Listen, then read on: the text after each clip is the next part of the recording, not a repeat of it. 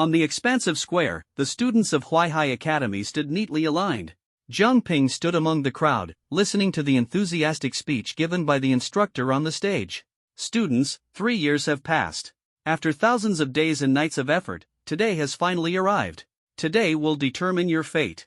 I hope everyone can awaken the ability most suited to themselves. Indeed, in this world, everyone could awaken a supernatural ability upon turning 18.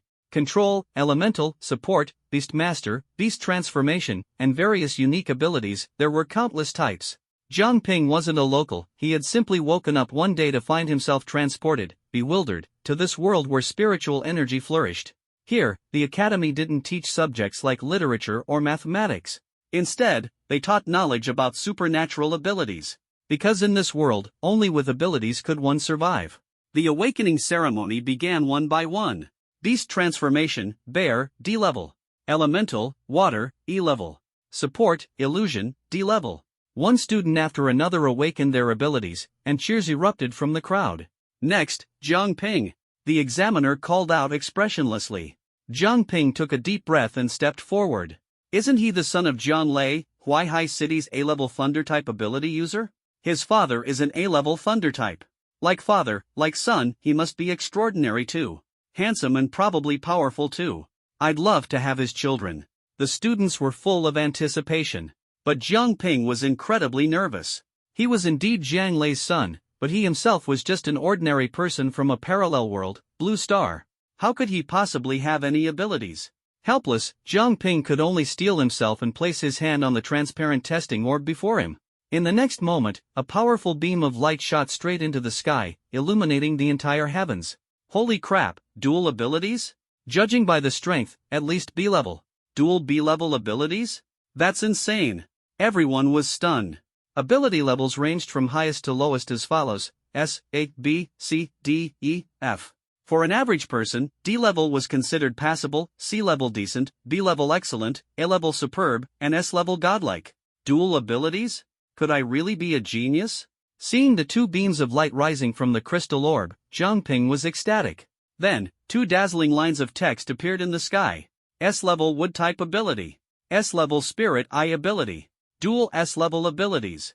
The entire crowd instantly fell silent, as if deathly still. Since the resurgence of spiritual energy, humanity had only produced a handful of S-level ability users. And historically, there had only been 2 dual S-level ability users. Today, a third had appeared. The entire academy erupted in excitement. The teachers were all dumbfounded. The highest abilities among Huaihai Academy's teachers were only A-level, and the best students were only B-level. Yet today, they encountered the strongest student in history, dual S-level abilities. While everyone was still immersed in shock, someone suddenly noticed the specific types of abilities. Wait, look at those abilities. Spirit Eye, wasn't that one of the most useless abilities? And Wood type, it's not exactly a strong category either, is it? Dual S-level, useless abilities? Ah, this is hilarious. The strongest useless abilities, what a disgrace to the Jiang family. Such a waste of dual S-level abilities. Even dual C-level wind and fire would have been better. Not even as strong as B-level holy attribute abilities. Wood type with Spirit Eye, a combination of the weakest of the weak. The crowd's reaction took a complete 180. Just moments ago, they were amazed, now, they were all mocking. Damn it, I ended up with such useless abilities? Hearing the jeers from the crowd below, Jiang Ping already understood just how useless these two abilities were. Across the entire ability system, there were at least 20 or 30 different attributes. Yet he had somehow drawn the two most useless ones, the very bottom and second to last. Lucky? These abilities were utterly worthless. Unlucky? And yet, they were both S-level. What can wood-type abilities even do? At best, they can help with healing, something water abilities can also do. Or maybe grow flowers and plants. And Spirit Eye? Even worse. The only thing I know it can do is photographic memory, which is only useful for studying. Ha ha ha. Not just the students, even the teachers on stage sighed and shook their heads. Even dual S-level abilities couldn't salvage these two most useless abilities. Just as Jiang Ping was feeling completely at a loss. System detected. Awakening talent. Binding ninja system. You have awakened a bloodline limit, Wood style. You have awakened a bloodline limit, Sharingan. Chakra has been automatically converted into this world's spiritual energy. Host, Jiang Ping. age, 18. Abilities, wood type, spirit eye. Talent level, S. Ability level, stage 1, beginner. Zhang Ping was even more dumbfounded. It took him a while to recover. Holy, this is a straight-up power boost. He was so excited he almost jumped up. Nobody else knew just how powerful Wood Style and Sharingan truly were. What is Wood Style? Is it clasping your hands to chant a spell? Or sprouting countless hands? What is Sharingan? Is it glaring to make someone's vision blurry? Or just some simple, efficient tool? Neither. Wood Style combined with Sharingan would show this world what true power meant. Student, I know it's hard for you to accept this, but you have to. Don't be too upset. The examiner sighed, full of regret. It's hard to accept, but I'm not upset at all. Zhang Ping grinned and walked off the stage with confident strides. Seeing his demeanor, many assumed he had been so devastated he'd lost his mind. Sigh, I wouldn't be able to accept it either. I've always disliked the Zhang family. This is karma, historically the most useless abilities.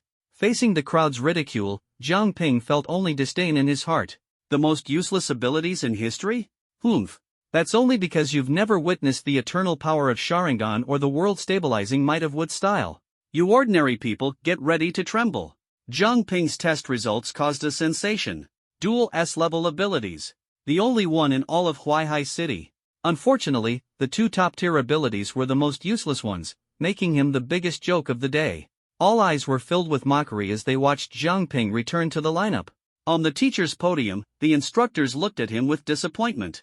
Such great dual S-level abilities, wasted just like that. Well, useless or not, they're still dual S-level. At least we'll secure the prize money. Beside him, an old man with round glasses, a balding head, and a potbelly laughed as he spoke. He rubbed the few sparse strands of hair on his head, his demeanor completely different from the others. Ha, the principal is absolutely right. The other teachers hurriedly echoed with laughter. This old man was none other than Huaihai Academy's principal, Wang Daochuan. Stop saying nonsense, everyone. To the outside world, we're to uniformly declare it as double S rank. If anyone asks what specific abilities they are, just say it's confidential. At least wait until I've claimed the bonus. Wang Daochuan sternly warned. Yes, yes, yes. The other teachers didn't dare to argue and could only nod in agreement. The awakening continued. Beast Morph Type, Rhino, C rank. Special Type, Puppet, B rank. Special Type, Illusion, B rank. The appearance of two B-rank special type abilities at once caused a wave of exclamations. The teachers on the platform had their eyes light up. Special type abilities were far rarer than ordinary elemental or beast morph types, and these were B-rank. This was the most powerful ability seen in this round of awakenings aside from Zhang Ping's two utterly useless top-tier abilities. Zhang Ping glanced at the man and woman with the special type abilities. They seemed to be a couple. He didn't pay them much attention. His mind was still focused on studying the system. Open attributes, he thought. Host, Zhang Ping. Abilities, Wood type, Spirit Eye type. Health, 100. Spiritual energy, 100. Realm, Tier 1, beginner level. Ability levels were ranked from Tier 1 to Tier 7, each tier further divided into beginner, intermediate, and advanced levels. Tier 7 wasn't the limit, just the highest currently known level for ability users. Tier 1 and 2 were ordinary levels, while Tiers 3 and 4 were equivalent to teacher level. Most teachers at Huaihai Academy were at Tiers 3 or 4. Tier 5 and above were considered top-tier experts, extremely rare in number. At Huaihai Academy, only one person reached such a level, their principal, rumored to be at Tier 5, advanced level. Zhang Ping noticed another section below his attribute panel, Shop. He silently thought, open, and immediately, a dazzling array of items appeared before him. Wood release, Birth of the World of Trees, S rank, usage consumes 10,000 points of spiritual energy, exchanging requires 10,000 energy points. Wood release, Wood Golem Jutsu, S rank, usage consumes 10,000 points of spiritual energy, exchanging requires 10,000 energy points. Wood release, Wood Dragon Jutsu, S rank, usage consumes 10,000 points of spiritual energy, exchanging requires 10,000 energy points. Rows upon rows of techniques that made Zhang Ping drool with desire. Unfortunately, he couldn't afford a single one of them right now. Of course, there were some cheaper techniques further down the list. Wood release, Wood Locking Wall, D rank, usage consumes 10 points of spiritual energy, exchanging requires 10 energy points. Wood release, Consecutive Pillar Houses technique, B rank, usage consumes 30 points of spiritual energy, exchanging requires 30 energy points. It seemed like some odd items had also sneaked into the list. Would release has rankings too, huh? The legendary Senju could use it to obliterate the Ninetales, while the contractor here can only use it to plant trees and do landscaping. Besides would release, there were items matching the Sharingan. Eternal Mangekyo Sharingan, basic, no ability version 1000 energy points required for exchange. Eternal Mangekyo Sharingan, Amaterasu 7000 energy points required for exchange. Eternal Mangekyo Sharingan, Tsukuyami 7000 energy points required for exchange. Eternal Mangekyo Sharingan, Kamui 20,000 energy points required for exchange. Eternal Mangekyo Sharingan, Koto Amatsukami 20,000 energy points required for exchange. Eternal Mangekyo Sharingan, Susanoo 30,000 energy points required for exchange. The prices were so astronomical, they were utterly unattainable. Staring at those astronomical prices, and then at his own solitary 1 energy point, Jiang Ping had only one thought, completely out of reach. System, how do I obtain energy points? Can I exchange spiritual energy for them? Energy points can be obtained by exchanging rare items, such as ability beast cores, high-grade spiritual stones, or other objects containing immense energy. The system will also periodically release tasks, completing which will earn energy points. System, other people get starter gift packs. Why don't I get one? Can't you offer me some perks? System, no. Do you have a loan service then? How about lending me 1.8 million energy points to start with? System, no. Jiang Ping, he felt a little awkward.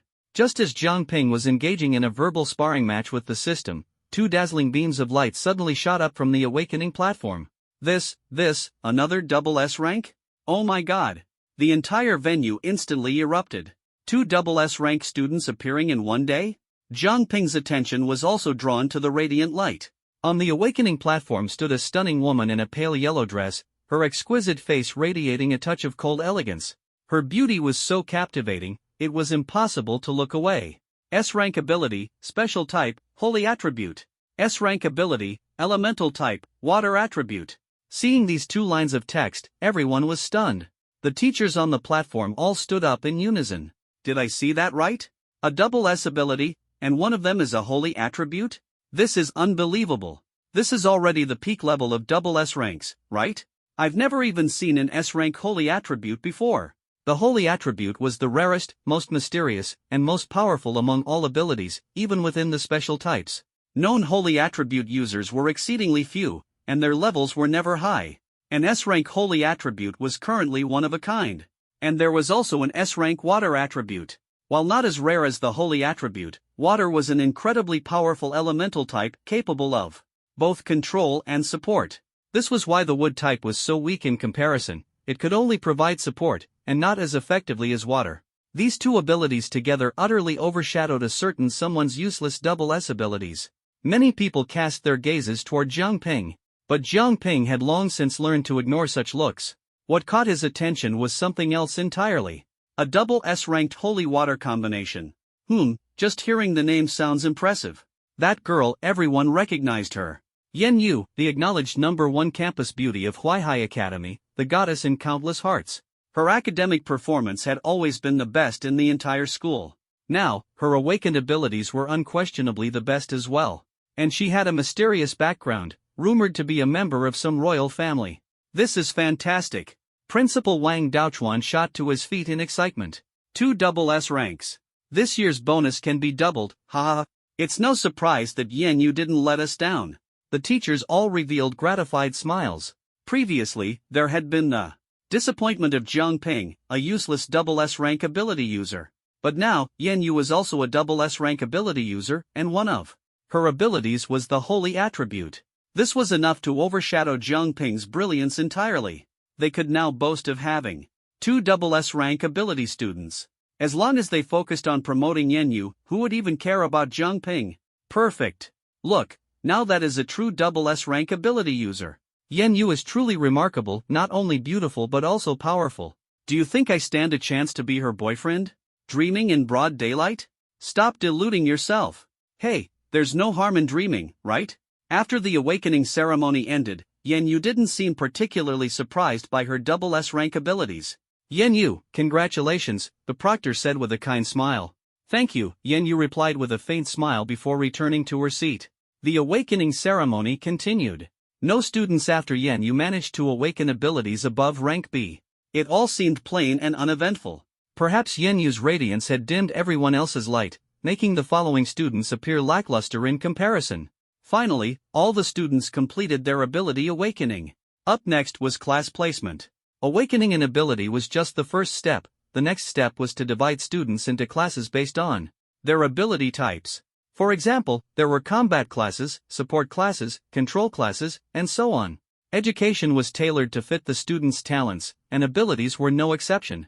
C-rank water element, you can choose between the combat class or the support class. Which do you pick? Of course, the combat class. Who'd willingly go to support? Then you're an elemental class 1. Next, I'm an E-rank wind element. Elemental class 6. Next, I'm a B-rank puppet master ability. Special class 1. Next, different abilities and their ranks determined class placements. The higher the rank and stronger the ability, the better the class you could get into. Conversely, those with lower ranks were placed in the least desirable classes. Finally, it was Jiang Ping's turn. Before he could even speak, the placement teacher said preemptively, double S rank would element and spirit I, you'll go to support class 1. Thank you, teacher, Jiang Ping replied politely.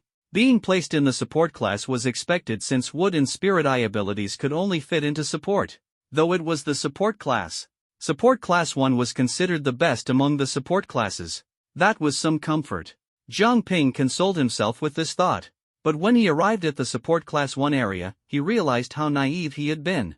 He was placed in support class 1 not because his abilities were particularly strong, but because there was only one support class. Including Jiang Ping, there were only 8 people in support class 1. Those placed in the support class were mostly there by default. For instance, a D-rank water element, it could assist or fight, but its rank was too low, and its potential capped. Coupled with the fact that the combat classes were overcrowded, students with no hope were simply dumped into the support class. In addition to low-rank water elements, there were also some illusionists, object manipulators, and other weak special abilities assigned there. Naturally, there was also a C-rank wood element that ended up in the support class. Everyone assigned to the support class wore expressions of disappointment, unwilling to accept their reality. After all, being placed in the support class meant their futures were, in a way, predetermined to be limited. A large number of students had been placed. Gradually, a few more joined the support class, each one walking over to Jiang Ping with a crestfallen look. Finally, only Yan Yu remained unassigned. She was the brightest star of this awakening ceremony. Where Yan Yu would be placed became the subject of everyone's attention. If she joined their class, it would drive them mad with excitement. Yan Yu, your ability rank is the highest in our school, so you get to choose your class, said a tall, bespectacled female teacher walking up to Yan Yu. Her name was Sun Shuyu, the academic director of Huaihai Academy, and a Tier 4 beginner ability user with double B-rank wind and water abilities. Of course, as the most gifted student, you also have the option to become the principal's personal student and receive one-on-one guidance, Sun Shuyu added, pushing up her glasses. Nearby, Principal Wang Daochuan seemed lost in thought, a mischievous smile playing on his lips. When he heard Sun Shuyu's words, he snapped out of it, looking puzzled. I have such a duty? I don't remember this. It's an academy regulation, Sun Shuyu replied with a sigh, throwing him a helpless glance. Oh, so that's how it is, Wang Daochuan nodded, though it was unclear if he truly understood. All eyes were on Yan Yu, who first glanced at Sun Shuyu and Wang Daochuan, then looked down at the dozens of already formed classes below. The stage. Her gaze finally settled on the corner where support class 1 sat. In a soft voice, she said, I'll join the support class. The crowd fell silent. Everyone wondered if they had misheard. Yan Yu, the most radiant star, had chosen the support class? Sun Shuyu, doubting her own ears, asked in surprise, Yan Yu, are you sure you want to join the support class? Yes, I've decided to join the support class, Yan Yu replied, her clear and melodious voice carrying softly. I know many people look down on the support class, thinking its abilities are far inferior to those of the combat system. But I want to say this, there is no such thing as a good or bad ability. Every ability has its purpose. I believe the support system holds unique value as well. My wish is to use my efforts to change how people view the support system. Yan Yu's words, though not particularly stirring or impassioned, carried a certain charm that made people instinctively believe in her. She truly is our goddess. Her thoughts are far beyond those of ordinary people. Goddess, you're amazing. I want to marry you. The goddess's light will surely illuminate the whole world. For a moment, Many were moved by Yen Yu's words. The dozen or so students in the support class, who had initially been downhearted and dejected, suddenly became excited upon hearing that their goddess was joining them. Being in the support class didn't seem so bad after all, as long as they could be with the goddess. Zhang Ping looked at the reactions around him and sighed inwardly. The gap between people was truly vast. When he joined the support class, he was seen as useless. When Yen Yu joined, she became a hero. The disparity in treatment was just too glaring. Ahem, everyone, quiet down. Wang Daochuan stepped onto the podium, clearing his throat. His aged voice, imbued with a trace of spiritual energy, spread across the entire plaza. The commotion caused by Yen Yu's decision to join the support class instantly subsided. The scene grew silent, and all eyes turned to the principal. Today is a very important day for all of you. You have awakened your abilities and completed the class division. I hope you all find the most suitable cultivation method and unlock your full potential in the future. Alright, that's all for now. Meeting adjourned. Clap, clap, clap, applause broke out. Zhang Ping couldn't help but clap along. After all, principals as concise and to the point as Wang Daochuan were rare. Most principals would start with 3 points, then subdivide each point into 3 more, and ramble on endlessly. With Wang Daochuan personally dismissing the meeting, the students began to leave one after another. Those who ended up in the same class celebrated together, those who were unfortunate enough to be assigned to a class full of strangers would have to start adapting to a new environment. Either way, the division of classes left some happy and others disappointed. The greatest emotional turmoil was seen in the support class. Being assigned to the least useful support class left most people feeling dejected. However, once Yen Yu joined the support class, everything changed. Being in the same class as the school beauty was the dream of many. Even the support class no longer seemed so bad. In fact, some people even started envying the students in the support class. All done, heading home. With the class division complete and no immediate tasks at hand, Zhang Ping had no choice but to leave Huaihai Academy and head home. Ding! Congratulations, host, for completing the ability awakening ceremony. You have earned 50 energy points. Just as he stepped out of the school gates, the system's voice echoed in his mind. Wow, 50 energy points, not bad. Zhang Ping exclaimed. It was an unexpected surprise. 50 energy points were enough to exchange for a few ninja skills. Open the system store. A dazzling array of items appeared before him. This time, however, Zhang Ping decisively filtered out all the unaffordable ninja skills, selecting only a few suitable ones. Wood release, wood locking wall, D rank, consumes 10 aura, costs 10 energy points. Asterisk, system note, an exceptionally cost-effective defensive wood release technique. Recommended for exchange. Asterisk. Wood release, wooden spear, D rank, consumes 10 aura, costs 10 energy points. Asterisk, system note, a highly efficient single target attack would release technique. Recommended for exchange. Asterisk. Sharingan, basic genjutsu, C rank, consumes 20 aura, costs 20 energy points. Asterisk, system note, a must-have skill for becoming a genjutsu master. Recommended for exchange. Asterisk. Sharingan, basic copy, C rank, consumes 20 aura, costs 20 energy points. Asterisk, system note, a must-have skill for becoming a master copy ninja. Recommended for exchange. Asterisk. Sharingan, basic insight, C rank, consumes 20 aura, costs 20 energy points. Asterisk, system note, a must-have skill for close-quarters combat experts. Recommended for exchange. Asterisk. Zhang Ping only had 50 energy points at the moment, which allowed him to exchange for either 2 wood release techniques in 1 Sharingan basic skill, or 1 wood release technique and 2 Sharingan basic skills. Poverty forced him to make a tough choice. An offensive and a defensive skill are essential. For defense, I'll have to choose the wood locking wall. Defense was fundamental, and Zhang Ping was quite afraid of dying. As for offense, the wooden spear is an option, but picking 2 wood release techniques would exceed the 10 energy points limit.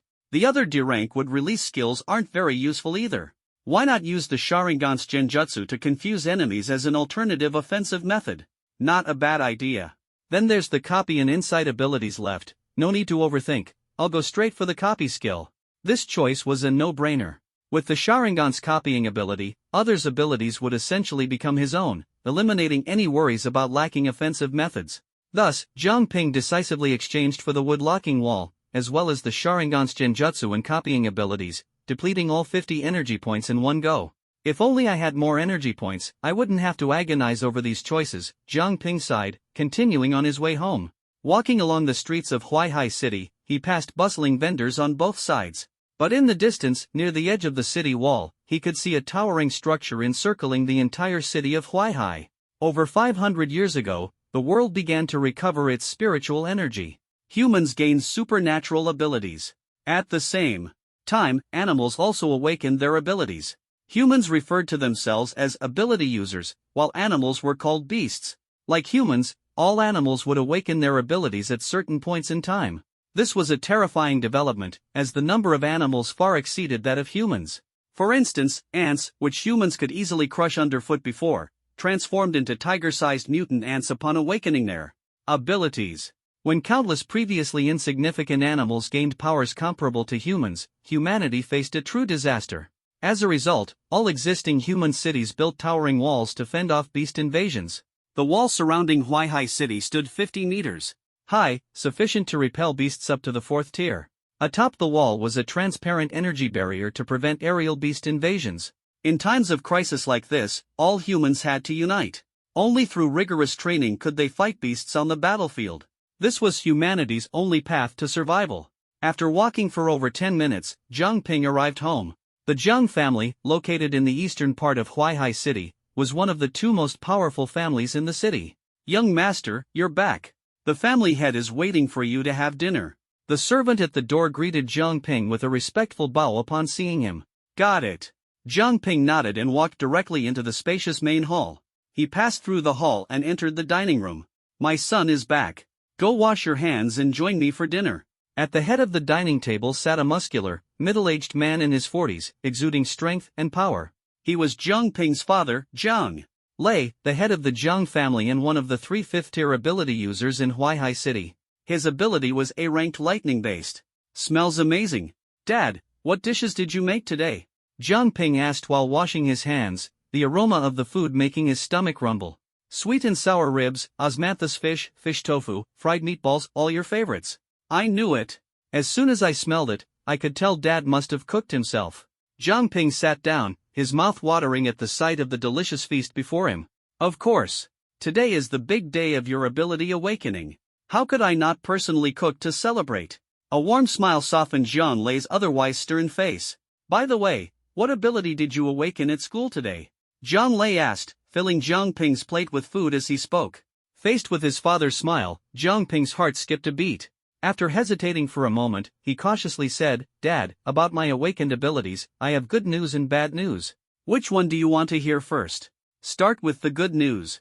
"The good news is, I've awakened dual S-class abilities." "Dual S-class?" Jiang Lei almost jumped out of his seat when he heard this, his eyes widening in disbelief. After a long moment, he burst into laughter. "Ha, as expected of my son, Jiang Lei's son. You're way better than me." The happier Jiang Lei got, the more nervous Jiang Ping became. "Dad, there's also bad news." "Ha ha ha, how bad could it be? Go ahead, tell me." Jiang Lei was ecstatic. His son had awakened dual S-class abilities. What bad news could there possibly be? "The bad news is that my dual S-class abilities are Wood type and Spirit Eye type." Wood type and Spirit Eye type? That's not bad at all. Ha, Wood type and Spirit Eye type. Jiang Lei's laughter suddenly froze as he processed what was just said. His mouth still open, he abruptly turned to Jiang Ping. "Wood type and Spirit Eye type? Are you serious?" "Aha! I know these 2 abilities are considered the most useless. I've let you down." Jiang Ping lowered his head. Seeing his son like this, Jiang Lei couldn't bring himself to criticize. He sat down, stayed silent for a moment, then patted Jiang Ping on the shoulder and said, "Son, don't lose heart. Wood type and Spirit Eye type were considered useless because no one figured out how to use them properly. But you're different, you're dual S-class. Maybe you can forge a path no one has taken before. Dad believes in you. And if all else fails, you can always come home and be a spoiled rich kid, living off your dad, indulging in a carefree life of luxury." "Dad, you said it yourself." Jiang Ping immediately raised his head, his face showing no trace of disappointment. Jiang Lei suddenly realized he might have been tricked. His expression darkened instantly. "Son, are you messing with your dad?" "Dad, I'm not joking. I really am a dual S-class with Wood type and Spirit Eye type abilities. It's just that with you backing me up, I feel secure." I will definitely forge a path that is entirely my own. I'll prove that wood type and spirit eye type are absolutely not useless abilities. Jiang Ping's gaze was firm. Such boldness. As expected of my son, Jiang Lei's son. But, Dad, if I really fail, can I come back and continue being that carefree heir indulging in luxury? Asterisk cough cough asterisk, if you come back, just be a rich second generation who enjoys life without wrecking things, don't actually squander the family fortune. Ha ha ha. Though the news was a bit of a blow, it didn't dampen the mood of their meal. The two still enjoyed their dinner happily. The school had only granted 1 day off, and the next day Jiang Ping had to return to school. Today marked the first assembly after the class divisions, a significant event. It was the first formal gathering for all the freshmen and also the true beginning of their battles and training. Dad, I'm heading off. Bidding farewell to Jiang Lei, Jiang Ping returned to school on his own. Today, Huaihai Academy was as lively as ever, the atmosphere electric. Everyone, brimming with excitement and carrying hopes for the future, found their respective classrooms. After some searching, Jiang Ping finally located the auxiliary class 1 on the first floor. Yo, isn't this our dual S-class genius loser? A group of people blocked Jiang Ping's path. Who are you? Jiang Ping glanced at the group in front of him. Leading them was a tall boy, at least 1.9 meters tall, with a sturdy build weighing over 150 kilograms. Ha, we're from the combat class. I'm a C-class beast type, far stronger than you, a so-called dual S-class loser who can only join the auxiliary class. The tall boy said smugly, and his followers burst into mocking laughter. Oh? And then? Jiang Ping's reaction caught the tall boy off guard, leaving him momentarily stunned. I'm saying, you're just a loser who can only stay in the auxiliary class, utterly humiliating Huaihai Academy. So what if it's the auxiliary class? Our auxiliary class has the school belle, Yan Yu. Does your class have someone like her? Jiang Ping responded calmly. You. The tall boy was rendered speechless. I'd bet most beast types like you are just brutes who can't even appreciate the joy of being in the presence of the school belle. Jiang Ping continued to poke at their sore spot. And indeed, this was a sore spot for all the boys at Huaihai Academy. The fact that the school belle, Yan Yu, had joined the auxiliary class had crushed all their dreams. Of course, Jiang Ping wasn't actually acquainted with Yan Yu, but that didn't stop him from using her fame to get back at these uncouth individuals. Don't get cocky. The tall boy, unable to contain his anger, grabbed Jiang Ping by the collar and lifted him up. At only 1.8 meters tall, Jiang Ping dangled in midair. Want to try your luck? Despite being lifted up, Jiang Ping remained unfazed. He said calmly, my dad is Jiang Lei. Ha? The group froze, momentarily failing to grasp the implications of Jiang Ping's words. Your dad is Jiang Lei? What's that got to do with me? The tall boy's reaction was a beat slow, but one of his lackeys quickly pulled him back. Koenji, don't act rashly. His dad is Jiang Lei, one of the only 3 fifth-tier ability users in Huaihai City. You mean, the Jiang Lei of the Jiang family? Koenji finally pieced it together and nodded. He had heard of the Jiang family before. Jiang Ping continued, exactly. So I'd advise you to let me go immediately. Sure, I'm a dual S-class loser, but my dad is Jiang Lei. If you dare bully me, can you handle the wrath of a 5th-tier ability user? Those words finally scared the lackeys, and they immediately urged Koenji to let go. Koenji, forget it. Don't mess with him. A real man involves the adults in his problems? Koenji muttered defiantly, but his hands obediently released Jiang Ping. You don't want to get beaten up by an adult, do you? Better head back and focus on your studies. Jiang Ping adjusted his collar, which had been messed up during the scuffle. Humph, you may have your moment here, but wait until you're out of the city on missions. Who'll protect you then? Koenji spat out a few harsh words before leaving with his lackeys. Hey, what's your name? My name stays the same, Su Kuan. Jiang Ping smirked and kept the name in mind. Now he understood why the rich second-generation villains in novels were so arrogant. Having a dad who could intimidate people really did make a difference. Auxiliary Class 1. Upon entering the classroom, Jiang Ping noticed it was already full. The class had 32 students, and everyone had arrived. The most eye-catching figure was undoubtedly Yan Yu, sitting in the middle of the first row. Today, Yan Yu was dressed in a snow-white dress, exuding a sense of purity, beauty, and an aura of sacred inviolability. However, this didn't stop others from arriving early to the classroom, just for the chance to be in the same class as Yan Yu. Even just looking at her was considered a kind of enjoyment.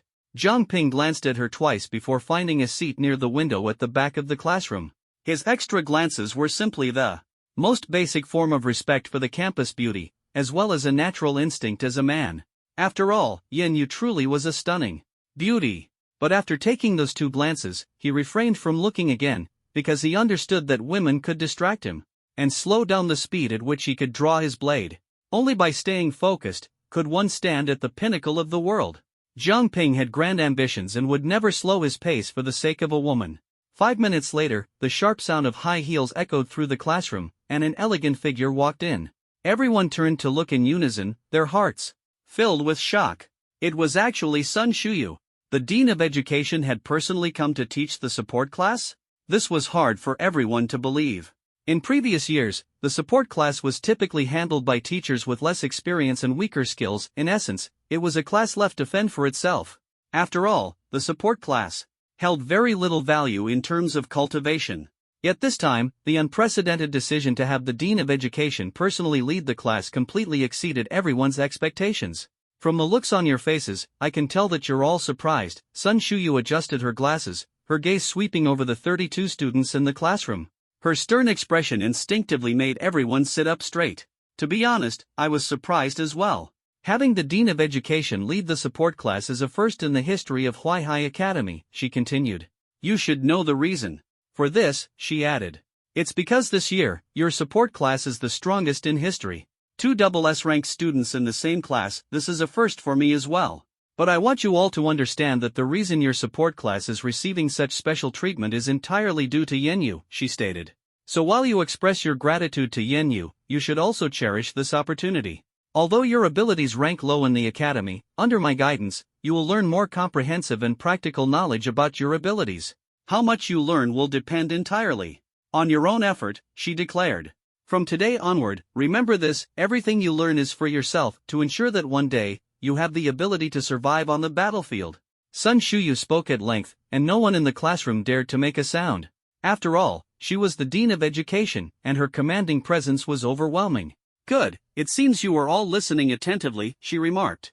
Now, let me announce the plan. Today and tomorrow, you will study your respective abilities. Starting on the 3rd day, I will take you out of Huaihai City to face real demonic beasts in combat. The 3rd day? That soon? The class erupted in astonishment. Wasn't it supposed to be the 5th day before leaving the city, someone muttered.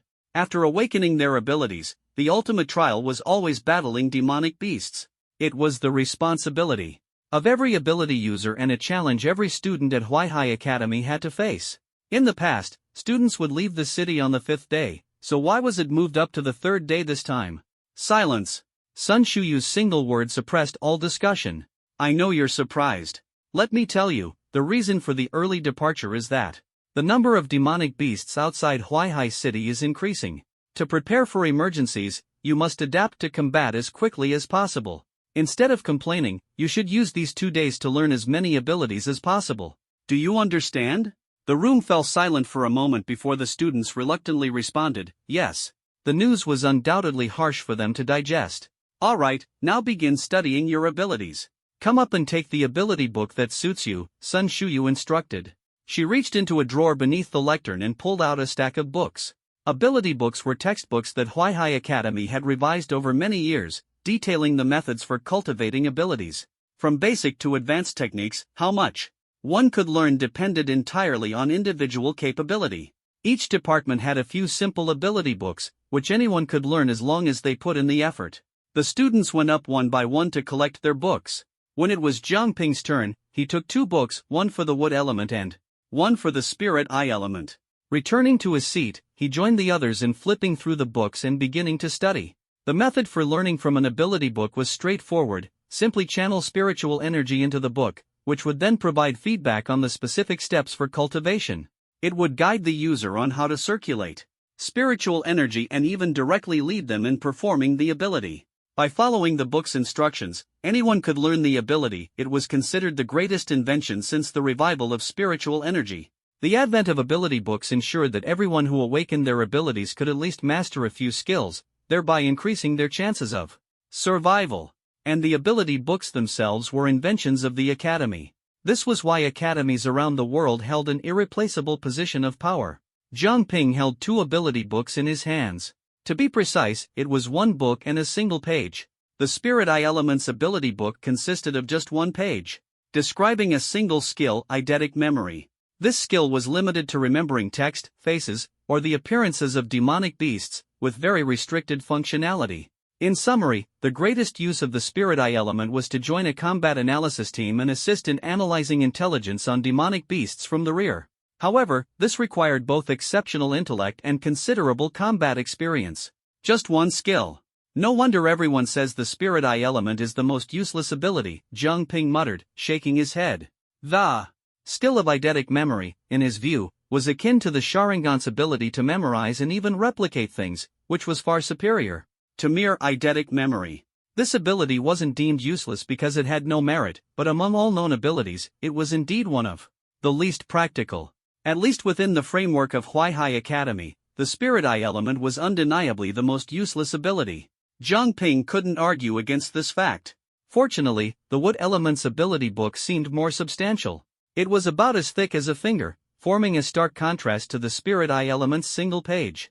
Let's see if the Wood element has any practical skills. Zhang Ping turned to the first page. Catalysis accelerates the growth of various plants, shortening their growth cycle. Suitable for promoting agricultural crops. Propagation uses spiritual energy to replicate plant seeds, ideal for expanding the cultivation of crops. Healing, the Wood element is brimming with vitality and can heal minor injuries, serving as a basic support skill for teams. Sigh, these three skills are honestly underwhelming, Zhang Ping muttered, furrowing his brows. It seems that the first two abilities are clearly suitable for agriculture. However, their utility is very limited. Although their living space has been compressed, the issue of food is not yet severe. On one hand, they rely on the assistance of wood-based abilities, and on the other, they hunt and consume beast meat. The energy contained in beast meat far surpasses that of ordinary grains. Thus, while the wood-based abilities are helpful for cultivating crops, they are not critical. Another path for wood-based abilities is to serve as a healer and support the team. Yet, the healing capabilities of wood-based abilities are mediocre, only effective for treating minor injuries. When it comes to severe injuries, wood-based healing is practically useless. In contrast, water-based abilities also have healing functions, and their effectiveness far exceeds that of wood-based abilities. Moreover, the number of water-based ability users is significantly greater than that of wood-based users. As a result, the auxiliary skills of water-based abilities are more thoroughly developed and better integrated.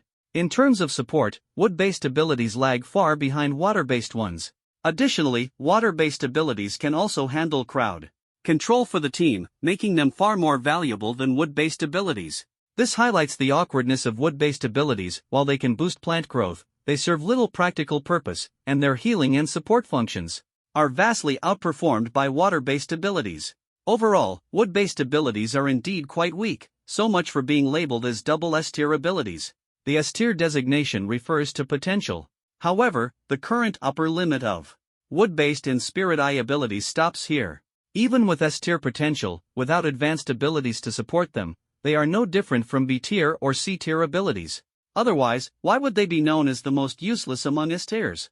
Even Zhang Ping acknowledged that within the training system of Huaihai Academy, there is virtually no chance for wood-based and Spirit Eye abilities to rise to prominence. The S-tier label is essentially meaningless. But this is only within the context of Huaihai Academy's existing system. The fact that wood-based and Spirit Eye abilities are deemed inferior has nothing to do with Zhang Ping, who has awakened the powers of wood release and the Sharingan. The inferiority of wood-based and Spirit Eye abilities is irrelevant to wood release and the Sharingan. Nonetheless, learning an additional skill never hurts, so Zhang Ping still studied the foundational abilities of the Spirit Eye and wood-based systems. It's always better to have more skills at one's disposal. After finishing the theoretical lessons, many students began practicing on the spacious balconies of various classrooms. The auxiliary class wasn't composed entirely of wood-based users. In fact, wood-based users were a minority. Including Zhang Ping, there were only 2 of them. The rest of the students assigned to the auxiliary class weren't there because their abilities were solely suited for support roles, but rather because their ability levels were too low and lacked development potential. All of them were placed in the auxiliary class. This included all single-element ability users below D tier, who were relegated to the auxiliary class. Their capabilities were inherently limited, and the academy was unwilling to waste resources on them. They could only practice basic skills and prepare to serve as cannon fodder in the future. As everyone began practicing their abilities, the balcony lit up with all sorts of radiant displays. Jiang Ping, standing in a corner, found a small blade of grass and started attempting the growth skill he had just learned. He placed his palm at the root of the grass, and pale green wood-based energy flowed from his palm, enveloping the grass. The grass rapidly grew into a large plant, visible to the naked eye. The effect is quite obvious, but it's not very offensive, Jiang Ping remarked. This world hasn't developed wood-based abilities much, there's not even basic offensive or defensive techniques. He muttered a few complaints but continued fiddling with his plant. At that moment, a short, somewhat shy boy cautiously approached him and said, Hello, my name is Wei Lin. Hello, I'm Jiang Ping, Jiang Ping replied politely. Could I ask you for some guidance? Wei Lin mustered up the courage to ask. Ask me? What could I possibly teach you? Jiang Ping was a bit puzzled. I'm also wood-based, but I've never been able to learn the growth skill from the ability book. I saw you pick it up right away, so I was hoping you could teach me, Wei Lin said nervously, his eyes fixed on Jiang Ping, afraid of upsetting him. Oh, so you're wood-based too, Jiang Ping nodded as he remembered. In the entire auxiliary class, there were only the two of them with wood-based abilities. He also recalled that Wei Lin was a single-element C-tier wood-based user, quite weak. Why don't you ask the teacher? Forget it, I can teach you, but I just learned it myself, so I can't guarantee you'll pick it up. Jiang Ping initially wanted to direct Wei Lin to Sun Shuyu, but after glancing at Sun Shuyu's intimidating aura, he understood why Wei Lin wouldn't dare approach her. Sympathizing with him, Jiang Ping decided to simply teach Wei Lin the growth and propagation skills. Thank you so much. Wei Lin was extremely grateful. It's nothing, don't mention it. The first day of lessons quickly came to an end. For many, it was a fulfilling day. They had learned several foundational abilities, boosting their confidence. After school, Jiang Ping prepared to head home. As he exited, he coincidentally ran into Yanyu, and the two walked toward the school gates together. As the school beauty, Yanyu drew everyone's attention wherever she went. Jiang Ping thought for a moment and stepped aside, intending to let her go ahead. However, as Yanyu passed by him, she suddenly stopped, extended her fair hand, and smiled faintly. Hello, Jiang Ping. Jiang Ping was momentarily stunned. He hadn't expected Yanyu to greet him proactively. Hello, he replied politely, shaking her hand. This scene left both classmates and passers-by wide-eyed in disbelief. Yanyu had actually initiated a greeting with a boy and even shook his hand? It's nice to meet you. I hope we can work together to change the fate of the auxiliary class, Yanyu said with a gentle smile, her expression warm and captivating, as if her smile could heal anything. Let's work hard together, Jiang Ping replied awkwardly, thrown off by her statement. Changing the fate of the auxiliary class? Isn't this exactly what Yanyu had declared during her awakening ceremony? Jiang Ping had no such lofty aspirations. After speaking, Yanyu left. Jiang Ping scratched his head, unable to figure out why Yanyu had suddenly said those things to him. Could it be because he was handsome? In any case, it was strange. Without dwelling on it too much, Jiang Ping went home. The first day of learning left everyone excited. The second day proceeded as usual. However, the atmosphere was not as relaxed today because tomorrow, they would be heading outside the city to face real beasts. The psychological pressure made many people nervous and uneasy, filled with fear and confusion. Brother Ping, why do we, in the auxiliary class, have to go to the front lines and face beasts directly? Wouldn't it be better to stay in the city and live as simple farmers? Wei Lin nervously confided his fears to Jiang Ping. The two had become familiar with each other after their interaction yesterday. With so many people in the auxiliary class every year, how could all of them stay behind? Besides, beasts are enemies we have to face, Jiang Ping said. In contrast, he was looking forward to the combat training tomorrow. He couldn't wait to test the powers of his Sharingan and would release. Alright, everyone, gather around and listen to the plan for tomorrow, Sun Shuyu called the group back. You all should be aware that the support class doesn't have the capability to face beasts alone. Therefore, we will form small teams and join the combat class to fight the beasts together. This will also be our future team configuration. Support class students will integrate into the combat class, with combat class as the main force, cooperating to hunt beasts as a team. Our class has 32 students, so tomorrow we'll form 8 teams, each with 4 members. I'll organize the teams now to avoid chaos tomorrow, Sun Shuyu said, immediately picking up the list to start assigning teams. Zheng San, Li Si, Wang Wu, Wu Lu, you're a team. Xiao Qi, Jiang Ba, Lin Jiu, Xianling, you're a team. Yenyu, Jiamei, Jiangping, Weilin, you're a team. Alright, that's the team arrangement. Go home and prepare well tonight. Tomorrow morning, meet at the classroom at 7. Understood? Understood. As soon as Sun Shuyu left, everyone quickly found their teammates to discuss plans for the next day. Awesome, Ping Ji, we're in the same team. And Yenyu is with us too. Wei Lin could hardly contain his excitement upon hearing the team assignments. For someone shy and introverted like him, being grouped with familiar faces was a great comfort. Indeed, it's pretty good, Jiang Ping said as he noticed Yenyu and another girl walking toward them. Hello, I'm Jiamei. Starting today, we're a team, the girl beside Yenyu said with a bright smile, taking the initiative to greet them. Hi, I'm Jiang Ping. Hello, I'm Wei Lin. Hello. After exchanging brief pleasantries, the four split up to prepare for tomorrow. The real challenge lay ahead, and everyone had to be ready. Dad, I'm home, Jiang Ping called out as soon as he entered the house. Son, you're back. Come wash your hands and eat, Jiang Lei replied, having already prepared a sumptuous dinner. On the table were dishes like braised pig trotters with peanuts, red braised lion's head meatballs, spicy boiled pork slices, stir-fried chili chicken, and white-cut chicken. So much food? Jiang Ping's mouth watered at the sight of the feast before him. Jiang Ping came from a single-parent household, and his father, Jiang Lei, had always taken care of him. Outside, Jiang Lei was a formidable 5th-tier A-grade lightning ability user. At home, he was a loving father with excellent cooking skills.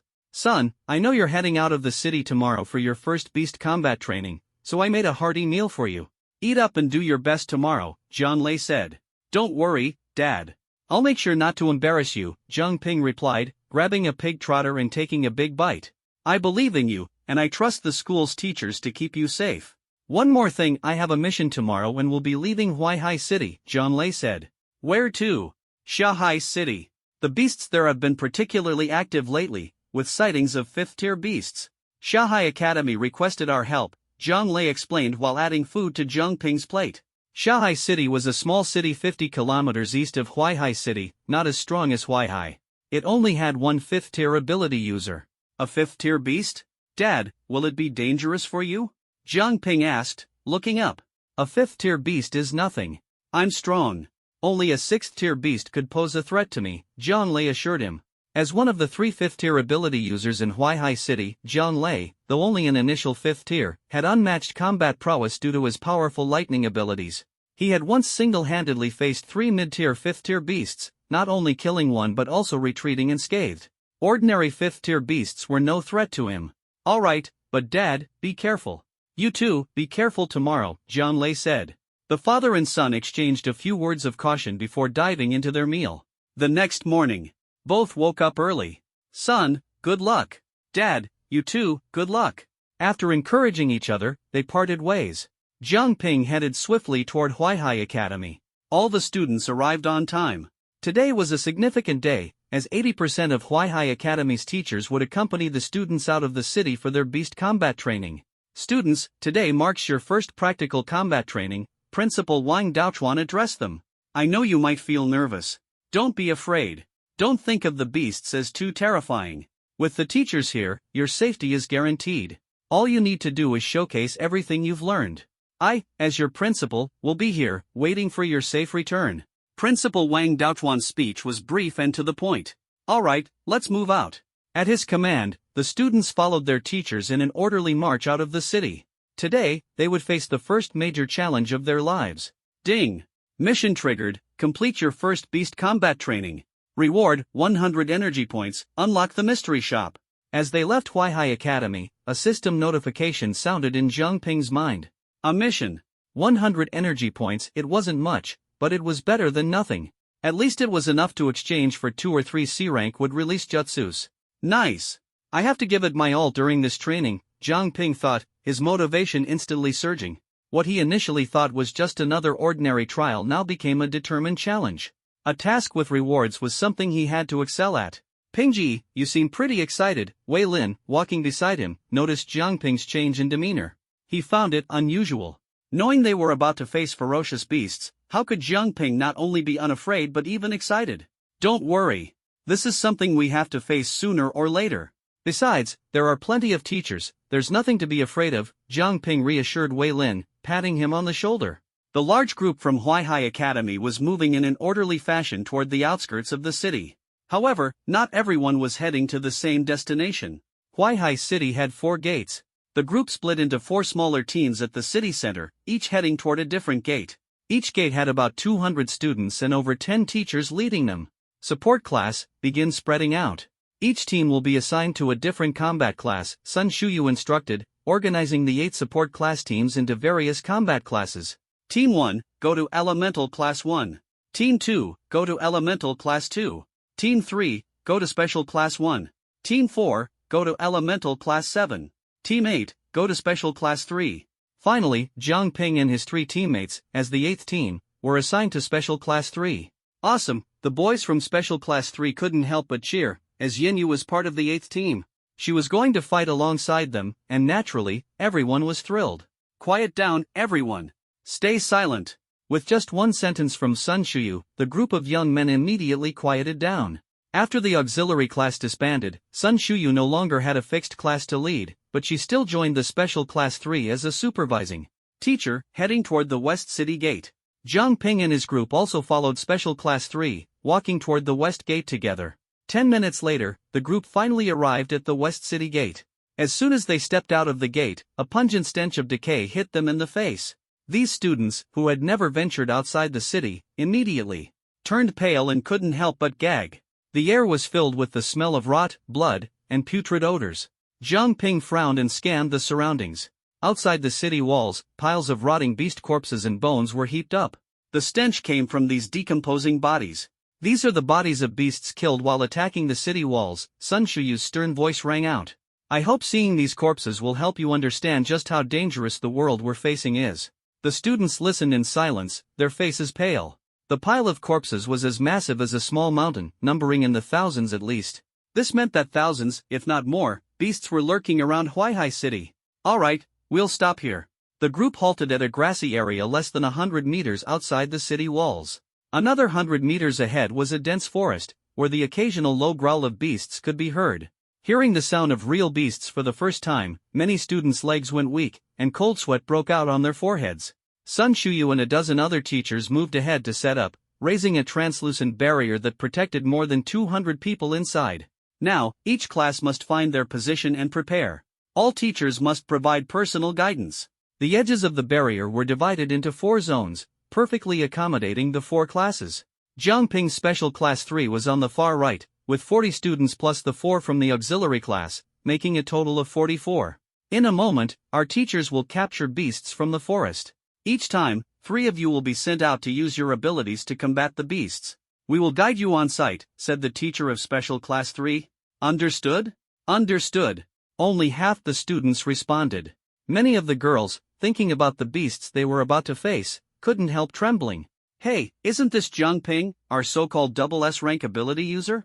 What are you doing in Special Class 3? While waiting for the teachers to capture beasts, a familiar figure approached Su Kuan. He had previously tried to humiliate Jiang Ping, only to be suppressed by Jiang Ping's status. Coincidentally, Su Kuan was also in Special Class 3. Is there a problem? Jiang Ping glanced at him indifferently. Of course not. I just want to see what it looks like when the great double S rank ability user pees his pants in fear of a beast, Su Kuan mocked. Jiang Ping cast him a sidelong glance. Thanks for your concern, but perhaps you should worry about yourself first. With your build, you'd make an easy meal for a beast. Oomph, keep talking tough. We'll see if you're still this bold later. Su Kuan snorted coldly. At that moment, the sound of beasts screeching came from the forest ahead. Several teachers worked together to capture a few beasts. Each one was ferocious, their roars frenzied as their bodies struggled violently. But the teachers capturing them were mostly 3rd or 4th tier ability users, rendering the beasts' struggles futile. Every class was assigned 1 beast. Special Class 3's beast was a 1st tier, dual-headed fire ant. Its massive size was comparable to an adult lion. Its body was fiery red, and its 2 grotesque heads were terrifying to behold. A dual-headed fire ant, a 1st tier, beginner-level beast with fire abilities. All the beasts were confined within specific barriers, unable to move. 3 people stepped forward. Who's going first? The teacher of Special Class 3 asked. Staring at the ferocious and terrifying dual-headed fire ant, everyone froze. No one dared to speak for a moment. What? No volunteers? The teacher of Special Class 3 frowned slightly. He was about to start calling names when someone suddenly stepped forward. It was Yen Yu. "Teacher, I'll go first," Yen Yu said firmly, stepping to the front of the group. The teacher nodded. "Good. Yen Yu is the first. We need 2 more. Me." As soon as Yen Yu volunteered, Su Kun quickly stepped up as well. There was no way he'd miss the chance to act alongside Yen Yu. "1 more. Zhang Ping, do you dare to join us?" Su Kun suddenly challenged Zhang Ping provocatively, a blatant provocation. His eyes were full of disdain. He had never liked Zhang Ping. A so-called double S rank ability user, yet with 2 useless powers. What a disgrace to the Zhang family. If he could humiliate Zhang Ping in front of everyone, it would be immensely satisfying. Plus, it would give him a chance to show off his masculinity in front of Yen Yu. It was a win-win, he couldn't lose. Su Kun was confident in his plan. Faced with the provocation, Zhang Ping, who had always been thick-skinned, couldn't care less. But at that moment, a notification rang in his mind. Asterisk ding. Task triggered, accept Su Kun's challenge and defeat a first-tier beast. Asterisk.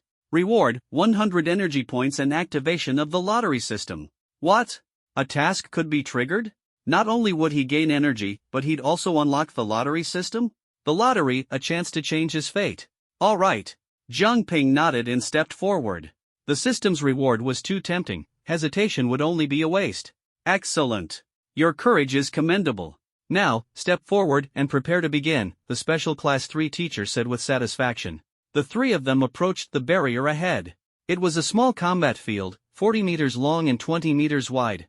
The dual-headed fire ant was confined behind an invisible barrier. Are you ready? Ready. Su Kun responded immediately, and both Zhang Ping and Yen Yu nodded. Begin the battle. At the teacher's command, the barrier vanished instantly. The dual-headed fire ant immediately spotted them and charged at high speed. First-tier beasts lack significant intelligence, relying solely on instinct to hunt and kill. Beast transformation bear. Su Kun shouted, his body rapidly enlarging as brown fur sprouted all over. Beast transformation abilities, once awakened with a specific animal form, could greatly enhance physical strength. Bear-type transformations significantly boosted power. However, Su Kun was still a beginner. His transformation only made him bulkier and covered in bear fur. He hadn't yet reached the level of becoming a true bear. With a roar, he charged at the dual-headed fire ant. Yen Yu also made her move. She gracefully raised a hand, palm facing the dual-headed fire ant. Divine water chains. Swoosh. 2 blue, water element chains emerged from the ground, one on the left and one on the right, swiftly binding the dual-headed fire ant, creating an opening for Su Kun to attack. Take this punch. Su Kun charged forward and delivered a heavy punch to one of the heads. Bang! The 2-headed fire ant was sent flying. Nice! The teamwork was flawless, earning a round of applause. Looks like I don't even need to step in, Zhang Ping remarked from the side, more like a spectator. He was just support, and not particularly useful at that. For now, it seemed Yen Yu and Su Kun could handle the 2-headed fire ant on their own. I thought demonic beasts were supposed to be powerful. Turns out they're no big deal, Su Kun said, grinning smugly. But his smugness didn't last long. His expression suddenly changed. The 2-headed fire ant, which had been knocked away and rolled on the ground, quickly stood back up without a single scratch. Whoosh! Both heads of the fire ant opened their mouths simultaneously, spitting out 2 fireballs the size of basketballs. Faced with the incoming fireballs, Su Kun panicked. The flames were too intense for him to risk blocking with his body. Divine water shield. At the critical moment, Yen Yu stepped in. A blue water shield appeared out of thin air, positioning itself in front of Su Kun. Bang! The 2 fireballs smashed against the shield, shattering it as its energy was depleted. Phew, finally safe, Su Kun exhaled in relief. But before he could fully relax, the 2-headed fire ant spat out another pair of fireballs. Damn it, still with this move? Su Kun exclaimed. These transformation types were most vulnerable to long-range attacks, just like the current situation. The fire ant's abilities kept Zhang Ping at bay, unable to approach. This time, Su Kun ran for his life, scrambling and rolling as he dodged back. The fireballs landed right behind him, almost hitting a vital spot. With Su Kun no longer a target, the fire ant quickly redirected its attack. Both heads turned, spitting 1 fireball each, one aimed at Zhang Ping, the other at Yen Yu. Divine water shield. Yen Yu swiftly summoned another water shield, blocking one of the fireballs. But the other fireball hurtled toward Zhang Ping, leaving her unable to assist. As the fireball zoomed toward Zhang Ping, the teacher of Special Class 3 was already prepared to intervene at any moment. He understood Jiang Ping's situation, knowing that his 2S rank abilities were almost useless in combat. Let's see how you handle this. Su Koan watched Jiang Ping coldly, his face full of disdain. Everyone's eyes were on Jiang Ping, but he remained calm. Slowly, he brought his hands together, forming a series of hand seals. Although it was his first time performing these seals, every movement seemed practiced and flawless. Wood release, wood pillar wall. Jiang Ping muttered as he completed the seals. A row of wooden columns burst from the ground, curving to form a sturdy wooden wall that shielded him. Boom! The fireball slammed into the wooden wall, leaving only a charred black mark. The crowd was stunned into silence. Even the teacher nearby stared in shock at the wooden wall. Jiang Ping's wood element ability could actually be used for defense? This scene was beyond anyone's expectations. Yen Yu, restrain its movements.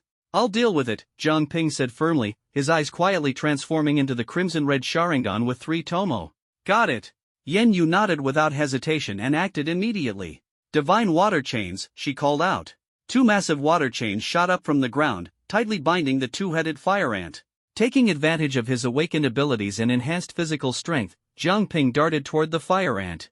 Leaping into the air, he reached nearly 2 meters high. The fire ant's 4 eyes locked onto him. This was exactly what Jiang Ping wanted. The Sharingan fixated on its eyes, and in an instant, he unleashed his technique. Genjutsu. As the illusion activated, Jiang Ping threw a punch straight at the fire ant's head. Bang! His fist landed. The 2-headed fire ant wasn't sent flying, instead, a sharp pain shot through Jiang Ping's hand, almost making him cry out. Damn it! He had forgotten that his physical body wasn't as strong as those with beast transformation abilities. However, although the punch didn't knock the fire ant down, the Sharingan's Genjutsu had successfully frozen its gaze. Moments later, it collapsed stiffly to the ground, completely motionless. To everyone else, it looked as though Jiang Ping had brought down the fire ant with a single punch. It's down? Did Jiang Ping really knock out the 2-headed fire ant with just one punch? Isn't he wood element and spirit eye element? Could he have trained in beast transformation too? The crowd was both shocked and skeptical about Jiang Ping's punch. Only beast transformation users could possess such raw physical strength. But Jiang Ping wasn't a beast transformation user. Wait, look at his eyes, someone with sharp observation skills pointed out. Jiang Ping's eyes had changed color, a pair of crimson-red, mysterious, and slightly sinister eyes that held an almost enchanting beauty. Are those spirit eye element eyes? Was that just now his spirit eye ability? Speculation ran wild as everyone grew increasingly curious about Jiang Ping's powers. They wondered if it was his spirit eye ability that had defeated the fire ant. First, his wood element ability had surprised everyone with its defensive capabilities. Now, his spirit eye ability might have been what brought the fire ant down. Even though his defenses weren't particularly strong, the fact that Jiang Ping, once dubbed the weakest waste, had demonstrated them was enough to astonish everyone. At the very least, no one had ever seen wood element abilities used for defense before. And then there was the mysterious spirit eye ability. Regardless, Jiang Ping had undeniably defeated the 2-headed fire ant. Su Koan, who had been eager to see Jiang Ping humiliated, was now fuming as he watched Jiang Ping effortlessly win the fight and leave everyone in awe. Jiang Ping ended the battle flawlessly, feeling rather pleased with himself. On the way back, as he passed by Yen Yu, she gave him a gentle smile and said softly, "Well done." "Thank you." Although Jiang Ping believed in the mantra, "No women in my heart," wielding the blade comes naturally, he couldn't help but react to such a beautiful girl giving him such a radiant smile and praising him in such a tender voice. Ding! Task completed. 100 energy points earned. Lottery system activated. Back with the Special Class 3 team, the system's voice echoed in his mind once again. Perfect task completion. Jiang Ping raised an eyebrow slightly. 100 energy points had been credited, and the lottery system was now unlocked. He quickly opened the system to take a look. The lottery system featured a spinning wheel with 10 rewards. Flying Thunder God Technique, Sage Mode, Multi-Shadow Clone Jutsu, 8 Trigram Seal, Reaper Death Seal, For Symbol Seal, Manjikyu Sharingan, Base Model, Genjutsu, Shackling Stakes, Wood Release, Wood Clone, and Wood Release, Cutting Technique. These are all top-tier skills. Jiang Ping's eyes lit up with excitement. But when he saw the cost for a single spin, 5,000 energy points, he froze. Damn, that much? 5,000 energy points, not 500, not 50, but a full 5,000. Where could he get so much energy? Moreover, some of the skills on the wheel weren't even worth 5,000 energy points. For instance, the illusion technique, binding of the stalks, and the Would release, cutting technique. These two were at best worth 2 or 3,000 energy points. Of course, this wasn't Zhang Ping looking down on them, it's just that compared to other ninjutsu on the wheel, they were indeed much less valuable. Then there was the Reaper Death Seal. Although it was powerful, it required one's life as the price to activate. No matter how strong it was, Zhang Ping felt it wasn't worth spending energy to draw. If he ended up drawing these useless or overly costly skills, it would be an enormous loss. With 5,000 energy points, I can exchange for multiple practical ninjutsu. Who would be dumb enough to waste it on a gamble? Not to mention, he currently only had 100 energy points, barely enough for even a single draw. It would be better to honestly exchange energy for the ninjutsu most suitable for him. Zhang Ping first spent 20 energy points to redeem the final ability of the Sharingan, Basic Insight. Only by combining the three abilities of illusion, mimicry, and insight would the Sharingan be considered complete. He still had 80 energy points left. As for the Sharingan, he didn't have any new plans for now. The evolution path of the Sharingan was straightforward, upgrading from the 3-Tomo Sharingan to the Mangekyo Sharingan. However, redeeming the Mangekyo Sharingan required 8,000 energy points. With the remaining 80 points, I'll exchange for the Wood Spear, Tree Wall, and Exploding Tree. Wood Release, Wood Spear, D-Rank, a single target attack ninjutsu that allows the user to create a wooden spear from their body or nearby trees to attack the enemy. Costs 10 energy points to redeem. Wood Release, Tree Wall, D-Rank, a defensive ninjutsu that summons a wooden shield to protect oneself or teammates. Costs 10 energy points to redeem. Wood Release, Exploding Tree, C-Rank, an offensive and defensive ninjutsu that can summon tree roots or vines from the body or surroundings to form a massive tree to engulf the enemy. It can also passively generate a tree to block attacks when under assault. Costs 60 energy points to redeem. These three techniques, coupled with the complete Sharingan ability, gave Zhang Ping a balanced offensive and defensive skill set. His combat strength was now quite formidable. Against a first-tier demonic beast, he was confident he could take it down single-handedly. The combat training continued. Some first-tier demonic beasts couldn't withstand the class's continuous assaults and fell. When that happened, the teacher would capture a new beast from the forest as a replacement target. During these live combat exercises against demonic beasts, everyone performed differently. Some were excited and performed exceptionally well, while others were so nervous they couldn't even lift their hands. For those who froze, the teacher would personally guide them, ensuring that everyone could gain experience through combat with demonic beasts. Having been among the first to complete his training, Zhang Ping watched with great interest, observing the unique abilities of his classmates. For example, in the illusion category, the most basic technique was creating an illusion identical to oneself to confuse the enemy. Those in the puppet category controlled the basic puppets, distributed by the school to fight demonic beasts from a distance. The object manipulation category was similar to the puppet category, using long-range control of weapons to attack demonic beasts. Looking at it this way, these special category combat styles seemed relatively safe, as they didn't require direct confrontation with demonic beasts. However, their shortcomings were also glaring. Once the enemy closed the distance, they struggled to fight back effectively. Aside from these, the most common were the elemental categories wind, fire, water, lightning, and earth. Wind users focused on speed and agility, fire users excelled in group firepower. Output, water users specialized in support, healing, and control, lightning users emphasized speed and violent attacks, and earth users leaned towards defense and crowd control. Of course, different individuals trained in unique ways, so the characteristics of their abilities varied. In Zhang Ping's eyes, however, these special category abilities were rather crude.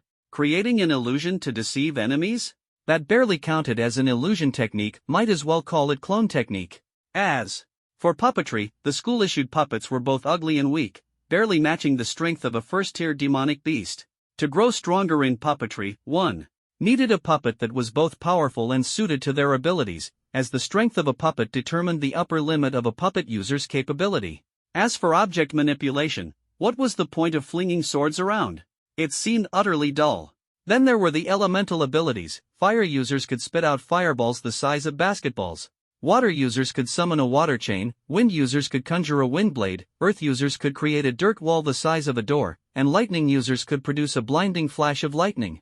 These abilities were so underwhelming that Zhang Ping couldn't help but shake his head. He wouldn't even bother using his Sharingan to copy these abilities. What a waste of spiritual energy that would be. In summary, these abilities were no match for his wood release in Sharingan. The tense training of Special Class 3 continued. The last group consisted of Wei Lin, Zhao Mei, who specialized in support, and a fire element male student. Zhao Mei and the fire element student performed well. Zhao Mei used water-based control, while the other handled fire-based attacks. The only one struggling was Wei Lin, whose sole ability was wood-based and seemed entirely out of place on the battlefield. Unlike Zhang Ping, Wei Lin's wood-based ability could only accelerate plant growth, offering no combat utility whatsoever. Seeing Wei Lin's inability to contribute, the surrounding students began mocking him. As expected, the wood element is useless. What good is it? With just wood and a D rank, he might as well stick to gardening. These taunts caused Wei Lin to tremble slightly. Zhang Ping furrowed his brow, glaring at the mockers as he coldly said, "What? You all have a problem with wood-based abilities?" The moment he spoke, everyone exchanged glances, suddenly falling silent. Was the wood element useless? At the very least, Zhang Ping had shattered their perception of wood abilities. Even the teachers had been visibly astonished when they saw him use wood release techniques. Clearly, Zhang Ping's wood release had completely overturned the notion of wood abilities being weak. The label of the most useless ability no longer applied to someone like Zhang Ping. Previously, he had used the wooden wall technique to block fireball attacks from a two-headed fire ant, exhibiting a defensive strength comparable to earth-based abilities. This kind of wood ability was far beyond their imagination. And what about you? Zhang Ping's cold gaze swept over the group. Some of you were so scared when you got on the field that your legs turned to jelly, and you couldn't even stand straight. You dared to mock others? Among them was a lightning element male student whom Zhang Ping vividly remembered. This student had boasted about his bravery beforehand, only to collapse in fear when faced with a first-tier two-headed lion beast's roar. Now that he was off the field, he had the audacity to mock others? Wei Lin might lack combat strength, but at least he didn't lose his composure in fear. He simply felt helpless due to the limitations of his ability. Zhang Ping despised those who were useless themselves yet mocked others. Hearing Zhang Ping's words, the lightning-type man's face instantly turned sour. He wanted to argue back but found himself at a loss for words, eventually slinking away awkwardly. In the end, the battle on the field was resolved by Zhao Mei and the fire-type man working together. Wei Lin, throughout the entire skirmish, merely stood there, unable to contribute. The supervising teacher didn't say much about it. After all, the single wood element wasn't particularly useful in combat, but the fact that Wei Lin managed to stand firm without succumbing to fear was already considered an achievement in meeting the training objective. Returning to the team, Wei Lin lowered his head and walked over to Zhang Ping. In a small voice, he asked, "Zhang Ping, am I really that useless? How could you be? Your courage is stronger than many others. It's just that your abilities, for now, aren't suited to help in combat." Zhang Ping comforted him. He had already come to see Wei Lin as a friend. In Wei Lin, he saw a reflection of his past self, timid, weak, aimless, filled with self-blame and self-doubt. Now that Zhang Ping had the power to change himself, he also wanted to help Wei Lin become stronger, just as though he were saving the version of himself from the past. "Zhang Ping, why is your wood element so different from mine?" Wei Lin suddenly raised his head to look at Zhang Ping. He recalled the wood-based abilities Zhang Ping had displayed earlier, which were completely unlike his own. "How did you manage it? Can you teach me?" If he could learn Zhang Ping's wood-based abilities, then he wouldn't be the most useless person anymore. Well, Zhang Ping was momentarily stumped by the question. His abilities were derived from wood release, while Wei Lin's were ordinary wood-type powers. It wasn't clear if they were compatible. But seeing the hopeful gleam in Wei Lin's eyes, Zhang Ping couldn't bear to refuse. He could only say, "I don't know if my training methods are suitable for you, but we can give it a try." Wei Lin instantly brightened. "That's fine. Trying is better than nothing."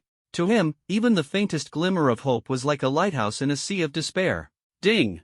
Task triggered, teach Wei Lin to master new wood-type abilities. Reward, 100 energy points. Another task? This mission made Zhang Ping pause to think seriously. Teach Wei Lin new wood-type abilities. Does that mean my wood release can be useful to him? Or perhaps my wood release has the potential to influence the existing system of wood-type abilities? He wasn't entirely certain about the specifics, but the system assigning this task suggested that the path was feasible.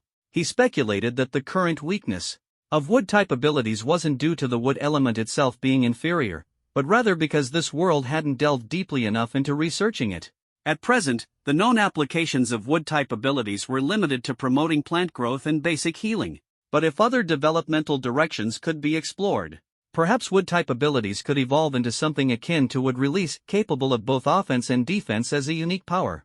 Even if it couldn't reach the level of a legendary figure like Hashirama's top-tier Wood Release, achieving something akin to Yamato's level would already be quite impressive. With this thought, Jiang Ping suddenly felt a surge of confidence. The practical combat training lasted the entire day and finally came to an end. Well done! Today's combat training concluded successfully. Everyone performed admirably. You may head back now, Sun Shuyu said, offering a rare encouraging smile.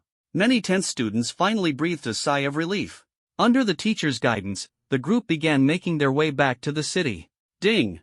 Task completed. Successfully participate in your first practical combat with beasts. Reward, 100 energy points, mystery shop unlocked. Just as they entered the city, the completion notification sounded in Jiang Ping's mind. Another 100 energy points. I earned another 100 energy points. Jiang Ping exclaimed, though he didn't rush to exchange them for a jutsu this time.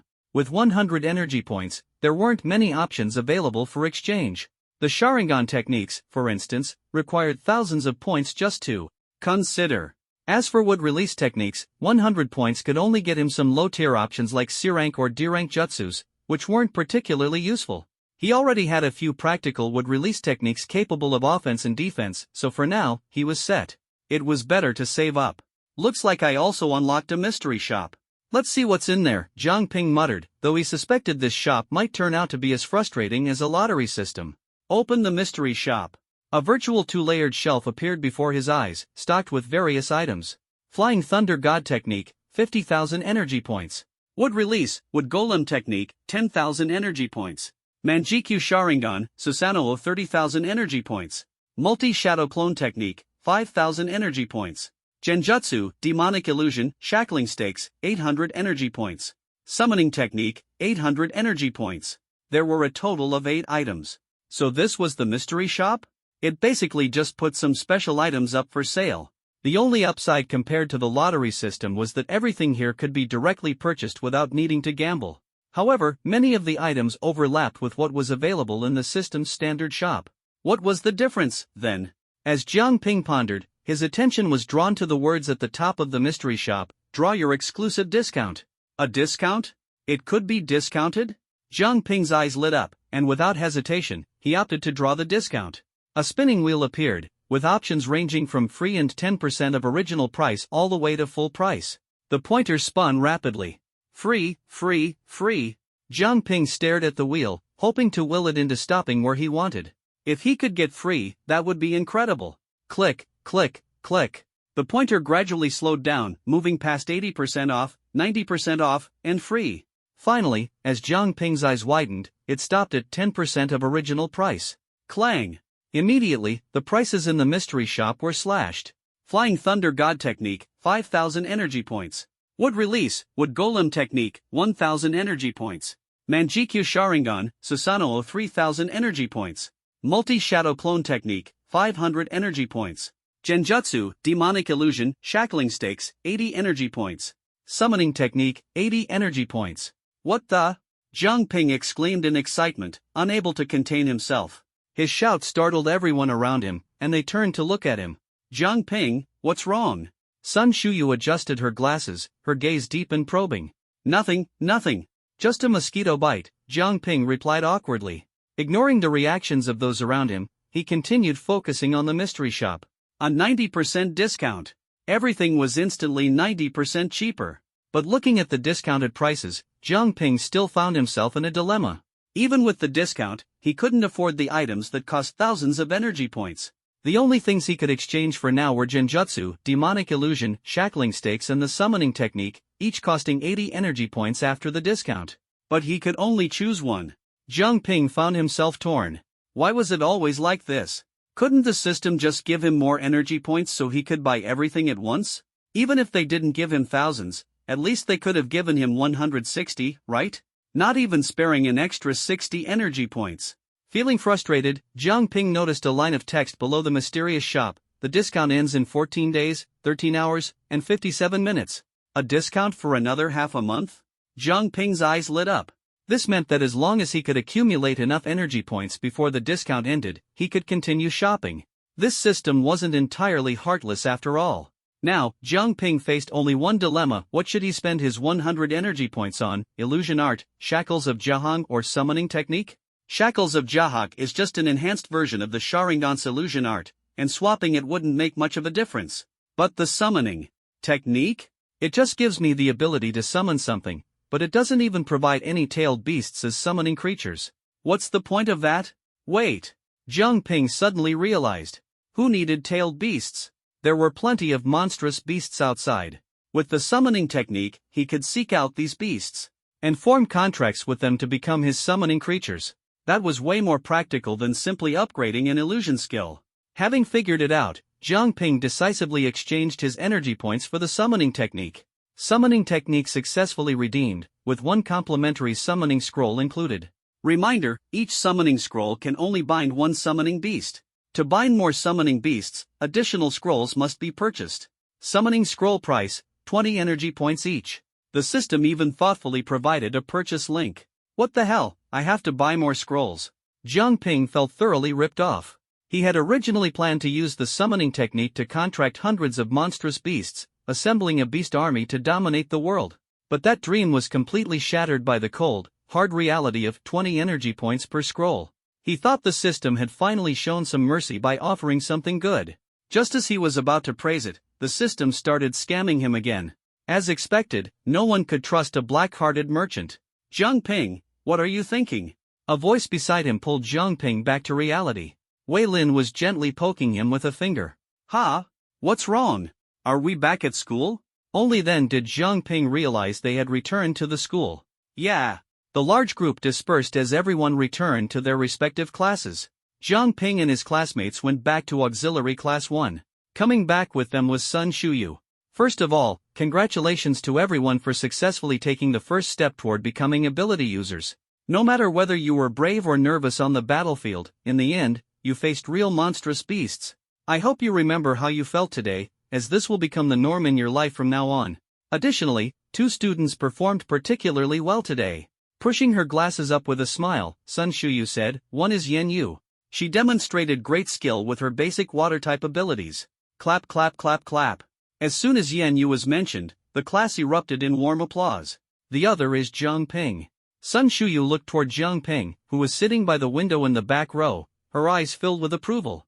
Some of you may not know, but Jiang Ping proved today through his actions that wood-type abilities are not useless. They can even serve defensive purposes similar to Earth-type abilities.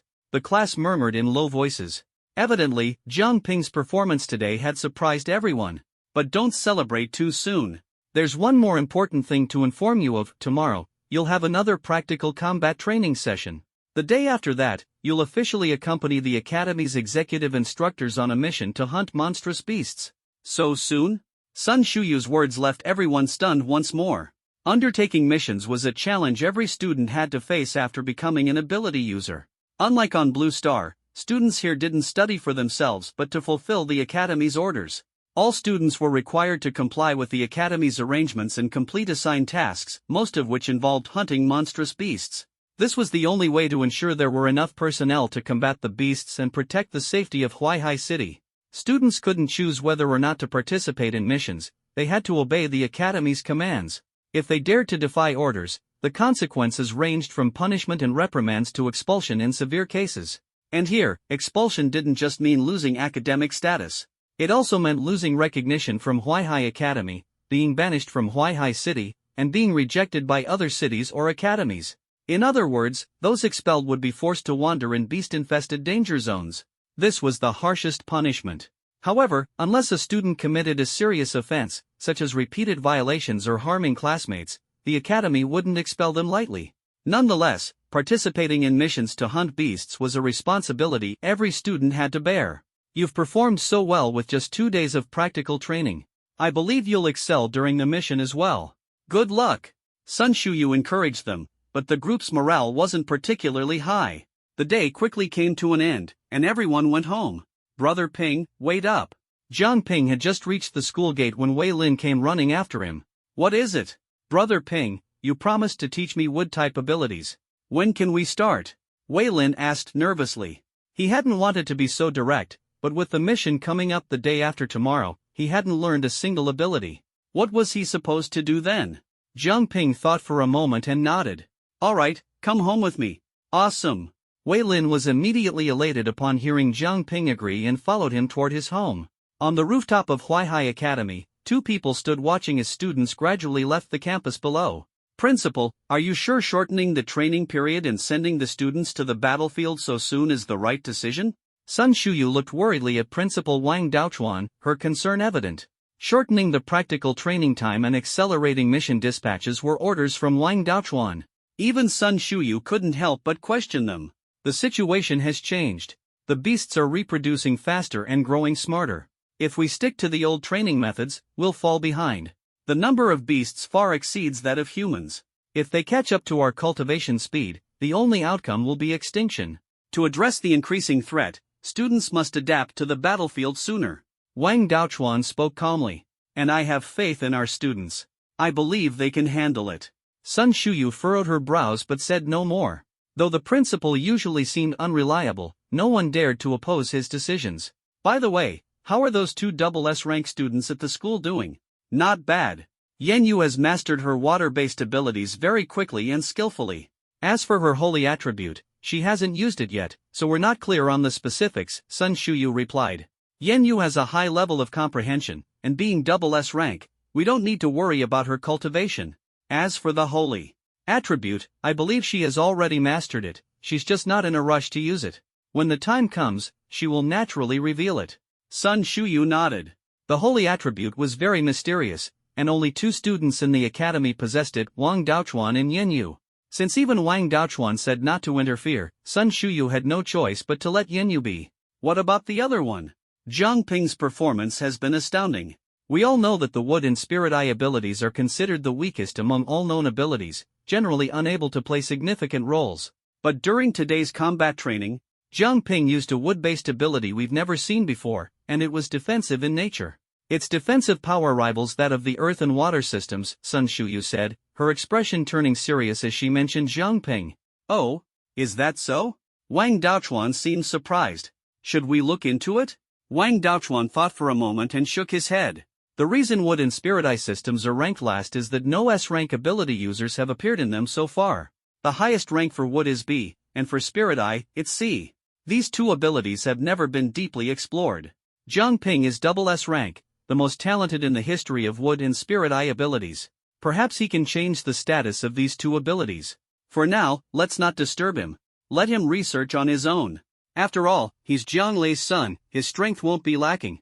Sun Shuyu nodded after hearing this. All right. The Jiang family residence. Young master, you're back, the butler at the door greeted as usual. I brought a classmate back. Prepare dinner for two tonight, Jiang Ping said. Understood, young master. Wow, Jiang Ping, your house is so luxurious. Wei Lin exclaimed, his eyes wide with amazement. He had never been to such an opulent place in his life. It's okay. These are just superficial things, don't mind them. Let's get down to business, Jiang Ping said, not wanting Wei Lin to be intimidated by the environment, which could affect his mentality and training. He cut straight to the point. Sure enough, as soon as the topic shifted to business, Wei Lin immediately refocused. Before we begin, I have to tell you that my wood-based ability may not be suitable for everyone. You might not be able to learn it, so don't get your hopes too high, Jiang Ping said earnestly. He didn't want Wei Lin to start with too much expectation, as greater hope could lead to greater disappointment. I understand, Wei Lin nodded firmly. Alright, let's begin. Wei Lin, first tell me, how much do you know about wood-based abilities? About wood-based abilities? I don't really know much, Wei Lin admitted awkwardly, scratching his head. Feeling that his answer was too vague, he quickly added, at our school, wood-based abilities are mainly focused on two directions, healing and plant growth. For now, I've only just managed to grasp plant growth abilities, and even that was thanks to you teaching me. But during combat training, you managed to use wood-based abilities for defense, which really shocked me. Wei Lin's eyes were filled with anticipation. It was because of Jiang Ping that he had reignited hope for his future. If he could learn Jiang Ping's defensive wood-based abilities, he could also contribute in battles. My wood-based abilities are a bit different from ordinary ones. Listen carefully and try to understand, Jiang Ping began to explain after some thought. Let's set aside the healing aspect for now and start with plant growth. Actually, my wood-based abilities are very similar to growth abilities, both involve rapidly creating plants for attack or defense. It's just that the growth speed of my wood-based abilities is extremely fast, whereas in school, wood-based abilities are restricted to growing plants at only double their normal speed. But if they can grow at double speed, why not make them grow even faster? The principle behind wood-based abilities, simply put, was to create more plants for combat. This was similar to the concept of growth abilities. If wood-based abilities could induce growth, why not push the growth speed even further? Wei Lin frowned and thought. If the growth speed is pushed too far, the plants might break their original forms and be unable to grow properly. This limitation ensures that crops can grow normally. If growth is too rapid, crops won't develop well, and wood-based abilities would lose their purpose. After all, the original intent behind wood-based abilities was to ensure a stable food supply, Wei Lin muttered to himself, as though lost in thought, his gaze becoming distant. But if we break this limitation, disregarding whether the plants can grow properly, and instead make them reach their maximum size in the shortest time possible, this could turn into a combat-oriented ability. Suddenly, a light gleamed in his eyes. He spread his hands wide, and a faint green wood-based aura flowed out rapidly. Crack! A crack appeared in the solid wood flooring of Jiang Ping's home. From the gap, a small sapling emerged and, in just a few seconds, grew into a massive tree about 2 meters tall and half a meter thick. Wow, incredible comprehension! Jiang Ping exclaimed in surprise at the sudden appearance of the tree. He had only said a few words, and Wei Lin had already grasped the concept? The growth speed of this tree far surpassed that of ordinary wood-based growth abilities. Can it really grow this fast? Wei Lin stared at the large tree before him in disbelief. Jiang Ping nodded. You see, this is the most critical first step. Next, you need to learn to control the growth direction of the tree. For example, shaping it into a shield for defense or a spear for attack.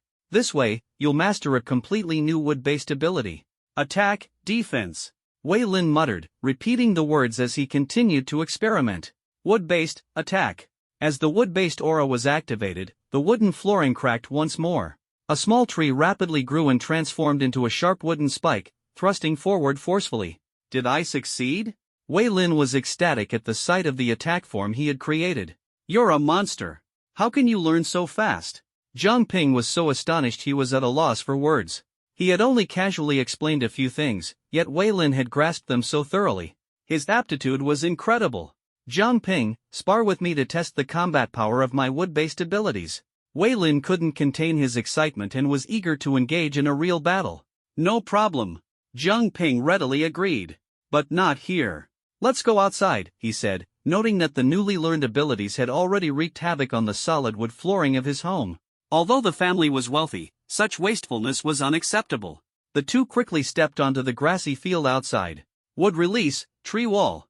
Jiang Ping clasped his hands together and shouted loudly. A wooden shield, entirely composed of trees and vines, rose from the ground. Come, try attacking it with your wood element ability. All right. Wei Lin stared at the shield with eagerness, concentrating intently as he channeled his spiritual energy. Wood element, attack. A thick tree trunk swiftly grew from the ground, slamming fiercely against Jiang Ping's wooden shield. Boom! The sound was loud, and wood chips flew everywhere. However, the tree Wei Lin summoned broke apart, while Jiang Ping's shield only had a slight dent and remained unbroken. Wow, it didn't break. Seeing his attack fail to destroy the shield, Wei Lin was a bit disappointed. That's enough. You've only just learned how to use wood element abilities, and you think you can break through my defense? Then what's the point of me training my S-class ability? Jiang Ping couldn't help but admire Wei Lin's astonishing comprehension skills. But no matter how impressive Wei Lin was, his wood element ability was, after all, just an ordinary wood element. Jiang Ping, on the other hand, was using wood release. There was still a gap between the two. I was just being ambitious. Hearing Jiang Ping's words, Wei Lin scratched his head awkwardly with a smile. But deep down, he was ecstatic. From now on, he would no longer be the useless waste on the battlefield. Jiang Ping, I really need to thank you. If it weren't for you, I'd probably remain a failure for the rest of my life. Don't say that. This is all thanks to your own ability. You still have one more day, so hurry back and keep practicing. The day after tomorrow, we'll be heading out for a real beast hunting mission. I'll train as hard as I can. Wei Lin nodded vigorously. He was so excited that he didn't even hear Jiang Ping's invitation to stay for dinner. Instead, he rushed home in high spirits. Not bad. At least his wood element ability is no longer useless, Jiang Ping muttered to himself, watching Wei Lin's departing figure. He felt a sense of relief. As a friend, of course he hoped Wei Lin would get better. Of course, not too much better. Turning around to head back inside, Jiang Ping suddenly stopped in his tracks.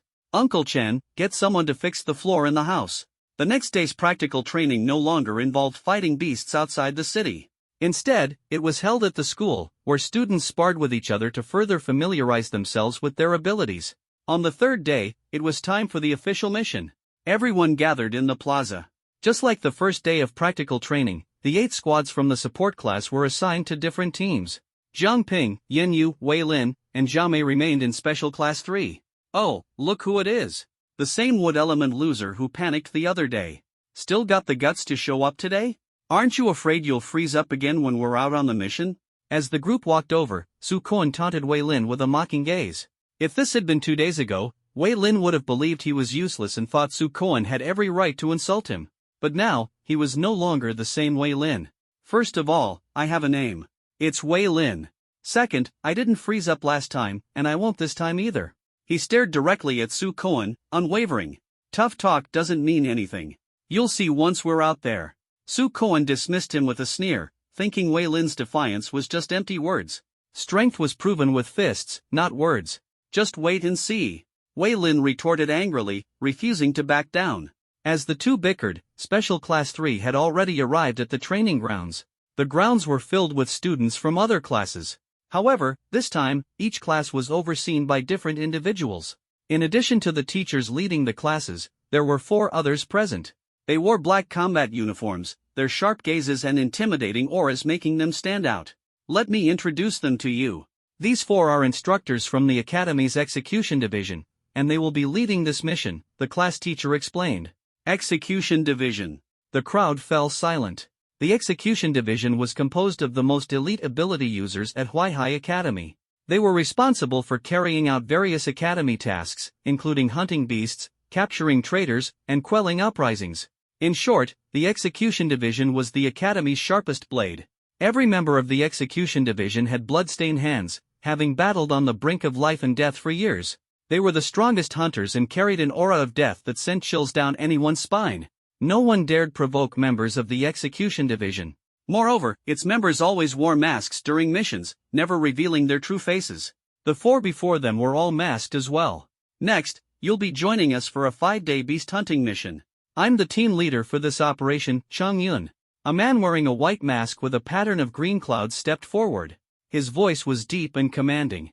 These 3 are Xue Feng, He Shui, and Huang Yu. The Execution Division's masks all featured a white base, with patterns representing their identities. Xue Feng's mask had a red wind pattern. He Shui's mask bore a black waterflow design. Huang Yu's was adorned with yellow raindrops. Now, grab your weapons. Cheng Yun gestured toward a nearby weapon rack. On it were rows of standard-issue short blades. The students approached silently, each picking up a blade. Jiang Ping also took one and examined it carefully. The blade was approximately 50 centimeters long, with a 20-centimeter handle. Weighing it in their hands, everyone strapped the short blades to their backs. Good. The mission begins now, move out. At Cheng Yun's command, he led the 40-plus members of Special Class 3 toward the eastern city gates.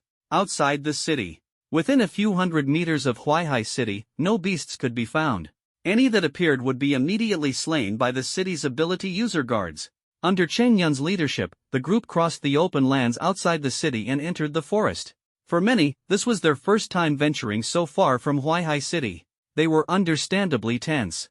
After about 10 minutes, the group came to a halt. They had reached the depths of the forest. Not far away, several first-tier beasts were glaring at them, their eyes filled with hostility. Let me make this clear. The mission this time is simple. Within 5 days, you must hunt down 100 beasts and bring back every single corpse. 100 beasts? Hearing the number, the group burst into groans of dismay. That was way too many. They were only just starting their missions, how could they possibly handle so much? Faced with their complaints, Cheng Yun barked sternly, a mission is an order. Your job is to follow orders, not complain. Now, form your own teams. 4 people per group. Your objective for today, 3 beasts per team. This brutal command left many people flustered. The change was too sudden. Yesterday they were still practicing at school, but today they were expected to directly face the beasts? Some complained, while others had already started taking action.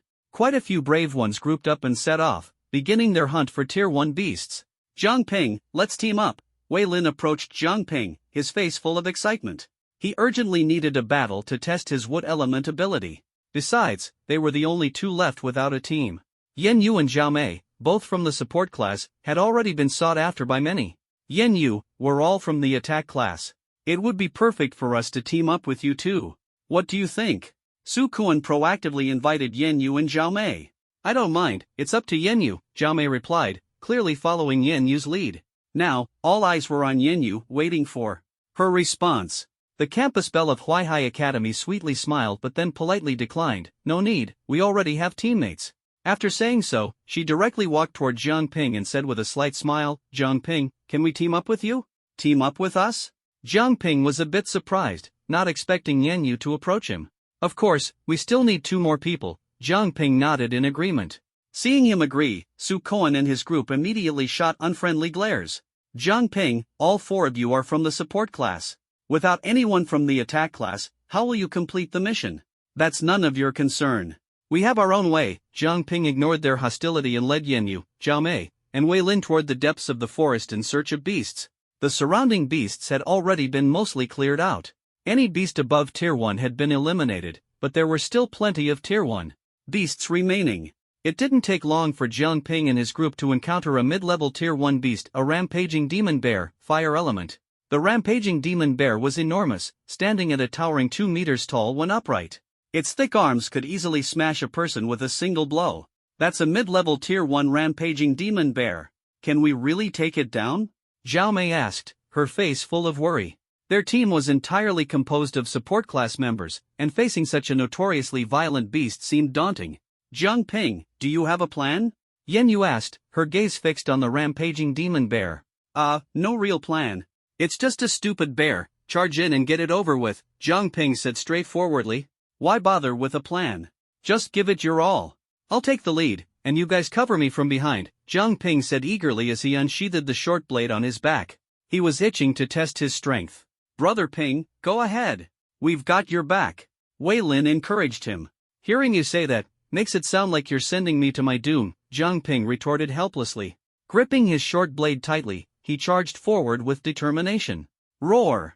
The rampaging demon bear immediately noticed him, pounding its chest and charging on all 4s. Chains of sacred water. Yan Yu and Zhao Mei acted simultaneously, summoning 2 thick water chains that firmly bound the rampaging demon bear's arms as it attempted to slam down. Now's our chance. Taking advantage of the opening, Jiang Ping gripped his blade tightly and thrust it forward. Thud! The short blade only managed to penetrate a few centimeters before being stopped by the beast's tough hide. Roar! Enraged by the pain, the rampaging demon bear unleashed a tremendous burst of strength, breaking free from the water chains. It raised its massive fists and slammed them down furiously. Jiang Ping's eyes narrowed. Sharingan! The 3-tomo Sharingan suddenly lit up in his eyes. Using its keen insight, he reacted quickly, withdrawing his blade and dodging to the side. Boom! The rampaging demon bear's fists missed their target, slamming into the ground and leaving a deep crater. Roar! It roared angrily and charged at Jiang Ping once more. Entangle! From behind, Wei Lin was the first to act, using his wood element ability to summon 2 thick vines that sprouted from the ground, tightly binding the rampaging demon bear's legs and causing it to topple over. Chains of sacred water. Yan Yu and Zhao Mei immediately followed up, summoning 4 massive water chains to firmly lock down the beast's arms. This time, all 4 limbs were restrained, and the rampaging demon bear was forced heavily onto the ground. I refuse to believe I can't pierce your tough hide. Jiang Ping gripped his short blade with both hands, leaping high into the air and stabbing down with all his might. Thud! The blade was driven nearly 10 centimeters deep. The intense pain caused the rampaging demon bear to roar continuously, its anger spiraling out of control. Hold it down. Don't let it get back up. Yan Yu ordered sternly, her expression grave. The 3 of them exerted their abilities to the fullest, trying to suppress the beast completely. But this time, the rampaging demon bear was determined not to be restrained again. Roar!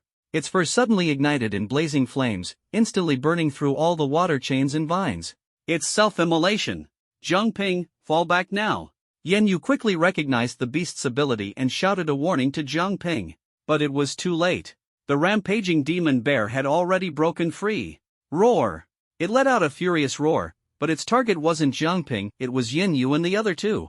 After all, They were the ones who had caused it so much grief. The ancient demon bear opened its massive jaws and unleashed 3 consecutive fireballs, hurtling them toward Yin Yu's group. Damn it, it's aiming at us. Water shield. Wood shield.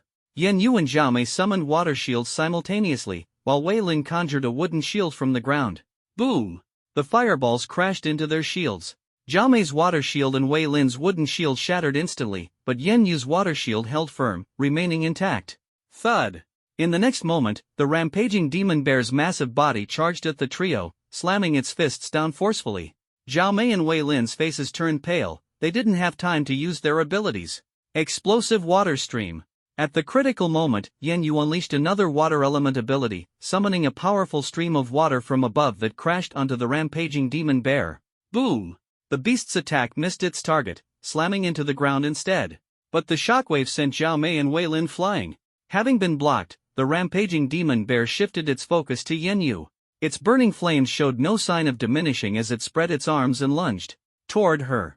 Exhausted from repeatedly using her abilities, Yin Yu was visibly fatigued.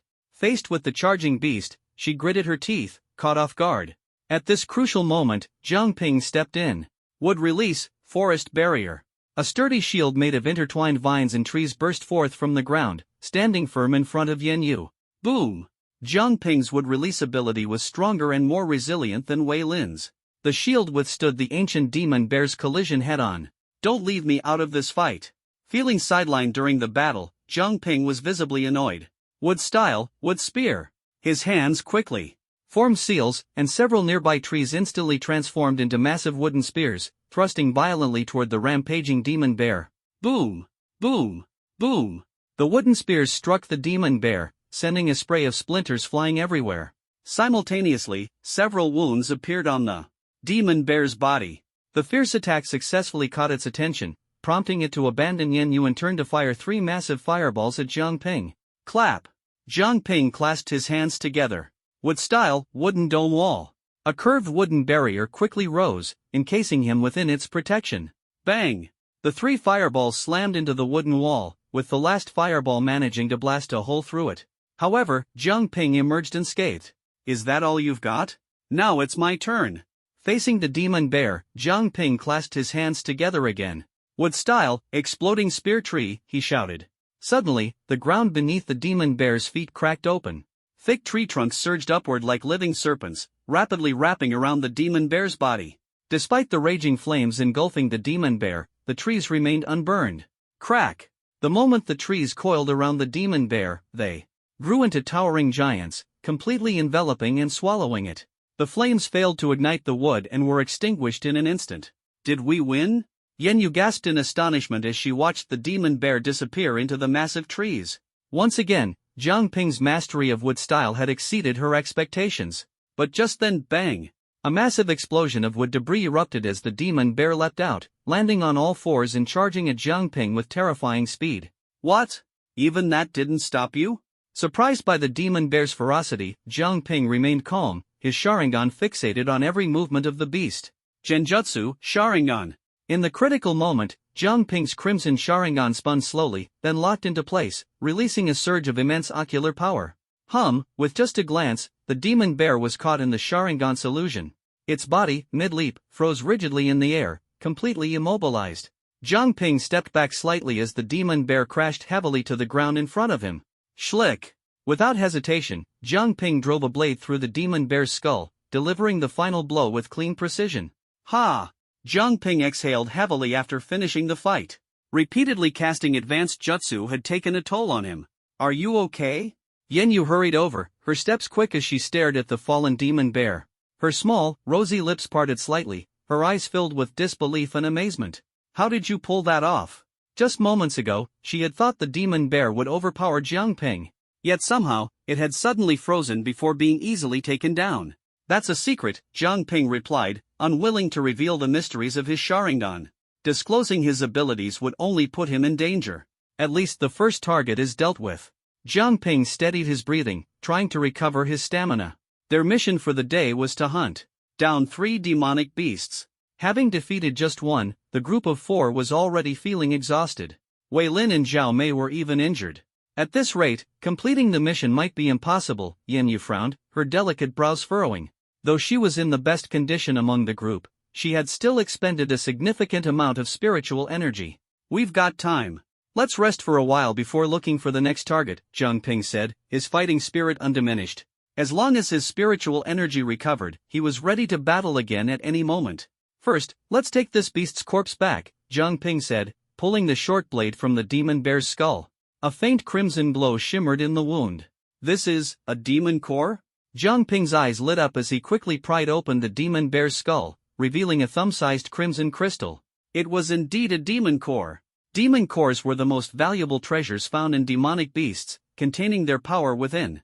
Typically, only second-tier and higher-ranked demonic beasts possessed demon cores, though first-tier beasts occasionally did as well. Demon cores had a variety of uses. They could be absorbed directly to enhance one's strength or refined and embedded into weapons to boost their power. Who would have thought this demon bear would drop a demon core? Zhang Ping was thrilled. The system had mentioned that aside from completing missions, absorbing demon cores and spirit stones was a key way to gain energy points. System, appraise this demon core. How many energy points is it worth? Appraisal complete. First tier intermediate fire element demon core, worth 100 energy points. 100 energy points? That's incredible. Without hesitation, Zhang Ping converted the demon core into 100 energy points. He then used a discount voucher to redeem the Genjutsu binding chains from the mysterious shop. Awesome! Zhang Ping exclaimed. Looks like I've found a way to earn energy points. Hunting demonic beasts is the path to wealth. After his brief excitement, Zhang Ping quickly refocused.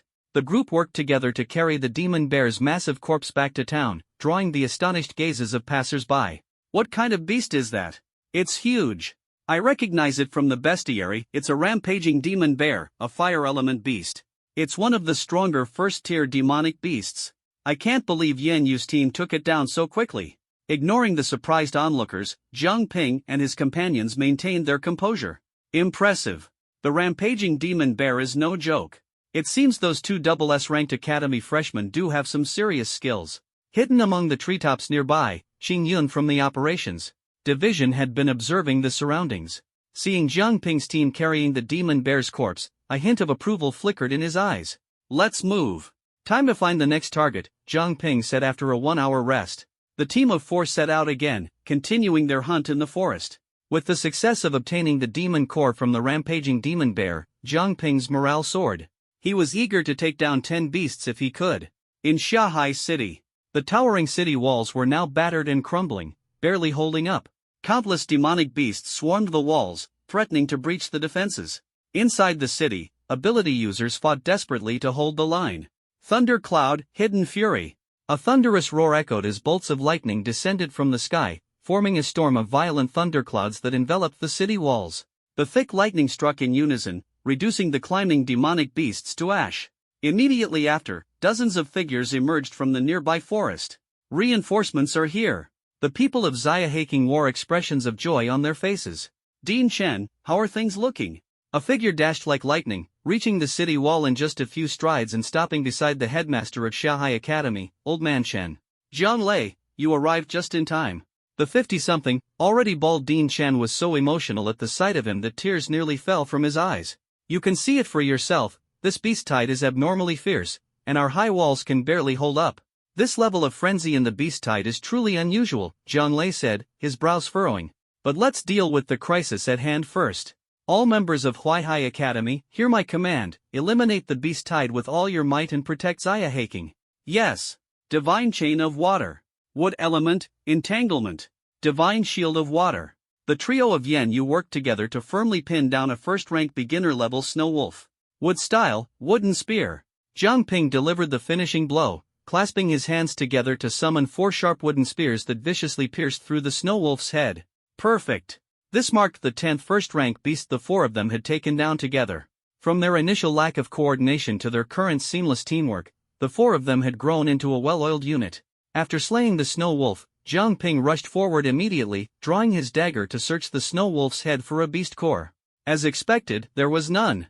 This was his 3rd disappointment. To put it accurately, apart from the first frenzied demon bear, Zhang Ping had yet to acquire a 2nd beast core. This was normal. Only 2nd-rank beasts typically had beast cores. First-rank beasts only produced cores under rare and special circumstances. The frenzied demon bear was an exception. For other first-rank beasts, the absence of a beast core was the norm. Nothing again. Jiang Ping muttered, visibly disheartened. His initial motivation was gradually fading with repeated disappointments. First-rank beasts had no cores, and second-rank beasts were beyond his current reach. What a hassle! We've killed 10 beasts already. Mission accomplished, yay!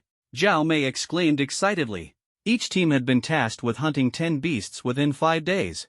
It was only the 4th day, and they had already completed the task. Looks like our group has the best teamwork, Wei Lin remarked with a sigh of relief. After 10 battles in 4 days, the group had transitioned from initial nervousness and fear to adapting to the rhythm. Most importantly, their streak of 10 consecutive victories not only familiarized them with beast combat but also allowed them to better understand their powers, gaining confidence and fluidity in their use. What surprised Yin Yu and Zhao Mei the most, of course, were Jiang Ping's wood-style abilities and Wei Lin's wood element powers. Never thought you guys could develop so many skills from the wood element, which was once underestimated. Truly impressive, Yin Yu said with admiration. Through these days of collaboration, she had witnessed the wide array of wood element abilities displayed by Jiang Ping and Wei Lin, both offensive and defensive. This was completely different from the wood element abilities originally taught at Huaihai Academy. Yeah, you guys are amazing, managing to turn such a worthless element into something so powerful. Wait, no, the wood element can't be called worthless anymore, Zhao Mei quickly corrected herself, covering her mouth. With the way Jiang Ping and Wei Lin performed now, their wood element skills were anything but weak. They were on par with ordinary elemental powers. Heh, it's all thanks to Jiang Ping. Without him, I wouldn't have been able to develop so many wood element abilities, Wei Lin said, scratching his head bashfully as the two girls praised them. Naturally, he credited Jiang Ping for the success. It's nothing, Jiang Ping smiled smugly. As expected of an S-rank talent. Your strength is absolutely unparalleled. Zhao Mei gave him a thumbs up, her face lighting up with a charming smile. By the way, Jiang Ping, your Spirit Eye ability is also S-rank. I've noticed your eyes often change during battles. Did you develop other abilities as well? Yen Yu asked softly, her tone filled with curiosity. Her eyes sparkled with anticipation. That's hard to say. Haven't you also never used your holy type abilities? Jiang Ping deflected her question, asking Yen Yu in return. Yen Yu was a dual S-rank holy and water type, but Jiang Ping had only ever seen her use water-based abilities. He had never witnessed her holy abilities. Could it be that she hadn't yet mastered her holy type powers? That seemed unlikely. Yeah, Yu, I don't think I've seen you use your holy type abilities either, Zhao Mei and Wei Lin chimed in, gathering closer. Everyone knew the holy type was the most mysterious and powerful ability, it was a universally acknowledged fact. Because of this, those with holy type abilities were extremely rare. In the entire Huaihai Academy, aside from Yen Yu, only the headmaster, Wang Daochuan, possessed a holy attribute. But they had yet to see Wang Daochuan take action. Thus, they had only ever heard of the holy type and had never witnessed its true nature. As the topic shifted to herself, Yen Yu smiled helplessly and said gently, the holy type isn't anything special. It's similar to other attributes. You'll get a chance to see it someday. After speaking, she gave Jiang Ping a sidelong glance, her expression containing a hint of reproach as she added, why don't you talk about your Spirit Eye ability instead? My Spirit Eye ability doesn't have any particularly special powers. It just grants me eidetic memory, allowing me to remember the attack patterns of beasts, nothing more, Jiang Ping replied dismissively. It was clear that the others didn't believe him. However, they didn't press further. After all, during theoretical lessons, the school's teachers had emphasized repeatedly not to carelessly disclose one's abilities. Doing so would be foolish. In this dangerous world, exposing one's abilities was equivalent to exposing one's weaknesses. Alright, it's getting dark. Let's head back. As the sky darkened, the four of them dragged the snow wolf's corpse and hurried back to the base for assembly. At the main camp, a small mountain of beast corpses had already piled up. After 4 days of fierce battles, though other teams couldn't compare to Jiang Ping's group, they had also secured a decent haul. Around 70 to 80 beast corpses now filled the camp. With 1 day left, there was plenty of time to complete the mission. As Jiang Ping's team dragged back the snow wolf's body, many gazes turned their way, primarily because of Yin Yu and Zhao Mei. In such harsh conditions, the sight of two beautiful girls was a rare comfort. Though Zhao Mei wasn't as stunning as Yin Yu, she was still widely regarded as a beauty within Huaihai Academy. Two beauties, who wouldn't be envious? A snow wolf, not bad. This marks your 10th beast. "Congratulations on being the first team to complete the mission," said Heishui of the execution department, responsible for tracking team progress. He nodded in approval as he examined the snow wolf's carcass brought back by Jiang Ping's group. "The 10th beast, already? That's incredible." As expected, with Yen Yu on their team, their combat strength is extraordinary. It's not just Yen Yu. I heard Jiang Ping and Wei Lin's wood element abilities have also evolved into entirely new combat skills. They're exceptionally strong. No matter how new it is, it's still just dug out from some useless abilities. "It won't be that strong," Su Koan said disdainfully. Listening to the praises from those around, his heart was filled with dissatisfaction. He had originally had the best chance to team up with Yen Yu. However, his spot was snatched by Jiang Ping and Wei Lin, which left him feeling unwilling and resentful. "Stop arguing and get some rest," Xingyan commanded. "Tomorrow is the last day. Once you complete the mission, you can all go home. Everyone returned to their respective tents. Jiang Ping and Wei Lin shared one tent, while Yen Yu and Zhao Mei occupied the one next to them. "Hey, Jiang Ping, are those beasts from the beast taming division?" Wei Lin asked as he lay by the tent entrance. Under the faint glow of the moonstone not far away, he saw several beasts tied to trees. "Most likely," Jiang Ping replied, glancing over as well. "Those were a few first-tier beasts, tamed during this battle by the Beast Taming Division." The Beast Taming Division belonged to the special category of abilities. They lacked offensive or defensive powers but relied on their mental strength to tame beasts, using them to fight in their stead. "I think the Beast Taming Division is pretty impressive. The best part is they don't have to fight personally, so it's much safer. Kind of like the Puppet Division," Wei Lin remarked. "It's just SOSO," Jiang Ping said indifferently, showing little interest in the Beast Taming Division. He himself knew spirit summoning techniques and could form contracts with beasts. However, first-tier beasts were far too weak to pique his interest. What's the use of summoning first-tier beasts? At the very least, second- or third-tier beasts would be worthy of a contract in his eyes. "Let's sleep early. Tomorrow we can finally go home." Jiang Ping shifted his body, tightly wrapping himself in the blanket. Resting outdoors was unbearable. He didn't want to stay even a day longer. "All right," Wei Lin also curled up in his blanket, pulling it tighter. Thud, thud, thud. Just as Jiang Ping closed his eyes, the ground began to tremble. "Wei Lin, did you fart? The floor is shaking like this." "No, my farts aren't that powerful." But the tremors in the ground grew increasingly noticeable. "Something's wrong." Jiang Ping suddenly opened his eyes. At that moment, Xingyan's angry roar came from outside. "Everyone, get up and assemble immediately." His voice was like a thunderclap, instantly waking everyone up. What's going on? Many had just fallen asleep and were rudely awakened, feeling annoyed. But Xingyan's orders were not to be disobeyed, so they reluctantly crawled out of their tents. What happened? Jiang Ping and Wei Lin quickly scrambled out of their blankets. Outside the camp, Xingyun and 3 others had already gathered. "Huang Yu, go check the situation," Xingyun ordered. Huang Yu nodded, his figure agile as he swiftly leapt between the trees to a high vantage point, scanning the distance. Under the faint moonlight, one could vaguely see thick dust rising from the forest ahead, with dark shadows continuously knocking down large swaths of trees. "It's a beast tide, less than 2 kilometers away." Huang Yu's voice came through, serious and grave. The words beast tide caused everyone's expressions to change dramatically. Beast tide? How is it possible to have a beast tide?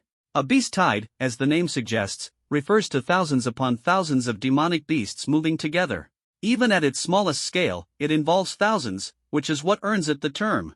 Beast tides typically occur during large-scale battles with humans or when demonic beasts attempt to conquer a city. Every outbreak of a beast tide is a catastrophic disaster, resulting in heavy casualties. Teacher Du, quickly lead the students back and notify the academy. Xingyun practically shouted. Understood. The leading teacher's face was grim. Everyone, head back to the city immediately, hurry. Panic-stricken, everyone followed the teacher, desperately running back. Just then, in the direction of their retreat, shadows suddenly burst out from the ground, their long fangs glinting under the moonlight. It was second-tier demonic beasts, decay rats. No one noticed that over 20 second-tier decay rats had emerged from underground, heading straight for the rear of their main camp. Squeak! A decay rat, as large as a lion, let out a piercing cry and swiftly lunged forward. Blood wind, black water. Xingyun coldly commanded, and 2 figures instantly appeared in front of the decay rats. Bloodwind wielded a short blade, his movements as fast as lightning, darting into the group of decay rats. His blade left deep gashes, with blood splattering everywhere. Frenzied impact. Black water waved his hand, and black streams of water surged from the ground, transforming into countless water arrows that densely shot into the group of decay rats.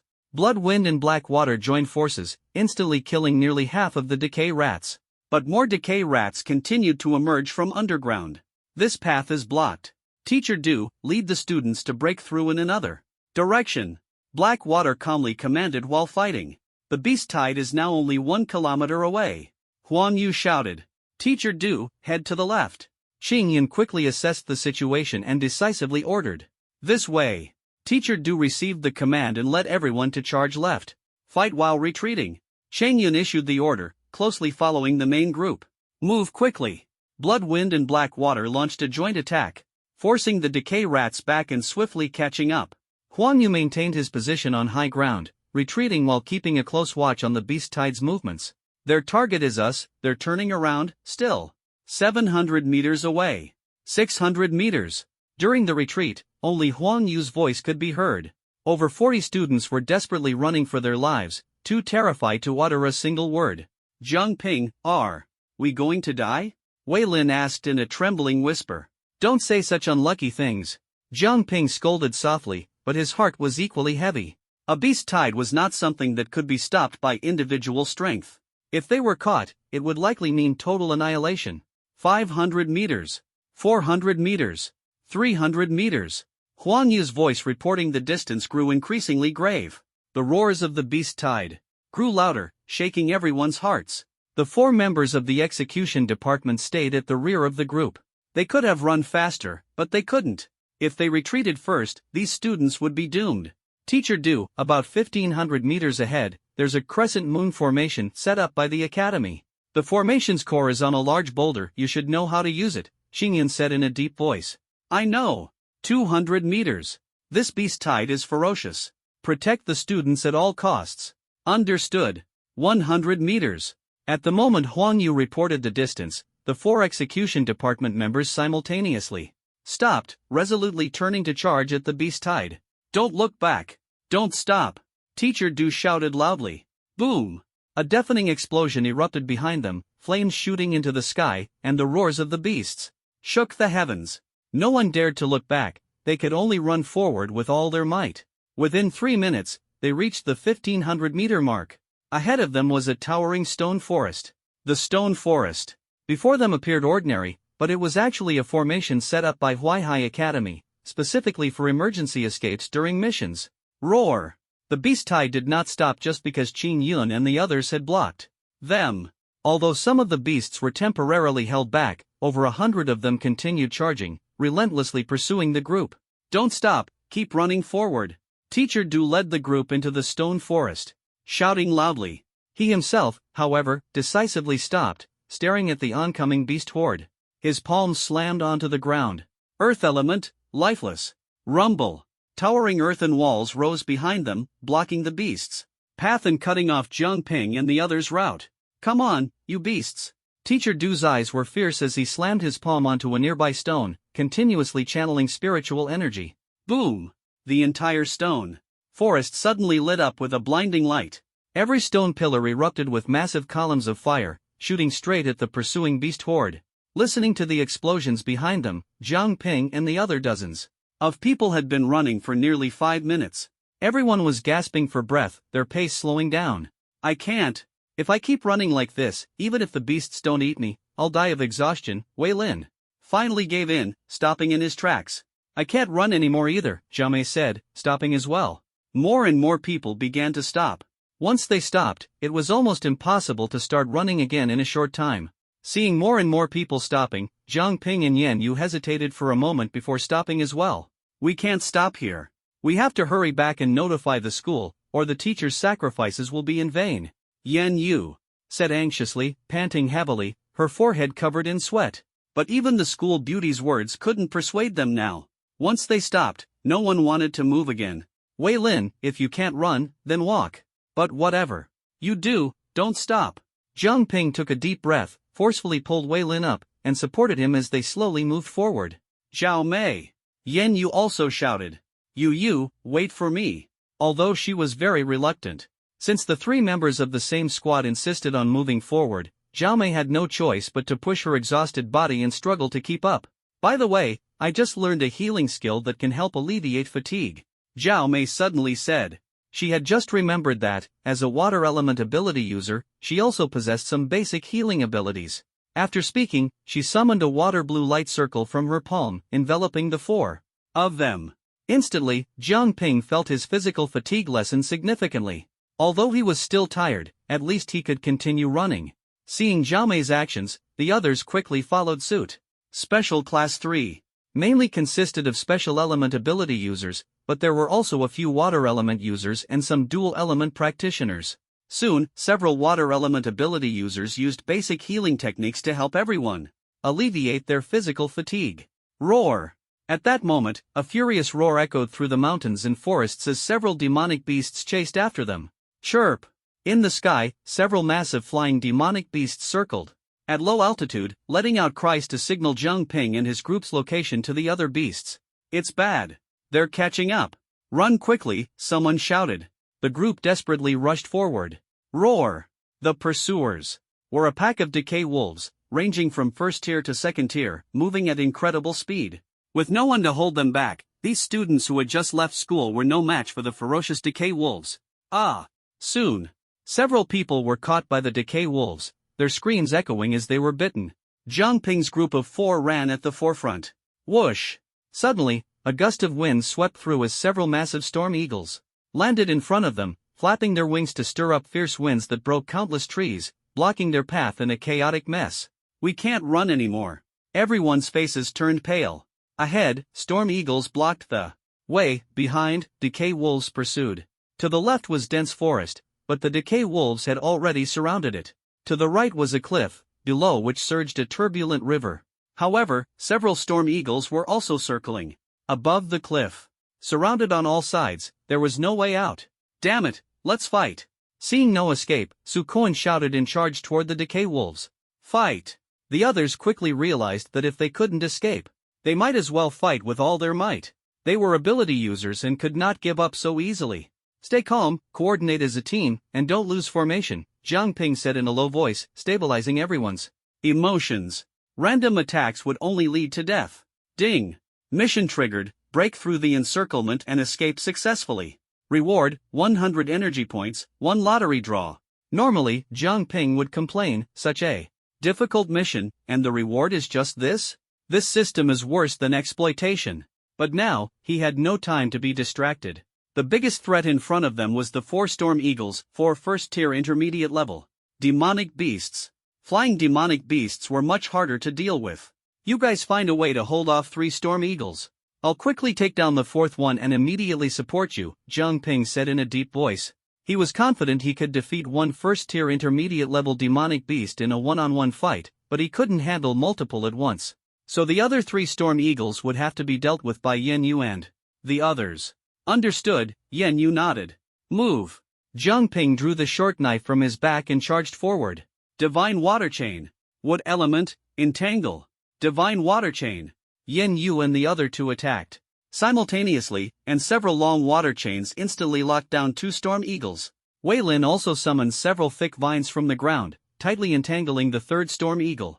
Zhang Ping, on the other hand, charged directly at the 4th storm eagle. Chirp! The storm eagle flapped its wings, stirring up a fierce wind as it lunged at Zhang Ping. Sharingan!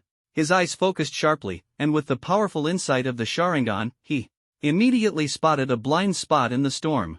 Lowering his body swiftly, he dashed into the windless area, closing in on the storm eagle at full speed. The storm eagle, not being foolish, raised its sharp claws abruptly after. Its initial attack failed, aiming straight at Zhang Ping. Faced with the incoming talons, Zhang Ping locked onto the movement with his Sharingan, and everything seemed to slow down several times in his vision. Dodge! He rolled forward, narrowly avoiding the talons as they grazed just above his head. The attack missed. Die! Zhang Ping gritted his teeth, gripping his short blade tightly with both hands, and stabbed it fiercely into the storm eagle's neck. The storm eagle's body was covered in feathers as hard as iron, but with the inside of the Sharingan, Zhang Ping found the weak spot on its neck and drove the blade in with force. Squish! The nearly half-meter-long blade pierced straight through the storm eagle's neck, which was only 20 centimeters thick. Squawk! The gap created by the 4 storm eagles they had just killed was now quickly filled by the corrupt wolf pack, leaving no way out. The encirclement was gradually tightening, and casualties continued to rise. Yu, what should we do? Jiamei leaned against Yanyu, her panic growing as she saw more and more corrupt wolves. Continuous fighting had drained most of her spiritual energy, and soon she would be completely exhausted. Once her spiritual energy was depleted, she would become nothing more than prey for the beasts. Yanyu bit her lip and whispered. To Zhang Ping, I'll find a way to break through the encirclement. You lead them to retreat as quickly as possible. Zhang Ping looked at her in surprise but didn't ask further. He nodded. All right. After receiving Jiang Ping's affirmation, Yanyu slowly closed her eyes. When she opened them again, her eyes were glowing with dazzling golden light. The golden light quickly spread, enveloping her entire body. The sacred radiance instilled fear in the surrounding beasts, causing them to retreat. Zhang Ping, now! This way! Yanyu suddenly shouted, waving her jade-like hand. A golden pathway appeared before them. Wherever the golden light shone, no beast dared to approach. Zhang Ping immediately pushed Wei Lin and Zhao Mei forward. Go! The group, as if grasping at a lifeline, quickly fled along the golden pathway. Yanyu, however, had to stay behind to maintain the golden pathway. But the pathway began to weaken in less than 10 seconds. Just as Zhang Ping was about to leave, he noticed the golden pathway fading. Gritting his teeth, he grabbed Yanyu's hand and pulled her along. We're leaving together. He could remain indifferent to others, but he couldn't stand by and watch Yanyu be torn apart by the beasts while saving them. As soon as Yanyu was pulled away, the golden pathway faded even faster. The beasts that had been forced back began chasing them again. Without the sacred light, we can't outrun them, Yanyu gasped, her face pale, clearly drained from creating the golden pathway. Run as far as you can. Zhang Ping refused to give up. At this moment, not only were the corrupt wolves on the ground relentlessly pursuing them, but storm eagles in the sky were also closely following. One second-tier storm eagle, leveraging its speed advantage, had already flown ahead of them. Caught in a pincer attack. Damn it, we have no choice but to risk it. Jump with me. Zhang Ping gritted his teeth and growled softly. Yanyu, though confused, was too exhausted to resist and was practically being dragged along by Zhang Ping. Hearing his command, she didn't have time to think and jumped with him. The second-tier storm eagle ahead was diving straight at them. Illusion technique, Sharingan. Jiang Ping locked eyes with the storm eagle, channeling the last of his spiritual energy into the Sharingan illusion technique. Buzz! The rapidly diving storm eagle suddenly shuddered, its eyes transforming into the pattern of the Sharingan. It had fallen under Jiang Ping's illusion. Boom! Under the control of the illusion, the second-tier storm eagle quickly lowered its altitude, adopting a near-ground posture to catch the jumping Zhang Ping and Yanyu. After catching them, the storm eagle soared into the sky, creating a gust of wind that scattered the pursuing corrupt wolves. Chirp! The storm eagle spread its wings, carrying the two higher and higher. Several first-tier storm eagles tried to catch up, but how could they match the speed of a second-tier storm eagle? What's going on? Yanyu looked in astonishment at the storm eagle beneath her feet. A beast was actually helping them escape? She was certain this was Zhang Ping's ability. How did you do it? Zhang Ping gasped for breath. His spiritual energy was exhausted, and he could barely maintain his Sharingan, his eyes reverting to their normal dark color. How I did it doesn't matter. What matters is that we haven't completely escaped yet. Whoosh! A strong wind blew against them as Zhang Ping and Yanyu sat on the back of a second-tier storm hawk, with over a dozen first-tier storm hawks in hot pursuit. However, the second-tier storm hawk was of a higher level, and the first-tier ones couldn't catch up in the short term. But they clearly had no intention of giving up. On the ground, a horde of demonic beasts was also chasing relentlessly. It seems like they're all after us, Yanyu said suddenly, looking at the sky and the ground. Really? Zhang Ping looked down. No matter where they flew, the horde of demonic beasts followed. Even the decayed wolf packs that should have been chasing others on the ground had shifted their focus to pursue them. From high above, Zhang Ping could see Wei Lin and the others still running for their lives, with no beasts chasing them anymore. All the demonic beasts had concentrated on pursuing Zhang Ping and Yanyu.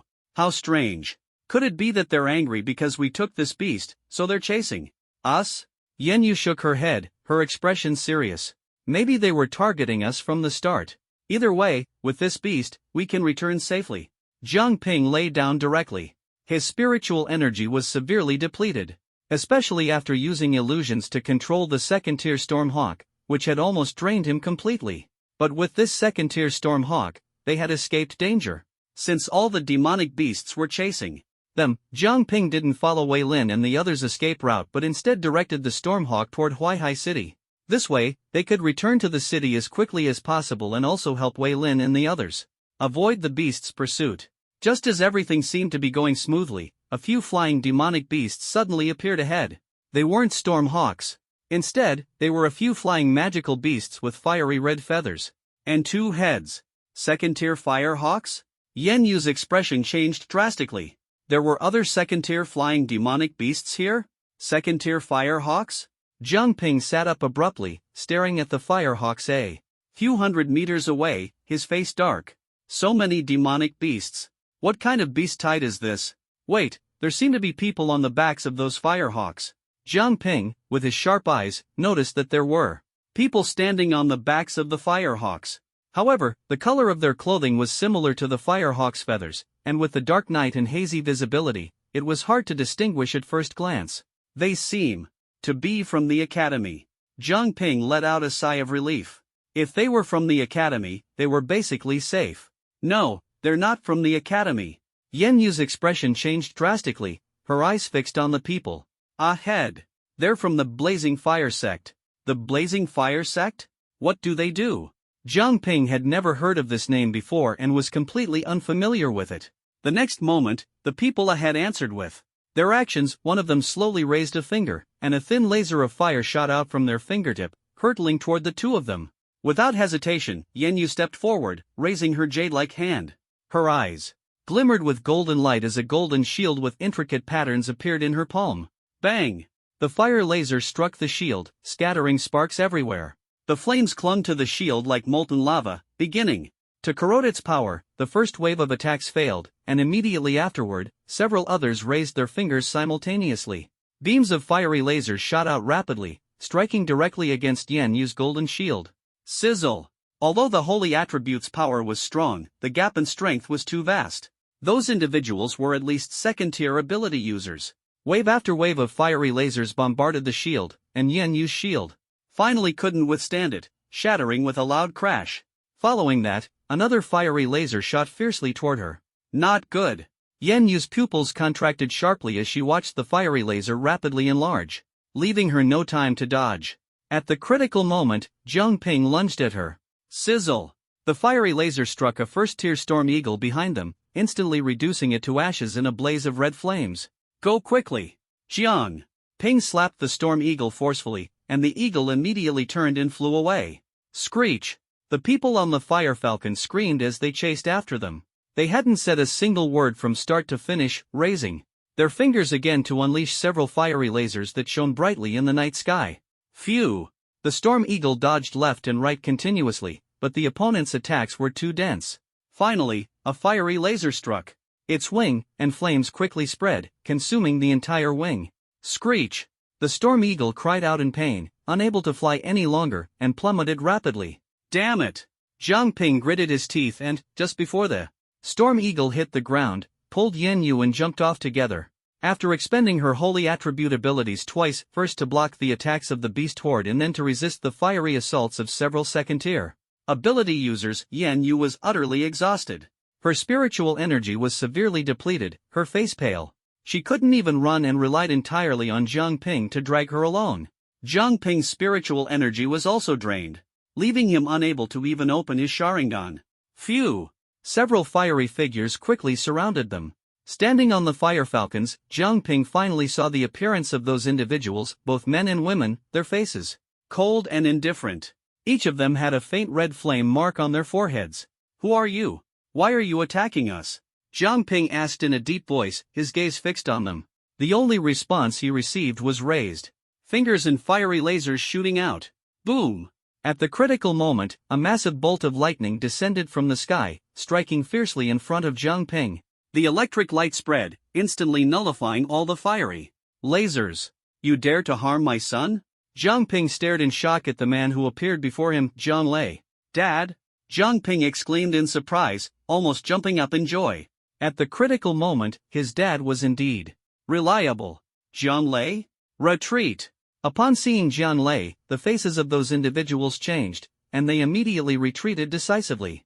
You think you can escape after attacking my son? Jiang Lei snorted coldly and snapped his fingers. Boom! Several bolts of lightning descended from the sky, instantly reducing those individuals and their fire falcons to charred remains. The second-tier ability users were utterly powerless before Jiang Lei, easily turned into scorched corpses. Dad, you're awesome. Jiang Ping gave a thumbs up. Of course, I'm your dad. Jiang Lei grinned, revealing a row of yellow teeth. By the way, there are others in danger.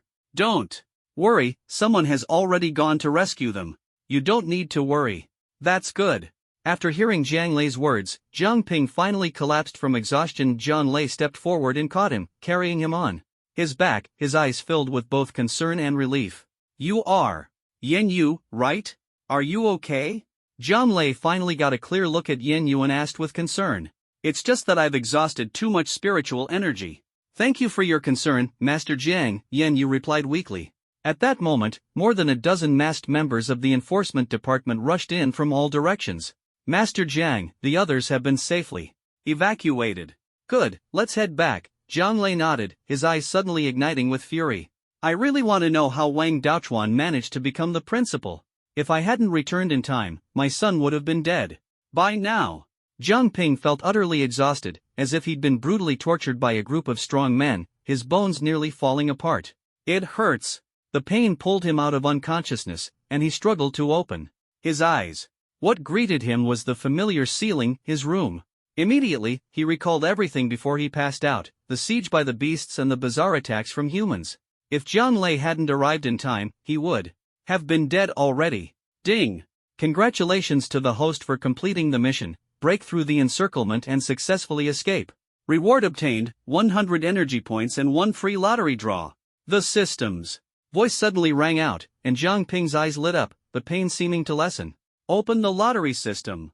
A large spinning wheel appeared before him, listing various prizes: Flying Thunder God Technique, Sage Mode, Multiple, Shadow Clone Technique, 8 Trigram Seal, Dead Demon Consuming Seal, For Symbol Seal, Basic Sharingan, Genjutsu, Shackling Stakes Technique, Wood Style, Wood Clone, Wood Style, Cutting Technique. The dazzling array of options made Jiang Ping's heart race.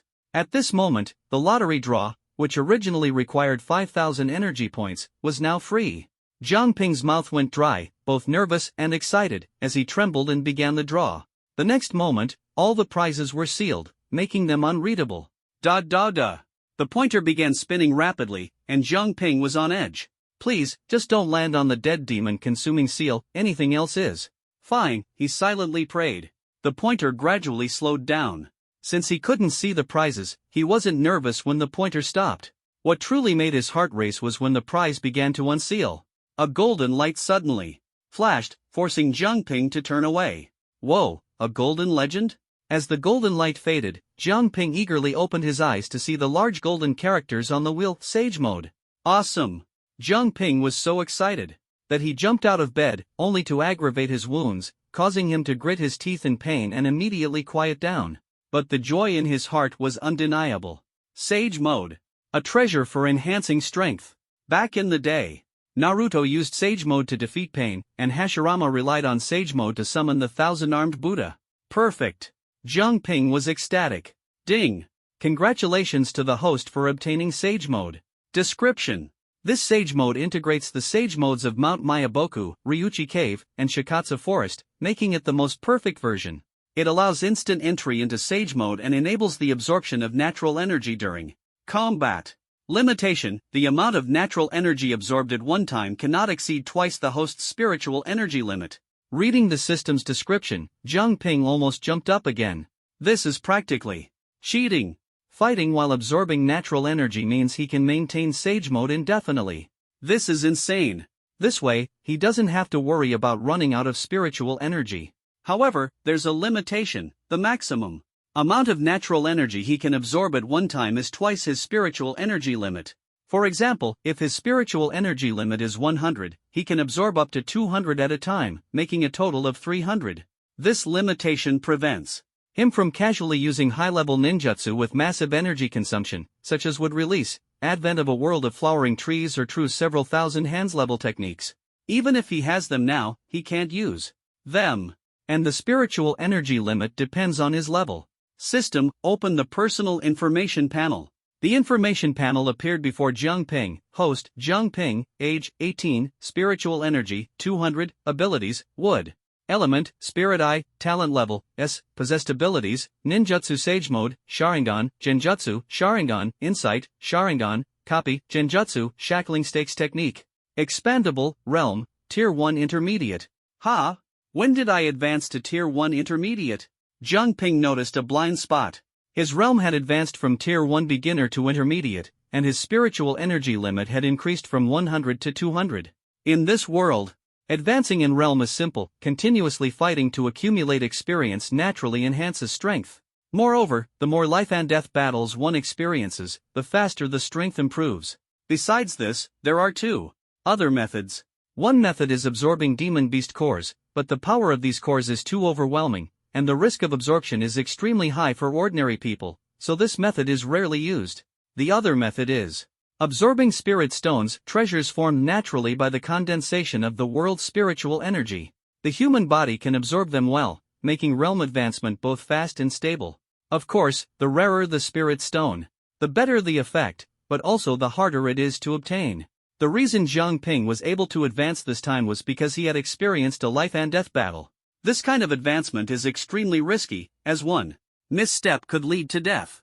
Fortunately, Jiang Ping successfully overcame the crisis and improved his strength. He even activated Sage Mode. Overall, although the Beast Tide crisis was fraught with danger, Jiang Ping gained a lot. His strength improved significantly. Son, are you awake? Zhang Lei called out gruffly. Before he could finish speaking, the door was kicked open. Dad, I'm already an adult. Can you knock before entering my room? Jiang Ping said helplessly. If he had been doing something important and got caught, wouldn't that be super embarrassing? Oh, you're awake. I was worried you were dead asleep, so I called out.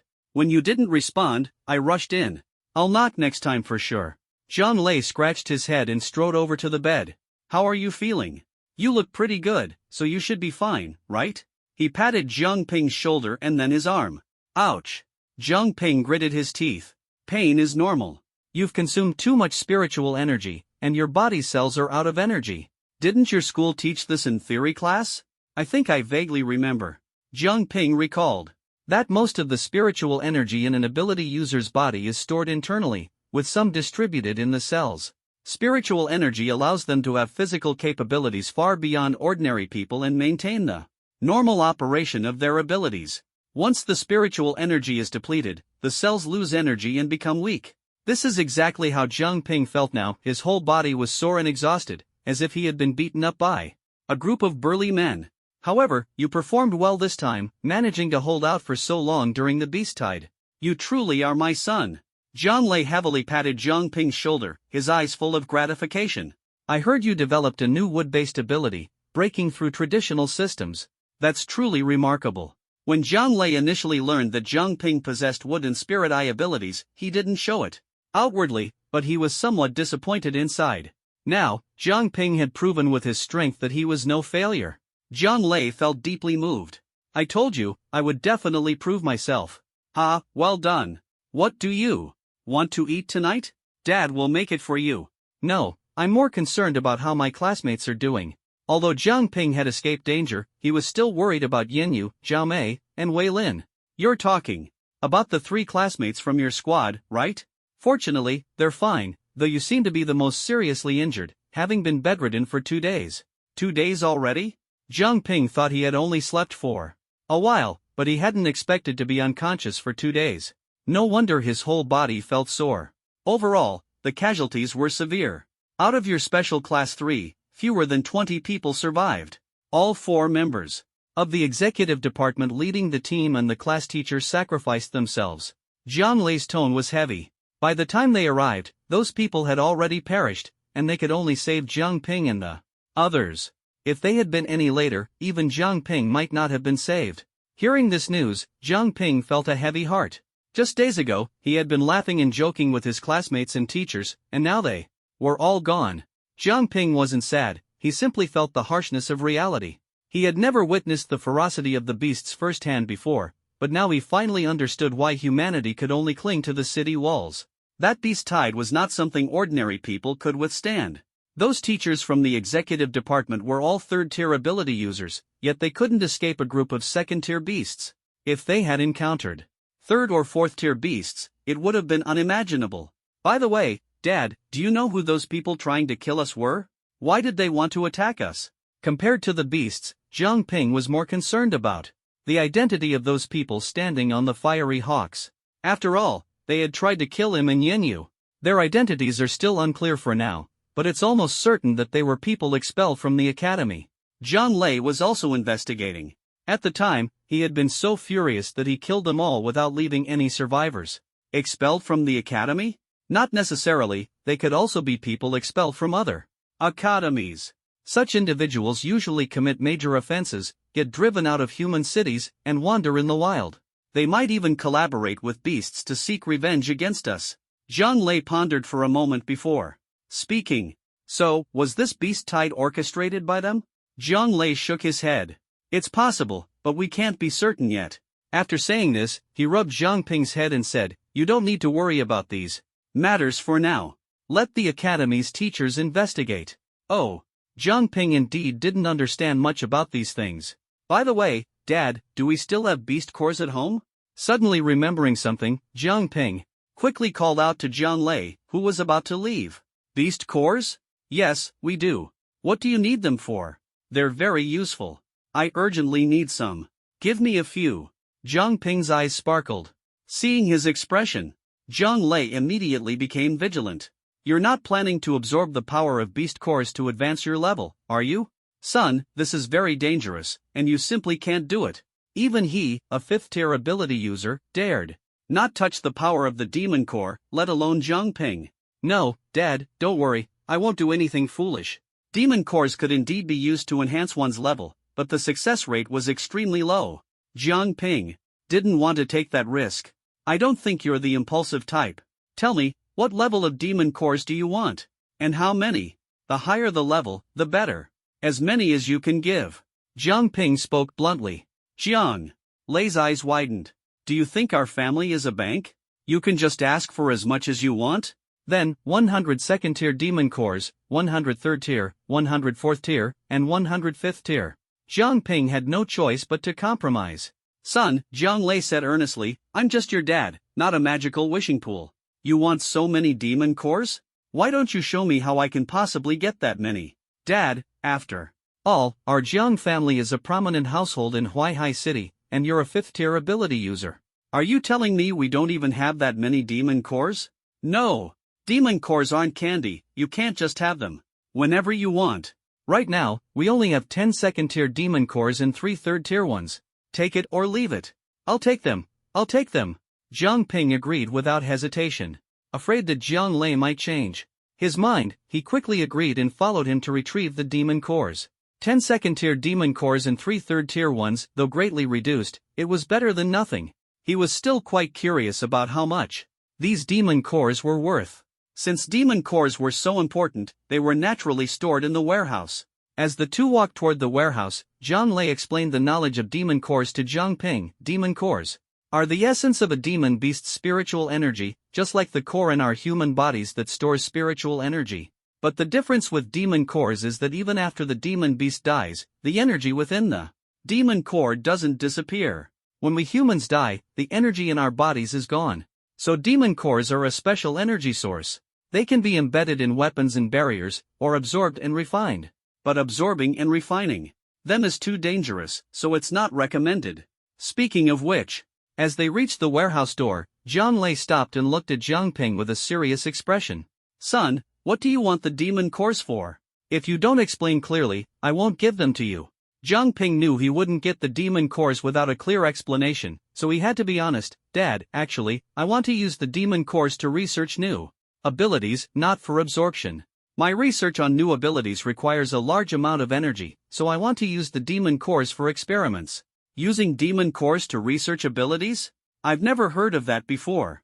No one has researched new wood-based abilities before. The new wood-based ability I currently possess was developed using demon cores, Jiang Ping said earnestly. This reason was quite convincing and also helped to cover up the origin of his wood manipulation ability. After hearing this, Jiang Lei breathed a sigh of relief. It seems my son is truly a genius, able to use demon cores to research abilities. No wonder you're my son, Jiang Lei. Opening the warehouse, Jiang Lei uncovered a hidden compartment in the wall. Inside were transparent bottles filled with red liquid, with colorful demon cores floating within. Jiang Ping recognized the red liquid as specially made to prevent the demon cores from decaying. The hidden compartment contained 5 jars, each holding 5 demon cores. Son, I originally planned to give you just 10 second-tier and 3 third-tier demon cores, but since you're using them to research abilities, I'll give you all these demon cores. Jiang Lei, in a rare moment of generosity, waved his hand with a sense of relief. Really? Thanks, Dad. Jiang Ping excitedly leaned closer. Each jar had a label indicating the level of the demon core inside and the corresponding beast: second-tier storm eagle, wind; second-tier flamingo, fire; second-tier mountain tiger, earth; second-tier thunder leopard, lightning; second-tier berserk octopus, water; third-tier decay python; third-tier hunting falcon; third-tier amethyst lion; third-tier rainbow python; third-tier giant skyworm. Jiang Ping glanced over them and found that none of the jars contained duplicate types of demon cores. The elemental abilities of beasts were far fewer than those of humans, limited to the basic 5 elements and some unique abilities exclusive to beasts. Overall, the variety of beast abilities was much less diverse than that of humans. There are 20 second-tier demon cores and 5 third-tier demon cores here, all for you. Dad, why aren't there any 4th-tier or 5th-tier demon cores? Although the second-tier and third-tier demon cores were decent, they were clearly not the highest level. Hearing this, Jiang Lei immediately widened his eyes and roared angrily, "Do you really think your dad is some kind of wish-granting deity? Do you know how hard it is to get 4th-tier and 5th-tier demon cores?" This kid was getting more and more demanding. So many demon cores, and he still wasn't satisfied? Now he wanted 4th-tier and 5th-tier ones? Dad, you're already a 5th-tier ability user. Don't you have any 4th-tier demon cores? Jiang Ping said disdainfully. Jiang Lei was so angry his teeth itched, and he wanted to grab the boy by the head. Just because I'm a 5th-tier ability user doesn't mean I have 5th-tier demon cores.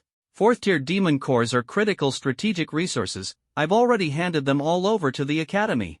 Oh, then if you get any 4th-tier or 5th-tier demon cores in the future, remember to save a few for me.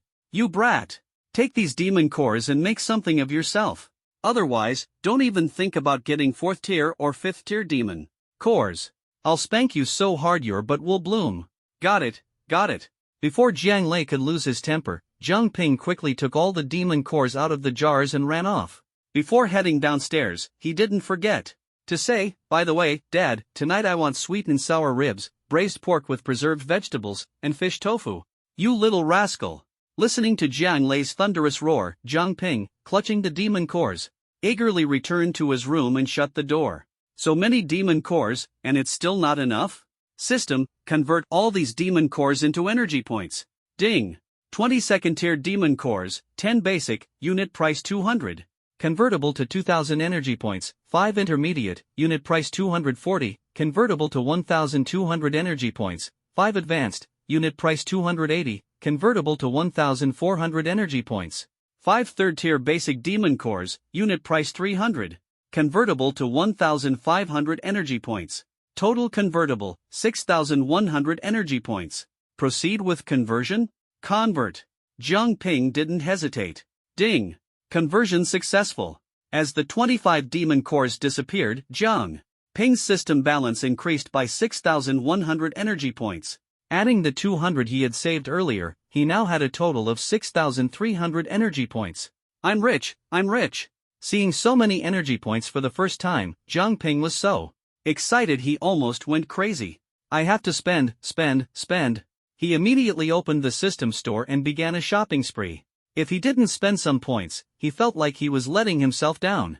However, since he was currently only at intermediate 1st tier with limited spiritual energy capacity, he had to temporarily set aside the high-level ninjutsu he was eyeing. After all, 6,000 plus energy points weren't that much. The first thing that caught his eye was the discounted items in the mysterious shop. Flying Thunder God Technique, 500 spiritual energy per use, 5,000 energy points would release. Would Human Technique, 1000 spiritual energy per use 1000 energy points Mangekyo Sharingan, Susanoo, 500 spiritual energy per use, 10 spiritual energy consumed per second 3000 energy points multiple shadow clone technique, 10 spiritual energy per clone 500 energy points Genjutsu. Shackling stakes technique, 80 energy points, already owned, summoning technique, 80 energy points, already owned, Sai, which one should I choose? Jiang Ping was in a dilemma as he looked at the items. Susanoo, flying. Thunder God, or the wood human technique, he wanted them all. Although with his current strength, he wouldn't be able to use them for long even if he exchanged for them. But this was a 90% discount. 90% off. Do you understand what this discount means? If he didn't exchange for it now, he'd regret it later when it was gone. After struggling for several minutes, Jiang Ping finally locked onto his target and decisively placed an order. System. I want to exchange for the Flying Thunder God technique. Ding. Exchanged for Flying Thunder God technique, costing 5000 energy points. Acquired Flying Thunder God marking, Flying Thunder God second step, Flying Thunder God slash, and Flying Thunder God, Spacetime Barrier. Randomly gifted 10 Flying Thunder God kunai. Hearing the names of these Flying Thunder God techniques, Jiang Ping's heart raced with excitement. The Flying Thunder God technique was Minato's signature move, the Yellow Flash's ultimate skill. If used well, possessing the Flying Thunder God technique would almost guarantee an undefeated position. Even if he couldn't win, he could always escape. The only downside was the high energy consumption. One teleportation required 500 spiritual energy, and Jiang Ping, currently at mid-level stage 1, had a spiritual energy cap of only 200. Even in Sage mode, he could only reach 600 spiritual energy, which was just enough for one teleportation. He was still far from being able to use it freely in battle. After exchanging for the Flying Thunder God technique, Jiang Ping noticed the system's fine print. One teleportation within 1000 meters consumes 500 spiritual energy. Beyond 1000 meters, every additional meter consumes an extra 10 spiritual energy.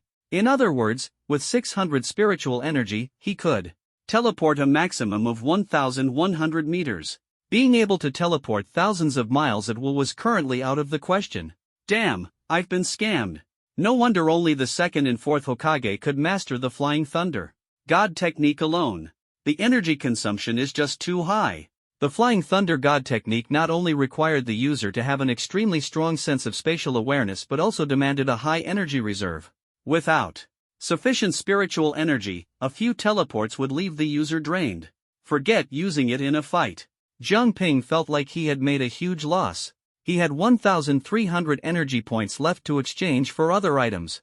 The discounted shop didn't have many good items left. Flying Thunder God technique, 5,000 energy points, already owned. Would release, would human technique, 1000 spiritual energy per use 1000 energy points Mangekyo Sharingan, Susanoo, 500. Spiritual energy per use, 10 spiritual energy consumed per second 3000 energy points multiple shadow clone technique, 10 spiritual energy per clone 500 energy points Genjutsu, shackling stakes technique, 80 energy points. Already owned, summoning technique, 80 energy points, already owned. He didn't have enough for Susanoo, so he could only consider the wood human technique. But the wood human technique also consumed a lot of spiritual energy. And with Jiang Ping's current strength, he wouldn't be able to use it effectively even if he exchanged for it. Thinking it over, using all the energy points on skills that aren't immediately needed doesn't seem worthwhile. The most important thing is to ensure he has enough skills to survive and protect himself now, before considering the future.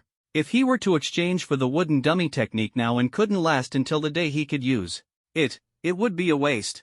So, the remaining 1,300 energy points must be spent on practical ninjutsu that he can use right now. Initially, he had his eye on the multi-shadow clone technique, but after careful consideration, he realized he didn't have Naruto's strong physical constitution. Although the multi-shadow clone technique is powerful, the fatigue of each clone would rebound onto the main body. With his current physical condition, he wouldn't be able to create many clones. In comparison, Jiang Ping preferred another clone technique, Wood Clone. Wood Clone, A rank, requires 1,000 energy points to exchange, consumes 50 aura points per clone. The overall strength of the Wood Clone is superior to the Shadow Clone, with higher individual combat power, resistance, and thinking ability. Moreover, the Wood Clone doesn't cause fatigue to the main body. The most crucial aspect is that the Wood clone is harder to distinguish from the original. Ordinary people would struggle to tell which is the real body upon first encounter. Although it consumes more aura and is pricier than the shadow clone, considering his lack of physical strength, Jiang Ping gritted his teeth and exchanged for the wood clone. Ding! Exchanged would release wood clone, consuming 1,000 energy points. His balance dropped significantly. In less than 10 minutes, his 6,300 energy points had dwindled to just 300. Jiang Ping felt a pang in his heart. How did it disappear so quickly? He had only exchanged for 2 things. Man, I'm so broke. Why couldn't Dad save up more demon cores? Can't he uphold the Jiang family's reputation? In the kitchen, Jiang Lei, who was cooking dinner, suddenly sneezed loudly. I wonder which young lady is thinking about me again. Ah, being handsome is such a hassle. After dinner and a night's rest, Jiang Ping went to school the next day. On the way, he noticed that many people were looking at him differently. He couldn't quite pinpoint what was different, but he felt that more people were paying attention to him, especially many pretty girls who were sneaking glances at him. Ah, being handsome is such a bother. Returning to class one of the support department, as soon as he entered the classroom, a figure rushed toward him. Brother Ping, you're finally back. Wei Lin gave him a big bear hug. The overwhelming masculine scent made Jiang Ping frown. Enough, I didn't die, I just rested for 2 days. Jiang Ping quickly pushed him away. He had no interest in men. If it were a beauty, that would be another story. Jiang Ping, are you feeling better? This time, we really owe it to you and you, otherwise, none of us would have made it back. As he was thinking, Yin Yu and Zhao Mei, 2 beauties, walked up to greet him. Jiang Ping's mood instantly lightened, and he waved nonchalantly, saying, I'm fine, just a minor injury. The other classmates also gathered around to chat about gossip. Brother Ping, I heard you guys encountered a beast tide.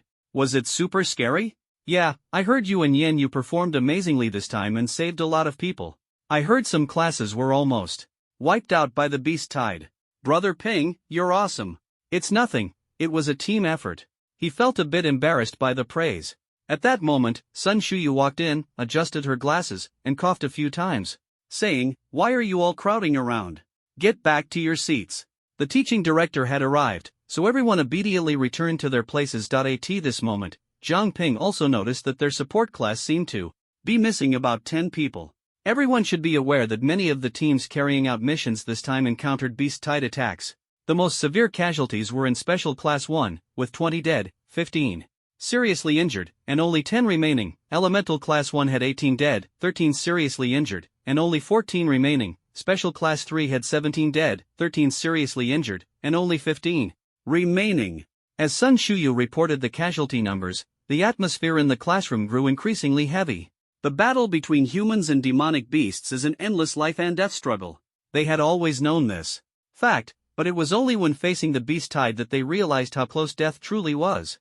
People who were laughing together just yesterday were gone today. Our support class also lost 11 people this time. As soon as Sun Shuyu finished although you say that, your performance is indeed excellent. As expected of the Academy's double S-class students, truly impressive. Wang Daochuan praised. Jiang Ping, I heard you've developed a new wood-based ability that can both attack and defend, and you've even taught it to your companion Wei Lin. That's remarkable. Hearing the compliment, Jiang Ping straightened up and smiled, just lucky, that's all. Jiang Lei couldn't help but retort, this isn't luck, it's the strength you should have as an S-class ability user. Son, when it's time to be proud, be proud. Old Wang, stop being so polite. Just bring out the rewards you've prepared. Jiang Lei said in a carefree manner, causing Wang Daochuan to widen his eyes and say, I'm the principal, what's wrong with praising students? Cut the nonsense and hand them over already. Watching the 2 top-tier 5th level ability users of Huaihai City bicker like children, Sun Shuyu couldn't help but feel speechless. Jiang Ping and Yin Yu, on the other hand, found it quite amusing. Jiang Ping was familiar with his father's personality, but didn't know much about Wang Daochuan. Now it seemed that Wang Daochuan and Jiang Lei had a pretty good relationship. Alright, I'll bring them out. Honestly, you don't give me any face as the principal. In the end, Wang Daochuan couldn't argue with Jiang Lei and had to take out 2 thumb-sized, jade-like, translucent spirit stones from the drawer. Don't say I, as the principal, am stingy. These are mid-grade spirit stones, 1 for each of you. Spirit stones are categorized into low-grade, mid-grade, high-grade, and top-grade. The higher the grade, the rarer they are. Spirit stones themselves are precious resources, they can be directly absorbed to enhance one's strength or used to power various weapons, similar to the function of demon cores. Mid-grade spirit stones are valuable items, capable of directly raising a first-level ability user by a small realm. Even Huaihai Academy wouldn't easily give out 2 mid-grade spirit stones. Wang Daochuan was being incredibly generous. Thank you, Principal. Zhang Ping quickly expressed his gratitude and eagerly picked up the spirit stone. Don't be in such a hurry to thank me. Although your performance this time was commendable, it's not enough to qualify for mid-grade spirit stones. Taking these stones means there are other tasks for the two of you. As expected, Zhang Ping had already guessed that mid-grade spirit stones wouldn't come so easily. Principal, please go ahead. Yen Yu, standing nearby, wasn't too concerned about the spirit stones and was more interested in the task Wang Daochuan had for them. This time, the beast tide was a bit unusual. Someone must be pulling strings behind the scenes, likely a traitor who was expelled from the academy. So, you two need to investigate. Of course, you won't be going alone. Teachers from the operations department will accompany you for training. Where exactly is the mission location? Zhang Ping wanted to clarify while Zhang Lei was still present. If the mission was too dangerous, he wouldn't go. His life was more important. Xia Haking, Zhang Lei answered this time. Xia Haking?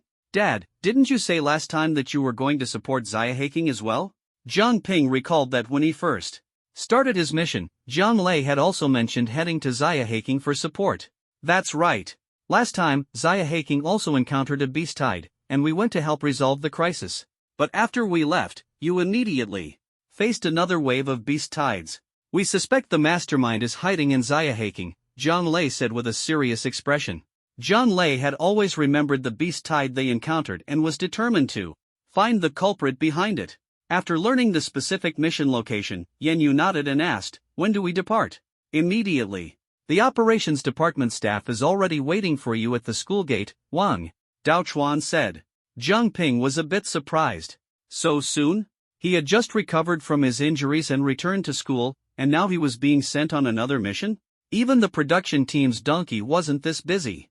From the moment you awakened your abilities, you were destined to be constantly on the move, carrying out missions.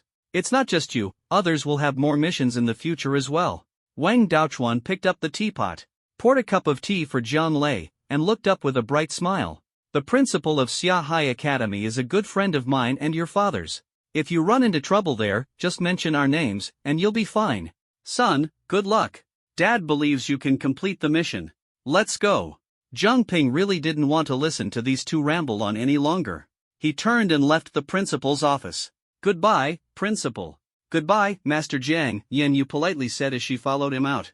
Kids these days, they've never really suffered. Zhang Lei shook his head. They're young, they'll get used to it over time. Come on, let's have a drink. The two of them treated tea like wine, downing it in one gulp with a hearty spirit. Watching them eat and drink so nonchalantly, Sun Shuyu shook her head helplessly, turned, and left the principal's office, closing the door behind her.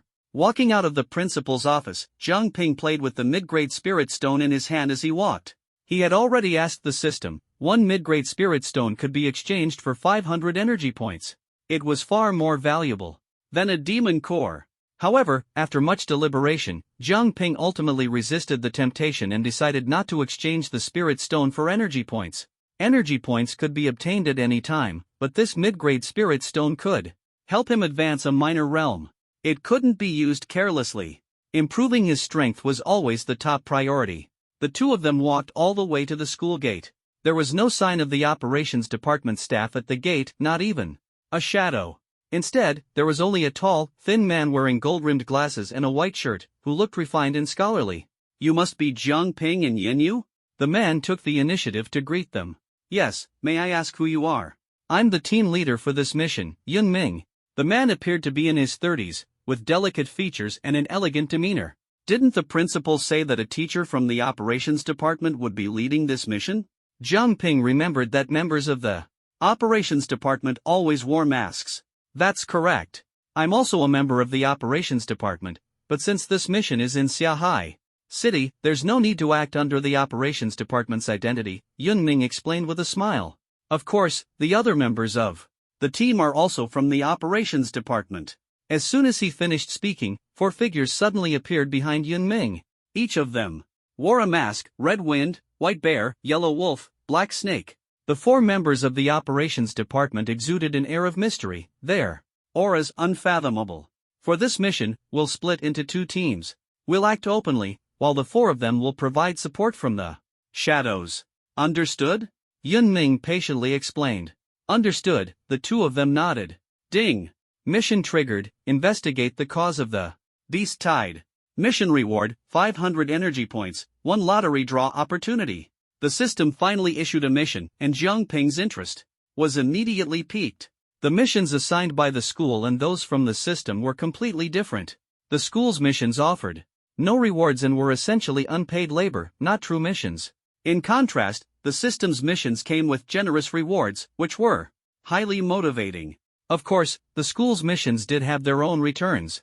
However, since Jiang Ping and the others were still in their internship period, they weren't receiving any compensation for now. After completing 10 tasks and finishing the internship period, formal rewards can be obtained. The school's compensation includes living supplies, money, spirit stones, demon cores, and various other resources. Then, let's set off. The 4 members of the execution department disappeared again, and Yun Ming led the 2 to a wooden carriage at the school gate, a rectangular vehicle resembling a train carriage, with a front similar to a train engine. However, this vehicle was mostly made of wood, with only the wheels made of iron. This was the most common and expensive mode of transportation in this world, the wooden cart. Its power source was neither electricity nor fuel, but demon cores. After Jiang Ping and Yan Yu boarded the cart, Yun Ming sat at the front, took out a first-tier demon core, and placed it in the power slot at the front. As spiritual energy was transmitted from the demon core to the entire vehicle, the wooden cart slowly started and gradually accelerated forward. This wooden cart was no ordinary vehicle, it was equipped with a power formation. The weight and speed of the cart were determined by the energy of the demon core. The higher the tier of the demon core, the sturdier the cart and the faster its speed. A first-tier demon core could reach a maximum speed of 60 km per hour, a second-tier core 120 km per hour, and a third-tier core 180 km per hour, and so on. However, most people only used first or second-tier demon cores. For driving, no one would be willing to use higher-tier cores. It will take about a day and a night to reach Shanghai City from here. If you're tired, you can rest on the beds at the back of the carriage, Yun Ming said while steadily holding the steering wheel. All right. The carriage was spacious, about 2 meters long and 1.5 meters wide, with half-meter wide benches on both sides that could be used as beds if necessary. Jiang Ping sat on the bench on the right, took out the mid-grade spirit stone, and began absorbing spiritual energy with it in his palm. The spirit stone emitted a jade-like glow, transforming into a strand of green spiritual energy that seeped into Jiang Ping's body through every pore, converging into his internal spirit core. The dense spiritual energy almost instantly filled the spirit core, causing it to expand. Ding! Congratulations to the host for breaking through to first tier advanced. Spiritual energy limit increased to 300. As his realm broke through, Jiang Ping immediately felt his body filled with spiritual energy, an unprecedented sensation. He slowly exhaled, opened his eyes, and found Yan Yu staring at him, her eyes blinking continuously. Why are you looking at me? Nothing. Then why are you staring at me? Caught directly, Yan Yu's cheeks turned slightly red, a bit shy. She pouted and said softly, "Can't I just look?" What a strange person. Jiang Ping didn't believe she had a crush on him. Although he looked decent, this wasn't some sweet urban romance story. Overthinking was pointless. Why don't you absorb the spirit stone the principal gave you? Jiang Ping noticed Yan Yu holding the mid-grade spirit stone in her hand. Speaking of this, Yan Yu seemed a bit embarrassed and said, "I wanted to see how effective it was for you first before deciding whether to use it." Seeing Jiang Ping successfully absorb the spirit stone, Yan Yu's palm emitted a faint golden glow, directly melting the mid-grade spirit stone and absorbing it into her body. Her absorption speed and efficiency far surpassed Jiang Ping's. In less than half a minute, Yan Yu had completely absorbed the spirit stone. At the moment her realm broke through, Jiang Ping sensed her aura had also reached first tier advanced. It seemed that the battle had also led to her breakthrough. However, her speed in absorbing the spirit stone was truly astonishing. So this is the holy system? Truly impressive. Jiang Ping recalled the day they faced the demon beast horde, when Yan Yu's holy system displayed incredible power, single-handedly suppressing a group of demon beasts. Although it only lasted for a moment, it was enough to prove the strength and uniqueness of the holy element. The holy element is so powerful, why do you rarely use it? He asked curiously. Ha! Yan Yu frowned slightly upon hearing this, thought for a moment, and said, although the holy element is impressive, it also consumes a lot of energy. Especially in a place like Huaihai City. Using the holy element here is too draining on spiritual energy. What effect does Huaihai City have on the holy element? Jiang Ping asked, hearing this for the first time. Do you know how the holy element is generated? Yan Yu countered. I remember it has something to do with the sacred law. The sacred law is the legal system upheld by the sacred empire, where Huaihai City is located. To be precise, the holy element is the embodiment of the sacred law, born from it. And the foundation of the sacred law lies in the sacred royal city. During the peak of the sacred empire, the sacred law covered the entire empire, and the power of the holy element was at its zenith. But as the sacred empire declined, the influence of the sacred law greatly diminished. Outside the sacred royal city, the power of the holy element is restricted, Yan Yu explained softly. Jiang Ping nodded. The sacred empire was once the most powerful nation, leading humanity and beasts in war, nearly eradicating all beasts. But 300 years ago, the sacred empire began to decline, its strength drastically reduced, unable to suppress the beasts, and instead faced fierce counterattacks from them. It is said that a major upheaval occurred within the sacred royal family at that time, leading to the empire's sharp decline in power. Although the sacred empire still exists today, the sacred royal city was completely sealed off 200 years ago. No one inside can come out, and no one outside can enter. Everyone has lost contact with the sacred royal city, resulting in the current situation. Each major city must rely on itself and cooperate with others to resist the beasts. To suppress the beasts again, the sacred royal city would have to reopen, otherwise, it would be impossible. So, although the power of the holy element hasn't been weakened, the sealing of the sacred royal city has locked away the power of the sacred law, making the recovery of spiritual energy for the holy element very slow. That's why I use the water element unless it's absolutely necessary. Got it, Jiang Ping nodded. He wasn't concerned about the affairs of the sacred empire. Such a massive issue was beyond his ability to resolve. Right now, he only cared about when the mission would be completed so he could claim his reward as soon as possible. Roar! The wooden vehicle had been traveling for over an hour. As it passed through a dense forest, the roars of beasts echoed from all directions. Jiang Ping quickly opened the window and saw countless beasts densely packed in the forest on both sides. They had entered an active beast zone. Most of these beasts were first or second tier, but their numbers were staggering, at least 200 or 300 of them. Are we about to fight? Yan Yu's expression turned serious, ready for battle at any moment.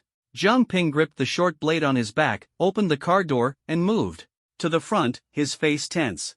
Teacher, are we surrounded? It's fine. After all, this is beast territory. Encounters like this are normal. Hold on tight, I'm going to accelerate, Yun Ming said calmly, gripping the steering wheel. The beast seized the opportunity and lunged forward. Almost simultaneously, Yun Ming decisively removed a first-tier beast core from the power slot and replaced it with a second-tier beast core. Boom! With a low roar, the wooden vehicle's speed surged from 60 miles per hour to 120 miles per hour. The intense acceleration pinned Jiang Ping tightly against the rear door. At 120 miles per hour, they sped through the area. The charging beasts missed their target as the vehicle's speed soared past them, trying to catch up, but not even the car's tail could be seen. Teacher, have your driving skills always been this good? Feeling the intense thrust, the wooden car quickly sped out of the densely packed beast area, leaving Jiang Ping astonished. Despite the high speed, Yun Ming still held the steering wheel with one hand, turned back, and smiled. Let me tell you a secret, all members of the execution department are excellent drivers. When you can go to other cities to carry out missions on your own, you'll realize that driving is an essential skill. After speaking, Yun Ming removed the second-tier beast core and replaced it with a first-tier one, immediately reducing the car's speed to 60 kilometers per hour. Additionally, if the mission isn't urgent and you're not being chased by beasts, you can only use first-tier beast cores. Second-tier beast cores are too precious, and the school won't reimburse that much. Understood. Jiang Ping learned something new again. However, after observing Yun Ming's driving operation, it didn't seem too difficult, just a steering wheel, no accelerator, brake, or clutch. Anyone who could turn a steering wheel could drive. The car continued heading toward Shanghai City, occasionally encountering beast gatherings. Along the way, Yun Ming calmly switched to a second-tier beast core to charge through without any issues. Finally, on the morning of the second day, the outline of Shanghai City appeared before them. Shanghai City is surrounded by the sea on three sides, making it easy to defend but hard to attack, with a geographically advantageous position.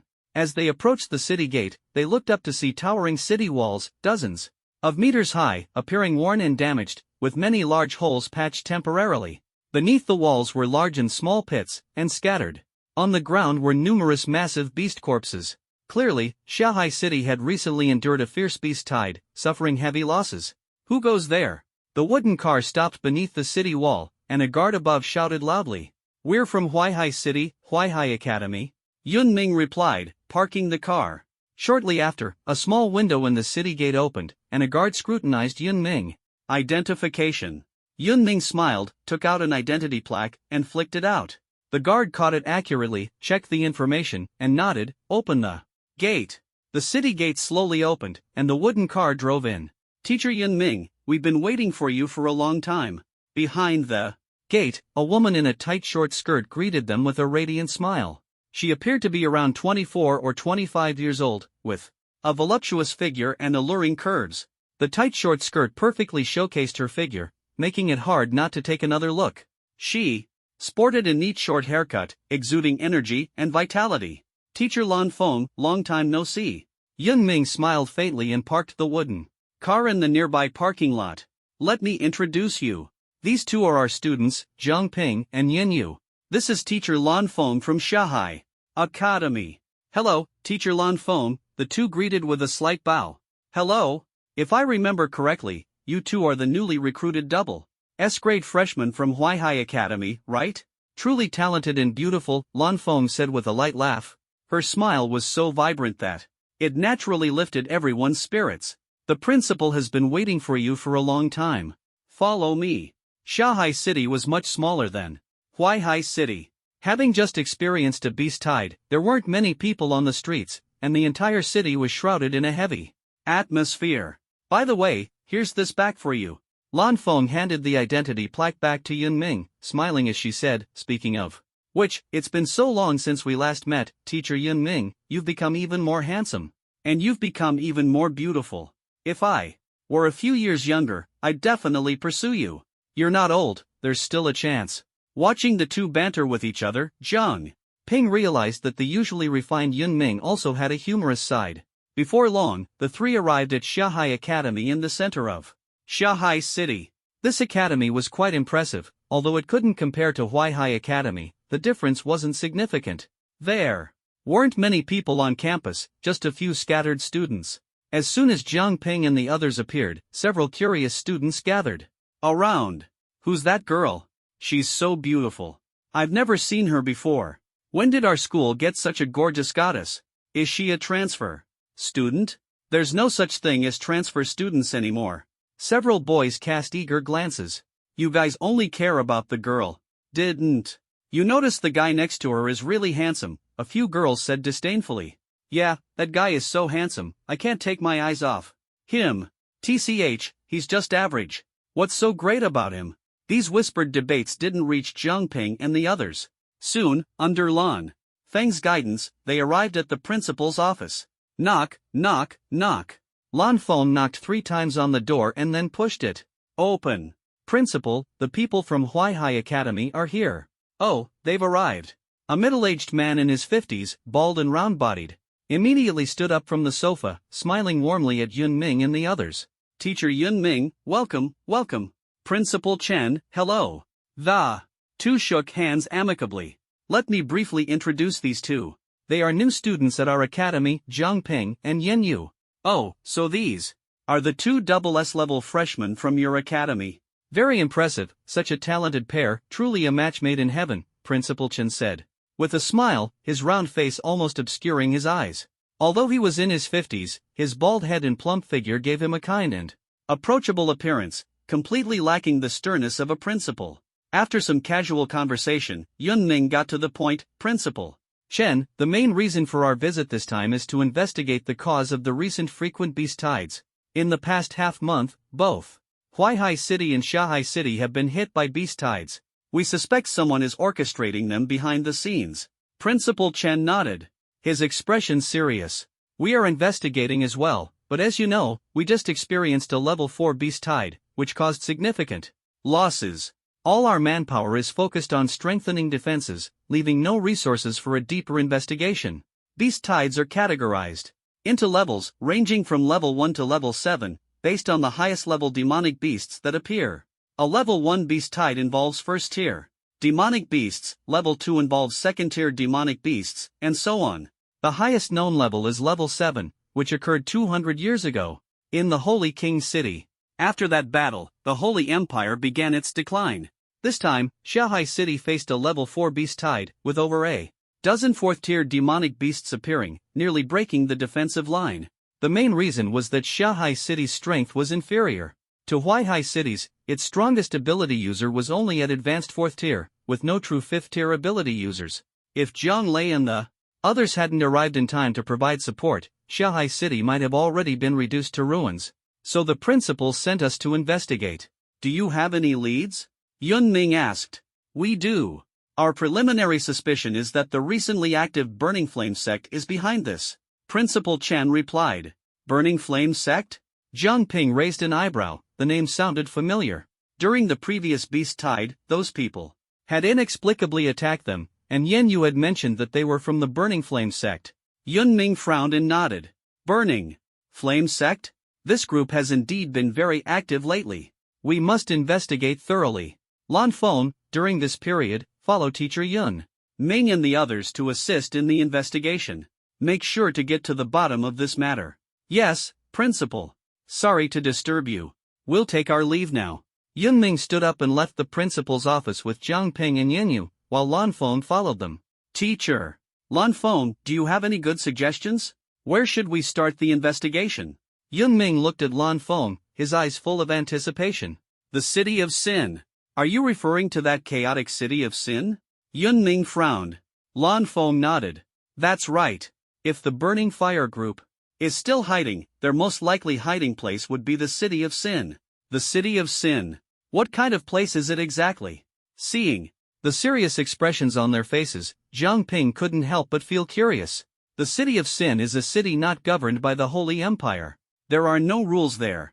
Humans, traders, and beasts can enter and leave freely without restrictions. Inside, any transaction can take place, and your right to speak depends entirely on your money and strength. Because it is not governed by the Empire and has no rules, the City of Sin has become a haven for those expelled from cities and traders who have betrayed the sacred laws, Lan Feng explained. The Burning Fire Group is composed of traders. If we want to find them now, the only clue is the City of Sin. Let's go, heading to the City of Sin. With a clear goal in mind, Yun Ming immediately led the group onto a wooden cart, leaving Shanghai City and heading east toward the City of Sin under Lan Feng's guidance. The City of Sin is located about 50 kilometers east of Shanghai City. After arriving in Shanghai City, they still had to ride for about an hour to reach the next destination. Zhang Ping felt dizzy and nauseous from the ride. He looked out the window as the scenery gradually changed from dense forests to a vast desert, until a city built in the desert appeared before them. At this moment, wooden carts from all directions were rushing toward the city. Is that the City of Sin? Zhang Ping asked. From a distance, the City of Sin's scale was not even comparable to Shanghai City. However, the overwhelming aura of chaos made people uneasy, even causing the spiritual energy within their bodies to become disordered. Feeling something was off, Zhang Ping quickly calmed his mind and said in surprise, the City of Sin is truly formidable. Just one glance, and my spiritual energy was disrupted. He had never experienced such a sensation before. The City of Sin is known for its chaos, so naturally, spiritual energy will be affected. You too, be careful, Yun Ming reminded them. Is it appropriate to bring them inside? Lan Feng turned to look at Zhang Ping and Yen Yu. The City of Sin was no playground. Everyone here was either ruthless, extremely vicious, or highly skilled. There wasn't a single kind soul among them. Bringing two fresh graduates into this place was like throwing 2 lambs into a den of wolves. If they weren't careful, even their bones would be picked clean. Yun Ming chuckled. I trust the students of Huaihai Academy. This is a necessary part of their training. You really have guts, training SS rank freshmen like this? Aren't you afraid something might happen? Lan Feng shook his head. If it were up to them, they would definitely treasure these 2 students and never let them take such risks. Listening to the teacher's conversation, Jiang Ping and Yin Yu felt conflicted. In the face of those chaotic individuals who lived on the edge in the city of sin, the 2 of them seemed like prey delivered right to their doorstep. But with the mission at hand, no matter how dangerous the road ahead might be, Jiang Ping could not back down. Even the city of sin is protected by high walls. There are guards at the city gates, but they impose no restrictions on those entering or leaving. Yun Ming drove straight into the city and parked in a random spot. The city of sin was indeed different from other cities. The streets were chaotic, and people passing by might start fighting over a mere bump. In the dark corners of the streets, eyes constantly lurked, ready to strike at any moment. The atmosphere here is unsettling. The cold, eerie air made Yin Yu rub her arms and tighten the combat trench coat she was wearing. Since she was on a mission, a casual dress was out of the question. Yet even in her combat attire, her beauty remained striking, less soft, but more sharp and capable. Let's go. We'll visit Know-It-All first. Lan Feng, familiar with the city of sin, led the group of 3 leisurely forward. Jiang Ping walked at the back, suddenly feeling a chill down his spine, as if someone was watching him. He turned abruptly but saw nothing. What's wrong? Yen Yu asked. Softly. Nothing. Maybe it's just my imagination.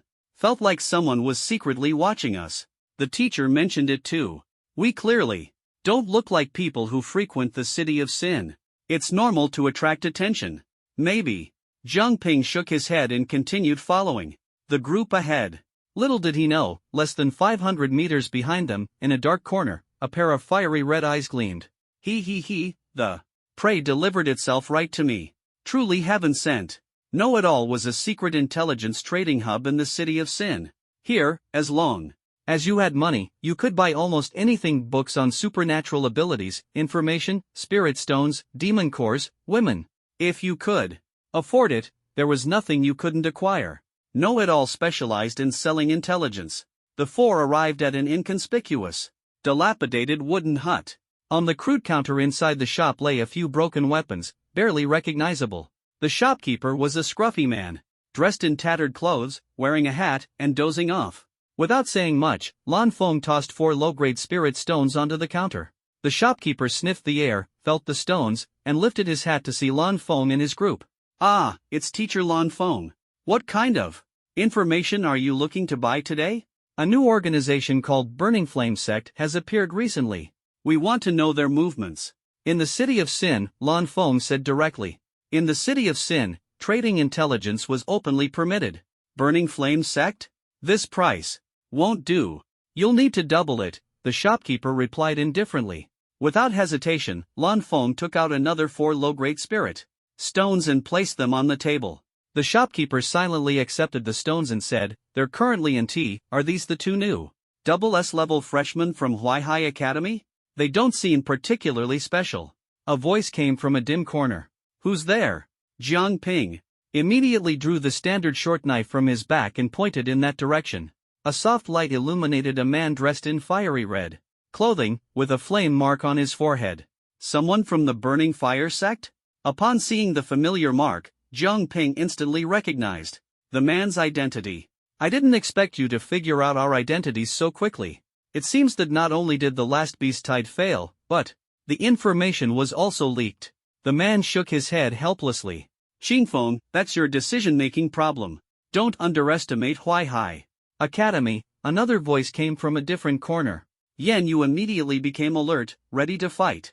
Then, another young man dressed in red, with a flame mark on his forehead, stepped out. He looked about the same age as Xingfeng. Enough talking, Mingyue. I've brought the people you wanted. How do we handle this? The 2 who followed us are tough to deal with. Let's finish this quickly and retreat. These are SS level individuals. Killing them outright would be a waste. That guy is the son of Jian Lei from the Zhang family in Huaihai City. There must be important information in his head that we need to extract.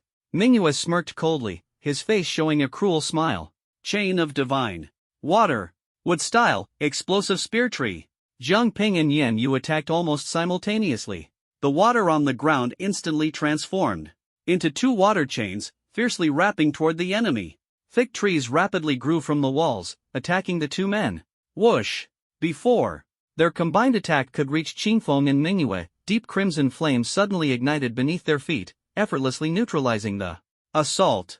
Before the two could react, Qingfeng's figure suddenly vanished, reappearing instantly in front of Yan Yu. It wasn't speed, it was direct spatial traversal. A special type spatial ability user. Bang! Qingfeng lightly struck Yan Yu's abdomen with his palm. In the next second, Yan Yu was sent flying, crashing heavily into the wall, causing the stone to cave in. Cough! Yan Yu spat out a mouthful of blood, her eyes filled with shock. A third-tier ability user. Qingfeng walked over coldly. Suddenly, the sound of something slicing through the air came from behind him. Qingfeng's gaze shifted, and his figure disappeared again. Zhang Ping, who was preparing to launch a sneak attack, didn't even have time to react before Qingfeng appeared behind him, grabbing his neck like a chick. Extract the information we need from his mind. Qingfeng casually tossed Zhang Ping to Mingyue. Got it, got it. Compared to the cold Qingfeng, Mingyue seemed lively, like a big boy. But his actions were ruthless. He caught Zhang Ping and slammed him against the wall without hesitation. The intense pain in his back almost made Zhang Ping cry out. Shoo! From now on, you won't be able to make a sound. Mingyue's lips curled into a slight smile as he raised a finger, exuding a mysterious aura that instantly blurred Zhang Ping's consciousness. In the next moment, Zhang Ping found himself surrounded by flames, bound by a thick chain to a massive cross. Mingyue stood before him, his lips curved in a confident yet slightly sinister smile. Kid, welcome to my illusion world. He spread his arms slightly, reveling in the feeling that the entire world seemed to belong to him, filled with arrogance and confidence. Do you know what illusions are? Basic illusions create false images to confuse the enemy. Advanced illusions can pull the enemy's spirit into your illusionary realm. Here, I am almost omnipotent. Although the injuries on your body are fake, these damages will reflect back onto your mind in an even stronger form. So, if you don't want to lose your sanity and become a fool, you'd better cooperate with me. This is your illusionary world? In my eyes, it's nothing impressive. Zhang Ping, bound to the cross, slowly raised his head. Looking at Mingyu, who was brimming with confidence and immersed in his illusionary world, he sneered disdainfully. The moment he raised his head, Mingyu caught sight of Zhang Ping's scarlet eyes, exuding an unusual and eerie aura. Ha! Mingyu was stunned. He couldn't comprehend where this boy got the audacity to say such things. A first-tier advanced ability user trapped in the illusionary space of a third-tier ability user had no chance of escape. Mingyu quickly regained his composure, flashing a confident smile. Don't waste time with such petty tricks, it's useless. Since you won't cooperate, I'll have to use force. I hope you can endure it. He walked up to Zhang Ping, casually, drawing his sword from the sea of flames, ready to stab him. Take a closer look. Who's really trapped now? Zhang Ping's words fell into Mingyu's ears like a spell, causing his vision to blur. Suddenly, Mingyu realized that the one bound by chains to the cross, enduring the scorching flames, was himself. And Zhang Ping was standing right in front of him. The two had swapped places. What the hell is going on? Mingyu's eyes widened in shock. Your illusions are impressive, but in front of my eyes, my Sharingan, they're nothing. Zhang Ping slowly raised his head, the three black tomo in his scarlet Sharingan spinning slowly, emanating an eerie power. What? You're clearly of the wood and spirit eye types. How do you have illusion abilities? Even if you were of the illusion type, with your first-tier advanced level, there's no way you could trap me in your illusion. Mingyu finally understood he had been reversed and controlled by Zhang Ping within his own illusionary space. This meant Zhang Ping's illusionary abilities far surpassed his own. How was this possible? Impossible. A frog in a well, how? Could you comprehend the power of the Sharingan? In front of my Sharingan, your illusions are nothing more than a clown's joke. Mingyu's illusions are formidable. Your companions are going to suffer terribly, Qingfeng sneered coldly, staring at Yanyu. What exactly do you want? Facing a third-tier ability user, the heavily injured Yanyu was no match and had no chance to escape. Our goal? It's simple, to kill you all. Xingfeng sneered, gently lifting Yan Yu's fair chin with one hand while stroking his own chin with the other. His gaze roamed over. Yan Yu. Such a beautiful young lady, killing you outright would be such a waste. Yan Yu shook her head, her gaze quickly locking onto Ching Feng as she analyzed in a low voice, he should have fire and spatial abilities. Spatial abilities allow him to move freely within a short time. Or use a magic array for long-distance teleportation, just like how he transported us here. He's a third-tier beginner-level ability user. Fire and spatial abilities combined, that's pretty tough to deal with. Jiang Ping had already activated his Sharingan, staring intently at Ching Feng, ready to counter his next move. After dodging Jiang Ping's sneak attack, Ching Feng looked in shock at the unconscious Mingyu on the ground. You actually defeated Mingyu? Battles between illusion-type ability users mainly occur in the mental space, where outsiders often can't see the fight but the outcome is already decided. But wasn't Mingyu the one who pulled Jiang Ping into the illusion space? How did it end with Mingyu losing? A third-tier illusion-type ability user losing to a first-tier ability user, this just doesn't make sense. As expected of Zhang Lei's son, you do have some skill. But I won't give you any more chances. Xingfeng suppressed his shock, his expression turning cold again. He raised his palm slightly, and a small crimson flame began to spin and rise in his hand, quickly growing larger and roaring. As it surged forward, clap! Jiang Ping brought his hands together forcefully, faint golden patterns appearing at the corners of his eyes. Sage mode activated. Facing a third-tier beginner-level fire and spatial ability user, he couldn't afford to be careless. Divine Water Shield. Despite her injuries, Yan Yu summoned a massive water shield to block the incoming fire tornado. But the gap between a first-tier and a third-tier ability user was not so easily bridged. Boom! The Divine Water Shield lasted less than a second before being completely evaporated into mist by the fire tornado, which continued its relentless advance. Jiang Ping decisively picked up Yan Yu, stomping heavily on the ground. To leverage the speed of Sage Mode, successfully dodging the deadly attack and landing safely in a secure area. We can't fight him head-on. Cover me, Jiang Ping said in a low voice. Understood. After setting Yan Yu down, Jiang Ping fixed his gaze on Ching Feng, quickly drawing the standard-issue short blade from his back and charging forward. Don't think you can escape. Ching Feng sneered, flames rising in his palm. Once more. But before the flames could fully form, Yan Yu seized the opportunity to act. Divine Water Chains. The water on the ground transformed into two chains, locking Ching Feng's hands tightly from both sides. Jiang Ping took the chance to close in, thrusting his short blade fiercely. Whoosh! In the next instant, Ching Feng used his spatial ability to vanish without a trace, even escaping the grip of the divine water chains. Jiang Ping, danger behind you! Yan Yu shouted urgently. Without hesitation, Jiang Ping turned and swung his blade in a horizontal slash. Clap! Ching Feng caught his wrist with precision, applying force to make Jiang Ping drop the blade instantly. With his other hand, Ching Feng caught the falling blade and, without mercy, stabbed it directly into Jiang Ping's heart. Jiang Ping! Yan Yu froze in shock at the sight, unable to process how close death had come. I have to admit, the talent and strength you two possess are impressive among your peers. If given time to grow, you make it still too early to say if there's a chance. Jiang Ping said slowly, drawing out his short dagger. At the same time, his body began to transform into a block of wood, starting from the wound. Another Jiang Ping emerged from the shadows and took the standard-issue dagger. A clone? Ching Feng, seeing two Jiang Pings, immediately understood. Clone abilities were not uncommon, but he hadn't expected Jiang Ping to possess this power. What shocked him even more was that the clones were indistinguishable from the real one. You truly surprise and impress me. If I don't kill you today, you'll become a terrifying existence. To counter-kill a third-tier illusion type ability user, possess indistinguishable clones, and also master dual S-type abilities, this talent was too frightening. If not eliminated, it would definitely become a hidden threat. To make me go all out, you should feel honored. A cold glint flashed in Xingfeng's eyes as he clasped his hands together. Spiritual energy surged wildly, and flames ignited around him. But in the next moment, Jiang Ping's figure silently appeared in front of him. Although Ching Feng sensed it, he was still too late to react. The standard-issue dagger pierced his heart. Ugh!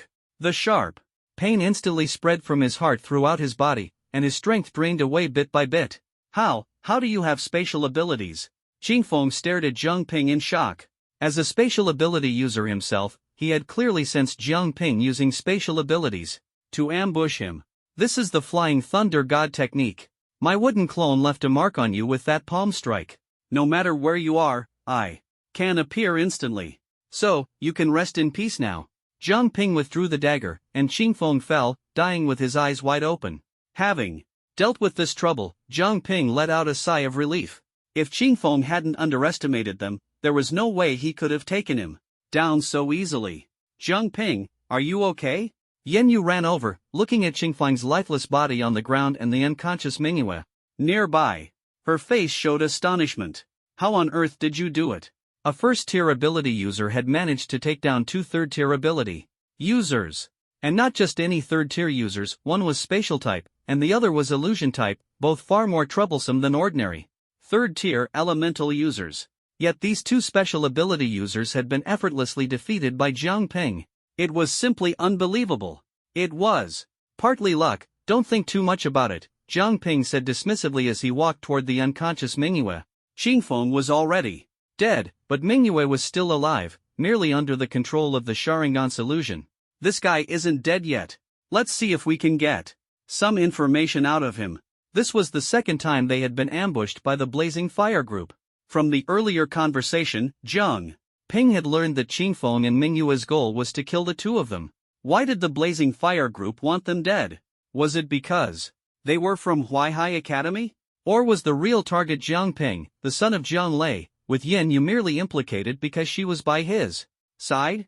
Whatever the reason, as long as they could extract some clues from Mingyue, they could figure it out. Smack! Jiang Ping slapped Mingyue hard a few times, waking him up. It's you? Mingyue groggily opened his eyes, and upon seeing Jiang Ping and Yan Yu, he instantly became alert. Jiang Ping pressed the short dagger against his neck and asked coldly, "Your companions are dead. Now you're the only one left. Tell me, why are you trying to kill us? If you talk, I might let you go." Mingyu's gaze flickered as she looked at Qingfeng, who had fallen beside her, then stared grimly at Jiang Ping. "We underestimated you. I didn't expect you to be so formidable, even taking down Qingfeng. Answer my question."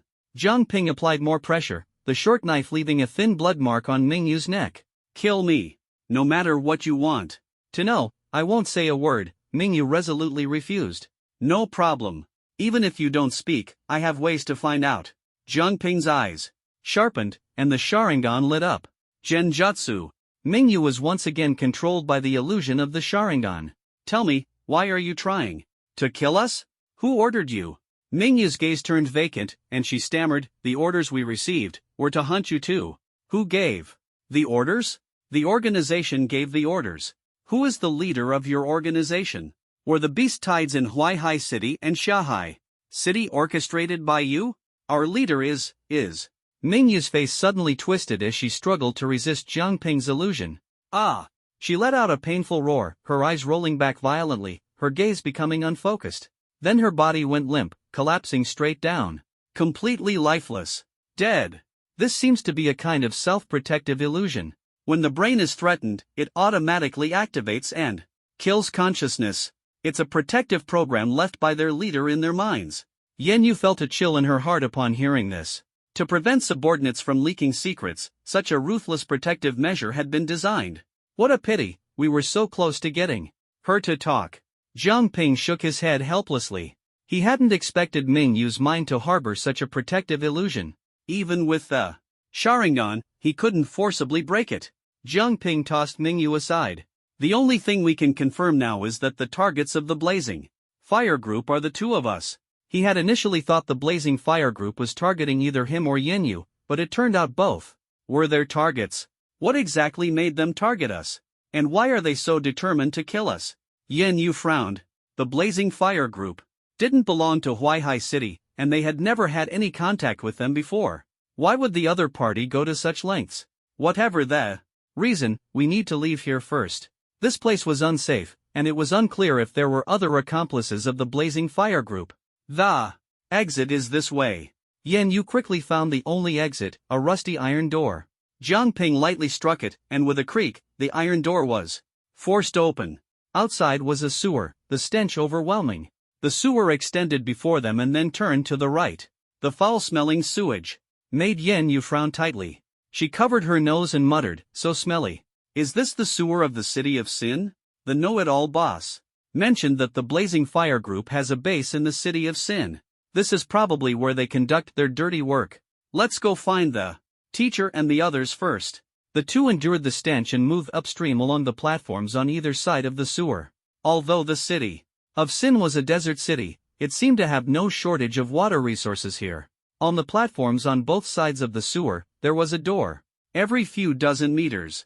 Jiang Ping opened one door and found only a blocked wall behind it, with a narrow recessed space inside that couldn't fit two people. What is the purpose of these doors? Could they be for storing sewer cleaning tools? But there were no tools to be seen. Jiang Ping opened more than a dozen doors in succession, only to find that they were all empty inside, with no sign of an exit. Eventually, he grew tired of opening doors and simply continued walking forward. After walking for over 10 minutes, a pipe opening ahead, with no visible corner, suddenly emitted the sound of low voices discussing in dense footsteps. Someone's coming. The two immediately tensed up. The footsteps grew closer, clearly heading in their direction, and there were quite a few people. Quick, hide! They had no idea how strong the approaching group was, so they absolutely couldn't act rashly. The only places to hide were the strange doors ahead or the foul-smelling sewer of unknown depth. They had to choose one. No! Actually, there was only one choice. Jiang Ping decisively pulled open the nearest door, dragged Yen Yu inside, squeezed in, and shut the door. The space behind the door was very small, narrow and deep, not a spacious rectangle. Jiang Ping entered first, one hand pulling Yen Yu in, the other quickly closing the door. Yen Yu hadn't reacted in time and almost fell onto Jiang Ping. The two were pressed tightly face to face, so close they could clearly sense each other's breath. Shoo! Jiang Ping gestured for her to stay silent, listening intently to the sounds outside. The footsteps grew closer. I heard the leader sent Qingfeng and Mingyue to capture those two targets this time. Wonder if they've succeeded. Qingfeng's spatial ability allows him to use prearranged formations for long-distance teleportation. Even if the targets are third-tier ability users, it won't matter. And everyone knows how powerful Mingyue's illusions are. Those two kids won't last long. This time it's so easy. The targets are so simple to deal with, we didn't even get anything out of it. Stop complaining and finish the task quickly. Their voices passed by the door where Jiang Ping and Yen Yu were hiding. The two's hearts were practically in their throats, even their breathing was cautious. Only when the footsteps gradually faded did they slowly exhale, though they still didn't dare come out immediately. Now, the two were in the cramped space, face to face, bodies pressed tightly together. Yen Yu tried to move away slightly, but the space was so small that her back was against the door, leaving no room to retreat, let alone turn around. She could only maintain this intimate posture. They're probably heading to the basement we left earlier. If they find those two people dead, they'll definitely investigate. It'll probably take them another 10 minutes to walk away. We'll wait until they're far enough before coming out. The people outside were likely third-tier ability users, on the same level as Qingfeng and Mingyue, with strong perception abilities. If they came out before the group was far enough, they'd definitely be discovered. Jiang Ping and Yen Yu were completely unfamiliar with the terrain here. If they were discovered and chased, it would be a huge problem. Yen Yu responded softly. As Jiang Ping spoke, his breath, carrying a masculine warmth, brushed against her cheek, tickling slightly and stirring her heart. With the two so close now, the atmosphere was undeniably intimate. Yen Yu's face involuntarily flushed, and she turned her head slightly to avoid direct eye contact. The surroundings returned to silence. Jiang Ping swore that he initially had no other thoughts, he simply wanted to find a place for him and Yen Yu to hide without being discovered. Now, with no sound outside, the two waited quietly, feeling as though time had slowed down. The beauty before him was hard to ignore. Yen Yu's skin was exceptionally good. Up close, her cheeks were as white, tender, and smooth as a freshly peeled egg, without a single blemish. She carried a faint floral fragrance, though it was hard to pinpoint which flower it resembled. It was fresh and delicate, like cherry blossoms, only noticeable when you leaned in close enough to catch the subtle scent brushing past your nose. It was like a gentle breeze rippling across the water, leaving behind faint traces that could easily be missed if not carefully savored. Jiang Ping had never noticed before that Yen Yu had such a pleasant scent. Following the line of her cheek downwards, there was her smooth neck, flawless and unmarked, with only a fine layer of downy hair on the surface. Further down, of course, nothing was exposed. Yen Yu was wearing a combat jacket, and nothing below. Her neck was visible. Yet, her curves were still faintly discernible. Jiang Ping could feel the softness before him, not overly voluptuous, nor overly youthful. This was his first time being so close to a girl, and the more he thought about it, the more chaotic his mind became. As a man, he couldn't help but have a physical reaction. Yen Yu noticed, froze for a moment, and then quickly realized what was happening. You. Her cheeks instantly turned bright red, and a faint pink spread to her neck. Ahem, this is perfectly normal, Jiang Ping explained awkwardly. In this situation, he truly couldn't control his body's reaction. The more he tried to suppress it, the harder it was to contain. They should be far away by now. Let's hurry and get out of here. There was no way they could stay in such an awkward situation any longer. Just as Jiang Ping was about to open the door and leave, a dull crashing sound suddenly came from outside. Bang! It was the sound of an iron door being slammed roughly against the wall. From the sound, it was clear that the person opening the door was in a bad mood. It's us again, stuck with this kind of grunt work. I don't know who we owe from a past life, a voice came from outside. Well, we're low-ranking. Stop complaining and just do the job.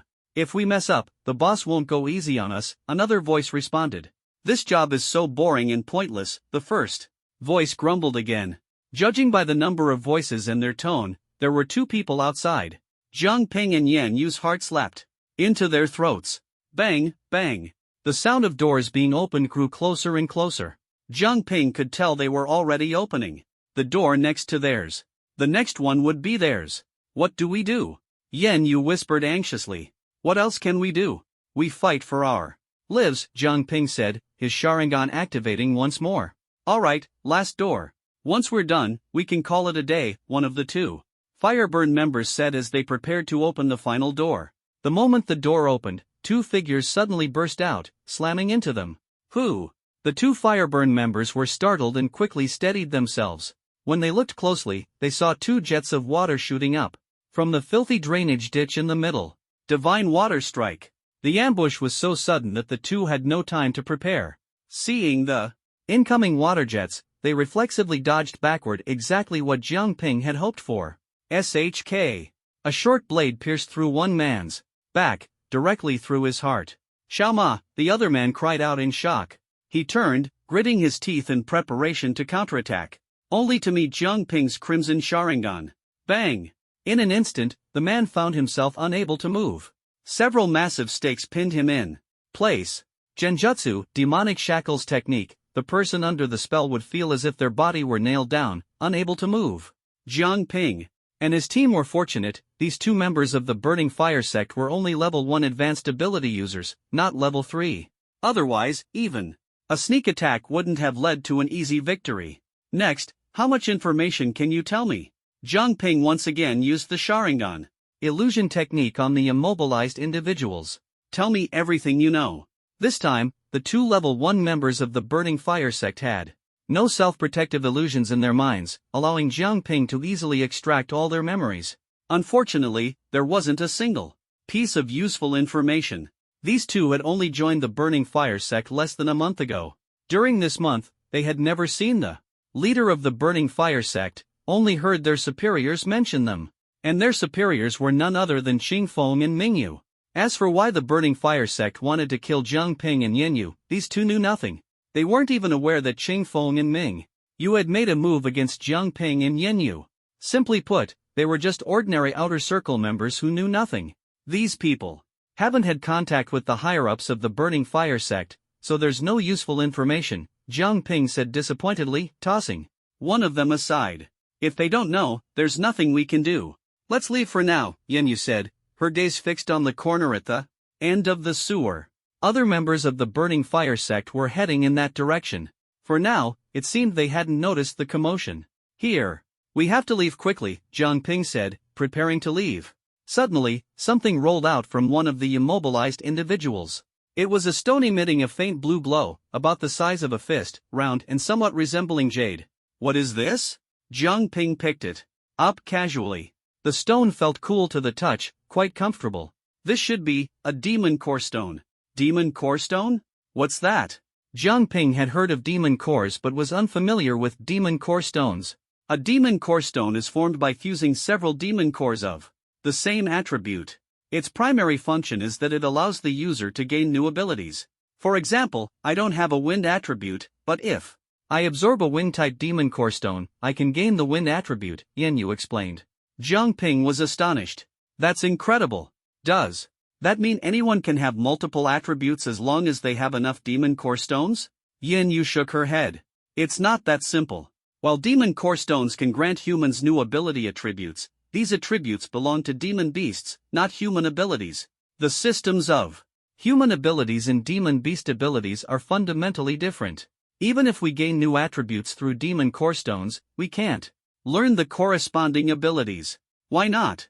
Specifically, it's because the attributes gained from demon core stones can't connect with the spiritual energy in ability books.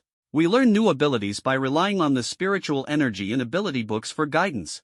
But the abilities granted by demon core stones can't resonate with ability books, so we can't learn the abilities at all, Yin Yu explained, frowning.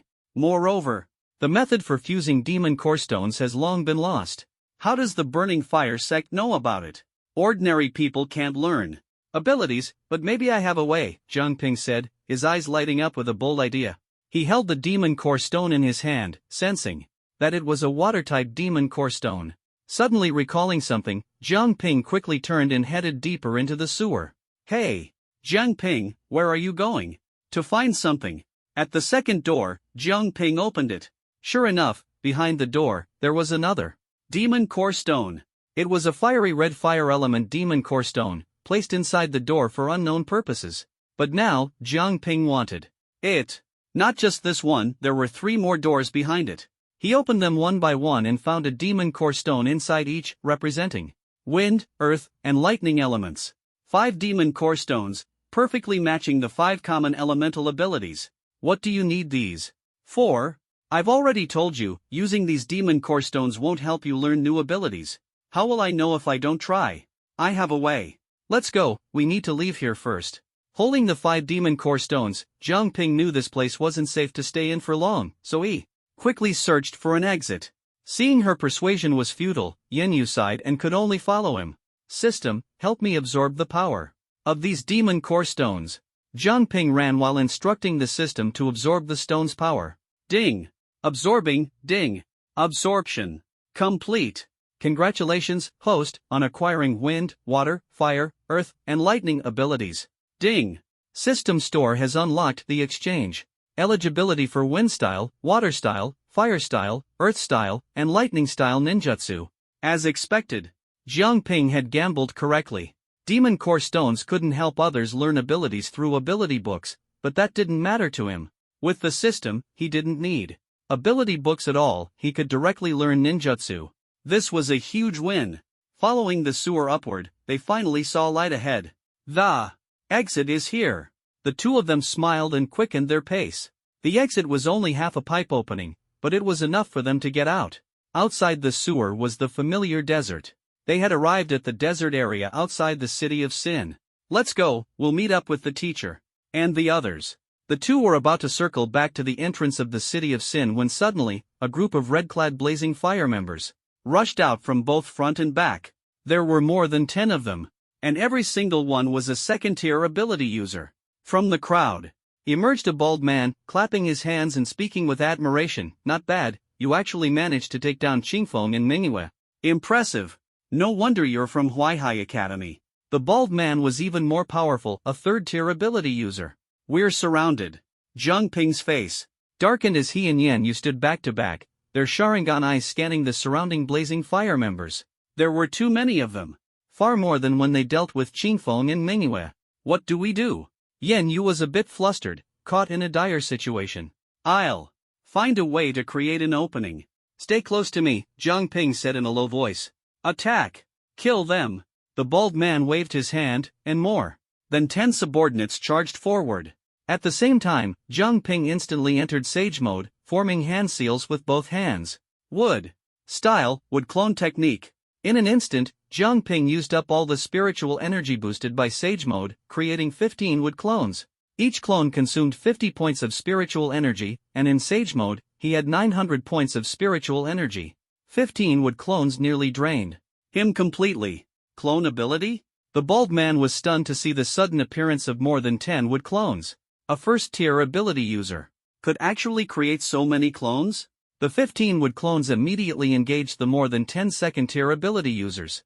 Jiang Ping's clones could also use Sage mode.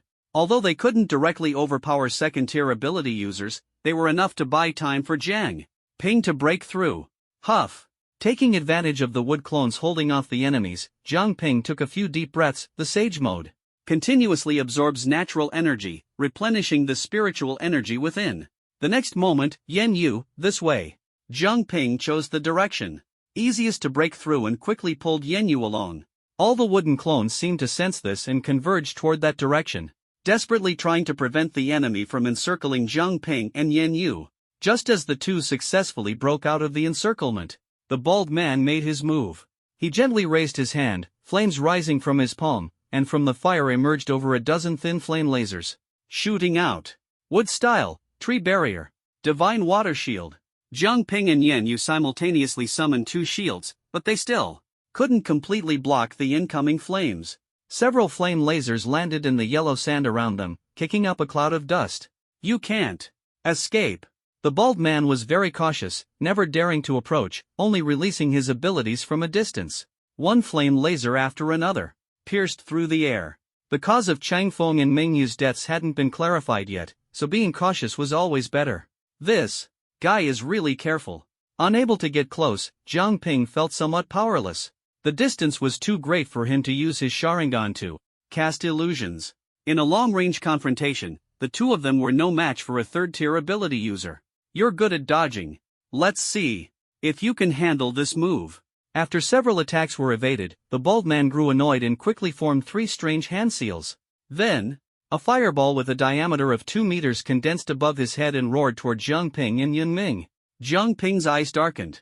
This fireball was something they couldn't block. Run! The two quickly retreated, but the fireball relentlessly pursued them, seemingly able to lock onto its target. At that moment, a figure flashed from the front, blocking the fireball and punching it. Boom! The fireball exploded, dispersing into a stream of fiery light. Teacher? It was Yun Ming. Yan Yu's face lit up with joy. He's from our academy. Who dares to bully him? Yun Ming adjusted his glasses, calmly and elegantly staring at the bald man. The bald man frowned. You're a teacher at Huaihai Academy? That's right. A third-tier ability user, not bad. If I can kill you here, Huaihai Academy will lose a third tier. A sinister smile appeared on his face as he stomped the ground fiercely. His muscles rapidly swelled, transforming him into a bear-like figure in moments. His torn clothes revealed a torso covered in black fur. Beast transformation type, bear. Roar! He let out a beast-like roar and charged at Yun Ming, each step leaving deep pits in the yellow sand. Beast transformation type? Looks impressive. Yun Ming calmly rolled up his sleeves.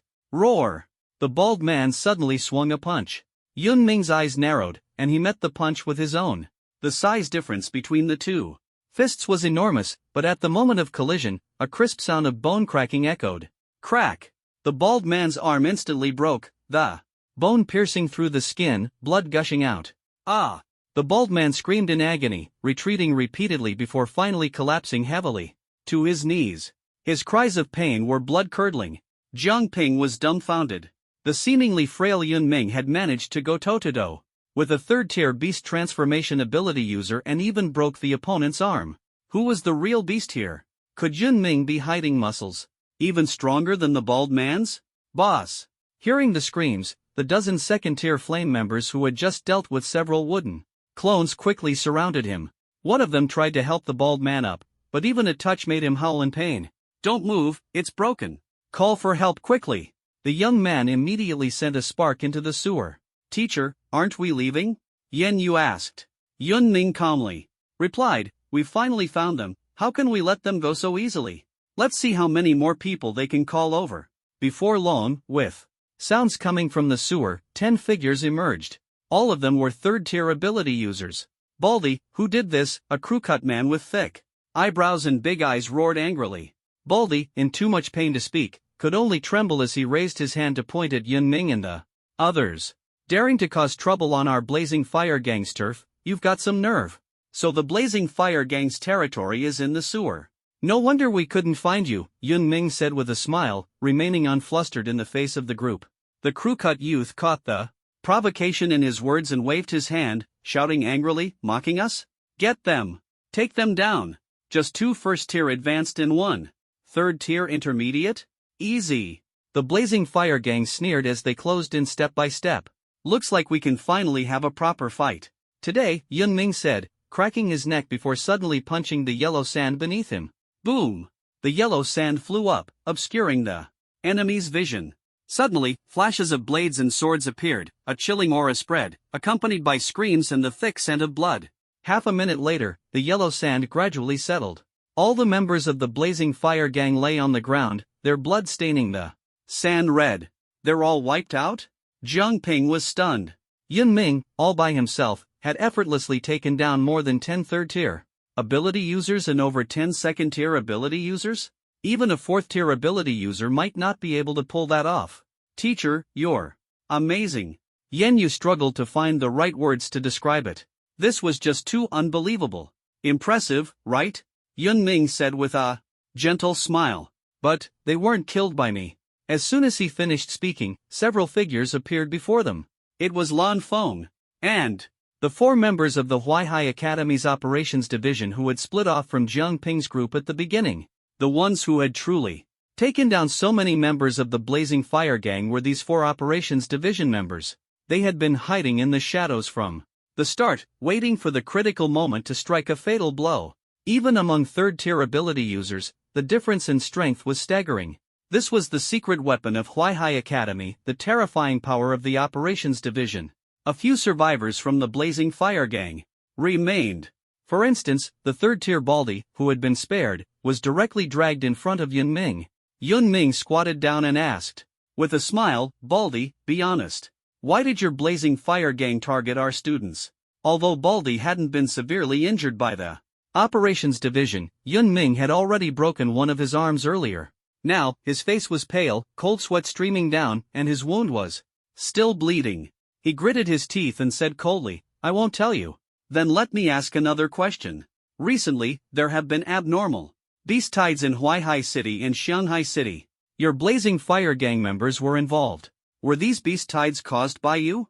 I won't tell you. Oh dear, being tight-lipped won't do you any good. Yun Ming's smile faded as he suddenly grabbed Baldy's unbroken arm and seized one of his fingers. Crack! Ah! Without any warning, Yun Ming directly snapped one of his fingers, causing Baldy to scream in pain, his face turning even paler. You're the only one left now. Being stubborn won't help.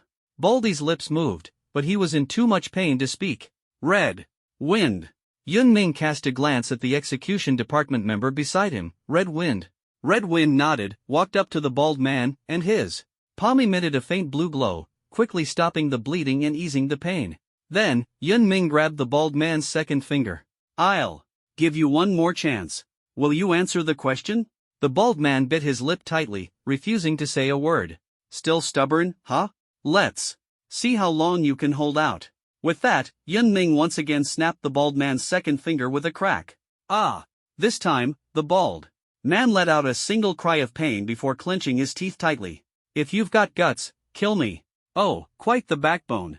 Well, everyone knows the pain of a broken finger is excruciating. Let's see how long you can endure. Fingers can break, and so can toes. By the way, let me introduce our execution department member, Red Wind. Her healing skills are top-notch, setting bones is child's play for her. Yun Ming smiled gently. So, I can break your fingers and toes one by one, and she can reattach them. Then I'll break them again, and she'll reattach them. Again. Tell me, how long do you think you can last? His tone was refined, but his words were like the whispers of a demon. The bald man was terrified. I'll talk. Fear shattered his defenses. Behind them, Zhang Ping felt a tightness in his chest as he watched. Yun Ming appeared cultured and mild-mannered, devoid of any murderous aura. Yet whether it was the punch that had broken the beast-transformed bald man's arm earlier or now, as he smiled while snapping fingers, it was completely at odds with his appearance. Indeed, anyone who could join. The execution department was no pushover. In these harsh times, softness of heart simply meant you wouldn't survive. Speak. I'll ask, and you answer. First, why did you target our students? This question was something Jiang Ping and Yan Yu were also very concerned about. I really don't know. The leader gave us the task to kill those two, without any other reason. You're not lying to me? Yun Ming's gaze darkened. I'm really not lying. Then who is your leader? Where is he now? I don't know either. The leader is always elusive. He finds us, but we can't find him. Then were the recent two beast tides instigated by your leader? Yes. As for how he did it, I don't know. The leader told us to kill those two during the chaos of the beast tide. The bald man confessed everything, but his answers made Jiang Ping feel even heavier. The leader of the Burning Fire group had stirred up a beast tide just to kill the two of them. With such a massive commotion, how could they possibly stand a chance? Do you have other bases in the city of Sin? Or any other strongholds elsewhere? Yun Ming asked the final question. The bald man shook his head and said, I don't know. I'm just a small leader. I don't have the privilege to know such high-level matters. Very well, thank you for cooperating. Yun Ming smiled as he stood up. Let's go.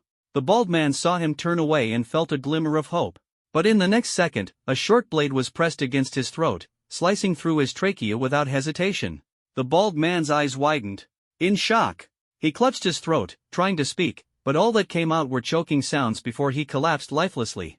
The execution department never spared any enemies. The investigation is clear. The beast tide was caused by the Burning Fire group. It seems we must now delve deeper into this Burning Fire group. Lan Feng frowned deeply. This news was definitely not good for them. This is the only way. Let's head back first. The group returned to the entrance of the city of Sin and drove away. Jiang Ping and Yan Yu sat in the back seat, silent. The Burning Fire group had set their sights on them. This news made their hearts tighten. You don't need to worry too much. With the academies, teachers around, no matter who the enemy is, we'll find them, Yun Ming reassured while driving. Thank you, teacher. Yan Yu forced a smile. Jiang Ping was actually quite puzzled who exactly was the opponent. He wasn't afraid, just curious. Ding. Task completed. Investigate the cause of the beast tide. Reward, 500 energy points, 1 lottery chance. It's here. Jiang Ping's eyes lit up, and the gloom in his heart vanished. No matter the reason, he decided to set it aside for now. System, open the lottery system. A virtual roulette appeared before him. Flying Thunder God technique, already owned. Sage mode, already owned. Multiple shadow clone technique, 8 trigram seal, dead demon. Consuming seal, for symbol seal, Mangekyo Sharingan, basic version, Genjutsu, shackling stakes, already owned. Wood style, wood clone. Already owned. Wood style, cutting technique. There were 10 rewards in total, and Jiang Ping already owned 4. Among the remaining 6, to be honest, some were rather ordinary. System, can the lottery rewards be refreshed? Refreshing requires 100 energy points. Ugh, refreshing. Costs 100 energy points? That's way too expensive. Jiang Ping almost cursed if the system could understand him. In the end, he gritted his teeth and spent 100 energy points to refresh. As the roulette refreshed, golden light flashed, triggered lucky draw, all rewards upgraded by 1 tier. New rewards appeared before him. Mangekyo Sharingan, basic version, wood style, deep forest emergence, wood style, no seal healing. Mangekyo Sharingan, Amaterasu, wood style, wood golem technique, summoning beast, 9 tails, summoning beast, 8 tails, summoning beast. Ghetto statue, 8 trigram seal, for symbol seal. What the heck, even-tailed beasts are here? Seeing the new roulette, Jiang Ping was utterly shocked. The other rewards didn't matter, but those tailed beasts were truly formidable. 8 tails, 9 tails, getting any one of them would mean a minimum of 5th tier strength. If he really drew one, Jiang Ping could practically dominate. Come on, give me a tailed beast. Praying fervently, the roulette began spinning with a click-click-click sound. The pointer stopped, golden light flashed, and large characters appeared. Mangekyo Sharingan, basic version. Amazing. Jiang Ping was overjoyed. Although it wasn't a tailed beast, this lottery draw was worth celebrating no matter what he got. Mangekyo Sharingan, basic version, no special ocular powers, but greatly enhances perception, replication, and genjutsu abilities, with doubled spiritual energy consumption. The basic version of the Mangekyo Sharingan lacked unique ocular techniques but strengthened ordinary abilities based on the Three-Tomo Sharingan. For Jiang Ping, this was already quite good. After all, the Mangekyo Sharingan and the regular Sharingan were on completely different levels. If he had possessed the Mangekyo Sharingan earlier, he might have been able to forcibly break through the mental defense of Mingyu in the sewer. After completing the task, Yun Ming first dropped off Lan Feng at Xia Hai Academy before heading back himself. Returning to the academy, Yun Ming reported the investigation results to the bald-headed Dean Chen, mentioning only that the Beast Tide was instigated by the Burning Fire Group and providing details about them. As for the true targets of the Blazing Fire sect, Jiang Ping and Yen Yu, he didn't mention a word. Although Lan Feng was aware, Yun Ming now wanted the Xia Academy to understand that the Blazing Fire sect was a common enemy, not just a problem for Huaihai Academy. The Blazing Fire sect. They really seem to be troublemakers. Since they can incite a beast tide, we can't underestimate them. Yun Ming nodded. Yes, but we didn't manage to extract any clues about the leader of the Blazing Fire sect from them. Understood. Thank you. Once we've repaired the high walls, we'll also keep a close eye on the Blazing Fire sect's movements. Being able to ally with beasts makes them a significant threat, Dean Chen said with a frown. That's about the situation. Dean Chen, since you're fine, we'll head back to report. Thank you for your help this time. Don't mention it. Lan Feng, see them off. For me. Yes. Lan Feng accompanied Jiang Ping and his group to the city gates of Xiahai Ci. Jiang Ping didn't dare to be mischievous anymore. As sleepiness overcame him, he slowly drifted into slumber. After a night of speeding, under red winds 120 miles per hour driving, they arrived back at Huaihai Academy a few hours early, just as dawn broke. Comrades, we're here. Red Wind shouted excitedly. The people in the car slowly woke up. Yen Yu opened her eyes and realized she had fallen asleep half lying down and she was leaning on Jiang Ping's lap. Realizing this, her face immediately turned red, and she quickly sat up. Jiang Ping was just waking up, groggily greeting her. Morning. Morning. Everyone got off the car. Yun Ming clapped his hands. This mission was completed very well. You've all worked hard. Go back and rest well. We'll notify you when there's a new task. Finally, I can go home. After sitting in the car all night, Jiang Ping's back was sore. He stretched, his bones cracking audibly. The members of the execution department dispersed, leaving only Jiang Ping and Yen Yu walking out of the campus together. Their homes were in different directions, so they had to part ways at the school gate. Bye-bye, see you tomorrow. Yen Yu smiled and waved. See you tomorrow. Jiang Ping returned the smile, waved goodbye, and the two walked off in different directions. Principal's office. Principal, we've investigated thoroughly. The two beast tides we encountered in Xiahaking were both caused by an organization called Burning Flame. Yun Ming entered the principal's office and reported to Wang Daochuan. Wang Daochuan held a book in one hand and tea in the other, leisurely asking, Burning Flame? What's the situation? Currently, we've only discovered a small base of theirs in the city of Sin. The members are second and third tier ability users, but we haven't found the leader. Those people said the beast tides were initiated by their leader, targeting Jiang Ping and Yen Yu. Yun Ming replied. Cough, cough, cough. What? Wang Daochuan spat out his tea, his eyes widening. He quickly put down the book and looked at Yun Ming seriously. Are you saying Burning Flame went to the extent of initiating beast tides just to kill Yen Yu and Jiang Ping? That's correct. Yun Ming nodded heavily. Principal, I think this matter is absolutely not simple. Wang Daochuan also nodded solemnly. Indeed, not simple. Jiang Ping and Yen Yu are both double S-level students of our academy. Burning Flame clearly wants to suppress the newcomers of our academy. It seems the leader of Burning Flame is very likely the traitor who was expelled from our academy. Has the investigation in the city of Sin been completed? Are we sure there are no loose ends? From what we can see, Burning Flame's base has only just started to infiltrate the city of Sin, and their foundation is still unstable, Yun Ming said. The most critical thing is to find Burning Flame's leader, otherwise, this threat will persist. Wang Daochuan touched the sparse few hairs on his head. Yun Ming, instruct the execution department to gather information on Burning Flame while carrying out their missions. Let everyone know about Burning Flame's existence and treat them as dangerous enemies. If there's an opportunity, capture them alive if possible, if not, eliminate them completely. We absolutely cannot tolerate anyone threatening the safety of our students. especially targeting these two outstanding students. We must not let them off. Understood? Wang Daochuan stared at Yun Ming, his gaze sharp. Understood. After the report, Yun Ming left the office. Jiang family. Dad, I'm back. Jiang Ping pushed open the door and shouted loudly as he entered the villa. Sometimes, if he didn't shout, he wouldn't even know if Jiang Lei was home. Oh, my good son is back. How was the mission this time? Jiang Lei was fiddling with something in the hall. When he saw Jiang Ping return, he put down what he was holding. Jiang Ping glanced over and was surprised to see a few books on supernatural abilities. Dad, you're still studying supernatural abilities?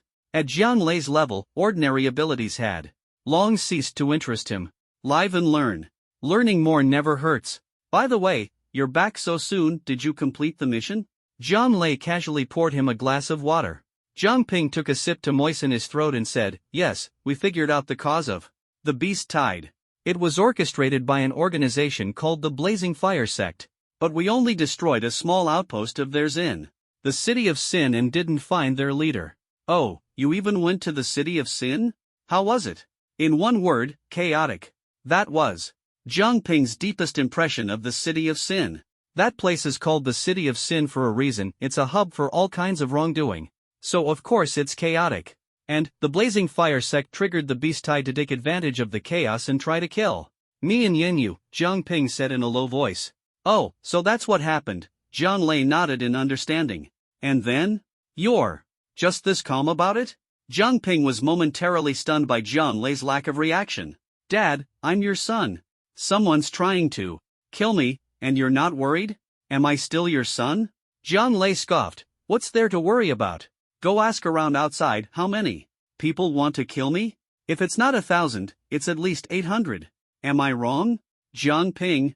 Alright, Dad, you're the boss.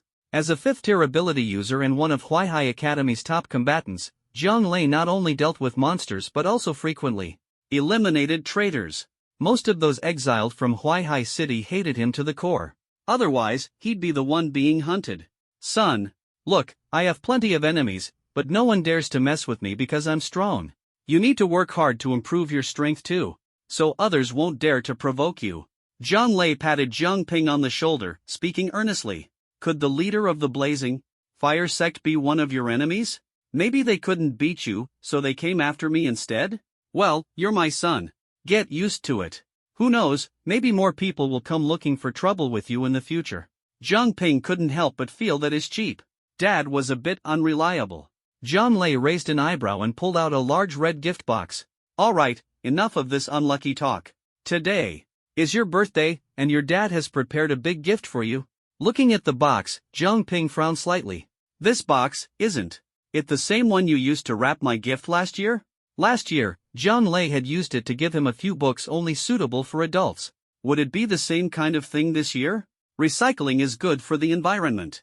Resources are tight these days, so we save where we can. Don't mind the packaging, just open it and see if you like it. Jiang Ping didn't have high expectations for the gift but obediently opened it anyway. The box was simply decorated and contained a pile of stones. Of course, they weren't ordinary stones, they were mid-grade spirit stones. 10 of them. There were also over a dozen monster cores placed beside them. Where did you get so many spirit stones and monster cores, Dad? Didn't you say last time that we were out of these? We were out last time. I found these in the storage room a few days ago. But there's no way there'd be this many, right? The last time Jiang Lei gave me some second-tier demon cores, but this time, aside from 10 mid-grade spirit stones, all the other demon cores are 3rd tier. Son, our Jiang family is the top family in Huaihai City. I'm the 1st generation of wealth, and you're the 2nd generation.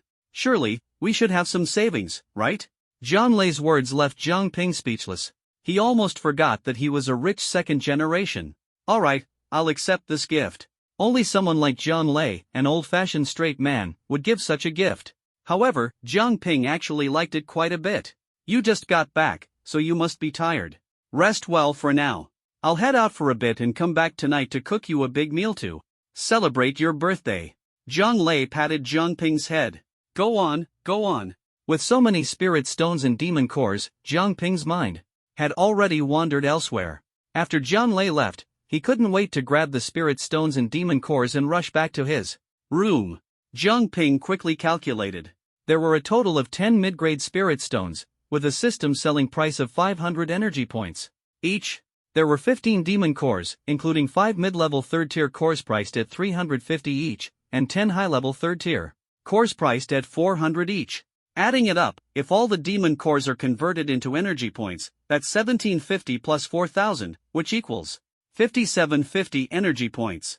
If I sell the mid-grade spirit stones as well, that's another 5000 energy points, making a total of 10,750. Over 10,000 energy points. Jiang Ping was so happy he almost jumped up. For the first time, he realized how great it was to be a rich second generation. He didn't have to do anything, and just by celebrating his birthday, he could earn a fortune. No wonder the rich second generation villains in novels were always so arrogant, and their strength was often not bad either. With money and resources at home, how could their strength be lacking? Jiang Ping now had a first-hand experience of the perks of being a rich second generation. Excited, he began planning how to spend this money. First, there were the 10 mid-grade spirit stones. Although he was tempted to convert them all into energy points, he held back. Spirit stones were different from demon cores. Spirit stones could be directly absorbed to increase cultivation, which demon cores couldn't do.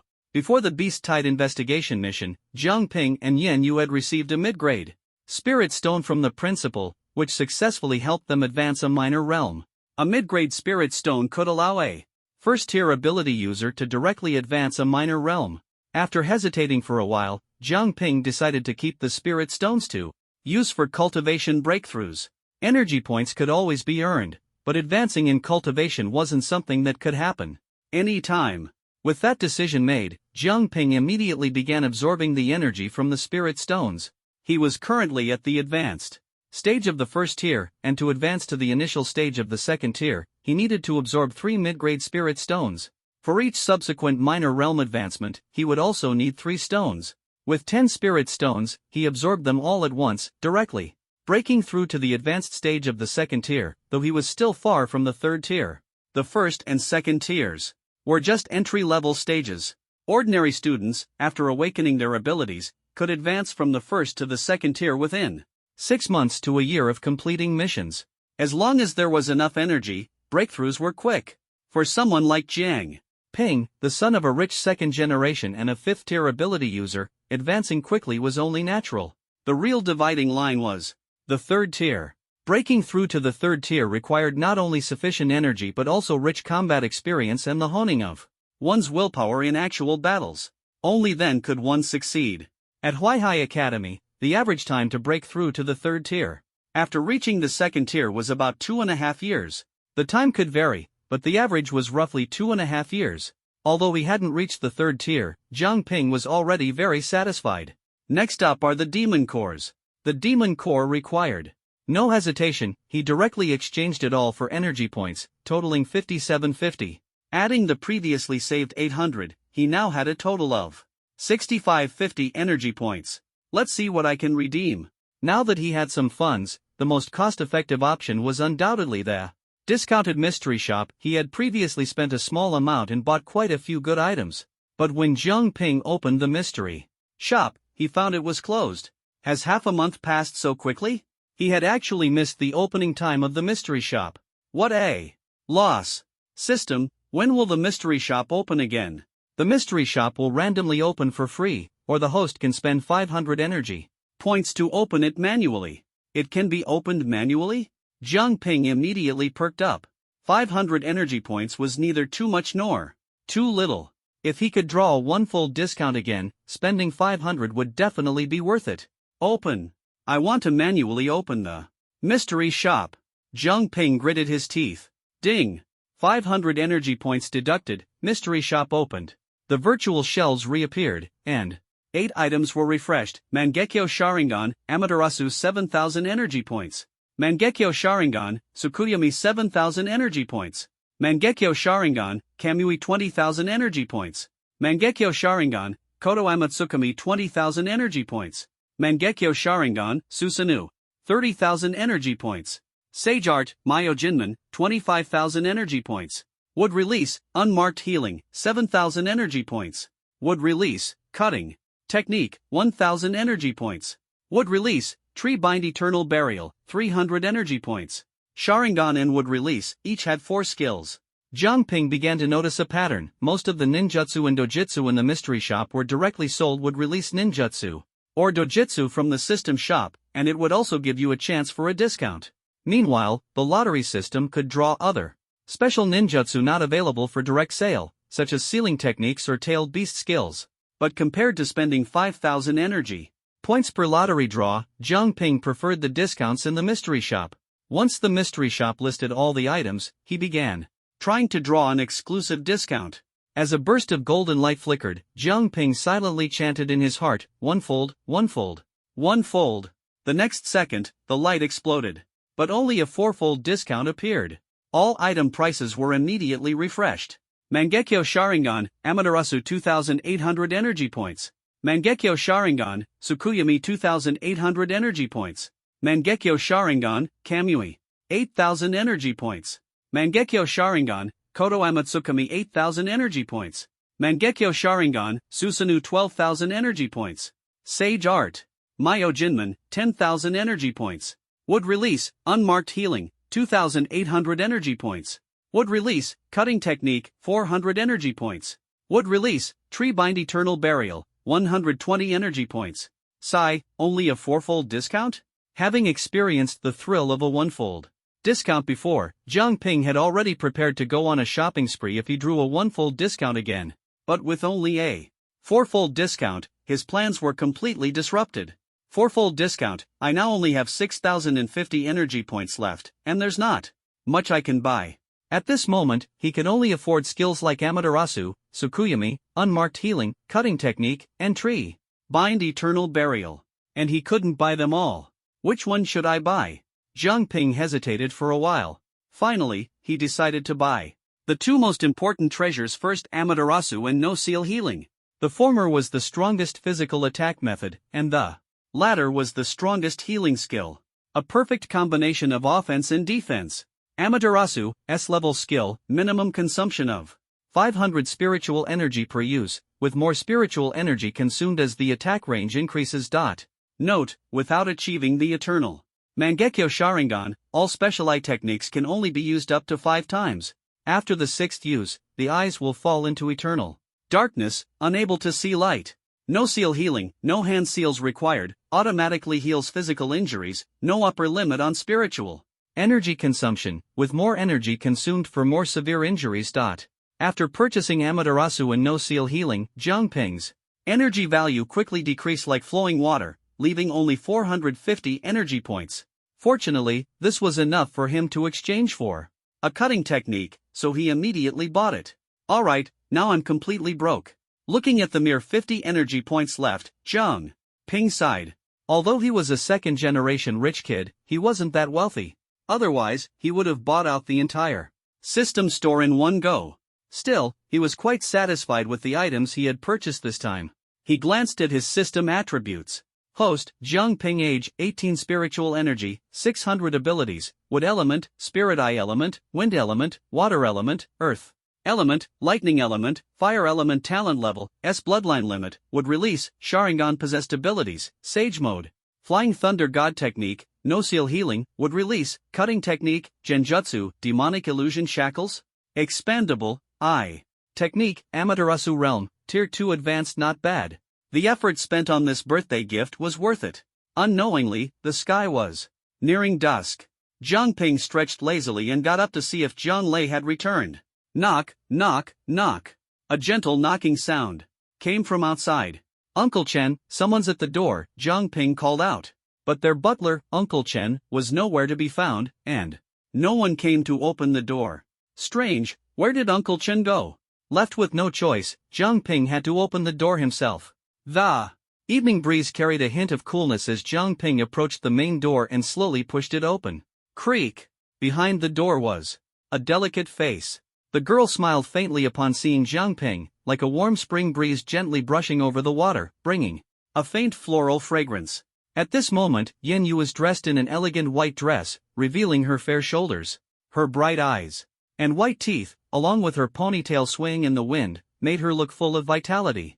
Jiang Ping, happy birthday! Yan Yu smiled as she handed over a bouquet of fresh flowers. Thank you. How did you know it was my birthday today? Jiang Ping was both surprised and curious. He didn't recall telling Yan Yu about it. Yan Yu giggled, it was Uncle Jiang who told us. Us? The next moment, Zhao Mei and Wei Lin popped their heads out from behind. Ding ding ding. Jiang Ping, happy birthday. The two handed over another bouquet of flowers. You didn't tell us about your birthday in advance, so we didn't have time to prepare gifts. These flowers are all we have. Don't dislike them, okay? Zhao Mei playfully stuck out her tongue. Don't be so polite. Your presence is the best gift. Don't just stand there, come on in. Jiang Ping quickly invited the three of them inside. Wow, Jiang Ping, your house is huge, Zhao Mei exclaimed repeatedly as she visited his home for the first time, marveling at the spacious living room and luxurious decor. All of this belongs to my dad. Here, have some water first. Jiang Ping swiftly poured everyone a glass of water. You came at the perfect time. Stay for dinner tonight, I'll prepare the meal. Ping Ge, you can cook? Impressive. Of course. Although Jiang Lei usually did the cooking, Jiang Ping had secretly learned a few tricks and could manage to whip up a few dishes. At that moment, Jiang Lei returned home. Seeing so many people in the house, he smiled and said, You're all here, huh? Hello, Uncle Jiang. The three immediately stood up straight to greet him, like good students meeting their teacher. After all, Jiang Lei was one of the top-tier level 5 ability users, a guardian of Huaihai City, and a key figure in the execution department. With such a status, no one in Huaihai City dared to disrespect him. All right, sit down, don't be so formal. Jiang Lei smiled and gestured for everyone to sit, then headed to the kitchen himself, telling Jiang Ping to leave. Go chat with your classmates, I'll call you when the food is ready. Got it, Dad. Thanks for the hard work. Jiang Ping handed over the household duties to Jiang Lei without hesitation and ran off. Soon, Jiang Lei brought out a table full of delicious dishes. All right, come over and eat. Everyone gathered around the table, their mouths watering at the sight of the colorful and fragrant food. It smells amazing. Yan Yu sniffed. I'm telling you, my dad's cooking skills are top-notch. You'll definitely be impressed. Here, have some drinks. Jiang Lei retrieved a few bottles of Thousand Cola from the storage room, an extremely rare treasure. In this era of scarce resources, aside from basic food and drink, beverages like this were both expensive and rare, and few people ever got to enjoy them. Let's first toast to today's birthday star. Jiang Lei set the mood, opening the drinks. Yan Yu and the others enthusiastically joined in, clinking glasses with Jiang Ping. Happy birthday! Laughter and cheer filled the room as everyone ate heartily. At first, the conversation was light and casual. Midway through the meal, Jiang Lei suddenly shifted to a serious topic. How have you been feeling about your recent missions? Are you adapting? The atmosphere instantly grew heavy, like the awkwardness of a parent suddenly asking about grades during a lively dinner. Not bad, though it's pretty dangerous, Jiang Ping quickly answered, trying to ease the tension. You need to adapt, because this will be the norm for the next few decades, maybe even centuries. We can't change that. Right now, you're rookies, with teachers and execution department members guiding you. But one day, you'll be carrying out missions independently. When that time comes, you'll need to learn how to protect yourselves. Jiang Lei spoke earnestly, and Yan Yu and Zhao Mei nodded silently, not saying a word. Dad, we're eating here, not at school. Stop lecturing us. Jiang Ping glared at him, cutting him off. Oh, right, I got carried away. Jiang Lei chuckled. But there's one more thing, son, hear me out first. Would you all be interested in joining the execution department?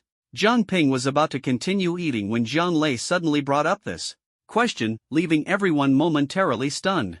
Join the execution department? We're not qualified yet, are we? Isn't the minimum requirement level 3? The group looked puzzled. The execution department's minimum requirement was level 3, which was far beyond the reach of these rookies. I know, I just wanted to give you a heads up. The execution department is undergoing reforms recently, and the threshold has been lowered. As long as you reach second-tier intermediate within 6 months, you can join, Jiang Lei said. Reaching second-tier intermediate in 6 months sounds pretty tough. Wei Lin and Zhao Mei exchanged a glance. Of course, it's a bit challenging. It's just giving you an extra opportunity. If it doesn't work out, you can still join once you reach third tier in the future. Zhang Lei said with a smile. Alright, let's eat. Zhang Ping glared at Zhang Lei again, quickly changing the subject. How? Did a meal turn into a promotional meeting? Are we eating or not? Let's eat. Feeling his son's dissatisfied gaze, Zhang Lei quickly dropped his lecturing tone and cheerfully continued eating. After the meal, Wei Lin and Zhao Mei prepared to leave. Brother Ping, we have a mission tomorrow, so we won't stay any longer. Where are you going to work tomorrow? Zhang Ping asked curiously. Now that they had officially started their missions, the group had been split into two teams, acting separately. Seems like we're investigating whether there are any demon beasts gathering nearby. Our task is a bit easier than yours, Wei Lin said. Alright, you guys go ahead then. Okay, see you next time. Goodbye, Uncle Jiang. Zhao Mei didn't forget to bid farewell to Zhang Lei. Goodbye. You're welcome to come again next time, Zhang Lei said with a smile, waving. After they left, Yan Yu suddenly said, Zhang Ping, Uncle Zhang, it's getting late. I should head back too. It was already completely dark outside, indeed not early anymore. Alright, be careful on your way back. See you next time if there's a mission. Zhang Ping nodded in response. See you next time. Yan Yu nodded and turned to walk toward the door. Seeing her walking alone, Zhang Lei suddenly kicked Zhang Ping on the butt and muttered under his breath, What are you spacing out for? Letting a girl walk home alone this late? Then he shouted loudly, Classmate Yan Yu, Zhang Ping said he'll walk you home. When did I? Zhang Ping was about to retort, but Yan Yu had already stopped and turned to look at him, waiting for him to catch up. Helpless, Zhang Ping had no choice but to brace himself and walk over, glaring fiercely at Zhang Lei before leaving. Zhang Lei, however, raised a fist to cheer him on. In early summer, the days were unbearably hot, but the nights were much cooler. Yan Yu's home was in the completely opposite direction of Zhang Ping's. Zhang Ping had never been to Yan Yu's house, so when he said he was walking her home, it was actually more like following her lead. At night, the streets of Huaihai City were sparsely populated, and they hardly encountered anyone. Bright moonlight shone on them, and the cool breeze brought a sense of comfort. Do you want to join the execution department? Yan Yu suddenly asked softly, breaking the silence. I haven't thought about it. Why do you ask? All of a sudden? Zhang Ping turned his head to look at her beautiful profile. What Uncle Jiang said today was actually directed at you. After all, you're the only one who currently meets the requirements to join the execution department.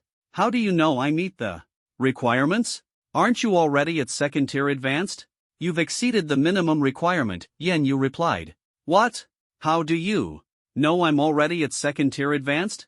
Zhang Ping was surprised. He had just broken through today, and even Zhang Lei didn't know yet. How did Yan Yu know? Secret. She chuckled, the breeze carrying a faint floral fragrance. Truly a secret, huh? Back to the point, will you join the execution department? After all that, they returned to the original topic. I haven't thought about it. It's hard to say right now. Zhang Ping had never seriously considered it. Zhang Lei's words came too suddenly. He had just learned that there was a second way to join the execution department. I will definitely join the execution department, Yan Yu said softly. Zhang Ping was a bit surprised. Why? Yan Yu didn't answer immediately. She suddenly stopped, looked up at the moon in the sky. The moonlight fell on her, as if draped in a layer of light gauze, beautiful and pure. She gazed at the moon, while Zhang Ping gazed at her. After a while, she lowered her head and said earnestly, Because only by joining the execution department can I do my best to change this world. Change the world. If someone else had said this, Zhang Ping would have laughed at them for not being fully awake. But when Yan Yu said it, her expression was so serious, it didn't seem like a joke at all. Zhang Ping suddenly remembered that during the Awakening Ability Conference, Yan Yu had also mentioned wanting to change the support system. Although the words were different, the meaning was similar, making it hard not to believe her. So, I really hope you join the execution department. That way, when I get in later, you can still look after me. She suddenly smiled mischievously. Already starting to pull strings, huh? Of course. Alright, seeing how much you're asking me, I'll think about it. Did I ask you? Pretty much, don't sweat the details. Pretty much? Not even close, okay? The two bantered back and forth, laughing and joking. Eventually, they arrived at Yen Yu's home, a regular house. There was no one inside, only Yen Yu herself. Since she wasn't from Huaihai City, she had been sent here as a teenager, and the school had arranged this house for her. As for why she had been sent here, Jiang Ping didn't know. Alright, I'm home. Thank you for walking me back, Yen Yu said with a faint smile. Her smile was beautiful, like a flower just blooming in spring, both lovely and slightly shy. Get some rest. Early. I will. Good night. Good night. When Jiang Ping returned home, he found Jiang Lei standing at the door, silent, with knowing smile that only men would understand. How was it? How was what? You and Yen Yu. I quite like that girl, you might consider her as a future daughter-in-law for our Jiang family. Dad, can you be serious for once? Jiang Ping rolled his eyes helplessly. Alright, then I'll be serious. Jiang Lei immediately put away his smile. Tomorrow, you're coming with me to the execution department. To report. Jiang Ping? When did I ever say I was joining the execution department? Jiang Ping was utterly confused. He hadn't even agreed to join, so why was he suddenly reporting? I've already submitted your information, and all the procedures are done. Here's your execution department ID badge and mask, Jiang Lei said as he pulled out a few items from behind him. Hey, Dad, are you even listening to me? I'm listening. You say your part, I say mine, Jiang Lei replied seriously. Jiang Ping was speechless. You don't want to join the execution department? Give me a reason. The rewards for execution department missions are far greater than those for regular students.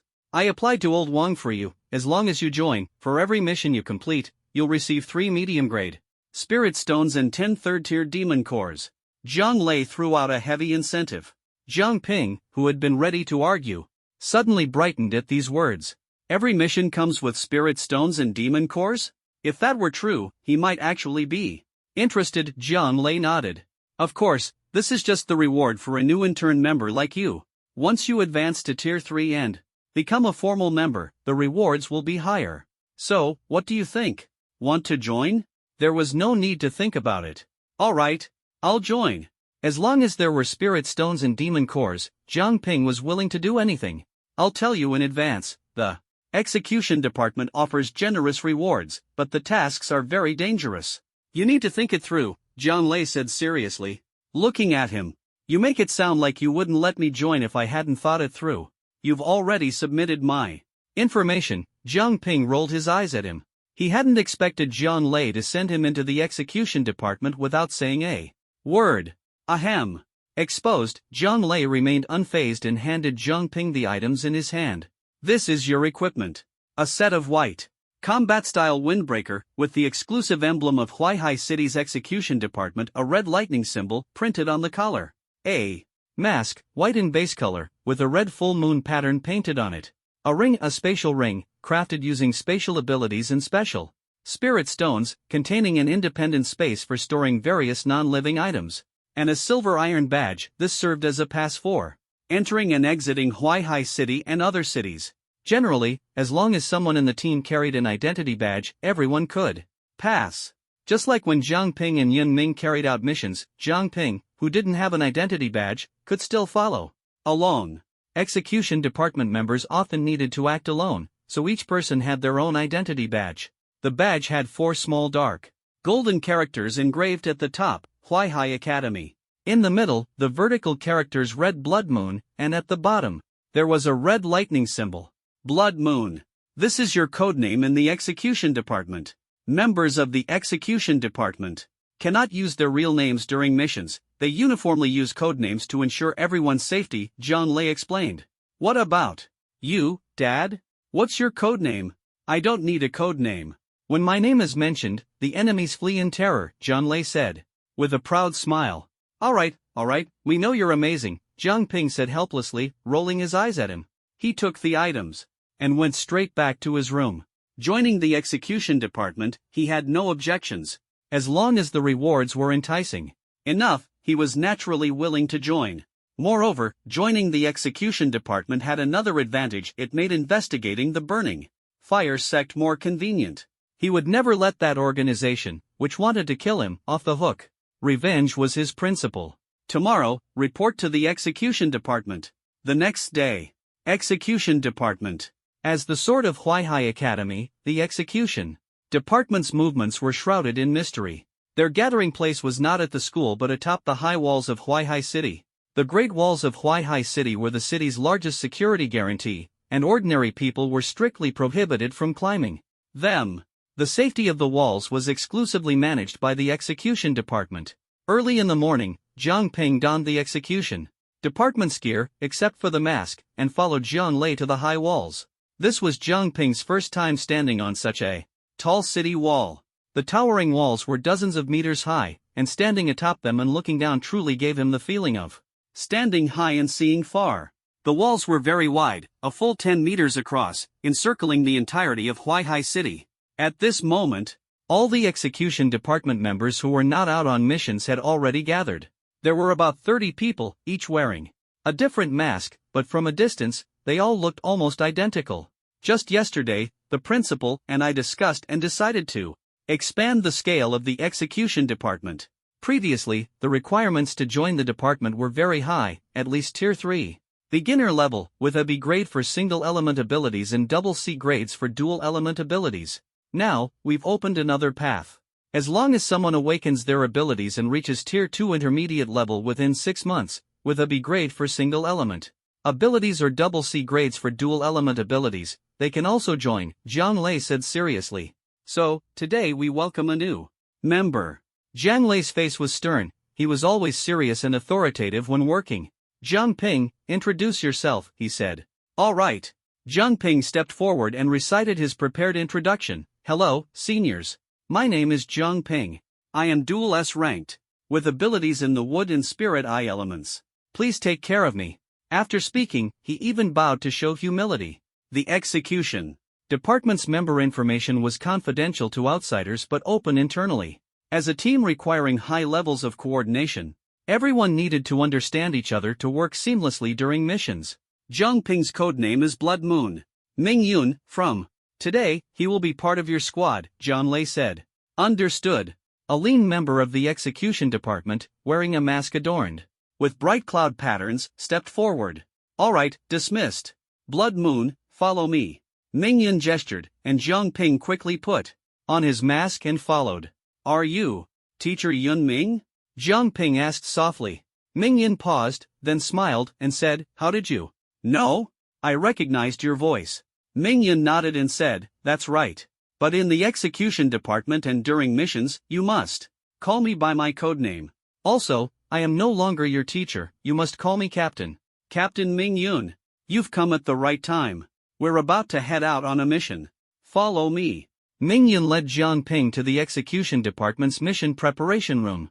According to intelligence, a traitor organization recently escaped from Huangshe City and fled to our Huaihai City's jurisdiction. This organization is ruthless, specializing in hunting down new students from various academies. Our mission is to locate and eliminate them as quickly as possible. Ming Yun's squad consisted of 5 members, and with Jiang Ping, there were now 6. The others were veteran members from the previous investigation of the Burning Fire Group. When do we depart? Asked White Bear, his deep and powerful voice matching his burly physique, resembling a fierce polar bear. If there are no issues, we leave immediately. No issues. No issues. Everyone nodded, and Jiang Ping didn't dare to object. Let's move out. At Ming Yun's command, the group headed to the parking lot beneath the city wall and boarded a wooden vehicle. Ming Yun was driving again, while the others sat in the back. Since we have a new member, let's go through the process first, Ming Yun said while driving. Squad members need to understand each other's abilities and combat styles to cooperate better. I'm from the Beast Transformation and Earth Elements, specializing in frontal combat and endurance. I'm from the Water and Wind Elements, mainly responsible for healing, control, and confusing enemies, said Red Wind, a young woman with a cheerful voice. I'm from the Fire and Beast Taming Elements, specializing in support attacks, said Black Snake, his voice hoarse and tinged with mystery. I'm from the Lightning Element, focused on powerful attacks, said White Bear. I'm from the Puppet and Illusion Elements, specializing in reconnaissance, assassination, and ambushes. Huang Lang's voice was firm, suggesting he was a steady man, similar in age to Ming Yun, and gave a sense of security. Huang Lang's abilities surprised Zhang Ping. It was extremely rare for two special types to appear simultaneously. Typically, dual types consist of one elemental type and one special type, and combinations of two special types are seldom seen. The five of them were well-rounded in offense and defense, with diverse attack methods and nearly perfect teamwork. I'm a wood type and spirit eye type, specializing in. Zhang Ping scratched his head, momentarily unable to pinpoint his strengths.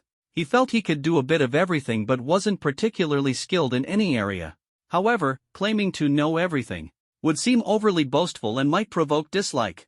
Don't worry, for this mission, just follow the team's actions. We'll help you discover your strengths, Ming Yun said with a smile. That works. Thank you, Captain. Since it wasn't his first time going on a mission with Ming Yun and the others, Zhang Ping wasn't nervous and quietly waited for the arrangements. The traitor organization from Huangshe City had already entered Huaihai City's jurisdiction. For safety reasons, they needed to be found as soon as possible. According to intelligence, the group was hiding in an abandoned city 20 kilometers north of Huaihai City. Half an hour later, the group arrived at the abandoned city, a small town half the size of Huaihai City. During the peak of the Holy Empire, such small cities were everywhere. Most of the city guards were third-tier ability users, with only 1 or 2 fourth-tier ability users stationed for defense. Later, as the Holy Empire declined, the royal family severed all external connections, and the Beast Tide took the opportunity to launch fierce attacks. Cities like this, with only 1 or 2 fourth-tier ability users, became the first targets of the Beast Tide. Now, these cities were reduced to ruins, becoming ideal hiding spots for traitors. The ruins were eerily quiet, with not a single person in sight. After parking, Ming Yun and the others immediately entered combat mode, quietly approaching a ruined wall, finding a good position, and observing the surroundings. Huang Lang. Ming Yun glanced at Huang Lang, who immediately understood. He clasped his palms together, and a ball of clear energy condensed in his hands.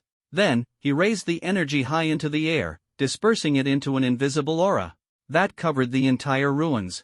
A minute later, Huang Lang reported in a low voice, found them in a room 200 meters to the east. White Bear, attack head-on with me. Huang Lang and Black Snake flanked them from the sides. Blood Moon and Red Wind, you two handle support and control. Understood. Everyone nodded and immediately took action. Inside a dilapidated room to the east, a dozen people were gathered around a map. Brother G, Huaihai City recently had a batch of newcomers awaken. Now is the time for them to go on missions. This is our chance, said a round-faced fat man, his facial flesh squeezing his eyes almost shut. Brother G was a man around 25 or 26 years old, with thick hair parted in the middle, looking energetic. Exactly. Since they're all rookies, we need to show those pretentious academies that the G gang is not to be trifled with. Right, kill them all. Trust Brother G, and you'll live better. Trust Brother G, and you'll live better. The crowd cheered. At that moment, a polite knock sounded at the door. Who is it? Did someone go out? Brother G looked around and counted the people. Everyone was present. Who is it? Open the door. We're here to bring warmth. Someone delivering warmth? Is there really such a good thing? The chubby man chuckled and went to open the door. Brother G grabbed him. Don't be foolish.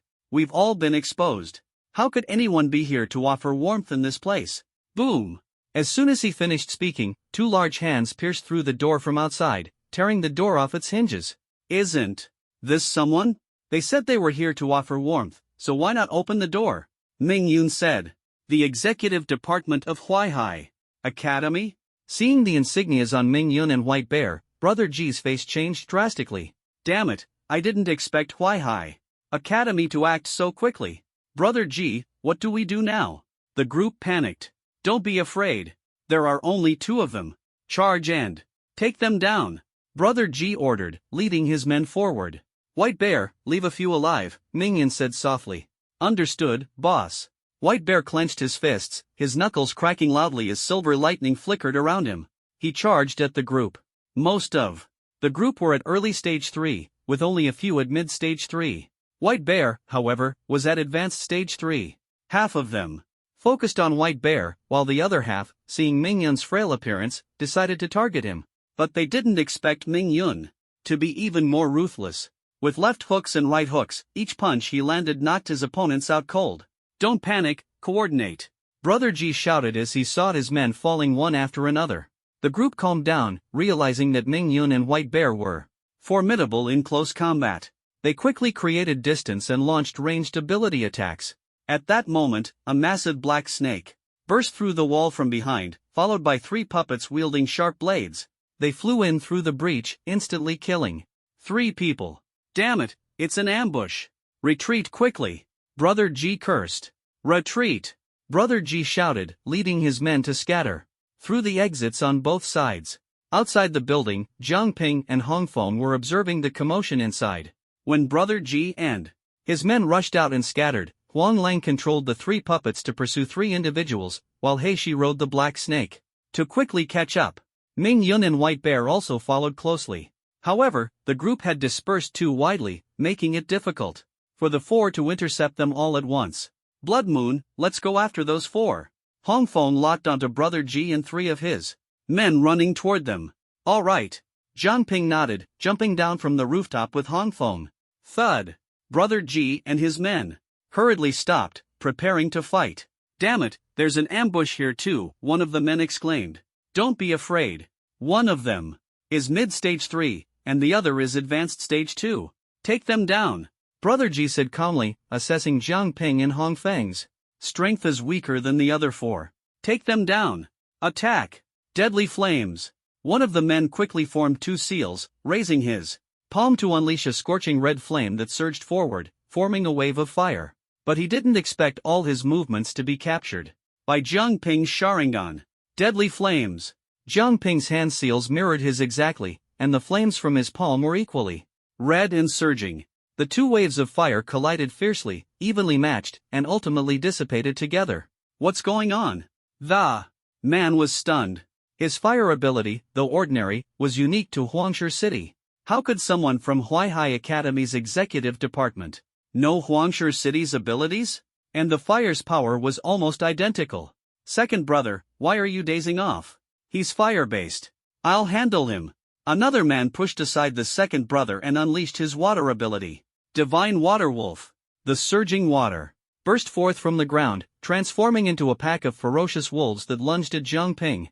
Water counters fire. This move was perfect. But in the next moment, Jiang Ping's hand seals changed to match his opponent's exactly. Divine Water Wolves. The water wolves howled and charged, and the 2 abilities collided again, canceling each other out. What's going on? He can use my ability too? The underling was stunned. Could it be he can copy our abilities? A terrifying thought arose in their minds, murmured in low voices. Copy abilities? I'd like to see how he plans to copy mine. Seeing that the 2 couldn't handle a second-tier advanced opponent, Brother Chicken finally couldn't hold back and decided to take action himself. He charged at Jiang Ping, and when he was less than 10 meters away, he suddenly leaped. His body rapidly expanded, his arms transformed into wings, and he hovered in midair. His mouth turned into a massive beak, which he aimed. Where's their leader? Are there any survivors? Ming Yun asked. Right here, he should still be alive. Hong Feng manipulated the water chain, pulling over Brother G, who was bound. A deep wound slashed across Brother G's chest, inflicted by Jiang Ping, exposing bone but not fatal.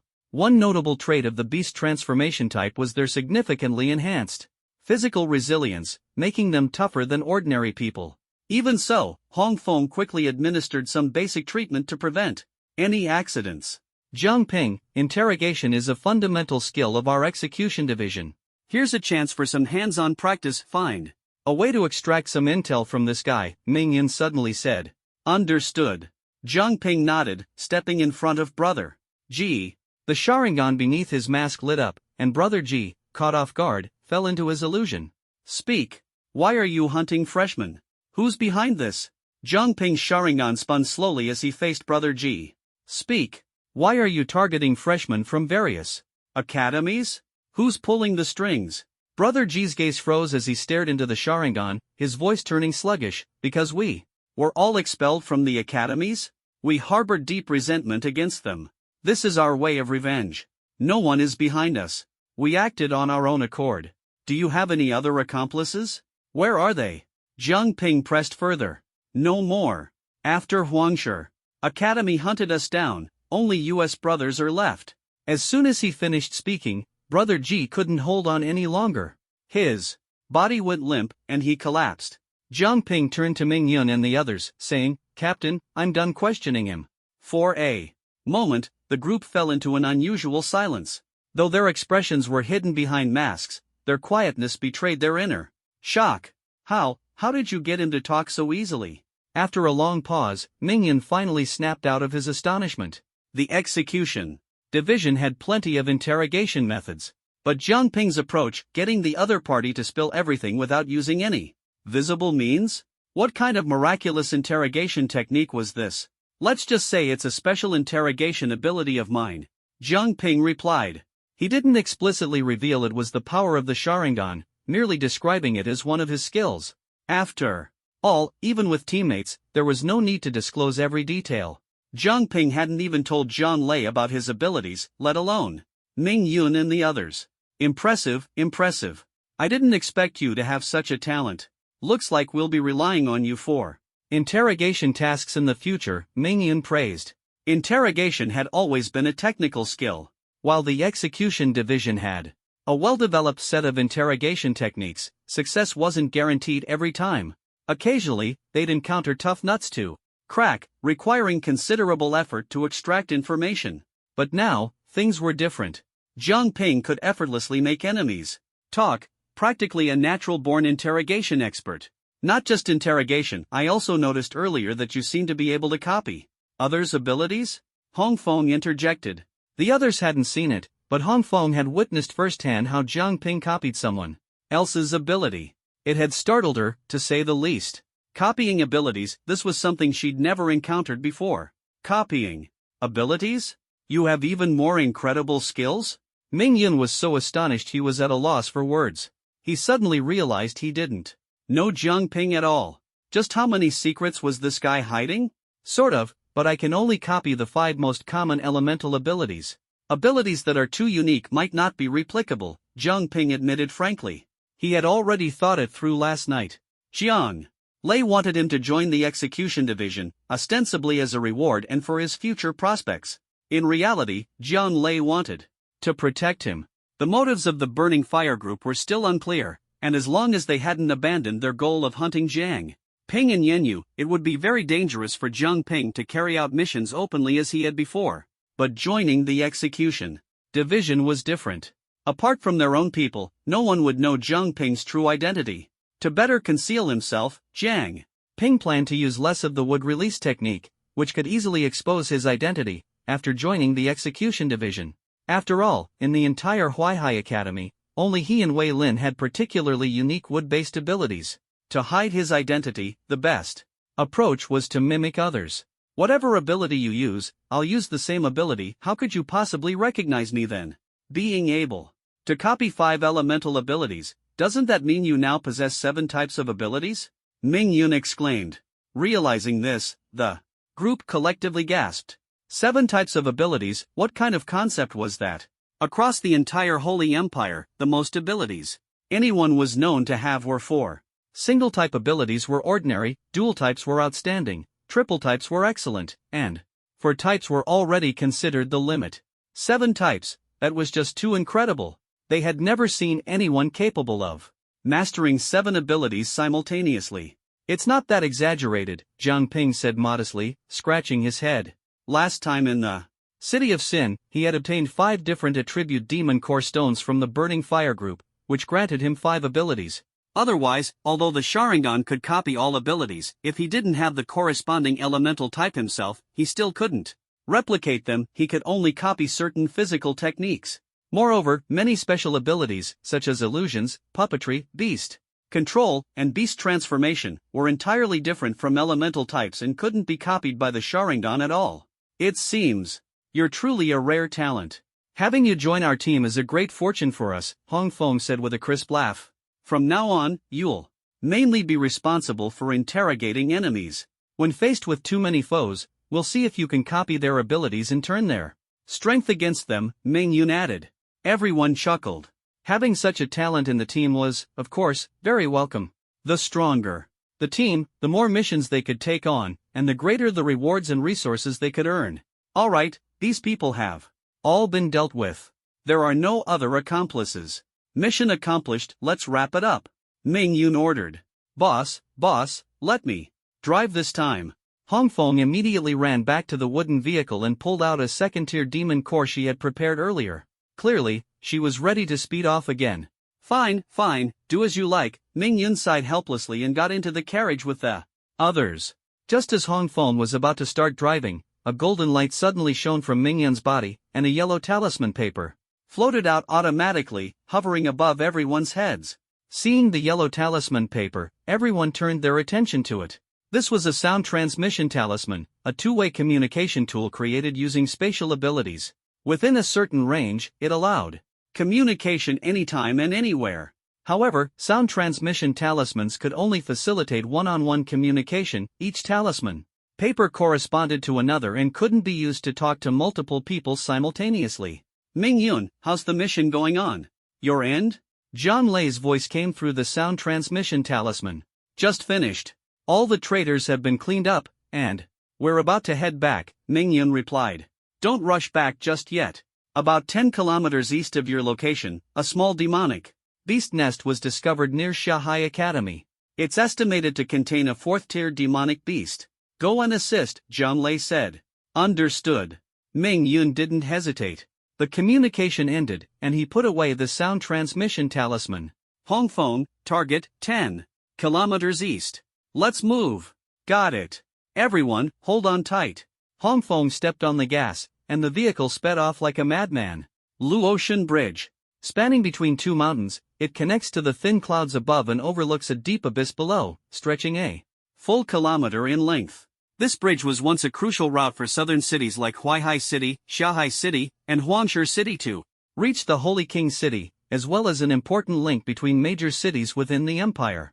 However, since the closure of the Holy King City and the rampant demonic beasts, the major cities have been forced to sever connections with one another for self-preservation. Only cities like Huaihai and Shanghai, which are relatively close to each other, still maintain contact. After all, one person alone can't hold the fort, and having extra help in critical moments is always beneficial. Just like the recent Beast Tide crisis in Shanghai City, without Huaihai City's assistance, the consequences would have been unimaginable. At this moment, the Shanghai City Enforcement Division had already arrived at the front of Luotian Bridge. Leading the group was Lan Feng from Shanghai City. Lan Feng, the situation has been clarified. The nest is under the bridge, and it's a group of blood-soaked bats. There are about 20 of them, including one blood-soaked Bat King, a member of the division, reported in a low voice. Lan Feng frowned deeply. Blood-soaked bats? These creatures are not easy to deal with. Blood-soaked bats are among the most troublesome types of third-tier demonic beasts, agile, fast, and capable of flight. Flying demonic beasts are always the most problematic. Have the people from Huaihai Academy arrived yet? With just the 5 of us, there's no way we can handle a group of blood-soaked bats. The principal has already contacted Huaihai Academy. They should be arriving soon, someone replied. As soon as the words were spoken, several figures approached swiftly. It was Jiang Ping and his team. Sorry to keep you waiting. We're here. Finally, you've arrived. What's the situation now? Ming Yun stepped forward and exchanged information with Lan Feng, who was also a team leader. There's a blood-soaked bat nest under the center of the bridge, with about 20 of them, including one 4th-tier, low-level blood-soaked bat king, Lan Feng said in a low voice. Blood-soaked bats, huh? Hearing this, Hong Feng and the others couldn't help but feel a headache coming on. Their nest is right in the center. If we let them continue to reproduce, Luotian Bridge could be destroyed.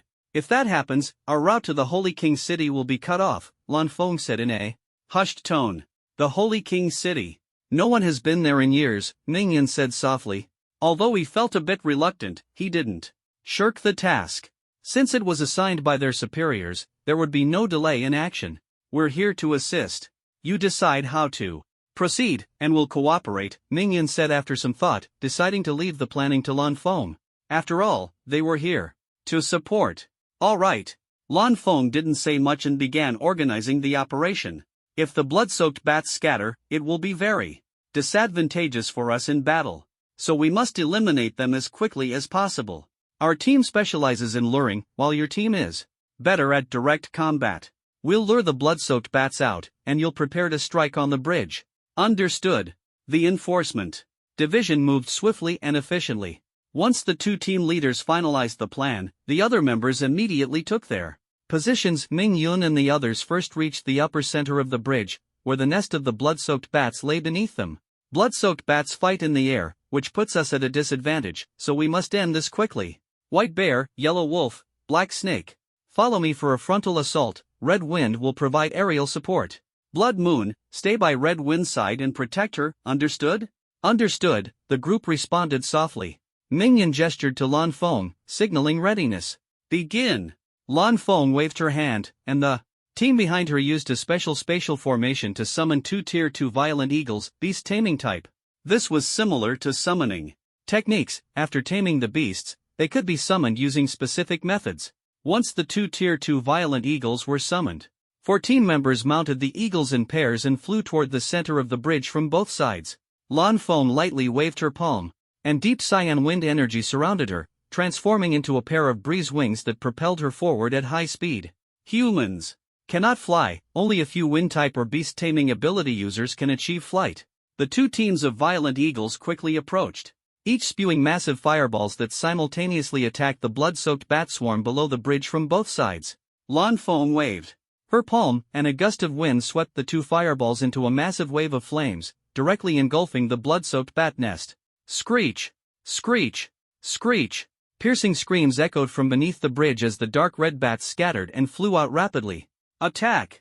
On the bridge, seeing the blood-soaked bats emerge, Ming Yun and the others swiftly launched their assault. Ming Yun and White Bear were the first to jump down, grabbing a Tier 3 blood-soaked bat and pummeling it fiercely. Ming Yun's beast transformation ability granted him immense strength, and each punch inflicted physical damage on his opponent. His Earth-type ability provided him with formidable defense, making him impervious to ordinary attacks. White Bear was similar. Using lightning-type activation, he gained beast-like strength, with his attacks carrying additional lightning damage. Black Snake, a fire-type and beast-taming ability user, wielded a short blade in one hand and flames in the other, charging into the fray. Yellow Wolf was not skilled in close combat but controlled 3 flying puppets adept at aerial combat. Slash! The first wave of surprise attacks was highly successful, with everyone managing to kill a blood-soaked bat. Just as they were about to fall, Red Wind on the bridge let out a soft cry, extending her palms to conjure clusters of cyan wind masses beneath Ming Yun and the others, supporting them. Wind-type abilities cannot make people fly, but they can create tangible wind walls in the air, providing footholds for Ming Yun and his team. Ha! Red Wind raised her palms sharply, releasing a surge of wind energy to construct over a dozen dense wind wall footholds in mid-air. In this battle, Red Wind was the key figure. Screech! The scattered blood-soaked bats finally noticed Red Wind and realized she was the primary target. Under the command of the blood-soaked bat king, several bats bypassed Ming Yun and the others, heading straight for Red Wind. Blood Moon! Red Wind called out softly. She was focused on maintaining the wind walls for Ming Yun and the others and could not spare attention to defend herself. Jiang Ping's task was to ensure she was not disturbed. Understood. Jiang Ping took a deep breath and instantly entered Sage Mode, greatly enhancing his perception. Boom! He stomped hard, leaping into the air as a blur and swiftly grabbing the leading blood-soaked bat. Slash! His short blade pierced the bat's throat, blood splattering everywhere. Be careful, don't touch its blood, Red Wind urgently warned. Despite her warning, it was too late. The blood-soaked bat's blood splattered onto Jiang Ping's arm. The next moment, Jiang Ping's arm was struck by a burning pain, as if it were being scorched. The blood was like sulfuric acid, corroding a layer of skin within seconds. Unable to bear the pain, Jiang Ping quickly drew his blade and kicked away the bat's corpse. Are you okay? Let me treat you, Hong Feng offered, preparing to divert his attention to healing. Jiang Ping shook his head and said softly, no need. Focus on supporting the captain, they need you. I can handle this myself. Hong Feng was about to persuade him not to act tough, but the next second, he saw white smoke rising from Jiang Ping's arm wound. The corroded area healed rapidly, visibly restoring itself to perfection. It was a markless healing technique. This creature's blood is so corrosive, we must be extra cautious, Jiang Ping thought, quickly planning his next move. Squeak! Squeak! In midair, two blood-soaked bats suddenly emitted piercing cries, transforming into two distorted sound waves that shot straight toward him. Jiang Ping's eyes instantly turned into Sharingan. He swiftly locked onto the trajectory of the sound waves, stepped forward, and dodged, the waves flying past him and striking the ground. Whoosh! After evading the attack, Jiang Ping quickly threw a kunai. The two blood-soaked bats easily dodged the attack, showing a contemptuous expression. The next moment, Jiang Ping, holding a short blade, turned into a flash of light and instantly pierced through one of the blood-soaked bats, appearing beside Flying Thunder. God! Flying Thunder God slash! Everything happened so quickly that the other blood-soaked bat hadn't even reacted before being locked in an illusion by Jiang Ping's Sharingan. Illusion, Sharingan, boom! With just one glance, the blood-soaked bat fell into a hallucination. Beasts have weaker resistance to illusions than humans, and Jiang Ping, in Sage Mode, was already at mid-level Tier 3, easily defeating the newly advanced Tier 3 blood-soaked bat. With the crisis here resolved, Ming Yun and the others were still locked in a fierce battle. A dozen blood-soaked bats were not easy to deal with. The most troublesome of all was the blood-soaked Bat King, a beast one tier higher. Its body was larger than ordinary blood-soaked bats, with a wingspan of 2 meters. It was a true Tier 4 beast, and Jiang Ping was encountering it for the first time. Whoosh! The blood-soaked Bat King flapped its wings, stirring up a deep cyan whirlwind that swept toward Ming Yun and his team like a giant net. Boom! The first thing destroyed was the wind wall support point that Hong Feng had set up in mid-air. As the blood-soaked Bat King attacked, Ming Yun stepped onto the wind wall and faced the wind net head-on. With a low shout, he crossed his arms in front of him. Boom! The whirlwind struck like blades, forcing Ming Yun back several meters. But he managed to withstand the attack.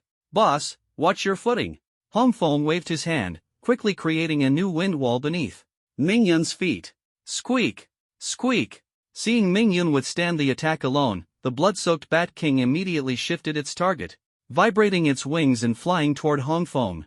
The Bat King knew that as long as it eliminated Hong Feng, the others would lose their ability to fight in the air. Cover Hong Feng. Ming Yun and the others immediately rushed to provide support. However, the remaining dozen Tier 3 blood-soaked bats wouldn't let them go, surrounding them and engaging in a fierce struggle. Cover them. In the air, Lan Feng and his team quickly provided assistance. Two massive fireballs, enhanced by Lan Feng's whirlwind, turned into a wave of fire that surged toward the blood-soaked Bat King. Whoosh! The blood-soaked Bat King flapped its wings, stirring up a fierce wind that split the fire wave into two fiery tornadoes, which then rushed toward the violent eagles on either side. They were completely unable to stop the Bat King. As it charged forward, Jiang Ping gripped his short blade tightly, standing in front of Hong Feng. His mission was to protect Hong Feng, and he could not fail. Boom! The blood-soaked Bat King charged directly at him, and Jiang Ping stepped forward to meet it head-on. Seeing Jiang Ping alone, the blood-soaked Bat King didn't take him seriously at all. With a casual wave, it sent out several massive dark green wind blades, swiftly slashing toward Jiang Ping. Sharingan. Relying on the powerful insight of the Sharingan, Jiang Ping precisely dodged all the wind blades and thrust his short blade straight at the blood-soaked Bat King. Whoosh! But as a Tier 4 beast, the blood-soaked Bat King didn't take this attack seriously. With a slight tilt of its massive body, it easily evaded the strike. Red Wind! Jiang Ping shouted. Red Wind understood immediately and created a wind barrier beneath Jiang Ping's feet. Boom! Stepping onto the wind barrier, Jiang Ping's speed surged as he leaped directly onto the back of the blood-soaked Bat King. Screech! Feeling someone on its back, the blood-soaked Bat King spun wildly in midair, trying to throw Jiang Ping off. As Jiang Ping prepared to counterattack, his short blade was flung away, leaving him no choice but to tightly grip the Bat King's neck. Although he wasn't a beast transformation type, the physical strength of his Sage Mode body was in no way inferior to that of a beast transformation type. The restraint around its neck caused the blood-soaked Bat King to spin while flying toward the distance, attempting to shake Jiang Ping off. With its speed, Blood Moon. Red Wind wanted to give chase, but the battle on Ming Yun's side wasn't over yet, and she couldn't leave. In the team, no one else besides her could pursue the blood-soaked Bat King. Boom! Ming Yun and the others quickly dealt with the blood-soaked bats in front of them and returned to the bridge. You go save Blood Moon. Leave this to us, Mingyun said gravely. If something happened to Jiang Ping, Zhang Lei would definitely beat them up. Understood. Red Wind immediately unfolded a pair of cyan wind wings behind her and flew after the blood-soaked bat without Jiang Ping holding it back. Its speed increased, and the distance quickly closed. It's catching up. We can't outfly it. Change direction. Jiang Ping shouted in a deep voice. Hong Feng immediately altered her route, flying into a dense forest. The towering, tightly packed trees forced them to fly cautiously, while the massive blood-soaked Bat King couldn't directly pursue them. Whoosh! The blood-soaked Bat King indeed couldn't follow, but it flapped its wings violently, creating a howling gale that snapped large swathes of trees in half. Not good.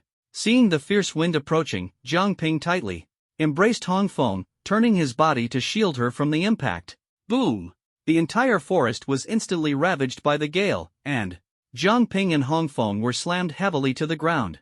Hong Feng wasn't seriously injured, as Jiang Ping had taken the brunt of the impact. However, his back was a bloody mess, with blood streaming down. Jiang Ping! Hong Feng panicked, quickly helping him up and beginning to heal his wounds with pale blue water element spiritual energy. A hand tightly gripped hers, stopping her.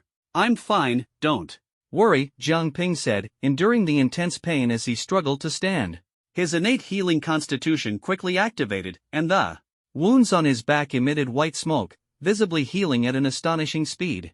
This is... Hong Feng was stunned. This self-healing ability was terrifying. Was this the power of an S-rank auxiliary wood element? Screech! With the trees no longer obstructing it, the blood-soaked Bat King pursued them again, unleashing invisible soundwave attacks from its mouth. The two quickly dodged, and the soundwave struck a tree, instantly pulverizing it into dust. We can't run anymore. Looks like we'll have to fight head-on, Jiang Ping said as his three-tomo Sharingan slowly rotated, forming a six-pointed star pattern Mangekyo Sharingan. Facing a tier 4 beast-like this, Jiang Ping dared not be careless. Would release, would spear. He clasped his hands together, and several thick wooden spears transformed into sharp projectiles, shooting toward the blood-soaked Bat King. Whoosh! The blood-soaked Bat King flapped its wings, creating a howling wind that formed a wind net, shredding the wooden spears into splinters. Divine Wind's breath. Hong Feng also joined the fight, summoning pale green wind element spiritual energy that condensed into dozens of massive wind blades, which she launched fiercely at the blood-soaked Bat King. Faced with so many wind blades, the blood-soaked Bat King sneered disdainfully. Without using any abilities, it blocked the attack with its thick, fleshy wings, relying solely on its robust body. It's relying solely on its physical strength. Hong Feng's eyes darkened. After deflecting the attack, the blood-soaked Bat King spread its wings again, revealing a sinister, human-like smile on its small bat face. Whoosh! Just as it was about to attack Hong Feng, a kunai flew toward it. In the next moment, Jiang Ping instantly appeared in front of the blood-soaked Bat King, delivering a powerful punch to its grotesque, blood-stained face. Boom! With the Sage Mode enhancing him, Jiang Ping's punch was devastating. The blood-soaked Bat King's face caved in, and its body was sent flying like a cannonball, crashing toward the ground. But just as it was about to hit the ground, its wings flapped bizarrely, forcibly, neutralizing the impact and stopping half a meter above the ground. Then, it changed direction, flying low along the ground straight toward Hong Feng. The sight left both of them stunned. Hong Feng quickly reacted, spreading her wings behind her and retreating. But the blood-soaked Bat King's speed far outmatched hers. Screech! It let out a strange cry, and the two sharp spikes at the tips of its wings suddenly closed together, aiming directly at the defenseless Hong Feng. Slash! Hong Feng shut her eyes tightly in fear. The sound of sharp spikes piercing flesh echoed, but she felt no pain. When she opened her eyes, Jiang Ping was standing in front of her. The spikes had pierced through Jiang Ping's ribs on both sides, and blood was pouring out. Damn, this hurts like hell. Jiang Ping gritted his teeth in agony. The blood-soaked Bat King hadn't expected Jiang Ping to shield Hong Feng and take the fatal blow. It froze for a second, preparing to retract its wings and finish off Hong Feng. But Jiang Ping suddenly stepped forward, driving the spikes even deeper into his body while simultaneously closing the distance between himself and the Bat King. He grabbed its head with both hands and forcefully pried its eyes open.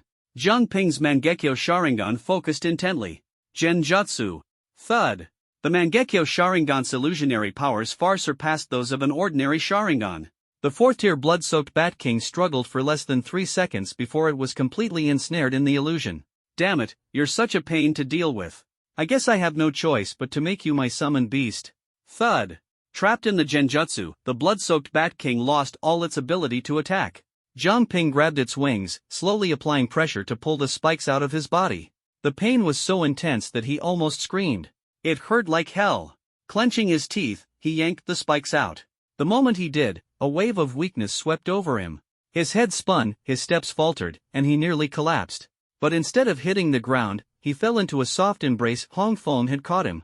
"Shui Yu, you're going to be okay. I'll save you," Hong Feng said, her voice trembling with tears as she looked at the horrifying wounds on Jiang Ping's body. Her hands shook as she began to channel healing magic to treat him. "Sister Hong Feng. I'm fine, don't worry too much," Jiang Ping said weakly, silently activating his no-sign healing technique to assist Hong Feng's treatment. His wounds began healing at a speed visible to the naked eye.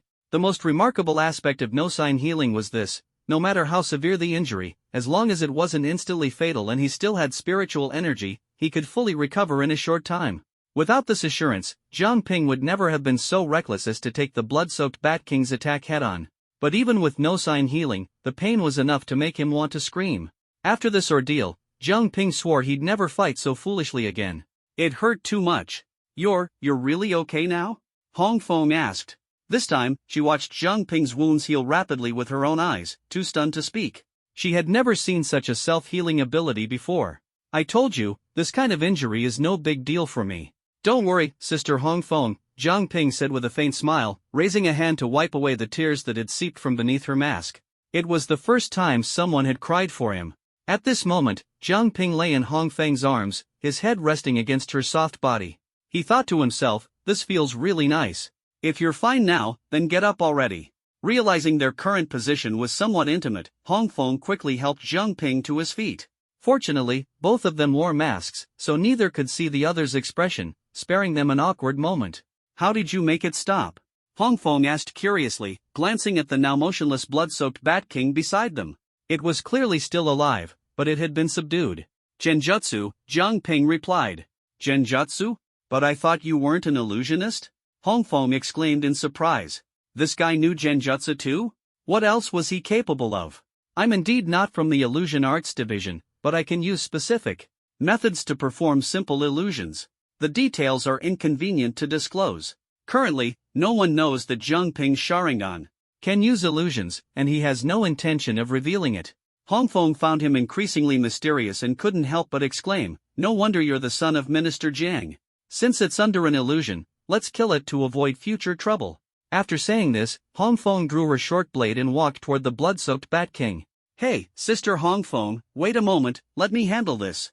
Jiang Ping hurriedly stopped Hong Feng, quickly stepped in front of the blood-soaked Bat King, and took out a kunai and a summoning scroll. He gently extracted a drop of the blood-soaked Bat King's blood, added a drop of his own blood onto the scroll, and completed the signing of the summoning contract. "Is this a spirit pet scroll?"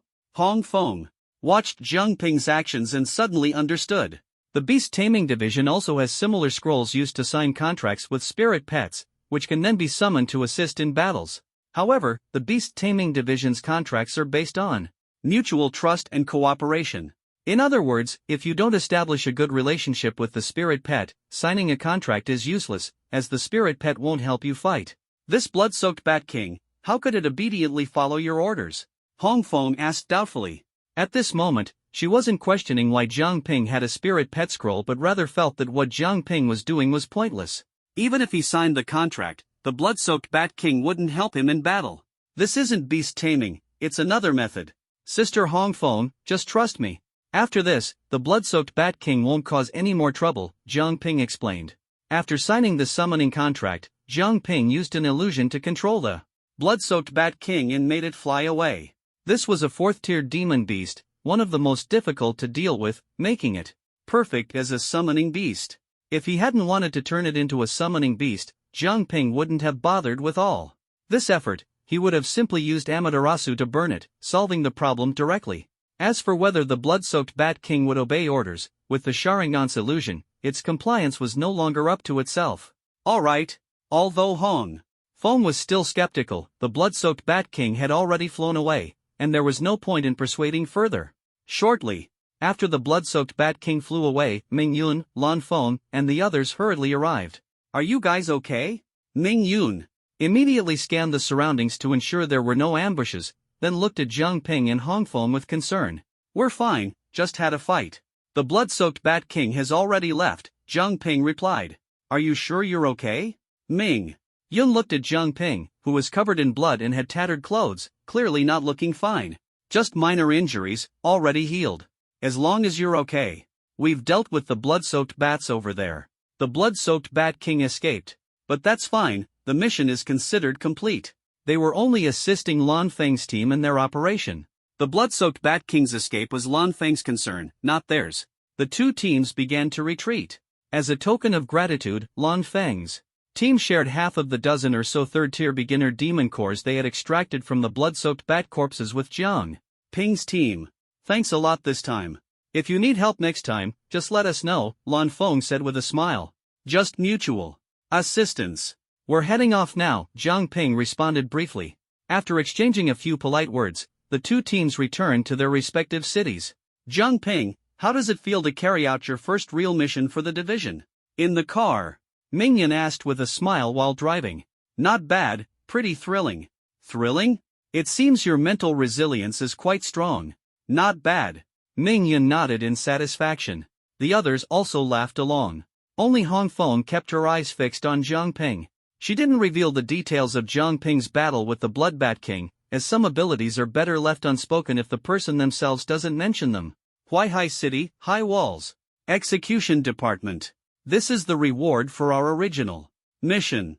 Ming Yun distributed the rewards to everyone. For this mission, official members each received 5 mid-grade spirit stones and 10 third-tier demon cores. As an intern, Jiang Ping was initially promised 3 mid-grade spirit stones and 10 third-tier primary demon cores by Jiang Lei. Ming Yan handed out exactly these. Additionally, for assisting the Shanghai Academy Execution Department in completing their mission, each person gets 1 mid-grade spirit stone and 3 third-tier primary demon cores. This part of the reward was evenly divided among everyone. After one mission, Jiang Ping ended up with 4 mid-grade spirit stones and 13 third-tier primary demon cores, a huge profit. 13 third-tier primary demon cores, priced at 300 each, could be exchanged for a total of 3,900 energy points. This mission was incredibly worthwhile. Also, given the outstanding performance of our new member, Blood Moon, I'm personally rewarding you with 1 extra mid-grade spirit stone. Ming Yun smiled and handed over an additional stone. Jiang Ping was flattered and quickly accepted it. "Thank you, Captain. Mid-grade spirit stones are very helpful for breaking through to the 3rd tier. You should strive to break through soon and eliminate the last weak link in our team."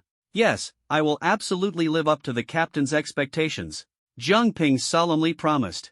Jiang Ping had used mid-grade spirit stones before, so they didn't feel particularly rare to him. But in reality, mid-grade spirit stones weren't something everyone could have. Outside the execution department, ordinary people almost never had the chance to encounter them, let alone own them.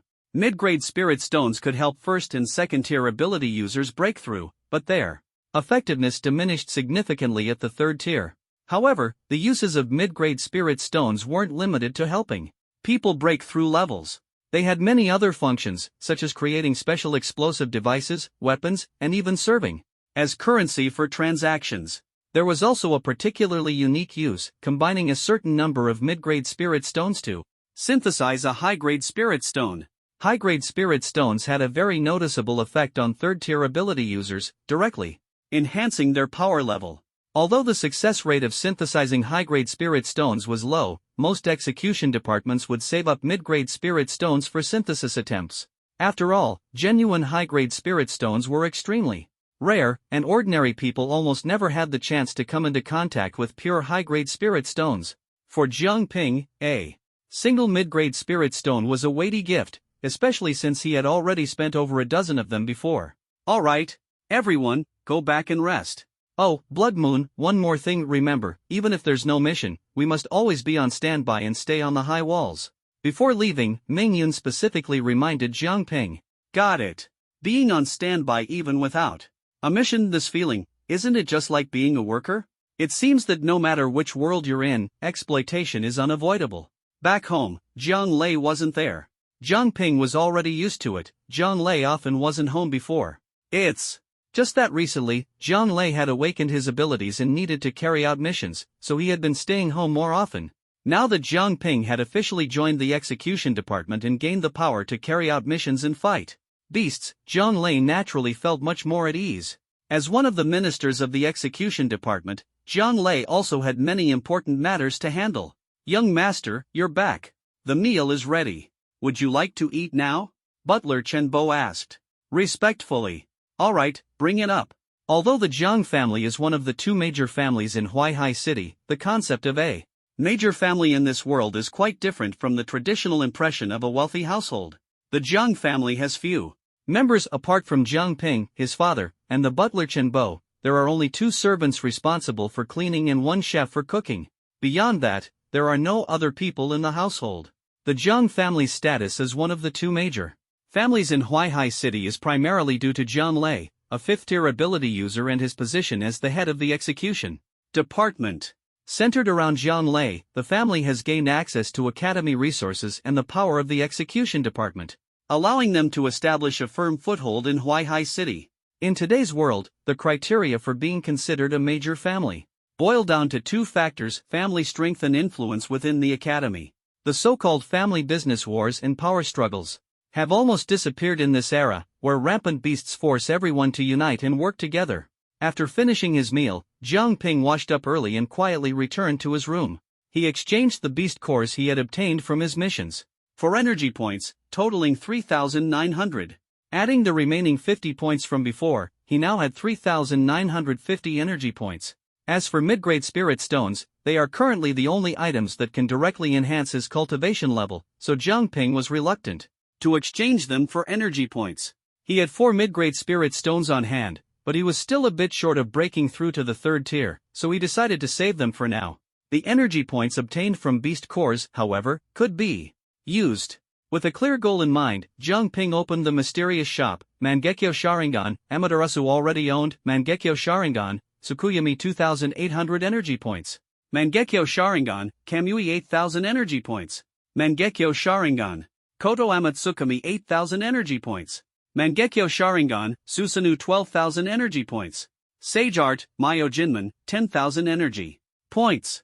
Would release, Healing without hand seals, already owned. Would release, Cutting technique, already owned. Would release, Tree Bind Eternal Burial, 120 energy points. Jiang Ping had only 3,950 energy points, enough to exchange for 2 high-tier items. Without hesitation, he chose these 2, consumed 2,800 energy points, obtained Mangekyo Sharingan, Tsukuyami. Consumed 120 energy points, obtained Would release, Tree Bind Eternal Burial.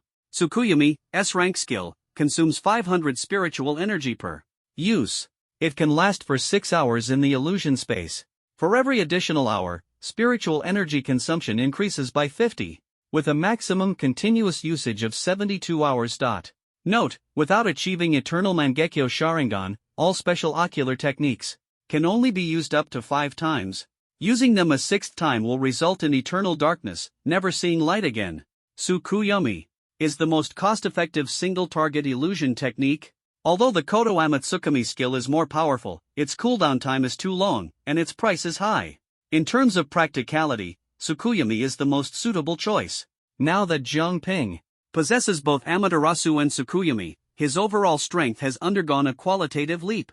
If a battle were to break out, with these skills and techniques, he is confident he could hold his own even against a 4th-tier beginner-level opponent. Over the next month, Jiang Ping spent his time completing missions. He didn't take on many tasks, only 2, but these 2 missions consumed almost an entire month of his time. Both missions involved teaming up with other squads or squads from other cities to jointly eliminate some rebels. Compared to the beasts, the rebels may not be as powerful as the beast hordes, but they pose a greater threat to the city. Many of the traitors who were expelled from the academy or left voluntarily are well acquainted with the city's situation. If they truly intend to sabotage the city, they could easily collude with the beasts, sell the city's and academy secrets to them, and then enable the beasts to launch targeted attacks on the city. History has seen instances where traitors sold intelligence to beasts, resulting in a city being effortlessly destroyed by a beast tide. Therefore, dealing with traitors, especially those who know many secrets about the academy and the city, is met with severe punishment by all major academies to ensure they never collaborate with the beasts. Over the past month, Jiang Ping has joined forces with several nearby academies to hunt down more than a dozen traitors. During the process, Jiang Ping deliberately refrained from exposing too much of his own abilities, spending most of the time copying others' powers. The whereabouts of the Burning Fire Group remain unclear, so he cannot afford to let his guard down. As a result, Jiang Ping has earned a nickname Master of Copying, which has spread across several nearby cities. Now, many academies are aware that the Huaihai Academy's execution department has a new executor named Blood Moon, nicknamed Master of Copying, who can replicate abilities. After completing these 2 missions, Jiang Ping accumulated 6 mid-grade spirit stones and 20 tier 3 primary beast cores. He saved all 6 mid-grade spirit stones, while the 20 tier 3 primary beast cores were exchanged for 6,000 energy points. Adding the remaining 1,030 points he now has a total of 7,030 energy points. He initially planned to grit his teeth and use a few mid-grade spirit stones to reach 8,000 energy points to exchange for items from Shunwei or Baishinshan. Fortunately, he discovered in time that the mysterious shop would refresh in half a month. When the new round of the mysterious shop opened, he spent 500 energy points, only to get a mere 10% discount. A 10% discount? That's practically no discount at all. Every item was priced over 10,000, and his energy points were far from sufficient. Not to mention whether he could scrape together enough energy points. Even if he could, he wouldn't buy anything. He refused to be the fool who buys at a mere 10% discount. At the very least, he would wait for a 30 to 40% discount before making a purchase. He'd rather wait another half month for the next round of discounts. Enduring solitude is the key to achieving great things. New missions here, everyone get up. Mingyan clapped his hands, waking up the people in the lounge. Boss, what's the mission this time? Hongfeng was the first to approach. Are we teaming up with another academy for an assassination again? Huang Lang asked. This time, it's not about helping others, it's about helping our own academy members, Ming Yun said as he unfolded a map and hung it on the wall, drawing lines as he spoke. Currently, about 25 miles east of the city, in the Shattered Stone Ruins, 2 squads from our academy are carrying out a mission. It seems they've discovered traces of the Burning Fire Group, and we've been tasked to handle it. Burning Fire Group? These 3 words instantly snapped Jiang Ping out of his drowsiness. Ever since the Sin City incident, he hadn't heard any news about the Burning Fire Group for a long time. He hadn't expected them to resurface after all this time. Burning Fire Group? Hongfeng and the others instinctively turned their gaze toward Jiang Ping. In the entire academy, apart from Jiang Ping and Yenyu, only their squad had the most encounters with the Burning Fire Group. Back in Sin City, they had already clashed with the Burning Fire Group. There's a Burning Fire Group base there too? I thought after we destroyed the base in Sin City, their leaders wouldn't dare show themselves. Again, Heishi asked. Stop talking, get ready, and meet downstairs in 1 minute. Yes. Once the order was given, action took precedence. 1 minute later, everyone gathered on time and boarded Mingyun's wooden cart. This cart had almost become their squad's exclusive mission vehicle. According to the intel, this time the Blazing Fire Group is stronger than the ones we encountered in the city of Sin. We can't afford to be careless, Mingyun reminded everyone as he drove. Then, he specifically addressed Jiang Ping, Blood Moon. If the Blazing Fire Group's target is you, you can hide if necessary. The intel extracted from the Blazing Fire Group last time revealed that their targets were Jiang Ping and Yenyu. So, the appearance of the Blazing Fire Group this time was likely aimed at the 2 of them. Don't worry, Captain. Since they've set their sights on me, I won't let them succeed. I'll deal with them in my own way, Jiang Ping said softly. The Blazing Fire Group, the organization that had ambushed and tried to kill him twice, had become an enemy he must eliminate. An enemy that constantly seeks to kill you cannot be left lurking in the shadows, waiting to strike. Now that Jiang Ping had the strength to confront them head-on, he wanted to see who the leader of the Blazing Fire Group was and why they hated him so much. Shattered Stone Ruins. This place was called Shattered Stone Ruins because the nearby city was named Shattered Stone City. Although it had turned into ruins, the name remained unchanged. Surrounding the Shattered Stone Ruins was a stretch of iron ore mountains. Before the Holy Empire's decline, Shattered Stone City controlled the iron ore resources of over a dozen surrounding cities, using them to forge various weapons. After the Holy Empire's fall, shattered Stone City also became ruins. However, the rich iron ore resources here remained the primary source of iron ore for several nearby cities. The production of various weapons still depended on these iron ores. Today, Huaihai Academy sent 2 squads to mine. Among them, the squad with Wei Lin and Zhao Mei consisted of 4 freshmen and 4 members of the execution department. The other squad was Yen Yu's, also composed of 4 freshmen and 4 execution department members. I didn't expect Zhang Ping to actually join the execution department. Now it's just you left, Yu, Zhao Mei said while mining, chatting with Yen Yu. Once I meet the requirements, I'll join the execution department too, Yen Yu replied firmly. You two are so goal-oriented, it's really admirable. Unlike Wei Lin and me, who just think about slacking off all day, Zhao Mei said playfully, sticking out her tongue. Wei Lin nodded in agreement. The group mined iron ore at a leisurely pace, storing the ore in their spatial rings. Suddenly, the rocky mountain shook violently, and a massive crack extended from the mountaintop to the base. Boom! A huge, silver-scaled pangolin emerged from the mountain. Tier 4, beginner-level rampaging pangolin. Rampaging pangolin? Seeing the enormous silver pangolin, everyone's expressions changed. Especially with its Tier 4 beginner-level aura, heavy and oppressive like the calm before a storm, it immediately cast a shadow over Wei Lin and the others' hearts. Tier 4. Beginner level. This was the highest level beast they had ever encountered. Several execution department members immediately drew their weapons, creating distance and vigilantly watching the beast that had emerged from the mountain. Tier 4 beginner level. Even they couldn't afford to be careless. Roar! Boom! Just as the pangolin emerged from the mountain, the ground in the nearby forest began to crack open. Countless beetles crawled out from underground, densely packed, numbering at least 40 or 50, knocking down many trees. Third-tier beast swarm, deadly armored beetles. Everyone's expressions turned grim once again. Over 30 beasts. This was already a small-scale beast tide. Why are there suddenly so many beasts here? Wei Lin stopped. Wielding his iron pickaxe, drew the short blade from his back, and vigilantly stared at the slowly approaching beast swarm. A 4th-tier beast leading the charge. None of us here are 4th-tier ability users. Zhao Mei's face turned pale. 4th-tier beasts were considered advanced beasts and were extremely rare. During regular missions, encountering 3rd-tier beasts was already uncommon. This time, not only was there a 4th-tier beast, but the number of 3rd-tier beasts was also astonishing. Moreover, neither of their 2 squads had a single 4th-tier ability user. Something's not right. This area is the primary source of iron ore for several major cities nearby. Logically, the surrounding beasts should have been cleared out long ago. How could a 4th-tier beast suddenly appear here? Yen Yu furrowed her brows tightly. Could it be they're specifically targeting us?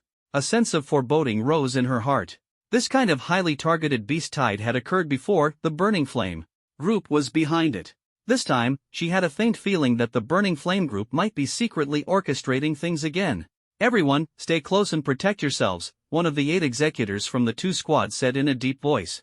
The 8 spread out into defensive positions, keeping a close eye on the advancing deadly armored beetle swarm. Clack, clack. The hard shells on the beetles' backs rubbed against each other, producing sharp metallic sounds. Then, the entire swarm of beetles accelerated, charging toward the group. Open fire. Several executors simultaneously launched attacks in unison, first using ranged abilities to bombard the swarm. Multicolored ability attacks rained down on the beetles, but their silver, steel-like shells rendered them completely unaffected, their speed undiminished. Their shells have extremely strong defense. Find opportunities to attack their weak spots underneath. A squad leader quickly analyzed the situation. 2 Earth Element executors simultaneously slammed their palms onto the ground. Earth Spirit Transformation. Boom, boom, boom. Sharp stone spikes burst out from the ground, striking the beetles' undersides. Many beetles were sent flying, but most continued charging forward, forcing the 8 executors into direct combat. Among the remaining 8 rookies, several were only at 1st-tier intermediate or advanced levels, with only Yen Yu, Zhao Mei, and Wei Lin reaching 2nd-tier beginner level. However, the deadly armored beetles wouldn't spare them just because they were rookies. Several beetles that hadn't been blocked quickly rushed toward the 3. Divine Water Shield. What element bind? Wei Lin and Zhao Mei cast their abilities simultaneously, sending thick water chains and vines to entangle the 2 leading beetles. Bang! Their defenses were effortlessly breached. The gap between third-tier beginner and second-tier beginner was simply too vast. Divine Wind Breath, Earth Spirit Wall, Fire Spirit Wrath, Thunder Force, Divine Water Strike. The others also unleashed their respective abilities, launching various types of attacks at the deadly armored beetles. But despite their numbers, most of their abilities were only first tier or second tier. Against the deadly armored beetles, these attacks were no more than tickles. Renowned for their defensive capabilities, the deadly armored beetles' hard shells were difficult to penetrate even for ability users of the same tier, let alone these lower tier ones. Clack, clack. Several deadly armored beetles finally opened their hard shells, transforming into two sharp blades that swiftly slashed toward the group. Divine Light. At the critical moment, Yan Yu decisively stepped forward, her entire body radiating dazzling golden light. A golden holy wall surged from her palm. Clang! The deadly beetle collided with the holy wall but failed to break through immediately. Just as they were preparing to charge again, a wind element executor finally broke free.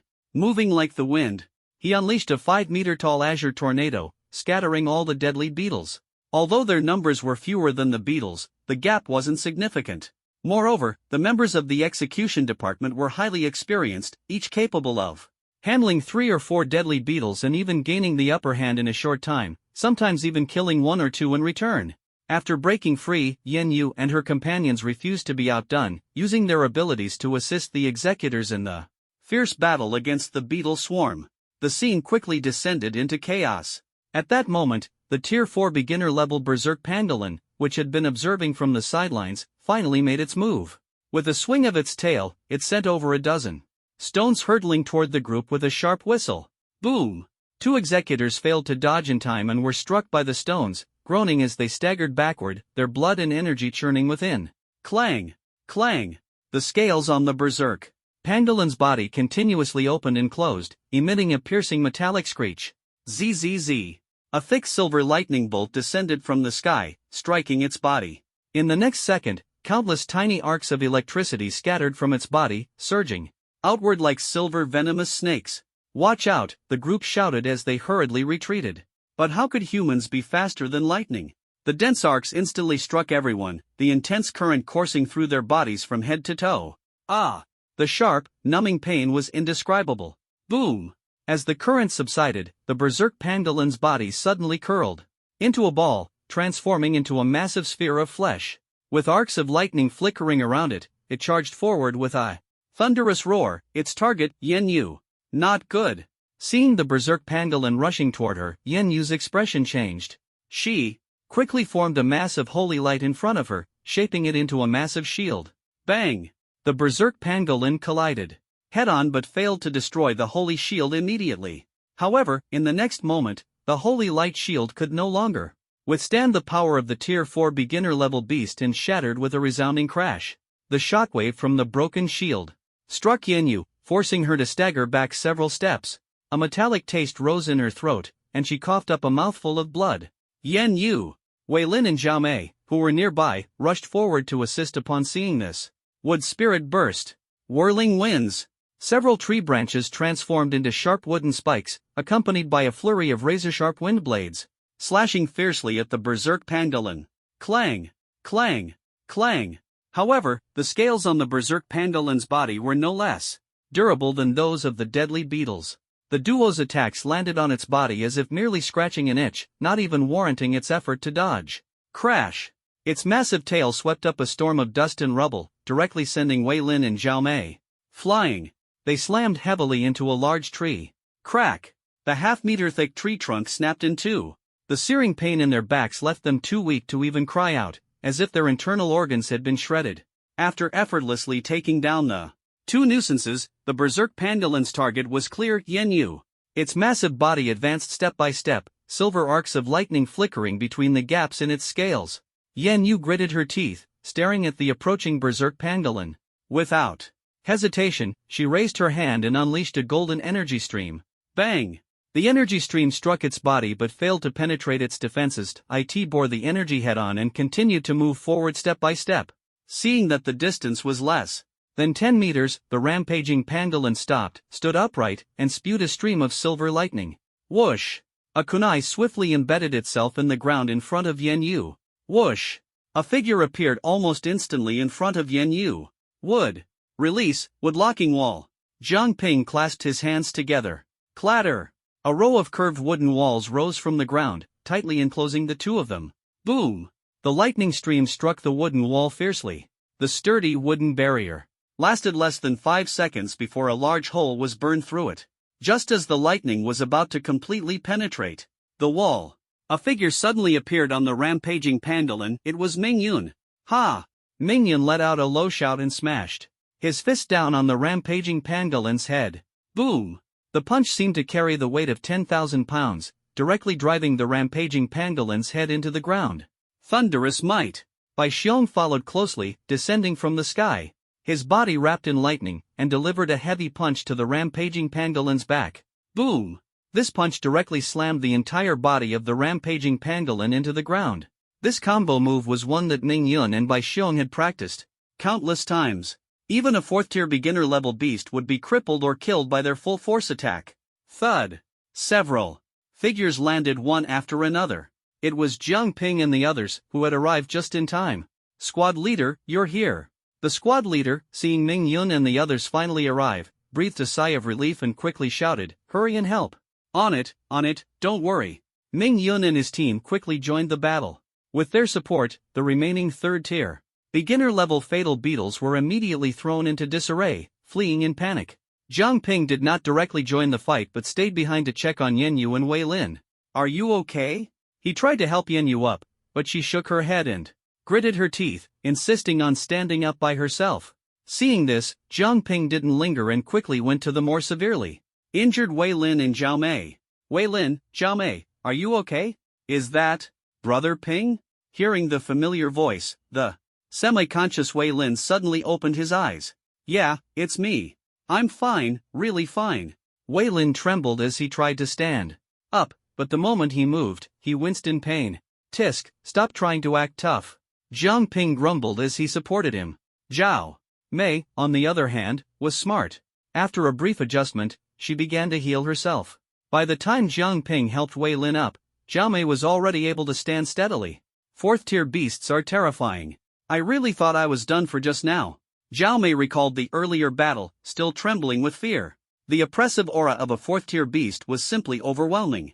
"Well, it is a 4th-tier beast, but don't worry, it's been taken care of." Jiang Ping chuckled lightly, turning his gaze toward the deep pit, only to suddenly widen his eyes in shock. The rampaging Pangolin, which should have been lying in the pit, was gone. Bang! The next moment, the ground suddenly cracked open, and a stream of lightning burst out, striking Jiang Ping directly. Zap! The intense current instantly coursed through his entire body. Then, the rampaging Pangolin burst out from the ground, slamming into Jiang Ping and sending him flying into the air. Ugh! The impact was like being hit by a fully loaded truck. Jiang Ping felt excruciating pain in his internal organs and coughed up a mouthful of blood.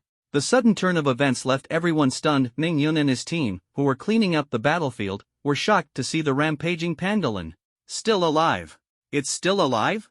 This was the first time they had seen a beast survive the full-force heavy punches of Ming Yun and White Bear and still be lively. Red Wind. Understood. Red Wind made a gesture in the air. Binding of Divine Wind. A deep cyan whirlwind instantly restrained the rampaging Pangolin, which was attempting another attack, halting its movements. Ming Yun and White Bear quickly charged forward, preparing to deliver the final blow. Whoosh! Just as they were less than a meter away from the rampaging Pangolin, a deep purple flame suddenly ignited on its body, forming a fiery barrier that blocked Ming Yun and White Bear. The two quickly slowed down and stopped in front of the wall of fire. The terrifying heat emitted by the flames made their hearts race. As expected of the execution department of Huaihai Academy, your response is swift. A calm, sinister voice slowly echoed. Purple flames ignited atop the rampaging Pangolin's head, gradually condensing into the figure of a young man. The man was dressed in purple, with a handsome yet slightly effeminate face, appearing to be in his 20s. Who are you? Allow me to introduce myself. My name is Huo Lu, leader of the Blazing Fire Sect. Jiang Ping landed steadily from mid-air. The unmarked healing technique quickly repaired the wounds on his body, restoring him instantly. He looked up, staring intently at the figure atop the rampaging Pangolin. The leader of the Blazing Fire Sect, Huo Lu. As soon as these words were spoken, the gazes of Jiang Ping, Ming Yun, and the others all turned to him, filled with vigilance. So, you're the leader of the Blazing Fire sect? Ming Yun took a step back, fixing his gaze on Huo Lu. Their mission this time was to investigate the Blazing Fire sect, and they hadn't expected to encounter the leader himself. I've actually wanted to meet you all in person for a while, but I never had the chance before. Huo Lu smiled, his effeminate yet handsome expression appearing gentle. But no one believed that the leader of the Blazing Fire sect could be a good person. Meeting face to face is good, it saves us the trouble of searching for you everywhere. Ming Yun's voice was calm, devoid of emotion. The people on the scene had already tacitly surrounded Huo Lu, leaving him no chance to escape. Huo Lu ignored their movements, his gaze sweeping directly toward Yin Yu and the masked Jiang Ping. After all, you two are quite interesting. Opportunities like this are rare. Jiang Ping frowned slightly, but his eyes lit up with the Mangekyo Sharingan. The leader of the Blazing Fire sect, this identity was enough to make him go all out. Ding! Mission triggered, eliminate the threat, slay the leader of the Blazing Fire sect. Mission reward, 1000 energy points, 2 lottery draws. Perfect timing. We're quite interested in you as well. Why not come back with us for a good chat? Ming Yun said. Captain Ming Yun, I know you're strong, an elite among elites. But if you want to take me back, you lot aren't enough. Huo Lu sneered. Ming Yun's eyes narrowed slightly. The two sides locked eyes. In the next moment, Yellow Wolf and Black Snake attacked simultaneously, launching a sneak attack from behind. 2 mid-tier third-grade puppets in black. Snake's Black Serpent charged at Huo Lu together. Huo Lu didn't make a move. The rampaging pangolin beneath him swung its massive tail, effortlessly repelling Yellow Wolf's puppets and Black Snake's Black Serpent. Boom! The battle erupted instantly. Ming Yun and White Bear led the charge, while the other executors joined the siege. Surrounded on all sides. So many people ganging up on me, isn't that a bit unfair? Huo Lu's face remained expressionless as he gently raised his hands, purple flames erupting from his palms. The purple flames instantly coalesced into a massive fire tornado, rampaging like a ferocious flood dragon. Although Huo Lu's level was only tier 3 advanced, lower than the rampaging pangolin, his fire-based abilities were extraordinarily powerful. Even 2 executors using water-based abilities of the same scale couldn't stop this fire tornado. Chirp! A clear cry rang out as several tier 2 crimson firehawks with fiery red bodies flew out from the nearby forest. Huo Lu leaped forcefully, landing on the back of one of the firehawks. He wasn't fleeing, he was changing his target. A small flame flickered in his palm as he gently stroked the firehawk's head. The firehawk's eyes suddenly turned a fiery purple, exhaling hot breaths. Chirp! The firehawk opened its mouth and shot a stream of purple flames fiercely toward Jiang Ping and Yin Yu. As expected, the target of the Blazing Fire clan was Jiang Ping and Yin Yu. Divine Water Shield.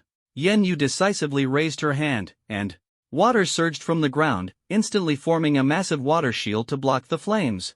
Sizzle, sizzle, sizzle. The purple flames were far more intense than ordinary fire, evaporating the water shield into clouds of steam. Boom! Jiang Ping refused to back down. Taking advantage of Yin Yu holding off Huo Lu, he quickly closed the distance. But Huo Lu's attention was fixed on him the entire time. Chirp! Several firehawks behind Jiang Ping locked their sharp gazes on him and dove down fiercely. The first time Jiang Ping was surrounded by the Blazing Fire clan, he was in a sorry state.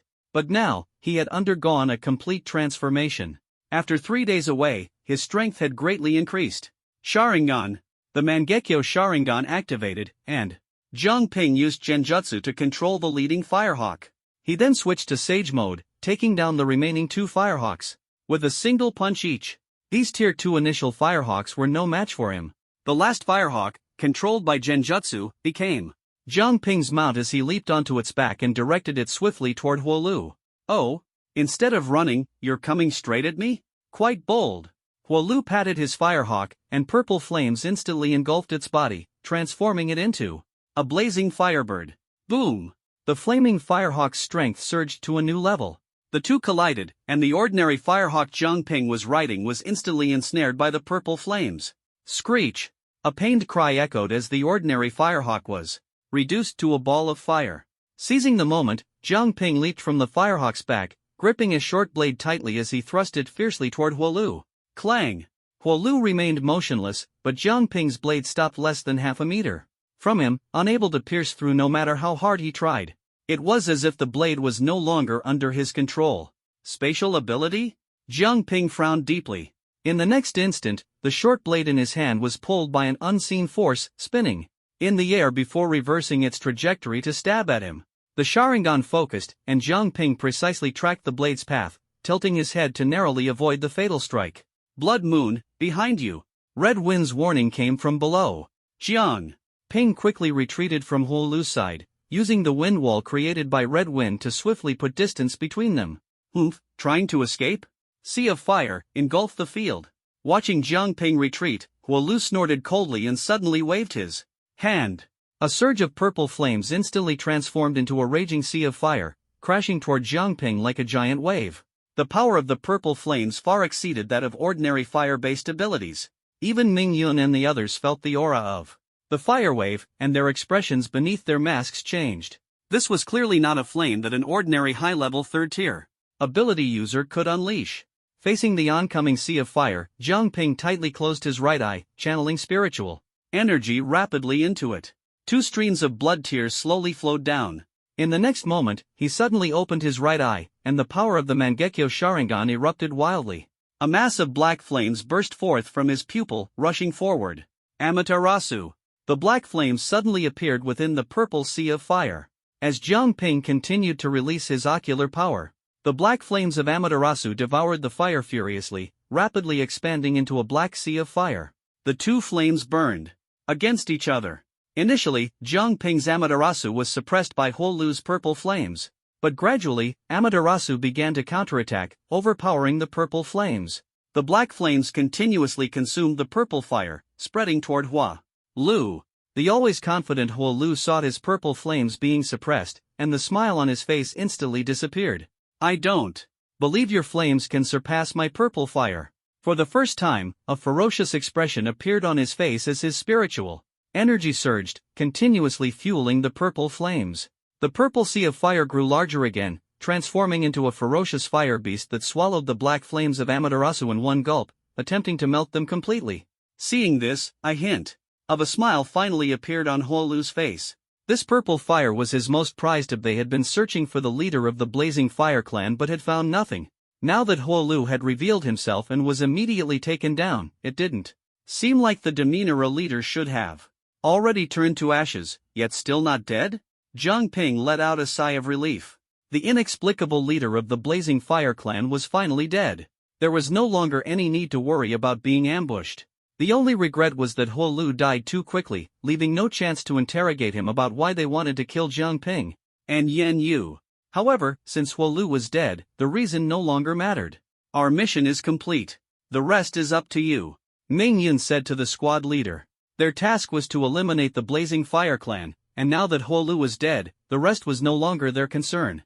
All right, thank you, the squad leader nodded, and the 2 sides parted ways. I'll head off. First, you 3 take care, Jiang Ping reminded Wei Lin and the others before leaving with Ming Yun. In the center of a dim underground chamber, a purple flame flickered gently. Around the flame stood several figures dressed in fiery red robes, their faces obscured. Huo Lu is dead, a woman said. I saw through him long ago. That guy was utterly useless, arrogant and overconfident, thinking he could deal with the people from Huaihai Academy just because he had a 4th-tier demonic beast. He deserved to die, a burly man sneered. Huo Lu's death doesn't matter. The key issue now is that those 2 are still alive, and the task assigned by Lord Firefinger remains incomplete, the woman responded in a low voice. Don't worry, there's still a chance, an elderly voice slowly echoed. As long as those 2 are eliminated, the Holy Empire's last hope will be completely extinguished. Its decline is only a matter of time. Everyone nodded in agreement. The flame extinguished, and darkness enveloped the room once more. Ding! Mission complete. Eliminate the leader of the Blazing Fire Clan. Reward, 1,000 energy points, plus 2 additional lottery draws. Inside the wooden cart, Jiang Ping finally received the long-awaited mission rewards. 1,000 energy points were credited, along with 2 lottery chances. He eagerly opened the lottery interface. Options: Mangekyo Sharingan, Susanoo Itachi Uchiha version, would release. Birth of the Tree World, would release. Would Dragon Jutsu, would release. Ranking technique, Summoning Beast, 1 tail, Summoning Beast, 9 tails, for symbol seal, Uchiha Flame Formation. The lottery pool had refreshed, and the rewards were quite impressive. Jiang Ping examined them carefully and decided they were good enough, so there was no need to refresh the pool again. Alright, I don't ask for much, just give me the 9 tails, would release. Or Susanoo.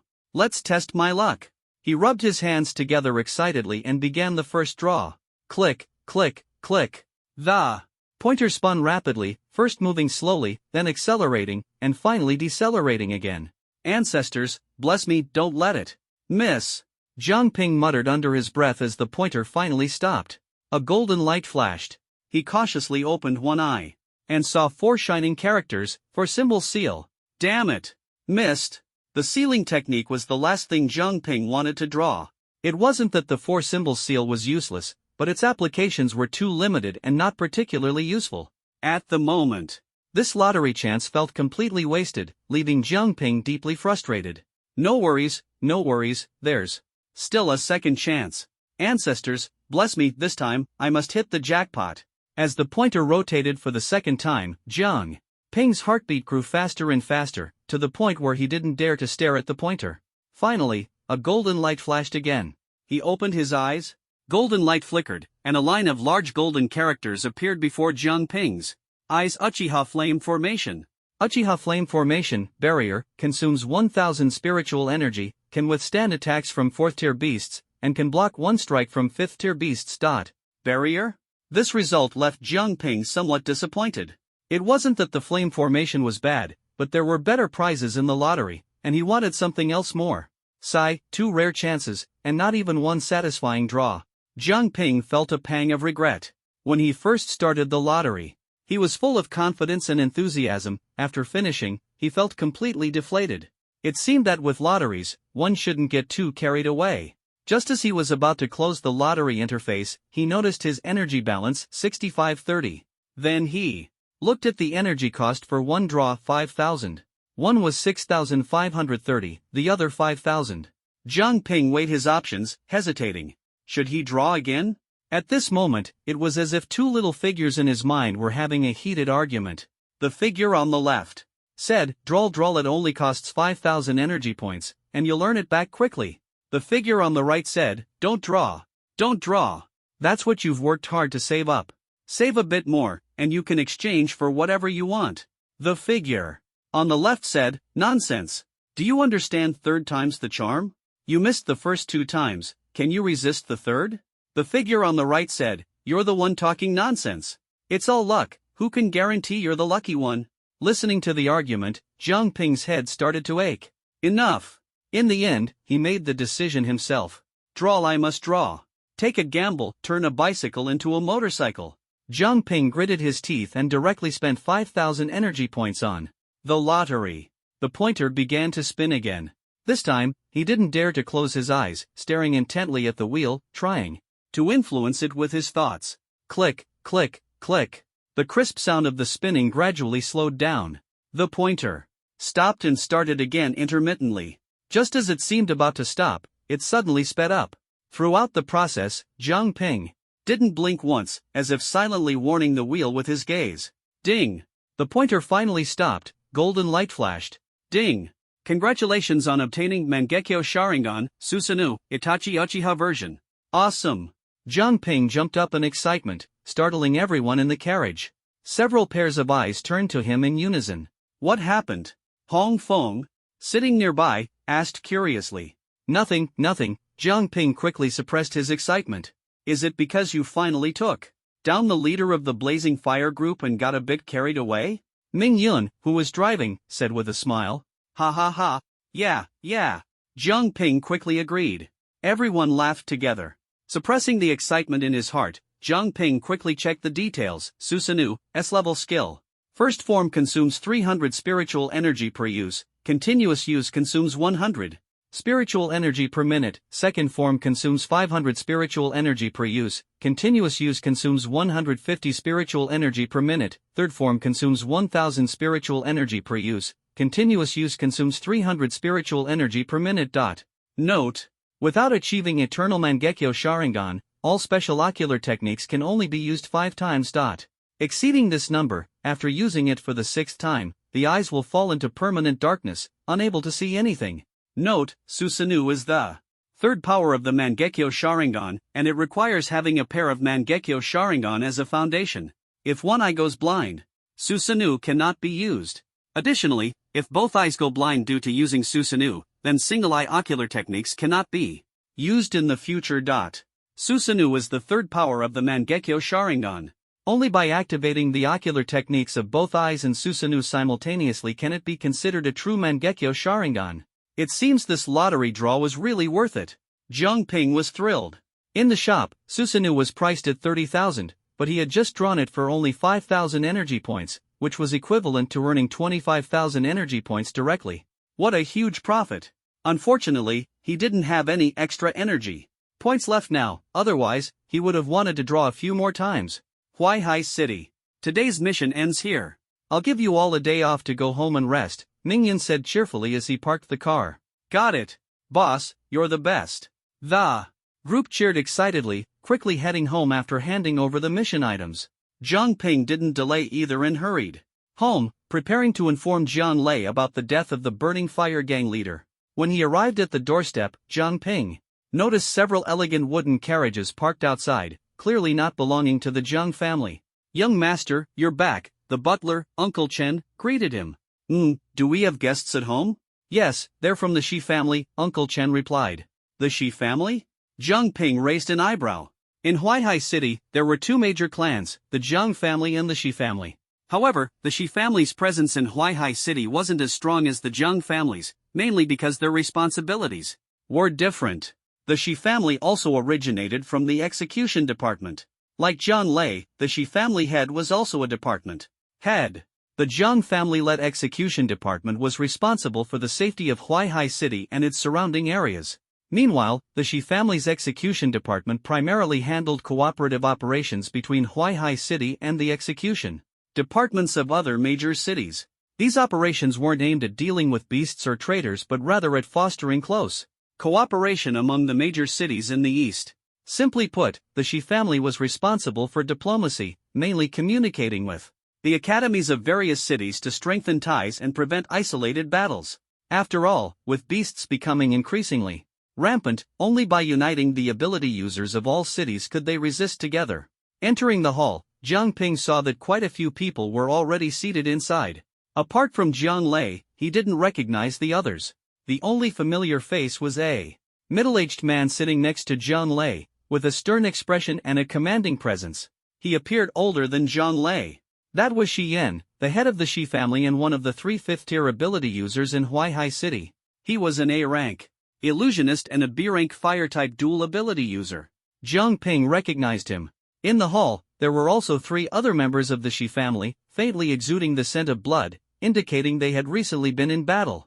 Jiang Ping, you came back at the right time. Come over and meet your uncle Shi Yan.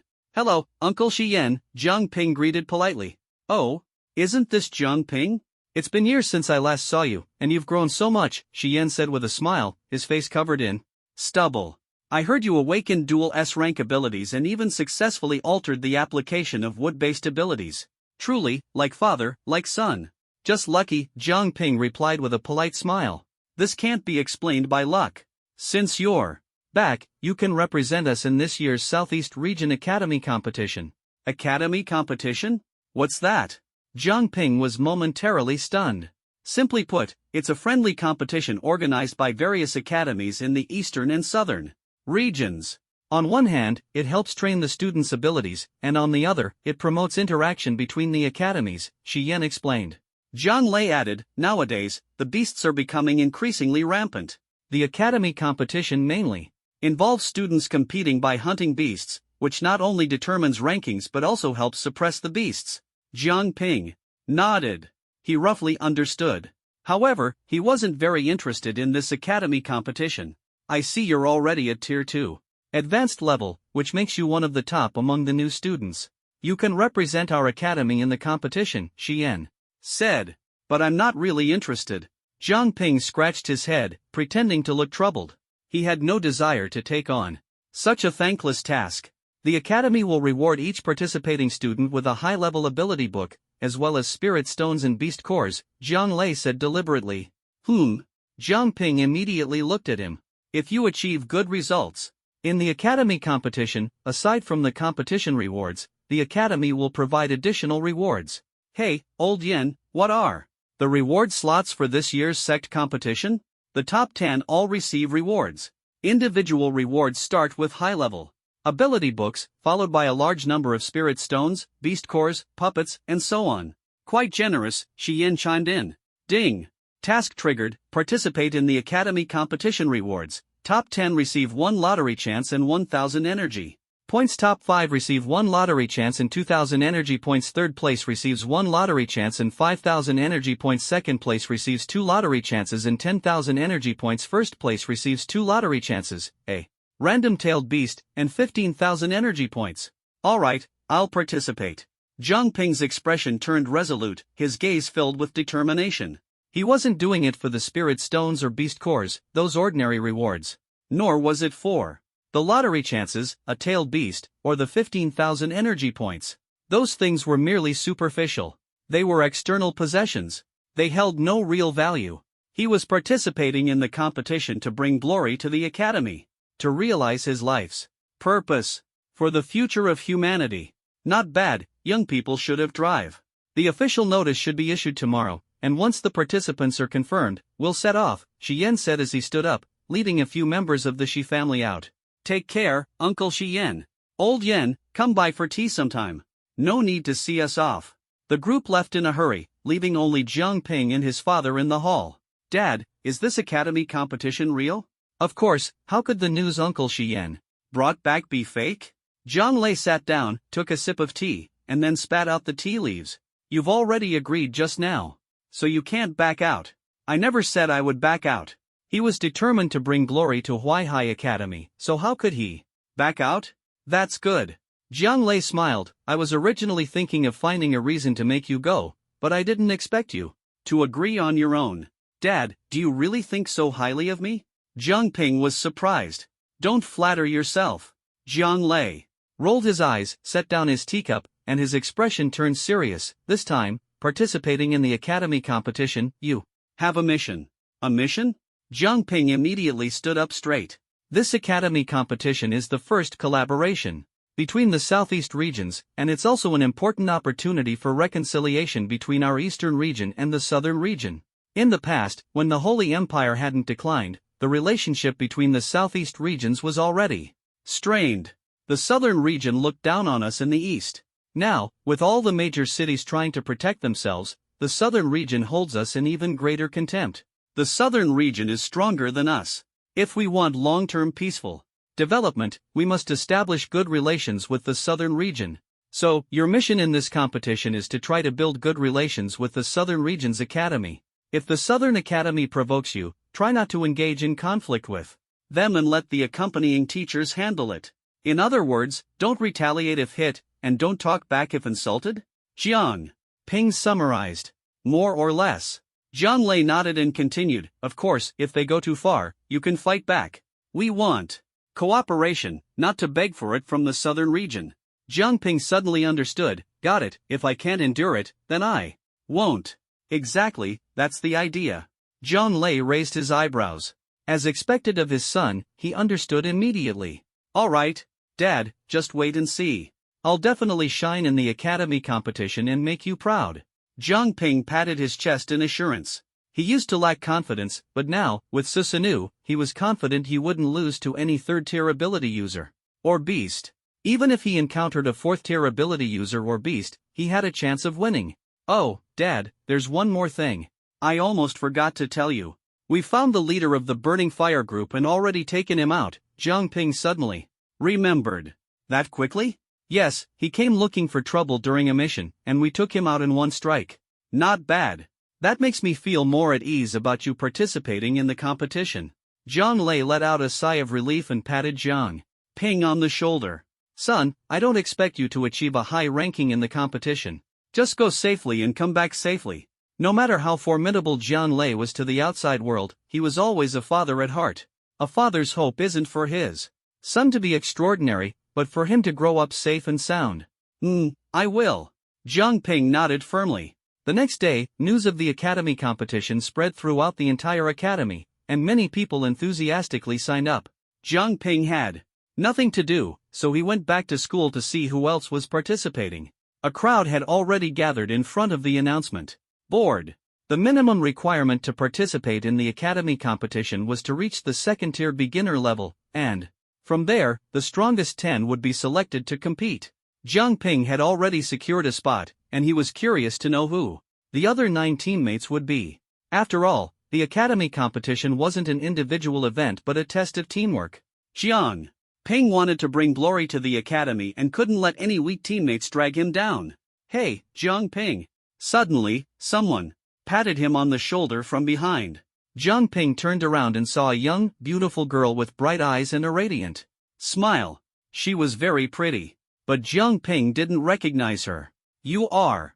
My name is Hong Feng, the girl said with a giggle. Hong Feng?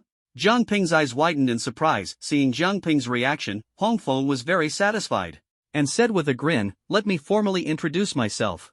I'm from the Shi family, Shi Tsongqing. Jiang Ping looked at Hong Feng with a face full of confusion. What did you just say? What's your name?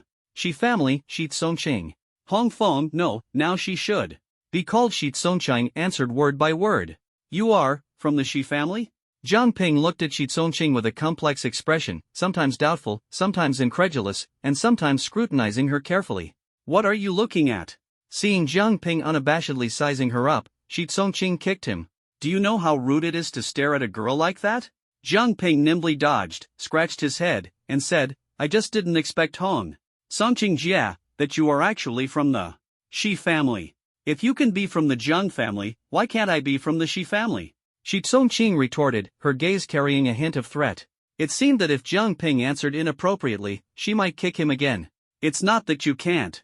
I just didn't expect Hong Feng Jie to be from the Shi family, and so young and beautiful too. He truly hadn't expected Hong Feng to be from the Shi family.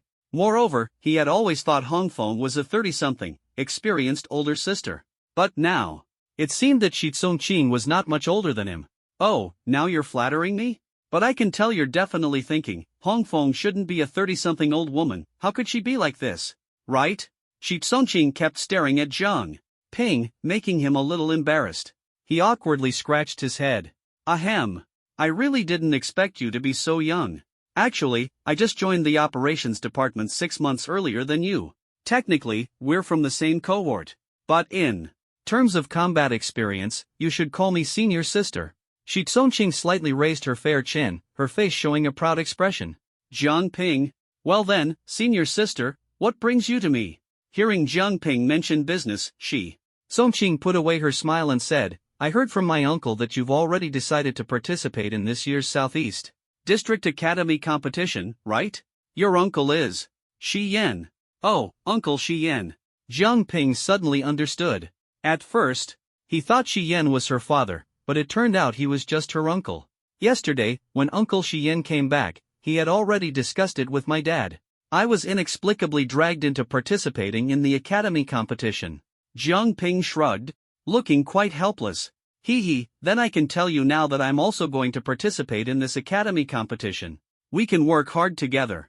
Shi Tsongqing revealed a bright smile, like willow branches swaying in the spring breeze, light and natural. Jiang Ping slightly opened his mouth, about to ask how she qualified. This year's academy competition required participants to be freshmen who had awakened their abilities within the past year. He suddenly remembered that Shi Tsongqing had just said she joined the operations department 6 months earlier than him. Technically, they were from the same cohort. But it was likely that the Shi family had arranged for her to enter the operations department early. Jiang Ping smiled and said, I thought participating in the academy competition would mean I could temporarily avoid missions. I didn't expect I'd still have to team up with you, just like executing missions in the operations department. Shi Tsongqing immediately glared at him and said fiercely, Do you feel aggrieved teaming up with me? Not at all, not at all. I'm thrilled, how could I feel aggrieved? Jiang Ping immediately backed off. After all, she was his senior sister, and during their time in the execution department, they were considered partners. He just hadn't expected to run into her at the academy competition. Brother Ping. At this moment, 2 people squeezed out from the crowd. It was Wei Lin and Zhao Mei. They walked up to Jiang Ping, and when Wei Lin saw Shi Tsongqing standing beside him, the words he was about to say were swallowed back. He changed his approach. Brother Ping, who is this? Oh, let me introduce you. This is Shi Tsongqing, our senior sister. Senior sister, these are my friends, Wei Lin and Zhao Mei. Hello. Shi Tsongqing smiled faintly. Upon hearing she was a senior sister, Wei Lin and Zhao Mei immediately greeted her respectfully. Hello, senior sister. Well, I won't disturb you all. See you later, bye-bye. Shi Tsongqing waved her hand and bid farewell to the three of them. Jiang Ping also politely waved back. Then he turned to Wei Lin and Zhao Mei. You two rushed over so quickly, what's going on? Wei Lin finally spoke seriously. Brother Ping, you've heard about the academy competition, right? Are you planning to participate? I've already signed up. Why, are you two planning to join as well? Of course, we both registered, Zhao Mei said with a smile. The minimum requirement to participate in the academy competition is Tier 2 beginner, right? You too. Jiang Ping was about to say their levels weren't high enough, but upon sensing carefully, he was surprised to find that both Wei Lin and Zhao Mei had already broken through to Tier 2 beginner. Not bad. When did you two break through? Right after that battle at the ruins of Stone City. We broke through as soon as we got back, Wei Lin admitted, scratching his head a little sheepishly. You rascal, what's there to be embarrassed about after breaking through? Jiang Ping said, lightly patting Wei Lin's head. The three of them laughed together. Jiang Ping had always watched Wei Lin grow. It was a bit like a father watching his child grow up. Honestly, without Jiang Ping's help, Wei Lin would probably still be using his wood-based abilities to grow flowers and plants. You two have signed up, so what about Yenyu? Jiang Ping finally noticed someone was missing. You isn't participating this time. Her team is carrying out an important mission and can't get away, Zhao Mei said with a hint of regret. She and Yenyu were close friends. And without Yenyu, she felt it was a bit less exciting. I see. Well, that's fine too, Jiang Ping nodded. Once the final spots are confirmed, we'll set off together. Although Wei Lin and Zhao Mei had registered, whether they could ultimately be selected depended on the execution department, especially the approval from the Shi family. Got it. The 10 spots for Huaihai Academy's participation in the academy competition were quickly finalized. Jiang Ping and Shi Tsongqing, as representatives of the Jiang and Shi families, were guaranteed spots. Among the freshmen, no one was stronger than the two of them. Additionally, Wei Lin and Zhao Mei were also selected. There were quite a few Tier 2 freshmen, but the final selection of these two was partly due to Jiang Ping's influence, though their own strength also played a role. The remaining 6 spots were gradually confirmed, all of them top-tier freshmen. After all, for this academy competition, going without strength would be pointless. Once the spots were finalized, the departure time was set 3 days later. Early morning, at the entrance of Huaihai Academy. After Jiang Ping met up with Wei Lin and Zhao Mei, they headed together to the gathering point. Jiang Ping, over here. From a distance, Shi Tsongqing waved to them. The three walked quickly over. For this academy competition, Huaihai Academy sent 10 disciples to participate. Additionally, more than a dozen others accompanied them, including Shi Yan, the head of the Shi family, Sun Shuyu, the director of education at Huaihai Academy, and a group of teachers. Several vehicles were neatly parked together. Senior sister, good morning. Jiang Ping and the others approached Shi Tsongqing and greeted her with a smile. You're quite late, we've been waiting for a while. Shi Tsongqing raised an eyebrow, teasing them slightly. Ahem, it was an accident, just an accident, Jiang Ping said awkwardly. He had indeed overslept today. The main reason was that Jiang Lei hadn't woken him up or even come to see him off. As a father, he was really quite inattentive. Just left the academy. And you've already forgotten the most basic principle of punctuality? Sun Shuyu glanced at them, her authoritative demeanor as the director of education still intact. Even though they had left the academy to carry out tasks, the thought of Sun Shuyu still made Jiang Ping and the others a bit nervous. We know we were wrong. The three immediately bowed their heads in apology. All right, get in the cars, Shi Yan said without much elaboration, gesturing for everyone to board. You can ride in my car, Shi Tsongqing raised her elegant brows and got into the driver's seat of a nearby wooden vehicle. Seeing her there, Jiang Ping's heart sank as he recalled some unpleasant experiences. Sure, Wei Lin and Zhao Mei were the first to get in. Brother Ping, why are you standing there? Get in the car. Wei Lin called out when he saw Jiang Ping hadn't moved. That's right, junior brother. Get in, Shi Tsongqing said with a sweet smile. Coming. Jiang Ping finally got in. Sit tight, we're heading out. There were only 4 of them in the car. Shi Tsongqing took out a demon core and replaced the original one in the wooden car's power slot A. Second-tier demon core. As expected. Jiang Ping had long known that letting Shi Tsongqing drive was asking for trouble. Let's go. The power from the second-tier demon core transmitted to the wooden car, and the vehicle instantly turned into a blur, speeding away. The intense acceleration pinned Zhao Mei and Wei Lin firmly against their seats. Jiang Ping, however, was mentally prepared and sat steadily. On the surface, Shi Tsongqing appeared cheerful, lively, kind, and gentle, but in reality, she loved driving fast and had a bit of a wild streak. Jiang Ping had ridden in her car twice before, and both times she maintained a constant speed of 120. If third-tier demon cores weren't so precious, he believed Shi Tsongqing would have already swapped one in and pushed the speed to 180. While 120 wasn't particularly fast, on this uneven, bumpy road, each jolt was enough to make one's backside feel like it was falling apart. Yet Shi Tsongqing wasn't fazed at all, charging straight to the front of the convoy and leaving the other cars far behind. Xiaoqiang, why are you driving so fast? Slow down. Shi Yan's voice came through the two-way communication. Talisman stuck in the driver's cabin. Second uncle, why are you all driving so slow? Shi Tsongqing retorted. Slow down, and don't use the second-tier demon core. That's an order. Shi Yan said sternly. Okay, Shi Tsongqing pouted, reluctantly swapping out the second-tier demon core for a first-tier one. The wooden car's speed immediately slowed down. The convoy maintained its formation and continued forward. Jinghai Academy, the strongest academy in the southern region. It boasts 7 5th-tier ability users, over 40 4th-tier ability users, and hundreds of 3rd-tier ability users. Across the entire eastern and southern regions, Jinghai Academy is indisputably the #1 academy. Before the fall of the Sacred Empire, it was powerful. After the fall, it remains so. This time, the academy competition is also being held at Jinghai Academy. Jiang Ping and his team's destination is Jinghai City, where Jinghai Academy is located. Jinghai City is situated in the southern district, over 1,000 kilometers away from Huaihai City. At the convoy's speed, it took 3 days and nights of travel, finally arriving in Jinghai City on the morning of the 4th day. Jinghai City is surrounded by the sea on 3 sides, stretching endlessly into the horizon.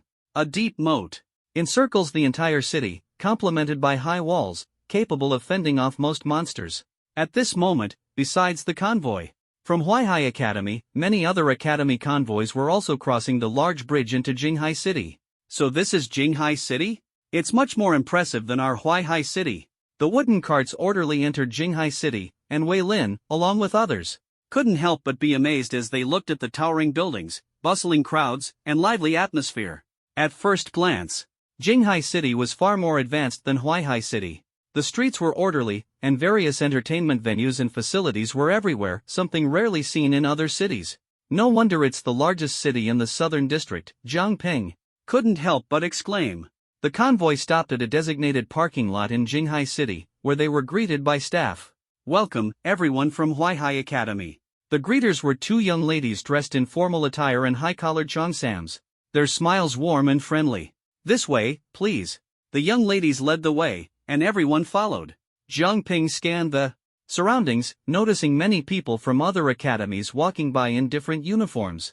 Each of them looked energetic and full of vitality. This was how young people should be. Isn't that Minister Shi Yan? Long time no see. As they walked, a group of people in purple uniforms approached. Leading them was a tall, thin middle-aged man wearing gold-rimmed glasses, with a receding hairline. Minister Yan Hai, long time no see. Shi Yan nodded in acknowledgement, his expression serious. Jiang Ping observed this group. They wore purple uniforms with silver cloud-patterned emblems embroidered on their chests. This was Haiyun Academy, also in the southern district, with 3 5th-tier ability users, making their overall strength comparable to Huaihai Academy. However, the 2 academies didn't have a good relationship. 2.5 years ago, during a mission, a conflict broke out between the 2 sides, resulting in significant casualties. Since then, the 2 academies had been secretly undermining each other, neither willing to yield. So, these are the strongest freshmen from your Huaihai Academy? Not bad. Yan Hai pushed his glasses up. with his middle finger, his gaze sweeping over Jiang Ping and the others. Your Haiyun Academy students aren't bad either, Shi Yan retorted, glancing at the disciples behind Yin Hai. Heh, of course. Let's hope we all achieve good results in this academy. Competition and avoid any trouble like last time, Yin Hai said with a smile. His final words carried a deeper meaning. After parting ways with the Haiyun Academy group, Shi Tsongqing approached quietly and asked, "Second uncle, is Minister Yin Hai referring to the incident from 2.5 years ago?" "Don't ask questions you shouldn't," Shi Yan glared at her. Shi Tsongqing responded with an "oh" and obediently stepped back. Led by the welcoming young ladies, the group arrived at a building. "This will be your accommodation for the next few days. The room numbers are 301 to 315, one of the young ladies said. "Alright, thank you for your help." Next came the room assignments. There were 22 people in total, 10 freshmen and 12 teachers. With 15 rooms available, dividing them was straightforward. Several people shared a room, such as Jiang Ping and Wei Lin, Zhao Mei, and Shi Tsongqing. Male-male, female-female pairing, perfectly resolved. As for team leaders like Shi Yan and Sun Shuyu, of course, they get a room to themselves. There were still 3 days left until the official start of the academy competition. During these 3 days, participants from various academies could freely explore Jinghai City and familiarize themselves with the competition-related details.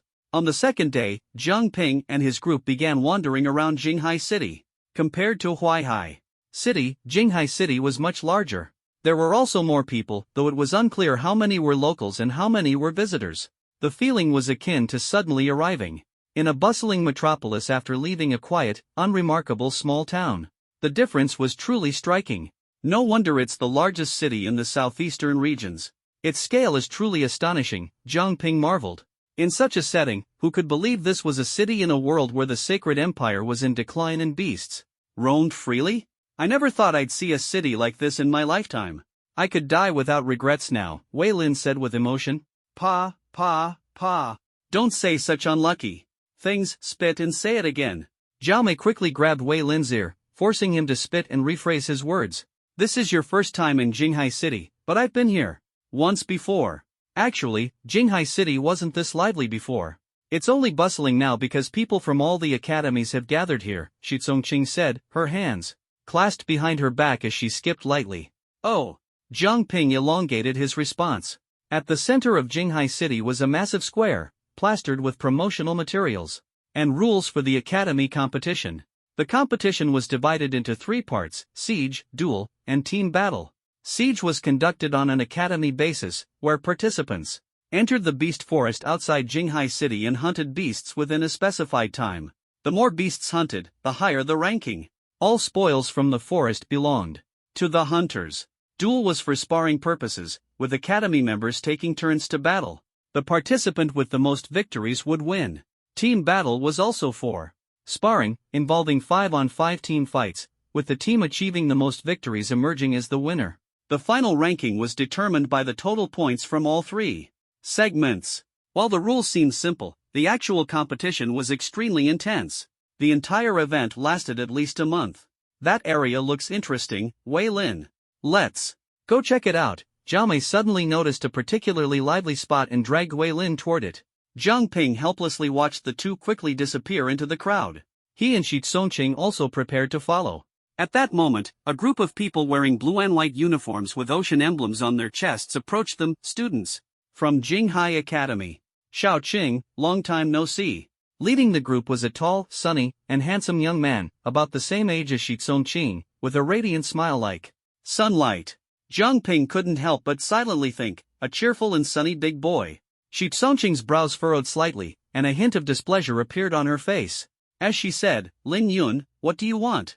It's been so long since we last met, so I specifically came to invite you to have a meal together, Lin Yun said with a sunny smile.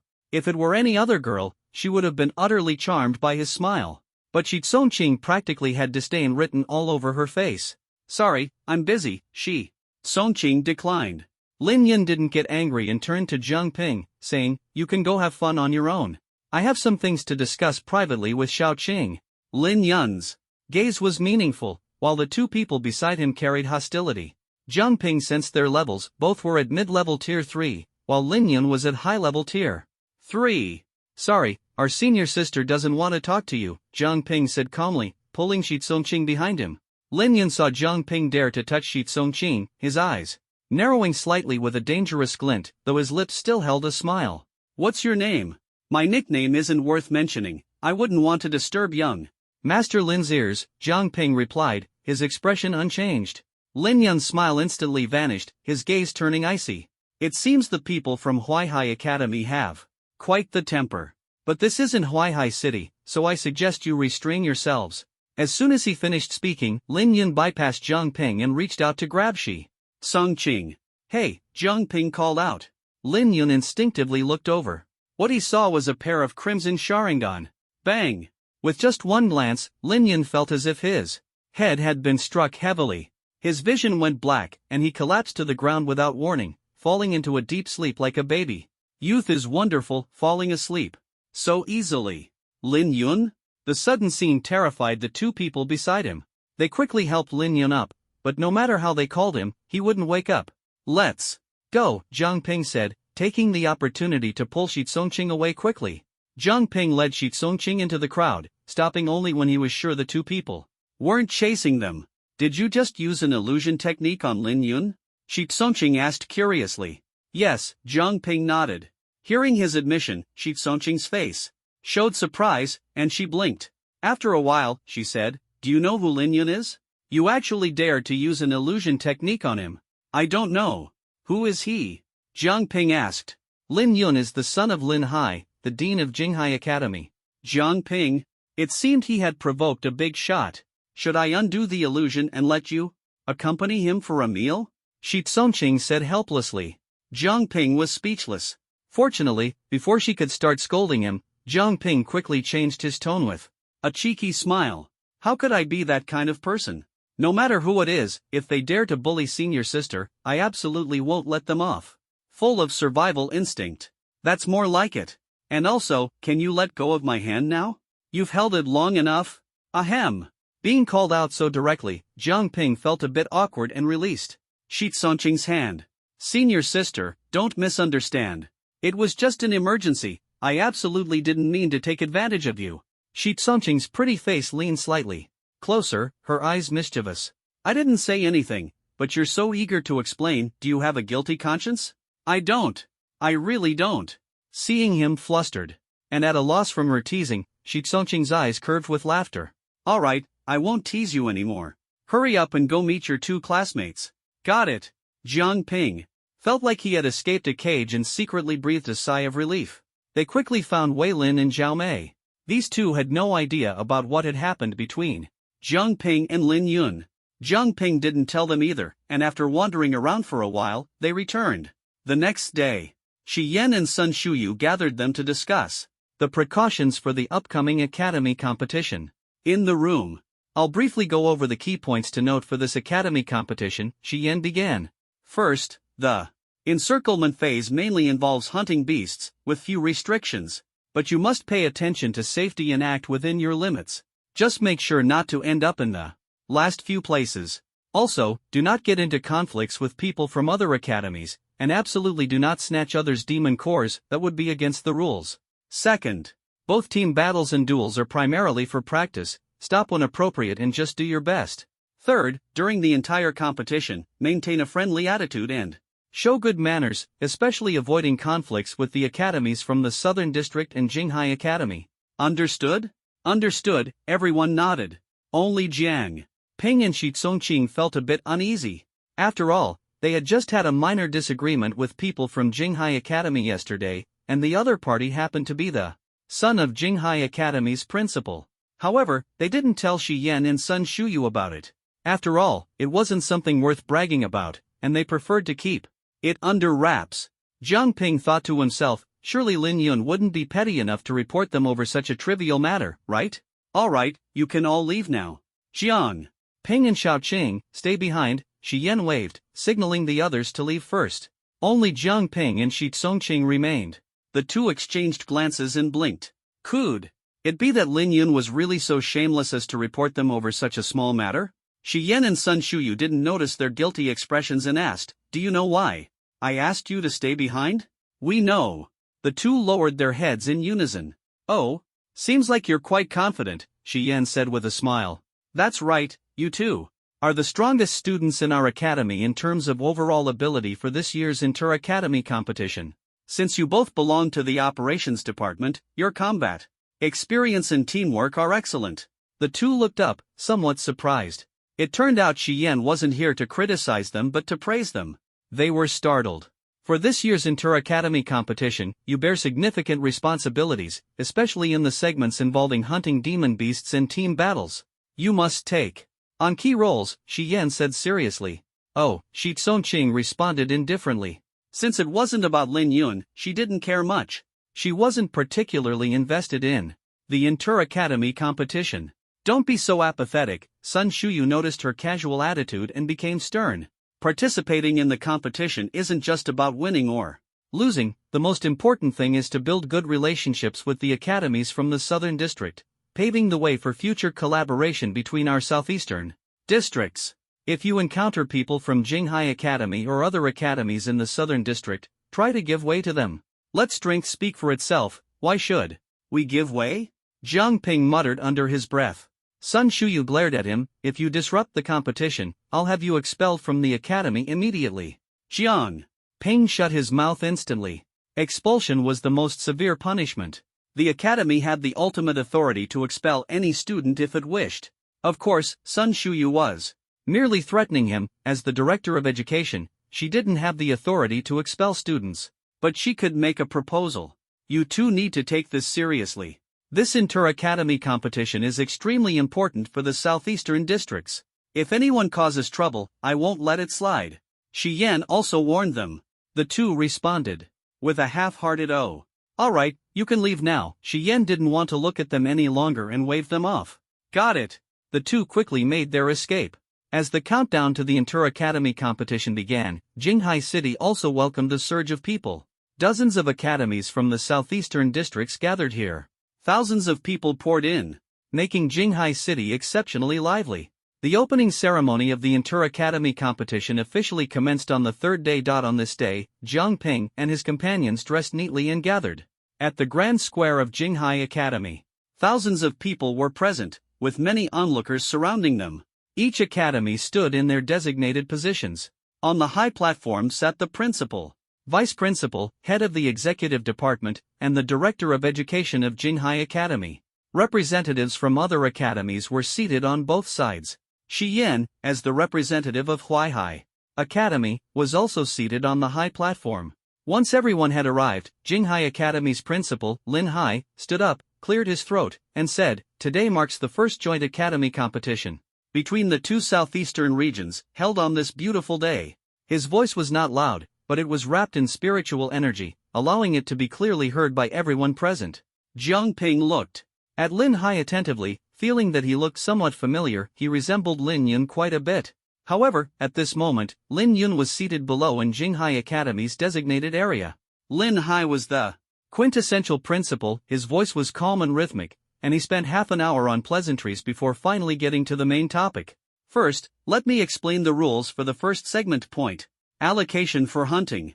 First tier monster cores, basic 1 point, intermediate 2 points, advanced 3 points. Second tier monster cores, basic 5 points, intermediate 6 points, advanced 7 points. Third tier monster cores, basic 10 points, intermediate 12 points, advanced 15 points. Fourth tier monster cores, basic 20 points, intermediate 25 points, advanced 30 points. When Lin Hai mentioned fourth tier monster cores, he paused. For the participating students, hunting third tier monsters was already quite challenging. While hunting fourth tier monsters was possible, the chances were extremely slim. As for fifth tier monsters, Lin Hai did not believe the freshmen had the capability to handle them. Now, I officially announce the start of the first joint academy competition between the two southeastern regions. Phase 1, all participating students, please enter the secret realm. The academy competition has officially begun. As soon as Lin Hai finished speaking, synchronized salutes rang out from both sides of the square. At the front of the square, a pitch-black spatial entrance suddenly opened, leading to the Beast Forest, the location for the first phase of the competition.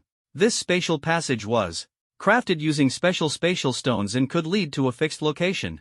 If a spatial ability user were to construct such a passage, they would need to be at least a 5th tier A-grade spatial ability user. The ability realm determines the minimum strength of an ability, while the ability grade determines its maximum strength.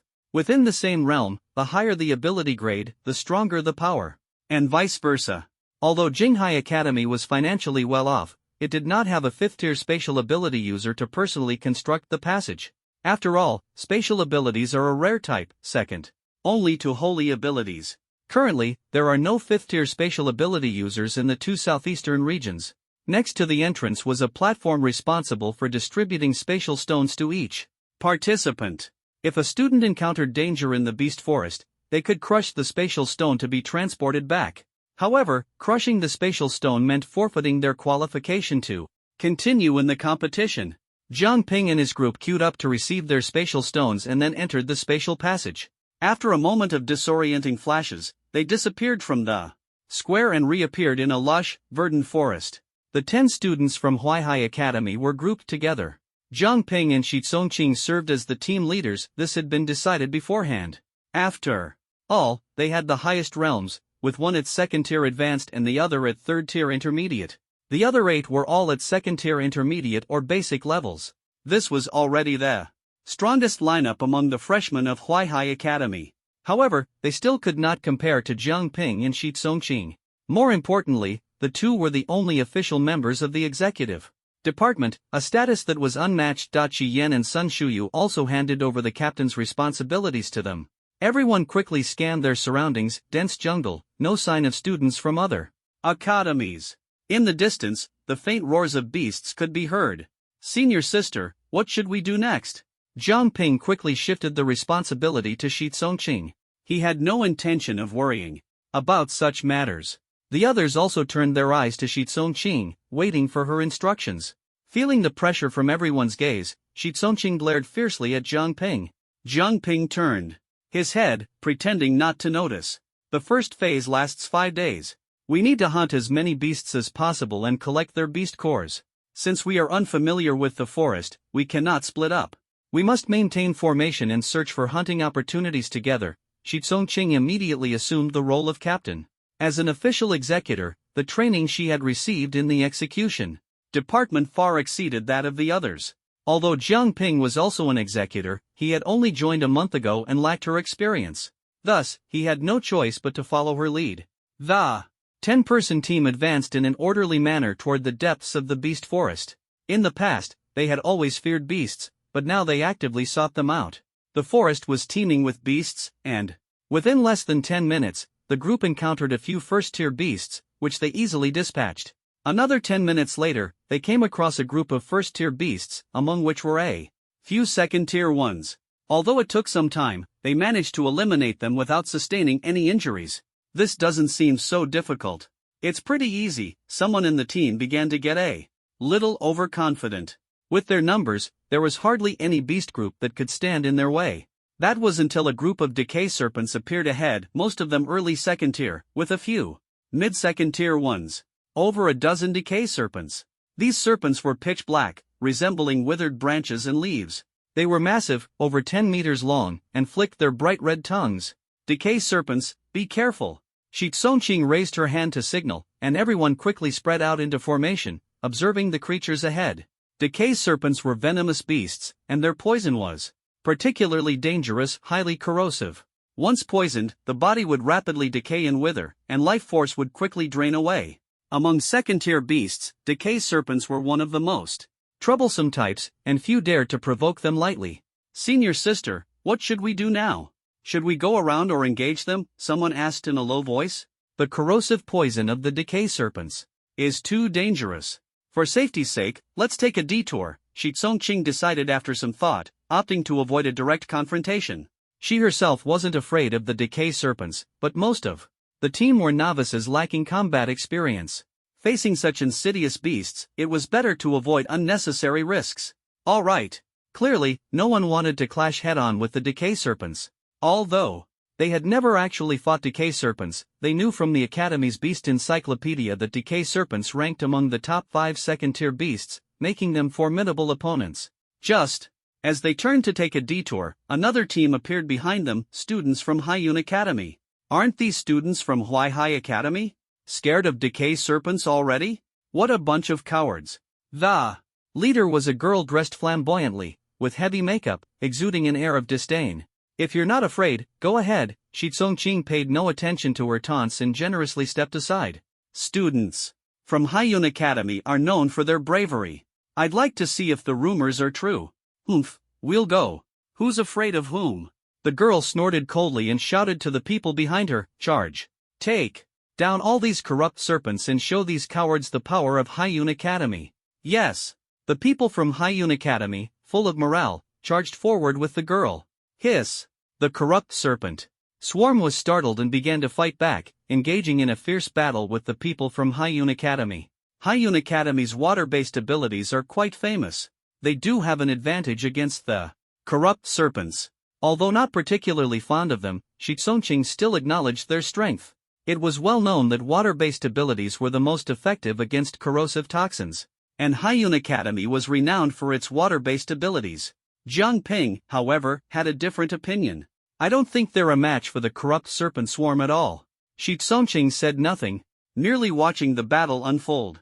At first, Haiyun Academy's momentum was strong, forcing the corrupt serpent swarm to retreat repeatedly. But as time went on, the situation suddenly changed. Boom! The ground cracked open, and a massive corrupt serpent burst out of the earth. The Corrupt Serpent King, Mid-Tier Level 3. This Corrupt Serpent King was twice the size of an ordinary corrupt serpent, 20 meters long and over a meter thick, exuding immense power. Hiss! Its thick body coiled around several large trees, raising its massive triangular head, the triangular shape providing stability. The Corrupt Serpent King opened its blood-red maw and spewed a cloud of black and red poisonous mist, lunging toward the people of Haiyun Academy. The squad leader of Haiyun Academy was the heavily made-up woman. She was a low-tier level 3, while the other members were mid-tier and high-tier level 2. Although their overall combat strength was not as high as Shi Tsongqing's, they were still formidable. Flow of twilight water. The heavily made-up woman calmly gave the order. She and two of her teammates simultaneously summoned several streams of clear water, fresh as morning dew and brimming with vitality. These streams of water formed a stark contrast to the corrosive poisonous mist spewed by the Corrupt Serpent King. Bang! The two forces collided, producing a sizzling sound as the poisonous mist and water streams neutralized each other. Haiyun Academy's water-based abilities were indeed impressive, effectively countering the corrosive toxins. The heavily made-up woman and her two teammates successfully blocked the Corrupt Serpent King's attack. A hint of pride appeared on her face. But in the next moment, her smile froze. Another equally massive Corrupt Serpent King appeared. A male and a female. Two Corrupt Serpent Kings emerged simultaneously. The one that appeared later was the female Serpent King. Though slightly smaller than the male, her aura was even more intimidating, and she was also mid-tier level 3. Two Corrupt Serpent Kings? The heavily made-up woman's expression changed drastically. They could barely handle one Corrupt Serpent King. With another one, they were doomed. Besides the two Corrupt Serpent Kings, there were also over a dozen ordinary corrupt serpents at low-tier level 2, which they had no chance of dealing with. Brother Ping, should we step in and help? Jiang Ping and the others had been watching the battle from the sidelines. Wei Lin couldn't help but ask. They all knew that the people from Haiyun Academy were no match for the two Corrupt Serpent Kings. Yeah, the teacher and minister, she did tell us to maintain good relations with the other academies, Jiao Mei chimed in. Help? Jiang Ping glared at the two of them. Didn't you see how much they looked down on us earlier? Help them? You're way too kind. Anyway, they have spatial stones. If they're in danger, they'll use the stones to escape. They wouldn't count on us to save them. Their relationship with Haiyun Academy wasn't close enough to warrant such assistance, not to mention that heavily made-up woman who mocked them earlier and didn't even offer to help. But I guess they'll come to us for help later, Shi Tsongqing suddenly said. Jiang Ping raised an eyebrow. Oh? They're so proud, would they really lower themselves to ask us for help? Just wait and see, Shi Tsongqing said confidently. Captain, what do we do? Faced with the two corrupt snake kings and a swarm of corrupt snakes surrounding them again, the others' expressions grew increasingly grim as they huddled together back to back. The heavily made-up woman's face darkened as she stared at the two massive corrupt snake kings. Huaihai Academy, do you really have the heart to watch us die? Sure enough, the heavily made-up woman turned to Jiang Ping's group for help. She knew it was humiliating, but to avoid being eliminated so quickly, she had to ask for help, even if it meant losing face. Otherwise, they wouldn't last a day before being eliminated, and they'd face scolding from their school upon returning. See, I told you. Shi Tsongqing boasted to Jiang Ping, then shouted to the heavily made-up woman, sorry, we're too weak to fight. 2 third-tier beasts. We can't help. Good luck to you. After saying that, Shi Tsongqing even clenched her fist as if cheering them on. You. The heavily made-up woman's face turned extremely ugly. Shi Tsongqing was lying. If both sides joined forces, they could definitely defeat the 2 third-tier corrupt snake kings and the swarm of second-tier corrupt snakes. They just didn't want to help. Huaihai Academy. I'll remember you, the heavily made-up woman said through gritted teeth. Hiss. The swarm of corrupt snakes and the 2 corrupt snake kings launched another attack, charging from all directions. Bang! Suddenly, beams of silvery white light emerged from the bodies of the Haiyun Academy team that was the glow of spatial stones. They had all crushed their spatial stones. Whoosh! Before the attack landed, the Haiyun Academy team successfully teleported away. They became the first academy to voluntarily use spatial stones for elimination. This was the difficulty of the first stage. Forget about how many beast cores you could collect, just surviving 5 days without being forced to teleport out was already more than half the battle. Well, that's it, nothing more to see. Jiang Ping quickly lost interest. The Haiyun Academy team was too cowardly, they didn't even put up a fight? Ping Ji, it looks like they've set their sights on us now. Wei Lin nudged Jiang Ping and pointed ahead. The swarm of corrupt snakes, now without a target, had locked onto them. Senior sister, what do we do? Zhao Mei panicked as well. With so many beasts, there was no way they could hold them off, right? It's over, now it's our turn to be targeted, Shi Tsongqing said with a complicated expression. If she had known earlier, she wouldn't have shouted so loudly. Now that they were being targeted by 2 third-tier corrupt snake kings, escaping wouldn't be easy. Wind element users, focus on rear support and quickly disperse the corrupt poison gas. Everyone else, prepare for battle. Shi Tsongqing immediately became serious and decisively issued orders. The group quickly spread out into formation, ready to fight. Jiang Ping, you take 1 corrupt snake king, and I'll handle the other. After giving orders, Shi Tsongqing quietly said to Jiang Ping, damn, senior sister. You're really overestimating me. Despite his complaints, Jiang Ping immediately entered battle mode as the 2 corrupt snake kings leapt down from the trees. He clasped his hands together, would release, tree bind eternal burial. The dense forest was perfect for wood release techniques. Countless sturdy vines and branches surged toward the corrupt snake king, tightly binding it. The scales of the decayed serpent king were smooth, and Jiang Ping's wood release initially failed to completely block it. Despite being entangled by vines, it still struggled forward with all its might. Damn, so slippery? Jiang Ping tightened the seal in his hands. Wood release, exploding. Spear tree. Nearby trees shot out once again, layer upon layer, tightly binding the decayed serpent king. This time, its movements were finally restrained. Hiss. Realizing it was trapped, the decayed serpent king spewed out black and red corrosive poison gas, visibly eroding the trees that bound it. You want to break free? Jiang Ping clasped his hands together, fine lines appearing at the corners of his eyes as he instantly entered Sage Mode. With the boost from Sage Mode, his strength surged, reaching the level of a Tier 3 beginner, and even capable of holding his own against a Tier 3 intermediate enemy. Boom! Jiang Ping stomped hard on the ground, leaping straight at the decayed serpent king. A sharp wooden spike suddenly grew from his arm, which he thrust forward with force. Squish! The hard wooden spike pierced deeply into the decayed serpent king's body. Would release, piercing technique. As the spike penetrated, spiritual energy surged wildly from Jiang Ping's body. The wooden spike rapidly expanded, instantly transforming into countless dense spikes that spread like vines within the decayed serpent king's body, bursting out from within. Squish! Dozens of sharp spikes pierced through the decayed serpent king's body, turning it into something resembling a spiked ball. Its life force was instantly drained. On the other side, Shi Tsongqing was locked in fierce combat with a Tier 3 intermediate female decayed serpent king. Divine Wind Blade. She raised her hand, and deep cyan wind blades condensed in front of her, forming a towering, dense wall of wind blades that slashed fiercely at the decayed serpent king. Clang! Clang! Clang! The decayed serpent king's tough scales emitted metallic clashing sounds under the wind blades.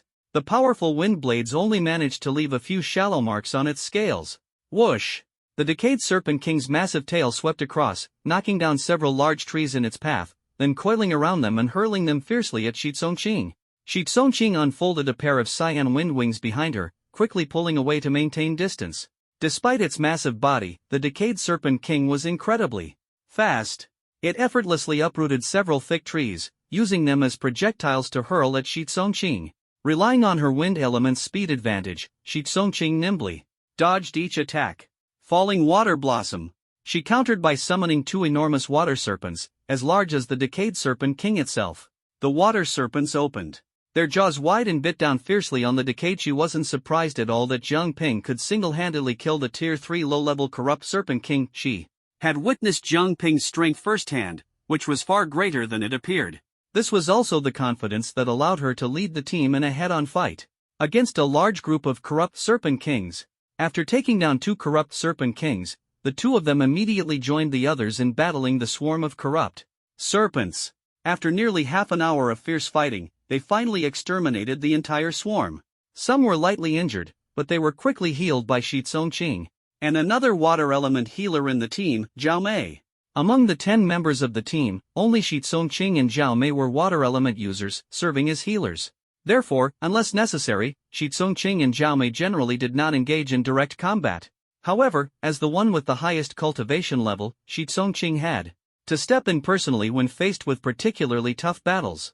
Looks like we're way stronger than that group from Haiyun Academy, Wei Lin said, his eyes sparkling as he looked at the scattered corpses of the Corrupt Serpents on the ground. Taking down so many Tier 2 beasts this time would surely make their points skyrocket. Don't think about that for now. Quickly gather all the beast cores. Jiang Ping began giving orders. Everyone worked together to extract the beast cores one by one and handed them over to Shi Tsongqing and Jiang Ping. After a brief rest to replenish their strength and spiritual energy, the group continued forward, searching for their next target. Over the next 3 days, Jiang Ping and his group didn't encounter any major challenges. Along the way, they came across a dozen or so Tier 2 and Tier 3 beasts, varying in number, but all of them were taken down and added to their collection. Their points steadily increased. During this time, they also ran into people from other academies, but everyone was polite, exchanging greetings before going their separate ways. After all, not every academy was as petty as Haiyun Academy. Day 5. Today was the final day of the first stage. By evening, everyone would be simultaneously teleported out. I really wonder what rank we're at now, Jiang Ping said as he and his teammates stood on a hill, weighing the beast cores in their hands while continuing to explore. At that moment, a broadcast came through the spatial stones of everyone still. In the Beast Forest, 12 hours remain until the end of the first stage. The current overall rankings are as follows: 34th place, Divine Water Academy, 510 points, 33rd place, Divine Wind Academy, 520 points, 32nd place, Skyfire Academy, 550 points, 10th place, Platinum Academy, 710 points, 9th place, Huaihai Academy, 720 points. Hearing their academy's name, Jiang Ping and his teammates immediately perked up. 720 points, 9th place, not bad at all. Their spatial stones were not only life-saving tools but also communication devices and score trackers. Jiang Ping also took note of the academies ranked higher than them. 8th place, Tianming Academy, 730 points. 7th place, Blue Ocean Academy, 750 points. 2nd place, Wind God Academy, 760 points. 1st place, Jinghai Academy, 799 points. After the broadcast ended, Jiang Ping and his team fell silent. Jinghai Academy is really impressive, leading the 2nd place by such a wide margin, almost breaking 800 points, Wei Lin said in a low voice. Well, it is the strongest academy in the southeastern regions. It's normal for them to be a bit stronger, Zhao Mei agreed. Jiang Ping, however, seemed unimpressed. Only 70 points ahead of us? Once we find another batch of beasts, we'll surpass them with ease. The main reason was that Lin Yun from Jinghai Academy left a very bad impression on him, making him have no favorable opinion of Jinghai Academy at all. Alright, then this task is yours. On the last day, lead us to surpass Jinghai Academy. Shi Tsongqing, who loved watching the excitement, said with a smile. That's right, let's surpass them. The others echoed enthusiastically. Surpass them, let's go. Jiang Ping raised his arm and called out. There were still 10 Hours left until the end of the first round of trials. All the teams were desperately hunting more beasts. This was not only to earn more points in the final sprint but also to collect more beast cores. Any beast cores obtained during this round of trials would belong to them. Teams ranked lower didn't hope for a high placement, they just wanted to collect more beast cores. Teams ranked higher aimed to maintain their positions and even move further up.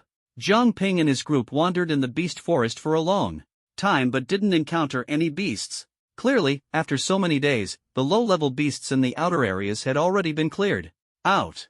To find more beasts, they had to venture deeper into the forest. The deeper areas were home to more level 3 beasts, and there might even be level 4 ones, posing significant danger. But to score high, they had no choice but to go deeper.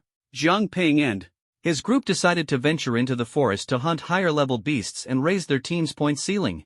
Deep within the beast forest, the trees here were much taller than ordinary ones. Dense canopies blocked out the sunlight. Giant rocks were scattered around, creating a primitive atmosphere, with few signs of human activity. Clearly, such a dense forest was not a place most people dared to enter easily. Shoo! Zhang Ping, walking at the front, suddenly crouched down, and the others immediately stopped. Less than 500 meters ahead, a group of beasts was lying down. From this distance, it was hard to discern their exact species, but their aura clearly indicated they were level 3 beasts. There weren't many of them, just 5 or 6, all at level 3 initial stage. Each level 3 initial stage beast was worth 10 points. If they could take them all down, they would immediately gain 50 to 60 points, significantly boosting their ranking. The only problem was that level 3 initial stage beasts posed considerable pressure. With 10 people, they could at most have a 2-to-1 advantage. Even against level 2 mid-stage beasts, a 2-to-1 ratio was often insufficient to deal with level 3 initial stage ones. Should we make a move? Shi Tsongqing noticed Zhang Ping's hesitation and asked softly. I'm still considering, Zhang Ping pondered. Although these were level 3 beasts, they might not be impossible to handle. The key was the level of risk involved. I've observed carefully, they should be black tigers, level 3 initial stage, specializing in strength and fire attributes, making them relatively tough to deal with. However, they can't fly, so we can use guerrilla tactics to wear them down, Shi Tsongqing analyzed calmly, her experience in the execution department allowing her to react quickly. On the spot. Only you and the team can fly, using guerrilla tactics would waste too much time, Zhang Ping quickly calculated. He had a clear goal for this academy competition, to take first place. This group of beasts before him was a tough challenge he had to overcome. I have a plan. Let me handle this, Zhang Ping said, clasping his hands together and entering immortal mode while activating his Sharingan. In a moment, I'll go up alone to draw their fire, and you all will attack them relentlessly from behind. With long-range abilities. Got it? He turned to the group. Brother Ping, you're going up alone? That's a group of level 3 beasts. Not some kittens, Wei Lin was the first to express doubt. No matter how strong Zhang Ping was, he couldn't possibly withstand so many beasts, could he? I'm the team leader, I fear death more than you do. Just follow my orders, Zhang Ping said firmly. Then, he turned to Shi Tsongqing and said, Senior sister, you command them to coordinate with me. All right. Shi Tsongqing nodded without any doubt. She trusted Zhang Ping completely. All right. Zhang Ping took a deep breath and walked out alone, his hands holding 8 Flying Thunder God Kunai. Whoosh! The 8 kunai flew out simultaneously, landing in different directions. At that moment, the black tigers, who had been napping, suddenly woke up, their eyes filled with dominance as they stared intently at Zhang Ping, who was slowly approaching. Roar! The beasts roared in fury. Without hesitation, they charged forward in unison. Just as they were about to pounce on him, Zhang Ping's figure flickered and instantly disappeared, reappearing at the farthest tree where one of the Flying Thunder God Kunai was embedded. The black tigers missed their target. Attack! Shi Tsongqing, seeing Zhang Ping miraculously evade the attack, was surprised for less than a second before decisively giving the order. In the next moment, various elemental abilities roared out like missiles, fiercely striking the black tiger group. Roar! This wave of attacks failed to defeat the black tigers, instead, it enraged them. They immediately abandoned their pursuit of Zhang Ping and turned to charge at Shi Tsongqing and the others. Seeing this, Zhang Ping once again used the Flying Thunder God technique to appear in front of the black tiger group, delivering a kick to the head tiger's skull. Bang! The The kick directly sent the head tiger flying, its head tilted unnaturally. In Sage Mode, Jiang Ping's physical strength could even rival that of magical beasts. Roar! The other black tigers, seeing this, changed their target and pounced directly at Jiang Ping. But Jiang Ping used the Flying Thunder God technique again to dodge, causing them to miss. Immediately afterward, Shi Tsongqing and the others launched another fierce attack. After this round of bombardment, the Black Tiger group finally began to falter. Jiang Ping appeared again like a flash, holding a short blade as he weaved through the Black Tiger group. The blade gleamed coldly, easily slicing through their tough hides, blood splattering everywhere. The Black Tigers tried to pounce on Jiang Ping, but their speed was no match for the Flying Thunder God technique. They couldn't even touch the hem of his clothes. Bang! Finally, the last black tiger fell to the ground. Jiang Ping delivered the final blow, breathing slightly heavily. The Flying Thunder God technique consumed a great deal of spiritual energy and stamina. Although Sage Mode allowed for rapid recovery, the high-intensity usage in a short period still left Jiang Ping somewhat out of breath. Not bad, you really managed to take them all down. Shi Tsongqing walked over, patting Jiang Ping's shoulder in encouragement. Do you think I'd be so arrogant without some confidence? Jiang Ping replied with a smile, signaling the others to extract the Black Tiger's demon cores. Well, isn't this the Huaihai Academy? You actually managed to take down a group of Black Tigers. As they were extracting the demon cores, a group of people in blue and white uniforms approached, their voices carrying a hint of provocation. Jiang Ping looked up and saw that it was the people from Jinghai Academy. Leading them was Lin Yun, the son of Jinghai Academy's principal, the same guy Jiang Ping had easily subdued with an illusion technique last time. Lin Yun? Seeing the people from Jinghai Academy, both Shi Tsongqing and Jiang Ping couldn't help but feel a bit uneasy.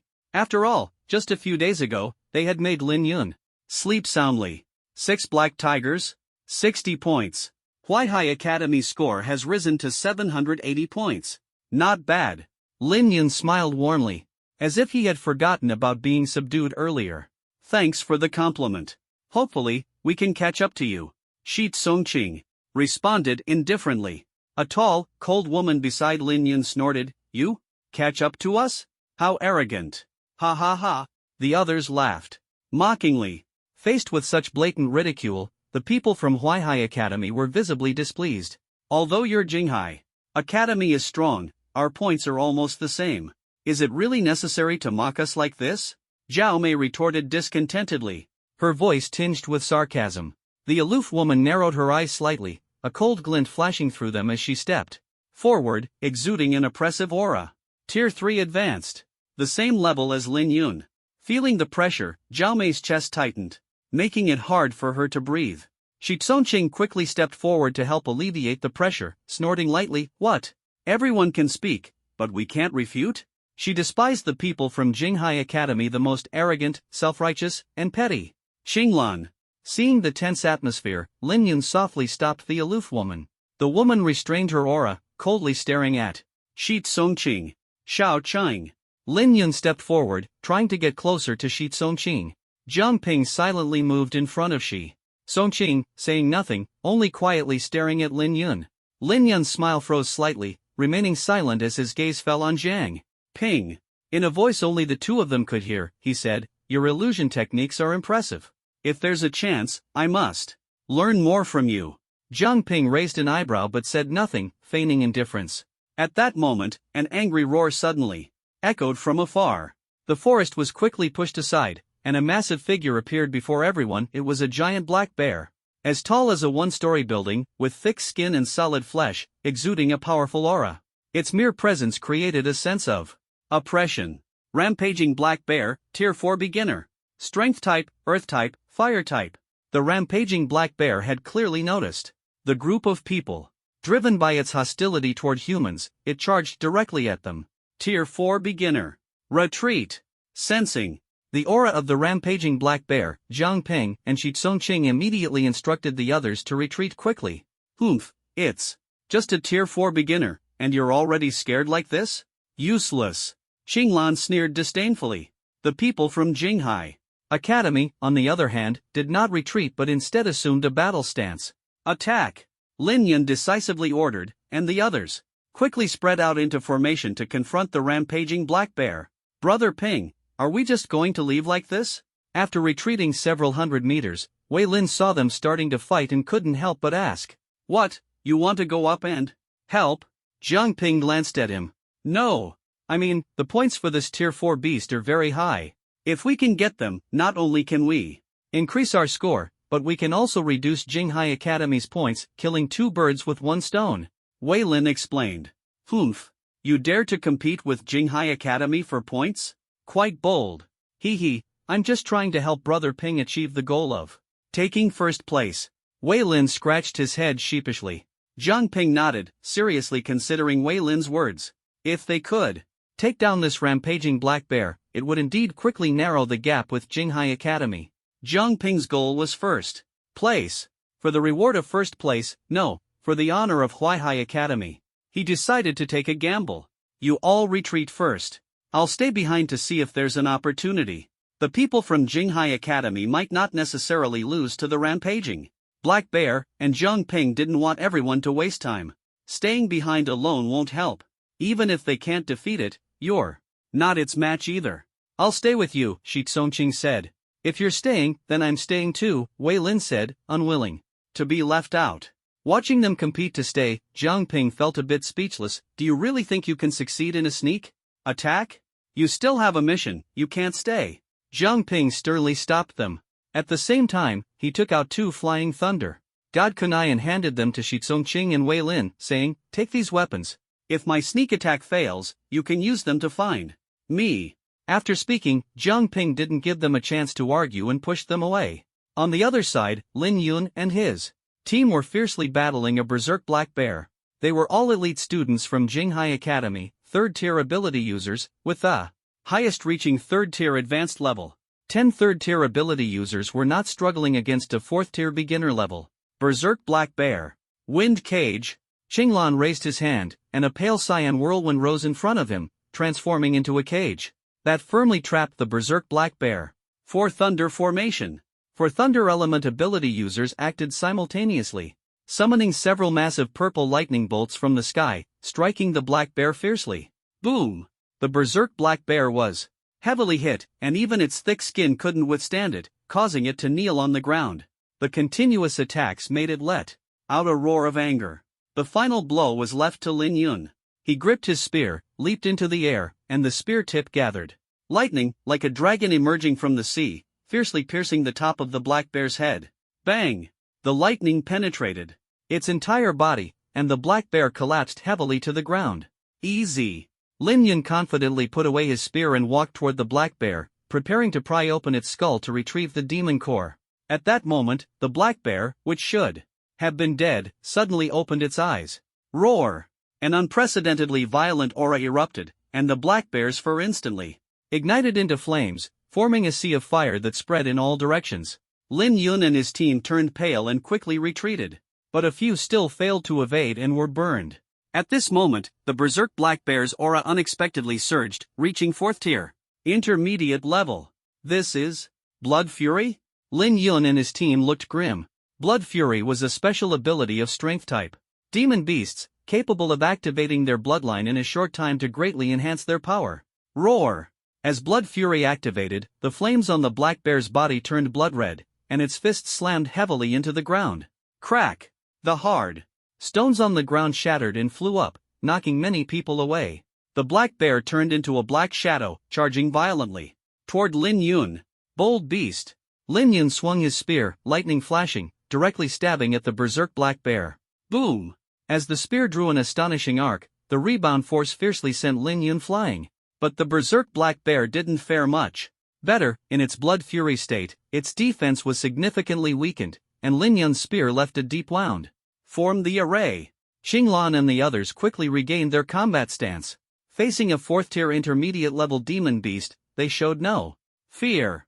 Seeing them preparing to set up their formation, the berserk black bear wasn't foolish. 4th-tier demon beasts already possessed intelligence comparable to humans. This group from Jinghai Academy was far stronger than it had anticipated.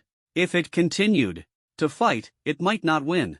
Moreover, its blood fury state couldn't last long. Once it ended, it would become weak, unable to even maintain 4th-tier beginner level. Realizing this, the berserk black bear decisively turned and fled into the dense forest. Before Cheng Lan and the others could fully deploy their formation. Trying to escape? Chase it!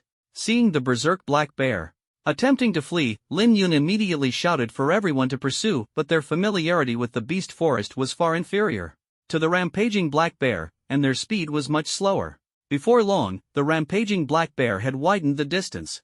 Deep within the beast forest, the rampaging black bear ran for dozens of minutes without stopping, confirming that the people from Jinghai Academy could no longer catch up, and finally breathed a sigh of relief. The blood fury state ended, and it entered a weakened period, its strength dropping to the advanced level of Tier 3. It noticed that recently, quite a few humans with considerable strength had appeared in the beast forest. It seemed that it couldn't act recklessly during this time. Thinking this, the rampaging black bear slowly made its way back to its cave. Suddenly, a figure leapt out from behind a tree, delivering a fierce side kick to its face. Boom! Like a massive boulder crashing down, the enormous body of the rampaging black bear was kicked back several steps.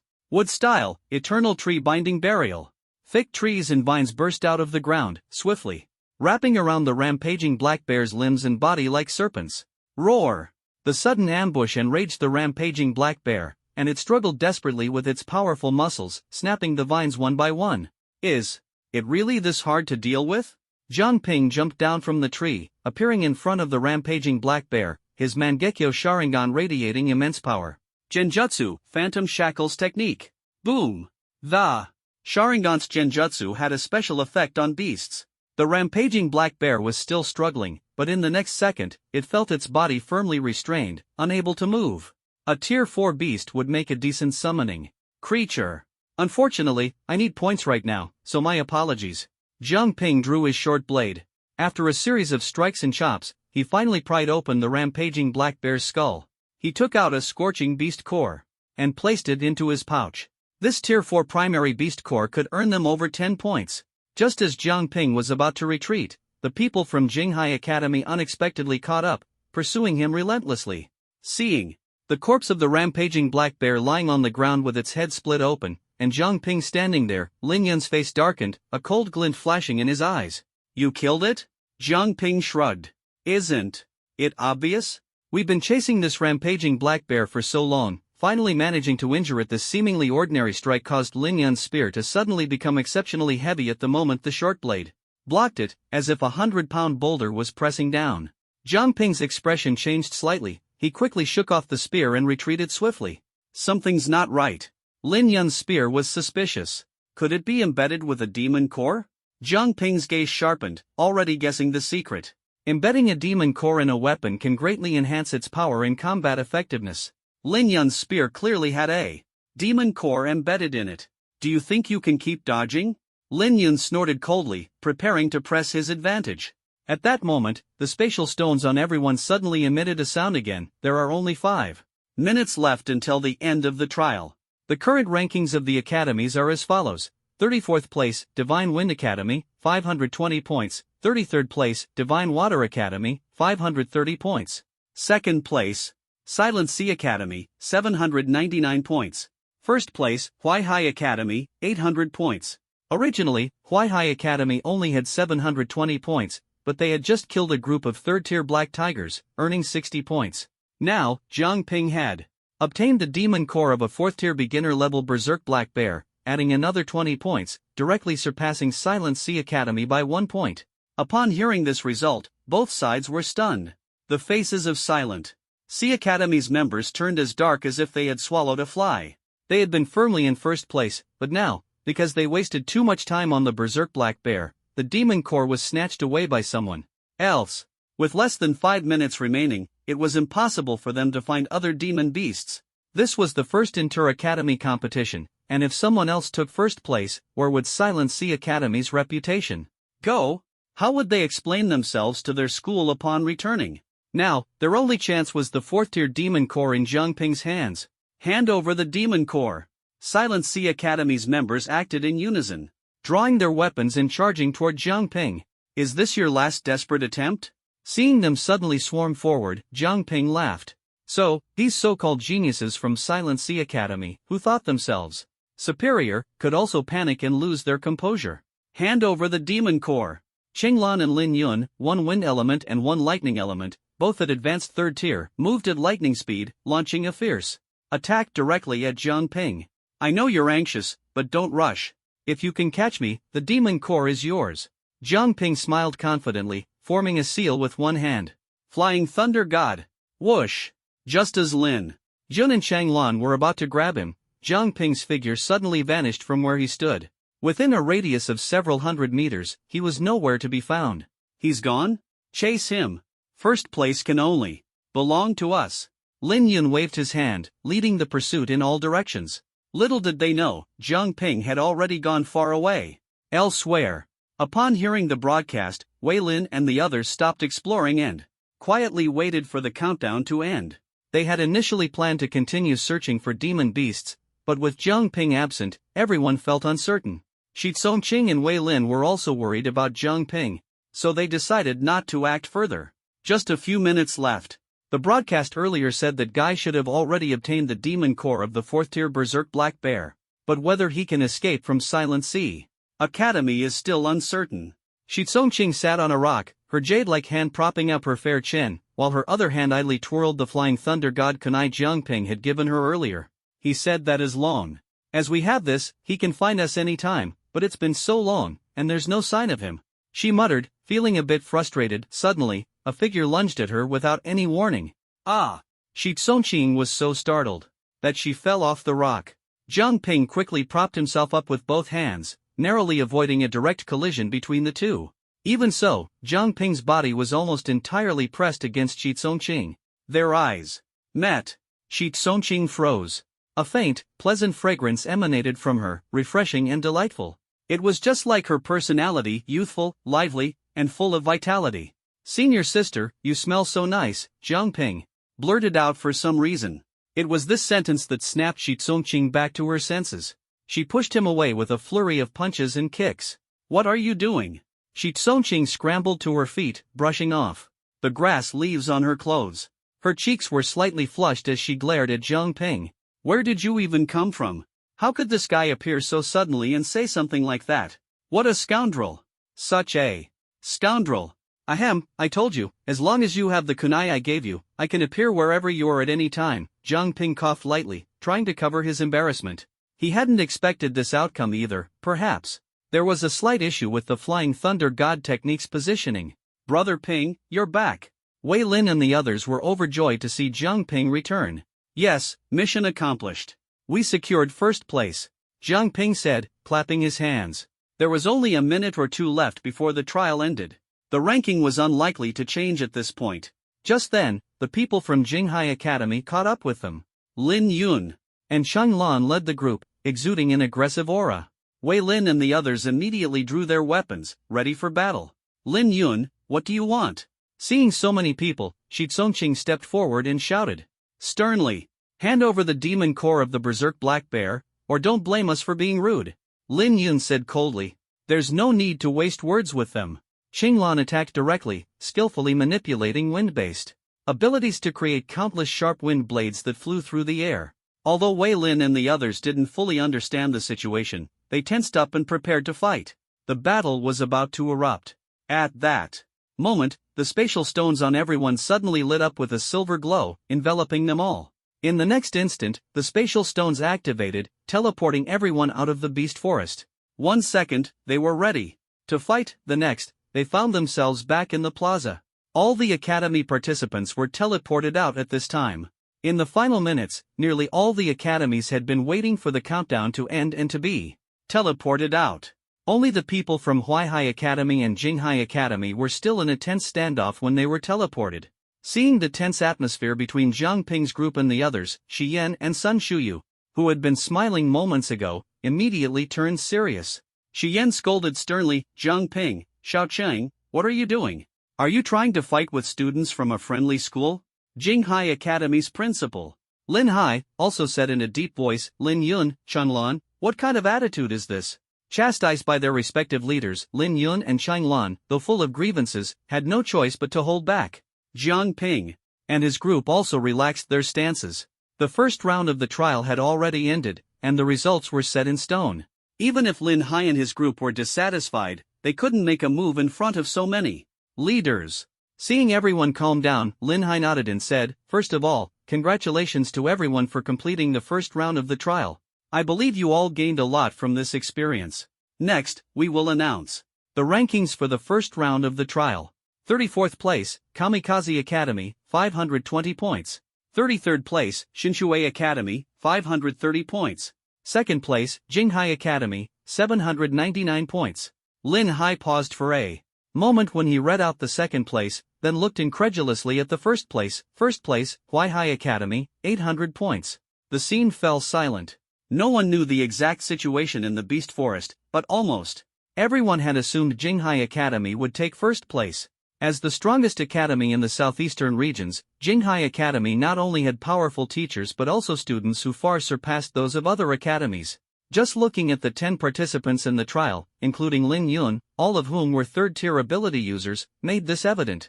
Yet this team, capable of rivaling the elite forces of other academies, had lost to Huaihai Academy, which only had one third-tier ability user. This result was beyond everyone's expectations. Lin Hai frowned slightly. He seemed to understand why Lin Yun and the others had clashed with the people from Huaihai Academy earlier. Sitting a few seats away, Shi Yan also furrowed his brows upon hearing the rankings. These guys. Didn't I tell them not to steal Jinghai Academy's thunder? 1st place went to Huaihai Academy. No one had anticipated this outcome. After all, Huaihai Academy's overall strength was average, barely making it into the top 10 among all academies in the southeastern region, far inferior to Jinghai Academy. Moreover, Huaihai Academy was an academy from the eastern region. Didn't they understand that this academy competition was meant to build relations with the southern region academies? By embarrassing Jinghai Academy like this, how could they foster good relations? If relations broke down, how could the southeastern regions unite? And without unity, how could they face the impending large-scale beast tide? Shi Yan's expression darkened. These brats had clearly been warned not to offend the southern region academies, yet they not only offended them but specifically targeted the most powerful and influential Jinghai Academy? Wasn't this deliberately sabotaging the cooperation between the southeastern regions? Shi Yan even noticed that Lin Hai and the 2 vice principals from Jinghai Academy beside him also looked displeased. Congratulations to all the academies for achieving excellent results in the first round of the competition. The first round of trials has officially ended, and the second round will begin tomorrow. The second round is a one-on-one duel competition, the longest-lasting event, so everyone should prepare well. As night fell, Lin Hai briefly explained the rules, and the crowd dispersed to return to their accommodations. Zhang Ping and his group also headed back to the hotel.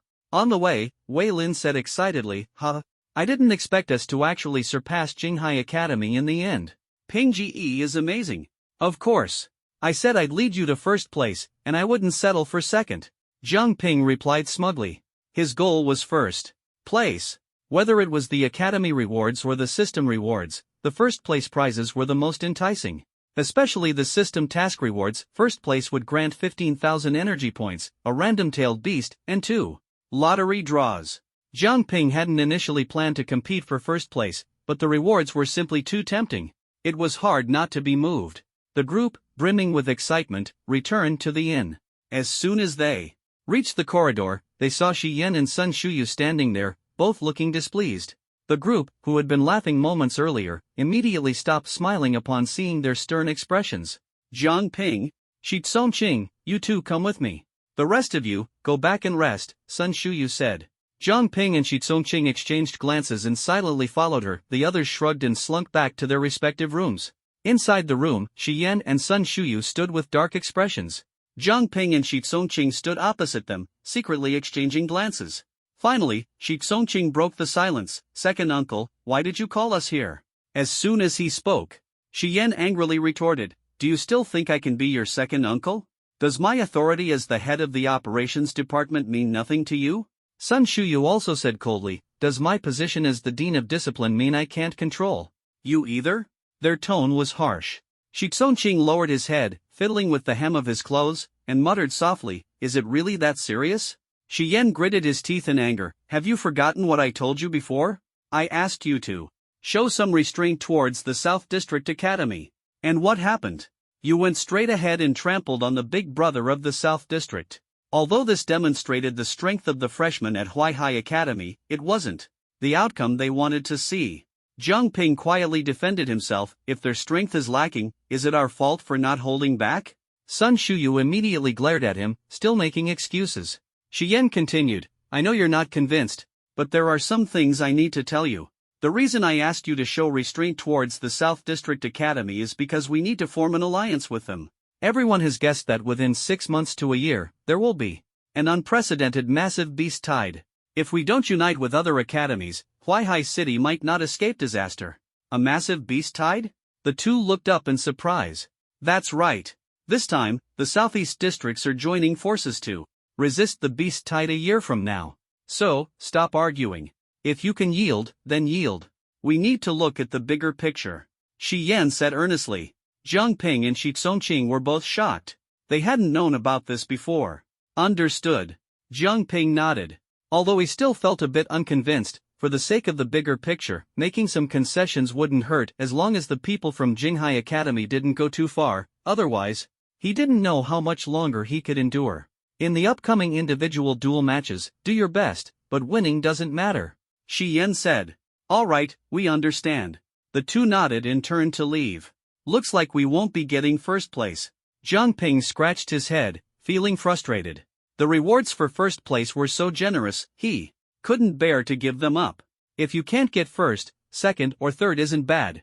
The top 10 all have rewards. Shi Tsongqing didn't understand why Zhang Ping was so fixated.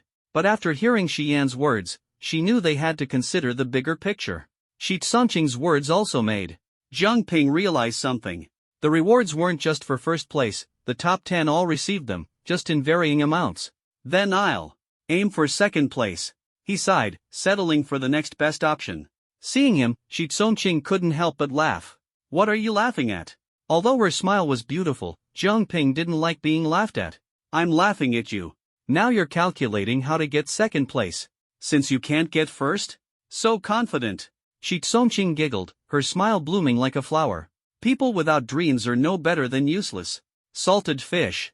Alright, your dreams are great. Here, take this. Shi Tsongqing handed him the flying thunder god kunai he had given her earlier. No need, you keep it. No way. Shi Tsongqing refused, her gaze carrying a hint of grievance.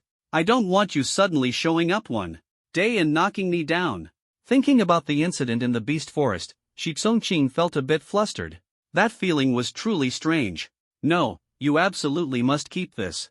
Zhang Ping shook his head and suddenly grabbed Shi Tsongqing's soft hand, making her tightly grip the flying thunder god kunai. He said seriously, as long as you have this, no matter what happens, I can reach your side immediately. No matter when, I will always appear by your side first. Zhang Ping held Shi Tsongqing's hand, his gaze resolute. Shi Tsongqing's heart raced as she listened. Especially since Zhang Ping was already quite handsome. Though still a bit youthful, he had matured significantly. His handsomeness carried a sense of confidence and charm that was truly captivating. She wouldn't give him a perfect score, fearing he'd become overly smug. However, seeing Zhang Ping's focused expression, she suddenly withdrew her hand, slapped his palm hard, and sternly said, Talk is talk, don't try to take advantage of me. Ouch. Talk is talk, don't hit me. Zhang Ping rubbed his aching hand while helplessly pulling it back. This woman had no sense of humor at all. Go back quickly. Shi Tsongqing snorted, pushed Zhang Ping away, and returned to her room herself. Jinghai Academy. Student.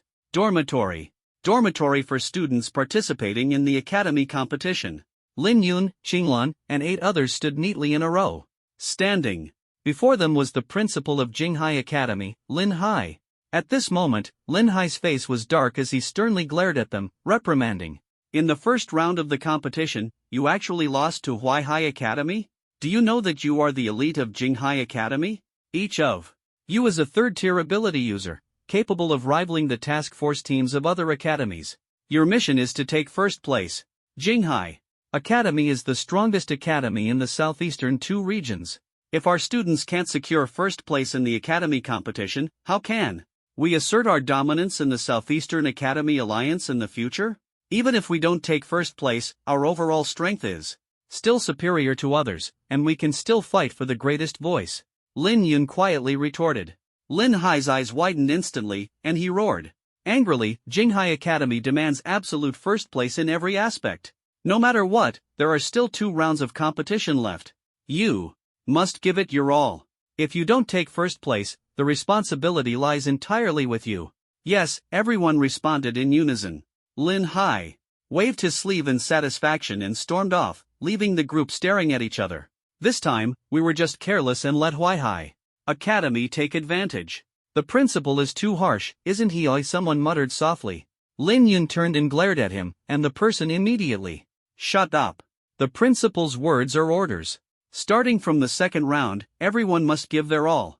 We absolutely cannot let the opponents take first place again. Understood? Understood. The second round of the competition was a one-on-one duel. This round took the longest, and was the most complex because each academy had 10 participants, and everyone had to compete. Among the 34 academies, the first round involved drawing lots to select 17 teams for elimination matches. Winners advanced, losers were eliminated. The 17 advancing teams were then divided into 8 groups, representing 16 academies, with 1 extra slot randomly drawn for a bye. After this round, 16 teams will compete for 8 spots, with 1 additional bye slot, allowing 9 academies to advance. In the second round, another bye slot will be drawn, leaving 8 teams to compete for 4 spots. After this, 5 academies will remain. In the third round, there will be no bye slots, but there will be a standby slot. 4 academies will compete first, with 2 advancing. The 2 losing teams will enter the losers bracket for another match. The winner of the losers bracket will advance, while the loser will face the standby academy in a final match, with the winner advancing. The fourth round will be the true 4-2 elimination.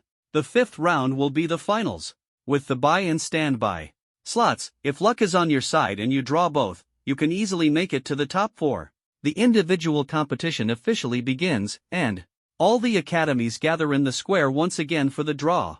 The strength of the 34 academies has already been revealed in the first beast hunting competition. Lower-ranked academies feared drawing strong opponents the most. During the live draw, some lower-ranked academies drew powerful opponents and immediately groaned in despair. Those of moderate strength who drew weaker opponents secretly rejoiced. The atmosphere on-site was lively, as the draw felt like a game of luck.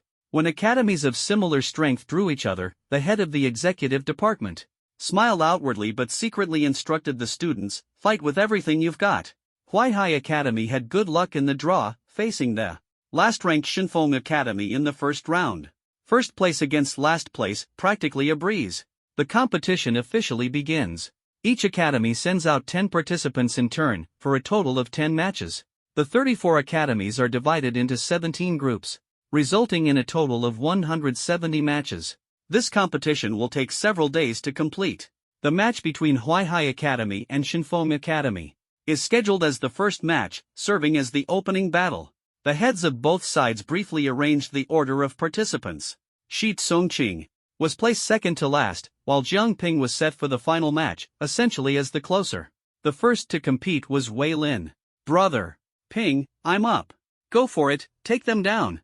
I will. Wei Lin nodded firmly. Wei Lin stepped onto the field, while Shinfeng Academy sent out a second-tier beginner-level ability user. Shinfeng Academy, Kai Kuan. The opponent was a tall, thin young man wearing a black top and beige pants, with thick hair parted in the middle. Huaihai Academy, Wei Lin. Wei Lin also introduced himself simply. The academy competition was officially a friendly exchange, so briefly sharing some information was acceptable. Above their heads, their ability types were displayed. Kai Kuan, Beast Transformation. Wei Lin, Wood Element. When the crowd saw that Wei Lin was a Wood Element user, they were momentarily stunned. There's actually a Wood Element user? Sending a Wood Element user into the match? Does Huaihai Academy have no one else? A useless ability like Wood Element, shouldn't they just be gardening or planting flowers? They don't even deserve to compete. Many people began mocking him. In their eyes, the Wood Element was a worthless ability. Even Kai Kuan, upon seeing Wei Lin's ability, sneered, a Wood Element user? How boring. Just admit defeat, and I won't have to lift a finger. Faced with ridicule and doubt, Wei Lin said nothing. At the referee's signal to begin, he acted decisively. Forming hand seals with both hands, he guided the flow of spiritual energy within him. Wood element, rain of pear blossoms. Wei Lin struck swiftly, his arm transforming into a section of tree, and dense wooden spikes shot out like steel needles toward Kai Kuan. The wood element can attack. Many people still cling to outdated perceptions of the wood element, but Wei Lin's move, Pear Blossom Storm, caught Kai Kuan completely off guard. Fortunately, the beast transformation element boasts quick reflexes. Kai Kuan stomped heavily on the ground, using his powerful jumping ability to leap away and dodge the wooden spikes. However, just as he landed, several massive vines erupted from the ground, wrapping around his legs like giant hands. Wood element, bind. The vines firmly gripped Kai Kuan and slammed him hard onto the ground, leaving him dizzy and disoriented. When a tiger doesn't show its might, do you think it's a sheep? Kai Kuan was furious. At first, he hadn't expected the wood element to have any offensive capabilities, leaving him unprepared. Now, it was his turn to strike back. Roar! Kai Kuan let out a beastly roar. As his muscles swelled rapidly, his gaze turning ferocious. Beast transformation element, cheetah. Dropping to all fours like a predator eyeing its prey, he suddenly charged at Wei Lin with incredible speed. So fast. Speed was Wei Lin's weakness. As Kai Kuan lunged, Wei Lin quickly dodged to the side but still got grazed on the shoulder by Kai Kuan's claws, leaving several bloody scratches. Feeling the pain, Wei Lin immediately counterattacked, slamming his hands onto the ground. Wood element, four-sided cage. Boom! Several thick wooden stakes shot up from beneath Kai Kuan, instantly forming a sturdy wooden cage that trapped him inside. Just a few pieces of wood, and you think you can hold me? Kai Kuan sneered, clawing furiously at the stakes with his hands like sharp talons. I won't let you escape. Wei Lin increased his spiritual energy output. The stakes, nourished by the energy, quickly regenerated and began to compress. Kai Kuan was tightly restrained, the space around him shrinking smaller and smaller. His initial disdain turned into frantic struggling. In the end, he had no choice but to admit defeat and beg for mercy. Stop! Stop! I surrender, I surrender. If he didn't give in, he would have been crushed. Stop!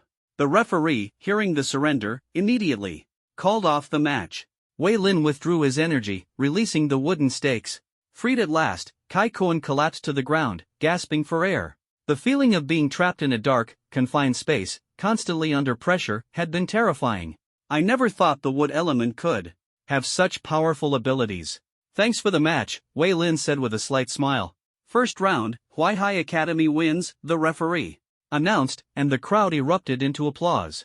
While the match wasn't particularly thrilling, it showcased the new potential of wood element abilities, completely shattering everyone's old impressions of it. Back at his seat, Wei Lin said smugly, "Heh, how about that? I didn't let the Academy down in the first round, did I? Not bad, well done." Zhang Ping gave him a thumbs up. Wei Lin had remained calm under pressure and performed excellently in the first match, ensuring Huaihai Academy's success. The competition continued. Each academy had a total of 10 matches. Shenfeng Academy, slightly weaker overall, lost 6 of the first 8 matches to Huaihai Academy, winning only 2. In the 9th match, it was Shi Tsongqing's turn to take the stage. His opponent was merely a second-tier advanced wind element user. Against Shi Tsongqing, a third-tier intermediate, the opponent stood no chance and was swiftly defeated, sent off the stage. The 10th match was Zhang Ping's turn. His opponent was also a second-tier advanced user. It's the last match. Just take it easy, the outcome doesn't matter, Shi Tsongqing teased him before he went up. Humph, an opponent like this is a piece of cake. Just sit back and enjoy the show, Zhang Ping said confidently as he stepped onto the stage. Opposite him stood a short man, about 1.6 meters tall, wearing a combat trench coat. The oversized garment made him look rather odd. Kamikaze Academy, Lu Chang. Huaihai Academy, Zhang Ping. Above their heads, their respective abilities were displayed. Lu Chang was of the object manipulation type. Zhang Ping possessed wood and spirit eye abilities. Zhang Ping also had 5 other elemental abilities, but those were acquired by devouring demon core stones and couldn't be detected through normal means. Another wood type? After witnessing Wei Lin's performance earlier, no one underestimated the wood type anymore. After all, both Zhang Ping and Wei Lin were from Huaihai Academy and shared the same wood type ability. It was hard not to suspect that Zhang Ping's wood ability, like Wei Lin's, could both attack and defend. As for the Spirit Eye ability, its specifics were unclear, and no one speculated much about it, focusing instead on Zhang Ping's wood ability. No matter how flashy your wood ability is, for the sake of Kamikaze Academy, I must win this match, Lu Chang declared sternly. Zhang Ping smiled faintly. Then I'll play along with you. Begin. At the referee's command, Lu Chang made the first move. He suddenly flung off his cloak, and 3 flying knives shot out instantly, heading straight for Zhang Ping. Zhang Ping's eyes narrowed, and his Sharingan appeared, accurately tracking the trajectory of the 3 knives and effortlessly dodging all the attacks. It's not over yet. Lu Chang, unwilling to concede, controlled the knives to reverse course, aiming directly at Zhang Ping's back. The intent was clear, but Zhang Ping easily saw through it, dodging steadily and calmly. No matter how fast the knives were, they couldn't outpace his Sharingan. He didn't even bother to draw his blade to counter. Seeing that the 3 knives failed to hit their mark, Lu Chang gritted his teeth, swung his trench coat again, and launched over a dozen flying knives, fiercely closing in on Zhang Ping. Faced with the sudden increase in knives, Zhang Ping found it much harder to evade. Clang! He drew a short blade, deflecting one knife he couldn't avoid in time, but the recoil from the strike left his hand stinging. The object manipulation ability not only allowed control over weapons but also infused them with spiritual energy, enhancing their power. The force behind that knife was no small matter. Surrounded by over a dozen flying knives, Zhang Ping decisively changed tactics, quickly closing the distance to Lu Chang. Don't think you can get close. Lu Chang saw through his intent and controlled the knives to fly back to his side, fully blocking Zhang Ping's approach.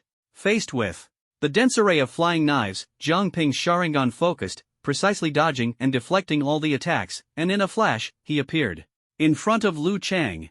Lu Chang hurriedly drew his blade, preparing for close combat. But what awaited him were Zhang Ping's crimson Sharingan eyes. Genjutsu Sharingan. Thud. Lu Chang's pupils contracted sharply, and the weapon in his hand froze mid-air. He couldn't move. No matter how hard he struggled, his body wouldn't budge an inch. You've lost. Zhang Ping slowly placed his blade against Lu Chang's neck. Only then did Lu Chang regain his ability to move. But with the blade already pressed against his neck, regaining freedom of movement couldn't change the outcome. I've lost. Lu Chang let his hands fall weakly. He didn't even understand the loser was utterly confused, and the audience was equally baffled. Lin Yun, Qinglan, and others from Jinghai Academy were carefully watching Zhang Ping's battle. Throughout the match, they couldn't even figure out what kind of ability Zhang Ping had used before the winner was decided. How can this guy beat Lu Chang without using any abilities? Qinglan frowned and asked. It should be his Spirit Eye ability, most likely some kind of illusion. Lin Yun also frowned, analyzing calmly. He had once been subjected to Zhang Ping's illusions. At the time, he only knew Zhang Ping could use illusions but hadn't realized it was related to his eyes. However, after multiple encounters, he had begun to vaguely suspect that Zhang Ping's strange ability was connected to his eyes. Spirit Eye abilities are also considered useless, right? One is a wood type, the other is a Spirit Eye type, and yet they both developed such powerful abilities? Huaihai Academy really can't be underestimated, Qinglan said in surprise. Wood type and Spirit Eye type abilities had long been regarded as useless. But now, someone had managed to turn these so-called useless abilities into entirely new and powerful systems. It was truly impressive. How about it? I'm not worse than you, right? Back at his seat, Zhang Ping proudly showed off to Shi Tsongqing. Shi Tsongqing rolled her eyes, snorted lightly, and said, not bad, I guess. Humph, stubborn. The two exchanged a glance, and the next match was about to begin. On the first day, they had already completed over 100 matches, but there were still more than 100 matches left to finish the first round of 34 into 17. So, the second day would continue to determine the 17 teams advancing to the next round. Zhang Ping watched every match carefully. After all, understanding your opponents was key to winning more. He paid close attention to the matches involving the top-ranked academies and their elite students. Finally, by that evening, the first round was over, and all 17 teams were decided. Next came the drawing of lots. This round of drawing was particularly interesting because starting from this round, there was a bye slot. Every academy hoped to draw the bye slot. After all, skipping around would naturally push their ranking forward significantly. Bye. Some academies began shouting loudly from their seats, cheering for their leaders and hoping to secure the bye slot. But the greater the hope, the greater the disappointment. In the end, the bye slot went to Shinshui Academy, a mid-ranked team, eliciting a wave of sighs. What a pity! Jiang Ping and his team also hoped to get the bye slot, but reality proved otherwise. The bye slot was the first to be drawn. After that, the remaining 16 academies were divided into 8 groups. This was the most critical part. There was only one bye slot, and everyone else could only watch helplessly. Once the bye slot was drawn, everyone had to set aside their fantasies and prepare for battle. The second round of drawing was much more nerve-wracking than the first. Those who advanced past the first round were no ordinary players. The first draw began. The first academy, Huaihai Academy. As soon as the first match was drawn, Jiang Ping and his team immediately tensed up, staring at their opponent. The opponent was Jinghai Academy. As soon as this draw was announced, the entire venue fell silent. Huaihai Academy and Jinghai Academy, the top two from the first major competition. And now, in the 16-8 round, these two academies were already facing off, and it's the first match? After a brief silence, the entire venue erupted into heated discussions. Huaihai Academy, ranked among the top in the Eastern District, had been on fire recently and was receiving a lot of attention. Jinghai Academy, the number one in the Southern District, boasted top-tier strength, with many freshmen advancing to the third tier within just a year, their abilities rivaling those of the elite in the operations department. Not to mention, the two academies had already clashed during the first round of the monster hunting competition. Now meeting again. Everyone was eagerly anticipating an exciting and thrilling match. Seriously? We're up against them this soon?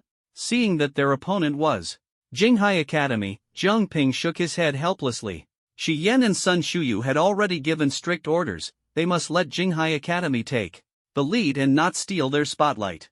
But now that they were facing off, if they lost to Jinghai Academy, they wouldn't even make it into the top 10 this round. Without making the top 10, Jiang Ping wouldn't be able to complete his system task. He could forego first place, but he absolutely couldn't give up on the top 10. Thinking of this, Jiang Ping felt a headache coming on. On Jinghai Academy's side, after drawing Huaihai Academy, Qinglan and the others smirked coldly. Looks like luck is on our side. We get a chance for revenge this quickly. The others quickly chimed in. Exactly, this time we'll personally take back what we lost. Because of Huaihai Academy, they had been harshly criticized before. This score had to be settled. Don't let emotions get in the way. Our goal is first place, not revenge. Huaihai Academy is just a stepping stone on our path to the top. Perform as usual and crush them. Understood? Lin Yun said calmly from the side. Understood. This is bad. Seeing the draw results, Shi Tsongqing also felt a bit helpless. However, compared to him, Wei Lin and Zhao Mei were rather excited. We're up against Jinghai Academy again. Another battle of the titans. Wei Lin rubbed his hands together, full of fighting spirit.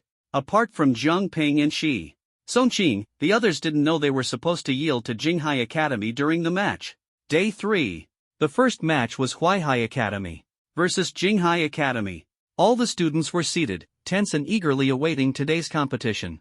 After all, one side was the veteran powerhouse of the Southern District, while the other was the champion of the first round. Who do you think is stronger, Jinghai Academy or Huaihai Academy?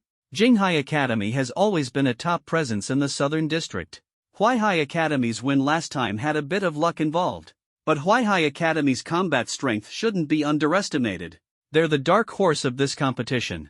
Before the match even began, students from other academies were seated in the audience, enthusiastically discussing the strengths of both sides. At Huaihai Academy's seating area, we're about to face them again. I wonder if we can win this time, Wei Lin muttered to himself, staring at the Jinghai students across from them. Both teams, please take the stage. At the referee's command, the participants from Huaihai Academy and Jinghai Academy began to enter the arena. I'm going to take a quick nap. Wake me up when it's my turn. Jiang Ping lazily poked Wei Lin beside him. Jiang Ping, how can you not be excited? Our opponent is Jinghai Academy. If we win, our status will skyrocket. Wei Lin said excitedly. Sai, just look at the gap. They're all third-tier experts, while we're only second-tier. The difference is huge. Don't think that just because we got lucky last time, it'll be that easy this time. Jiang Ping wasn't unwilling to fight, it was just that the warnings from Shi Yan and Sun Shuyu earlier had left him uncertain, so he decided to relax and deal with it casually. After all, this round wasn't something he could decide on his own. The progress of the competition was just as Jiang Ping had expected. In the first 5 matches, Huaihai Academy only won 1, while Jinghai Academy had already secured 4 victories. These battles had thoroughly awakened the members of Huaihai Academy. As expected, the gap was quite evident. 6th match, Wei Lin from Huaihai Academy vs Qinglan from Jinghai Academy. Qinglan? Jiang Ping opened his eyes. He remembered Qinglan was a high-level 3rd tier, while Wei Lin was only a beginner 2nd tier. The disparity in strength was almost insurmountable, and the chances of winning were nearly zero. Wei Lin, if you can't hold on, just admit defeat. Don't take risks, Jiang Ping reminded him. Brother Ping, we've known each other for so long. Do you think I would give up so easily? Wei Lin clenched his fists. I'll definitely win this match and show you all. As he spoke, he patted Jiang Ping's shoulder and walked toward the arena. Qinglan also stepped onto the stage. She looked at Wei Lin coldly, her face filled with disdain. You're no match for me. Just admit defeat. The word defeat doesn't exist in my dictionary, Wei Lin said firmly. At this moment, he wasn't just fighting for himself but also for the academy. He absolutely couldn't lose. Wood element. Entanglement. Suddenly, a few vines sprouted from beneath Wei Lin's feet, swiftly attacking Qinglan like snakes. He knew his opponent was of the wind element, so he wanted to control her first to increase his chances of winning. Qinglan had already seen through his plan. A mere beginner 2nd tier nobody. Don't think you're impressive just because you know a few abilities. I think you're just trash. A pair of pale blue wings suddenly grew from her back, and she flew into the air, easily dodging the vines. Wind element can fly, Wei Lin's chances of winning aren't great. Jiang Ping observed the situation on the field and shook his head lightly. The flying ability of the wind element was hard to deal with. However, flying consumed a lot of spiritual energy, and without anti-air measures, it could only delay the inevitable. Wei Lin was also surprised to see Qinglan flying. Ordinary ability users didn't have flight skills, they had to reach the 6th tier to fly. Wood element, rain of pear blossoms. Wei Lin's arm transformed into wood, and dense wooden spikes shot toward Qinglan. Wind element, great tornado. Qinglan manipulated her wings to spin rapidly, creating a massive pale blue tornado that swept the wooden spikes into it. Flower grower, take this. She waved her hand, and the violent whirlwind, filled with wooden spikes, surged toward Wei Lin. Wei Lin's eyes tightened, and sweat appeared on his palms. He knew the gap was significant, but he refused to give up. Wood element, 4-sided prison. Wooden stakes suddenly emerged from the ground, quickly forming a sturdy cage around Wei Lin. A clever move. Wei Lin is becoming more skilled with his abilities, Jiang Ping nodded. Wei Lin's wood element ability was inspired by Jiang Ping's guidance during training. Seeing his progress, Jiang Ping felt gratified. Boom! The massive wind tornado collided with the cage but failed to break through. Let me see how strong your defense is. Qinglan sneered. Wind element, explosive wind blades. Suddenly, several enormous pale blue wind blades appeared above Wei Lin. Even before these powerful wind blades descended, everyone couldn't help but swallow nervously.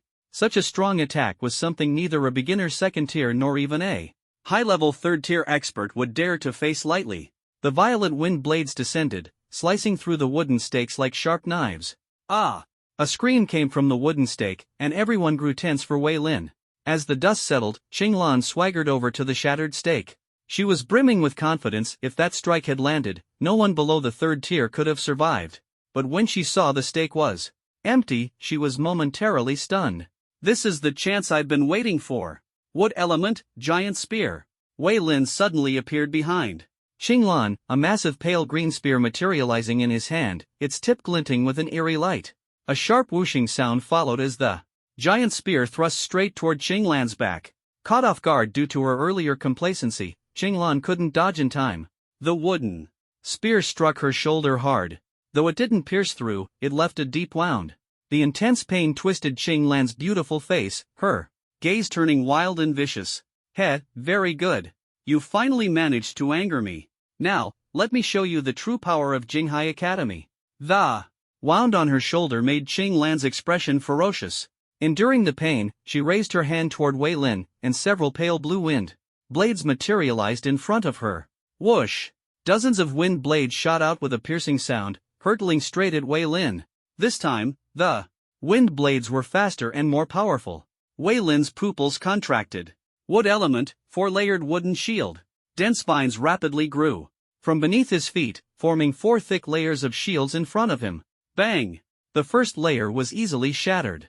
The second layer held for 2 seconds before breaking. The third layer lasted 4 seconds. The fourth layer was Wei Lin's final defense. But even this last shield didn't hold for long, as Qing Lan's final wind blade broke through it. Thud! The wind blade was so fast that Wei Lin had no chance to dodge. His left shoulder was pierced through. Bang! The wind blade passed through his body, sending Wei Lin crashing heavily to the ground. The searing pain made him grit his teeth. This is the wound you gave me. Now, I'm returning the favor. Chenglan walked step by step toward Wei Lin. Though both were injured, Chenglan clearly had greater endurance. Wei Lin gritted his teeth, trying to stand. But Chenglan suddenly stepped forward, stomping on his wound with force. Her face showed a cold and cruel smile. You worthless trash, did you really think a second-tier beginner of the wood element could defeat me? Being injured by you is my greatest humiliation. Just admit defeat, you loser. Her foot pressed down harder, and Wei Lin broke out in a cold sweat from the pain. But he refused to yield, clenching his teeth and saying firmly, in your dreams. Suddenly, Wei Lin's uninjured hand grabbed Qing Lan's foot. Wood element, explosive rain. Several vines quickly extended from his hand, wrapping around Qing Lan's foot in an attempt to bind her completely. Do you think such a trick will work on me again? Qing Lan snorted coldly, and an invisible gust of wind swept around her, instantly severing the vines. Trash is trash. Just give up already. Seeing Wei Lin still refusing to back down, Qing Lan pressed her foot harder on his shoulder, increasing the force. I'm not trash. Wei Lin gritted his teeth, unleashing the last bit of spiritual energy within him, preparing for one final desperate move. Qing Lan, seeing his stubbornness, stomped down even harder. Crack! A crisp sound of bone breaking echoed. Immediately after, Wei Lin's scream of agony reverberated across the arena. His shoulder had been crushed under Qing Lan's foot. In the stands, Jiang Ping shot to his feet upon hearing Wei Lin scream. What are you trying to do? Beside him, if you go up there, you'll be breaking the rules and will be disqualified. Do you expect me to just stand by and watch Wei Lin being bullied like this? Jiang Ping's eyes were bloodshot. If Shi Tsongqing hadn't been holding him back, he would have rushed up there. Calm down, there's a referee. On the stage, the referee heard Wei Lin's cries of pain and immediately stepped in. Jinghai Academy wins. Apart from a contestant admitting defeat or being knocked out of the ring, the referee could also directly decide the outcome in cases of life-threatening danger or rule violations. Now, it was clear that Qing Lan had won. Soon after, someone rushed up to carry Wei Lin away for treatment. Seeing this, Jiang Ping's anger subsided slightly. But the next scene almost made him explode again. Qing Lan slowly turned her head to look in their direction. Her face was full of indifference, mixed with mockery, provocation, and disdain. It was obvious she was deliberately provoking them. Not only Qing Lan, but the people from Jinghai Academy, including Lin Yun, also cast hostile and provocative glances their way. These guys, are they trying to retaliate for us taking first place in the last round? Jiang Ping narrowed his eyes, locking gazes with Lin Yun and the others. From a distance, although everyone had agreed to give Jinghai Academy some face, it was clear now that Jinghai Academy had no intention of reciprocating. I'm going to check on Wei Lin's condition. Jiang Ping withdrew his gaze and prepared to go see Wei Lin. At that moment, the referee announced the contestants for the next match, Match 7, Shi Tsongqing from Huaihai Academy vs Lin Yun from Jinghai Academy. As soon as the referee spoke, the crowd erupted. While Shi Tsongqing was unfamiliar to them, Lin Yun was widely known. He was the son of Lin Hai, the dean of Jinghai Academy. Moreover, his talent was extraordinary. In less than a year, he had grown from a new student to a third-tier advanced ability user. Like Qing Lan, he was one of the top geniuses in the southeastern regions. Hearing that Shi Tsongqing was going to face Lin Yun, Jiang Ping, who was about to leave, stopped in his tracks. He glanced at Shi Tsongqing, who was already standing and ready, and said, I'll stay and watch your match before I go. Shi Tsongqing gave him a sidelong glance but said nothing, walking directly from her seat to the stage. Xiao Chang, I didn't expect us to face each other this time, Lin Yun said with a smile. From his appearance, Lin Yun was indeed a handsome guy, tall, sunny, with a warm smile that particularly attracted girls. Unfortunately, Shi Tsongqing had already seen his true colors. Coupled with Qinglan's performance in the previous match, she was thoroughly disappointed in the people from Jinghai Academy. I'll do my best, Shi Tsongqing responded calmly, the breeze stirring her white clothes, making her appear light and ethereal. Your Huaihai Academy doesn't have many chances left. If you lose another match, you'll be out. But I can give you an opportunity, Lin Yun said with a smile. You know I like you. If you agree to be with me, I can concede this match. Stop dreaming. You disgust me, Shi Tsongqing coldly rejected him. Unwilling to give up, Lin Yun asked in a deep voice. Why reject me? Am I not good enough for you, or do you already like someone else? Shi Tsongqing didn't answer. Is it Zhang Ping? Lin Yun's face suddenly darkened, like a beast on the verge of erupting. Shi Tsongqing blinked, turned to look at Zhang Ping sitting nearby, then looked back at Lin Yun. After a moment of thought, she nodded and said, yes, I like him, so give up. Shi Tsongqing's words made Lin Yun's face completely contort with fury. He said word by word, good, excellent. As the referee gave the signal, the match began. Lin Yun decisively drew a spear from his spatial ring, stepped forward, and charged directly at Shi Tsongqing. Thunderous might. At that moment, the spear in Lin Yun's hand erupted with several bolts of lightning. The power of the thunder was overwhelming, forcing Shi Tsongqing to retreat. Everyone on the field could see clearly that Lin Yun was holding nothing back, the spearhead aimed straight at Shi Tsongqing's vital points. Such a fierce and decisive offensive. Lin Yun is indeed a third-tier advanced ability user. He seems even stronger than when he fought me before, Zhang Ping observed the dazzling spear light on the stage, his brows slightly furrowed. He couldn't shake the feeling that Lin Yun's attacks were too intense, not quite matching his usual demeanor. Wasn't he supposed to like Shi Tsongqing? Divine Water Shield. Shi Tsongqing, forced to the edge of the stage, hurriedly summoned a water shield to block Lin Yun's attack. Xiao Chang. If you leave Zhang Ping, I can even concede and let you win this match, Lin Yun said, slightly withdrawing his spear. But Shi Tsongqing gave him no chance, pulling out a dagger and slashing directly at Lin Yun's lower body, forcing him to retreat. Dream on. Lin Yun, the more you act like this, the more disgusting I find you. Shi Tsongqing glared at Lin Yun, her eyes full of disdain. Why? Why did you choose him and not me? What am I lacking compared to him? In terms of family background, being with me would make your family even stronger. In terms of strength, I'm a third-tier ability user. What does that guy have to compare with me? Lin Yun let out a series of roars. Do you want to know the answer? I'll tell you now, so you can give up sooner. Zhang Ping is better than you in every way. He's gentler, more considerate, more honest, and stronger than you. You can't compare to him in any aspect. Facing Lin Yun's questioning, Shi Tsongqing calmly responded, you're just an arrogant and conceited person. Conceited? Lin Yun let out a bitter laugh, which gradually turned cold. Ha ha ha. Excellent. At this moment, Lin Yun was already somewhat deranged, his eyes burning with a fanatical flame. This time, I'll show you that even Zhang Ping can't surpass me. The sky suddenly darkened, and thunder rumbled loudly. Even the heavens are on my side. You have no chance of winning this round. Lin Yun stared at the rolling thunderclouds, his expression so dark it seemed water might drip from it. Lightning element, thunderstrike. He pointed his spear toward the sky, and lightning, like chains, struck down directly at Shi Tsongqing. The skill, enhanced by the power of thunder, became even more violent, to the point that even Lin Yun himself found it difficult to fully control. Fierce wind of the divine. Shi Tsongqing swiftly dodged, a layer of cyan light flashing across her short blade, deflecting the bolts of lightning. Seeing this, Lin Yun charged at Shi Tsongqing, thrusting his spear straight at her. Shi Tsongqing gripped her short blade tightly, desperately deflecting the spear. As soon as the two weapons collided, Shi Tsongqing felt a numbness spread through her arm. This thunderous power is truly violent. No wonder it's a high-level Tier 3 ability. Crack! A bolt of lightning struck down, splitting the sky with a flash. Lin Yun seized the opportunity to channel the power of thunder. Roar! He let out a furious roar, his skin beginning to turn crimson.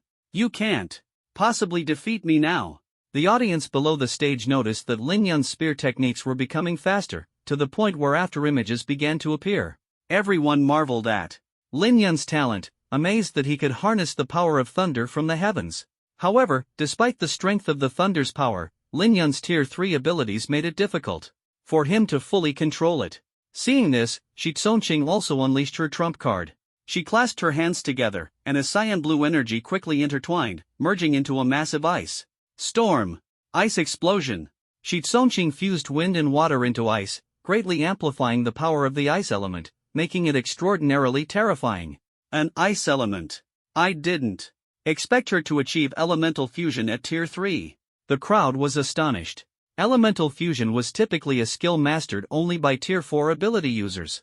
For a Tier 3 user to achieve this required an extremely high level of talent. Shi Tsongqing's ability to master elemental fusion shows her exceptional talent. Many Tier 4 users can't achieve this. This young woman has limitless potential. Lin Hai nodded in approval from the audience. Elemental fusion? Don't think you've won. You have no chance. Suddenly, electric light flickered around Lin Yun, and he pointed his spear toward the sky. Boom! A bolt of heavenly thunder was drawn to his spear. Lin Yun is too reckless. Lin Hai frowned deeply. Lin Yun's body was already at its limit. Continuing to use the power of thunder would make it extremely easy for him to lose control. I must prove that I'm stronger than Zhang Ping. Lin Yun's expression was twisted and crazed. The power of thunder turned his skin crimson, as if it were about to explode. He only wanted to unleash all the power within him. Lightning element, infernal assault. Lin Yun raised his spear high, pouring all the thunder's power into it, and thrust it fiercely at Shi Tsongqing. The massive ice explosion melted instantly. Shi Tsongqing frowned deeply, her hands flipping rapidly. Ice prison cage. Several massive ice shields stacked in front of her, blocking the attack. Boom! Lin Yun's attack was ferocious, instantly piercing through the ice shields. The lightning-charged spear tip rushed straight toward her at an astonishing speed. Too fast. Shi Tsongqing's eyes narrowed as spiritual energy wings quickly formed behind her, preparing to fly away. But Lin Yun was even faster, his spear suppressing her movements. He had no intention of stopping. Lin Yun, stop! Lin Hai, Shi Yan, and others in the audience stood up almost simultaneously. The situation had far exceeded their expectations. Was Lin Yun trying to kill her? The spear tip was already close to Shi Tsongqing's throat, and even a 5th-tier ability user couldn't save her in time. Electric arcs danced on her delicate skin. At this critical moment, a figure suddenly appeared in front of her. Thud! The sound of the spear piercing flesh. Yet Shi Tsongqing felt no pain, because Zhang Ping had blocked the spear. Before anyone could react, Zhang Ping used the Flying Thunder God technique to rush in front of Shi Tsongqing. Lin Yun's spear pierced through Zhang Ping's chest from the back, nearly hitting his heart. Zhang Ping? Shi Tsongqing stared at Zhang Ping in disbelief. Cough. Zhang Ping opened his mouth and coughed up a mouthful of blood, but he forced himself to smile weakly. I told you, no matter what, I would always appear by your side first. Why did you block the spear for me, you fool? Tears welled up in Shi Tsongqing's eyes and rolled down her cheeks. Lin Yun saw Zhang Ping suddenly appear to block the spear for Shi Tsongqing, and sneered coldly. He didn't stop. Instead, he became even more ruthless and said, a hero saving the beauty? Then I'll give you the chance. If he couldn't have her, he'd destroy her. Lin Yun exerted all his strength, driving the spear through Zhang Ping's body and continuing toward Shi Tsongqing. Enduring this suddenly, her expression changed. Watch out behind you. Lin Yun frantically pulled out the tip of the spear lodged in his own body and viciously thrust it towards Zhang Ping's back. Die! His face was filled with madness and ferocity. At this moment, Lin Hai and Shi Yan, along with others in the audience, all stood up simultaneously. Yuner, stop! Lin Hai shouted loudly. But Lin Yun could no longer hear any sound. At this moment, his eyes were fixed solely on Zhang Ping. All he wanted was to kill him. Upon hearing Shi Tsongqing's warning, Zhang Ping sighed helplessly. He decisively turned around, effortlessly dodging Lin Yun's attack, and the short blade in his hand swiftly stabbed toward Lin Yun's abdomen. Zhang Ping, stop! Shi Yan finally understood Zhang Ping's intent and urgently shouted. But it was already too late. All eyes were focused on this moment as Zhang Ping's blade pierced through Lin Yun's body. Unable to endure any longer, Zhang Ping finally erupted. Lin Yun had gone too far. Moreover, Lin Yun had attempted to kill him multiple times. Ugh! Lin Yun spat out a large mouthful of blood. Every person with supernatural abilities had a spiritual core within their body that stored spiritual energy. If the core were destroyed, the ability to store spiritual energy would be completely lost, leaving them forever crippled. Jiang Ping's blade had pierced directly through Lin Yun's spiritual core. As the spiritual energy dissipated, Lin Yun's body went limp, collapsing to his knees. How dare you! Lin Hai suddenly leaped down from his seat, instantly appearing in front of Jiang Ping, his fist carrying immense force as it smashed toward him. So fast! Jiang Ping was shocked, barely managing to react in time by relying on his immortal mode.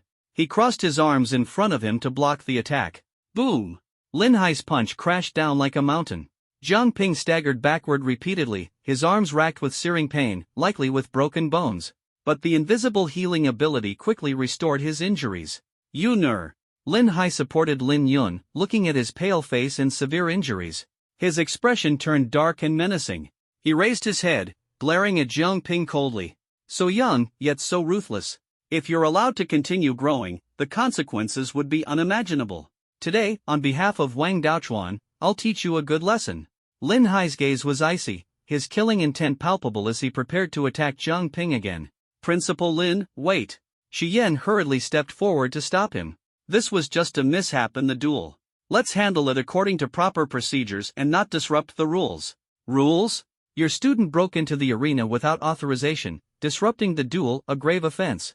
He even seriously injured my Yuner. For cultivating such a student, Huaihai Academy cannot escape responsibility either, Lin Hai said sharply. Hearing his unreasonable remarks, Jiang Ping couldn't suppress his anger. I admit I disrupted the duel, but didn't you see what your son did? It was he who tried to kill me again and again with ruthless moves. I was merely defending myself. To be honest, your son brought this upon himself. Jiang Ping was trembling with rage. All this time, Lin Yun had already tried to kill him twice, yet Lin Hai never stepped in to stop him. Now that Lin Yun was severely injured, Lin Hai was the first to jump in to defend his son. This level of bias was simply outrageous. Still daring to argue? Today, I'll teach you a lesson in place of your parents. Lin Hai's fury reached its peak, his eyebrows bristling as he suddenly appeared in front of Jiang Ping, throwing a punch. As a 5th-rank advanced ability user, his speed was so fast that even Shi Yan, standing nearby, couldn't stop him in time. Boom! When Lin Hai's fist was less than a meter away from Jiang Ping, it was blocked. A fiery red energy erupted instantly, rapidly condensing around Jiang Ping into a massive armored energy giant. Mangekyo Sharingan, 3rd power, Susanoo. Jiang Ping's eyes also transformed into Mangekyo Sharingan. What is that? The aura is terrifying. Seeing the enormous Susanoo and the overwhelming aura it emitted, everyone was stunned. Susanoo! The fiery red energy giant stood on the arena, exuding an oppressive presence. Jiang Ping was merely a 2nd-tier advanced ability user, yet at this moment, he unleashed a terrifying aura comparable to a 4th-tier, shocking everyone.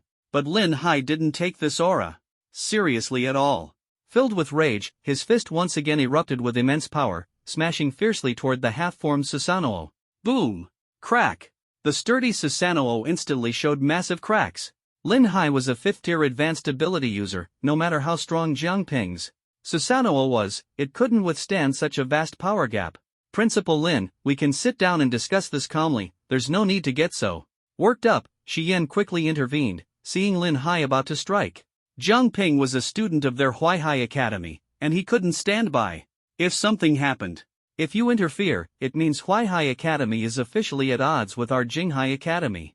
Think carefully, Lin Hai said. Coldly, he escalated the situation to a confrontation between the two academies, leaving Shi Yan momentarily at a loss. To Lin Hai, Jiang Ping was just an ordinary student, unqualified to represent Huaihai Academy. Minister Shi Yan, this has nothing to do with you. Let me handle it, Jiang Ping said, unwilling to implicate Huaihai Academy. Let me see just how strong the principal of Jinghai Academy really is. Jiang Ping's gaze was resolute. Ha ha ha, good. After all these years, you're the first to speak to me so directly. Lin Hai laughed heartily. Then let me see how many punches you can take. Spiritual energy surged wildly within Lin Hai as he unleashed another full-force punch at Susanoo. Boom!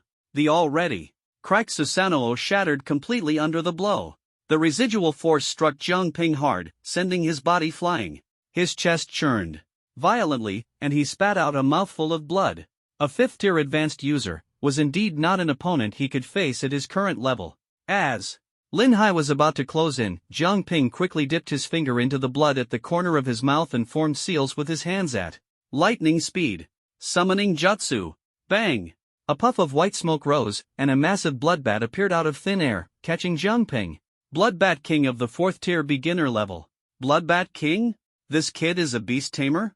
The scene shocked everyone once again. See you later. Riding the bloodbat, Jiang Ping swiftly flew out of Jinghai City. Stop him. Lin Hai couldn't catch up, but several Wind Element enforcers from Jinghai Academy quickly gave chase. However, the Bloodbat King was too fast for them to keep up, and they could only watch helplessly as Jiang Ping flew farther away. The arena fell into dead silence. Several water element healers rushed forward to check on Lin Yun, their expressions heavy as they shook their heads. Principal, Lin Yun's spiritual core has shattered. I'm afraid. No one dared to finish the sentence, but the implication was clear. A shattered spiritual core meant he was crippled. Hearing this, Lin Hai's face twisted in fury as he coldly issued an order: send the command. All members of Jinghai Academy, heed the order, immediately pursue Jiang Ping with full force.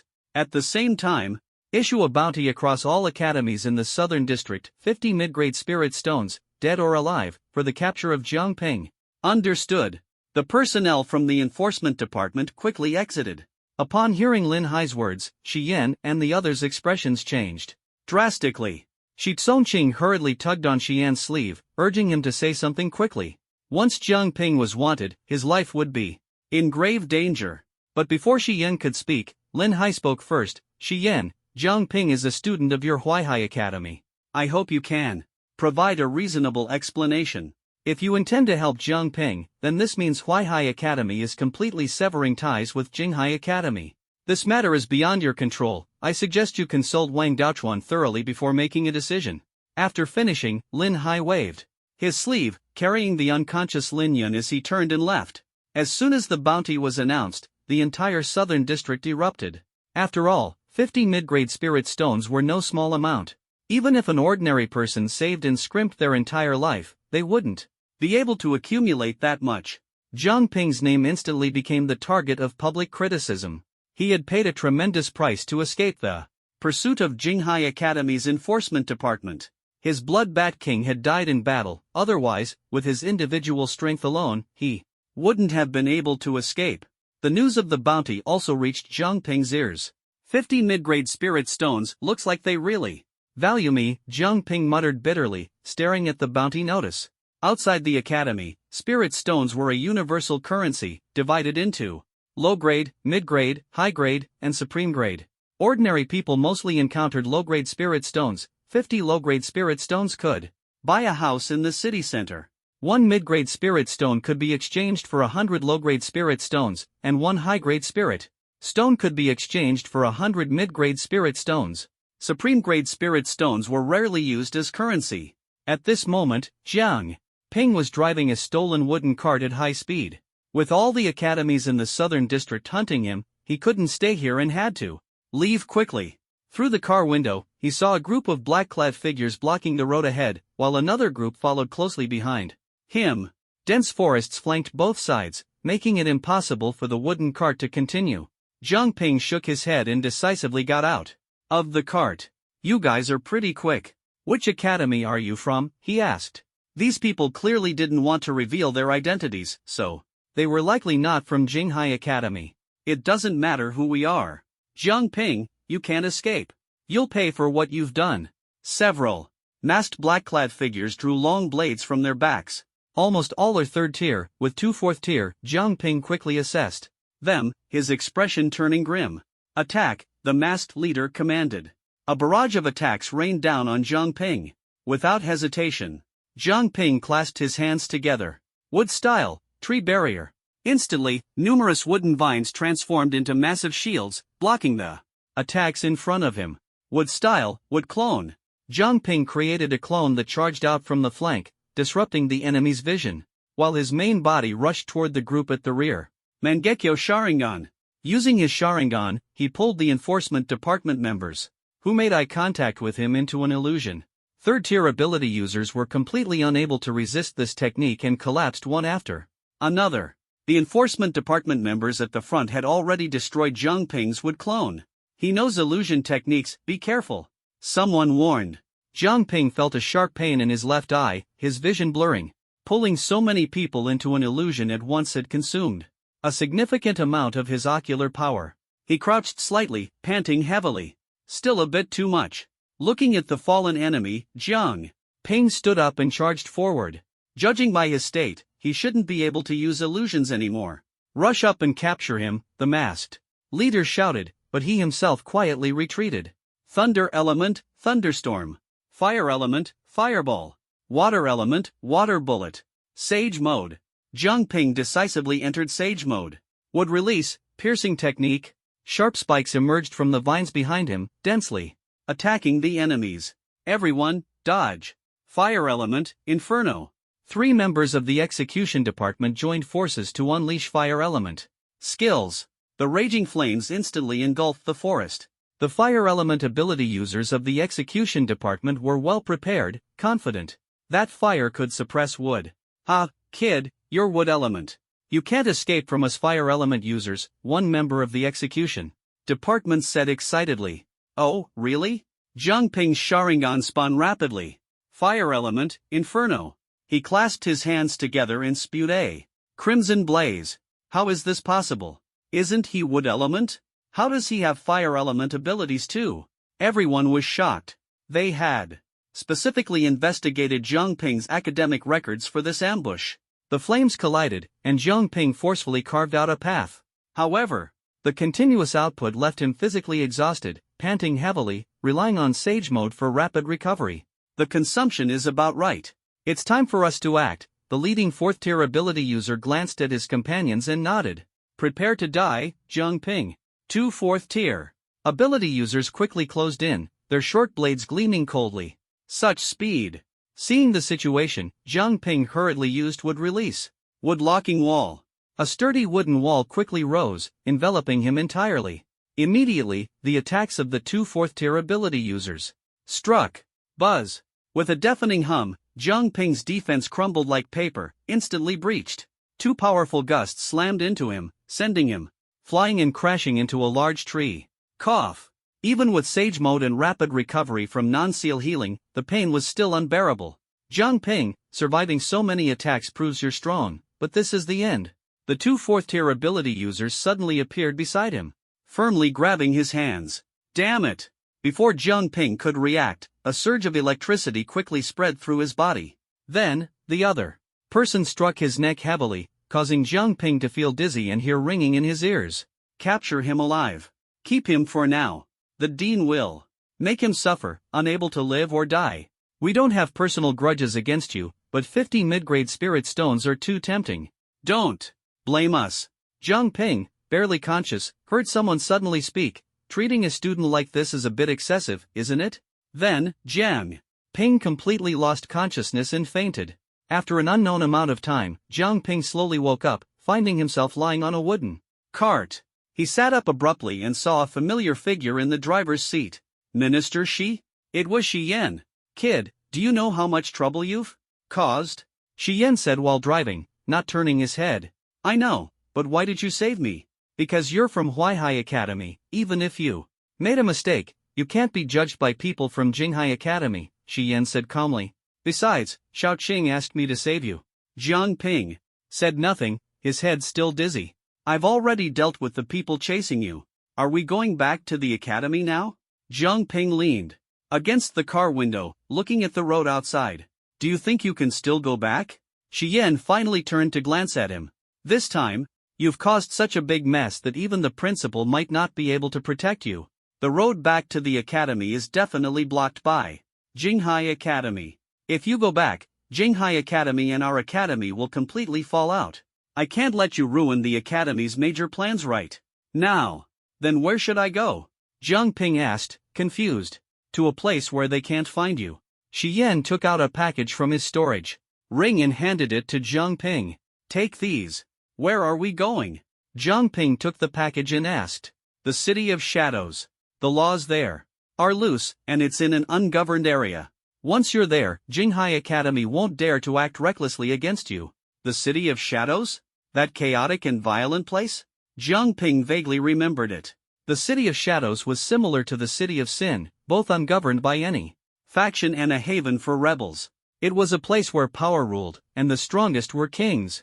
No one managed it because all the major factions relied on its black market to trade rare items. Many powerful individuals guarded the area, so most factions chose to turn a blind eye to its existence. That's right. Although it's chaotic, it's your best chance to stay alive. The mistake was yours, and you have to bear the consequences. Once you're there, don't reveal your whereabouts to anyone. Understand? Understood. Jiang Ping nodded and opened the package. Inside were 2 mid-grade spirit stones, some rations, and medicine. Does my father know about this? Jiang Ping asked. Even if he knows, he can't make it in. Time to save you. You can only rely on yourself now, Shi Yan said indifferently. Jiang Ping fell silent. The border is just ahead. The wooden cart is too damaged, so you'll have to walk from here. Shi Yan tossed Jiang Ping a map. Jiang Ping took the map, got out of the car, and prepared to move forward. Shi Yan's voice rang out again. Remember, as long as you don't get caught, Jinghai Academy can't do anything to us. Your father and the principal will buy you some time. Jiang Ping turned back to look at Shi Yan. From the bigger picture, you acted too impulsively and caused a huge problem. But from a personal perspective, you protected your companions, and that was the right thing to do. However, this trouble is too big. Lay low for now, and come back when the time is right. Hearing this, Jiang Ping was silent for a moment before nodding. From an overall standpoint, handing him over would be in the Academy's best interest, but Shi Yan chose to protect him. By the way, Xiao Cheng asked me to pass on a message to you. What is it? Jiang Ping looked up and asked. She said thank you, and also told you not to die. After parting ways with Shi Yan, Jiang Ping looked at the map, confirmed his direction, and prepared to find a place to rest. His injuries hadn't fully healed yet and needed time to recover. It was also a good opportunity to gather some beast cores in the monster forest. Jiang Ping felt he was close to a breakthrough. Jinghai Academy. A bunch of useless fools. So many of you, and you still couldn't catch a single student? Lin Hai's face was grim as the members of the execution department hung their heads, enduring his scolding. Only one squad leader mustered the courage to speak. Principal, Jiang Ping is incredibly difficult to deal with. Our intelligence indicates that he possesses wood and spirit eye abilities. But during the fight, he unexpectedly used fire abilities, always keeping a trump card hidden. Moreover, we had already captured him, but someone secretly rescued him, a very powerful individual. Someone helped him? Lin Hai's gaze darkened.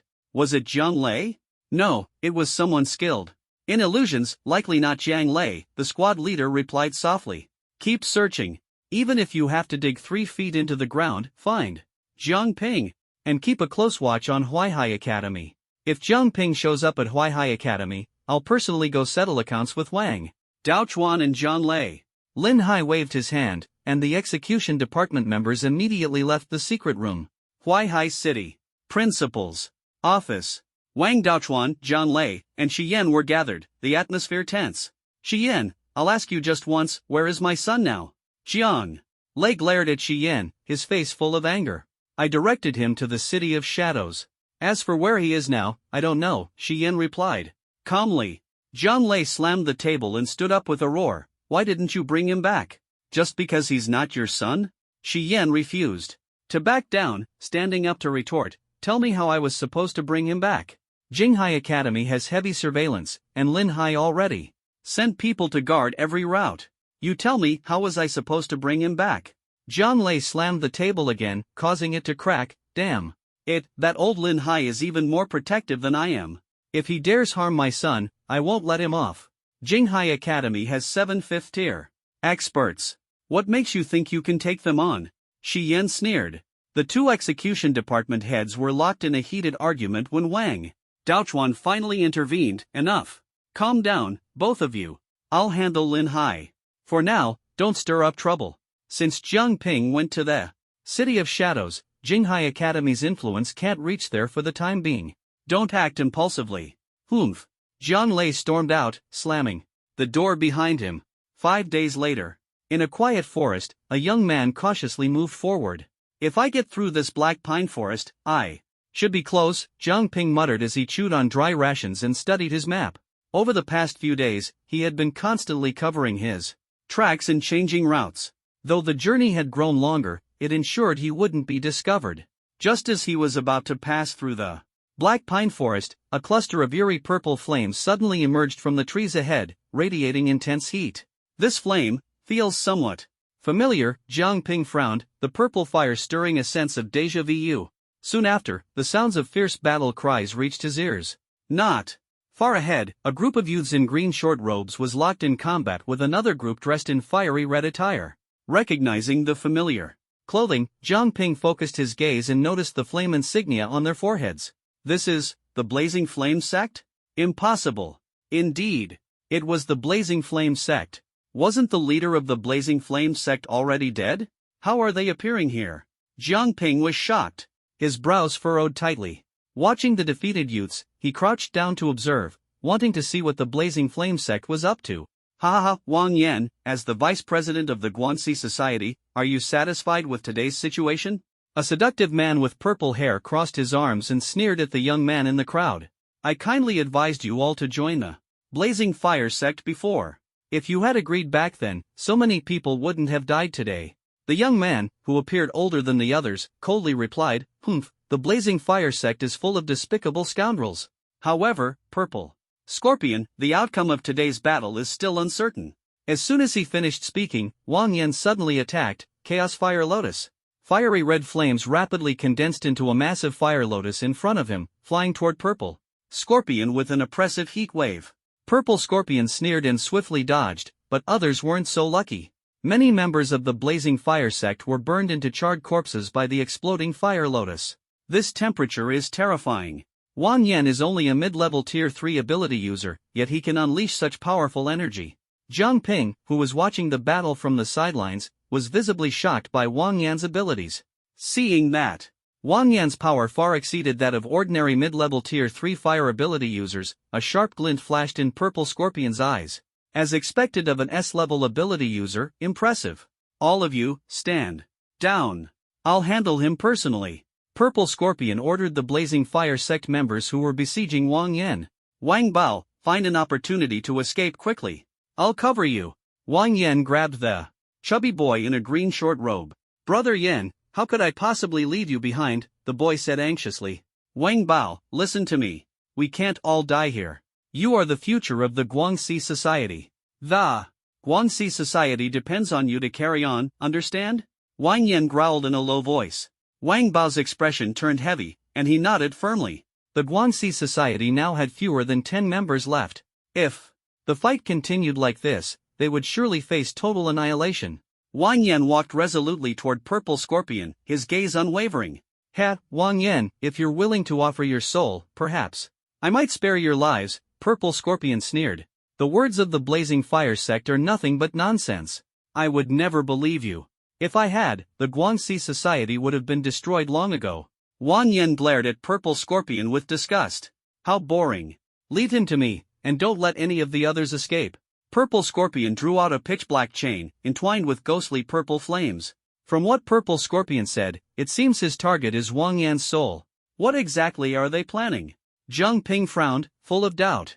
His understanding of the Blazing Fire Sect was limited to the group from the City of Sin. Back then, the Purple Scorpion's purple flames flickered, and the iron chain shot straight toward Wang Yan's forehead. It seems I can only make it this far. Wang Yan felt despair in his heart. The gap between him and Purple Scorpion was too vast. The purple flames suppressed his fire-based abilities, further weakening his strength. I didn't expect the Blazing Fire Sect to be so active, running into you all here. Suddenly, a casual voice rang out. Clang! A shadow swiftly struck, deflecting Purple Scorpion's iron chain. Who dares to interfere with the Blazing Fire Sect's actions? Purple Scorpion frowned, alertly looking in another direction. It seems the Blazing Fire Sect is quite active, running into you all here.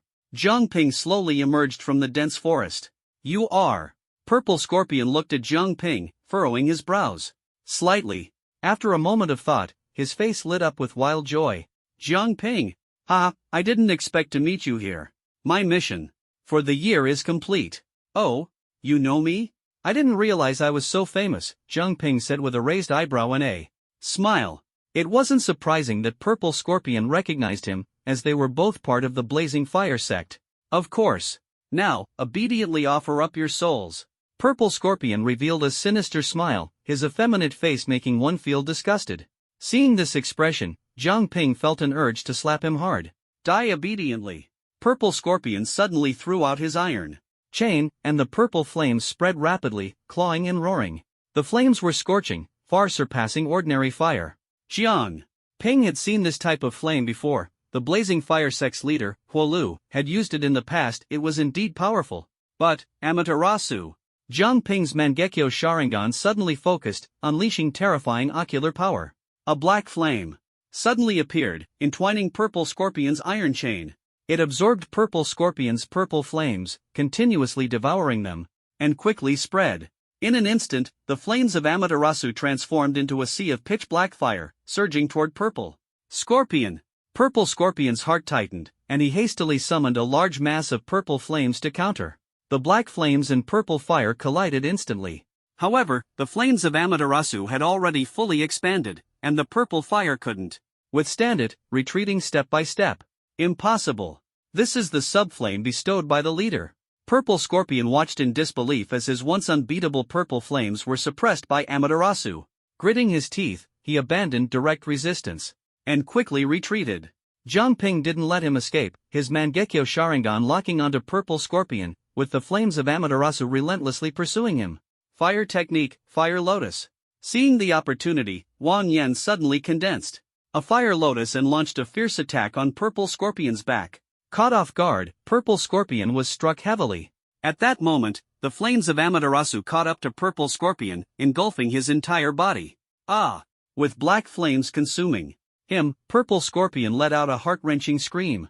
Amaterasu, the eternal flame. It would only extinguish after burning its target to ashes. Phew! Jiang Ping took a few deep breaths and slowly approached Purple Scorpion. Suddenly, the screaming Purple Scorpion transformed into a mass of purple flames and disappeared entirely. Escaped? Jiang Ping frowned deeply.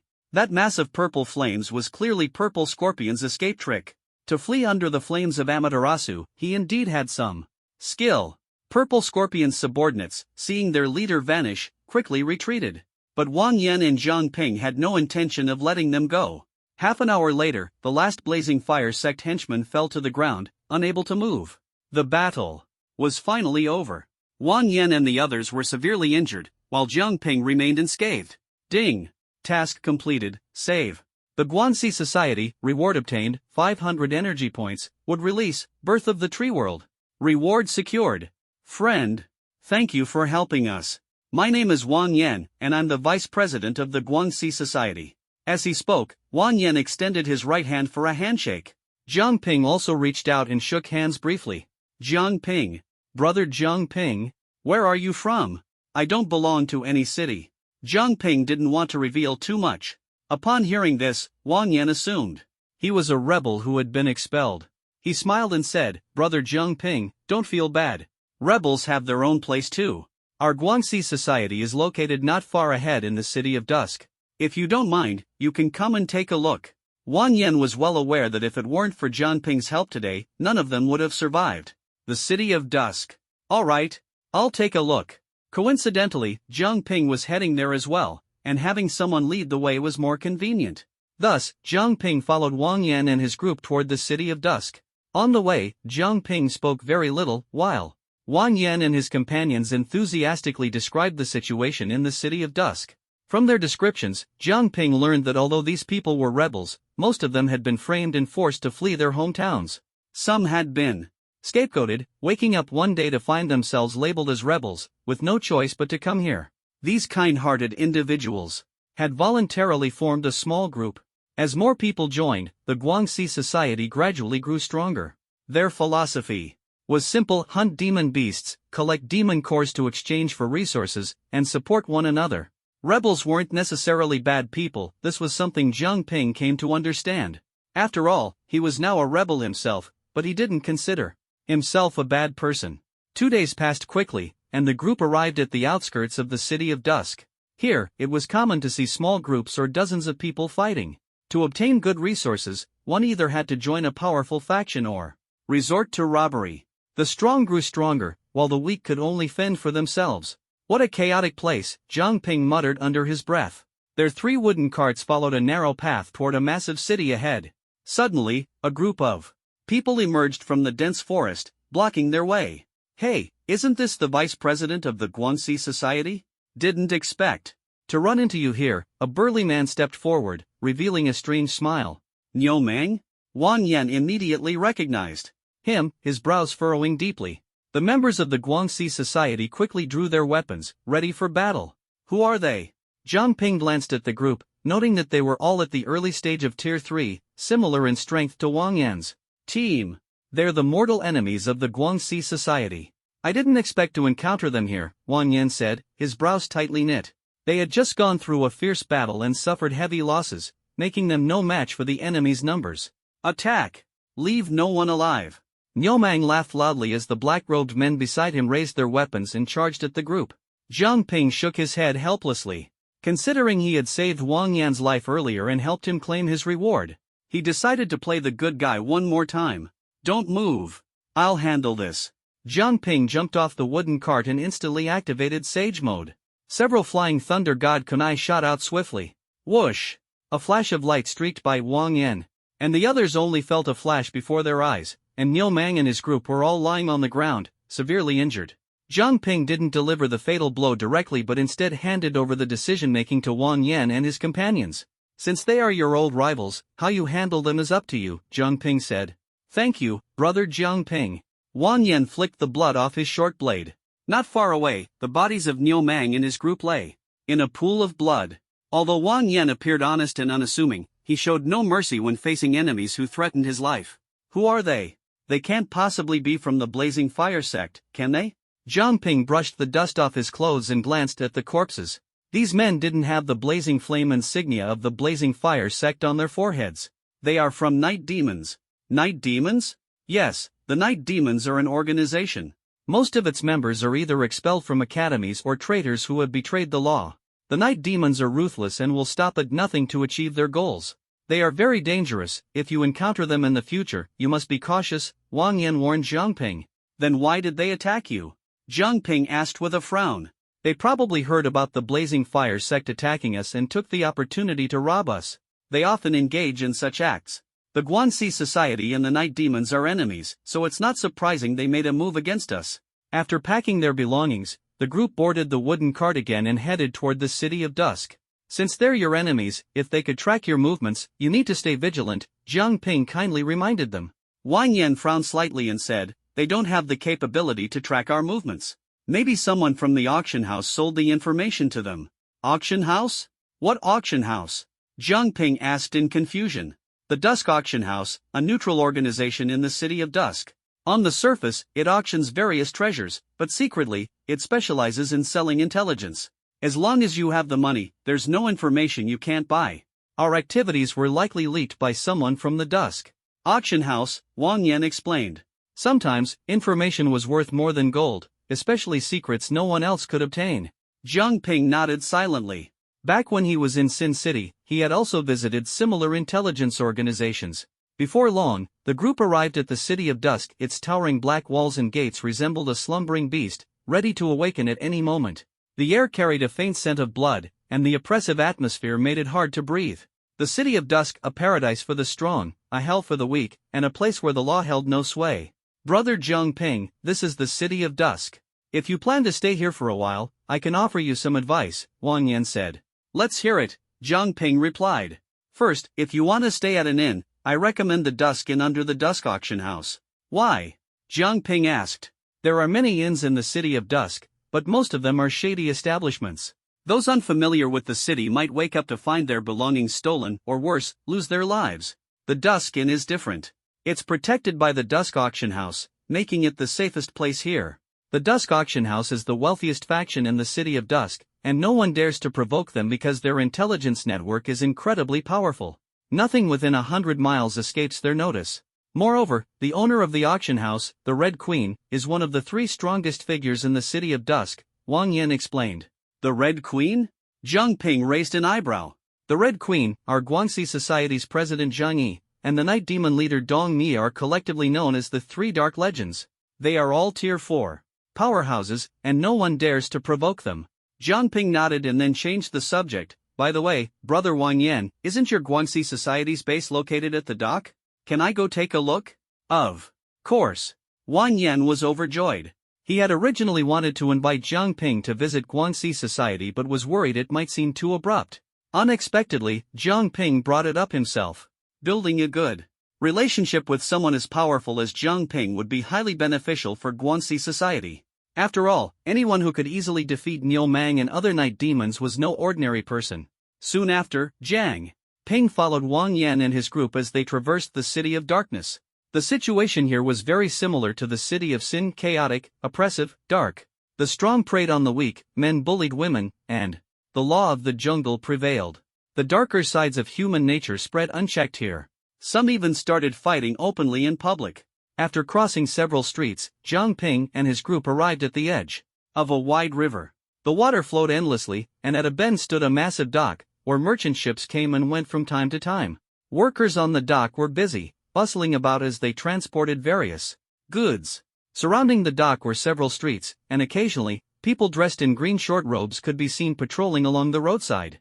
This place feels completely different from the atmosphere in the City of Darkness, Zhang Ping remarked as he looked around.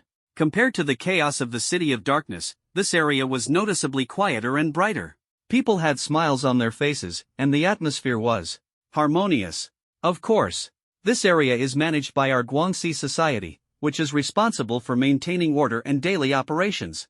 Merchant ships passing through only need to pay a small tax, and we guarantee their safety. Moreover, we ensure basic security at the dock, so many merchants from the City of Darkness prefer conducting small transactions here. There's no forced buying or selling here, it's truly fair trade, Wang Yan proudly explained. Creating such an environment in the City of Darkness was no small feat. Do you have any inns here? Zhang Ping suddenly asked. No, Wang Yan shook his head but quickly added, but if Brother Zhang Ping needs a place to stay, I'll immediately prepare a room for you. Then I'll trouble you, Zhang Ping replied with a smile. Guanxi Society was one of the three major forces in the City of Darkness, and staying here was a good choice for Zhang Ping. After all, he was now a rebel being hunted by Jinghai Academy, which had placed a bounty on him. He needed a relatively safe place to stay. Alright, I'll take you there right away. Wang Yan excitedly led Zhang Ping toward Guanxi Society's guest rooms. Inside a bar in the City of Darkness, a burly man wearing a sharp leopard print suit and sporting a full beard sat in a booth, eating a blood-streaked steak. Boss Dong, Niu Mang, and the others are dead, a subordinate reported nervously. Who did it? The burly man's voice was hoarse, and he didn't stop eating his steak. This man was none other than the Night Demon leader, Dong Miat. We just checked with the Twilight Auction House. It was someone named Zhang Ping. Zhang Ping? Never heard of him. I haven't either, but the Twilight Auction House reports that Jinghai Academy has placed a bounty of 50 mid-grade spirit stones on him. Upon hearing this, the burly man's movements paused briefly. 50 mid-grade spirit stones? Interesting. Looks like a big shot has arrived in the City of Darkness. Spread the news about Zhang Ping's bounty. Such a high reward is rare. 50 mid-grade spirit stones are a big deal, Dong Mia said, leisurely as he sliced his steak and stuffed the bloody piece into his mouth. The subordinate asked, Boss Dong, since Zhang Ping is so valuable, why don't we take action ourselves and claim the reward? 50 mid-grade spirit stones were a bounty that made people in the City of Shadows salivate. Don't rush. Let them catch Zhang Ping first. Whether they can leave the City of Shadows or not is up to us, isn't it? If we can reap the benefits without lifting a finger, why get involved personally? Understand? Yes, boss. By evening, Wang Yan had already prepared a clean room for Zhang Ping. While he was still tidying up, a knock came at the door, and he had to go open it. Standing outside were two people, one was Wang Yan, and the other wore gold-rimmed glasses, looking refined and scholarly. I brought you some fresh food and fruit, Wang Yan said, handing the basket in his hand to Zhang Ping. Thank you, Zhang Ping replied, taking the basket and asking casually, and this is? Let me introduce you. This is Zhang Yi, the president of our Guanxi Society. President, this is Brother Zhang Ping, who saved us twice. If it weren't for him, we wouldn't have made it back alive this time. So you're President Zhang. I've heard a lot about you. Zhang Ping said with a smile, sizing up Zhang Yi. Zhang Yi was slightly older than Wang Yan, in his early 30s, with an average build and nothing particularly striking about his appearance. Brother Zhang Ping, thank you for saving Wang Yan and the others. I came specifically to express my gratitude, Zhang Yi said with a smile. It was nothing. No need to thank me. It might have been a small matter to you, but, to us, it was a life-saving favor, Zhang Yi said seriously. Coincidentally, before we came, I received some news related to you. Zhang Ping raised an eyebrow. Related to me? He had just arrived in the city of Shadows. How could it involve him already? It's a bounty notice from Jinghai Academy, offering 50 mid-grade spirit stones for the capture of someone named Zhang Ping, Zhang Yi said, his eyes narrowing slightly with a meaningful look. Zhang Ping's hand paused mid-motion, and he said calmly, it spread here so quickly? Is President Zhang planning to turn me in? His gaze was steady. Zhang Yi's expression remained calm as well. Only Wang Yan, standing to the side, couldn't hold back and hurriedly said, Boss, Brother Zhang Ping just helped us so much, how could we betray him? I never said I was going to turn him in. Zhang Yi replied, shaking his head helplessly. Brother Zhang Ping, rest assured. You have done Guangxi society a great favor, and we won't forget it. What I mean is that many people in the City of Shadows have their eyes on you now, so you'll need to be extra cautious moving forward. Indeed, the City of Shadows had many bounties, but most were not high enough to be worth the effort. Zhang Ping, however, was different. 50 mid-grade spirit stones were no small sum. But as long as you stay on Guangxi society's turf, others won't dare act recklessly, Wang Yan added. Then I thank you in advance. You're welcome. By the way. Wang Yan seemed to have more to say but was stopped by a glance from Zhang Yi. Brother Zhang Ping, rest well. If you need anything, just let us know. Don't hesitate, Zhang Yi said with a smile. All right. Thank you, President Zhang. The two soon left. Boss, why didn't you mention Zhang Ping joining Guangxi society? Wang Yan couldn't help but ask. Too hasty. He just arrived and doesn't understand our Guangxi society yet. Even if we told him, he wouldn't agree, Zhang Yi said. Take it slow. If it's suitable, he'll join on his own. Boss, are you sure? Wang Yan pouted. Zhang Ping is clearly one of us. Even if he doesn't join, he won't stand against us. Just wait and see. Already being targeted as soon as I arrived. That's fast, Zhang Ping muttered to himself.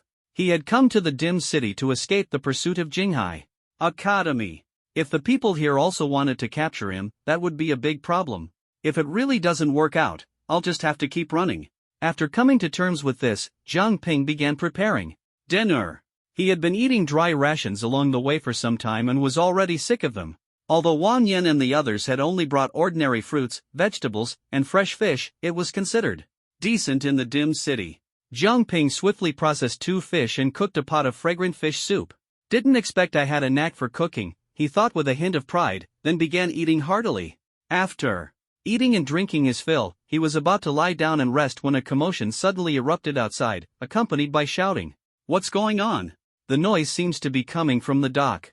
Late at night, could it be night demons causing trouble? Zhang Ping's heart tightened as he followed the sound to the dock. At the dock, a massive earth giant elephant was struggling desperately against an iron net. Its enormous body was about 3 to 4 stories tall. The elephant swung its trunk like a whip, striking the ground and creating pits. Its limbs were still firmly locked by the iron net, restricting its movements. Zhang Yi, Wang Yan, and others had already gathered at the dock. Anyone below Tier 3, stay back. Wang Yan, take people and tighten the chains. Don't let it charge into the streets. Got it. Wang Yan immediately led a group to hold the chains tightly. President Zhang, this earth giant elephant is a specially designated cargo for that esteemed individual. Please be careful not to harm it, an elderly man nearby said nervously. If you knew it was important cargo, why didn't you keep it under control? Zhang Yi asked coldly. This earth giant elephant carries dragon elephant bloodline. I already used 3 times the usual dose of tranquilizer, but it still woke up. You must help me. The old man stomped his feet in anxiety. If the elephant was harmed, his life would be over. Zhang Yi stared at him. No problem, but the price goes up. The Guangxi Society's dock usually handled goods transportation. Occasionally, they transported beasts, but most were kept unconscious. Situations like this, where the price hadn't been negotiated in advance, were extra. The old man nodded repeatedly. No problem. As long as President Jiang can help control it, name your price. Brother Jiang Ping, did the noise disturb you? Wang Yan suddenly noticed Jiang Ping. It's fine. What are you guys so busy with at night? Jiang Ping looked at the struggling elephant at the dock. It's a long story. We'll explain after we handle this. Wang Yan scratched his head, then joined Zhang Yi in tightly gripping the chains on the elephant. Watch out! Zhang Yi suddenly shouted, leaping into the air with his body crackling with electricity. The others instinctively let go of the chains, leaving Zhang Yi alone holding one chain. Zap! A strong electric current instantly spread through the chain and coursed through the elephant's entire body. Roar! The earth giant elephant let out a painful roar, struggled a few times, and then collapsed unconscious. Jiang Ping's eyes flickered slightly. He recognized this earth giant elephant. It was a Tier 3 advanced beast. Zhang Yi was only at the initial stage of Tier 4, yet he managed to subdue it so quickly. His strength was not to be underestimated. As expected of the president of the Guanxi Society? Thank you, President Jiang, thank you. Seeing the massive earth elephant subdued, the old man expressed his gratitude repeatedly, quickly handing Zhang Yi a bag of money. Then, he shouted loudly, "What are you standing around for? Hurry up and transport it." President Jiang. Thank you. Before leaving, the old man once again expressed his thanks, then led his men to lift the earth elephant onto the cargo truck, preparing to leave the dock. Where are they transporting such a massive beast? Aren't they afraid someone will steal it? Jiang Ping asked curiously. Although beasts were dangerous, there were always people interested in them, especially ones as powerful as this. This one is being sent to the Twilight Auction. In the City of Dusk, who would dare steal from the Twilight Auction? Zhang Yi and Wang Yan tidied up the scene and walked over to explain. Twilight Auction? You know the auction. House's Red Queen, right? Zhang Yi said. Jiang Ping nodded. I know a bit. She's a Tier 4 ability user, the ruler of the City of Dusk, managing the largest intelligence network. She's not the only one. Supporting such a vast intelligence network, Wang Yan added in a low voice. The auction house can remain neutral and firmly established all thanks to the big figure behind the Red Queen. That person is the Red Queen's grandfather, and the only Tier 5 ability user in the City of Dusk.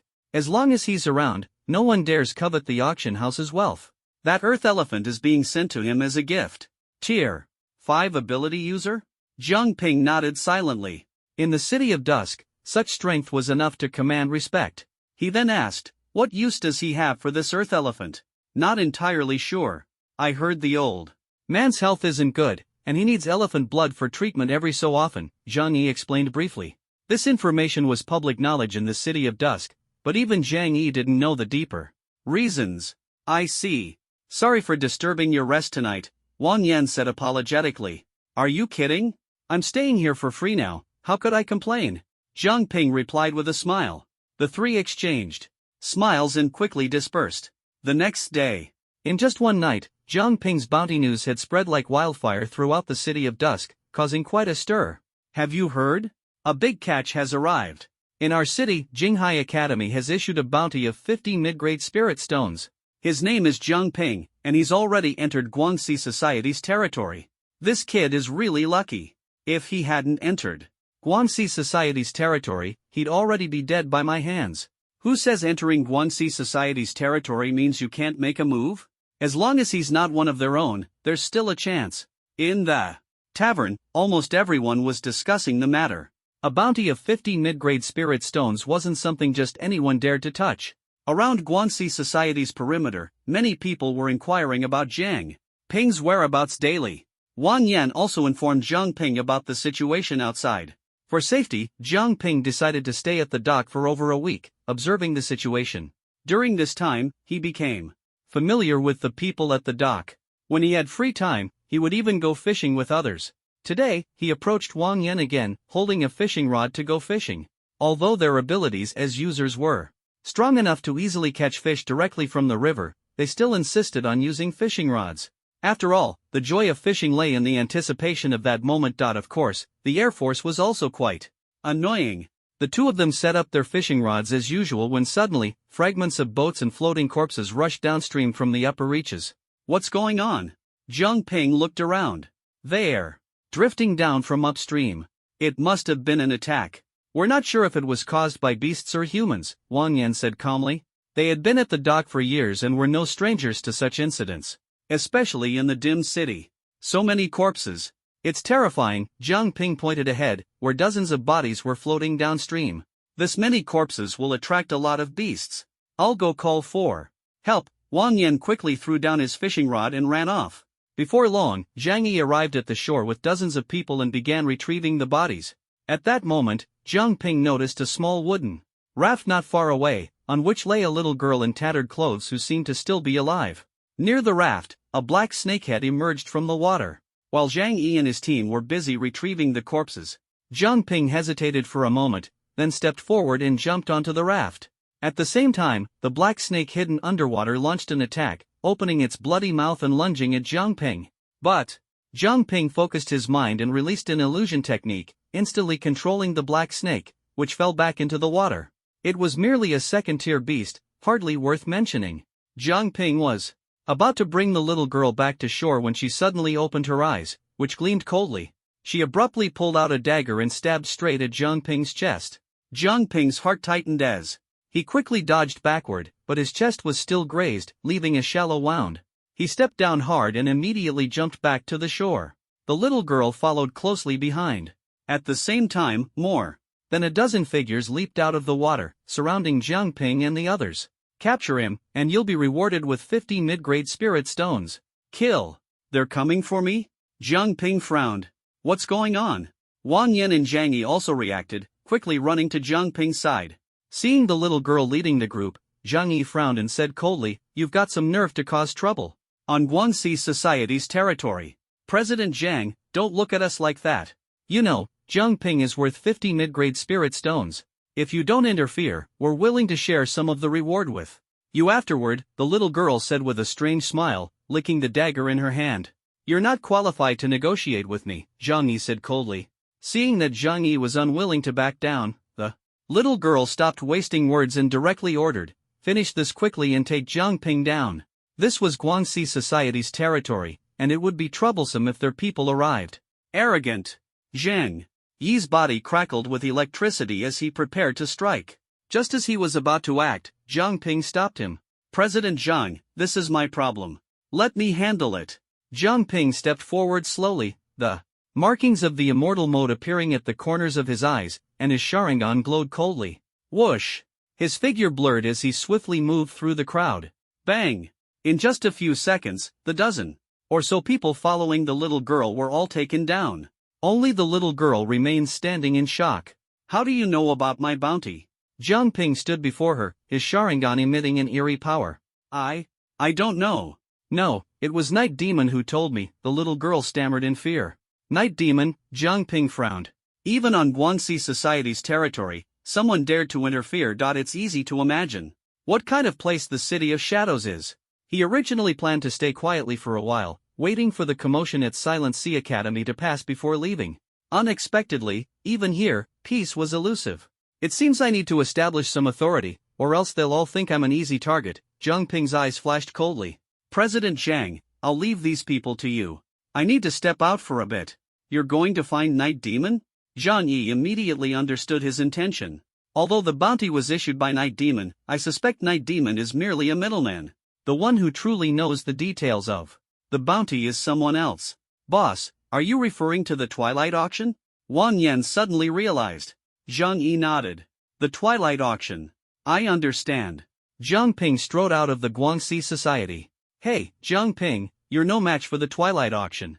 Don't act impulsively." Wang Yan hurriedly tried to stop him. "Don't worry, I know what I'm doing." Jiang Ping waved his hand and walked briskly out of the Guangxi Society's premises. On the street. As soon as he stepped out of the Guangxi Society's territory, Jiang Ping attracted countless gazes. It was as if a pack of hungry wolves had spotted a lone lamb. Sweeping his eyes over the crowd on both sides of the street, Jiang Ping remained calm and continued forward. Whoosh! Just as he left the territory, two armed men rushed out. But before they could his Sharingan emitted an eerie glow. "Don't take another step. If you move forward, be careful, we might." Before the man could finish his sentence, Jiang Ping's scarlet Sharingan locked onto him. His vision went dark, and he collapsed instantly. Following that, the dozen or so guards at the entrance, who hadn't even had time to react, all fell to the ground as well. Jiang Ping didn't stop, he walked straight into the auction house. The interior was bustling with people, lively and noisy. Who? A guard inside rushed out, but with just a glare from Jiang Ping, they were immediately immobilized. Take me to the Red Queen, Jiang Ping ordered. One of the guards who had fallen under his illusion. Yes. The man nodded sluggishly and led the way. The number of guards inside the auction house was noticeably fewer. Following the guide, Jiang Ping passed through several corridors and pavilions. Finally, he arrived at a pavilion surrounded by blooming crimson peach blossoms. Exuchi wanted to take a closer look but found she couldn't reach, so she had to ask a maid to bring a tall chair to stand on, barely managing to meet Jiang Ping at eye level. Looking closely, you are quite handsome, the Red Queen said with a smile, reaching out to touch Jiang Ping's face. At that moment, the Red Queen suddenly froze, her eyes narrowing sharply, realizing she was firmly pinned by several massive wedges, unable to move. Your illusion techniques are quite impressive, but unfortunately, you ran into me.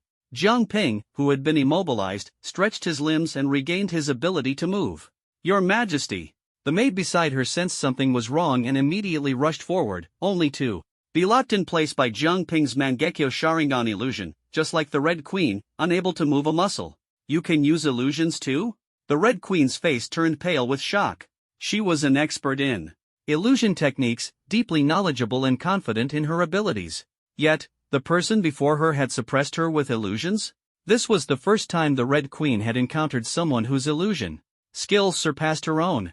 What she didn't know was that the Sharingan was the ultimate counter to illusions.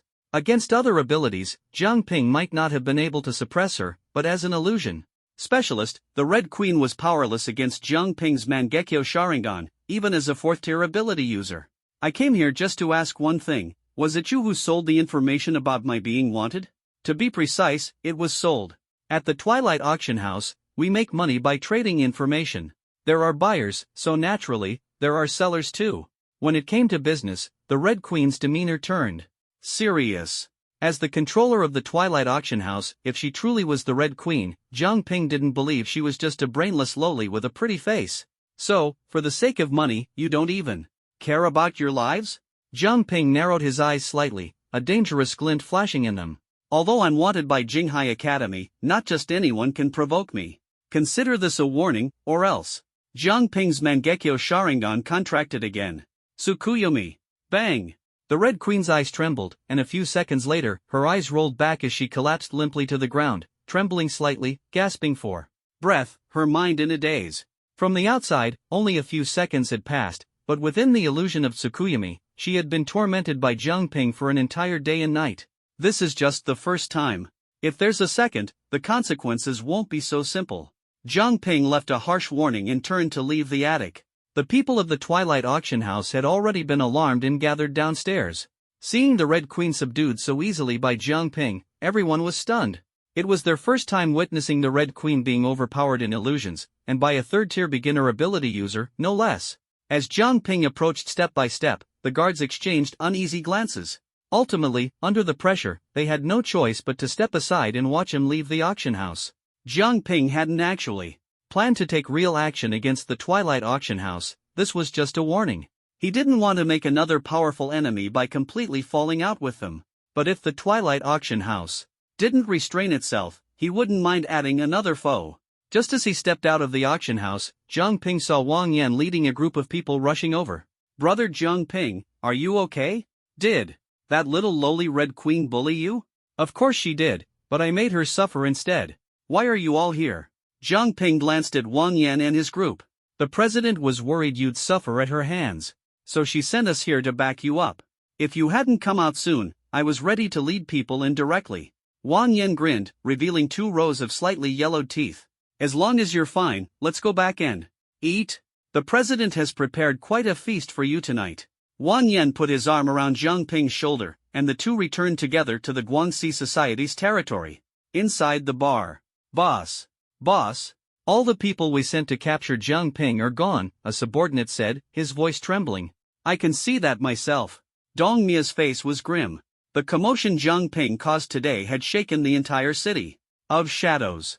His move, Birth of the Tree Realm, had directly turned an entire street into a forest, devouring countless people's flesh and blood as nourishment. Everyone in the City of Shadows knew about it. From now on, anyone who dared to say wood-based abilities were useless support skills, Dong Mia wanted to shut them up. Zhang Ping managed to escape from the execution department of Jinghai Academy and even forced the academy to issue a bounty of 50 mid-grade spirit stones. He's definitely not an ordinary person. Dong Mia had already anticipated this. Anyone who could make the academy personally issue a bounty was not someone to be trifled with. If the execution department couldn't handle him, no one else stood a chance.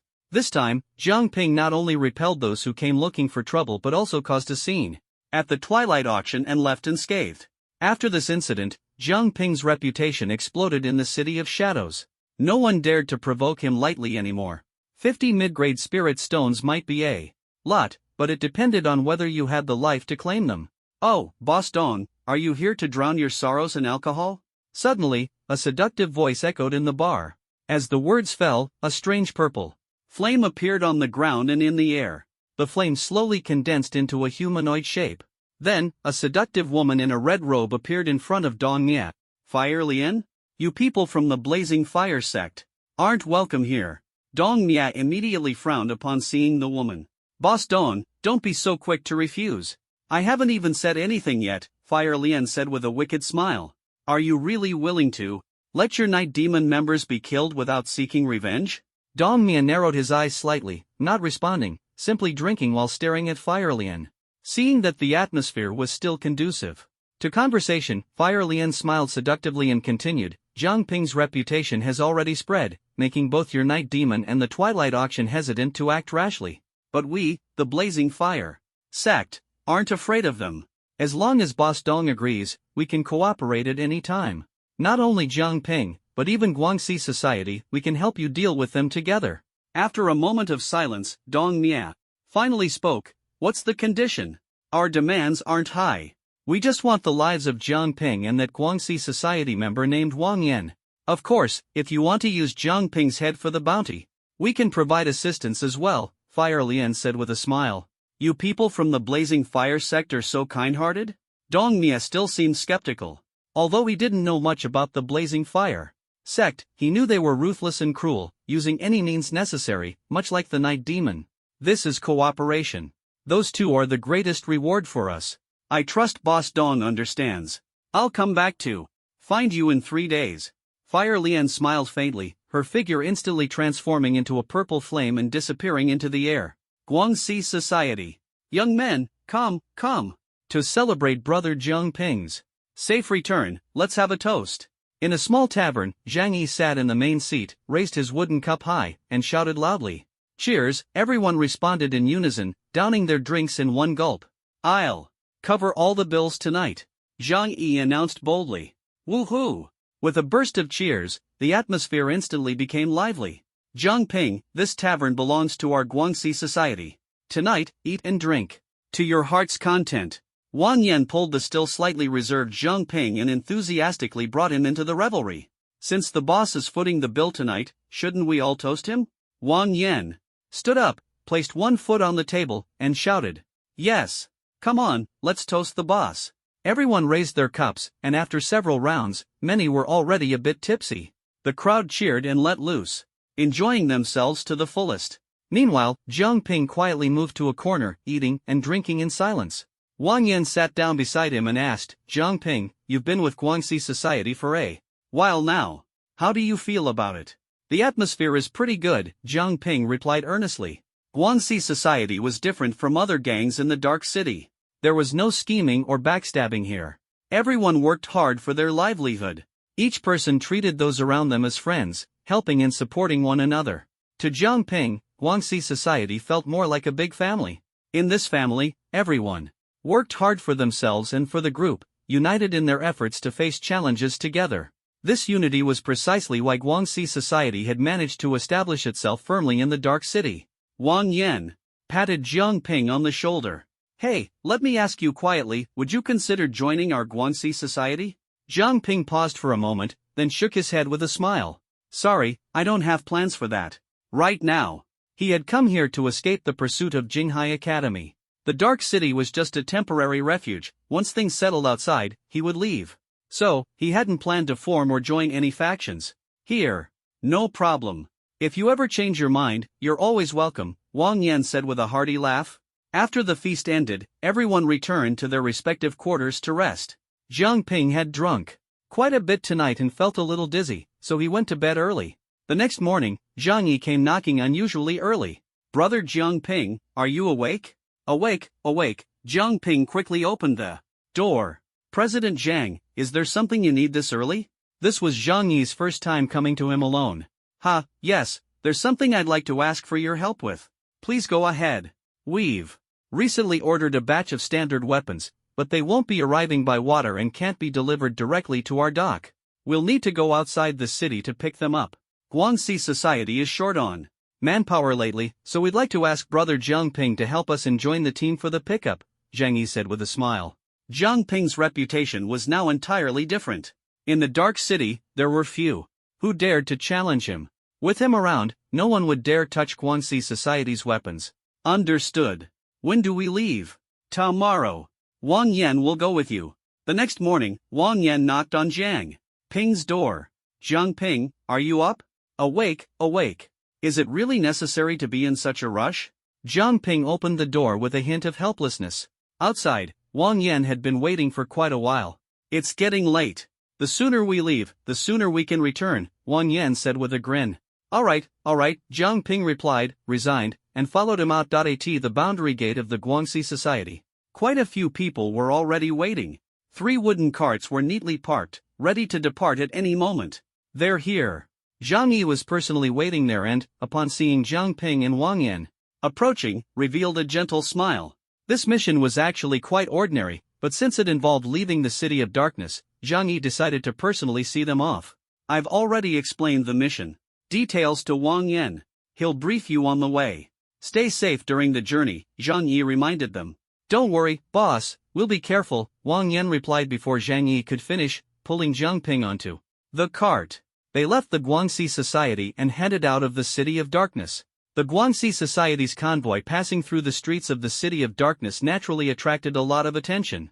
However, few dared to provoke the Guangxi Society, especially with Jiang Ping on board. His reputation now rivaled that of Zhang Yi, Dong Mia, or the Red Queen.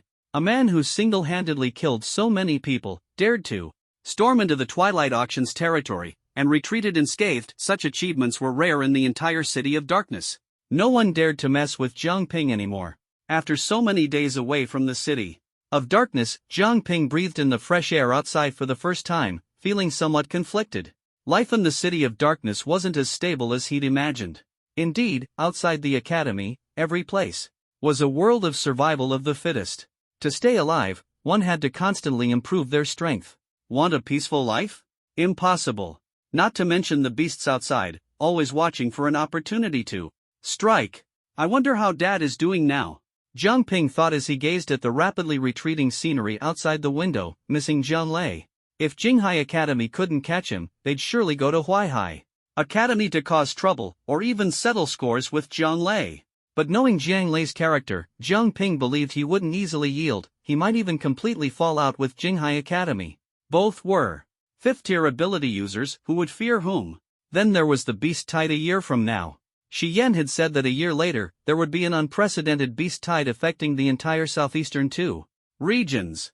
It would be a disaster, and any carelessness could lead to countless deaths. From Shi Yan's words, even Huaihai City might be destroyed in the beast tide, which was why the southeastern 2 regions were being pushed to unite. But now, after Jiang Ping's actions, the cooperation between the 2 regions was likely to fall apart. 1 year. I'll have to go back then. Huaihai City was home to his family and friends, and Jiang Ping certainly couldn't stand by and do nothing. In the remaining time, he would do his utmost to improve his strength and then return openly and confidently.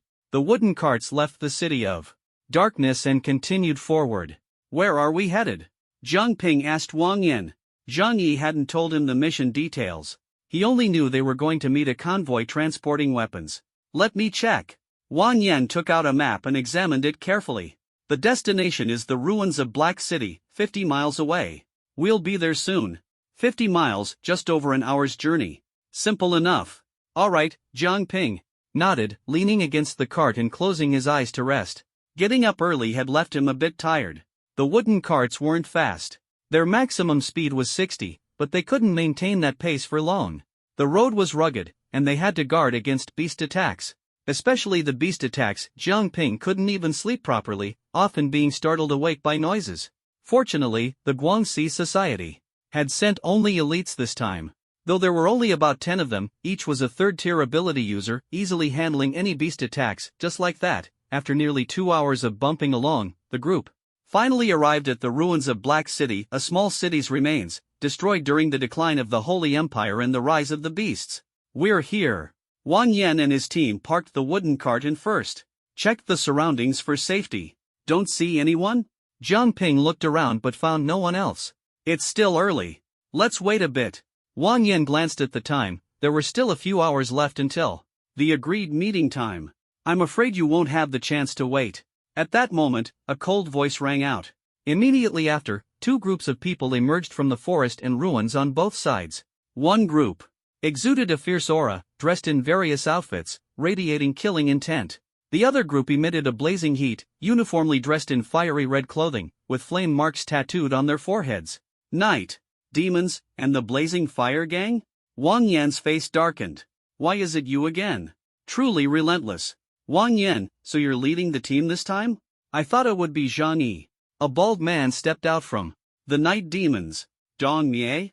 Upon seeing the bald man, Wang Yan's face immediately turned pale. "That's Dong Mie?" "That's right, the leader of the night demons, a tier 4 beginner ability user with powers of object manipulation and duplication." Wang Yan lowered his voice. Jiang Ping raised an eyebrow. "Duplication ability? This is my first time encountering that. Dong Mia, what is the meaning of this? Are the night demons really planning to completely sever ties with the Guangxi Society?" Wang Yan questioned coldly.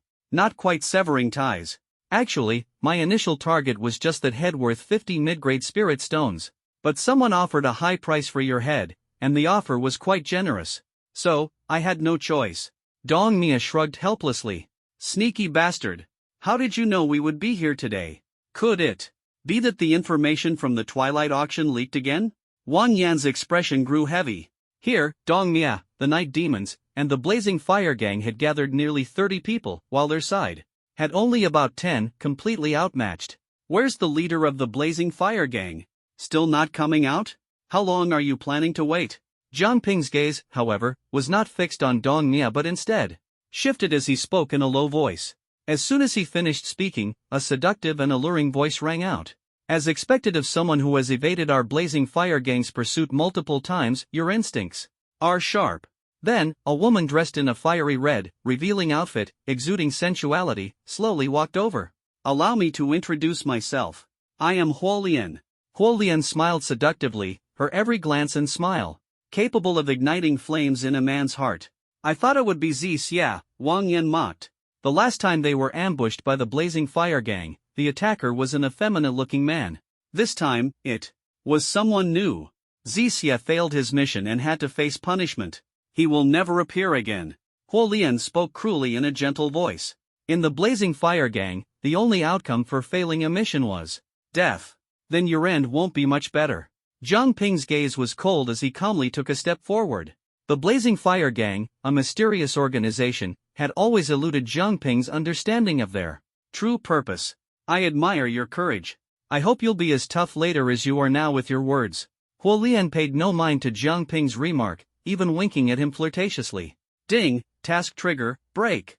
Through the encirclement task reward, 500 energy points, 1 lottery chance. Wang Yan, you lead them to breakthrough, leave these 2 to me, Jiang Ping ordered in a deep voice. Wang Yan nodded heavily. Huolian raised an eyebrow. "Oh, daring to take on 2 people alone? You've got some skill. Don't rush to attack just yet. Let me see the strength worth 50 mid-grade spirit stones." Dong Mia stopped Huolian, rubbed his bald head, a glint of battle intent flashing in his eyes, and a sly smile curling at the corner of his mouth, revealing jagged black teeth. "Phantom clone," he shouted, and 3 identical shadows split from his body, transforming into clones. Clone ability, a special type. Jiang Ping, be careful.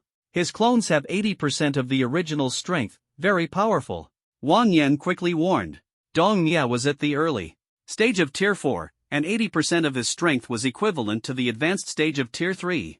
A single clone with advanced Tier 3 strength was indeed terrifying. It's not over yet. Death 13 needles. Dong Mia waved his hand, and 13 steel needles floated in the air, controlled by him. Object manipulation ability. Attack. At his command, the 3 clones charged first, while the 13 steel needles shot rapidly from different directions. Each steel needle was lethally dangerous. The object manipulation ability allowed control over various weapons, with strength determined not by the weapon size but by the number controlled. Dong Mia could manipulate 13 steel needles at once, placing him at the top level of this ability.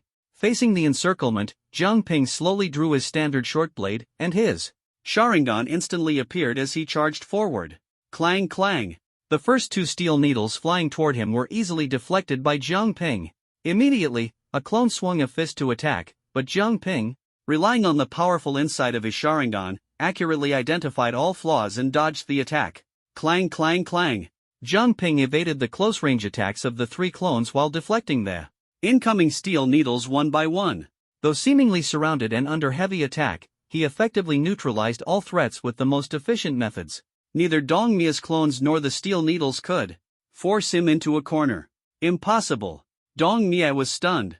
His clones and object manipulation ability were both unique, and others usually struggled to deal with them. Yet Jiang Ping, only at the early stage of Tier 3, was handling them with ease. Boss Dong, it seems your ability isn't much use, Huolian mocked with a hint of sarcasm. Shut up. Dong Mia's face darkened as he increased his spiritual energy output. The 13 steel needles, now enhanced by spiritual energy, spun rapidly, emitting sharp whistling sounds as they shot toward Jiang Ping again. This time, their power had doubled. Jiang Ping deflected one steel needle with his blade, feeling a faint pain in his palm. Stronger now, huh? His gaze sharpened as he faced the incoming barrage of steel needles, unable to resist swinging his blade to block them again. Clang! After deflecting a few steel needles, his short blade was suddenly knocked out of his hand. Perfect opportunity. Dong Mia sneered, controlling the steel needles to attack frantically, while the 3 clones charged forward simultaneously. Wood style, wood locking wall. Jiang Ping decisively clasped his hands together, and rows of sturdy, curved wooden walls emerged from the ground, firmly blocking in front of him. Clang clang clang. The steel needles pierced deep cracks into the wooden walls, which began to show signs of damage. The 3 clones simultaneously punched, shattering the wooden walls completely. But inside, for Jiang Ping's appeared, 3 of Jiang Ping's clones swiftly lunged at Dong Mia's doppelgangers, transforming into thick tree trunks that tightly entangled the enemies, frantically absorbing their spiritual energy and rendering them immobile. Clone ability? Dong Mia was shocked. Clone abilities were extremely rare, and he had always believed that only he, as a chosen one, could possess such power. Unexpectedly, Jiang Ping had it too, and it seemed even more formidable than his own. Wood style, piercing technique. Just as Dong Mia was stunned, Jiang Ping cast another spell, and countless sharp wooden spikes shot out from the trees behind him. Thud! Dong Mia reacted quickly and dodged, but his subordinates weren't as fortunate. A wooden spike pierced into one of them, instantly sprouting several massive spikes from their body, tearing through flesh in a gruesome and brutal scene. Whoosh! At that moment, a purple flame suddenly ignited, burning all the wooden spikes to ashes. A seductive figure appeared before Dong Mia. Boss. Dong, you're not doing so well, Huolian said with a teasing smile.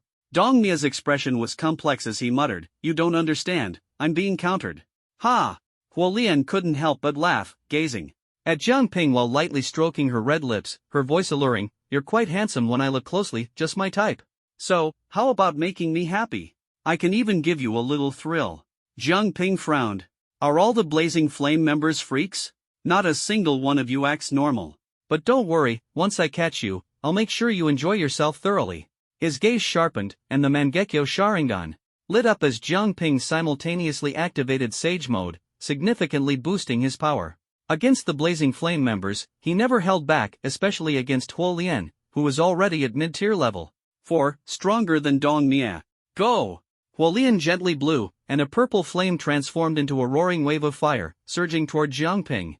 The Blazing Flame members wielded powerful fire-based abilities, possibly with other capabilities as well. Jiang Ping was quite familiar with this purple fire. It was stronger than ordinary flames but slightly inferior to Amaterasu. Back then, he had used Amaterasu to forcibly suppress Huolu's purple fire, ultimately burning Huolu to death. But now, with his understanding of the Blazing Flame members, he no longer needed Amaterasu. Wood style, tree barrier. Jiang Ping quickly formed hand seals, and a thick wooden shield appeared in front of him, blocking the fire wave. Sizzle. The fire wave burned the wooden shield, causing it to crackle and shrink rapidly. Do you think this flimsy wooden shield can block my flames? Huolian sneered disdainfully, waving her delicate hand. Wind, rise. A deep green gust of wind surged from her hand, merging with the fire wave. With the wind's power, the fire wave instantly expanded 2 to 3 times, transforming into a raging sea of flames that pressed down on Jiang Ping. The wooden shield seemed like an ant before the fiery sea. Seeing this, Jiang Ping didn't hesitate any longer. He clasped his hands together and shouted, "Wood style, deep forest emergence." Boom! The ground suddenly rose, and countless thick trees burst forth, growing wildly and intertwining like ferocious dragons, effortlessly tearing through the fire wave. The dense vitality surged like ocean waves, completely suppressing the fiery sea. Countless trees simultaneously attacked Huolian, Dong Mia, and their group. This vitality is too strong. Huolian and the others' faces changed drastically. Wind and firestorm. She decisively bit her tongue, releasing a mist of blood to summon a deep purple flame. Combined with wind power, it formed a 20-meter-tall fiery tornado that fiercely collided with the dense forest. Dong Mia had no choice but to act as well, once again controlling 13 steel needles that slashed through the trees like swords. 2 4th-tier ability users joined forces, and the effect was immediate. Countless trees were shattered into wood chips, turning to ashes in the air. However, the true terror of the wood release wasn't its explosive power, but its astonishing endurance in prolonged battles. Nearly half of the forest was destroyed. Yet soon, countless trees began to grow wildly again, relentlessly attacking the two of them. On the other side, the members of the Blazing Fire sect and the Night Demons were also teaming up to besiege Wang Yan and his group. The wild growth of the forest divided the battlefield in two. For the third-tier ability users who encountered the wood release, their luck wasn't as good. Once entangled by the wood release, their spiritual energy was almost instantly drained. So difficult to deal with. Huolian and Dong Mia's expressions changed when they saw how troublesome Jiang Ping's wood release was. Especially Huolian. The Blazing Fire sect had been learning more and more about Jiang Ping, realizing that his wood-based ability was completely different from traditional support types and was incredibly powerful. But Huolian hadn't expected his wood-based ability to be this formidable. Even her purple flames couldn't burn down this vast forest. As the trees layered around Huolian and Dong Mia, encircling them, Jiang Ping waved his hands. Wood release, piercing technique, whoosh. Countless sharp spikes shot out from the trees, raining down like a storm. Watch out! Dong Mia and Huolian quickly went on the defensive. They had to fend off the encroaching trees while dodging the wooden spikes falling from above. If they were hit by even one, it would be over for them. They had to give it their all, leaving no room for error. Dong Mia used 13 steel needles to form an impenetrable shield in front of him, deflecting almost every wooden spike that came his way. But not all the spikes could be BL, but now, he had no interest in Huolian at all. Alright, now tell me everything you know, or I can't guarantee your life. Do you remember the purple scorpion I mentioned to you before? Huolian didn't answer but asked back. In our Burning Fire sect, there's only one outcome for mission failure. Whether I tell you or not, I'll die in the end. So why should I tell you? Even if you don't speak, I have ways to make you talk. Jiang Ping didn't want to waste words. Just as he was about to use illusions to force Huolian to speak, suddenly, a purple flame ignited on Huolian's body. She chose self-immolation. You'll never learn the secrets of the Burning Fire sect, ha ha ha. Huolian laughed wildly as her body slowly turned to ashes in the flames. Jiang Ping hadn't even reacted, watching helplessly as Huolian turned to ashes. Damn, she even had the guts to do that to herself? Her ruthless act of self-immolation shocked Jiang Ping. He had clearly underestimated the determination of the Burning Fire sect to protect their secrets. They would rather die. If Jiang Ping were the leader of the Burning Fire sect, he would admire such loyal subordinates. Now that Huolian was dead, the lead to the Burning Fire sect was completely severed. Jiang Ping, you're incredible. Wang Yan couldn't help but praise him, deeply admiring Jiang Ping. Those were 2 4th-tier ability users. He had thought he understood Jiang Ping well enough, but it turned out he still couldn't see through him. With this one-on-two fight, Wang Yan dared to say Zhang Ping's strength was now firmly among the top 2 in the City of Shadows. As for why not the top 1?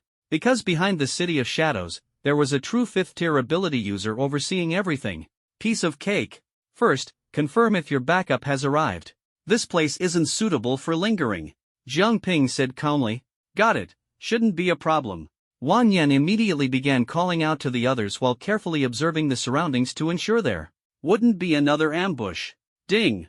Mission complete, break through the encirclement reward received, 500 energy points, 1 lottery chance taking out all the enemies counted as breaking through the encirclement. Let's see what good stuff I can get from this lottery. Zhang Ping rubbed his hands in anticipation, letting Wang Yan and the others clean up the battlefield while he prepared for the draw. System, open the lottery interface. The new round of lottery rewards had been updated. Would release, would dragon technique, would release, would human technique, sage art, gate of the great god, dead demon consuming seal, summoning beast, 9 tails, summoning beast, 1 tail, summoning beast, slug, summoning beast, Manda. The rewards overall were decent, but there were also some duds. For example, the dead demon consuming seal. Although powerful, using it would result in one's own death. Zhang Ping definitely didn't want that. Alright, 1 shot, 1 hit. He decisively spun the wheel. Click, click, click. The pointer spun rapidly, gradually slowing down. Zhang Ping, as usual, closed his eyes until golden light flashed, signaling the end of the draw. He cautiously opened his eyes and looked at where the pointer had stopped, summoning beast. 1 tail. Holy crap! Zhang Ping almost jumped up. He had actually drawn the 1 tail? Truly 1 shot, 1 hit. Summoning beast, 1 tail, real name Shikako, specializes in wind release and magnet release sealing. Techniques, strength level, 5th tier advanced note, each summoning beast can only be summoned once per day, lasting 5 hours per summon. Amazing. 5th tier advanced. To be honest, ever since learning he could summon tailed beasts, Zhang Ping had been wondering about their levels. If they were only 3rd or 4th tier, they'd be too weak. If it were the 6th or 7th tier, it still wouldn't be likely after all. He had never seen how powerful the legendary 6th or 7th tier ability users were. The strongest he had encountered so far was Lin Hai, the principal of Jinghai Academy, who was a high-level 5th tier. Now that he had a 1 tail, also high-level 5th tier, he wouldn't be afraid at all if he ran into Lin Hai again. Not bad, this reward is fantastic. Zhang Ping was thoroughly satisfied. Although he hadn't drawn the 9 tails, the 1 tail was already strong enough. Having fewer tails didn't mean weaker strength. In a great mood, he whistled and was about to go find Wang Yan and the others. Boom! Suddenly, a deafening explosion shook the earth, and the ruins instantly erupted. Purple flames raged like a malevolent demon, consuming everything in their path. Wang Yan and the others, who were searching the ruins, were almost entirely reduced to ashes. Only Wang Yan was seized by a massive purple flaming hand and, gravely injured, was swiftly dragged into the depths of the forest. Wang Yan. The sudden turn of events shocked Zhang Ping, and he immediately gave chase. However, the flaming hand moved at an incredible speed, disappearing in the blink of an eye. No matter how hard Zhang Ping tried, he couldn't catch up. Along the way, vast swathes of purple flames were left behind, burning everything in their wake. The blazing flame sect? Seeing the familiar flames, Zhang Ping's eyes turned icy cold. Wasn't Huolian already dead? How could there still be members of the Blazing Flame sect appearing? And their target was Wang Yan? In the blink of an eye, the once complete team was reduced to just Zhang Ping. Blazing Flame sect, who exactly are you people? With a cold gaze, Zhang Ping decisively boarded a wooden cart and headed toward the City of Dusk. Guangxi Society. What did you say? Wang Yan was captured by the Blazing Flame sect? Hearing the news, Zhang Yi was instantly furious. That's impossible. Wang Yan is the vice president of our Guangxi Society. How dare the Blazing Flame sect be so brazen? I will definitely root them out. Do you know where the Blazing Flame sect is? Zhang Ping asked with a glimmer of hope. He still didn't know the Blazing Flame sect's hideout in the City of Dusk. If Zhang Yi knew, he would immediately follow him to destroy their base. But Zhang Yi hesitated for a moment. Well, the Blazing Flame sect has always been shrouded in mystery. I don't know their exact location either. However, I do know a place where we can gather information about them. The Twilight Auction? Zhang Ping immediately guessed Zhang Yi's meaning. That's right. The Twilight Auction has a powerful network and should know the Blazing Flame sect's hideout, Zhang Yi said. With a firm nod, Jiang Ping, could I trouble you to make another trip to the Twilight Auction? If I go, the Red Queen might not give me any face, but you're different. Last time, you had great success. Alright, wait for my news. Jiang Ping agreed without hesitation.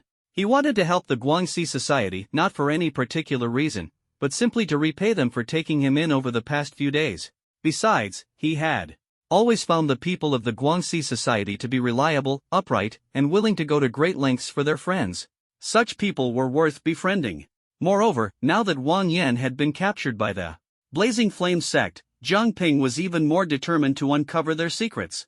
After leaving the Guangxi Society, Jiang Ping headed straight for the Twilight Auction. Drawing on his experience from last time, he confidently made his way to the Red Queen's loft. Hey, you're not allowed up there. Someone tried to stop him, but upon seeing Jiang Ping's demeanor, they immediately backed off. Last time, Jiang Ping had shown he meant business. This time, his aura was even more intimidating. Who would dare stand in his way?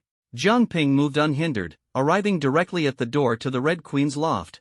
Red Queen. He was just about to push the door open when it suddenly swung open on its own. A strong gust of wind rushed toward him, followed by a figure lunging at him. In that moment, Jiang Ping even felt a hint of death's threat. A dangerous aura surged out from the attic. Fortunately, Jiang Ping had remained vigilant ever since entering the Twilight Auction. He quickly sidestepped to avoid the ambush. Boom! The figure smashed the railing in front of the attic. Jiang Ping noticed the person was clad in dark golden armor, scarred by the passage of time. It was an old man, his face deeply wrinkled, with disheveled, graying long hair partially covering his face. On the surface, he appeared to be a frail elder, his back slightly hunched.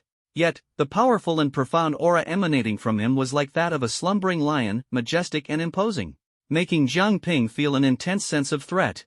Grandfather! At this moment, the Red Queen and her maid hurried out, grabbing hold of the old man.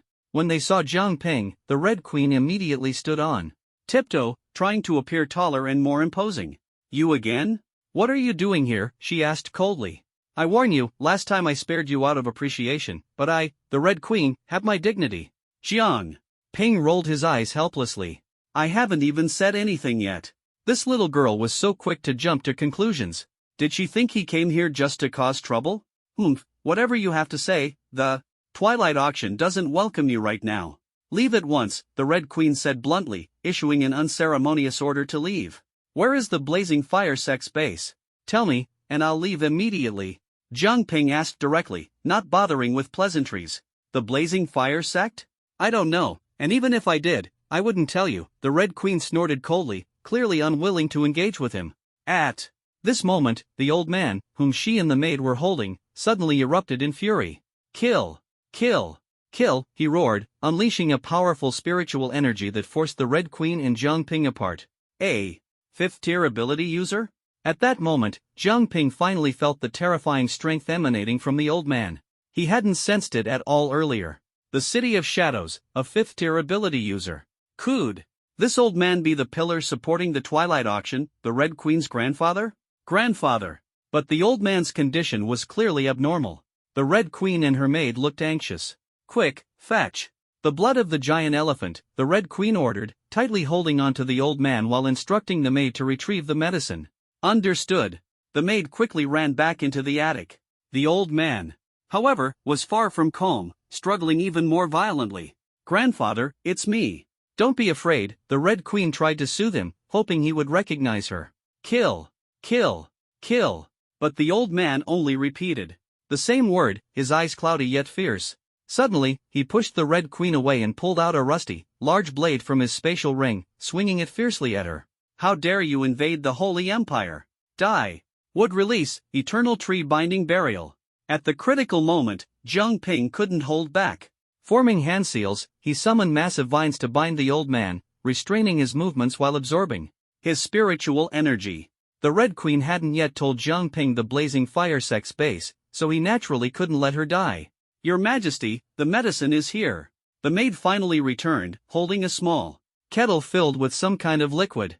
The Red Queen wasted no time. While the old man was restrained by the vines, she quickly poured the giant elephant's blood into his mouth. As bright red liquid trickled from the corner of his mouth, the old man's breath miraculously calmed. His frenzied eyes gradually became serene, eventually closing as he fell into a deep sleep. The Red Queen cradled the old man and, with the help of her maid, carried him back to the attic. After everything was settled, the Red Queen returned to Jiang Ping. "Your grandfather's condition is terrible," Jiang Ping said. "Mind your own business." The Red Queen glared coldly at him. "I told you, I won't reveal the location of the Blazing Fire sect." Jiang Ping was unhurried, smiling as he replied, "Everything comes at a price. Tell me what you want, and maybe I can help you." "I want nothing," the Red Queen rejected him outright. She had no intention of negotiating with Jiang Ping. "Then I'll find them my own way," Jiang Ping responded calmly, without pressing further. At that moment, a maid rushed over and whispered something into the Red Queen's ear. Her expression immediately changed. "Hey, don't go," the Red Queen called out to Jiang Ping, who was about to turn and leave. "What is it?" Jiang Ping looked at the young girl before him. "It's not that I won't tell you, but I need something right now. If you can retrieve it for me, I'll tell you the location of the Blazing Fire sect," the Red Queen said, straightening her posture as if it gave her more confidence. "What is it?" "The blood of a Terra Dragon elephant." Terra Dragon elephant? Yes, the Terra Dragon elephant is an advanced version of the Earth Giant elephant. If you can bring back the blood of one, I'll reveal the secret of the Blazing Fire sect. The Terra Dragon elephants I know of are all 5th-tier beasts. You're asking me to hunt a 5th-tier beast? Are you trying to send me to my death? Jiang Ping narrowed his eyes. In the cultural studies at Huaihai Academy, he had learned about all the known 5th-tier beasts, and the Terra Dragon elephant was among them. "That's my condition. If you can't do it, then you don't deserve to know the secret of the Blazing Fire sect," the Red Queen said firmly. "The blood of a Terra Dragon elephant not only enhances physical strength but also soothes the mind and heals mental trauma. You want it because your grandfather has suffered mental injuries, don't you?" Jiang Ping speculated.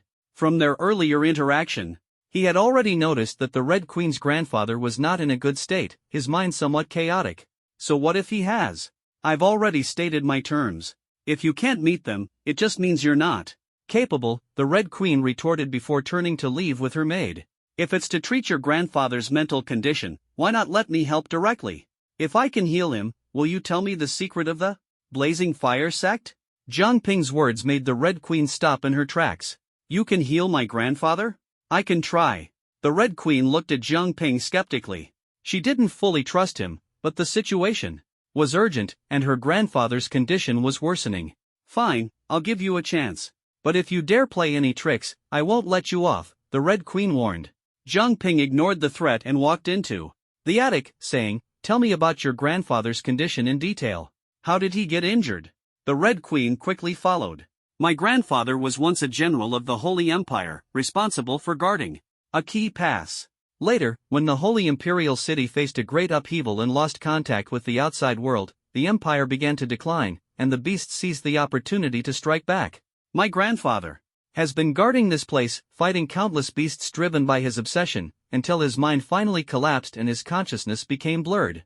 We've been using the blood of the Earth Giant elephant to stabilize his awareness, but recently it's been less effective. The blood of the Earth Giant elephant can soothe chaotic minds, but now it no longer works for him."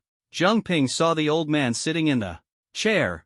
Although he appeared calm, his body trembled from time to time, his eyes wide open, muttering "kill, kill, kill" under his breath. Clearly, the great battle had left him with deep psychological trauma. The Red Queen and her maid stared intently at Jiang Ping, ready to stop him at the slightest unusual movement. Jiang Ping crouched down, gazing into the old man's chaotic, frenzied, and murderous eyes, as if he could see the blood-soaked years of the past. After a moment of thought, his eyes sharpened, and the Mangekyo Sharingan appeared. Genjutsu Sharingan. Jiang Ping directly unleashed a powerful illusion technique on the old man. The old man's condition was dire. Although he was a 5th-tier ability user, he couldn't resist Jiang Ping's Genjutsu. "You want to use Genjutsu to heal my grandfather's mental trauma? It's useless. I've tried it before." The Red Queen saw through Jiang Ping's intentions. Genjutsu was a type of mental ability, theoretically capable of helping to heal psychological wounds. However, the Red Queen herself was a Genjutsu master and had attempted to repair the old man's mind with illusions, but failed. "You failed only because your Genjutsu skills aren't good enough," Jiang Ping responded calmly. "You!" The Red Queen's face flushed with anger. "Humph, I want to see just how skilled you really are." Zhang Ping continued to cast his genjutsu, using the power of the Sharingan to confront the old man's mental trauma. The old man reacted violently, his body trembling incessantly, seemingly enduring immense pain. Thud! Suddenly, the old man straightened his body, his eyes flashing with unprecedented clarity, and his aura erupted with overwhelming force. The oppressive power of a fifth-tier ability user made both Zhang Ping and the Red Queen feel suffocated. Too strong. Zhang Ping formed hand seals, preparing for battle. This was the first time he truly felt the pressure of a fifth-tier ability user, and it was immense. Fortunately, the oppressive aura didn't last long, it dissipated quickly, like a faucet being turned off. It turned out the old man had suppressed the power himself. Shao Shi. The old man's eyes were clear as he softly called the Red Queen's name. "Grandfather, are you all right?" Hearing the old man finally call her name again, the Red Queen's face immediately lit up with a smile. After all, her grandfather hadn't called her by name in a long time. It seems the old man is truly healed. Zhang Ping also breathed a sigh of relief. To be honest, he hadn't been entirely confident. After all, using the Sharingan's genjutsu to save someone was a first-time attempt. Fortunately, it succeeded in the end. "Young man, you saved me, didn't you? Thank you so much." The old man recognized that Zhang Ping had helped him. "You're welcome. I already had an agreement with the Red Queen," Zhang Ping replied without pretense, turning to look at the Red Queen. "I've healed your grandfather, now you should tell me the location of the Burning Fire Sect's base." A sly glint flashed in the Red Queen's eyes. "You think I'll tell you just because you ask? I never said I was someone who keeps her promises. What can you do if I refuse?" Hearing this, Zhang Ping's expression immediately turned serious. Before he could make a move, the old man slapped the Red Queen on the butt. "How did I teach you since you were little? Be a person of integrity, Grandpa." The Red Queen's face turned red with embarrassment as her grandfather smacked her in front of outsiders. "Speak up. What did you promise this young man? Just be honest and say it." The old man stared at her sternly. "I'm your granddaughter. Why are you helping an outsider instead of me?" The Red Queen pouted. In response, the old man rolled his eyes and raised his hand. "Again. All right, I'll say it. Is that okay?" The Red Queen quickly covered her butt, afraid of another slap. Zhang Ping found the scene amusing. The Red Queen's mischievous behavior indeed needed some elder discipline. The Burning Fire Clan's base isn't in the City of Dusk. If you want to find them, you need to go 30 miles east of the City of Dusk to a forest. There's a cave there, which is their lair. Go find it yourself. The Red Queen reluctantly revealed the information. After obtaining the intel, Zhang Ping turned and left. Having learned the location of the Burning Fire Clan's base, Zhang Ping thought it over and decided not to inform Zhang Yi and the others. He chose to go alone. The Burning Fire Clan's displayed strength was too strange. Zhang Ping didn't know what their ultimate goal was, but their methods were cruel. If he brought members of the Guangxi Society along, it would undoubtedly lead to more casualties. Thus, he opted for solo action. Soon, following the Red Queen's directions, Zhang Ping arrived at the forest 30 miles east of the City of Dusk. He didn't even need to search deliberately, he could sense the aura of the Burning Fire Clan permeating the air. Following the aura, he found a small hill, and beneath it was a cave. Outside the cave, a purple flame burned fiercely, and within the flames hung a lifeless figure. It was Wang Yan. Wang Yan! Zhang Ping hurriedly tried to save him. At that moment, the purple flame surged upward, transforming into a fiery humanoid figure that stood atop the hill, blocking Zhang Ping's path. "Who are you? Nice to meet you. Allow me to introduce myself. I am Yu Li, the true leader of the Burning Fire Clan, the inheritor of the Flame of Sin, and the Lord of Dark Sin." "So, you're the real leader of the Burning Fire Clan?" Zhang Ping frowned, his gaze fixed on Yu Li. He was highly alert, his eyes never leaving Yu Li for a moment. Upon closer sensing, Zhang Ping realized he couldn't detect Yu Li's cultivation level or aura. Yu Li felt like a mass of fire, intensely hot and impossible to discern. But one thing was clear, Yu Li was strong. It might not necessarily be due to a high cultivation level, but Zhang Ping's instincts told him that Yu Li was extraordinarily powerful. The intangible pressure he exuded was like an insurmountable mountain, naturally evoking awe. "Indeed, nice to meet you. I've often heard people mention you, it's an honor." Although Yu Li was in a flame-like form, his voice was magnetic and soothing, making it pleasant to listen to. Based on his voice alone, it was hard to harbor hostility toward him. Unfortunately, he was the leader of the Burning Fire clan. The leader of the Burning Fire clan personally coming to capture me, what an honor, Jiang Ping thought. If the leader himself had come, it was definitely not for sightseeing. Judging by the timing, it was about time. The Burning Fire clan had failed multiple times to capture him. If they didn't send a major figure, the organization would lose even more members. But this time, the big boss had shown up directly, which still caught Jiang Ping a bit off guard. Yuli was clearly no minor figure, he was the true mastermind behind it all. We underestimated you before, not expecting you to repeatedly evade our pursuit. But today, I'm not here for you, Yoli chuckled softly. Then, he raised his hand, and a white shadow floated out from Wang Yan's body. It was Wang Yan's soul. Wood style, piercing technique. Almost simultaneously, Jiang Ping acted decisively, waving his hands as countless wooden spikes shot out from nearby trees, completely blocking Yoli's path. Thud. However, when the wooden spikes struck Yoli, it was as if they had pierced real flames, passing straight through without causing any harm. Jiang Ping could only watch helplessly as Yoli took Wang Yan's soul away. Don't you want to know why I ordered them to hunt you down? Yoli continued. Why? Jiang Ping asked, seizing the opportunity while quickly devising a countermeasure in his mind. At the same time, his Mangekyo Sharingan had already activated.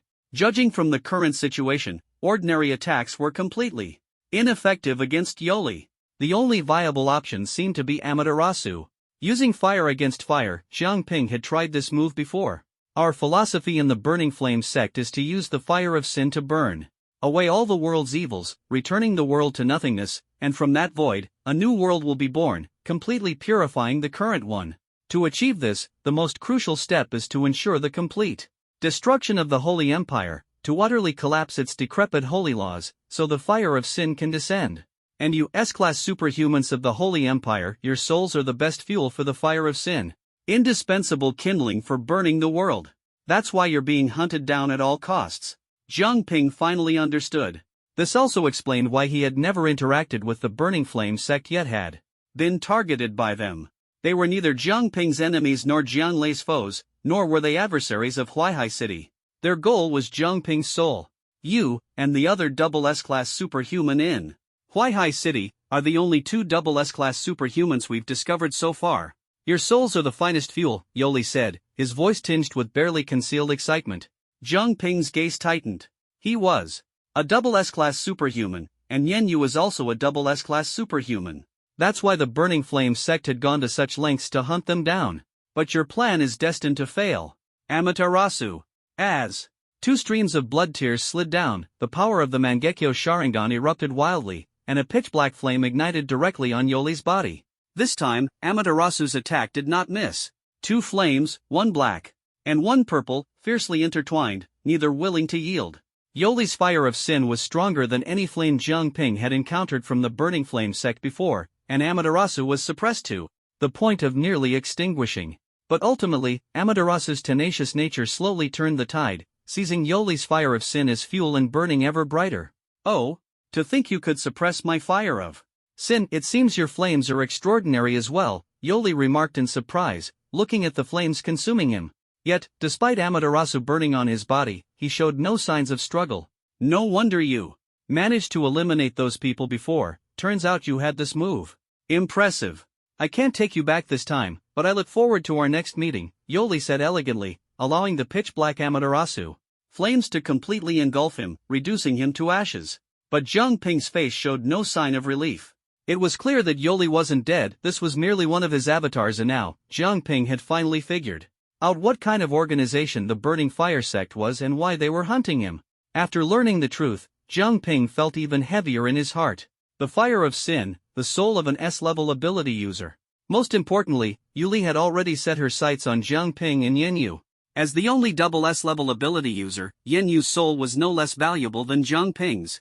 The Burning Fire sect was very likely planning to obtain Yen Yu's soul as well. Jiang Ping was deeply worried about Yen Yu, but she was far away in the City of Shadows, far from Huaihai City, and he had no way to send her the message. Currently, Jinghai City was still hunting him, and he couldn't recklessly return to Huaihai City, otherwise, he would not only bring trouble upon himself but also implicate Huaihai City. But he would return sooner or later. From Yuli's words, it seemed the Burning Fire sect also wanted to completely collapse the Holy Empire and turn the sacred laws into history. Jiang Ping didn't care about that, he only cared whether the Burning Fire sect would target the people around him. Burning Fire sect. I won't let your plans succeed. Jiang Ping clenched his fists and laid Wang Yan's corpse down. Wang Yan was also an S-level ability user, and his soul had long been targeted by the Burning Fire sect.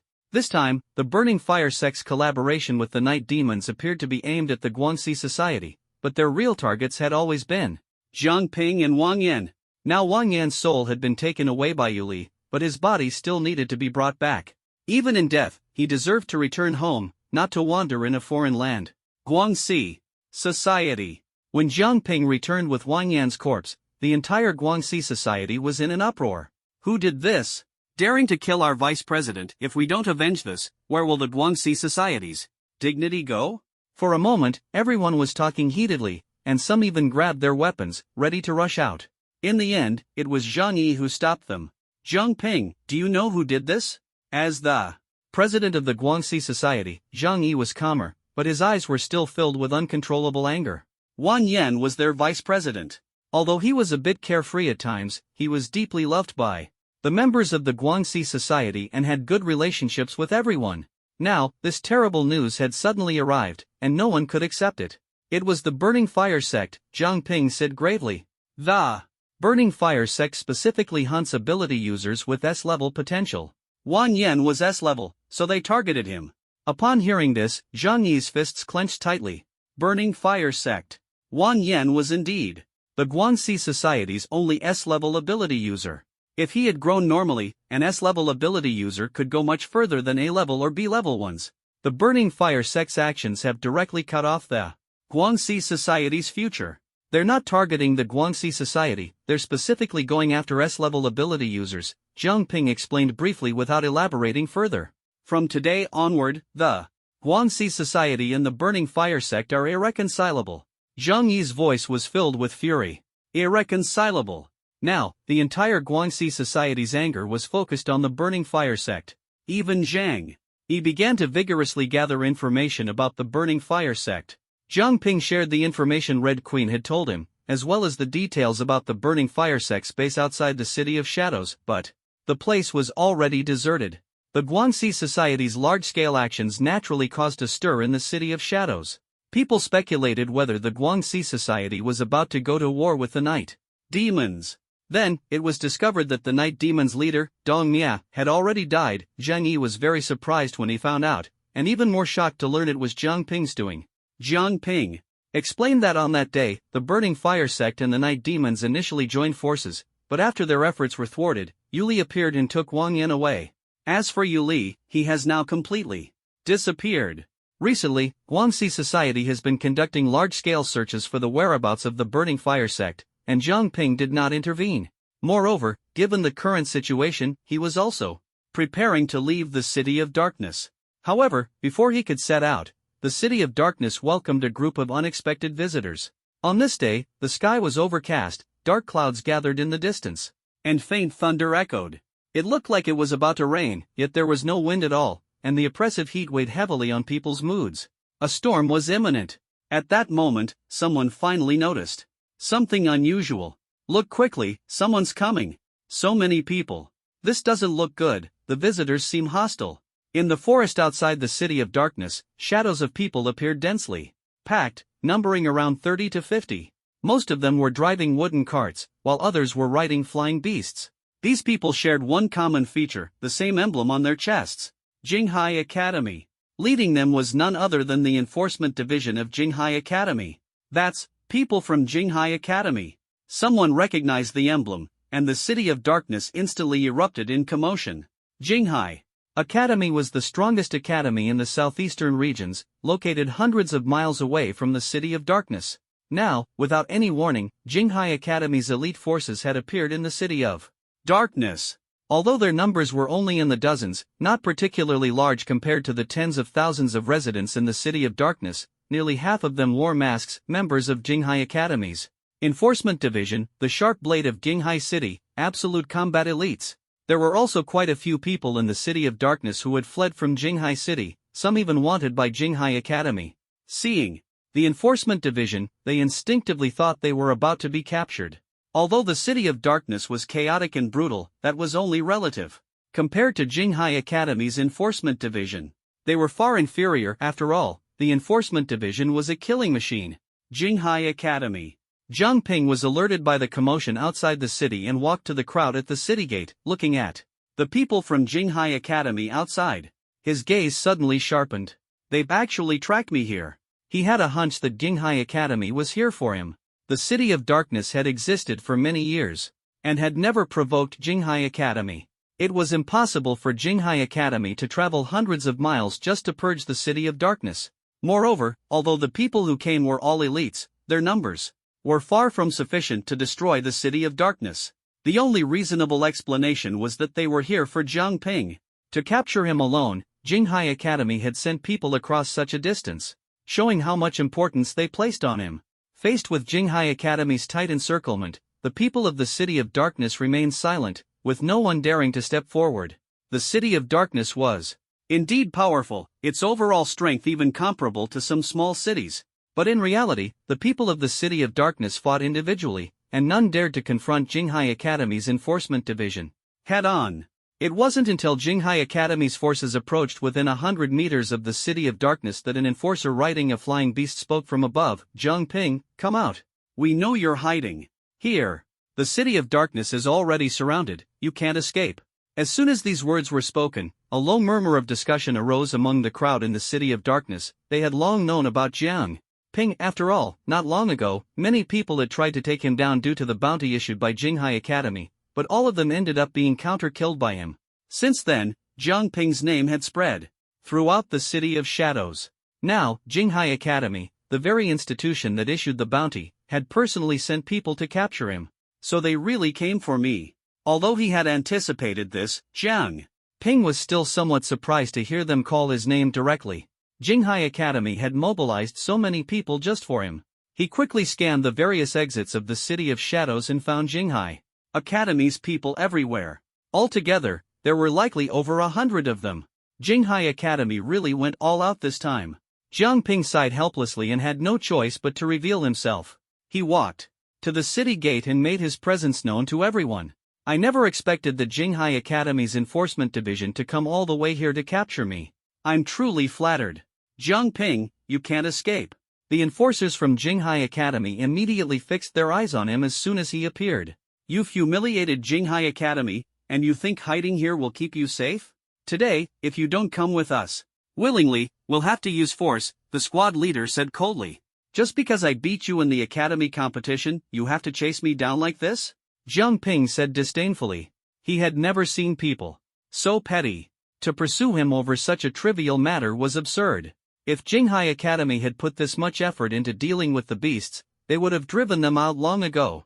However, Jiang Ping also noticed that Jinghai Academy's lineup was formidable. Most of them were third-tier ability users, and there were even more than 10 fourth-tier ones. This lineup could easily be mistaken for a team sent to handle a fourth-tier beast tide. Enough talk, surrender now. The squad leader gave the order, and he, along with 3 other fourth-tier ability users, charged forward. There had been quite a few people at the city gate initially, but upon seeing Jinghai Academy's people start a fight, everyone quickly backed away. No one wanted to get caught up in this battle. So fast? The 4 fourth-tier enforcers rapidly closed in. Wood. Release, Birth of the Tree World. Faced with a deadly assault, Jiang Ping didn't hesitate to unleash his ultimate move. Without it, he wouldn't be able to withstand the combined attack of these fourth-tier ability users. Boom! Thick trees burst out of the ground, and vines, like furious giant serpents, lashed out at the enemies. Divine Wind Breath. Earth Element, Soaring Flood Dragon. Blazing Inferno. The attackers showed no mercy, releasing various powerful abilities to clash head-on with Jiang Ping's Wood Release. Boom! Although Wood Release was strong, the gap in power against 4 fourth-tier ability users was too great. Under the bombardment of their powerful abilities, countless wood fragments flew, and the growth of the Wood Release was severely suppressed. Jiang Ping was forced to retreat repeatedly, unable to fight back directly. You can't escape. The 4 moved at incredible speed, surrounding Jiang Ping from 3 directions and almost completely cutting off his escape routes. Let's break your legs first and see where You can run. Two of them drew short blades and slashed at Jiang Ping's legs without hesitation. Slash! Jiang Ping's legs were severed, but no blood splattered. The severed legs turned out to be wooden stumps. His body slowly transformed into wood as well. A clone? The four were startled and immediately began searching for Jiang Ping's real location. Among the sea of people, Jiang Ping remained hidden, and they couldn't find him for the moment. Spirit vision, probe.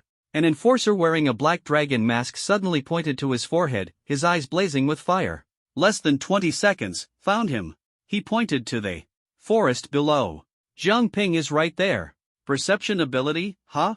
Still trying to hide? Discovered, Jiang Ping's heart sank. It seemed he had underestimated the execution department of Jinghai Academy.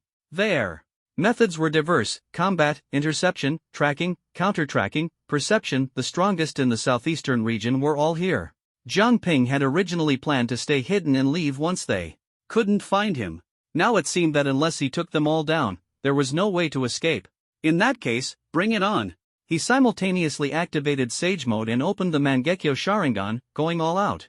And ready to fight at any moment. Fight to the end. The four charged at Jiang Ping again. Just then, a massive blade suddenly descended from the sky, slamming down hard between them.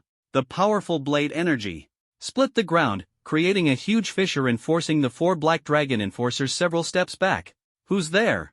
Jinghai Academy is handling business, stay out of it. Black Dragon shouted sharply. Clang, clang, clang. The sound of metal scraping echoed as an aged yet imposing figure slowly approached, appearing before everyone. Jinghai Academy, you've certainly grown stronger over the years. The old man was clad in dark golden armor, exuding a murderous aura. Despite his age, he still radiated the presence of a battlefield warrior. This man was none other than the only 5th-tier ability user in the city of Shadows, the Red Queen's grandfather. Old Master? Jiang Ping was somewhat surprised to see the old man. After all, Jinghai Academy was here for him, and he hadn't expected anyone to come to his aid.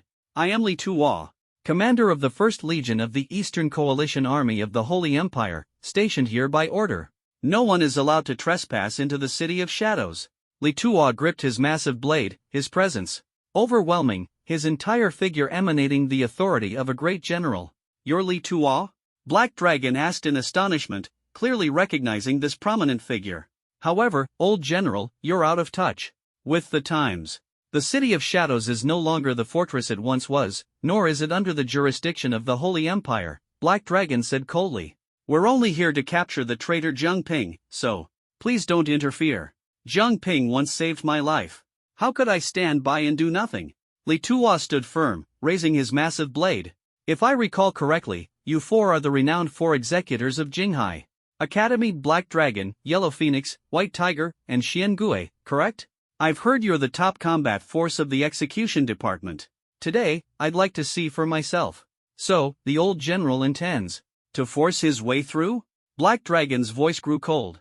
Li Tuo was a mid-level 5th-tier ability user, incredibly powerful. But even so, the 4 executors were all high-level 4th-tier ability users, not to be underestimated, and they would not back down easily.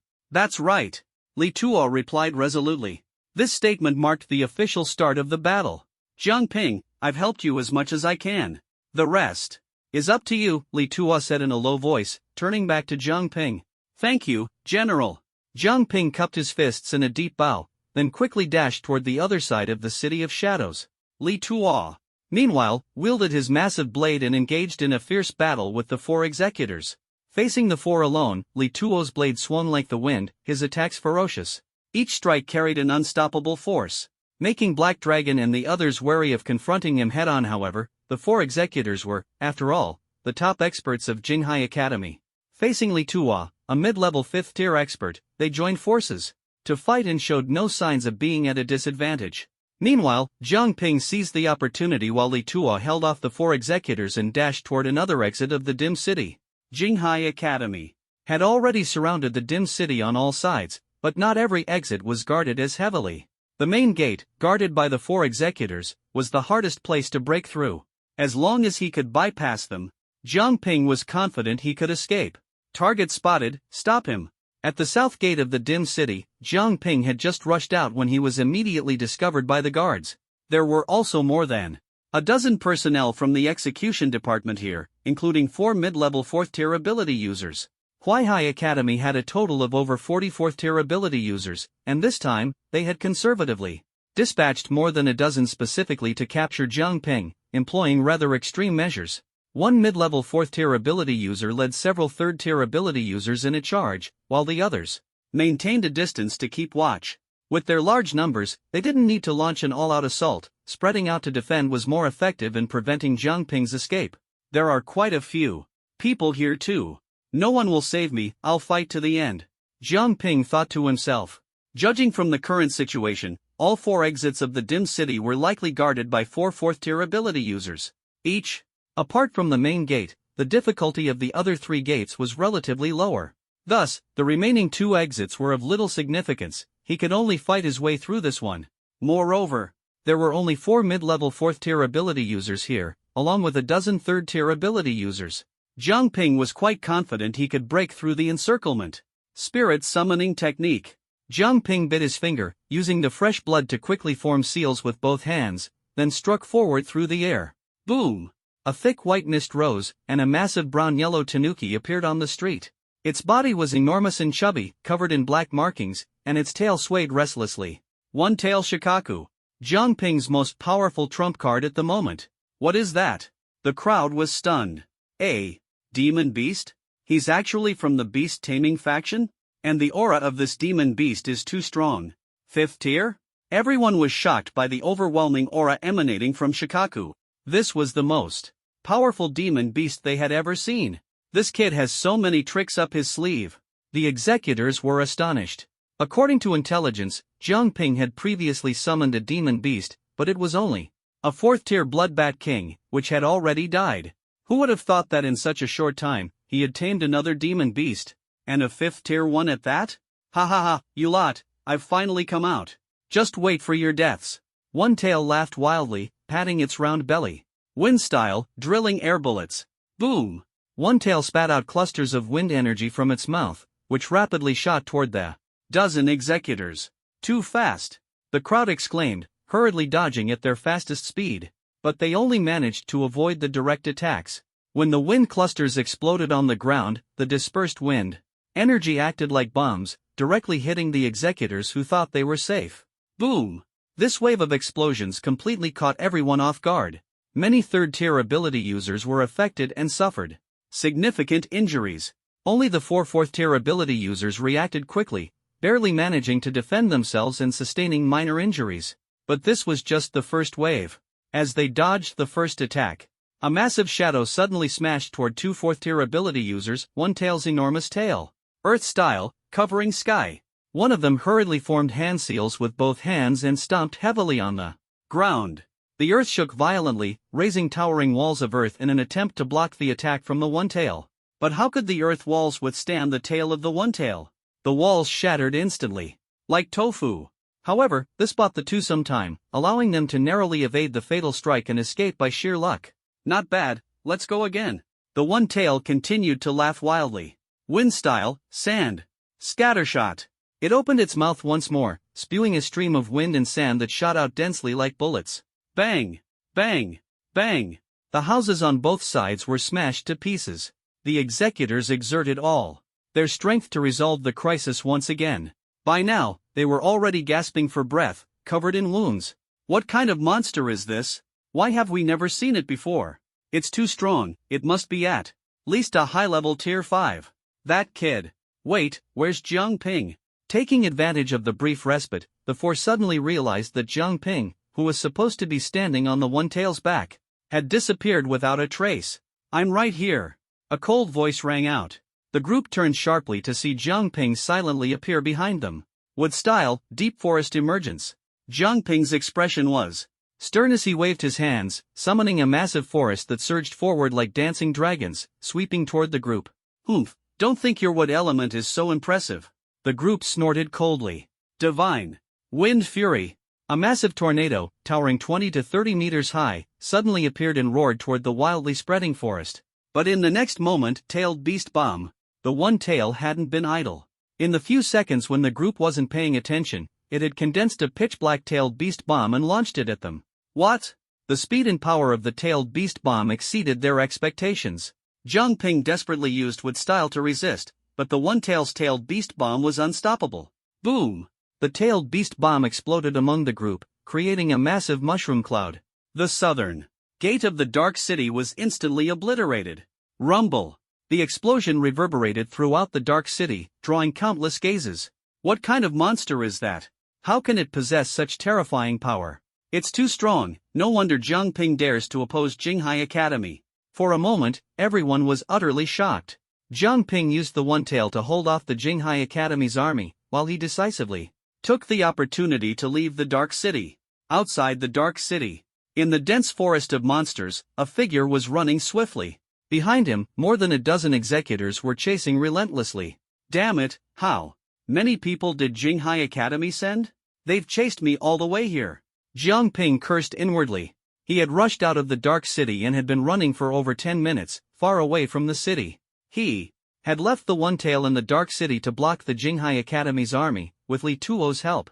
Yet, he was still pursued by more than a dozen executors. Fortunately, most of them were Tier 3, with only one low-level Tier 4 ability user among them. They continued to chase him relentlessly. Zhang Ping had intended to shake them off, but he hadn't expected them to be so persistent. Forget it, no more running. As he ran, he grew annoyed. He wasn't incapable of defeating them, so why flee? Without hesitation, Zhang Ping stopped in his tracks, turned around, and stared at the dozen pursuers. Just as he was about to make a move, suddenly, several people among the pursuers turned sharply and began attacking their own teammates. Even the low-level Tier 4 ability user joined in, unexpectedly turning against his own group. What is going on? Zhang Ping was stunned. He was clearly ready to go to war, but then their own people started attacking each other? No, this is charm? Zhang Ping suddenly noticed something unusual. Those who had turned against each other had vacant eyes and were shrouded in a faint pink glow. Correct, it's charm. A familiar voice, tinged with a hint of pride, rang out as several figures appeared in front of Zhang Ping. It was actually the people from the Twilight Auction House. Leading them was the Red Queen. At this moment, she had partially transformed into a beast, with a pair of soft, fluffy animal ears on her head. That looked irresistibly touchable.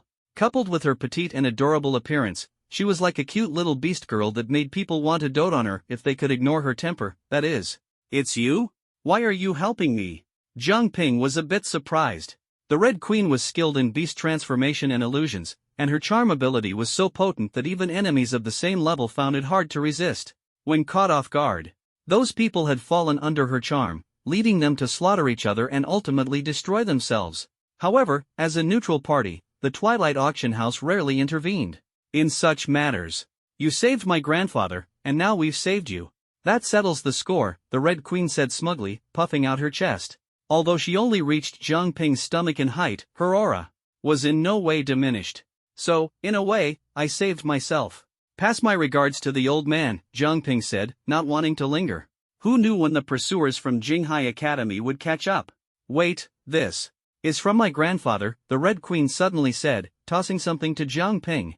He quickly caught it. It was a dark golden token engraved with a towering city gate. What is this?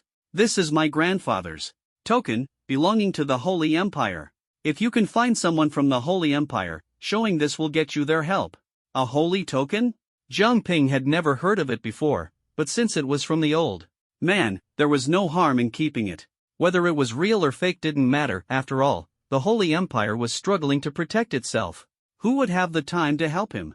Not to mention, he had no idea where to find someone from the Holy Empire. His best bet was probably to try his luck in the Holy Capital. Thank the old man for me, Zhang Ping said as he accepted the token. Without further delay, he disappeared into the depths of the forest. The Red Queen was left muttering to herself, somewhat dissatisfied. Grandpa even gave that thing away, and I didn't get one. Who's really your granddaughter here, anyway? After completely shaking off the pursuers from Jinghai Academy, Zhang Ping didn't dare return. Only a month had passed, and there were still several months before the Great Beast Tide crisis. His plan was to return when the tide was imminent. Now was not the time. Moreover, Jinghai Academy had gone mad, sending so many people to chase him down. If he returned to Huaihai Academy now, Jinghai Academy would likely invade Huaihai City directly.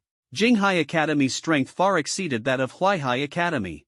Even if Huaihai Academy did everything to protect Zhang Ping, they wouldn't be able to keep him safe. This time, Jinghai Academy had sent so many 4th-tier ability users. Next time, they might send 5th-tier ones, or even Lin Hai himself.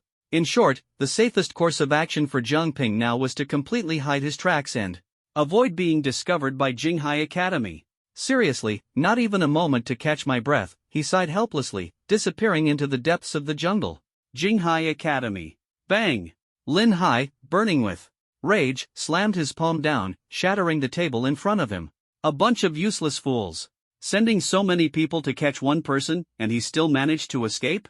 A squad leader below lowered his head and quickly explained, Dean, that guy's methods are beyond our imagination. Someone in the dim city helped him, and that person is an old general of the Holy Empire, a mid-level tier 5. Moreover, Zhang Ping actually tamed a high-level tier 5 beast.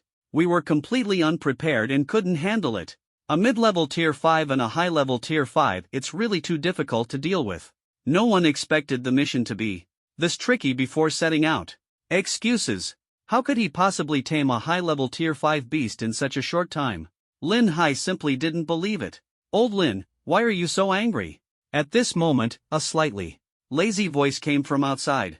A middle-aged man with sparse hair on his head, wearing gold-rimmed glasses and a round belly, walked in.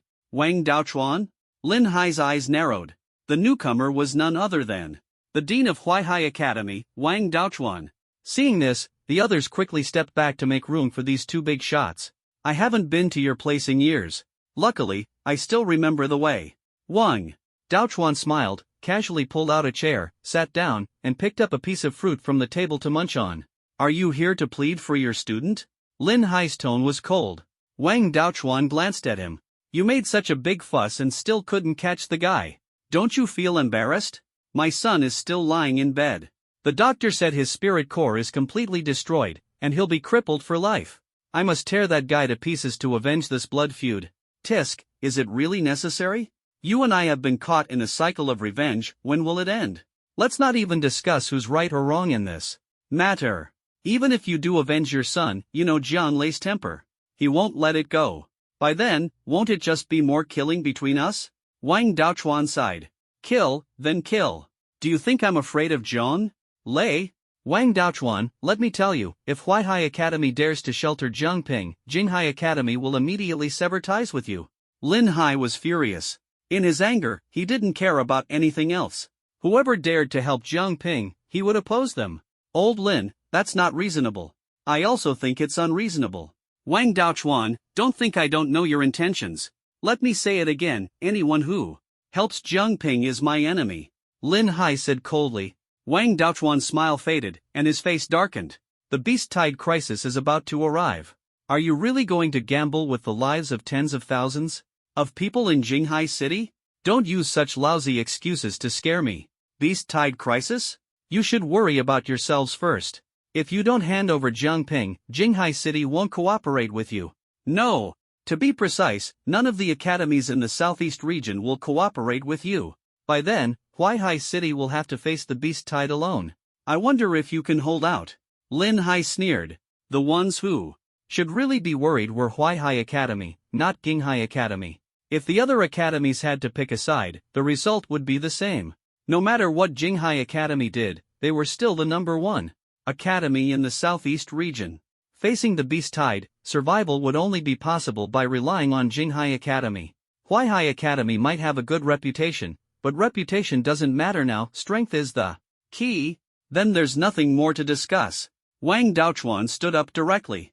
Lin Hai snorted. There was nothing to discuss in the first place. The two of them stopped talking, and the scene came to an end.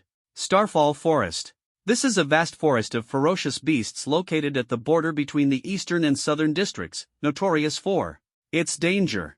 The beasts here are at least level 3, level 4 is common, and level 5 can also be found. This is the territory of the beasts, and normally, no one dares to venture here. But now, Starfall Forest has an uninvited guest, Zhang Ping. Zhang Ping had been wandering in the forest for a long time. Not because he was lost, but because he had nowhere else to go. Apart from places like the City of Shadows, where rebels gather, no legitimate city would accept strangers.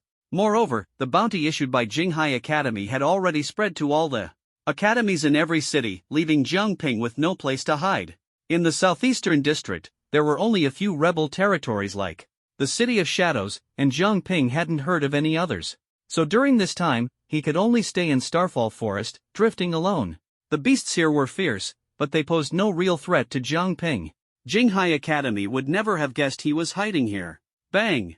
A level 4 Starfall wolf collapsed heavily, its breath weakening. Jiang Ping skillfully pried open its skull with a short knife, extracted the beast core, and directly let the system absorb it. Ding! Level 4 beast core, exchanged for 600 energy points. On the ground around him lay more than a dozen beast corpses, all killed by Jiang Ping. He looked up at the darkening sky, wiped the sweat from his forehead, and carried the Starfall wolf's corpse back to use as dinner. Then, forming a seal with one hand, he activated Flying Thunder God technique. Whoosh! Jiang Ping instantly disappeared and reappeared inside a cave. This cave was hidden behind a waterfall, with no visible signs from the outside. For the past 2 months, Jiang Ping had been resting here. He deftly skinned, deboned, and chopped the meat, placing it on a stone stove, adding water and picked herbs, and lighting a fire to stew it. The conditions were poor, but this was the best life Jiang Ping could manage. At least he didn't have to eat raw meat. While waiting for the meat to cook, he briefly checked his combat status. Host, Jiang Ping, age 18, realm, level 3, early stage spiritual energy, 1000 abilities, wood, spirit eye, wind, water, earth, thunder, fire talent level, S bloodline limit, would release, Sharingan. Possessed abilities, Sage Mode, Flying Thunder God Technique, Sealless Healing, would release, Birth of the Tree World, would release, Cutting Technique, Illusion, Demonic Illusion Shackles. Expandable, Eye Techniques, Amaterasu, Tsukuyomi, Susanoo Energy Balance, 8,000. After 2 months of effort, Jiang Ping had accumulated a total of 8,000 energy points. Although it wasn't much, it was already considered quite wealthy. System, help me exchange for the Water Release Basic Ninjutsu Pack. Ding! Deducting 3,000 energy points, you have obtained the Water Release Basic Ninjutsu Pack. Open the pack. Ding! You have obtained Water Release, Water Wave, Water Release, Water Formation Wall, Water Release, Water Clone, Water Release, Great Water Wave Explosion. With this Water Release, the basic 5 elemental ninjutsu are finally complete. Over the past 2 months, Jiang Ping had spent a considerable amount of energy to exchange for the basic ninjutsu of wind, fire, water, thunder, and earth. Perhaps because his 5 attributes were obtained through incomplete beast core stones, the system mostly provided him with basic B-level and C-level ninjutsu. He wasn't qualified to exchange for some of the more specialized techniques. However, even the most basic ninjutsu was something Jiang Ping wouldn't overlook. In this way, his overall combat style and approach could be greatly improved. He still had 5,000 energy points left. Use it all for the lottery. Jiang Ping didn't hesitate and decisively activated the lottery system. The lottery system required 5,000 energy points per draw. Only timid people would save up energy to exchange for full-price ninjutsu. True experts relied on the lottery to test their luck. A new round of lottery prizes was refreshed: Summoning Beast, Manda, Summoning Beast, Three Tails, Wood Style, Wood Human Technique, Dead Demon Consuming Seal, Puppet Technique, Uchiha Fan, 50 bowls of random flavored ramen, Ichiraku Uncle's exclusive cooking manual. Jiang Ping, why are the prizes so strange this time? A lot of odd items seem to have been mixed in. However, a real man never backs down. Jiang Ping immediately started the lottery. Spin it. He stared intently at the spinning pointer, not blinking for a moment, until a golden light appeared. Ding! Congratulations to the host for winning Summoning Beast, Three Tails. Golden light flashed, and the pointer stopped steadily. Summoning Beast, Three Tails, real name Isabu, specializes in water style. Level, Tier 5 Advanced. It's actually the Three Tails? Jiang Ping was pleasantly surprised. He already had the one tail, so he certainly wouldn't mind having another. Although both the Three Tails and One Tail were Tier 5 Advanced, there was still a noticeable difference in their strengths. On land, the One Tail was stronger. But in water, the Three Tails undoubtedly had the advantage. However, the overall gap wasn't too significant. With these two Tier 5 Advanced beasts, Jiang Ping undoubtedly had a powerful trump card. Even in Starfall Forest, he now had enough confidence to act. Not bad. After completing the lottery, the wolf meat on the stone stove was perfectly stewed. Jiang Ping picked up the cooked meat and began eating heartily. The conditions in the wild were harsh, so being able to eat this kind of food was already quite good, even if the taste was a bit bland. But Jiang Ping enjoyed it.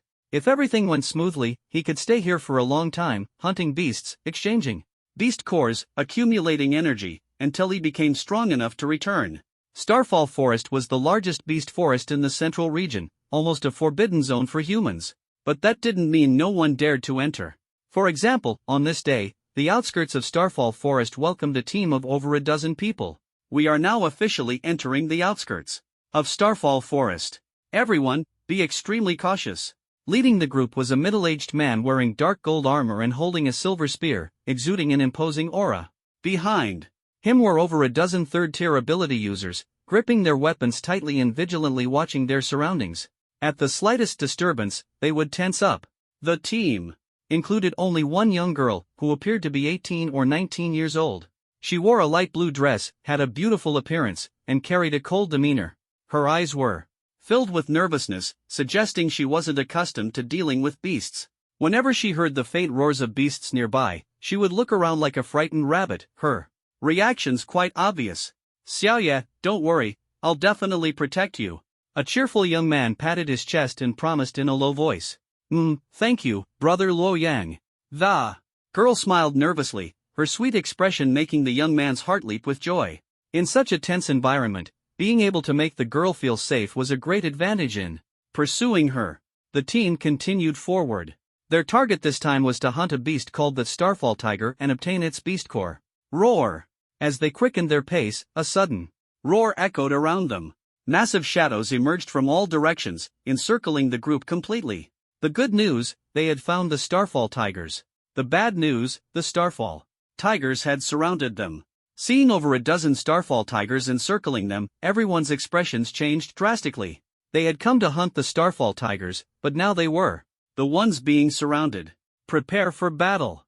The middle-aged man leading the group looked grim, gripping his spear tightly as his gaze locked onto the surrounding Starfall Tigers. Although there were many of them, fortunately, they were all third-tier beasts, which they could still handle. At that moment, a deep, masculine voice rang out, "You foolish humans. Dare trespass into my territory? You're courting death." Everyone quickly turned toward the source of the voice, only to see a massive, muscular, brownish-yellow Starfall Tiger slowly approaching.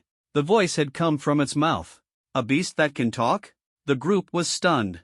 While it was known that beasts could speak, typically only 5th-tier beasts could do so, and 4th-tier speaking beasts were extremely rare. This Starfall Tiger King before them was only a mid-level 4th-tier beast, yet it could speak, clearly indicating it was extraordinary. Mid-level 4th tier, Starfall Tiger King. The middle-aged man's expression shifted slightly. The others immediately grew tense as well. They had come to hunt Starfall Tigers, but now they were surrounded by a whole group of them. "Hold formation, prepare for battle," the middle-aged man commanded in a low voice. Escape was almost impossible now, they could only fight with all their might. The group immediately gripped their weapons, ready to face the fight. Though nervous, they had already prepared themselves for a life and death battle before setting out. Fight to the death, roar. The Starfall Tiger King let out a disdainful growl, followed by a thunderous roar. The surrounding third-tier Starfall Tigers charged at the group simultaneously, and the battle erupted instantly. Phoenix Firestorm. Breath of the Winds Sea. Two experienced warriors immediately took action, summoning a blaze of fire and a storm of wind. The two massive energy waves swept across the area. The middle-aged man charged forward with his spear, heading straight for the Starfall Tiger King. Taking down the leader was the only way to disrupt the Starfall Tiger's formation. "Oh, coming straight for me? Admirable courage." The Starfall Tiger King showed no signs of retreat, charging directly at the middle-aged man. The two clashed fiercely. The Starfall Tiger group worked in perfect coordination, using the terrain of the beast forest to their advantage, putting immense pressure on the humans. After several rounds of combat, many of the group were injured. Roar! A Starfall Tiger broke through the defensive line, lunging at the young girl. In the center. Holy protection! The girl quickly activated her ability, summoning a golden shield in front of her. Bang!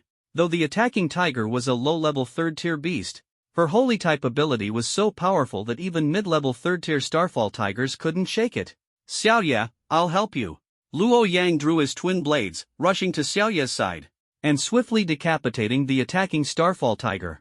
He quickly extracted a Starfall Tiger Beast Core and shouted, "Beast Core secured, retreat now." Upon hearing this, the group fought, while attempting to break out of the encirclement. Meanwhile, the Starfall Tiger King, still engaged in combat with the middle-aged man, suddenly emitted a surge of brownish-yellow spiritual energy that seeped into the ground. Trying to escape? Earth shift. Boom! The ground shook violently, and towering earthen walls suddenly rose around them, trapping them inside. This is bad. The middle-aged man urgently swung his spear, lightning crackling around it. Thunder technique, thunderbolt break. The middle-aged man suddenly thrust his spear into the ground, countless silver lightning bolts coursing along the spear into the earth, transforming into massive thunder beasts that charged toward the earthen wall from all directions. Boom!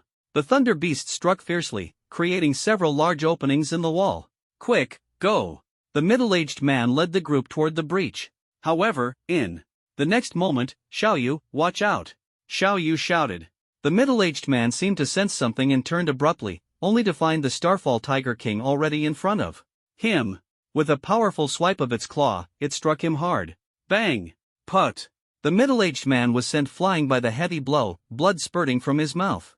Don't think that just because you're a mid-tier 4th rank, you can act arrogant in front of me. We're not even on the same level, the Starfall Tiger King sneered coldly. And as for the rest of you, it said, raising its paw and slamming it onto the ground. Earth technique, ever-changing cage. Countless sharp earthen spikes rose up, shooting wildly toward the remaining people. Despite their attempts to resist, their abilities were utterly ineffective against the Starfall Tiger King and were instantly shattered. Put! The sharp earthen spikes mercilessly pierced through several individuals. Xiaoyu, watch out! Luo Yang reacted quickly, tackling Xiaoyu to the ground to avoid a fatal blow. I'll fight to the end. Seeing no way out, Luo Yang's twin blades ignited with flames as he charged toward the Starfall Tiger King. But the Tiger King didn't even bother to look at him, flicking its tail to send a powerful gust of wind that knocked Luo Yang flying, slamming him heavily into a tree, leaving him nearly unconscious. Before them, only the young girl Xiaoyu remained alone. She watched in panic as her companions were effortlessly defeated, her gaze fixed on the approach. The 3 major beast clans even joined forces to hunt him down, but in the end, all 3 high-level Tier 4 demon kings were slain. That mysterious figure hung the heads of the 3 demon kings, scaring countless beasts into not daring to approach. Legends about him emerged one after another. And in just 2 months, he had established a fearsome reputation in the Starfall Forest. Even the Starfall Tiger King had once crossed paths with him. While patrolling, it was targeted, and only its exceptional escape skills saved it from being killed on the spot. That night, it didn't get a clear look at his face, but those blood-red eyes were deeply etched into its memory. Now, the young man before it had the exact same eyes. Fear surged in its heart, and the Starfall Tiger King trembled, retreating 2 steps. "You're that man," it roared in terror and turned to flee, ignoring the embarrassment of doing so in front of its kin. Am I really that scary? Zhang Ping was baffled. He had just prepared to fight, but the opponent ran away directly? Looking at the retreating Starfall Tiger King, he felt it seemed somewhat familiar. He recalled that one night while hunting, he had encountered a mid-level Tier 4 talking beast, chased it down, and gave it a beating, but ultimately failed to capture it. It was probably this very Starfall Tiger King. Zhang Ping had merely been passing by, and came out to check upon hearing the sounds of battle. He hadn't expected the opponent to flee so suddenly, leaving him no chance to make a move. "Thank you for saving us," a middle-aged man nearby bowed deeply to Zhang Ping. If not for his appearance, they would have been completely wiped out. Zhang Ping gave them a cold glance, his attitude indifferent. "No need to thank me. I didn't do much." He didn't want too many people to know his identity right now, fearing trouble from the people of Jinghai Academy. "My name is Kong Changxing, the city defense general of the nearby Tian City. Seeing that you're traveling alone, if you're willing, you're welcome to visit Tian City," the middle-aged man said. "Tian City?" Jiang Ping raised an eyebrow slightly. He had some knowledge of Tian City. It was one of the cities directly under the Holy Empire, mentioned in the cultural and geographical books of Huaihai City. However, with the decline of the Holy Empire, Tian City had also fallen into ruin. He hadn't expected people to still live there. "Not interested. Take care of yourselves." After some thought, Jiang Ping declined the invitation and disappeared alone into the depths of the forest. Why did he just leave? Xiao Yu asked in surprise. General Kong, he saved us. We should properly thank him. Miss, it's not that I don't want to thank him, he left on his own. I suspect he doesn't think much of us, Kong Changxing sighed. Although he hadn't seen Jiang Ping in action, the fact that the Starfall Tiger King fled in panic the moment Jiang Ping appeared was enough to prove his extraordinary strength. Xiao Yu softly said, "That man is the hope to save Tian City." Kong Changxing turned his head in shock. He knew very well that although this young lady was inexperienced and had limited combat experience, she possessed an extremely rare holy-type ability. More importantly, she had a unique power, prophecy. She could foresee the outcomes of major events, and so far, she had never been wrong. Their survival until now was entirely thanks to Xiao Yu's prophecies, which had barely sustained Tian City's last hope. She had predicted that they would definitely obtain the Starfall Tiger's demon core today, and indeed, they had, though the cost had been heavy. This was one detail the prophecy hadn't forewarned. Now, Xiao Yu was saying that Jiang Ping could save Tian City, leaving Kong Changxing utterly astonished. The situation in Tian City is now critical, and they can barely protect themselves. If they can't find someone to save them soon, the next wave of beast attacks might directly destroy them. But this time, we can't follow them anymore, we need to head back first. Kong Changxing picked up a demon core of a Starfall Tiger, took Xiao Ye and the unconscious but still alive Luo Yang, and left the area. Although the Starfall Tiger group had dispersed, if they stayed too long, other beasts would gradually arrive, and by then, they wouldn't be able to leave. That Starfall Tiger King ran so fast, it disappeared in an instant. Jiang Ping had been chasing it in the forest for a long time but still couldn't catch up. It got away, what a pity. With no other choice, Jiang Ping had to give up. Just as he was about to head back, several powerful auras suddenly emerged around him. "Human, you've crossed the line." A deep voice boomed like thunder, shaking the mountains and forests. Several massive figures appeared, surrounding Jiang Ping. There were 5 beasts in total, 4 of which were 5th-tier beast kings. They were the true rulers of Starfall Forest. The 5th one was none other than the Starfall Tiger King that had just escaped. Clearly, it had called for reinforcements. Planning to make a move? Jiang Ping faced the 5 beast kings without panic. Apart from the Starfall Tiger King, he had encountered the other 4 beast kings before. They were the mid-tier 5th-level Skywing Spider King and Crimson Blood Ape King, and the high-tier 5th-level 2-headed Snow Snake King and Thunder Swift Bull King. They were the bosses of Starfall Forest. When Jiang Ping first came here, he had fought these 4 beast kings. Although he didn't win, he managed to escape successfully. "Last time, we underestimated you and let you escape. We didn't expect you to kill so many of our kind in the past 2 months. Starfall Forest no longer welcomes you," the Skywing Spider King said coldly. "Today, we're going to kill you." The Crimson Blood Ape King pounded its chest, exuding an imposing aura. "Are you sure you want to fight?" Jiang Ping raised an eyebrow. "Afraid, are you?" The Thunder Swift Bull King was the first to attack, lightning flashing as it spewed a thick bolt of electricity from its mouth. "If you want to fight, I'll just slip away." Flying Thunder God technique.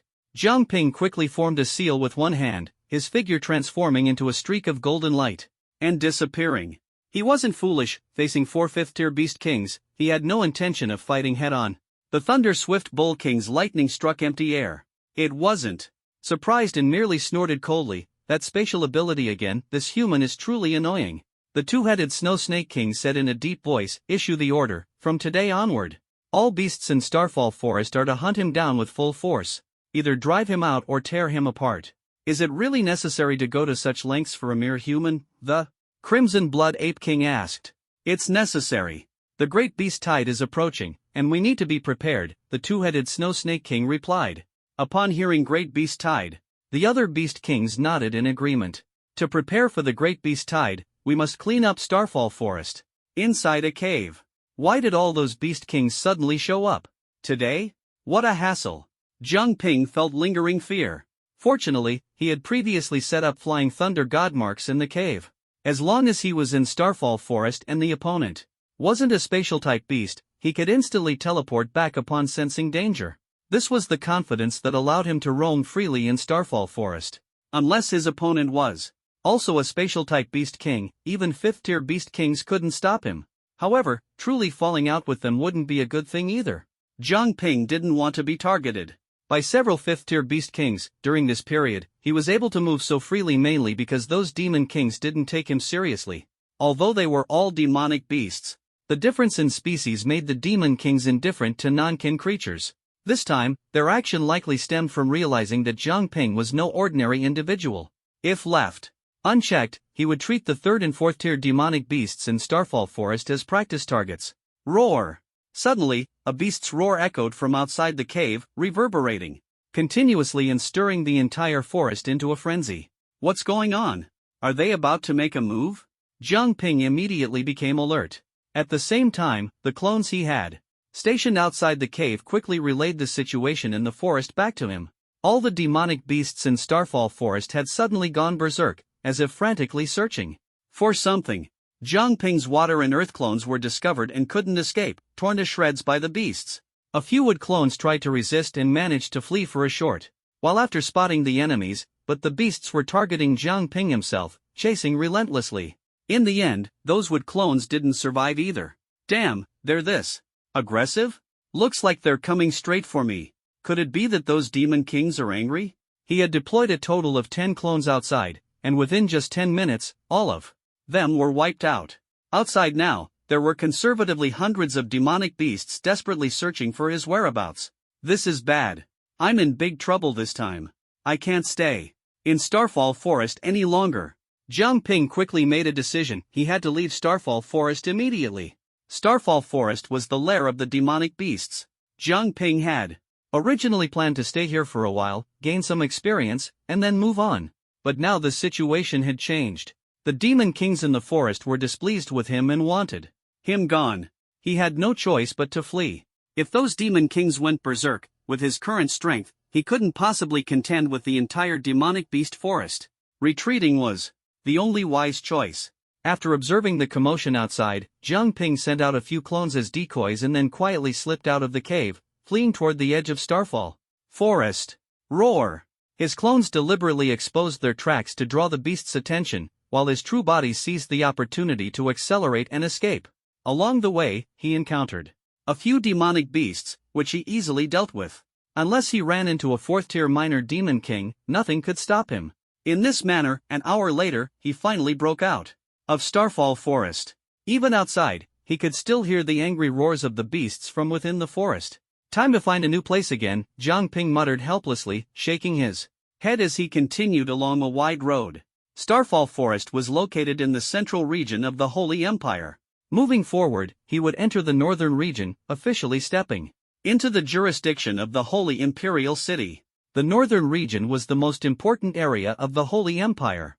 At its peak, the entire northern region was under the control of the Holy Imperial City. The roads here were wide and straight, much broader than the ones he had traveled on in Huaihai City and Jinghai City. Jiang Ping walked along the road for nearly 2 hours, encountering a few minor demonic beast ambushes along the way, but they didn't cause him any trouble. Finally, the outline of a city appeared in the distance. Jinghai Academy was still offering a bounty for Jiang Ping, but it was impossible for them to mobilize all the cities across the Empire's 5 major regions to hunt him down.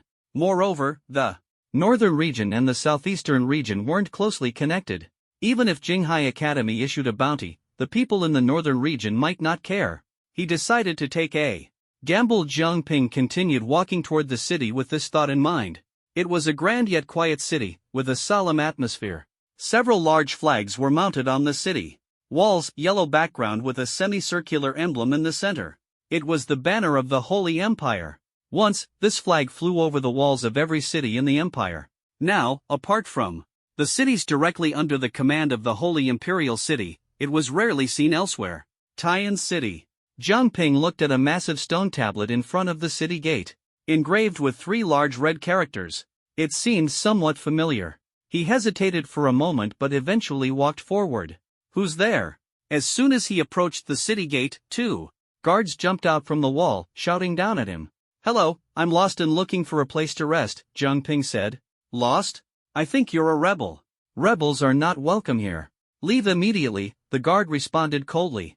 In any city, encountering a stranger claiming to be lost would rarely result in the gates being opened easily. "I'm not a rebel. I'm truly just lost and mean no harm. I'm alone and pose no threat, Jiang Ping explained. Explanations are useless. If you don't leave, don't blame us for being rude, the guard warned. Harshly. Even if someone wasn't a rebel, without orders from their superiors, guards wouldn't casually let strangers into the city. It was a basic rule.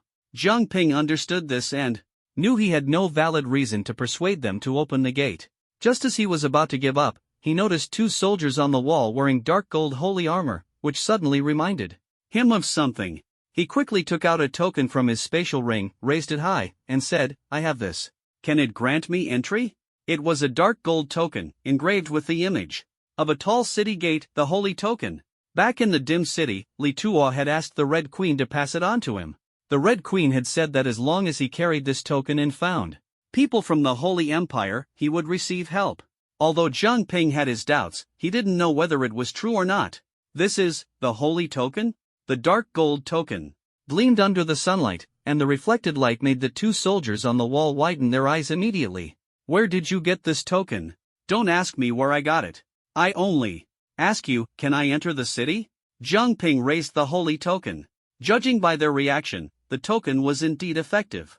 If you have the holy token, then of course you can enter. Although still suspicious, the soldiers opened the city gate.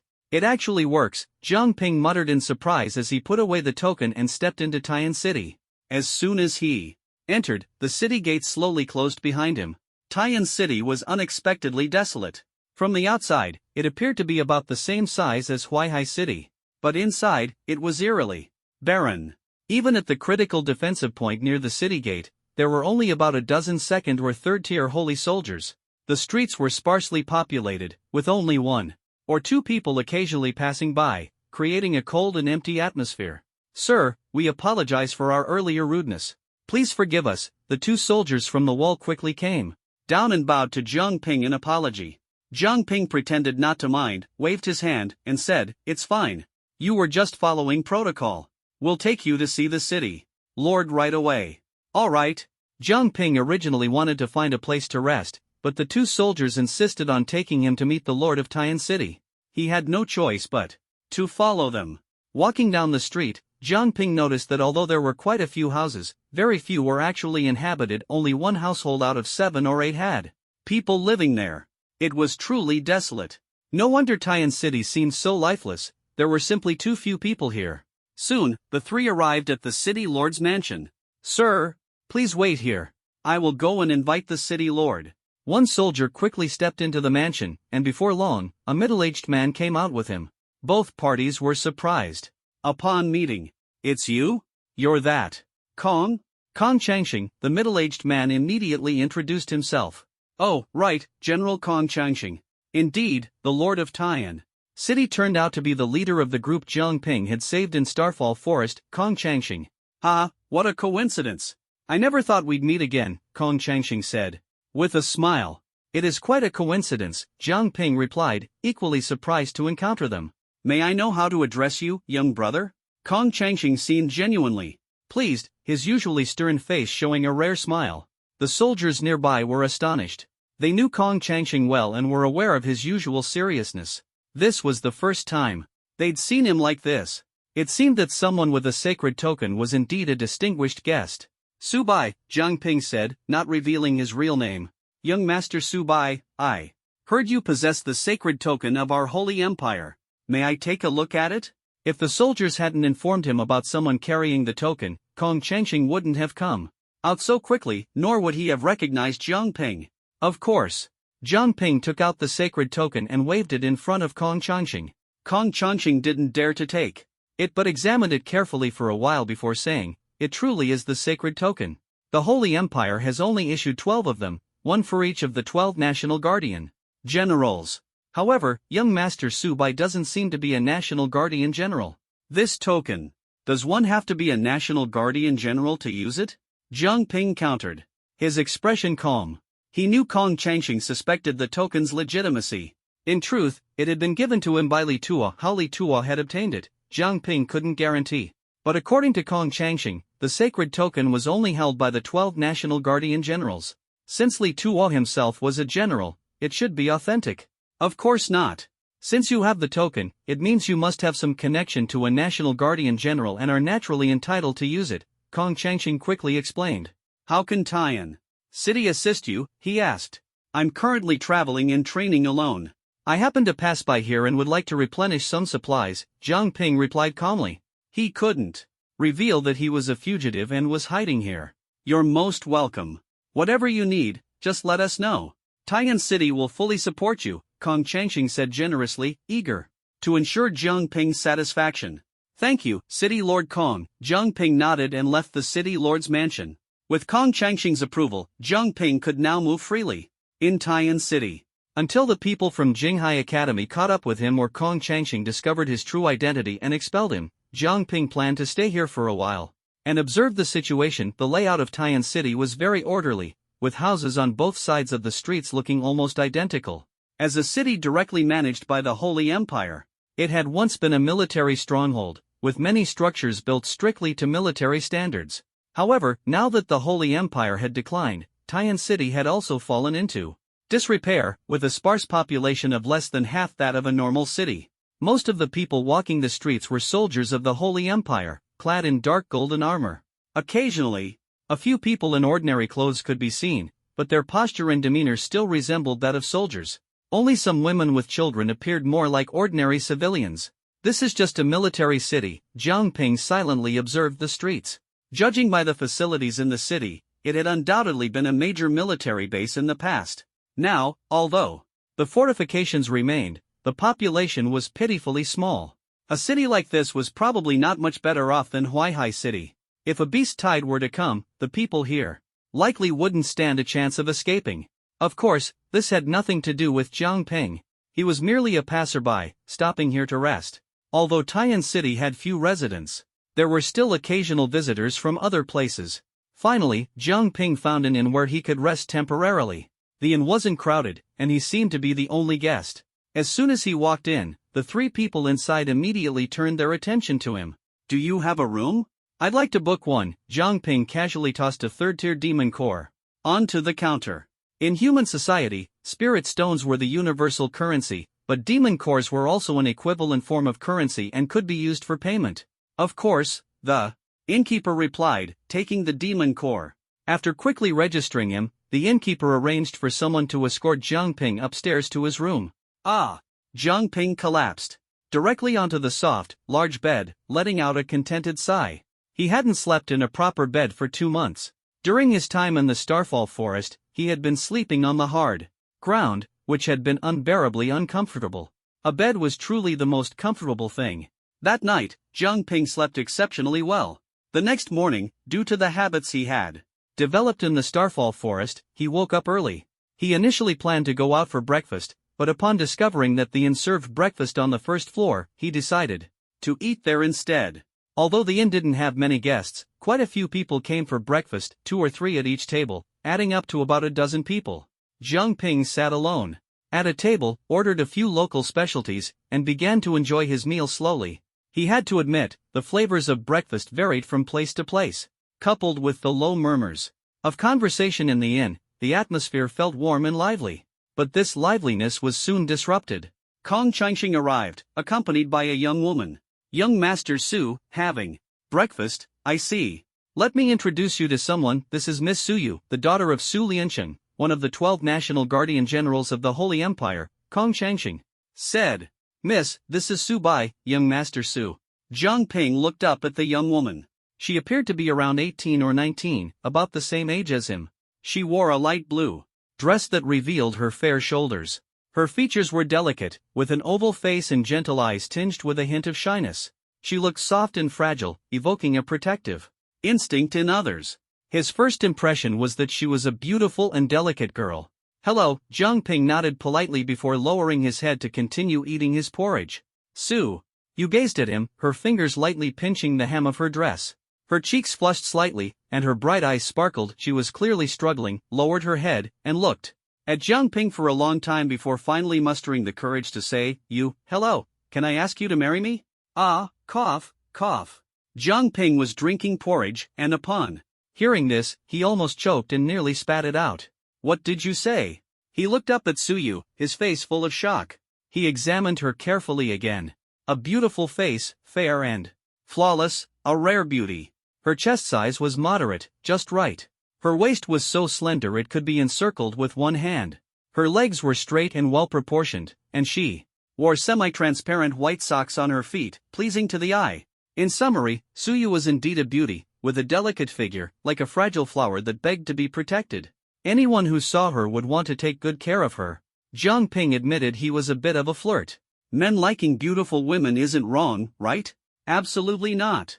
He was simply appreciating beauty, with no ulterior motives. He was a flirt, not a pervert. That's right. Jiang Ping admitted he was handsome. It was normal for Suyu to fall for him at first sight. But she was a girl. Couldn't girls be a bit more reserved? Even if it were him, upon seeing a beauty, he wouldn't rush up and directly propose marriage. Suyu bringing up marriage right away was a bit too fast, wasn't it? Wait. Jiang Ping suddenly became alert. Could this be her honey trap? Lure him into bed and then harm him? In just a few seconds, Jiang Ping's mind raced, trying to figure out the true meaning behind Suyu's words. But he still couldn't make sense of it. Beside him, Kong Changqing was even more shocked that Suyu would say such a thing. He hurriedly grabbed her. Miss, what nonsense are you talking about? What kind of girl would directly propose marriage to someone? Even if no one was pursuing her, she wouldn't be this desperate, right? Moreover, Suyu wasn't lacking admirers. There were countless people who liked her, but she simply didn't fancy them. I'm not talking nonsense, Su. You insisted. Her face was as red as a ripe tomato. Clearly, she also knew how reckless her words had been. But Suyu had no regrets at all. Only by doing this can Taiyan City have hope, and the Holy Empire be saved. Kong Changqing looked at her in shock. Although it was hard to accept, Suyu's serious expression made him realize she was telling the truth. He had no doubt about Suyu's words. I don't quite understand what you're talking about, City Lord Kong. If Miss Suyu is tired, you should take her back to rest, Jiang Ping said. Young Master Su, I beg you to save Taiyan City, save the Holy Empire. Suyu pleaded earnestly. Jiang Ping was even more confused. What was going on? Why did this sound so strange? At this moment, Kong Changqing finally understood. He waved his hand to dismiss everyone else in the restaurant, leaving only the three of them. Young Master Su, you may not understand. Let me explain, Kong Changqing said. Miss is a Saint-type ability user. The Saint-type is the most mysterious and powerful ability, capable of producing many extraordinary powers. Our Miss has awakened a power called prophecy. Prophecy? Yes, Miss can see events that will happen in the future, Kong Changqing said solemnly. Foreseeing the future? Jiang Ping was shocked. This ability was incredible. Suyu continued, my prophecy allows me to see future trends. In other words, based on the current situation, I can predict what will happen. In the outcome I saw, Taiyan City and the Holy Empire will both be destroyed. What does that have to do with me? Suyu said, because the future I see is not fixed, it is a result. Based on the current circumstances, the future can be changed. As long as you find the key person, you can turn the tide. In my prophecy, you are the one who can change the fate of Taiyan City and the Holy Empire. Jiang Ping, then what does marrying me have to do with this? Exactly, Mississippi. What connection is there between the two? Kong Changqing was equally puzzled. Just now, Suyu's words had indeed startled him. Faced with their questions, Suyu's face turned even redder. Because I prophesied that you wouldn't help us. But my mother told me that if you want a man to listen, you have to marry him, only then can you tie him down. Jiang Ping, what kind of logic is this? Is this girl naive or just pretending to be? Miss Su, if you truly fell in love at first sight, you can just say so. I also know how to protect a girl's dignity, there's no need to beat around the bush. But as for what you said, I really don't believe it. Jiang Ping didn't deny the existence of prophecy abilities, but Suyu's reasoning was too absurd.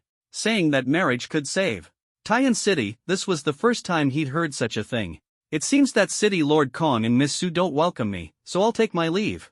Jiang Ping didn't want to stay in such a strange place. He couldn't stand it. Wait, young Master Su, hold on. Kong Changqing hurriedly called out to him. The Miss's words may have been offensive, but she sincerely hopes you can save Taiyan City. Please, for the sake of us being part of the Holy Empire, help us.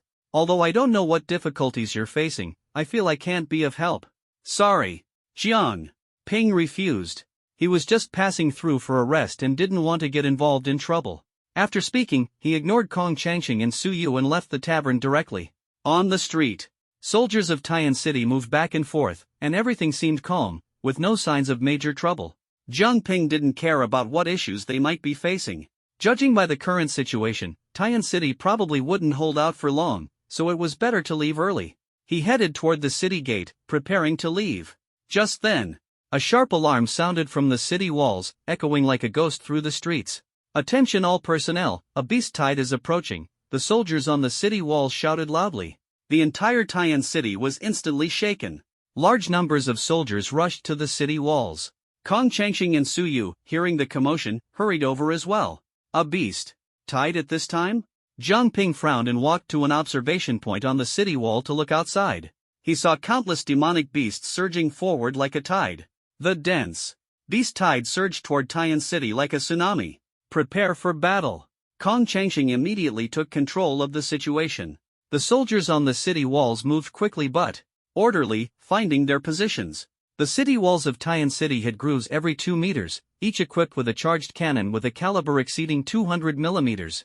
First round of attack, target 2 kilometers away, prepare third-tier demon cores. Kong Changqing shouted calmly, and the soldiers quickly placed demon cores into the energy slots of the cannons. Roar! The roar of the beast tide came from not far away, clear and overwhelming. Everyone held their breath, staring intently at the advancing speed of the beast tide. As soon as the beast horde entered the range of the charged cannons, Kong Changqing gave the order, "Fire!" Zzz. The cannon barrels quickly condensed pure energy projectiles, and the demon cores in the energy slots were almost instantly drained. Boom! The cannon took only 1 second to charge, and the shell shot out from the massive barrel like a meteor streaking across the night sky, tracing a long arc in the air before landing precisely in the midst of the beast horde. Boom! Rumble! The shell exploded, flames soaring into the sky as countless beasts were blasted away by the shockwave, their flesh and blood scattering everywhere. "Keep up the saturation attack, don't stop," Kong Changqing shouted. Rumble!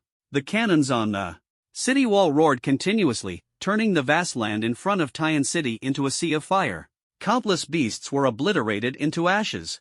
Zhang Ping watched in astonishment at the overwhelming firepower of Tian City. Such defensive structures were unheard of in Huaihai City. Those charging cannons looked simple, but each shot was equivalent to a high-level, third-tier ability attack, with immense power. One shot could either kill or severely injure beasts below the 4th tier. Even 4th-tier beasts couldn't withstand several hits. No wonder the city, directly governed by the Holy Empire, has such formidable defensive equipment, Zhang Ping praised repeatedly. Tian City had a small population, and its city lord, Kong Changqing, was only at the initial stage of the 4th tier. Zhang Ping had been curious about how Tian City managed to survive in a chaotic era dominated by beasts. Now, he finally understood the reason.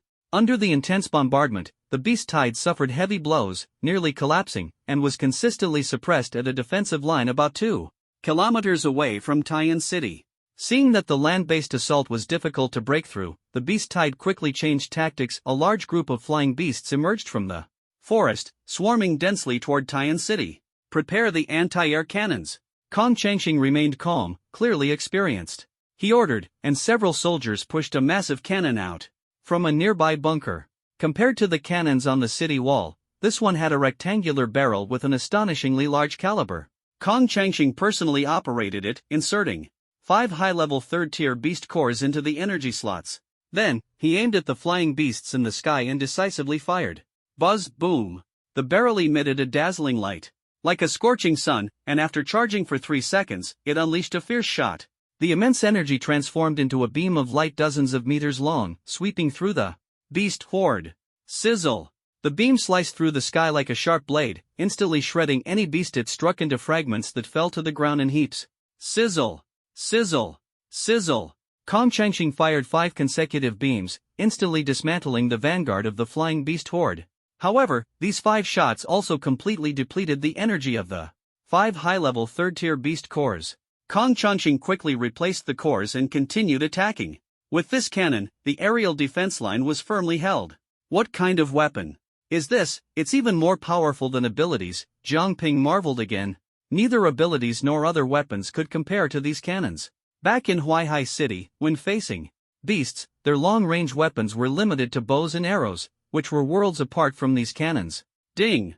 Mission triggered, defend Taiyan City, mission reward, 5,000 energy points, Mangekyo Sharingan, Uchiha Sasuke version abilities, ding. Mission triggered, respond to the Great Beast Tide Crisis, defend Huaihai City, mission reward, 5,000 energy points. Sage Art, Gate of the Great God, ding. Mission triggered, investigate the cause of the Holy Empire's decline, unlock the Holy King City, mission reward, 5,000 energy points, 1 lottery. Draw. Suddenly, a series of system notifications rang in Zhang Ping's mind, startling him. What the heck is going on here? System, are you infected with a virus? Why are you issuing 3 tasks at once? This was the first time he had encountered such a situation, 3 tasks issued in one go, completely unprecedented. Protect Taiyan City, protect Huaihai City, and open the Sacred King City. These 3 tasks have no connection at all. Zhang Ping frowned. The most urgent task at the moment was to protect Taiyan City. But with Taiyan City's current firepower, did it really need his protection? Wasn't the priority to fend off those beasts? Whether in the air or on the ground, this wave of beasts had yet to break through Taiyan City's defenses. With firepower this strong, did Taiyan City even need his help?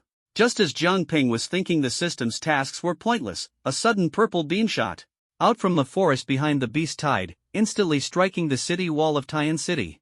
Boom! The attack came too fast for anyone to react. The city wall was blasted open, leaving a large hole, and several cannons were destroyed in the process. Kong Changxing quickly looked toward the direction the laser had come from, only to see a silver-white bull king, surrounded by purple electric arcs. Its lips were clenched, and purple lightning spewed from its mouth. It's the Thunder Swift Bull King. Quick, activate the city's protective barrier. Kong Changxing shouted. Soon, someone located the barrier's formation eye on the city wall and activated it. A golden shield instantly enveloped the skies above Taiyan City. Whoosh! Boom! The Thunder Swift Bull King spewed another thick bolt of purple lightning, fiercely striking the barrier. Clang! The golden barrier trembled violently, rippling with waves of energy. Thunder Swift Bull King? Zhang Ping steadied his gaze and realized that this Thunder Swift Bull King was one of the Beast Kings from Starfall Forest, a 5th tier advanced. Thunder Swift Bull King. Damn, could they really be coming for me?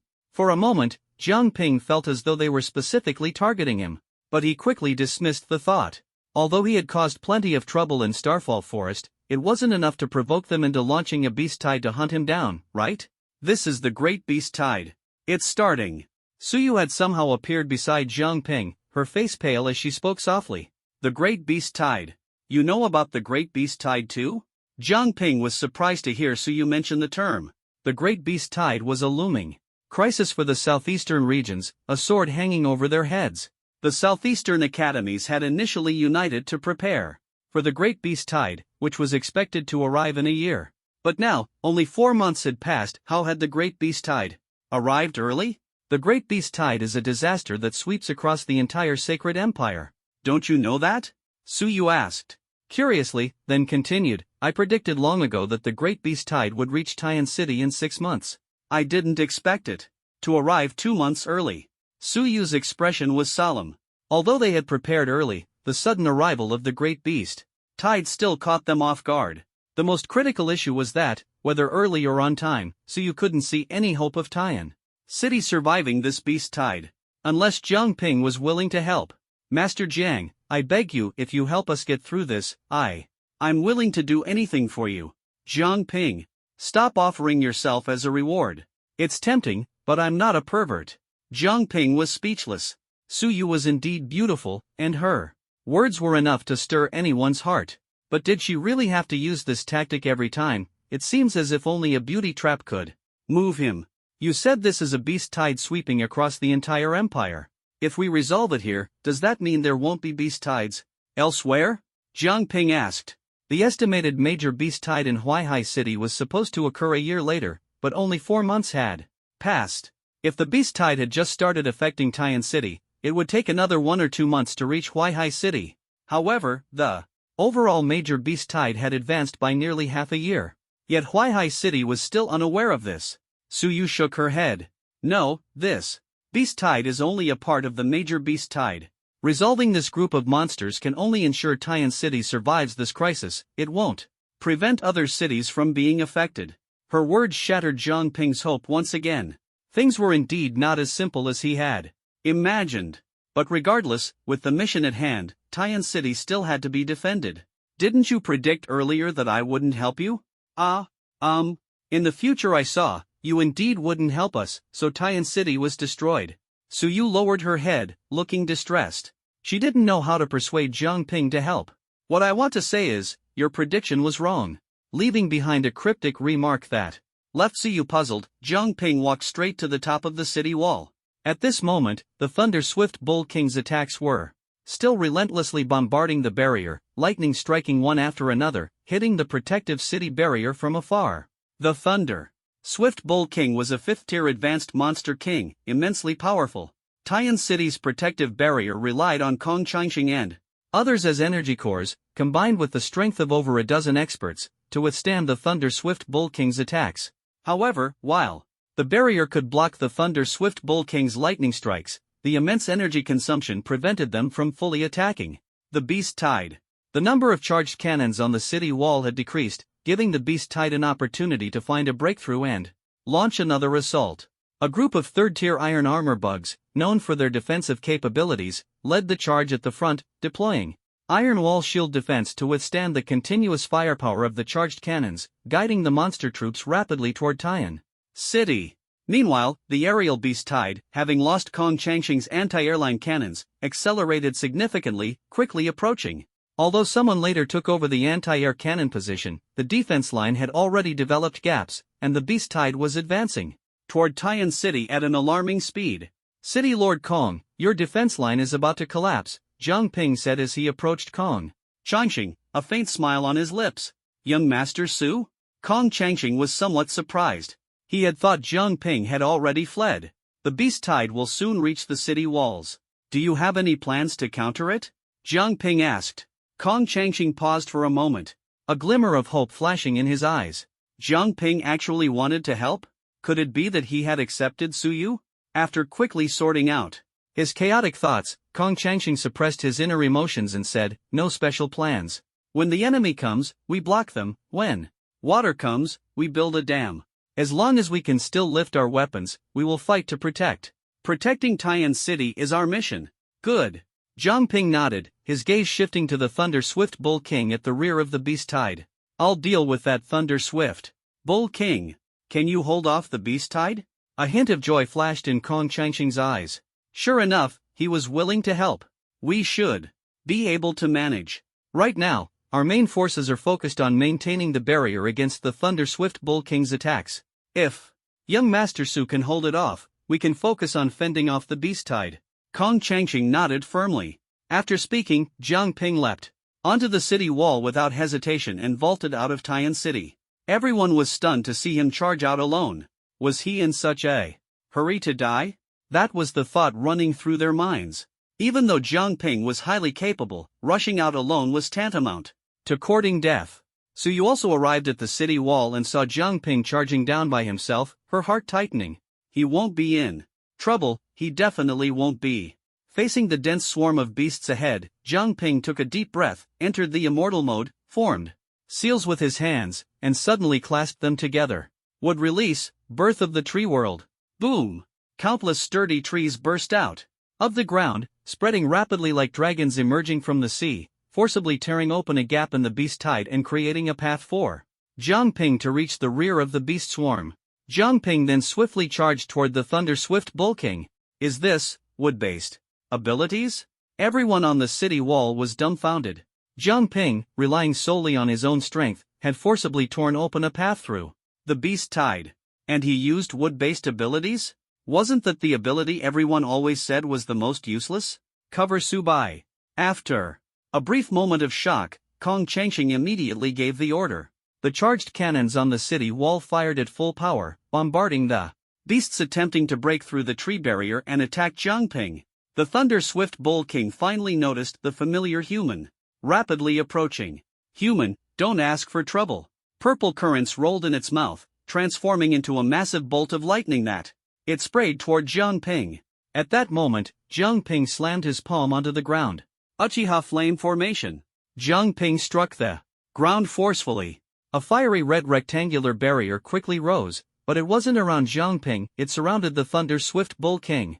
Before the Bull King could release its lightning, the fiery barrier had already trapped it inside. When the lightning was unleashed, it collided directly with the barrier. Boom!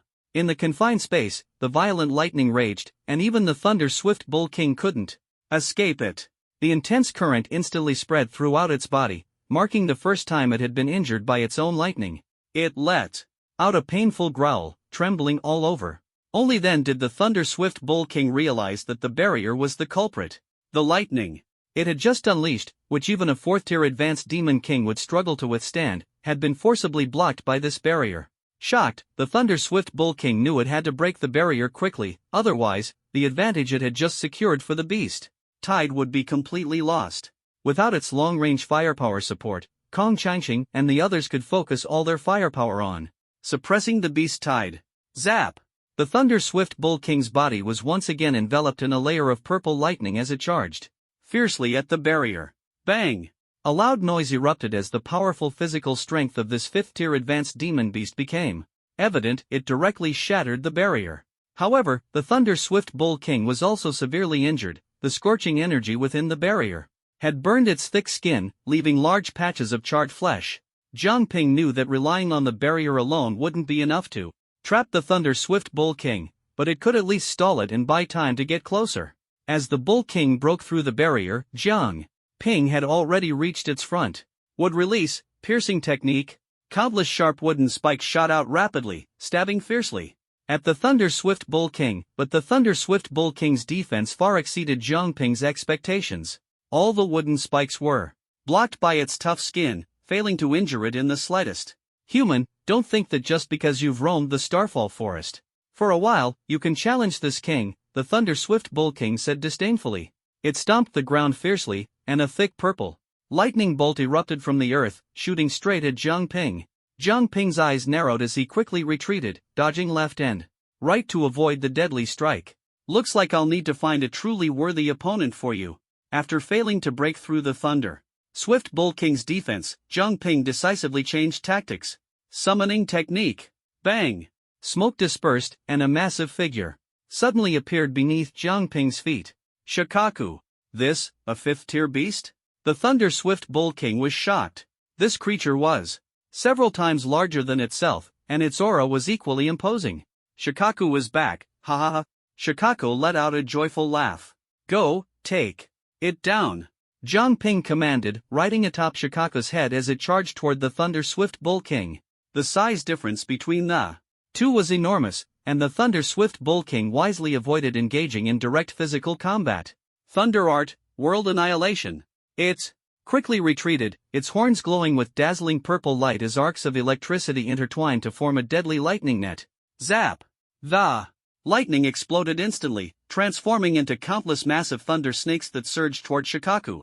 Shikaku was undeterred. Wind. Style, great breakthrough.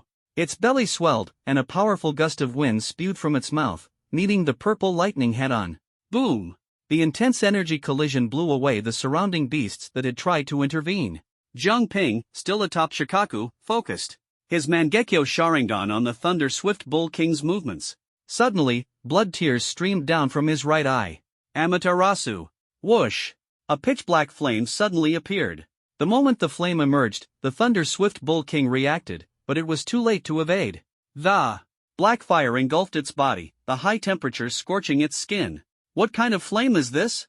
The Thunder Swift Bull King tried to extinguish it with spiritual energy, only to discover in horror that the more spiritual energy it used to suppress the fire, the stronger the flames grew. The fire seemed to be absorbing its spiritual energy as fuel. Ah! The flames quickly spread, enveloping half of its body, and agonized screams echoed. Huff! Jiang Ping took a deep breath to ease the pain in his eyes, calmly watching the Thunder Swift Bull King. Generally speaking, a 5th-tier beast burned by Amaterasu could only hold out for a short while. Don't think this is enough to defeat me. The Thunder Swift Bull King endured the searing pain as purple light suddenly radiated from its body, so bright that Jiang Ping had to look away. Its skin suddenly split open, and a ball of purple light emerged from the crack, a miniature version of the Thunder Swift Bull King, completely enveloped in purple lightning. It turned out that its outer skin was a defensive layer. The Amaterasu flames couldn't penetrate this outer defense, leaving it no choice but to forcibly shed the layer. Although its defense was significantly weakened, this was the only way to escape the Amaterasu. Kid, you're the first human to push me this far. Today, I'll kill you. The Thunder Swift Bull King roared, its body crackling with purple lightning arcs as it transformed into a fierce thunder beast, charging forward. Shikaku was equally unyielding, quickly condensing a pitch-black tailed beast ball in its mouth. Tailed beast ball. Boom! The two ultimate attacks collided violently. Once again, and the shockwave from the explosion instantly swept across the battlefield. Even you and the others on the distant city wall felt the impact. Boom, boom, boom. The towering city walls shook several times. Such immense power. Is this the battle of a fifth-tier powerhouse? If it were me, I'd have died several times already. Everyone was utterly shocked. Suyu and Kong Changqing nervously watched the battle ahead. Until the outcome was decided, they dared not relax for even a moment. The shockwave from the explosion gradually dissipated, and neither side gained the upper hand. Although Thunderstorm Bull King was struck first, as a high-level fifth-tier spirit beast, it was not at all inferior to Shikaku in a direct confrontation. Shikaku, this guy's strength is actually comparable to mine. What kind of spirit beast is it? Thunderstorm Bull King asked in surprise. Why do you care what kind of spirit beast it is? Just go for it. Give me your wind power, and I'll help you, Jiang Ping said in a low voice. Under the interference of the system, the tailed beast completely obeyed Jiang Ping's commands. Without hesitation, Shikaku transferred its power to Jiang Ping. Fiery red energy surged into Jiang Ping's body, eliminating any concerns about insufficient spiritual energy. He clasped his hands together forcefully, with style, deep forest emergence. Jiang Ping's wood style had always been limited by his strength, essentially a weakened version. Even with the boost from Sage Mode, his spiritual energy had an upper limit, and the power of his wood style was similarly constrained. But now, with Shikaku's unrestricted energy, he could continuously harness this force. With this energy enhancement, Jiang Ping's wood style became unprecedentedly powerful. Wood style. Deep forest emergence. Boom! Thick, sturdy trees burst from the ground like awakening dragons, winding and powerful, rapidly advancing toward Thunderstorm Bull King. Layer upon layer of trees surged like waves, aggressively entangling Thunderstorm Bull King. Wood techniques can actually possess such immense power? Thunderstorm Bull King felt unprecedented pressure and immediately became alert. Thunderous wrath. The purple lightning on its body gathered into a massive electric ball and shot toward the sea of trees. Boom, boom, boom. The purple electric ball, carrying violent energy, shredded large swaths of trees into fragments. But no matter how strong the lightning was, Jiang Ping's wood style continued to grow, fiercely consuming the energy. With Shikaku's energy supply in Jiang Ping's Sage Mode, he had no fear of a prolonged battle. Sure enough, Thunderstorm Bull King's electric ball ran out of energy and dissipated in less than a minute. In contrast, Jiang Ping's wood style showed no signs of slowing down. Countless thick trees surged toward Thunderstorm Bull King, binding it tightly. Once entangled by the wood style, Thunderstorm Bull King felt its spiritual energy rapidly draining. It can actually absorb my spiritual energy? Thunderstorm Bull King was shocked and struggled desperately to break free from the vines, but it was too late. The wood style was resilient and capable of absorbing spiritual energy. Unable to escape in time, Thunderstorm Bull King was ultimately trapped by the endless trees, its spiritual energy frantically drained. How could I lose to you? Thunderstorm Bull King let out its final, feeble struggle.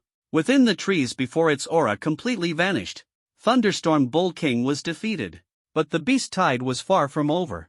It was merely a minor leader responsible for initiating the battle. Even if it died at the start, the beast tide would not stop.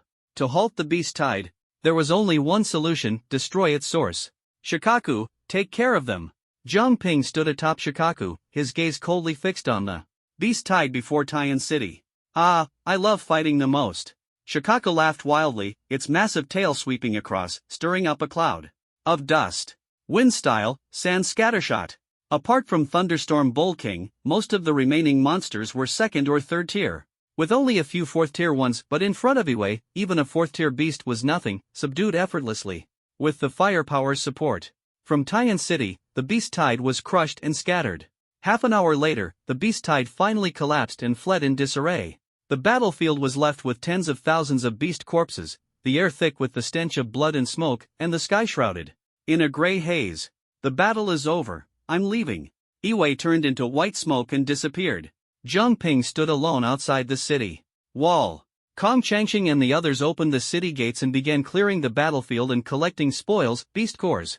The greatest consumption for Tian City in this battle was beast cores.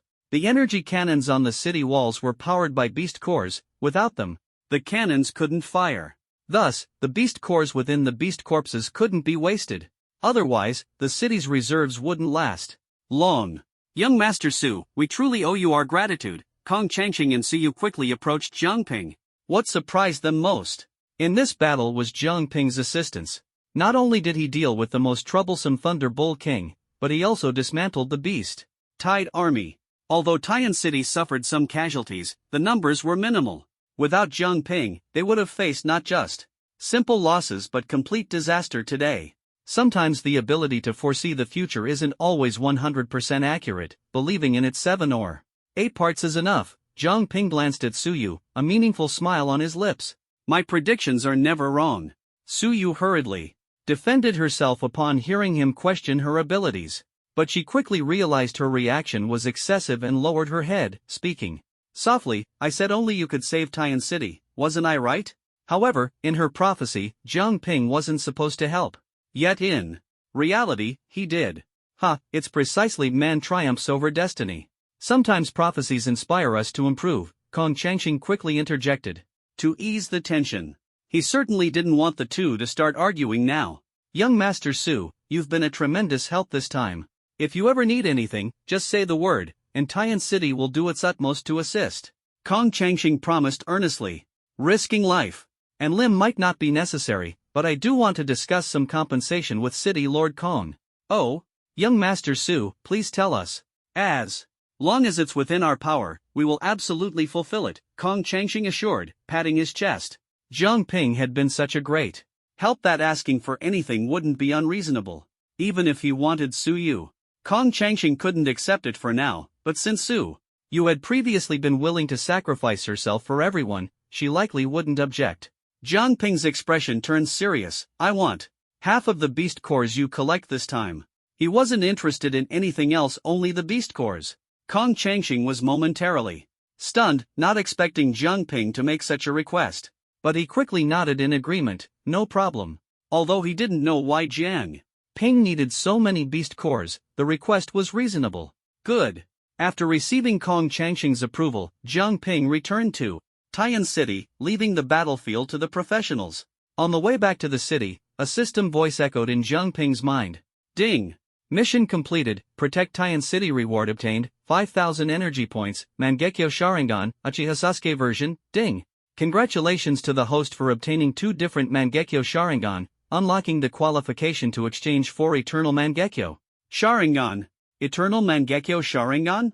The system prompt made Zhang Ping's eyes light up, and he quickly checked the detailed rules. Host has unlocked the eligibility to exchange for the Eternal Mangekyo Sharingan basic version, costs 1,000 energy points to fuse, retaining only the abilities of 1 pair of Mangekyo Sharingan advanced version. For every additional 3,000 energy points spent, 1 more ability can be retained. Note, once fused, other Mangekyo Sharingan abilities can no longer be exchanged. Zhang Ping currently possesses the Mangekyo Sharingan of Uchiha Itachi and Uchiha Sasuke, which can be fused into the Eternal version. However, the system's reminder made him hesitate. Once fused, other abilities could no longer be exchanged. If he spent extra energy, he could retain more abilities. Now he had to make a choice. Zhang Ping's answer was clear. Wait. The Eternal Mangekyo Sharingan could be fused at any time, but other abilities weren't always available for exchange. Once fused, the opportunity to exchange for other abilities would be lost. This was unacceptable to him. At the very least, the abilities Kamui and Kotoama Tsukumi had to be exchanged first. These 2 abilities were practically game-breaking. If used well, they were entirely on par with the Eternal version. Thus, Jiang Ping was willing to delay fusing the eternal Mangekyo Sharingan and first exchange for Kamui and Kotoama Tsukumi. Subai? Subai. Jiang Ping was still immersed in his thoughts when the voice calling him grew closer, pulling him back to reality. Ha! He turned his head and saw Suyu walking alongside him. Suyu had caught up to him after he left alone. Miss Su, what did you just say? I didn't catch it. I said, thank you so much for saving Tian City. Suyu walked beside Jiang Ping, her steps light and her voice just right, making it pleasant to listen to. Today, she was wearing a water blue dress, elegant and graceful, standing tall and poised. You're welcome. After all, if Tian City had fallen, I would have been affected too, Jiang Ping responded indifferently. Although the real reason wasn't so noble, he was happy to accept the praise. Unknowingly, the two had already returned to Jiang Ping's inn. Subai, what I said before still stands. As they parted, Suyu looked up at Jiang Ping, her hands tightly clasped, serious yet shy. Jiang Ping was momentarily stunned but quickly understood she was referring to the marriage matter. He hurriedly shook his head. Miss Su, you should go back and rest early. After saying that, he went upstairs first. The battle for Tian City was a complete victory. Cleaning up the battlefield alone took nearly 2 days. On the battlefield, the corpses of demonic beasts were piled high, numbering over 1,000. However, many of the demonic beast corpses had been directly obliterated by the energy cannons, with even their beast cores damaged. In the explosions, the beast cores that could be preserved amounted to less than 1/10. This was already considered good. Although the number of beast cores was somewhat limited, it was enough to ensure that Tian City's energy cannons and protective barriers had sufficient energy, allowing the city to survive safely. Kong Changxing didn't forget the promise he made to Jiang Ping at the time and handed over half of the cleared beast cores to him. Young Master Su, these are half of the beast cores we cleared from this beast tide. Kong Changxing placed a spatial ring in front of Jiang Ping. He didn't understand why Jiang Ping needed so many beast cores. Beast cores weren't particularly useful for enhancing the abilities of superhumans. At most, those in the object-controlling category could embed beast cores into their weapons to enhance attack power. But even for the object-controlling category, they wouldn't need this many beast cores, although he was puzzled. Kong Changxing didn't ask much and simply handed over the demon cores Jiang Ping had requested. Thank you, City Lord Kong, Jiang Ping said calmly as he accepted the spatial ring. By the way, if I may ask, where does young Master Su plan to go next? Kong Changxing inquired. Jiang Ping wasn't a resident of Tian City and would eventually leave. Are you certain that this beast tide attacking Tian City is part of the Great Beast Tide? Jiang Ping asked in return. This question was crucial to his subsequent plans. Based on the young lady's prophecy and our preparations, this beast tide is indeed part of the Great Beast Tide, Kong Changxing confirmed. After a moment of silence, Jiang Ping voiced his doubt. What exactly is the Great Beast Tide? Since the alliance of the southeastern regions, Zhang Lei and Shi Yan had repeatedly mentioned the crisis of the Great Beast Tide. Now that it had begun, Jiang Ping still didn't fully understand what it was. Was it simply a larger beast tide? The Great Beast Tide, simply put, is a beast tide that sweeps across the entire Holy Empire. It's a full-scale counterattack by the demonic beasts against the Holy Empire, aiming to completely destroy us. The Great Beast Tide originates from the demonic beast forest near the Holy Imperial City and gradually mobilizes all the demonic beasts across the empire to attack every city. We're far from the Holy Imperial City. If the Great Beast Tide truly started there, the fact that we're being attacked today means the Holy Imperial City was already under attack several months ago, Kong Changxing explained. So this is the Great Beast Tide? Jiang Ping murmured to himself. He finally understood. Huaihai City was in the southern region, while the Holy Imperial City was in the northern region, at opposite ends. By the time Huaihai City learned it would face the Great Beast Tide in a year, the tide had already erupted in the Holy Imperial City. And it had taken only 4 or 5 months for the tide to spread from the Holy Imperial City to Tian City. The time it would take to reach Huaihai City from Tian City was roughly the same. I understand now. I should return to my own city next, Jiang Ping said. Before the Great Beast Tide arrived, he had to go back to protect the people he cherished. I understand. We will also be leaving Tian City soon, Kong Changxing said. Jiang Ping was surprised. Where are you going? Isn't Tian City your home?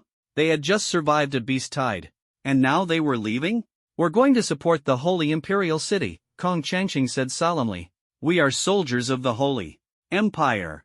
Protecting the Holy Imperial City is our mission. The main reason for the demonic beast's rampage is the decline of the Holy Empire. To change the situation, we must open the Holy Imperial City and reactivate the power of the holy laws. Young Master Su, once your city is secure, could you join us in supporting the Holy Imperial City? Kong Changqing asked earnestly. Zhang Ping didn't want to refuse outright, so he replied, if I have the chance, I will go. Ha! I hope we meet again one day in the Holy Imperial City, Kong Changqing said with a laugh. With that, he left the tavern. Having just experienced a major battle, there was still much for him to handle in Tian City. After he left, Zhang Ping eagerly took out all the demon cores from the spatial ring and carefully counted them. 30 Tier 2 low-grade demon cores, system unit price, 200 energy points each. 10 Tier 2 high-grade demon cores, system unit price, 280 energy points each. 10 Tier 3 low-grade demon cores, system unit price, 300 energy points each. 10 Tier 3 mid-grade demon cores, system unit price, 350 energy points each. 2 Tier 4 low-grade demon cores, system unit price, 600 energy points each. 1 Advanced 5th Tier demon core, system unit price, 2000 energy points. Total energy points, 18,500. Zhang Ping exchanged all the demon cores for energy points in one go. Seeing his account balance suddenly increased by so much, he could hardly believe it himself. This was simply a huge profit. Nearly 20,000 energy points. There were so many things he could exchange for that he couldn't count them all. Zhang Ping immediately opened the system store and navigated to the Sharingan exclusive page. Mangekyo Sharingan, Kamui requires 20,000 energy points for exchange. Mangekyo Sharingan, Kotoama Tsukumi, requires 20,000 energy points for exchange. Sai, it seemed he was still a bit short. Next, he opened the Wood Release store. Wood Release. Wood Human Technique, S rank, consumes 10,000 spiritual energy to use, requires 10,000 energy points for exchange. Wood Release. Wood Dragon Technique, S rank, consumes 10,000 spiritual energy to use, requires 10,000 energy points for exchange. He had enough, but he could only buy one. Why does it feel like this 18,000 plus energy isn't that much after all? Zhang Ping smiled wryly. Just now, he had naively thought he could go on a shopping spree this time. But he realized he'd been deceived by the numbers in front of him. It seemed he still had to be practical. No, buying directly is too wasteful. Let me check if there are any discounts in other stores first. Zhang Ping first opened the mystery store. Would release Flower Tree World Technique, 10,000 energy points. Would release Wood Human Technique, 10,000 energy points. Would release Wood Dragon Technique, 10,000 energy points. Would release Ranking Technique, 10,000 energy points. Summoning Technique, Fivefold Rashomon, 10,000 energy points. Summoning Technique, 8-Headed Serpent, 8,000 energy points. Sealing Technique, Dead Demon, Consuming Seal, 10,000 energy points. Sealing Technique, Evil Sealing Method, 3,000 energy points. Seeing these, Zhang Ping's eyes lit up. If I could draw a 90% discount, I'd really be flying high. With great anticipation, he began to draw the discount for this round of the mystery store. 90%, 90%, 90%. Zhang Ping prayed desperately in his heart. The discount stopped, golden light shining, 50%. Only 50%? Zhang Ping was a bit disappointed. After all, he had been hoping for the lowest price. But 50% wasn't bad either. Would release Flower Tree World Technique, 5,000 energy points. Would release Wood Human Technique, 5,000 energy points. Would release Wood Dragon Technique, 5,000 energy points. Would release Ranking Technique, 5,000 energy points. Summoning Technique, Fivefold Rashomon, 5,000 energy points. Summoning Technique, 8-Headed Serpent, 4,000 energy points. Sealing Technique, Dead Demon. Consuming Seal, 5,000 energy points. Sealing Technique, Evil Sealing Method, 1,500 energy points. With the discount applied, many items were now affordable. After thinking for a moment, Zhang Ping locked in his exchange targets. First, he exchanged the Wood Human Technique, Wood Dragon Technique, and Ranking Technique. 3 major Wood Release Ninjutsu in one go. 15,000 energy points were used up just like that. He didn't choose the Flower Tree World Technique because its only difference from the Tree World Technique was the added poison attribute, which Zhang Ping had no use for. The other 3 major Wood Release techniques were absolutely worth exchanging for. With 3,500 energy points remaining, Zhang Ping thought for A moment in exchange for the evil sealing method as well. The remaining energy wasn't enough for anything else, so he decided to save it. For now. Perfect. Exchanging 3 major would release ninjutsu at once, Jiang Ping felt that his strength had significantly improved. He even couldn't help but feel a bit elated. This wave of beast tides earned me so much. If I go through a few more waves, won't I strike it rich? Directly? A bold idea popped into his mind. But he quickly dismissed the thought. Although it was possible to rapidly accumulate a large amount of energy during the beast tides, one small mistake could lead to disaster. He couldn't expect to escape unscathed every time like he did this time. Moreover, Kong Chengxing's explanation of the great beast tides made Jiang Ping realize a serious problem. If the Holy Empire couldn't be revived to suppress the beasts, one day, all cities would be swallowed by the ever-recurring beast tides. Even Jiang Ping didn't have the confidence to fight against the world's beasts alone. Therefore, to protect himself and those he cared about, he had to address the threat of the beasts at its root. The Holy King's city. I will go there sooner or later. There was only one wave of beast tides. For the next 10 days or so, Tian City was not attacked again. However, during this time, Tian City was far from idle. The entire city was busy preparing to leave with Kong Chengxing for the Holy King's city. After all, they were soldiers sent by the Holy King's city, bearing the responsibility of protecting it. On a sunny day, Jiang Ping decided to leave Tian City as well. At the city gate, Kong Chengxing and Su Yu personally came to see him off. Su Bai, you must do your best, Su Yu said, dressed in an elegant white gown, looking like a graceful young lady. Miss Su, aren't you able to predict the future? Why not tell me what will happen when I return? Jiang Ping asked with a smile. Su Yu looked a little embarrassed. Sorry. My predictions only involve futures related to me, I can't foresee yours. Ha, no problem. Jiang Ping said, waving his hand with a laugh. He didn't believe much in prophecy abilities anyway and thought it unlikely to matter. However, Su Yu quickly added, I have a feeling that we will meet again in the Holy King's city. She looked at Jiang Ping, her face slightly flushed, making her look exceptionally beautiful. Jiang Ping was momentarily stunned, then smiled and nodded. All right, I look forward to that day. After leaving Tian City, Jiang Ping headed toward Huaihai City. He borrowed a wooden carriage from Kong Chengxing, which sped up his journey considerably. However, he had no beast cores left, so he had to capture a few lucky beasts along the way and extract their cores to use as power. He traveled non-stop along the main road. Jiang Ping created 2 wooden clones to take turns driving the carriage while he lay in the back, enjoying the wind's speed. Along the way, he saw many cities devastated by the beast tides, tall city walls battered and broken, city gates wide open, smoke lingering in the air, and corpses scattered everywhere. The blood of humans and beasts mixed together. Some beasts were still feasting on the corpses. These once prosperous cities had now turned into ruins. He passed by about 6 or 7 cities, only one of which had not been destroyed by the beast tides, though it was still in a dire state. The other cities were utterly ravaged. This was enough to show that the scope of this beast tide was vast, affecting the entire Holy Empire. Jiang Ping pressed on without stopping, heading straight for Huaihai City. He didn't pause in the cities he passed along the way until he encountered another beast tide. This was a city about the same size as Tian City, desperately resisting the onslaught. Outside the city, a dense swarm of beasts surged like a tide. No matter how the city's superhumans fought back, they couldn't stop the beast tide. Led by 2 5th-tier primary-level monsters, their immense power directly blasted 2 large holes in the city walls. Once the defense line was breached, the beast tide surged into the city. Thousands of monsters flooded in madly, smoke billowing everywhere. Countless people were torn to shreds. Jiang Ping was powerless to intervene and could only watch helplessly as the city was engulfed by the beast tide, turning into ruins. This is the great beast tide. Jiang Ping murmured softly, maneuvering the wooden cart to successfully bypass the tide. This was still the northern district's edge, and the beast tide was advancing slowly. Its speed wasn't fast because wherever it went, it would rally nearby monsters to attack adjacent cities.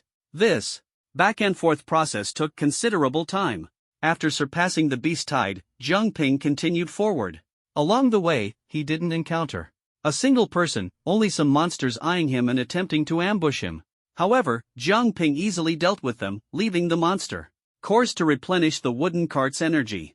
In this manner, Jiang Ping and his 2 clones took turns driving, spending about a week crossing from the northern district's edge through the central region of the Holy Empire. He didn't stop at any of the cities he passed along the way. Finally, he saw the familiar outline of a city, Dim City. After hesitating for a moment, Jiang Ping still drove the carriage toward Dim City. This place held many fond memories for him.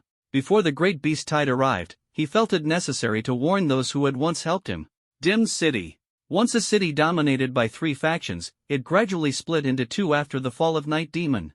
The Twilight Auction House remained neutral, while the Radiance Society annexed Night Demon's territory, greatly increasing its strength to the point of almost rivaling the Twilight Auction House. However, the relationship between the 2 factions was somewhat delicate. Both had helped Jiang Ping before and could be considered friends. With this connection, the Radiance Society and Twilight Auction House had drawn closer, working together to restore order in Dim City. This once chaotic and dark city had now become much more orderly. Radiance Society. President, we've completely cleaned up Night Demon's territory, leaving no loose ends, reported Wang Bao, the vice president of the Radiance Society, to Zhang Yi. Good. Next, we need to consolidate all our forces and send them out to search for traces of the Blazing Fire sect, Zhang Yi said coldly, his face long devoid of its former gentleness. Wang Yan's death had been a heavy blow to him and the entire Radiance Society. Zhang Yi swore to find the Blazing Fire sect and avenge Wang Yan. Understood. Wang Bao nodded firmly and left the room. The hall was now empty, with only Zhang Yi sitting silently, lost in thought. At that moment, a figure quietly appeared at the door.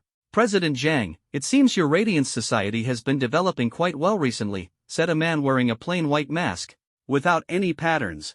Zhang Yi turned his head and saw the masked man at the door, his brows furrowing. Who are you? Allow me to introduce myself. My name is Bai Shi, the man said. Bai Shi? Zhang Yi's brows knitted tightly. The name sounded familiar, but he couldn't recall where he'd heard it. He could only ask, what do you want with me? I'm here to settle a score with President Zhang, Bai Shi said with a light laugh, his tone relaxed yet inscrutable. What score? Over 2 months ago, someone named Jiang Ping came to Dim City. Your Radiance Society took him in, didn't you? Bai Shi's words made Zhang Yi's face change dramatically. You're from Jinghai Academy? He finally remembered Bai Shi was the deputy director of the Jinghai Academy's executive department, one of the 7 fifth-tier ability users. Boom! Zhang Yi's eyes sharpened, his entire body crackling with electricity. Thunder technique, rushing wolf. A purple lightning bolt quickly condensed into a ferocious thunder wolf, howling as it charged toward Bai Shi. Bai Shi remained calm and unhurried, gently waving his hand. A ball of cyan flames rose from his palm, instantly forming a massive flaming tornado that pounced on the thunder wolf, melting it in an instant while surging toward Zhang Yi with scorching heat. Thunder technique, 100 bolts. Zhang Yi slammed both palms onto the ground, countless arcs of electricity spreading from his hands, forming a massive purple lightning tornado that collided fiercely with the cyan flaming tornado. Boom! After blocking this move, Zhang Yi's spiritual energy rapidly drained. He took a deep breath, preparing to focus on Bai Shi, only to suddenly realize that his opponent had vanished without a trace. A beginner at the 4th tier with such combat power, he truly is the president of the Guangxi Society. A faint voice came from behind, making Zhang Yi's heart tighten. Not good. Bang! Bai Shi casually struck with his palm, sending Zhang Yi flying heavily. Zhang Yi felt as if his back had been hit by an elephant, his blood and energy churning as he tumbled backward. Repeatedly. Cough. He spat out a mouthful of fresh blood. Your mistake was helping Jiang Ping back then. Helping Jiang Ping means opposing our Jinghai Academy. Does your Guangxi Society really have the qualifications to challenge our Jinghai Academy? Bai Shi approached step by step, his expression calm and composed. Zhang Yi, being only a beginner at the 4th tier, was no match for Bai Shi. The gap between them was too vast, and Bai Shi didn't even bother to take him seriously. Zhang Yi, gravely injured and lying on the ground, still had a cold smile at the corner of his mouth. I didn't expect that the Jinghai Academy, claiming to be the strongest in the southeastern regions, would lose their composure over failing to capture one person. In my eyes, no matter how strong the Jinghai Academy is, they're nothing more than a bunch of angry but useless clowns. The last time the Jinghai Academy's executive department besieged the City of Shadows to capture Jiang Ping, it caused a huge commotion. During that operation, the Guangxi Society and the Twilight Auction House secretly assisted, holding back many enforcers, allowing Jiang Ping to escape successfully. At that time, 5th-tier ability user Li Tuo was present to maintain order, and the 4 major enforcers of the Jinghai Academy dared not act rashly, swallowing their humiliation. However, the City of Shadows had since been targeted by the Jinghai Academy. Everyone and every force that had helped Jiang Ping were remembered by the Jinghai Academy. Now was the time for their revenge. Blame yourself for insisting on being a good person and helping Jiang Ping. Baishir slowly raised his finger, a ball of cyan. Flames gathering at his fingertip, forming a beam of light. At that moment, Jiang Yi suddenly raised his hand and slammed it heavily on the ground, activating a rune mark he had secretly drawn with his own blood. Thunder technique, blood thunder. Boom! A thunderous roar erupted from the formation, and a massive blood-red lightning bolt broke free, swift and deadly like a serpent. Baishir hadn't expected Jiang Yi to counterattack, and with the close distance, he had no time to dodge. The blood-red lightning struck him hard. Poof! Baishir grunted, staggering back a few steps. I didn't expect you to have such a powerful move. As expected of the president of the Guangxi Society, I underestimated you. However, this is as far as you go. Baishir's anger surged as he unhesitatingly waved his hand. A cyan fire dragon roared out, ferociously pouncing toward Jiang Yi.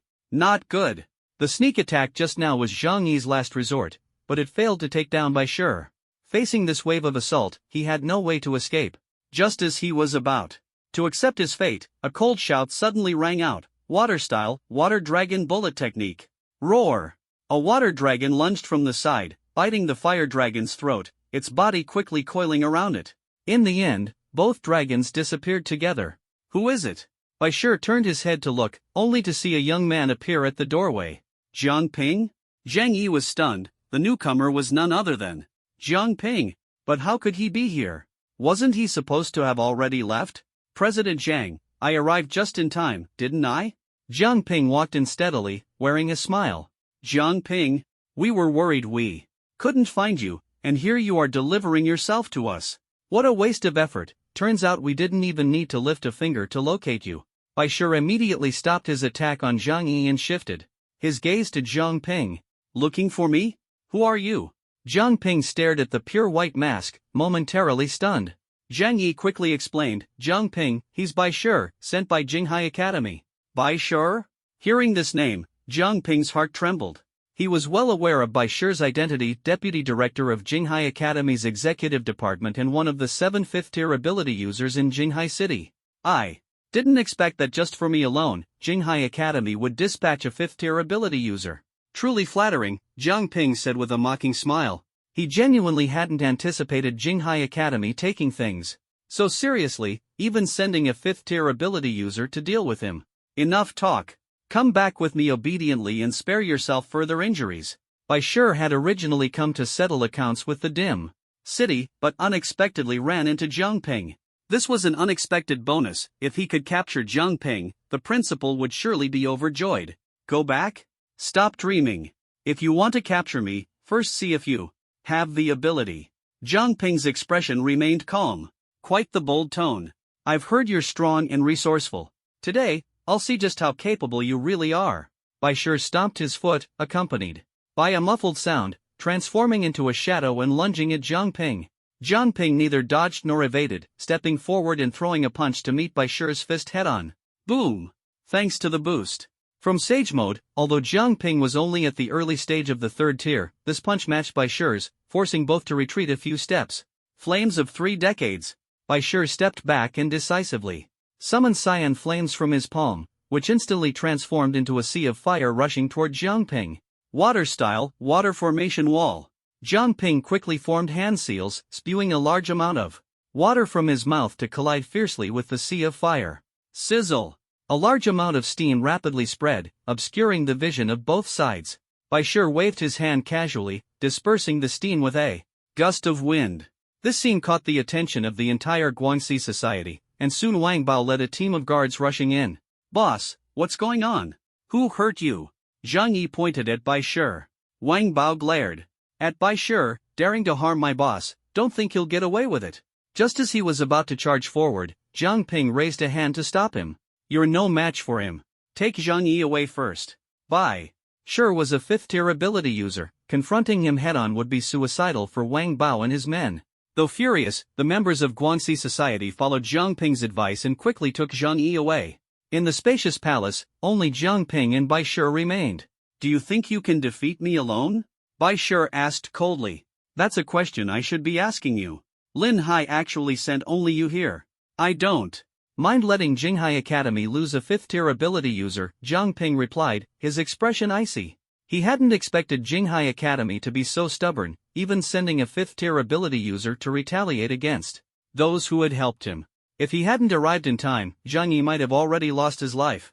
Precisely because of this, Jiang Ping couldn't let Bai Shi go. Since Jinghai Academy was so ruthless, he wouldn't hold back either. "Oh, quite the bold tone. As expected of Jiang Lei's son, you have guts. But I wonder if your strength matches your courage," Bai Shi sneered, clapping his hands sharply. Cyan flames surged upward, quickly forming a massive and ferocious firewolf that roared as it lunged at Jiang Ping. The flames were so intense that even the air seemed to distort. Jiang Ping decisively formed seals with his hands. Water style, water surge wave. Whoosh! A torrent of water gushed from the air, rapidly rising around Jiang Ping to form a massive water vortex, cascading like a waterfall onto the firewolf. Roar! The firewolf collided with the water.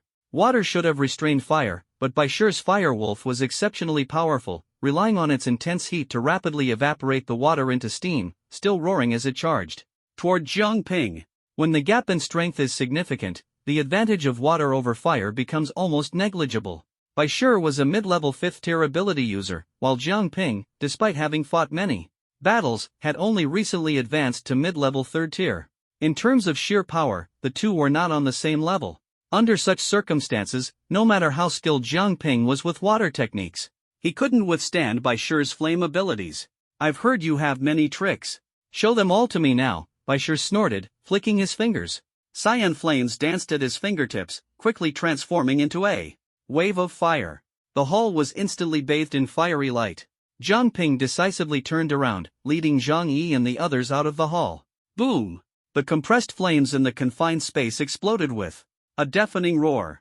The main hall of Guanxi society was instantly reduced to rubble. Bai Shi slowly emerged from the ruins, the surrounding flames automatically avoiding his body, as if he were a demon walking out of hell, surrounded by fire with an overwhelmingly fierce aura. "If all you can do is dodge, then I'm truly disappointed," Bai Shi shook his head, his eyes filled with contempt and disappointment toward Jiang Ping. "Then be disappointed, it has nothing to do with me," Jiang Ping shrugged, but his gaze never left Bai Shi, watching him intently. With mid-level 5th-tier strength, he was absolutely no match for Bai Shi on his own. But that didn't mean he was without options. Just as he was about to summon a spirit beast, several figures quickly approached from another side of the dim city. "Such a lively scene, how could we miss it?" A familiar voice rang out. It was the Red Queen from the Twilight Auction House, along with its guardian, Li Tuo. "You brat, why are you back again?" Li Tuo glared at Jiang Ping, clearly displeased with his constant comings and goings. "Old general, I'll explain later. Let's deal with the immediate trouble first," Jiang Ping replied, his gaze fixed firmly on Bai Shi, not relaxing for a moment. With the Red Queen and Li Tuo's help, he wouldn't need to summon a spirit beast for now. "Jinghai Academy again? Didn't you suffer enough last time?" Li Tuo looked at Bai Shi with disdain. Last time, Jinghai Academy's executive department had caused such a commotion trying to capture Jiang Ping, only to end up being completely suppressed. They only sent one person this time? Are they underestimating the City of Dusk? "You must be General Li Tuo, right? Former commander of the 1st Legion of the Eastern Coalition Army. I've heard of your reputation," Bai Shi said with a polite smile.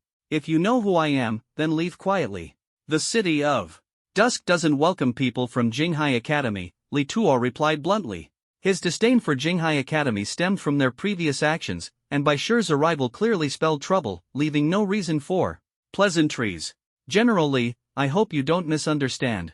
I came here this time to settle accounts with the City of Dusk," Bai Shi said calmly. "I didn't expect to run into Jiang Ping as well. Might as well take care of everything at once." "You think you alone can handle all of us?" the Red Queen retorted, hands on her hips, clearly unconvinced. Bai Shi glanced at the charming young girl but ignored her. His focus was solely on two people, Jiang Ping and Li Tuo. One was his target, the other a 5th-tier ability user. The rest, a group of 3rd and 4th-tier individuals, weren't even worth his attention. If you want to take Zhang Ping, you'll have to get through me first, Li Tuo said, stepping in front of Zhang Ping, determined to protect him at all costs. Zhang Ping felt a surge of emotion. He had once saved Li Tuo, and Li Tuo had later shielded him from Jinghai Academy's enforcement division, repaying the debt. Yet now, Li Tuo was still willing to stand by him, filling Zhang Ping's heart with warmth. In that case, allow me to learn from you, General Li, Bai Shi said as a short blade slid from his sleeve into his hand, and he charged forward. Ha ha, then let me give it my all. Li Tuo laughed as a steel broadsword appeared from his spatial ring, and he swung it as he rushed to meet Bai Shi. Clang! Clang! Clang! The clash of blades echoed continuously, sparks flying with each strike. Both refrained from using their abilities, relying solely on close combat. Each move was sharp and deadly, the tension palpable. However, as the fight dragged on, Li Tuo began to struggle.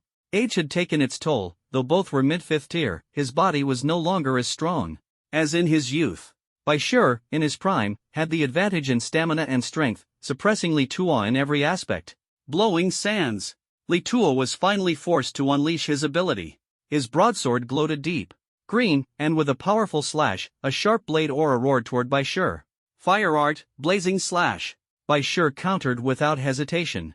Cyan flames ignited, and his short blade unleashed a fiery red blade. Aura. Boom. The two opposing energies collided, creating a violent shockwave that erupted into a massive flaming tornado, burning fiercely in the air. Fire release, Phoenix Flower Jutsu.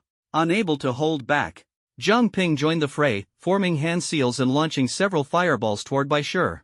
Bai Shi didn't even bother dodging. With a casual swing of his short blade, he cut down each fireball effortlessly. Whoosh! Just as he finished dealing with the fireballs, a dozen kunai shot toward him from various directions. How boring, Bai Shi muttered. To him, such attacks were child's play, flashy but harmless. He swung his blade, deflecting the few kunai that posed a threat, while the rest missed entirely, not even worth his attention. At that moment, Zhang Ping's figure suddenly appeared near one of the kunai. In an instant, Zhang Ping was in front of Bai Shi, grabbing a kunai and thrusting it fiercely toward Bai Shi's heart. SHK. Blood splattered, however, it did not pierce Bai Shi's heart. Instead, he forcibly blocked what should have been a fatal blow with his palm. A 5th-tier ability user could actually sense Zhang Ping's Flying Thunder God technique? Such a strange speed. You almost succeeded, Bai Shi said, his voice tinged with anger from the intense pain radiating from his palm. It's not time for success yet. Zhang Ping remained unflustered despite his move being seen through. His eyes had already transformed into Mangekyo Sharingan, emanating powerful ocular energy. Tsukuyomi. But just as he was about to use Genjutsu to attack Bai Shi, the latter decisively closed his eyes. Without eye contact, the Sharingan's Genjutsu could not take effect. Through actual combat, Jinghai Academy had clearly uncovered some of the secrets of Zhang Ping's Sharingan. Among strong opponents, once one's techniques were exposed, the advantage was lost even before the battle began.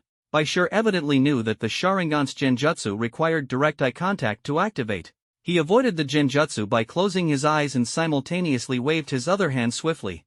Azure.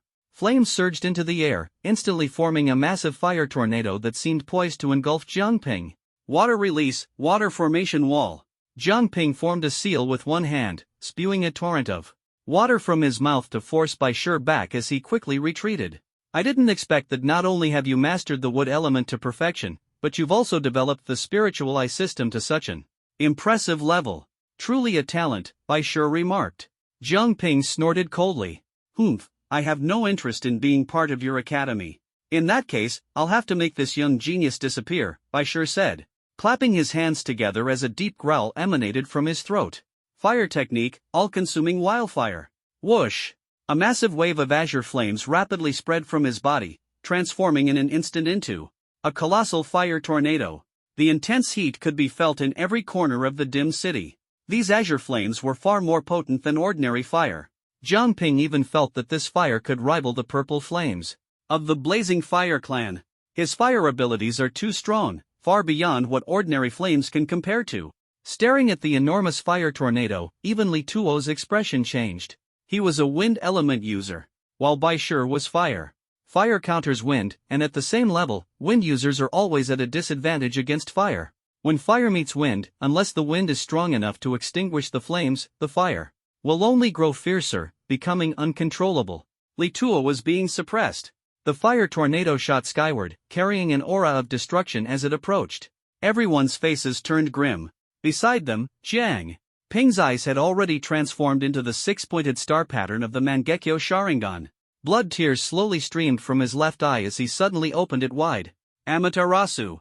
A black flame instantly appeared on Bai Shi's fire tornado, ravenously devouring the azure flames. However, the fire tornado was so massive that Amaterasu had not yet fully consumed it before it was about to reach them. I've heard your flames can burn everything, even devour other flames. But I want to see whether your flames consume mine first, or mine burn you all to ashes. Bai Shi sneered. He dared to come to the dim city alone because he knew Li Tuo was a wind user. Although they were both mid-tier 5th level, he held the advantage. As for Jiang Ping's Amaterasu, Bai Shi was confident that his flames were stronger. He had no intention of dodging. Jiang Ping did not respond. His right Mangekyo Sharingan suddenly focused. Blaze release, Kagetsuchi. Whoosh! Originally, only a small patch of Amaterasu clung to the fire tornado, but under Jiang Ping's activated ocular power, it rapidly spread, expanding like it had been injected with adrenaline. In just an instant, the fire tornado was burned through by Amaterasu, leaving a large hole that continued to grow. Faced with the sudden appearance of Amaterasu, Bai Shi panicked. Impossible. He desperately increased his spiritual energy output, hoping to defeat Jiang Ping and his group before Amaterasu completely consumed the flames. However, Jiang Ping's ocular power was also intensifying wildly. Amaterasu spread rapidly, and when the fire tornado was less than 2 meters away from them, it was entirely devoured by Amaterasu. At this moment, the tide turned, and the roles of offense and defense were reversed. Die! Jiang Ping clenched his hand in the air, and the massive fire tornado instantly collapsed inward. The pitch-black flames fell entirely onto Bai Shi. No! Impossible! How could I lose? Bai Shi roared in agony, his voice tearing through the air as his body writhed in the flames. Soon, he stopped moving, his body rapidly shriveling under the burning of Amaterasu. The flames are too powerful. Li Tuo, the Red Queen, and the others were all stunned. Bai Shi's flames were already incredibly strong, yet Jiang Ping's flames were even more formidable. To think they could directly burn a 5th-tier ability user to death? Not bad, but he was too careless, Jiang Ping said, slightly out of breath. Bai Shi had been overly confident in his own flames, believing they could overpower Amaterasu, so he hadn't dodged. But even the raging flames of sin from the blazing fire sect were no match for Amaterasu's flames. How could his flames possibly prevail? By the time Bai Shi realized something was wrong, it was already too late. Amaterasu's flames were nearly impossible to evade. To confront them head-on was sheer foolishness. Thud! Suddenly, a soul-piercing, excruciating pain erupted from Jiang Ping's right eye. He clutched his eye tightly, the pain forcing him to one knee. It hurt so much. This pain penetrated to the bone. He had never felt such agony before, even when using the Mangekyo Sharingan in the past. Ding! Please note, the host's right eye Mangekyo Sharingan ability has been used 5 times. Using it one more time will result in permanent blindness. 5 times? Jiang Ping muttered. In surprise, he thought back. During the battle with the Blazing Fire Sect's minor leader Huolu, he had used Amaterasu once with his right eye. During his first encounter with Wang Yan in the fight against Zi Xia, he had used it once. Against the Blazing Fire Sect's leader Yuli, he had used it once. And during the Beast Tide in Tian City, he had used it once against the Thunderstorm Bull King.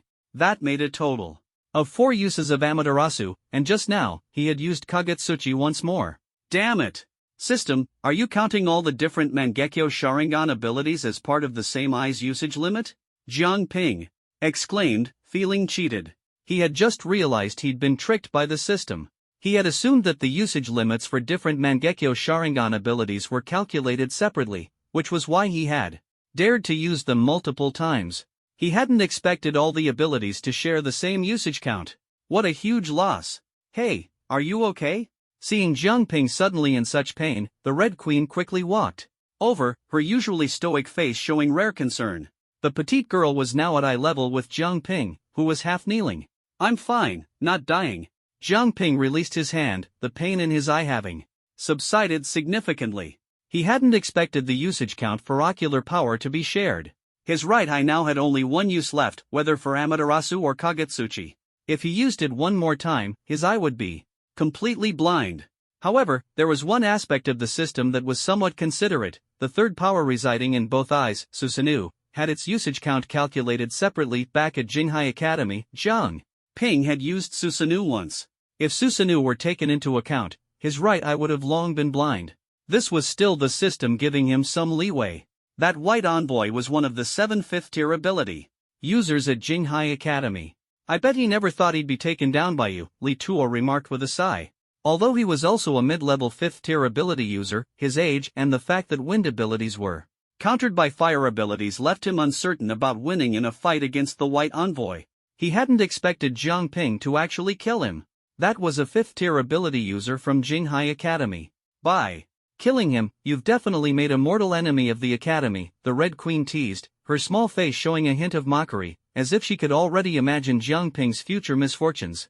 Unfortunately, she was so petite that Jiang Ping couldn't clearly see her expression. He shrugged and said, "It's just a 5th-tier ability user. Killing him is no big deal.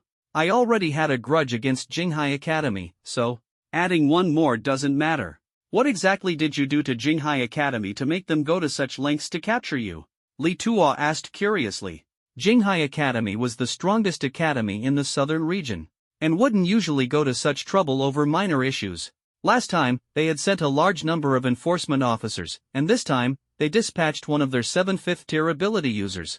It made people wonder if Jiang Ping had stolen the dean's wife. Jiang Ping spread his hands helplessly and said, "I didn't do much, just destroyed the spiritual core of the dean's son at Jinghai Academy." The Red Queen, Li Tuo, everyone. And that was supposed to be not much? Destroying someone's spiritual core essentially meant they could no longer cultivate and would have to live as an ordinary person. And it was the dean's son. No less. No wonder Jinghai Academy is so furious. "What you did was indeed over the line," Li Tuo sighed. "You don't understand. They were the ones who struck first. I was just defending myself," Jiang Ping said, feeling more wrong than Doi. It was all Lin Yun's fault for repeatedly seeking death. What could he do? He had no choice.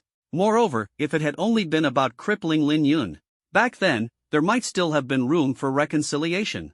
But later, with the Jinghai Academy's enforcement division launching a massive siege and Jiang Ping killing the White Envoy, his grudge with Jinghai Academy had become completely irreconcilable. "Forget it, who cares? I'm not afraid. Even if Lin Hai comes after me personally, I won't fear him," Jiang Ping said, no longer wanting to dwell on these troublesome matters. "By the way, I haven't asked you yet. Didn't you leave? Why are you back? Aren't you afraid of dying?" the Red Queen asked, hands on her hips. This little girl, despite her small stature, tried to act imposing, but Jiang Ping couldn't be bothered to argue with her. However, her words reminded Jiang Ping of the important matter at hand. "Almost forgot. I came by on my way to tell you something important. The Great Beast Tide Crisis, have you heard about it?" The Great Beast Tide? At the mention of this term, everyone frowned. "Of course we know. It's a beast tide that will soon sweep across the entire Holy Empire. Based on the current situation, there's about half a year left before it arrives," Li Tuo said. News of the Great Beast Tide had already spread, otherwise, the southeastern regions wouldn't have joined forces. Although the City of Shadows wasn't part of the Holy Empire, due to Li Tuo's presence and the city's complex situation, they still had access to some information. "There's no longer half a year," Jiang Ping said, his gaze serious as he looked at everyone. "The Great Beast Tide has already crossed the northern region, and is now moving through the central region. At most, it will reach the City of Shadows in a month." What? Everyone was utterly shocked. The Beast Tide had arrived so soon? And they were completely unprepared? "Jiang Ping, how did you confirm this?" Li Tuo asked seriously. "I just returned from Tian City in the northern district. I personally witnessed the Beast Tide's attack. On the way, I saw the tide had already entered the central district," Jiang Ping replied. "You really went to Tian City?" Li Tuo muttered under his breath. The others felt even heavier after hearing Jiang Ping's words. They all knew the threat of the Beast Tide, but they hadn't expected it to arrive a full 6 months early. "Don't panic. We've been prepared for this. Just follow the plan," Li Tuo said calmly. As an experienced veteran general, he remained composed even in the face of sudden crises. What's your plan to deal with it? Jiang Ping asked, still worried. We've already devised a strategy. We'll dig a shelter underground in the City of Shadows, hide there for 10 days to half a month, and come out after the beast tide passes, Li Tuo explained. The City of Shadows was different from other cities. There was no unified governance here, various factions operated independently. Groups like the Twilight Auction House and the Guangxi Society had fewer members and multiple ways to evade the beast tide, even leaving the city entirely. In contrast, other cities, with their dense populations, couldn't dig shelters or abandon their cities, they could only withstand the tide head on. From this perspective, the danger in the City of Shadows was relatively manageable. Jiang Ping, what about you? Will you stay here with us? Zhang Yi asked. No, I'm from Huaihai City. My family and friends are there. I must go back to help them, Jiang Ping said firmly, without hesitation.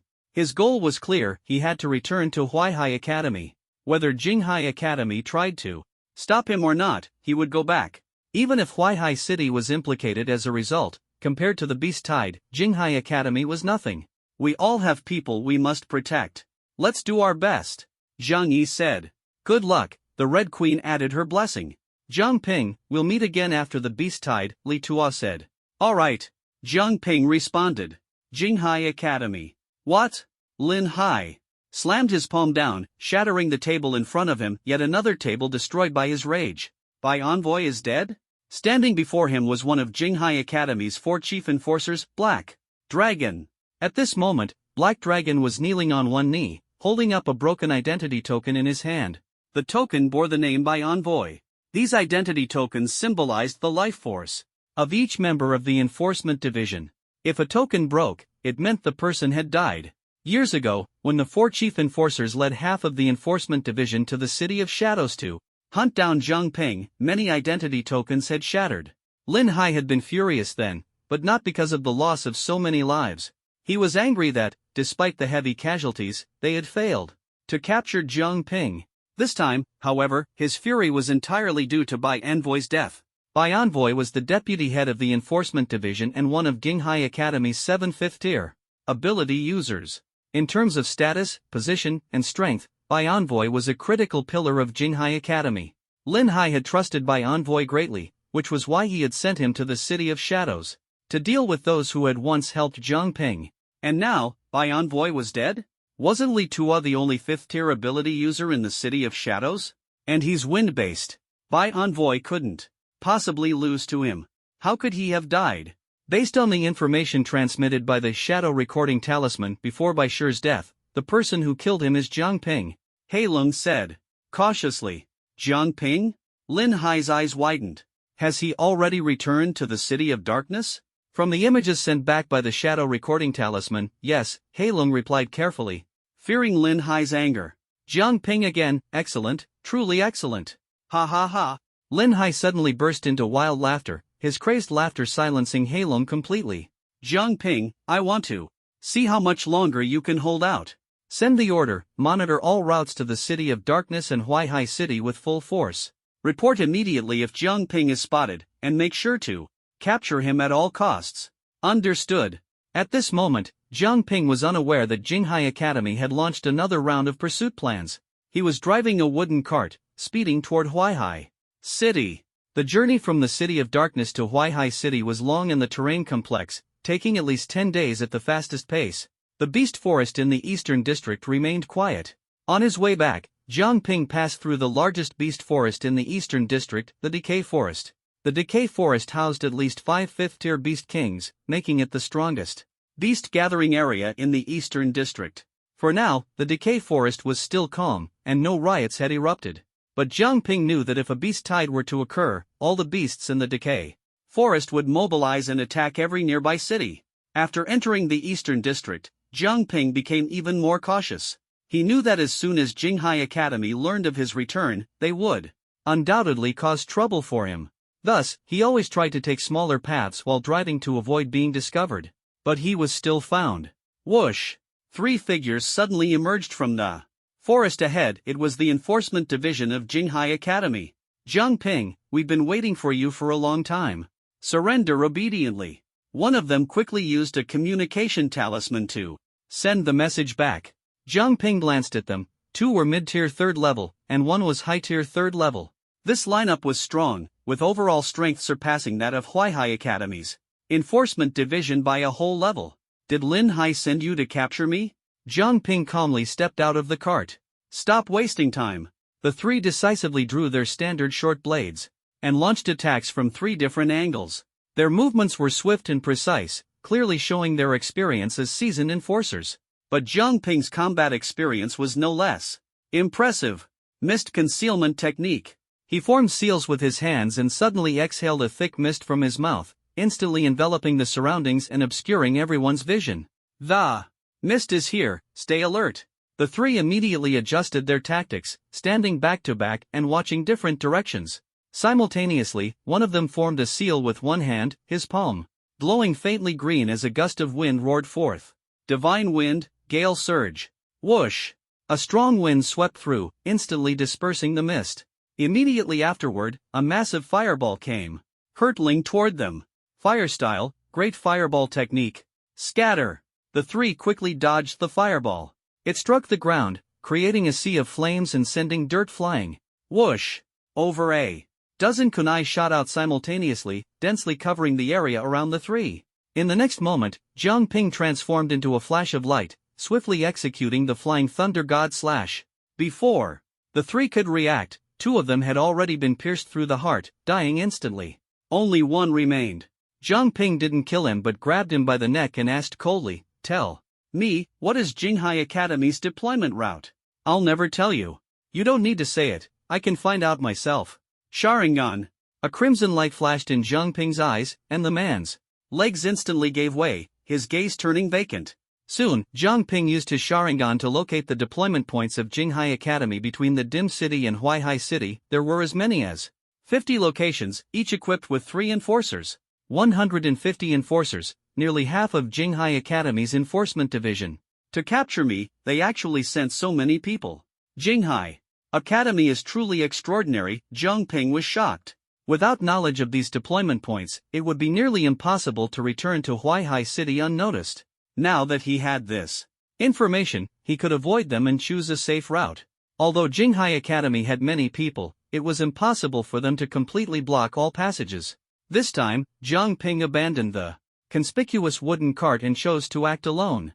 Along the way, relying on the intelligence about the deployment points and the keen perception of Sage Mode, he skillfully evaded one hidden sentry after another.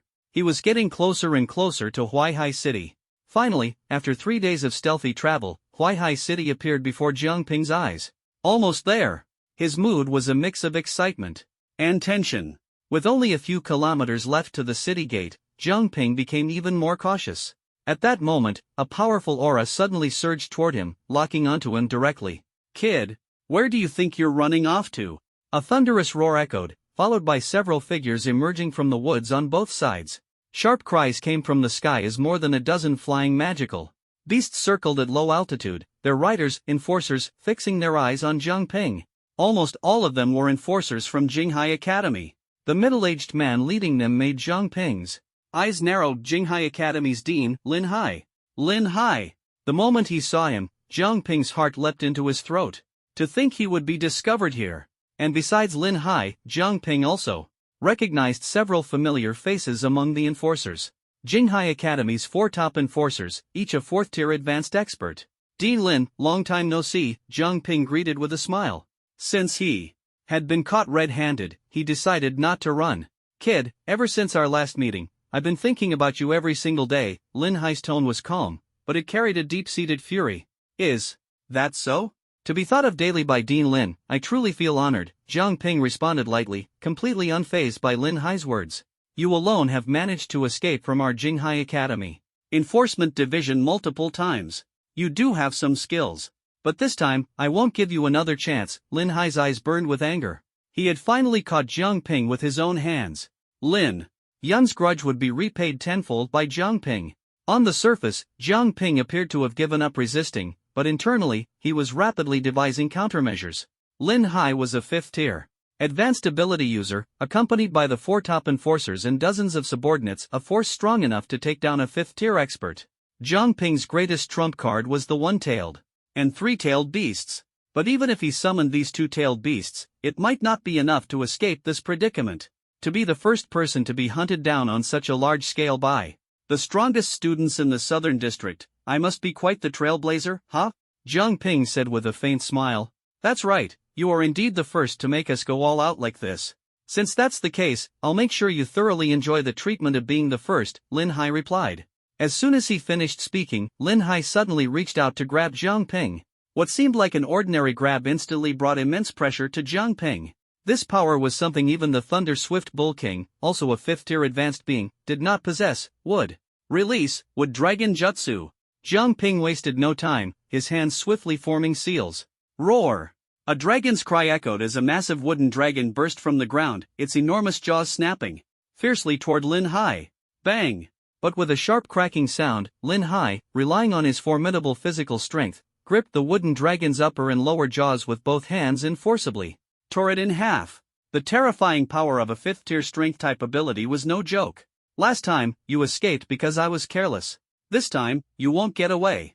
Lin Hai stood atop the wooden dragon's corpse, throwing a punch that carried a forceful wind, as unstoppable as a mountain-splitting axe.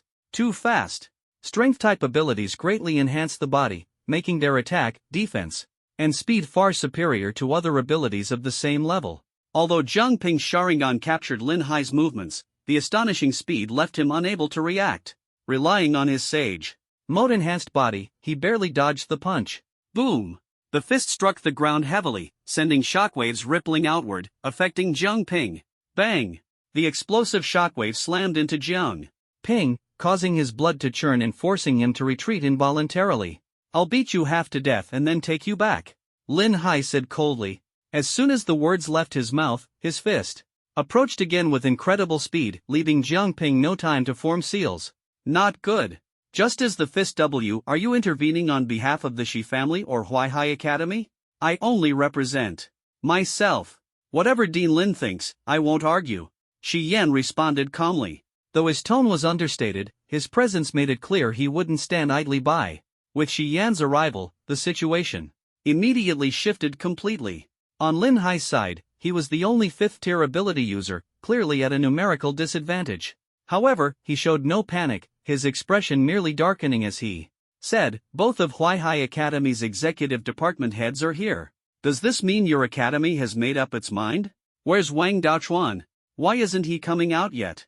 As soon as he finished speaking, someone else emerged from the forest. It was none other than Wang Daochuan, the dean of Huaihai Academy. Old Lin, don't make such a big fuss.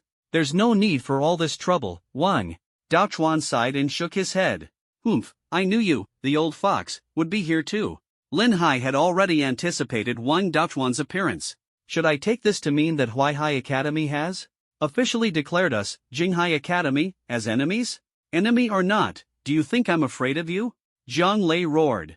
Shi Yan remained silent, but his silence was tantamount to acknowledging this adversarial relationship. Wang Daochuan also said helplessly, there's no choice. After all, Jiang Ping is a student of Huaihai Academy. If there's a mistake, it must be punished, and the punishment can only come from us. Faced with the 3 strongest individuals from Huaihai Academy, Lin Hai knew there was no way he could take Jiang Ping away today. Fine, I hope you won't regret this in the future. Lin Hai waved his sleeve angrily and stormed off with his subordinates. Old Lin, don't forget to remove your surveillance setup, or you might find the surrounding beasts devouring your people, Wang Daochuan suddenly shouted after him. Lin Hai paused for a moment but said nothing, continuing to leave quickly. It wasn't until his figure completely disappeared that Wang Daochuan said, all right, let's head back. He gestured to the group. Shi Yan said nothing, turning to walk toward Huaihai City. Zhang Lei pulled Jiang Ping up and patted his shoulder. Son, we're going home. The 3 older men walked ahead, while Jiang Ping silently followed behind, not saying a word along the way. Upon returning to Huaihai City and seeing the familiar city gates, Jiang Ping felt a surge of indescribable emotion. Though he'd been away for less than half a year, it felt like a long-awaited reunion, leaving him with a sense of melancholy. Inside the city, many people had already been alerted by the commotion outside the gates. Seeing Wang Daochuan, Shi Yan, and Zhang Lei appear together, a rare sight, everyone was astonished. Even more surprising was Jiang Ping following behind them. Isn't that Jiang Ping? He's back? Did Jinghai Academy let him go? The conflict outside the city earlier must have been those three fighting against Jinghai Academy. I thought Jiang Ping wouldn't make it back. Impossible. He's Minister Zhang's son. How could Minister Jiang stand by and do nothing? The crowd whispered among themselves. Jiang Ping's return left them both shocked and moved. Although the details weren't clear, everyone knew that Jinghai Academy had broken the rules first, forcing Jiang Ping to fight back. As fellow members of Huaihai Academy, they naturally sided with Jiang Ping. Moreover, with the dean supporting him, they trusted him even more. The Jiang family. Young master, you finally returned. Butler Chen Bo, who had been waiting at the door, couldn't hide his joy as he saw Jiang Ping and Jiang Lei return, his wrinkled face lighting up with delight. You're back. Uncle Chen, long time no see. Jiang Ping said with a smile. After half a year, Uncle Chen looked even older. Son, today is a good day. What do you want to eat? Dad will cook for you. As soon as Jiang Lei entered the house, he rolled up his sleeves and got ready to cook. I like everything you make. Haha, it seems my son knows me best. Just wait. Jiang Lei tied on an apron and began showcasing his culinary skills in the kitchen. While he cooked, Jiang Ping went to take a shower. After traveling all the way, he smelled unpleasant. Once he finished showering and changed into clean clothes, Jiang Lei had already brought the dishes to the table. All freshened up? Come eat quickly, it's all your favorites. Jiang Lei called out enthusiastically as he brought out the last dishes, sweet and sour ribs and tangy carp. 8 dishes filled the table. Smelling the familiar aroma, Jiang Ping's appetite surged, and he quickly sat down to eat. Jiang Lei didn't rush to eat himself, he just quietly watched Jiang Ping, a look of contentment on his face. Dad, why aren't you eating? I will. Of course, I have to eat what I made. Only then did Jiang Lei start picking up food, even serving a few bites to Jiang Ping. Eat more, you look thinner. Jiang Ping looked at him seriously. It had only been half a year, but Jiang Lei seemed much more haggard, with a few more strands of gray hair and a worried expression on his face. Over the past 6 months, he must have been deeply troubled by Jiang Ping's situation. Dad, I'm sorry for causing you so much trouble this time. Jiang Ping felt a pang of guilt. When he was out there on his own, he hadn't thought much of it. But now, seeing how much Jiang Lei had aged, Jiang Ping felt deeply saddened. If only he hadn't been so impulsive back then, Jiang Lei wouldn't have had to worry so much about him. Why say that? You're my son. Isn't a father's purpose to help his son solve problems? Jiang Lei smiled gently. At this moment, he wasn't the head of the operations department but simply a father. No matter how big a mistake his son made, he would always be his child. Jiang Ping's nose stung, and he bit his lip quietly, trying hard to control his emotions. He wanted to speak, but the words got stuck in his throat. Some emotions are hard to understand until you've experienced them. During his time on the run, Jiang Ping had borne everything alone and never felt it was too hard. But now, back home with Jiang Lei as his support, he suddenly felt a wave of grievance and wanted to pour out all his thoughts. In the end, Jiang Ping held back, steadied his emotions, and asked, Dad, is our academy now completely breaking ties with Jinghai Academy? Let them break ties. It was their fault in the first place, there's nothing to be afraid of. Even if we're weaker than them, we can't let them bully us. Jiang Lei said, and fearing Jiang Ping might overthink, he added, Don't worry. Your principal and Shi Yan both support you. They won't hand you over. Back when Jiang Ping was forced to flee from Jinghai Academy, even Jiang Lei and Wang Daochuan hadn't been able to rescue him in time. Later, he fled all the way to Tian City, where neither Jinghai Academy nor Jiang Lei could find him. If Huaihai Academy had truly abandoned him, they wouldn't have brought him back just now. By the way, Dad, there's something important. Jiang Ping put down his chopsticks, his expression serious.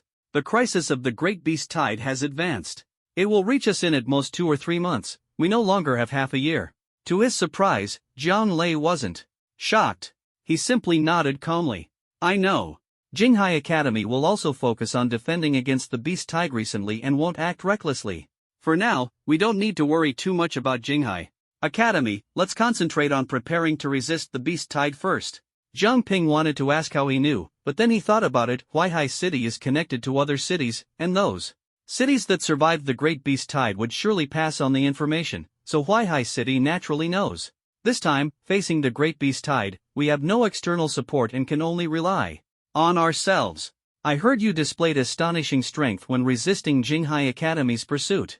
This time, during the beast tide, we father and son will fight together, Zhang Lei said solemnly. All right. Zhang Ping nodded firmly. Tomorrow, you will rejoin the execution department under the codename Phoenix, reborn from the ashes. Huaihai Academy. Execution Department. All members currently on external missions have received recall orders and must return immediately after completing their tasks.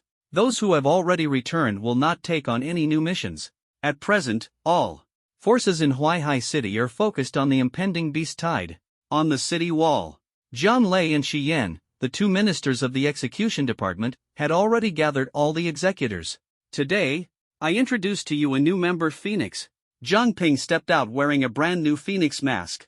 Everyone knew he was Zhang Ping, but externally, his Blood Moon identity no longer existed. Now, he was the reborn Phoenix. The crowd immediately erupted into enthusiastic applause. This time, Zhang Ping was not assigned to any other team and was temporarily placed in the executor lineup. Alone. Quiet. Shi Yan gestured with his hand, and the scene instantly quieted down, with everyone's attention focused. The greatest threat we face is the impending Great Beast Tide. 2 months. Or 3 months. No matter how long it takes, we have only one goal: to protect Huaihai City, to protect our families, friends, and loved ones. We have no retreat. The city wall beneath our feet is our last line of defense. Therefore, we must defend the wall at all costs. Do you understand? Shi Yan's voice was not loud, but his tone was serious, evoking a natural sense of awe. Yes. Next came the specific task arrangements. Blocking the beast tide cannot rely solely on the city wall. Although Zhang Ping was an executor, he was exceptionally brought into the meeting room this time to discuss tactics with Zhang Lei and Shi Yan. In the operations room, a massive sand table was placed in the center, depicting Huaihai Academy and the surrounding forest terrain. Shi Yan and Zhang Lei stood in front of the sand table, discussing where to set traps. Zhang Ping stood to the side, temporarily refraining from speaking. Our charged cannons have a maximum range of 3 kilometers, while the explosive crossbows only reach 2 kilometers. So, the area between 3 kilometers and 2 kilometers is the primary firepower zone for the charged cannons. Shi Yan used a stick to draw 2 lines around Huaihai City on the sand table. The area between these 2 lines was the first key zone for trap placement. Then we'll set up a barrier at the edge of the explosive crossbow's range to slow down the beast tide, giving the charged cannons enough time to fire several rounds, Zhang Lei said, drawing a circle within the 2-kilometer range. Zhang Ping stood by, listening. Huaihai City's defenses were already mediocre, with only a dozen charged cannons and the rest being explosive crossbows. Its overall strength was far inferior to Taiyan City, which had a formal Holy Empire Legion. The charged cannon is currently the most powerful city defense weapon, powered by demon cores. It can use up to a 5th-tier demon core, with power equivalent to the 5th tier. In comparison, the explosive crossbow can only handle 4th tier demon cores, making it a tier weaker. In terms of city defense weapons alone, Huaihai City is far inferior to Taiyan City. The last kilometer is our final line of defense. If the beast tide reaches this point, the ability users must take action. Shi Yan drew another line. This line marked the final boundary where the beast tide would be allowed to advance.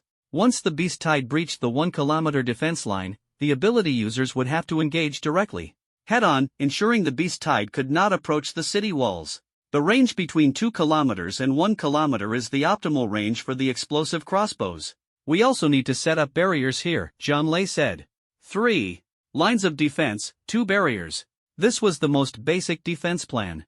Both Zhang Lei and Shi Yan agreed on this conclusion. Zhang Ping, what do you think? Zhang Lei suddenly turned to ask Zhang Ping, who was standing nearby. Zhang Ping was momentarily stunned.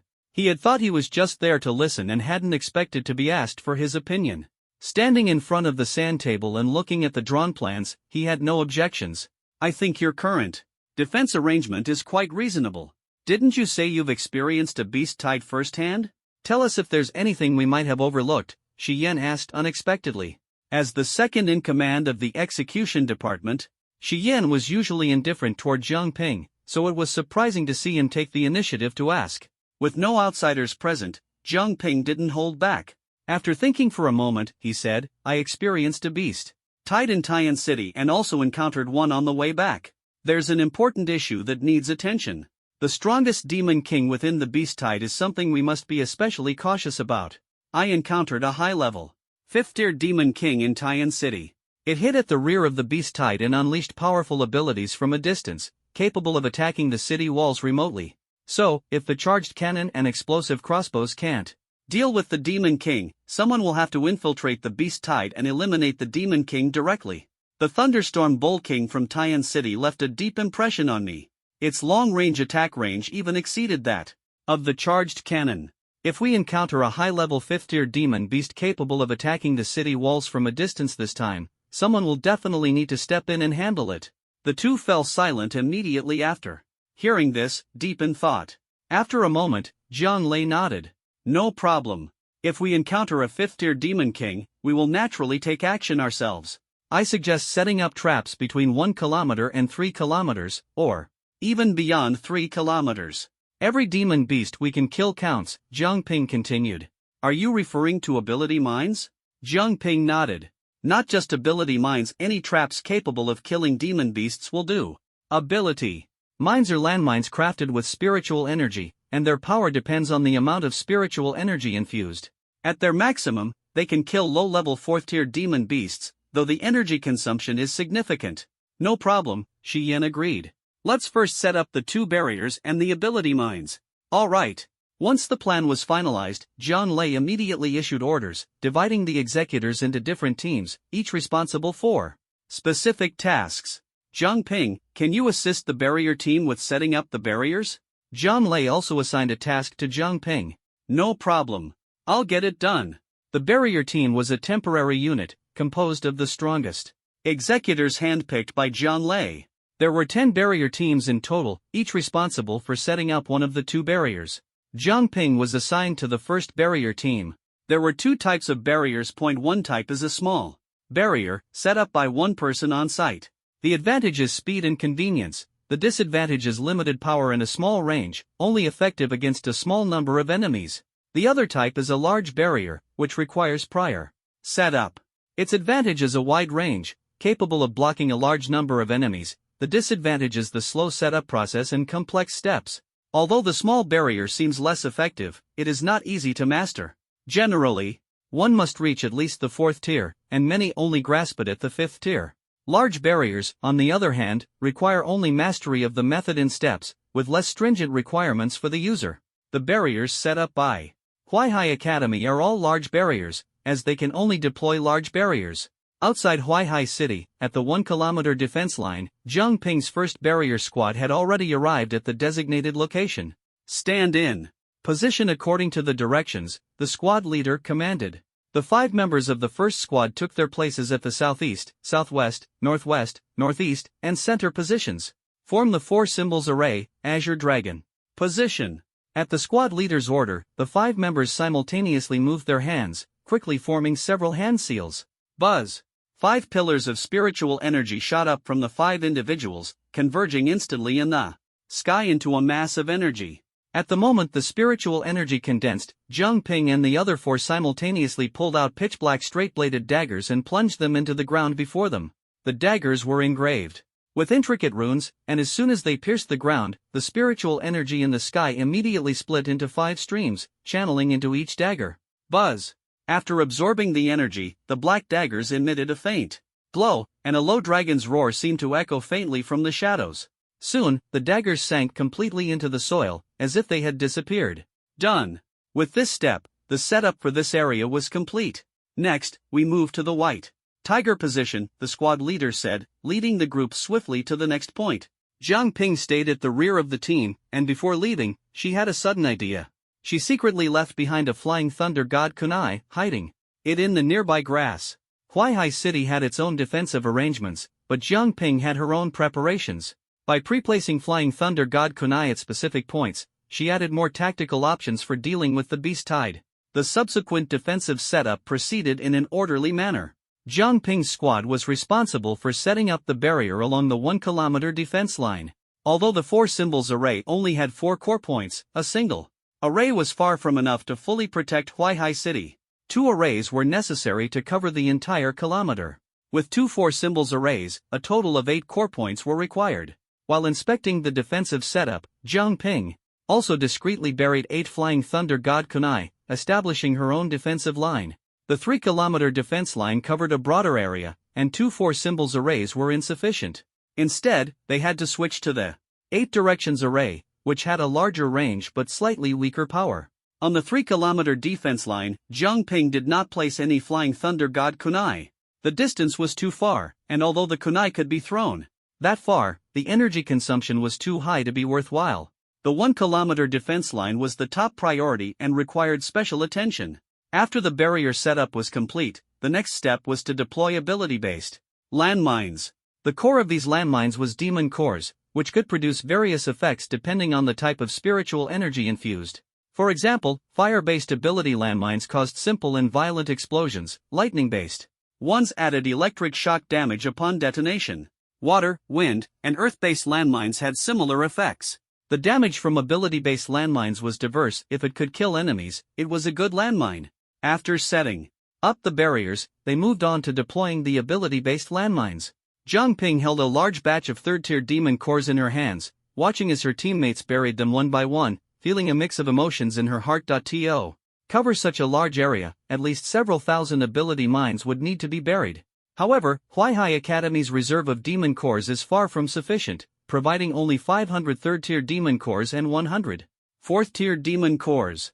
The remaining demon cores also need to be allocated for use in energy cannons and explosive crossbows. Even with just 500 third-tier demon cores, if Jiang Ping were to take them all, it would be an incredible windfall. But in the face of the current crisis, despite his temptation, Jiang Ping dutifully buried all the demon cores as ability mines. Only after deploying all the ability mines at hand did he complete the day's task. In one day, he finished setting up the barriers for 2 defensive lines and buried hundreds of ability mines. Everything was ready, just waiting for the beast tide to strike. The first barrier squad, the last team outside, is returning. Everyone head 3 kilometers beyond the defensive line to meet them. Xian's voice suddenly came through the directional sound transmission talisman, echoing around Jiang Ping and his group.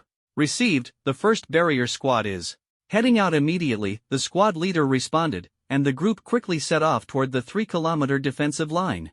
Perhaps due to Huaihai Academy's recent frequent activities, the surrounding beasts had been driven away. As Jiang Ping moved through the forest, he didn't encounter a single beast. Soon, they arrived at the 3-kilometer defensive line, just as a wooden cart sped toward them from the front and stopped upon seeing Jiang Ping's group. 5 people stepped down from the cart, all of whom Jiang Ping recognized: Mingyun's squad. There were Mingyun, White Bear, Yellow Wolf, Black Snake, and Red Wind. Jiang Ping was naturally familiar with this squad. They were all familiar faces. Mingyun was even his team leader. Old Lin? What are you doing here? Waiting for you, of course, the squad leader replied with a smile, removing his mask to reveal a slightly sallow face. Waiting for us? Is there good news? Mingyun and the others also removed their masks, taking a breath. These faces were all familiar to Jiang Ping. Among them, the most striking was Red Wind, also known as Shitsongqing. Shitsongqing was dressed in the standard white combat coat of the operations department, with a beige-fitted high-neck sweater underneath that accentuated her alluring figure. Her lower half was clad in tight black stockings, wrapping her long, slender, and well-proportioned legs.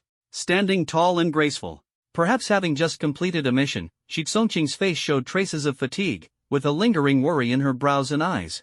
She seemed uninterested in Old Lin and Mingyun's conversation, quietly waiting as if everything around her was unrelated to her. Of course there's good news. Want some ability mines? Old Lin joked.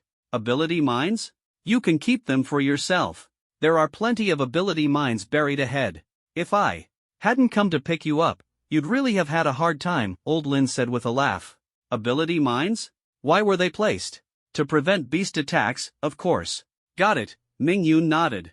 With the mines in place, the cart could no longer proceed. Mingyun directly stored the wooden cart into his spatial ring, preparing to continue on foot. By the way, who is he?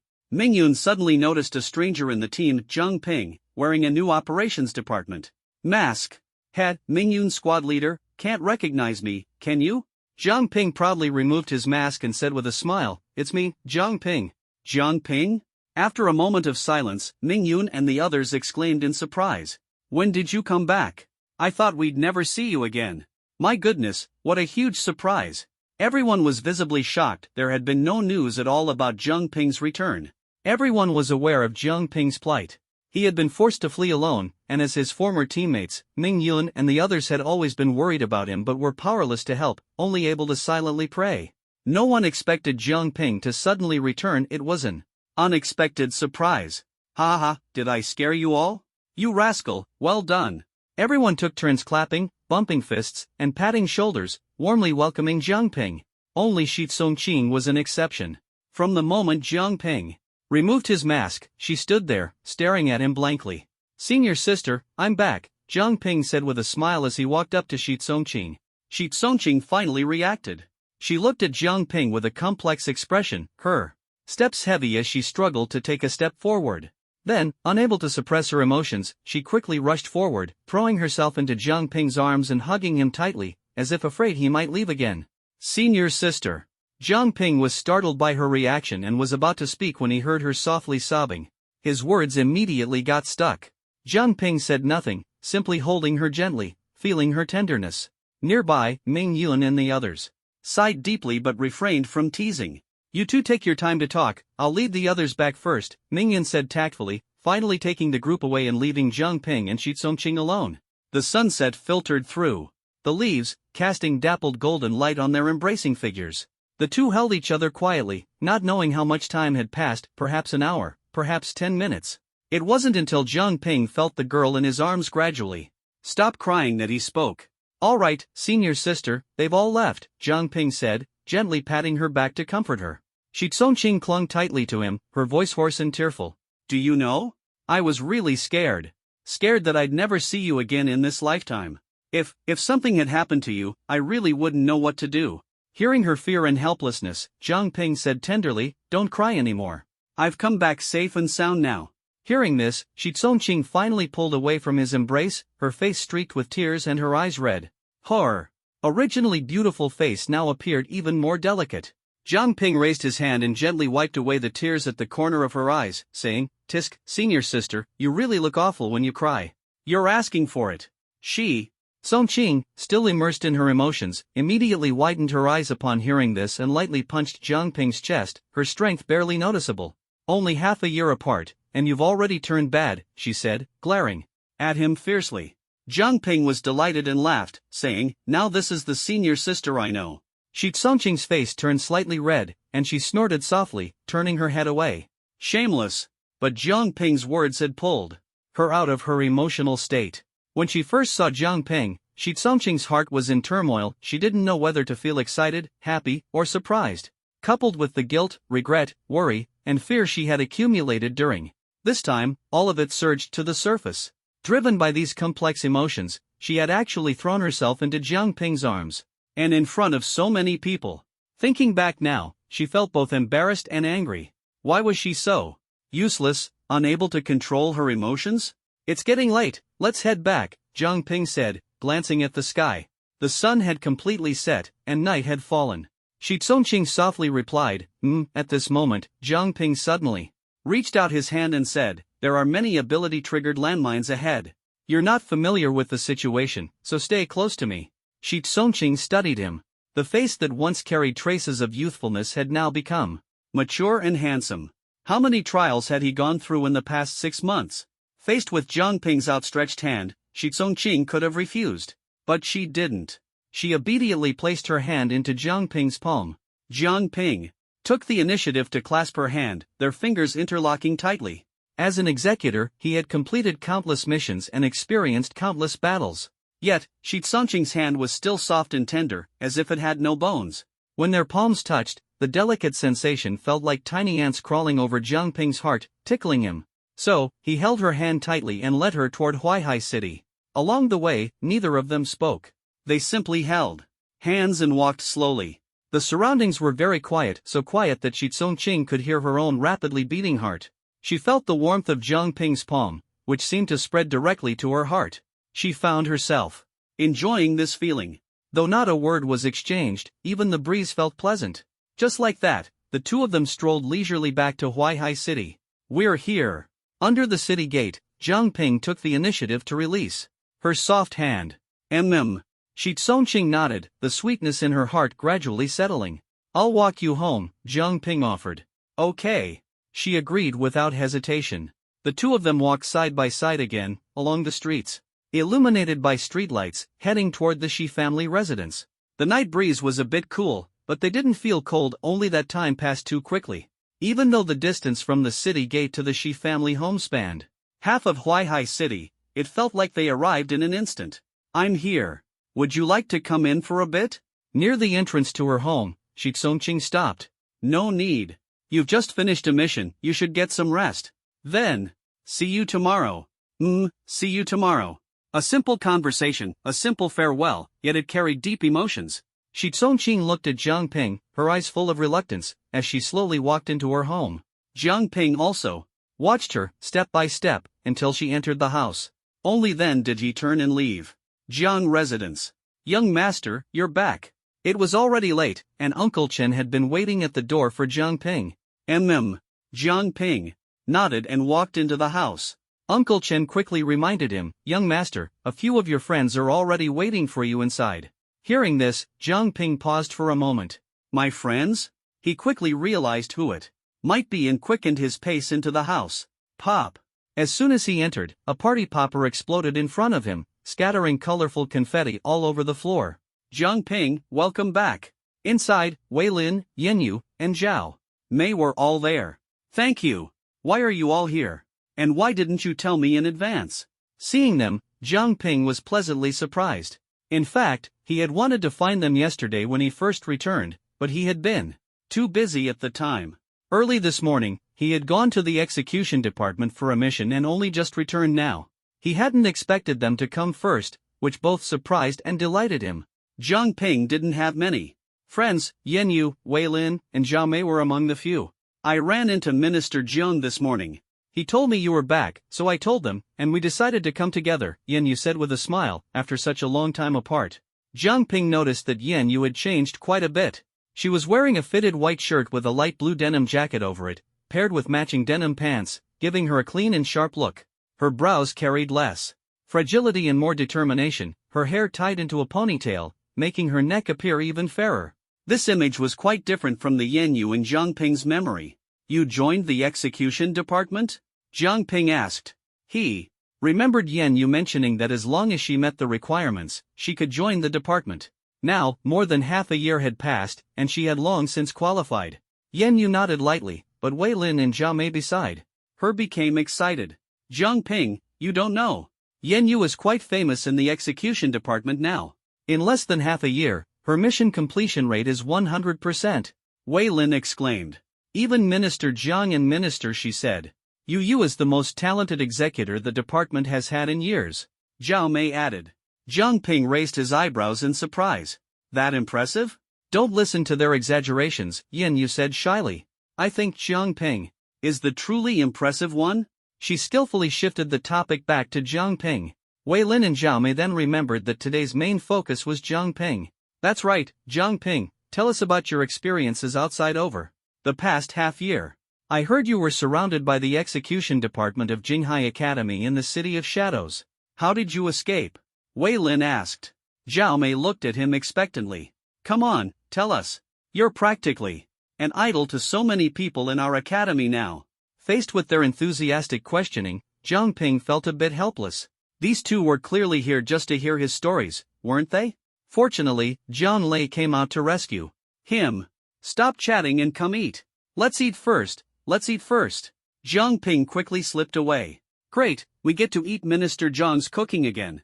Zhao Mei immediately turned into a little foodie, happily running to the dining table. Yenyu and Wei Lin looked at her helplessly, shook their heads, and followed her. "It's rare for the four of you to eat together. Try out the dishes I've been experimenting with recently and see if they suit your tastes," Jiang Lei said with a smile. The dozen or so dishes on the table were all prepared by him. The last time so many people gathered for a meal was during Jiang Ping's birthday. Although there was no special occasion this time, Jiang Ping's safe return was reason enough to celebrate. Cheers!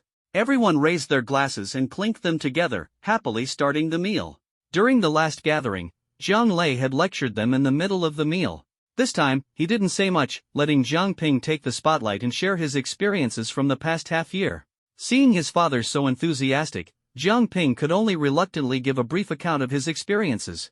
He mainly talked about his encounters with the Guangxi Society, night demons, and the Twilight Auction in the City of Shadows, followed by the siege by Jinghai Academy's execution department, and how the Guangxi Society and Twilight Auction helped him escape.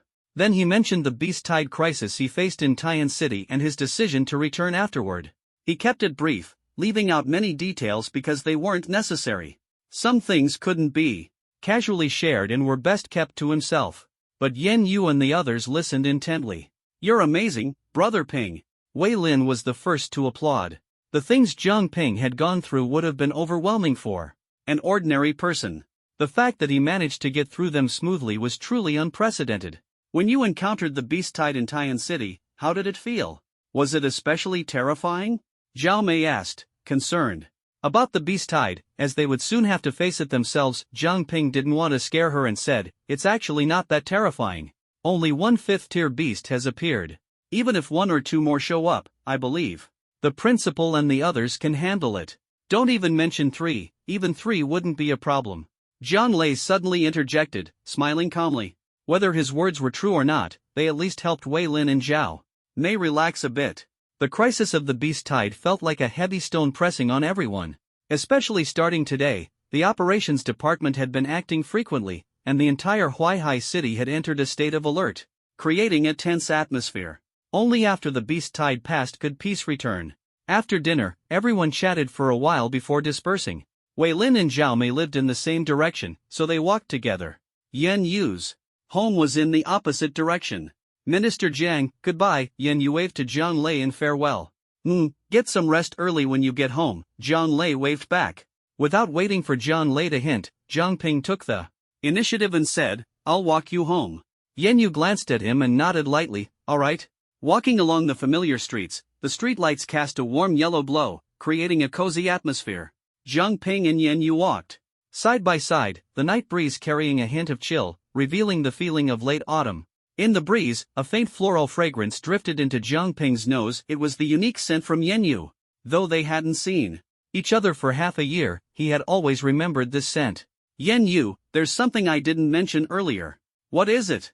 "The leader of the Blazing Fire Group is still alive." Jiang Ping hadn't shared much about the Blazing Fire Group with others. But Yan Yu had experienced their attacks alongside him before, and she had always been one of their targets. That's why he chose this moment to tell her. Yan Yu reacted calmly, nodding as she said, "I know. Not long ago, I also encountered an attack from the Blazing Fire Group, but they didn't succeed." This was within Jiang Ping's expectations. The Blazing Fire Group targeted all S-level potential ability users, and besides Jiang Ping, Yan Yu is also one of their targets. They wouldn't let her go. However, from Yan Yu's words, it seemed the Blazing Fire Group hadn't posed much of a threat to her. The true leader of the Blazing Fire Group is called Yu Li. I've seen him once.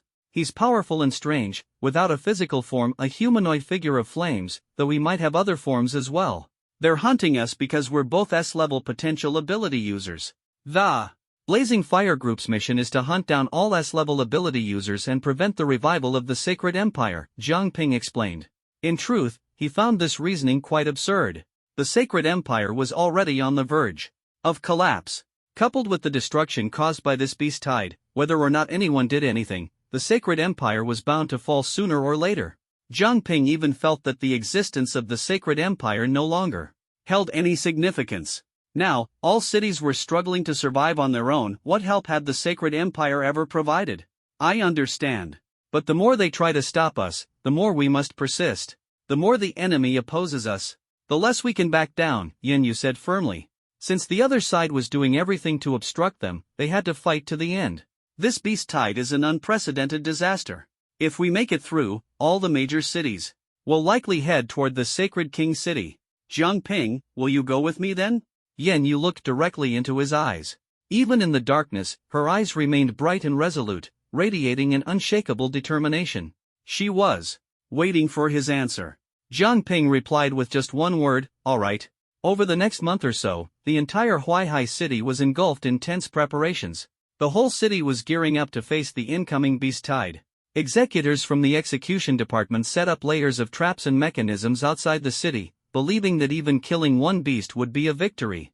Ordinary citizens were busy stockpiling various essential supplies to prepare for emergencies. Everyone worked together with a single goal: survival. Jiang Ping also participated in many tasks, and amidst the busyness, he felt the infectious atmosphere of unity as everyone fought for survival. During this period, there was also significant activity in the southeastern two districts. Many cities with weak defenses, guarded only by fourth-tier ability users, decided after multiple discussions to merge. Only through merging could they increase their chances of survival. Many of these cities chose to join Jinghai City, seeking protection from Jinghai Academy. Currently, no city is safer than Jinghai City. 7 fifth-tier ability users, though now only 6, remain, still make Jinghai City the strongest city with the highest chance of survival. Thus, relying on Jinghai City almost guarantees safety. Cities unable to merge with Jinghai City also sought help from Jinghai Academy, of course. These aids came at a cost. What that cost was, only the parties involved knew. However, no matter the price, as long as survival was possible, it was worth it. It could be said that, apart from Huaihai City, the cities in the southeastern two districts had more or less joined forces, and their combined strength was no less than that of Huaihai City. As a result, the isolated Huaihai City became the weakest city in the Beast Tide. Huaihai City's isolation was naturally due to Jinghai Academy. But the people of Huaihai City didn't mind. They believed that relying on oneself was the true path to strength. Execution Department Command Room. Wang Daochuan, Shi Yan, and Jian Lei were conducting a final review of the defense layout. We've implemented all the plans we could think of. Old Wan, see if there's anything we've missed, Jian Lei said. On the sand table in front of him, the surroundings of Huaihai City were densely packed with defense points, almost covering the original forest. Beyond the 3-kilometer defense line, at least a dozen traps had been set up. Between the 1-kilometer and 3-kilometer defense lines, in addition to ability mines, there were even more traps, several times the number in the outer circle. This was the entirety of Huaihai City's defensive capabilities. Wang Daochuan carefully checked each defense point and, after confirming there were no omissions, nodded. Good, with you two handling the defenses, I feel reassured. But you mentioned last time that this Beast Tide would be particularly fierce. These defenses might not hold for long, Shi Yan said. Wang Daochuan touched the few remaining hairs on his head and smiled. It's all up to us. I believe we can hold out. We have to trust ourselves. No matter how many beasts come, we'll just fight them off, Jiang Lei said, unwilling to overthink. His belief was simple and clear: block the enemy, stop the flood. No matter how fierce the Beast Tide, they would give their all to stop it. Everything is ready, now we wait for the real test, on the city wall. The execution department had ceased all external missions, with everyone on standby. Jiang Ping had been stationed here the entire time. In early winter, the cold wind blew across the high walls, carrying a biting chill that invigorated the spirit. Jiang Ping enjoyed this moment, sitting on the high wall, removing his mask, and feeling the cold wind cutting against his face. Though painful, it kept him alert. You really enjoy the cold wind? Shi Tsongqing didn't know when he had come to his side and blinked. Jiang Ping grinned. Not bad, this way it's harder to feel sleepy. It's winter now. Once the Beast Tide passes, it'll be spring. Shi Tsongqing looked up at the gloomy sky. At that moment, snowflakes began to drift down from the sky, landing on the ground. It's snowing, Shi Tsongqing said in surprise. Although the snowflakes were small, the sight of those cold, delicate flakes brought a rare sense of joy. Yes, it's snowing. Jiang Ping raised his hand to catch a cold snowflake, which quickly melted in his palm, sending a cool sensation flowing through his fingertips. Boom! Suddenly, a loud explosion echoed from outside Huaihai City. Everyone's nerves instantly tightened. The Beast Tide was here. Although the Beast Tide wasn't visible yet, the explosion was enough to put everyone on high alert. The people on the city wall immediately entered combat mode. Jiang Ping quickly jumped down from the wall, and Shi Tsongqing hurried back to his squad. In the execution department, Jiang Ping was the only one who acted alone, not part of any squad. Everyone stared intently at the forest. 3 kilometers away. The explosion had come from the defensive line 3 kilometers out. It was the traps they had set being triggered. The activation of the traps meant that demonic beasts had broken through. Boom, boom, boom. Rumble. The continuous explosions indicated an overwhelming number of enemies. Thick smoke rose from the blasts, and the air was filled with the smell of gunpowder. Amid the explosions, large swathes of trees were blown down. Then, a black line appeared in everyone's view. It was a line formed by countless demonic beasts, densely packed together like raging waves, surging madly toward Huaihai City. The beast tide had truly arrived. All squads, take your positions immediately. Prepare for battle and follow orders. Shi Yan appeared on the city wall, calmly issuing commands. Rumble. On the defensive line 3 kilometers away, there were still many weaker energy mines and various triggered traps. Leading the charge at the front of the beast tide were groups of first and second tier demonic beasts. They had almost no intelligence, only primal madness. Driven by the beast tide, these low-tier demonic beasts rushed forward. Even if they stepped on countless traps and died instantly, the advance of the beast tide was unaffected. The beasts that died in front became stepping stones for those behind, who continued their frenzied charge forward. These creatures, how do they know there are so many traps? They're actually using low-tier beasts as cannon fodder. Watching the traps being triggered and the beasts being blown away, Zhang Ping's face darkened. These traps were originally meant to target demonic beasts, but their intended targets were at least third-tier beasts to make them worthwhile. The deaths of first and second-tier beasts didn't affect the enemy much.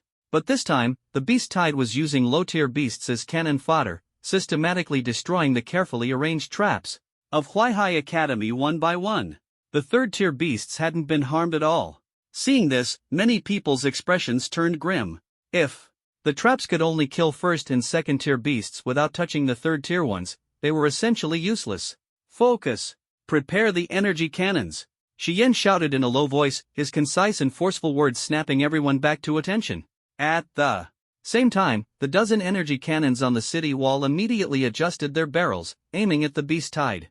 After several minutes of continuous explosions, almost all the traps 3 kilometers away were triggered. Countless beasts were blown to pieces, but for the entire beast tide, these losses were insignificant. The densely packed beasts continued to charge madly. The moment they stepped into the 3-kilometer defense line, buzz. The 8 directions array on the defense line immediately activated, and a golden light wall rose from the ground, slicing down like a giant blade. A large number of beasts that had just entered the array were instantly cut in half. This massive golden energy wall blocked the beast tide, temporarily halting their advance. At the same time, charge cannons. Fire! Shi Yan ordered again, and the cannon teams on the city wall quickly adjusted their angles and decisively opened fire. Boom! Although the number of charge cannons was limited, each shot was incredibly powerful. Right next to Zhang Ping was one of the charge cannons. He watched as the cannonball flew out of the barrel, landing in the middle of the beast tide and instantly triggering a massive explosion, flames soaring into the sky. This single shot killed 20 or 30 beasts. Its power even surpassed the charge cannons Zhang Ping had seen before in Tian City. There were 13 charge cannons on the city wall, and a single volley killed at least hundreds of beasts. But for the entire beast tide, this loss was like a mere scratch, hardly making a difference. The beasts at the forefront were first and second tier creatures. Their deaths were inconsequential, as they had fulfilled their mission and died without regret. The golden barrier raised by the 8 directions array proved highly effective, halting the endless beast tide at the front of the array, unable to break through for the time being. This was the true first line of defense for Huaihai Academy. Taking advantage of the beast tide being blocked by the barrier, the charge cannons on the city wall fired with full force, one shell after another smashing into the beast horde, blowing countless beasts to pieces.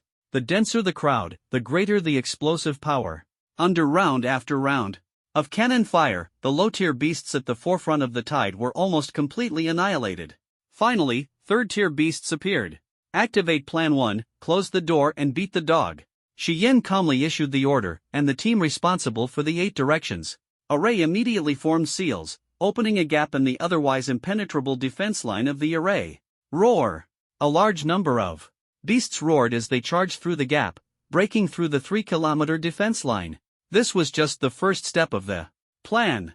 After the beasts broke through the defense line, the explosive crossbows on the city wall all aimed at the incoming beasts. Whoosh! Arrows drawn to their full length flew out, striking the beasts fiercely. Boom! The arrows of the explosive crossbows had been modified, their power akin to bombs. A single hit caused the beasts to explode into pieces instantly. The beasts that broke through the 3-kilometer defense line were few in number, and the explosive crossbows easily dealt with them, without even needing to use the energy mines. On the battlefield, the most intense focus remained on the main force of the beast tide. the 8 directions array blocked them, and only by breaking through its barrier could they continue advancing. The 8 directions array won't hold much longer, Zhang Ping said gravely, staring at the beast tide ahead. Even with the charge cannons firing continuously, the number of beasts in the tide seemed unchanged. The beasts trapped by the array even attracted more of their kind to join the attack. Relying solely on the charge cannons, it was impossible to completely eliminate the beast tide at the 3-kilometer defense line. This was just the appetizer. After holding for half an hour, the barrier of the 8 directions array began to tremble slightly, indicating that it was about to give way. Bang! The golden barrier wall was frantically struck by the beasts, finally breaking open a gap. Countless beasts surged through the breach toward Huaihai City, but they were unaware that the true battlefield prepared by Huaihai Academy lay between the two defensive lines. Explosive crossbows ready. Fire! The beast tide tore through the 3-kilometer defensive barrier and charged in madly. At Xian's command, the explosive crossbows on the city wall fired in unison, sending a dense barrage of arrows whistling toward the beasts below. Boom! Though the explosive crossbows were less powerful than the energy cannons, their sheer numbers made them formidable. Each arrow carried explosive force, causing significant damage even if it didn't hit directly. Direct hits were even more devastating. Additionally, between the 1-kilometer and 3-kilometer defensive lines, numerous ability mines had been planted. Once triggered, hidden abilities like fierce winds, raging flames, torrents of water, violent lightning, and hardened earth would deal massive blows to the beast tide. The beasts that managed to break through the 3-kilometer defensive line into this area were mostly 3rd tier, or even 4th tier. Only against beasts of this level could the ability mines truly demonstrate their value. The initial rounds of bombardment from the ability mines and explosive crossbows left the invading beasts in a miserable state.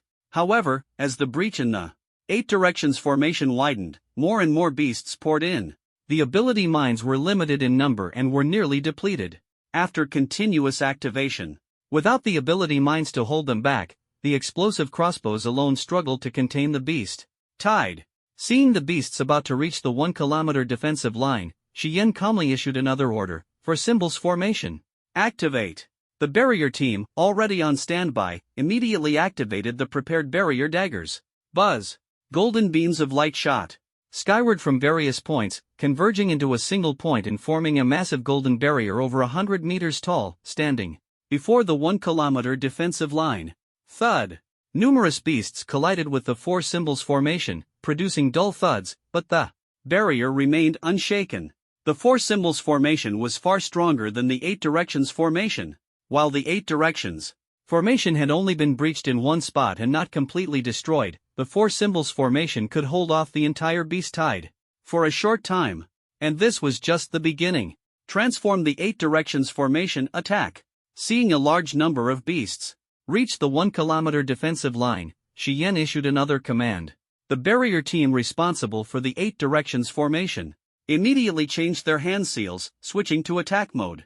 8 directions formation, attack. The damaged core of the 8 directions formation suddenly erupted with a massive surge of golden energy, rapidly repairing the breached barrier. Simultaneously, golden energy above the barrier condensed into a giant sphere. Whoosh! The golden sphere fired a laser beam directly at the beast horde below. Slash! Wherever the laser swept, beasts, whether 3rd tier or 4th tier, were instantly sliced in half, blood splattering everywhere. And it wasn't just one sphere, dozens of golden spheres appeared in succession, firing lasers from both sides of the barrier, annihilating the surrounding beasts in an instant. At the same time, the 4 symbols formation also began its counterattack, similarly condensing golden spheres that fired beams of light, precisely striking and killing the beasts. Combined with the explosive crossbows on the city wall, the overwhelming firepower brutally suppressed the beast tide, reducing countless beasts to fragments in the explosions. Between the 1-kilometer and 3-kilometer defensive lines, over 1,000 beasts had gathered, but within less than half an hour, they were completely. This level of defense far surpasses the dozens of charged cannons in Tian City. The beast tide facing Huaihai City this time is clearly much fiercer than what Tian City encountered. Even so, thanks to the pre-arranged barriers and traps, Huaihai City has managed to hold out until now. However, Zhang Ping's nerves remain taut. Although the 8 directions array and The double four symbols array had severely damaged the beast tide, causing it to show signs of fatigue. The beasts that had appeared so far were only at the third and fourth tiers. There hadn't been a single fifth-tier beast. The vanguard of the beast tide was already this ferocious, and Jiang Ping couldn't believe there truly wasn't a fifth-tier beast among them. If there weren't, it would be underestimating Huaihai City too much. After the 8 directions array and the double 4 symbols array changed their attack patterns, the beast tide seemed to realize the power of these two barriers and temporarily halted its assault. All the beasts stopped in their tracks, hiding in the forest 3 kilometers away from the defensive line, their fierce eyes glaring at the people atop the city walls. They've stopped attacking? Shi Tsongqing was surprised and puzzled to see the beast tide come to a halt. Could they have been scared off? Jiang Ping shook his head. If they were truly afraid, why would they have gone to such lengths to mount this massive offensive? This was a genuine large-scale beast tide, not an ordinary one. The enemy's fifth-tier beast hasn't appeared yet. We can't let our guard down. They might be regrouping, preparing for a powerful counterattack, Shi Yin calmly analyzed, showing no signs of relaxing just because the beast tide had paused its assault. Check all the demon core reserves and prepare to repair the barriers. The core energy sustaining the 8 directions array and the 4 symbols array came from demon cores. As long as there were enough demon cores, even if the barriers were breached, they could be quickly repaired. If the demon cores ran out, the barriers might collapse on their own before the beast tide even struck again. The 2 barriers had performed excellently just now, successfully holding off the beast tide. But Shi Yin knew that this wave of the beast tide had already consumed most of the barrier's energy. If the demon cores weren't replenished in time, the barriers wouldn't withstand another wave of the beast tide. Understood. 10 barrier teams were on standby at all times. Their task was to set up and repair the barriers. Upon receiving the order, the 10 teams immediately split into 2 groups, quickly heading to the barrier points to replenish energy. Jiang Ping's team, the first barrier team, was primarily responsible for the 4 symbols array along the 1-kilometer defensive line. Just as all the teams reached their respective positions and were preparing to replenish energy, poof! Suddenly, a low, muffled sound came from the forest ahead. Then, a massive burst of fire streaked across the sky like a meteor, slamming fiercely into the 8 directions array. Boom! The enormous fireball tore through the sky, crashing into the barrier of the 8 directions array like a meteor impact. Thud! The fireball's force was immense. Although it didn't directly break the barrier, it caused the 8 directions array to shake violently, its golden light dimming instantly. The sudden attack snapped everyone out of their brief moment of relief, their nerves tightening once more. Seeing that the fireball hadn't broken the barrier, the enemy launched an even larger fireball, which smashed heavily into the 8 directions array. Boom! The 8 directions array trembled violently, its golden light nearly extinguished, the barrier on the verge of collapse. The barrier teams, who had been preparing to replenish the 8 directions array's energy, saw the dire situation and had to stop midway, not daring to approach. If the barrier shattered, everyone nearby would be caught in the aftermath. It's here! Faced with 2 consecutive fierce attacks, there was no doubt of it. Had to be the 5th-tier Demon King making its move. The 2 attacks had nearly drained the remaining energy of the 8 directions array. One more strike, and the barrier would truly break. Whoosh! The 3rd fireball came roaring in. Open a gap and let the fireball hit the 4 symbols array, Shi Yin decisively ordered. The backup barrier team stationed on the city wall immediately executed the command. As the fireball was about to collide with the 8 directions array barrier, a gap was suddenly opened, allowing the fireball to pass through and strike the 4 symbols array. Boom! Even the 4 symbols array trembled violently under such a powerful attack. However, compared to the 8 directions array, the 4 symbols array was clearly more robust. The team repairing the barrier, upon seeing this, quickly accelerated their pace, rushing to the 8 barrier points to replenish energy. At that moment, a dazzling light suddenly erupted from the forest ahead. A massive fireball, a ferocious water dragon, and a raging thunder beast, 3 powerful attacks simultaneously tore through the air, carrying an overwhelming aura as they charged forward. 3 attacks. Everyone's expressions changed drastically, and even Shi Yan's gaze grew heavy. He immediately ordered, let 2 attacks through. Neither the 4 symbols array nor the 8 directions array could withstand all 3 attacks, so the 2 barriers had to each bear 1. Shi Yin placed greater Trust in the four symbols array's resilience. Upon receiving the order, the barrier team on the city wall quickly responded, working together to open two gaps in the 8 directions array, allowing the water dragon and thunder to pass through and strike the four symbols array. The remaining fireball directly hit the 8 directions array. Boom! Both barriers endured fierce attacks simultaneously, shaking violently. Fortunately, the barrier team reached the 8 directions array's points in time to replenish some energy. Though it wasn't much, it was enough to block the strike. The four symbols array, meanwhile, bore the brunt of 2 attacks, trembling violently. Its once radiant golden light dimmed instantly. Clearly, 3 consecutive heavy strikes had pushed the four symbols array to its limit. Thankfully, Jiang Ping and his team arrived at the four symbols array's barrier points in time, quickly replenishing the demon cores. But if they continued to endure such direct assaults, no matter how many demon cores they had, the consumption would be unsustainable. Just then, bang, bang, bang. A dense barrage of supernatural attacks burst forth from the forest, numbering in the hundreds. Not only were there attacks from demon kings, but also from 3rd and 4th tier demon beasts, all swarming in. In an instant, over 100 attacks came roaring in. Faced with such a massive onslaught, Xian and his team had no time to analyze which attacks the 8 directions array should block and which the four symbols array should handle. The barrier team couldn't accurately open gaps to let the attacks through either. Xian furrowed his brows and said, "Let the 8 directions array take them all, focus all efforts on maintaining the four symbols array." Understood. As soon as the words left his mouth, all the attacks crashed onto the 8 directions array. Boom, boom, boom. The continuous explosions sounded like firecrackers going off in rapid succession, densely packed. The attacks from individual 3rd and 4th tier demon beasts weren't particularly strong, but their sheer numbers made all the difference. With so many, their combined power surged exponentially. Not to mention, there were also attacks from 5th tier demon kings among them. Crack! Bang! In the end, the 8 directions array couldn't hold out, and the golden barrier shattered with a resounding crash.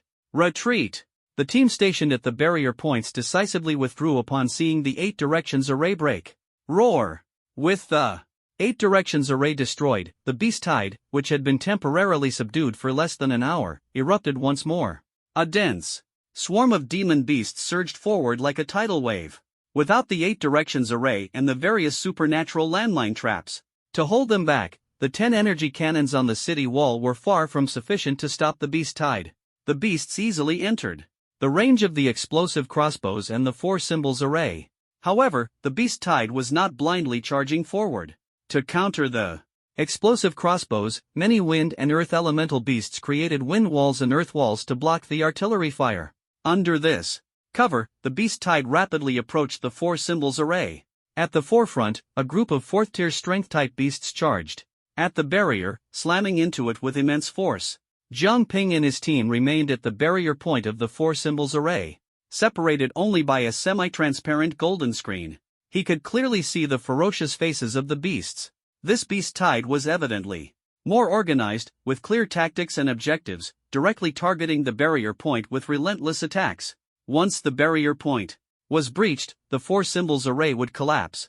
If the array fell, the city would be in grave danger. Currently, only a dozen golden spheres floating in front of the four symbols array were firing lasers, while the explosive crossbows and energy cannons on the city walls continued their barrage. However, the beasts worked together to resist, having the firepower's effectiveness far less impactful than during previous beast tide assaults. The energy of the four symbols array was depleting at an alarming rate, consuming a 3rd tier beast core every 10 seconds and a 4th tier beast core every minute. On average, each team only had 20 to 30 3rd tier beast cores and a dozen 4th tier beast cores. At this rate, they wouldn't last even an hour. No, we can't let them keep draining us like this. We have to fight back, Jiang Ping said, frowning deeply. He took the lead, clapping his hands together through the barrier. Screen. Would release, birth of the sea of trees. Boom. Thick trees burst from the ground, growing wildly and rapidly transforming into a vast forest, sweeping toward the dense beast tide. Rumble. A massive number of trees grew frantically, spreading quickly. From the barrier point in front of Jiang Ping, the wood release had a significant advantage in terrain and was particularly effective against large enemies. The more beasts there were, the greater the power of the wood release. But this beast tide was truly terrifying.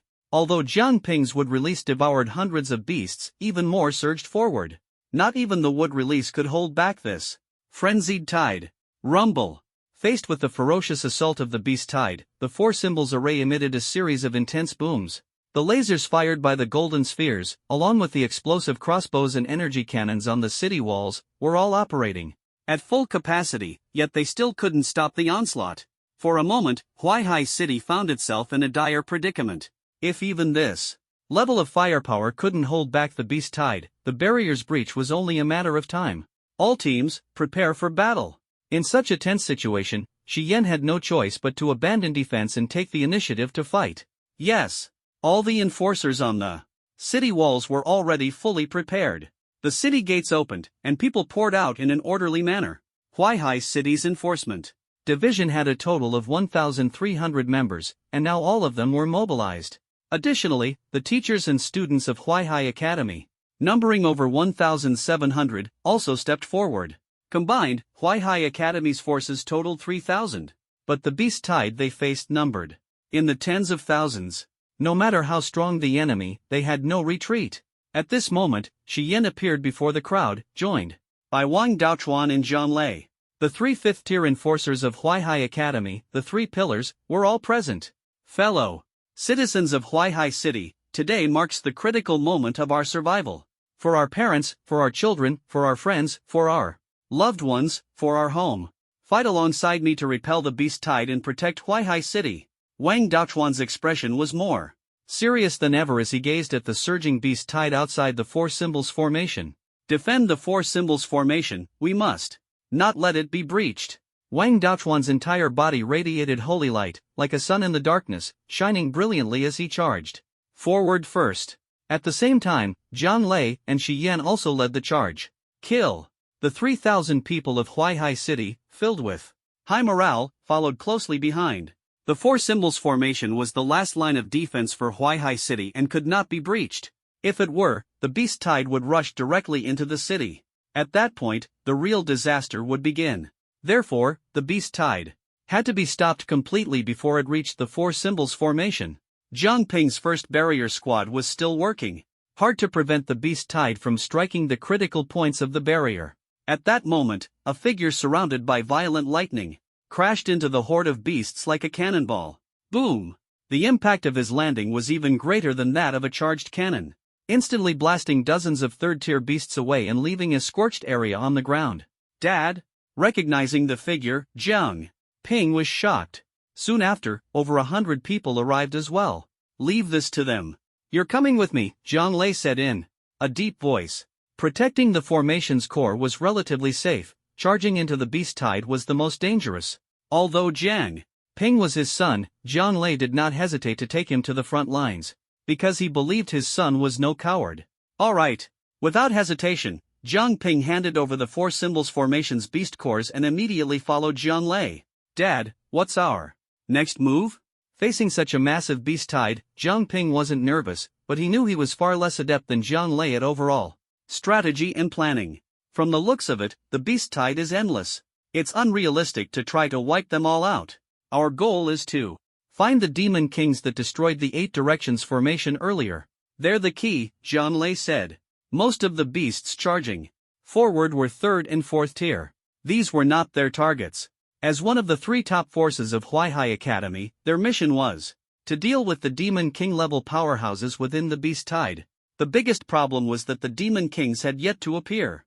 The previous attacks had failed to locate them. The demon kings, huh? Jiang Ping's eyes darkened as he entered sage mode, greatly enhancing his perception. Soon, he sensed a powerful presence within the beast tide. Over there. He decisively pointed southeast. Let's go. Zhang Lei didn't hesitate, trusting Jiang Ping's judgment completely, and sped toward the southeast. Along the way, countless beasts tried to block their path, but Zhang Lei fought with all his might. Silver-white lightning surrounded him, and any beast that approached was struck down before it could get close. Jiang Ping followed closely behind. It was just the 2 of them.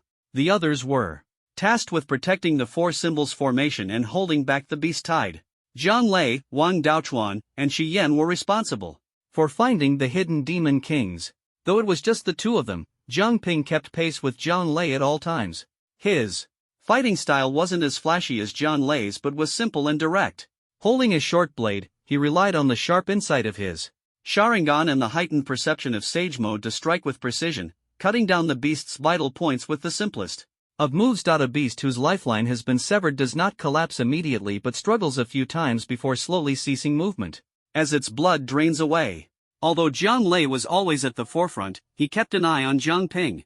Seeing Zhang Ping able to kill both 3rd and 4th level beasts in a single strike, Zhang Lei felt very satisfied. It seems that these 6 months of running for his life have really made this kid grow a lot. The two quickly fought their way from the 1-kilometer defense line to the 3-kilometer defense line. There, they happened to encounter Wang Daochuan and Shi Yan. However, Wang Daochuan and Shi Yan were not alone, each had brought a 5-person team. Among Wang Daochuan's team was Yan Yu, while Shi Yan's team included someone Zhang Ping knew, Shi Zongqing. In hindsight, Zhang Lei bringing only Zhang Ping seemed a bit reckless. But now that the three groups had converged, there was no time to dwell on it. The Demon King is just ahead. The group arrived at a dense forest southeast of the 3-kilometer defense line. Among the trees coiled a fiery red, thick-bodied serpent with 3 triangular heads, a 5th-level advanced beast, the 3-spirit corrupt Serpent King, the Demon King of the corrupt forest. Zhang Ping had seen its description in the Beast Encyclopedia back when he was studying theory at the academy. Now, he was seeing it in person for the first time. As seasoned opponents of the corrupt forest, Zhang Lei and Wang Daochuan were very familiar with it. Corrupt Serpent King, we meet again, Wang Daochuan said, stroking his sparse hair and calmly staring at the 3-spirit corrupt Serpent King. Wang Daochuan, guardian of Huaihai Academy, Zhang Lei, head of the operations department, and Shi Yan, also head of the operations department, such familiar faces. The fiery red head in the middle of the 3-spirit corrupt Serpent King spoke, its tone carrying a hint of reunion. Who's your old friend? You shameless snake, stop lurking in your corrupt forest and coming to our territory. What are you up to? Zhang Lei flared up, electricity crackling around him as if ready to strike at any moment. Of course, I have my reasons for coming. There's no need to say much now. Huaihai City won't be saved today.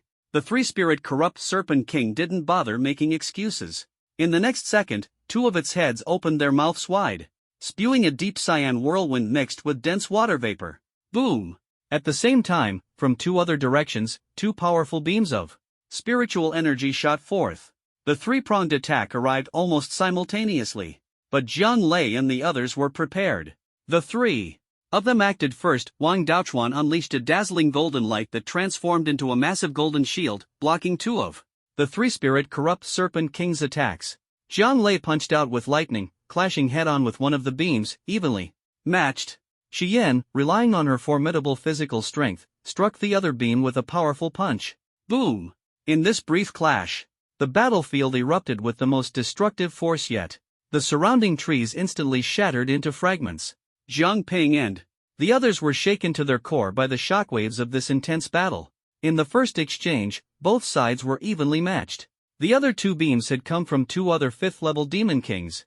The bloodthirsty corrupt Wolf King, a 5th-level intermediate beast. The Sky Poison corrupt Spider King, also a 5th-level intermediate beast. Together with the 3-spirit corrupt Serpent King, these 3 were the 3 great Demon Kings of the corrupt forest. They were also the sworn enemies of Zhang Lei and his companions. As expected, even the bloodthirsty corrupt Wolf King and the Sky Poison corrupt Spider King have shown up.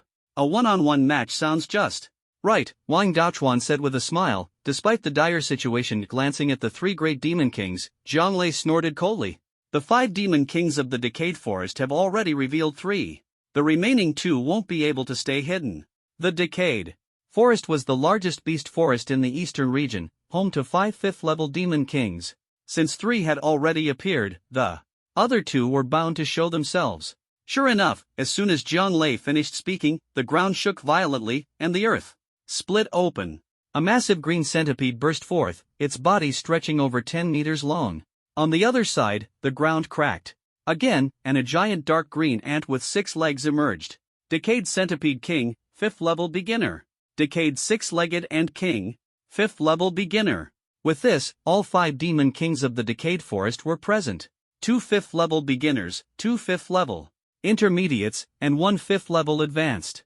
In contrast, the 3 pillars of Huaihai Academy were Wang Daochuan at 5th level advanced, Shi Yan at 5th level intermediate, and Jian Lei at 5th level beginner. In terms of strength, they were clearly at a disadvantage. However, this situation had long been anticipated. The Decayed Centipede King and Decayed Six-Legged Ant King are mine. Jian Lei locked his gaze on the 2 Demon Kings, his fighting spirit surging as he charged forward first. Among the entire Huaihai Academy, most would say Wang Daochuan was the strongest. But when it came to ruthlessness, none could compare to Jian Lei. Although Jian Lei was only a 5th level beginner, his combat power far exceeded the average for his level thanks to his A-grade lightning ability. Coupled with his aggressive fighting style, his performance was far beyond his rank. "I'll take care of these 2 first," Jian Lei said coldly. Compared to Jian Lei's fiery demeanor, Shi Yan remained calm as water, fixing his gaze on the sky-poisoned Decayed Spider King and bloodthirsty Decayed Wolf King before charging directly at them. Facing 2 Demon Kings, Shi Yan quickly deployed illusions, creating 2 phantom clones that blended with his real body to confuse the enemy and make it difficult for them to distinguish reality from illusion. Finally, Wang Daochuan was left to face the 3-spirit Decayed Snake King in a one-on-one duel. The 3 battlefields erupted simultaneously, with massive shockwaves, forcing nearby beasts to retreat and keep their distance. Zhang Ping and the others were also forced to withdraw from the center of the fight. 5th level battles were overwhelmingly powerful, making it impossible for ordinary people to approach. The outcome of this clash would almost certainly determine the direction of the entire war. Even though Jian Lei and the others were entangled with the 5 Demon Kings, the Beast Tide continued its frenzied assault on the 4 symbols array. Even if they won here, if the Beast Tide broke through the defenses and entered Huaihai City, all their efforts would be in vain. Thus, the Beast Tide's strategy was clear: the 5 Demon Kings would hold Jian Lei and the others at bay, while the Beast Army relentlessly attacked the 4 symbols array. This situation remained extremely dangerous for Huaihai City. If this continues, the Beast Tide won't be stopped.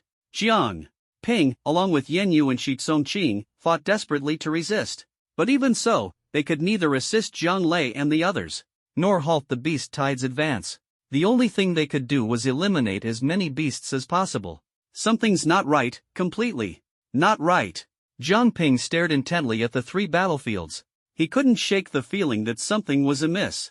How could this Beast Tide consist of only the 5 5th level Demon Kings from the Decayed Forest? Huaihai Academy and the Decayed Forest were familiar with each other, and their strengths were not vastly different. While these 5 5th level Demon Kings were formidable, they might not necessarily gain the upper hand against Jian Lei and the others. The current battle seemed evenly matched, which was precisely what puzzled Jiang Ping. Suddenly, a loud screech pierced the air as a massive ice-blue eagle swiftly flew in. Chirp! Crack! Wherever the eagle passed, it left behind a large area of frost, forming countless sharp ice spears that furiously shot toward the 3 people below. It was the Ice-Blue Fury Eagle King, a high-level Tier 5 beast. Moreover, it was followed by 2 other Tier 5 beast kings: Ice-Blue Fury Eagle King, high-level Tier 5. Amethyst Twin-Winged Bird King, high-level Tier 5. Twin-Spirit Blood Bat King, high-level Tier 5. The 3 enormous flying beasts rapidly approached, with the leading Ice-Blue Fury Eagle King flapping its wings, instantly transforming the ice-blue chill into countless ice spikes that rained down below. Boom! Ordinary ice spikes shattered upon impact, releasing cold air that froze the surroundings into frost. Jian Lei and the other 2 were already locked in a fierce battle, under immense pressure, with no spare energy to deal with this sudden attack. Seeing that they were about to be caught in a pincer attack, Jiang Ping rushed forward. Wind Escape, Gale Palm. Whoosh! A fierce wind swept up, dispersing a large number of ice spikes. However, the power of Wind Escape was too weak and only managed to block part of the ice spikes. Divine Wind Wall. At the critical moment, Shi Tsongqing also acted, summoning a massive wind wall. Divine Water Shield. Earth Element, Heavy Load. Other executors quickly unleashed defensive abilities, forming layers of protective barriers to fully block the Ice-Blue Fury Eagle King's rain of ice spikes. Boom! With everyone's combined efforts, the attack was finally repelled. But the opponent had only used one move, and it had already forced them to work together to fend it off. And the opponent consisted of 3 high-level Tier 5 beasts. Seeing their attack fail, the Three flying beast kings did not choose to surround Jiang Lei and the others but instead flew directly toward the four symbols array. They're going to destroy the four symbols array. Shi Tsongqing's face changed drastically. At this moment, Jiang Lei and Wang Daochuan were already overwhelmed, and these three high-level Tier 5 flying beasts were enough to destroy the entire Huaihai city. Along the way, many people saw the three enormous flying beasts, and their expressions instantly turned grim. Three Tier 5 beast kings? How can we possibly stop them? Where's the principal? The four symbols array was able to hold back the beast tide because there were no true Tier 5 beasts within the tide. The gap between Tier 4 and Tier 5 was immense, like a deep chasm. Only Tier 5 beasts could contend with Tier 5 opponents. For Tier 4 to directly challenge Tier 5 was almost an impossible task. Whoosh! The twin-spirit blood bat king opened its mouth wide, spewing a dark red blood mist with a rotten stench directly at the golden barrier of the four symbols array. Sizzle! The corrosive blood mist instantly created a breach in the barrier. The executors guarding the array's core immediately rushed to replenish energy and repair the damage. But this was just a casual strike from the twin-spirit blood bat king, and it already required their full effort to fix. If the opponent launched a full-scale attack, the consequences were unimaginable. Jiang Ping quickly analyzed the current situation. On Jiang Lei's side, the three were entangled in a battle with 5 veteran beast kings from the Decade Forest, unable to determine the outcome in a short time. They were naturally aware of the arrival of the Amethyst Twin-Winged Bird King and the other beast kings, but no one could spare themselves to intervene. Jiang Ping, stop those three beasts! Jiang Lei shouted. These 3 beast kings, whose origins were unknown, had likely come from the northern district along with the beast tide, with the sole aim of destroying the four symbols array and annihilating Huaihai City. Without Jiang Lei and the other two, the execution department and the four symbols formation alone can't stop them. Understood. You stay here to support the principal, I'll go back to help. Jiang Ping quickly agreed. Jiang Ping, I'll go with you. Shi Tsongqing hurriedly followed, saying, the opponent is a flying demon beast. You can't fly, but I can help you. Alright. Jiang Ping nodded, no longer hesitating. He grabbed Shi Tsongqing and quickly formed a seal. With one hand. Flying Thunder God technique. In the sky, the Amethyst Twin-Winged Bird King was in the center, its wings flapping to create flames and fierce winds, merging into a massive fire tornado that swept toward the four symbols formation. The surrounding temperature suddenly soared. Defend with all your might. Ming Yun, responsible for commanding the defense of the four symbols formation, looked at the massive fire tornado and felt immense pressure. He vaguely sensed that this strike might be difficult to withstand. But even if they couldn't hold out, they couldn't give up. Ha! The executors at the formation's core simultaneously formed seals, pouring all their spiritual energy into the four symbols formation, doing their utmost to resist. Boom! The fire tornado carried a frenzied aura, its roaring sound shaking the heavens, and it was about to collide with the four symbols formation. Suddenly, 2 figures appeared in front of the barrier. Flying Thunder God, Spacetime Barrier. Jiang Ping held the Flying Thunder God kunai, black runes, flickering in the air, distorting space and forcibly absorbing the fire tornado. This deadly strike was neutralized, but it wasn't over yet. In the next moment, the fire tornado appeared amidst the distant beast horde, sweeping up numerous demon beasts and burning them to ashes. Jiang Ping, Xiao Chang? Ming Yun was astonished to see Jiang Ping and Shi Tsongqing saving the day. At this moment, a pair of deep green wind wings unfolded behind each of them. This was Shi Tsongqing's special ability, a rare power that enabled flight. After all, the opponents were 3 flying demon beasts, and without the ability to fly, the disadvantage was too great. After stopping the Amethyst Twin-Winged Bird King's attack, Jiang Ping quickly formed seals, clapping his hands in the air. Summoning technique. Boom! Boom! 2 clouds of white smoke rose, and 2 massive figures appeared out of thin air. 1 tail Shikaku. 3 tails Isabu. Jiang Ping's 2 summoned beasts were both high-level 5th tier. These are actually high-level 5th tier demon beasts? Everyone was shocked. Jiang Ping wasn't specialized in wood or spirit eye systems. How was he now encroaching on the beast taming system's territory? Moreover, the beasts he summoned were stronger than those of the beast taming system students. Many beast taming system students were disheartened on the spot. Is this the result of your 6 months on the run? Shi Tsongqing was also somewhat surprised. She knew Jiang Ping had many tricks and had survived multiple pursuits by Jinghai Academy. Intelligence indicated that Zhang Ping possessed a high-level, 5th-tier demon beast resembling a massive tanuki. But this time, he had summoned 2 high-level 5th-tier demon beasts, a rare sight. Yes, I originally wanted to keep some cards hidden, but the situation is urgent now. If I keep holding back, Huaihai City won't be able to hold. Zhang Ping landed on Shikaku's back, his eyes transforming into 6-pointed star-shaped Mangekyo Sharingan. This battle, they had to win. 1 tail, 3 tails, go. Take them down. So you were hiding 2 high-level 5th-tier demon beasts. It seems we underestimated you.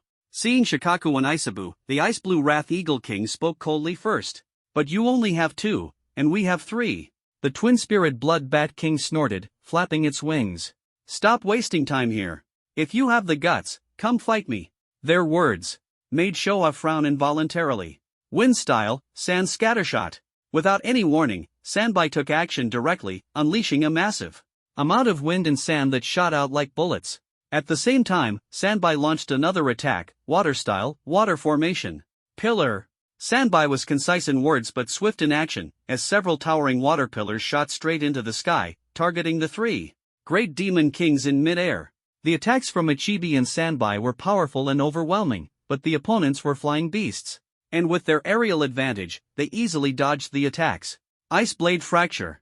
The Ice Blue Furious Eagle King swiftly lowered its altitude, flapping its wings rapidly, spreading cold air that transformed into sharp ice blades shooting toward Ichibi and Sanbai.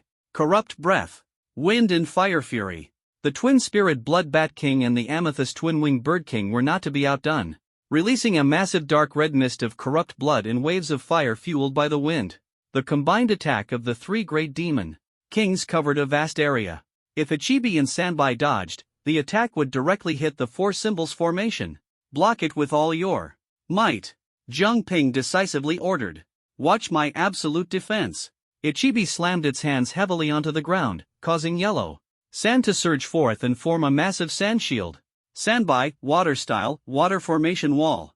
Sanbai opened its mouth wide, spewing out a large amount of water that mixed with the sand, instantly enhancing the defense. Boom! The attacks struck the thick sand shield, one after another, greatly reducing their impact. However, the combined power of the 3 great demon kings was astonishing. Even with Ichibi and Sanbai joining forces, cracks began to appear on the sand shield, and it seemed on the verge of breaking. At the critical moment, Zhang Ping stood atop Ichibi's head, harnessing its energy, and clasped his hands together forcefully, with style, Birth of the Tree World. Boom! Just as the sand shield was about to shatter, sturdy trees burst out from the ground, holding off the attack. Countless trees and vines frantically extended toward the 3 great demon kings in the sky. Flying beasts were troublesome, they had to be brought down.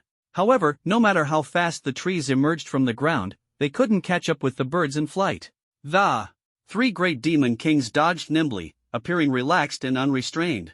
Seeing this, Zhang Ping formed seals with his hands again, wood style, Wood Dragon Technique. Roar!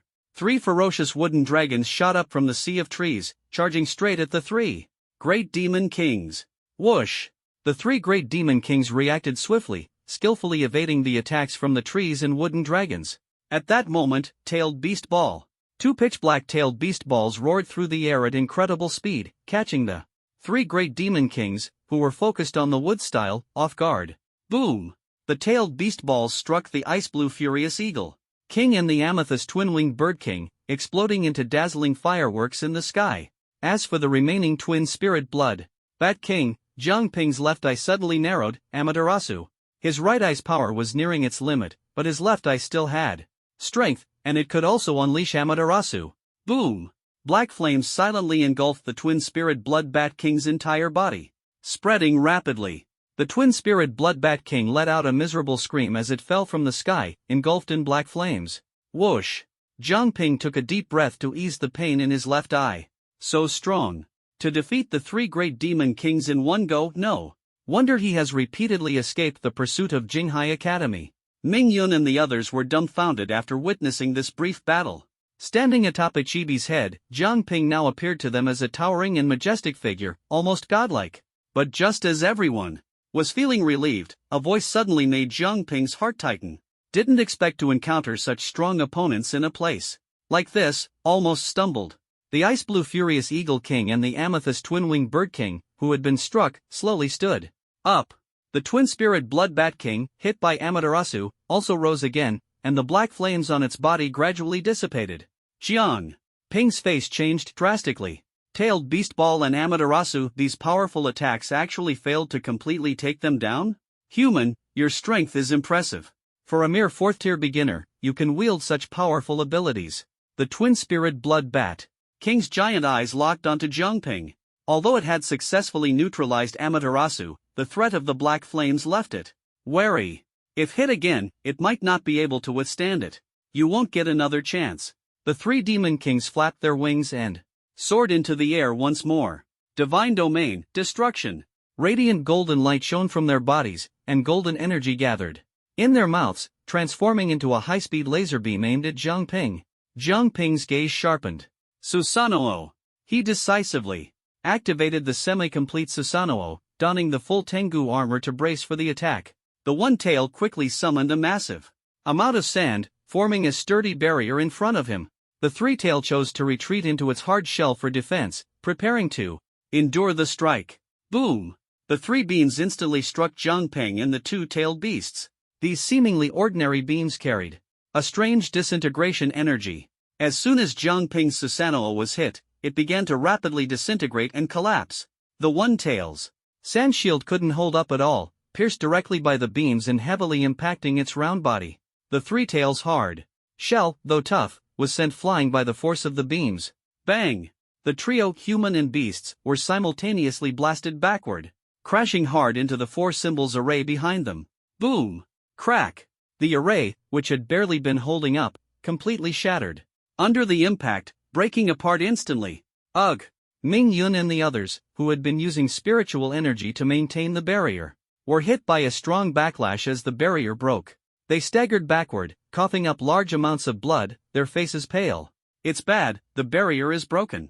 With the 4 symbols array destroyed, countless beasts let out ecstatic roars, like starving wolves, spotting helpless sheep, and charged madly toward the city walls. Huaihai City was in grave danger. The 4 symbols array had been destroyed. Zhang Lei and the other 2 were heavily restrained and couldn't spare any effort. Zhang Lei and the 2-tailed beasts were also seriously injured. At this moment, Huaihai City had almost lost all its pillars of support. Countless beasts surged toward the city walls, desperately crashing into them. The explosive crossbows and energy cannons on the walls couldn't withstand this frenzied beast tide. Swear to protect Huaihai City to the death. Kill. None of the executors or the supernatural beings from Huaihai Academy retreated. They used their lives and blood to hold the walls, fighting the beast tide to the death. Cough. I'm Bu Mu Chao. This attack was too fierce. Jiang Ping endured the intense pain, struggling to climb out of the deep pit. The wound on his ribs was gruesome, blood flowing freely. The previous strike from the 3 Demon Kings had far exceeded his expectations, even instantly shattering Susanoo. Zzz. The wound quickly began to heal automatically. Jiang Ping stood up, looking at the heavily injured One Tail and Three Tail on either side. Are you guys okay? Not dead yet. Didn't expect those 3 stinking guys to be this strong. The One Tail struggled to sit up, its tone still casual and unconcerned. Sanwei let out a muffled groan but said nothing. It was the least injured, though. Its shell was dented, it hadn't been directly hit, and the damage was relatively minor. As long as you're okay, Jiang Ping said, his greatest fear being that their injuries might be too severe, causing the summoning technique to be dispelled, which would make it impossible to continue fighting. Intense sounds of battle echoed from all directions. Jiang Ping leapt back onto Yiwei's head, scanning the surroundings, and his heart sank instantly. Without the protection of the 4 symbols formation, the beast tide had become even more frenzied, desperately crashing against the walls of Huaihai City. All the executors and ability users from Huaihai Academy were fighting with all their might. But no matter how brave they were, a few thousand people facing tens of thousands of beasts had almost no chance of victory. Someone had just decapitated a beast, only to be torn in half by 2 beasts pouncing from both sides the next second. Another had just knocked down a beast but hadn't had time to finish it off before 3 blood rhinos charged forward, their sharp horns piercing straight through his body. Such brutal scenes were countless. For every beast killed, someone was killed by a beast. In the grand scheme of things, the number of defenders in Huaihai City was steadily decreasing. Damn it! Zhang Ping wanted to step forward to help, but the three great beast kings kept their eyes fixed on him. The moment he moved away, they would strike. On one side were the three great beast kings, and on the other were the defenders besieged by the beast tide. Zhang Ping was caught in a dilemma. Just then, a golden light shot through the sky like a meteor from afar. It was Wang Daochuan, with Yan Yu following behind him. Both were enveloped in golden holy light, allowing them to fly briefly. Principal? Wang Daochuan had broken free? What about the Tier 5 advanced three-spirit venomous Snake King? The two quickly reached Zhang Ping's side. Wang Daochuan entrusted Yan Yu to Zhang Ping and said, "Gravely, cover Yan Yu as she enters the city and activates the barrier." Understood. Time was of the essence, and Zhang Ping didn't have time to ask for details. He took Yan Yu in charge toward the city. Wang Daochuan, meanwhile, led Wei and Sanwei to confront the three great beast kings. What barrier can we still activate now? On the way back to the city, Zhang Ping and Yan Yu fought their way through the beasts, swiftly heading toward the city walls. Along the way, Zhang Ping couldn't help but ask out of curiosity. The execution department had set up two barriers, the 8 directions formation and the 4 symbols formation, but both barriers had been completely destroyed and could no longer be activated. There's still one last barrier. Yan Yu's gaze was resolute, her body radiating holy light. Any beast touched by the holy light was forced to retreat. The holy light element was the power beasts feared most. Hearing this, Zhang Ping asked no further questions and focused on clearing the path for her. Would release, birth of the tree world. Massive trees surged forward like dragons, forcibly splitting the beasts gathered ahead. Would release, would dragon technique. Zhang Ping changed his hand seals, and a fierce wooden dragon roared as it rose from the forest, carrying Zhang Ping and Yan Yu directly to the city walls. We're here. Zhang Ping quickly pulled Yan Yu down. Yan Yu swiftly scanned the city walls and finally locked her gaze on a battle flag, which she quickly took down. The flag's base color was yellow, with a bright red semicircle painted in the center, simple, yet full of power. This was the Sacred Empire's battle flag. Once, this flag was planted on the walls of every city, symbolizing the Sacred Empire's protection, safeguarding the cities and their inhabitants.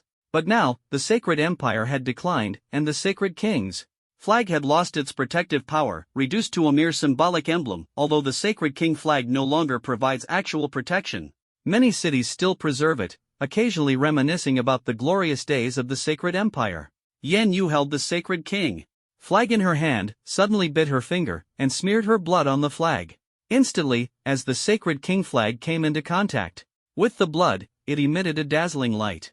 The semicircular pattern seemed to come alive, transforming from crimson to a shimmering gold buzz. The light from the Sacred King flag grew increasingly intense, quickly forming a golden shield that enveloped the entire Huaihai city. Boom! Several demonic beasts charged at the shield, only to be burned into nothingness by the holy light. This is sacred protection? Sacred protection? Wasn't sacred protection lost long ago? How can it still be activated? Many older enforcers, upon seeing this familiar sacred protection, were so astonished they were left speechless. Sacred protection was a power imbued in the Sacred King flag, derived from the sacred law. During the peak of the Sacred Empire, every city had a Sacred King flag. With this flag, countless demonic beasts dared not approach human territories, not even a single step. At that time, the living space of demonic beasts was severely compressed. However, as the Sacred Empire declined, the Sacred King flag lost its function. The last time Huaihai City's flag emitted light was 20 years ago. Now, as Huaihai City faces a life and death crisis, this flag once again radiates dazzling light. Sacred protection, bless humanity. Yan Yu raised the Sacred King flag high, its light shining brilliantly. This sacred protection enveloped Huaihai City, forming a powerful barrier once more, rapidly expanding to cover the entire beast tide. This is bad, it's sacred protection. The three great demon kings were horrified, attempting to immediately fly out of the barrier's range. But in the next moment, the barrier had already completely surrounded them, and an invisible pressure pinned them down, preventing them from taking flight. Demonic beasts that had lived for over 20 years still vividly remembered the terrifying era of the Sacred Empire at its peak, especially the countless sacred king flags deeply etched into their memories. The Ice Blue Fury Eagle King and the other two Demon Kings had all lived for over 20 years, some even exceeding 30. During the Sacred Empire's most prosperous period, they were merely young beasts. When the Sacred Empire suppressed demonic beasts, the most fearsome thing to them was the Sacred King flag adorned with the red moon. This flag was once a symbol of nightmares for demonic beasts, bringing them countless humiliating defeats. Thus, after the Sacred Empire's decline, demonic beasts retaliated swiftly, seeking revenge for years of humiliation. They were all too aware of the Sacred Empire's former strength and would never allow it to rise again if given the chance.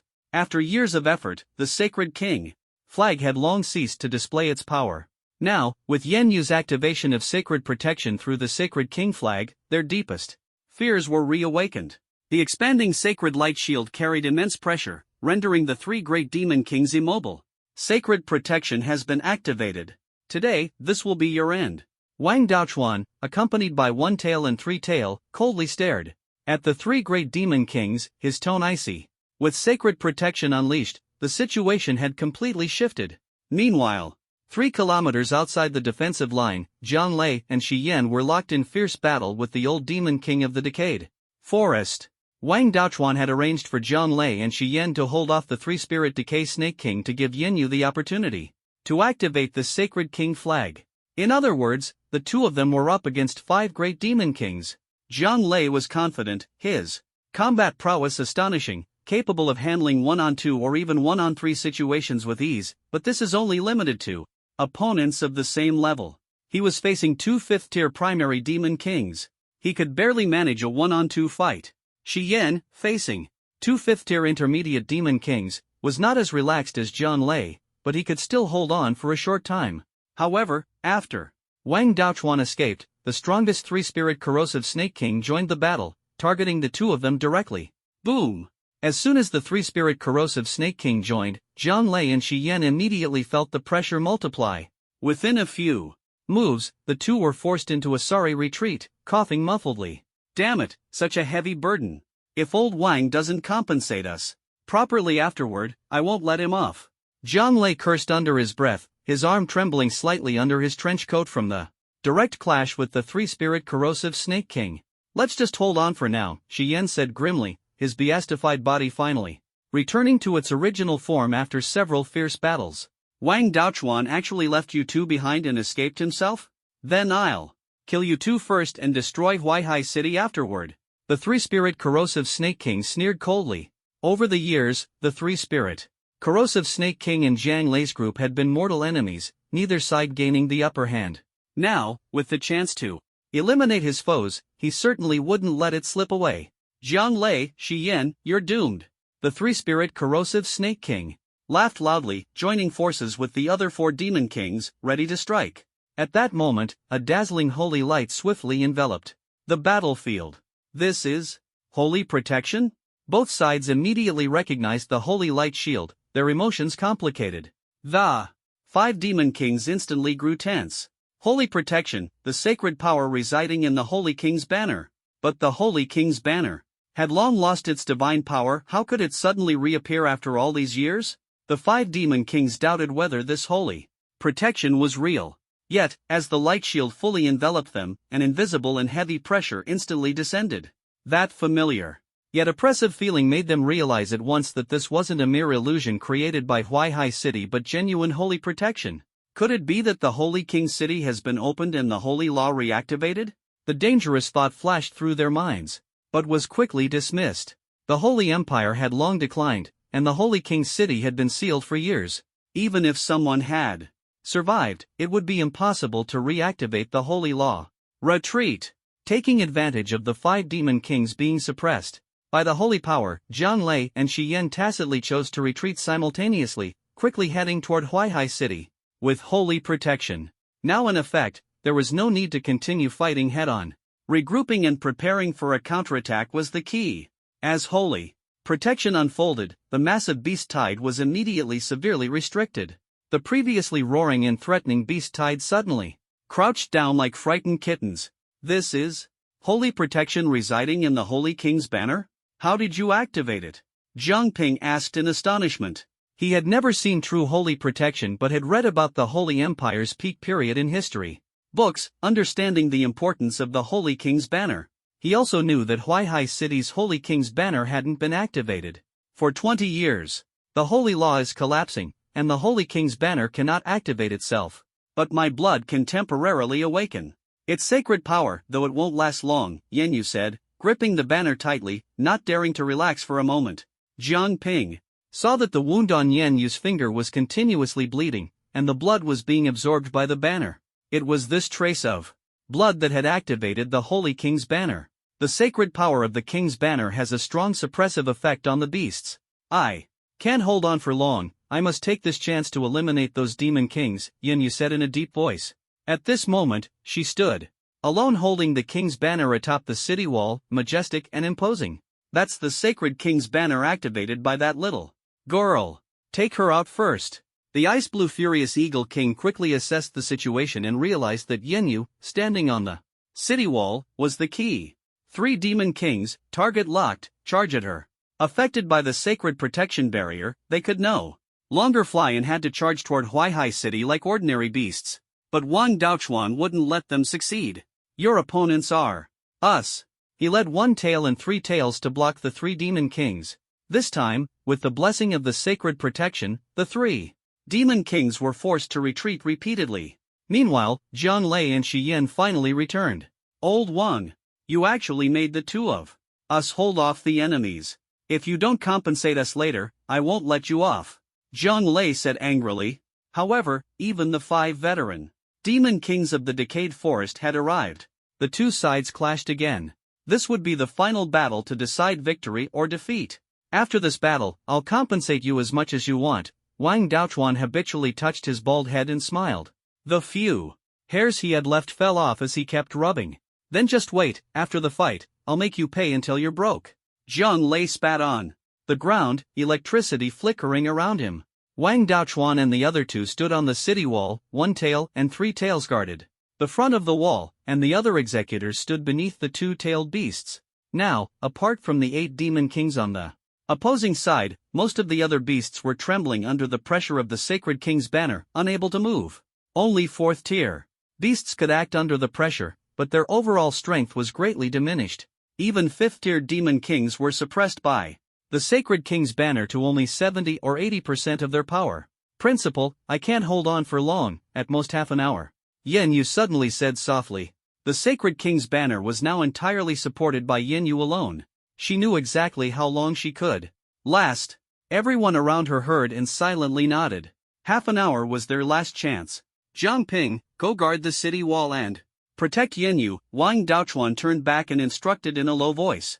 Understood, Jiang Ping immediately complied.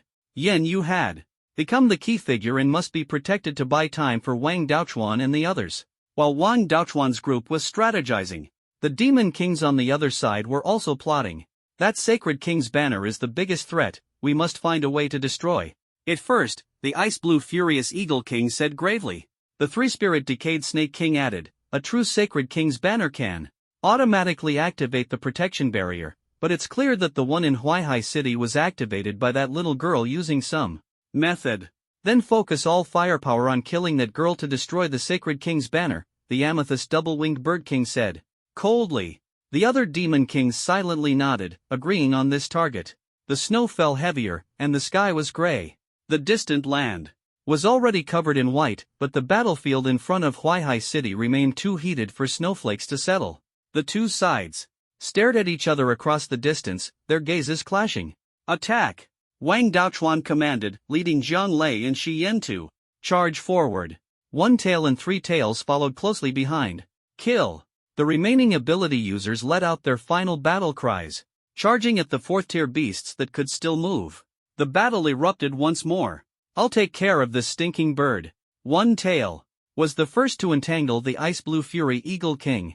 Then I'll handle it. 3 tails silently engaged the Amethyst Twin-Winged Bird King. Originally, these 3 flying beasts were the hardest to deal with. However, after the Holy King banner unfolded its barrier, the 3 flying beast kings were restricted in their flight altitude, only able to ascend 20 to 30 meters. At this height, 1 tail and 3 tail had no real flight advantage. It was as if they weren't flying at all. Without the advantage of flight, close combat became their forte instead. Zhang Lei and Shi Yan each faced two opponents, contending with two 5th-tier low-level and two 5th-tier mid-level Beast Kings. The suppression from the Holy King banner significantly weakened the Beast Kings, making the 1-against-2 battles much less pressuring. Wang Daochuan similarly fought two opponents, holding back the 3-spirit Corrosive Snake King and the twin-spirit Blood-soaked Bat King, both 5th-tier high-level Beast Kings. Yet even under suppression, a 1-against-2 battle was still extremely challenging. Simply managing to hold them off was already impressive, defeating them was an even greater challenge. Currently, there were only two potential breakthroughs. One was to wait for 1-tail and 3-tail to defeat their opponents and free themselves to assist. Since their opponents were also 5th-tier high-level, the suppression from the Holy King banner gave 1-tail and 3-tail a slight edge, offering a chance at victory. The other breakthrough lay with Zhang Ping.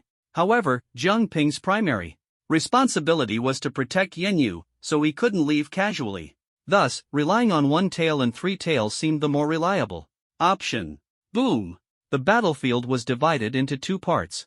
On one side, the top-tier combatants clashed head-on, on the other, the Beast Horde and the Execution Division were locked in chaotic skirmishes. Although the Holy King banner's pressure limited movement to 4th-tier beasts, the sheer number of beasts was overwhelming, with hundreds of 4th-tier creatures. The Huaihai Academy Execution Division had a large number of members, but most were 3rd-tier ability users, with only a few dozen at the 4th tier. Dealing with the 4th-tier Beast Horde was extremely taxing. Now, the Beast Horde's target was no longer the ability users but Yanyu on the city wall. Boom! Fortunately, the Holy Sanctuary had erected a barrier in front of Huaihai City, making it nearly impossible for the Beast Horde to break through. Combined with the Execution Division's defense, the Beast Horde posed little threat. On the city wall, only Zhang Ping and Yanyu remained. "I'll stay here and won't leave. With the Holy Sanctuary's barrier, the beasts can't get in. You should go help the principal and the others," Yanyu said. Zhang Ping was also a critical combatant, and staying here felt like a waste.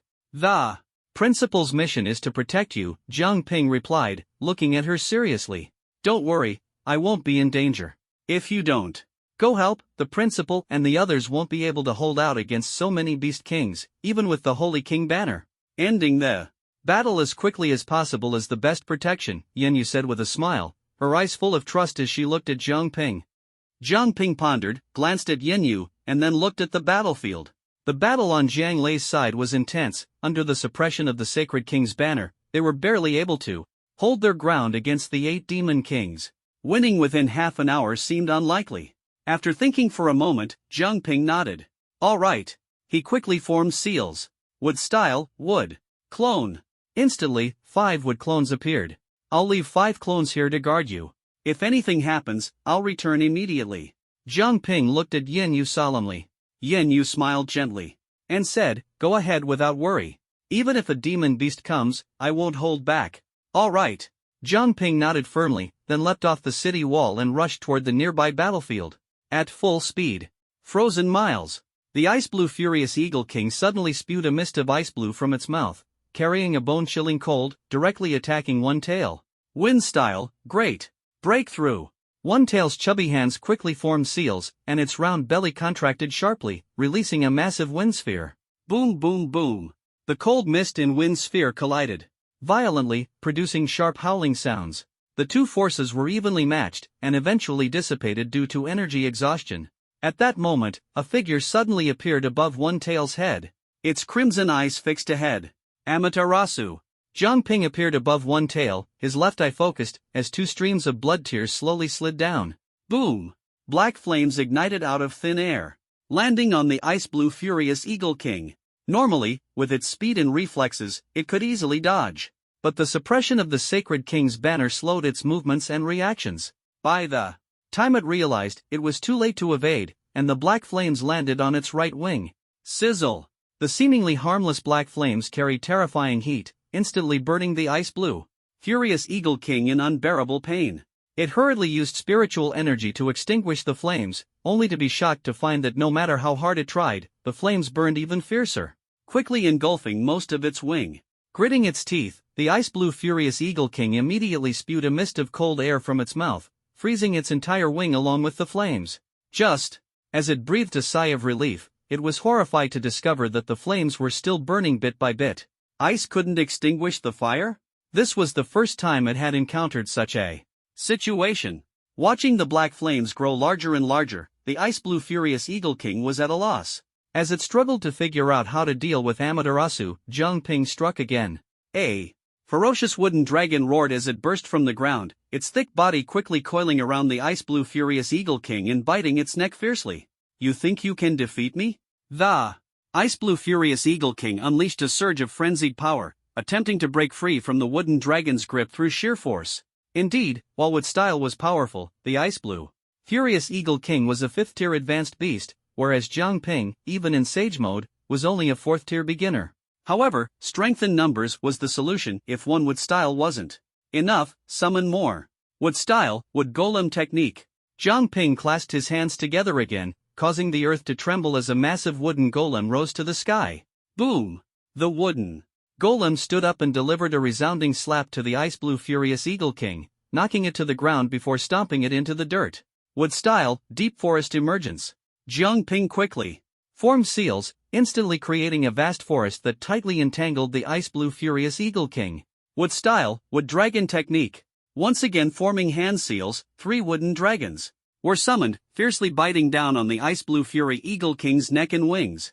The triple wood release techniques continuously suppressed it, frantically absorbing its spiritual energy, rendering it immobile. At the same time, the flames of Amaterasu continued to burn on its body. At this moment, the flames completely engulfed the ice blue fury Eagle King. Combined with the wooden restraints, its spiritual energy drained away like a breached flood, rapidly diminishing. In the end, the ice blue fury Eagle King let out a powerless groan before being burned to ashes by the flames, turning into nourishment for the trees. Water release, Water Dragon bullet technique. On the ground, the Three Tails, though its power was restricted, still displayed impressive combat strength. A massive water dragon, 20 to 30 meters long, surged high into the air, roaring as it charged toward the amethyst double-winged bird king. A mere water-based trick? That's what I fear the least. The amethyst double-winged bird king sneered coldly, slamming its claws heavily onto the ground. The earth trembled violently, and a massive boulder shot upward. The water dragon collided with the boulder, yet it didn't even leave a dent. Divine domain, earth life. A golden light flashed in the amethyst double-winged bird king's mouth, transforming into a beam of light that shot out with a tearing sound. Sensing danger, the Three Tails immediately went all out to counter. Tailed Beast Ball. The tailed beast ball, containing pure energy, quickly formed and was launched, colliding head-on with the golden beam. Boom! Not long ago, the Three Tails had been struck by a similar supernatural attack, leaving a dent in its shell. But this time, the Three Tails gave its all, and with the amethyst double-winged bird king's power suppressed, its attack strength was significantly reduced. Ultimately, the tailed beast ball and the golden beam exploded simultaneously, turning into fireworks in the sky. However, tailed beast ball, a larger and more terrifying pitch-black tailed beast ball suddenly struck, hitting the amethyst double-winged bird king, which had no time to react. How is this possible? The amethyst double-winged bird king's eyes widened in shock, realizing that the incoming attack wasn't from the Three Tails but from the One Tail, which had just arrived. Boom! The One Tail's tailed beast ball carried the amethyst double-winged bird king into the air, exploding with flames scattering in all directions. But this wasn't enough to completely take it down in one strike. One Tail, Three Tails, fire-tailed beast balls in succession. The One Tail and Three Tails joined forces, launching 3 consecutive tailed beast balls directly at the explosion's center where the amethyst double-winged bird king was. Rumble! This time, the amethyst double-winged bird king could no longer hold on. The combined attack of the two-tailed beasts was like a dazzling firework display, both beautiful and deadly. After the series of explosions, the amethyst double-winged bird king's lifeless body plummeted from the sky, crashing heavily to the ground, motionless. It was finished. Having taken down 2 major demon kings in one go, Zhang Ping had no time to catch his breath. He immediately led the One Tail and Three Tails to support Zhang Lei and the others. Zhang Lei was currently fighting alone against the Decayed Centipede King and the Decayed Six-Legged Ant King, both of which were 5th-tier beginner demon kings. With their power suppressed by the Sacred King banner, Zhang Lei wasn't struggling too much in the 1-against-2 battle. Thunder punishment, 10,000 strikes. Countless bolts of violent lightning erupted from Zhang Lei's body, pouring down like a torrential storm. Sizzle! The decayed centipede king spewed a dark red poisonous mist from its mouth, while the decayed six-legged ant king unleashed a large amount of dark green venom. The two toxic mists mixed together, surging forward like a tsunami, clashing fiercely with Zhang Lei's thunderous attack. Sizzle! The lightning scorched the venom, turning it into poisonous vapor, which was quickly blown toward Zhang Lei by the wind. Wind release, gale palm. At the critical moment, a commanding shout rang out, and a fierce wind swept through, dispersing all the poisonous mist. Zhang Ping had arrived. Son, why are you here? Zhang Lei looked at him in surprise. I'm here to help. The Ice Blue Furious Eagle King and the Amethyst Twin-Winged Bird King have been taken down. Next, we just need to deal with them one by one. Zhang Ping was full of energy. The tide was about to turn. You actually defeated the Ice Blue Furious Eagle King and the Amethyst Twin-Winged Bird King? Upon hearing this, the Decayed Centipede King and the Decayed Six-Legged Ant King were utterly shocked. The Ice Blue Furious Eagle King and the Amethyst Twin-Winged Bird King were their strongest forces, yet they had been defeated? Don't be surprised. You're next. Zhang Ping sneered, his hands swiftly forming seals. At that moment, the divine sanctuary that had been covering the entire battlefield suddenly flickered violently, and its light began to dim. On the city wall, Yen Yu, who was holding the Sacred King banner, turned pale. Cough! She suddenly spat out a mouthful of fresh blood, staining the Sacred King banner red. Xiao Yu! Seeing this, several of Zhang Ping's clones left by Yen Yu's side hurriedly supported her. Yen Yu's condition affected the Sacred King banner, and the protection of the divine sanctuary was greatly compromised. The dual barrier in front of Huaihai City flickered intermittently, as if it could disappear at any moment. The energy consumption of the banner is greater than I anticipated. I can't hold on much longer. Yen Yu's face was pale, and the blood at the corner of her mouth was shockingly vivid. What a great opportunity! Not far away, the double-spirited blood-soaked Bat King's eyes gleamed with excitement. Its sharp mouth opened wide, spewing out a cloud of blood mist that transformed into dozens of arrows imbued with decayed power, shooting straight at Yen Yu on the city wall. Stop it!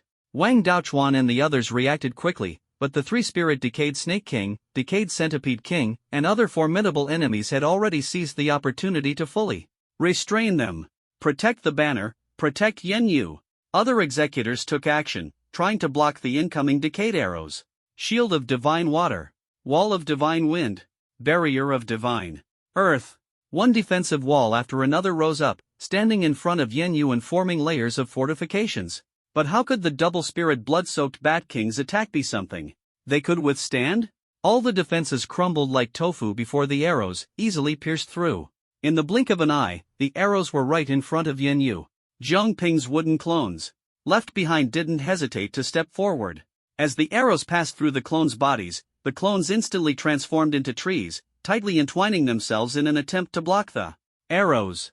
However, like everyone else's abilities, the clones alone were no match for the arrows of a fifth-tier demon king. At the critical moment, a beam of light flashed, and Zhang Ping's true body used the Flying Thunder God technique to return to the battlefield. Susanoo. Purple energy surged wildly, and a towering Susanoo materialized in front of Zhang Ping, enveloping Yen Yu. Within. Boom! Several sharp arrows all struck Susanoo, instantly piercing through the outermost Tengu armor.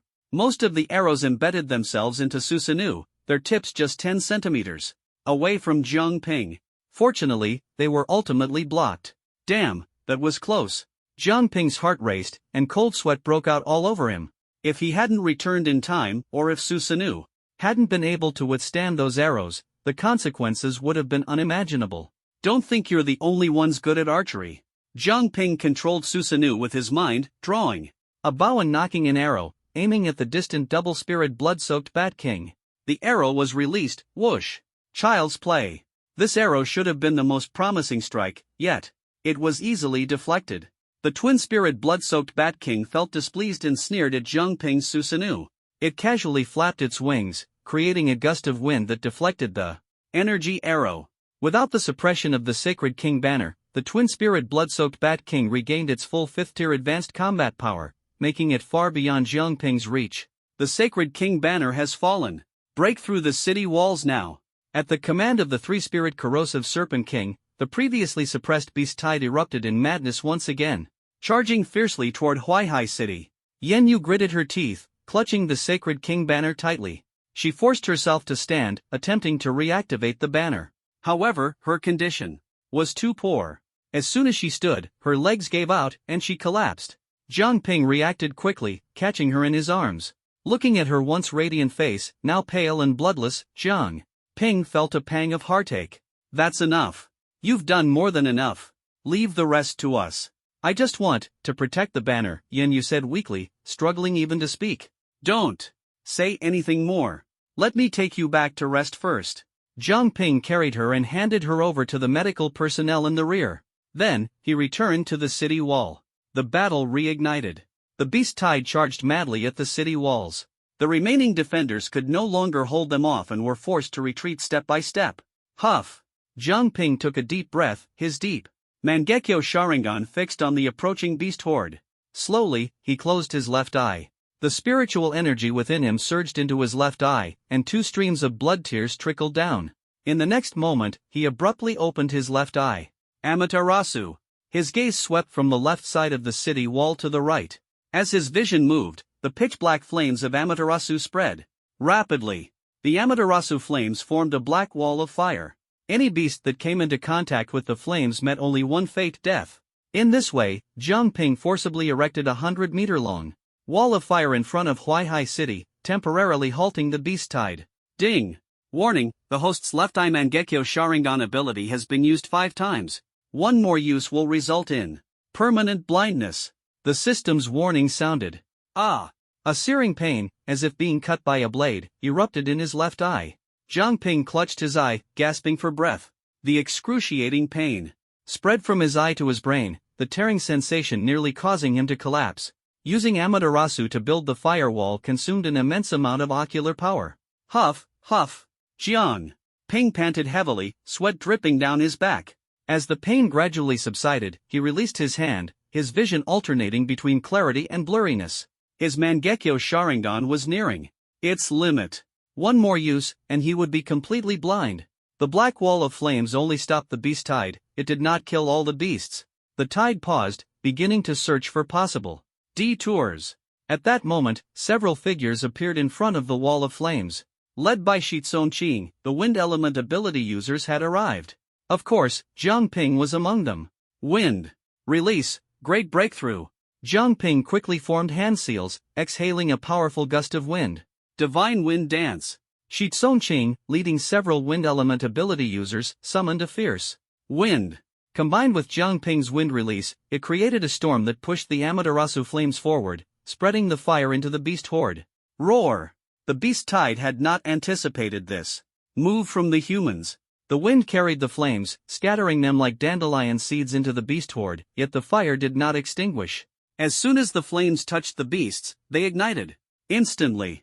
In no time, the Amaterasu flames raged wildly within the beast tide, and countless beasts let out cries of agony. A single spark could set the entire prairie ablaze. The black flames roared, and the corpses of countless beasts rapidly shrank, even emitting crackling sounds.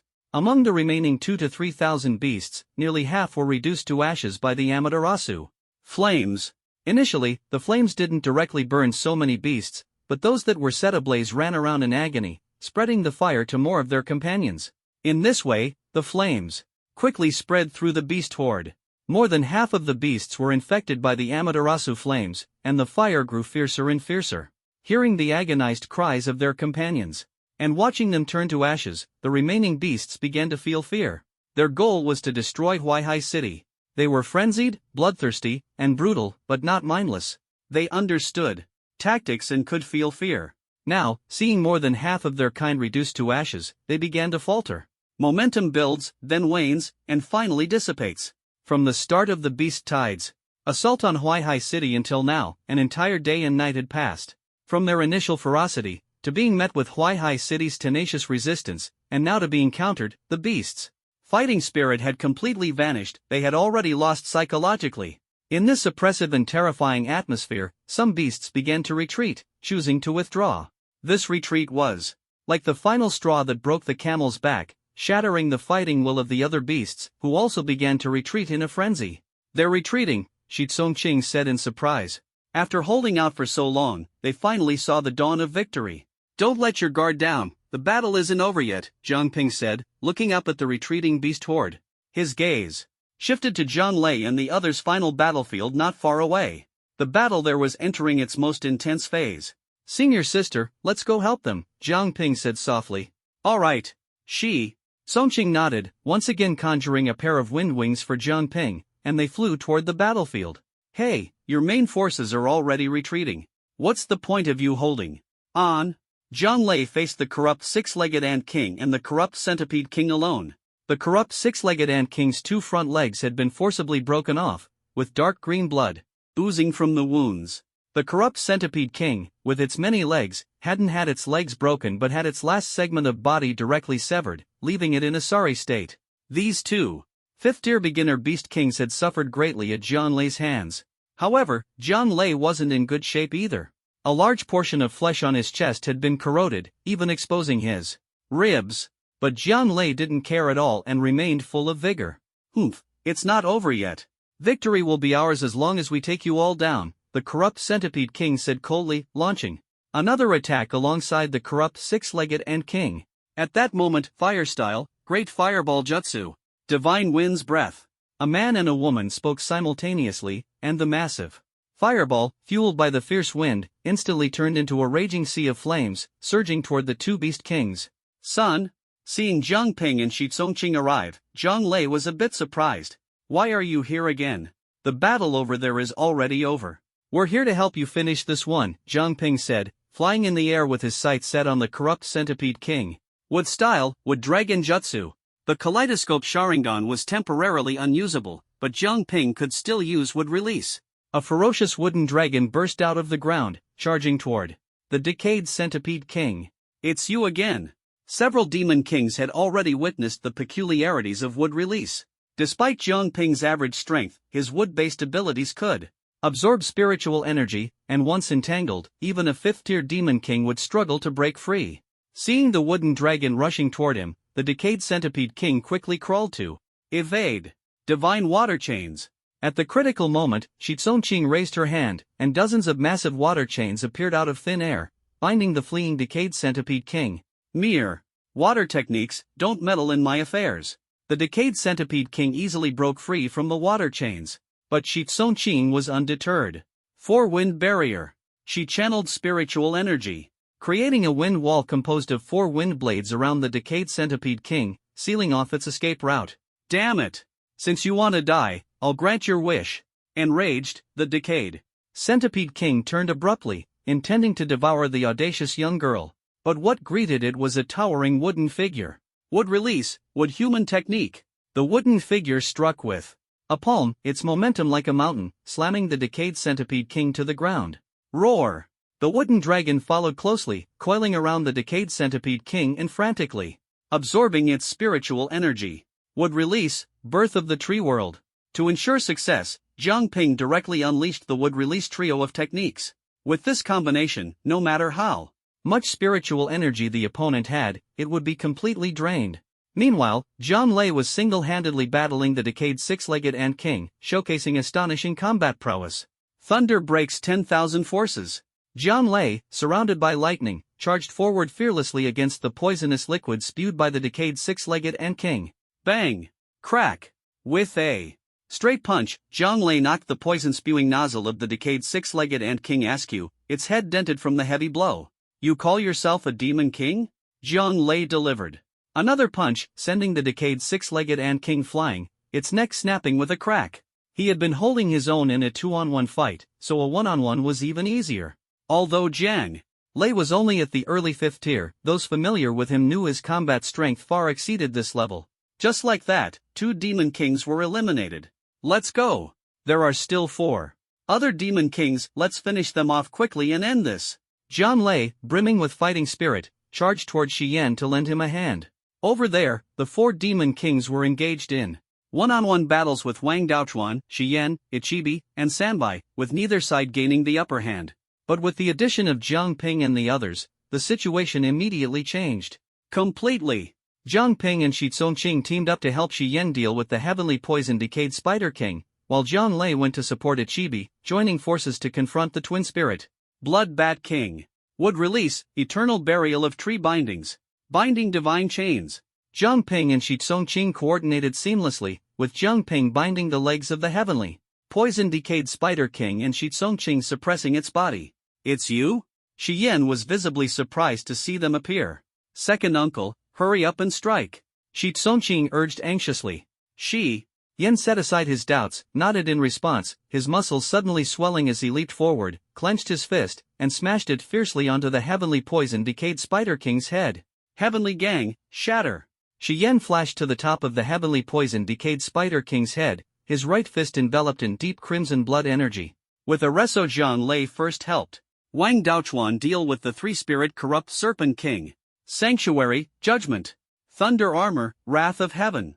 The two joined forces to unleash holy light wrapped in silver lightning, descending like a fallen sun, pressing down on the three-spirit corrupt Serpent King. I will never lose. We will never lose, the three-spirit corrupt Serpent King roared, but ultimately turned to ashes in the holy lightning. Jiang Ping and Shi Yan arrived at the final battlefield to assist Ichibi and Sanbai in wrapping things up. Tailed beast chain orbs. Ichibi and Sanbai combined their strength to launch a series of tailed beast bombs, blasting the remaining two demon kings into the sky, where they exploded into brilliant fireworks, lighting up the night sky.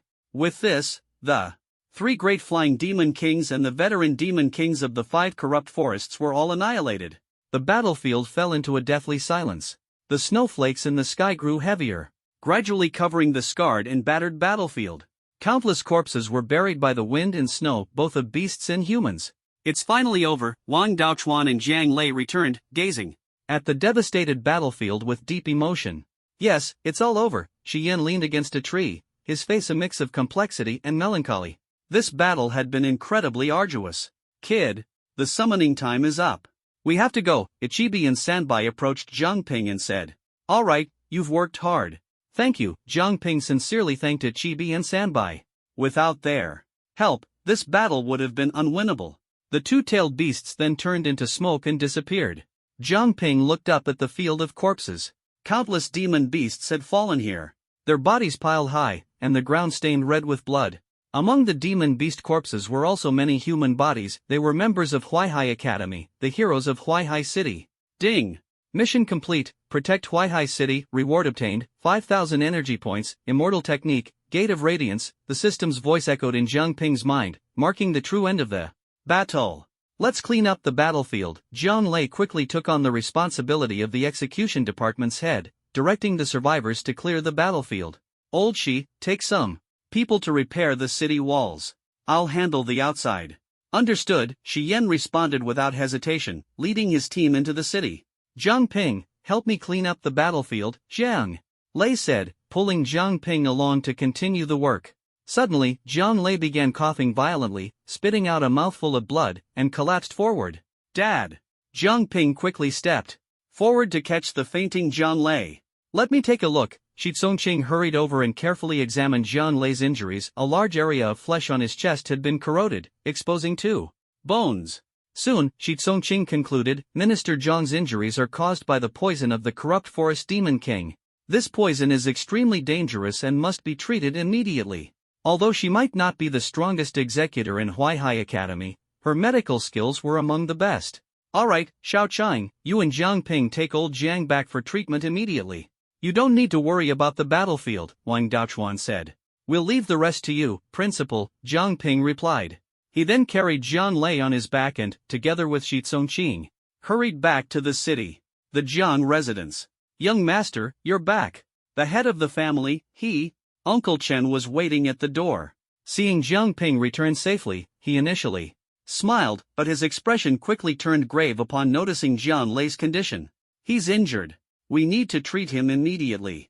Jiang Ping gave a brief explanation and led Shi Tsongqing straight to Zhang Lei's room to settle him down. Quick, bring me a basin of clean water and prepare some clean gauze. All right. Jiang Ping and Uncle Chen quickly split up to act, and within 2 minutes, they had gathered everything Shi Tsongqing needed. Leave the rest to me. You two wait outside. Shi Tsongqing entered the zone, her tone firm and unquestionable. Jiang Ping said no more and took Uncle Chen outside the door to wait. Time ticked by, and in the blink of an eye, an hour had passed. During this hour, Jiang Ping stayed outside the door, not daring to take a single step away. Another half-hour passed, and finally, the door opened, revealing Shi Tsongqing's delicate yet pale face. It's done. Minister Zhang's injuries have been treated. All that's left is for him to rest and recover properly, Shi Tsongqing said weakly. Thank you, senior sister. Zhang Ping quickly walked to Jiang Lei's bedside. At this moment, Jiang Lei's wounds had been bandaged, but his complexion was much paler than usual. The battle had taken a heavy toll on him. His fighting style was one of taking down 1,000 enemies while sustaining 500 injuries himself. Although he had slain the Demon King, he was also gravely injured. Fortunately, his life was not in danger. Zhang Ping finally breathed a sigh of relief, but suddenly heard a thud behind him. He turned around quickly and saw Shi Tsongqing fainting to the ground. Senior sister. Zhang Ping hurriedly picked her up and carefully checked her condition. Thankfully, Shi Tsongqing was not injured, just overly fatigued. She had fought against the beast tide for an entire day and night, and then spent over an hour treating Jiang Lei. Anyone would be unable to endure such strain, let alone her. Young woman. Uncle Chen, please take care of my father. I'll take senior sister to rest first. Alright, young master, don't worry. After giving instructions to Uncle Chen, Zhang Ping carried Shi Tsongqing to his own room and let her rest properly. Looking at the girl on the bed, her once vibrant face was now filled with exhaustion and pallor. Even in unconsciousness, Shi Tsongqing's brows remained tightly furrowed, as if she hadn't relaxed yet. Zhang Ping gently covered her with a blanket and quietly watched her. Suddenly, he noticed that Shi Tsongqing was quite beautiful. Her curved eyelashes, high nose, small lips, and flawless fair skin made one feel an urge to kiss her.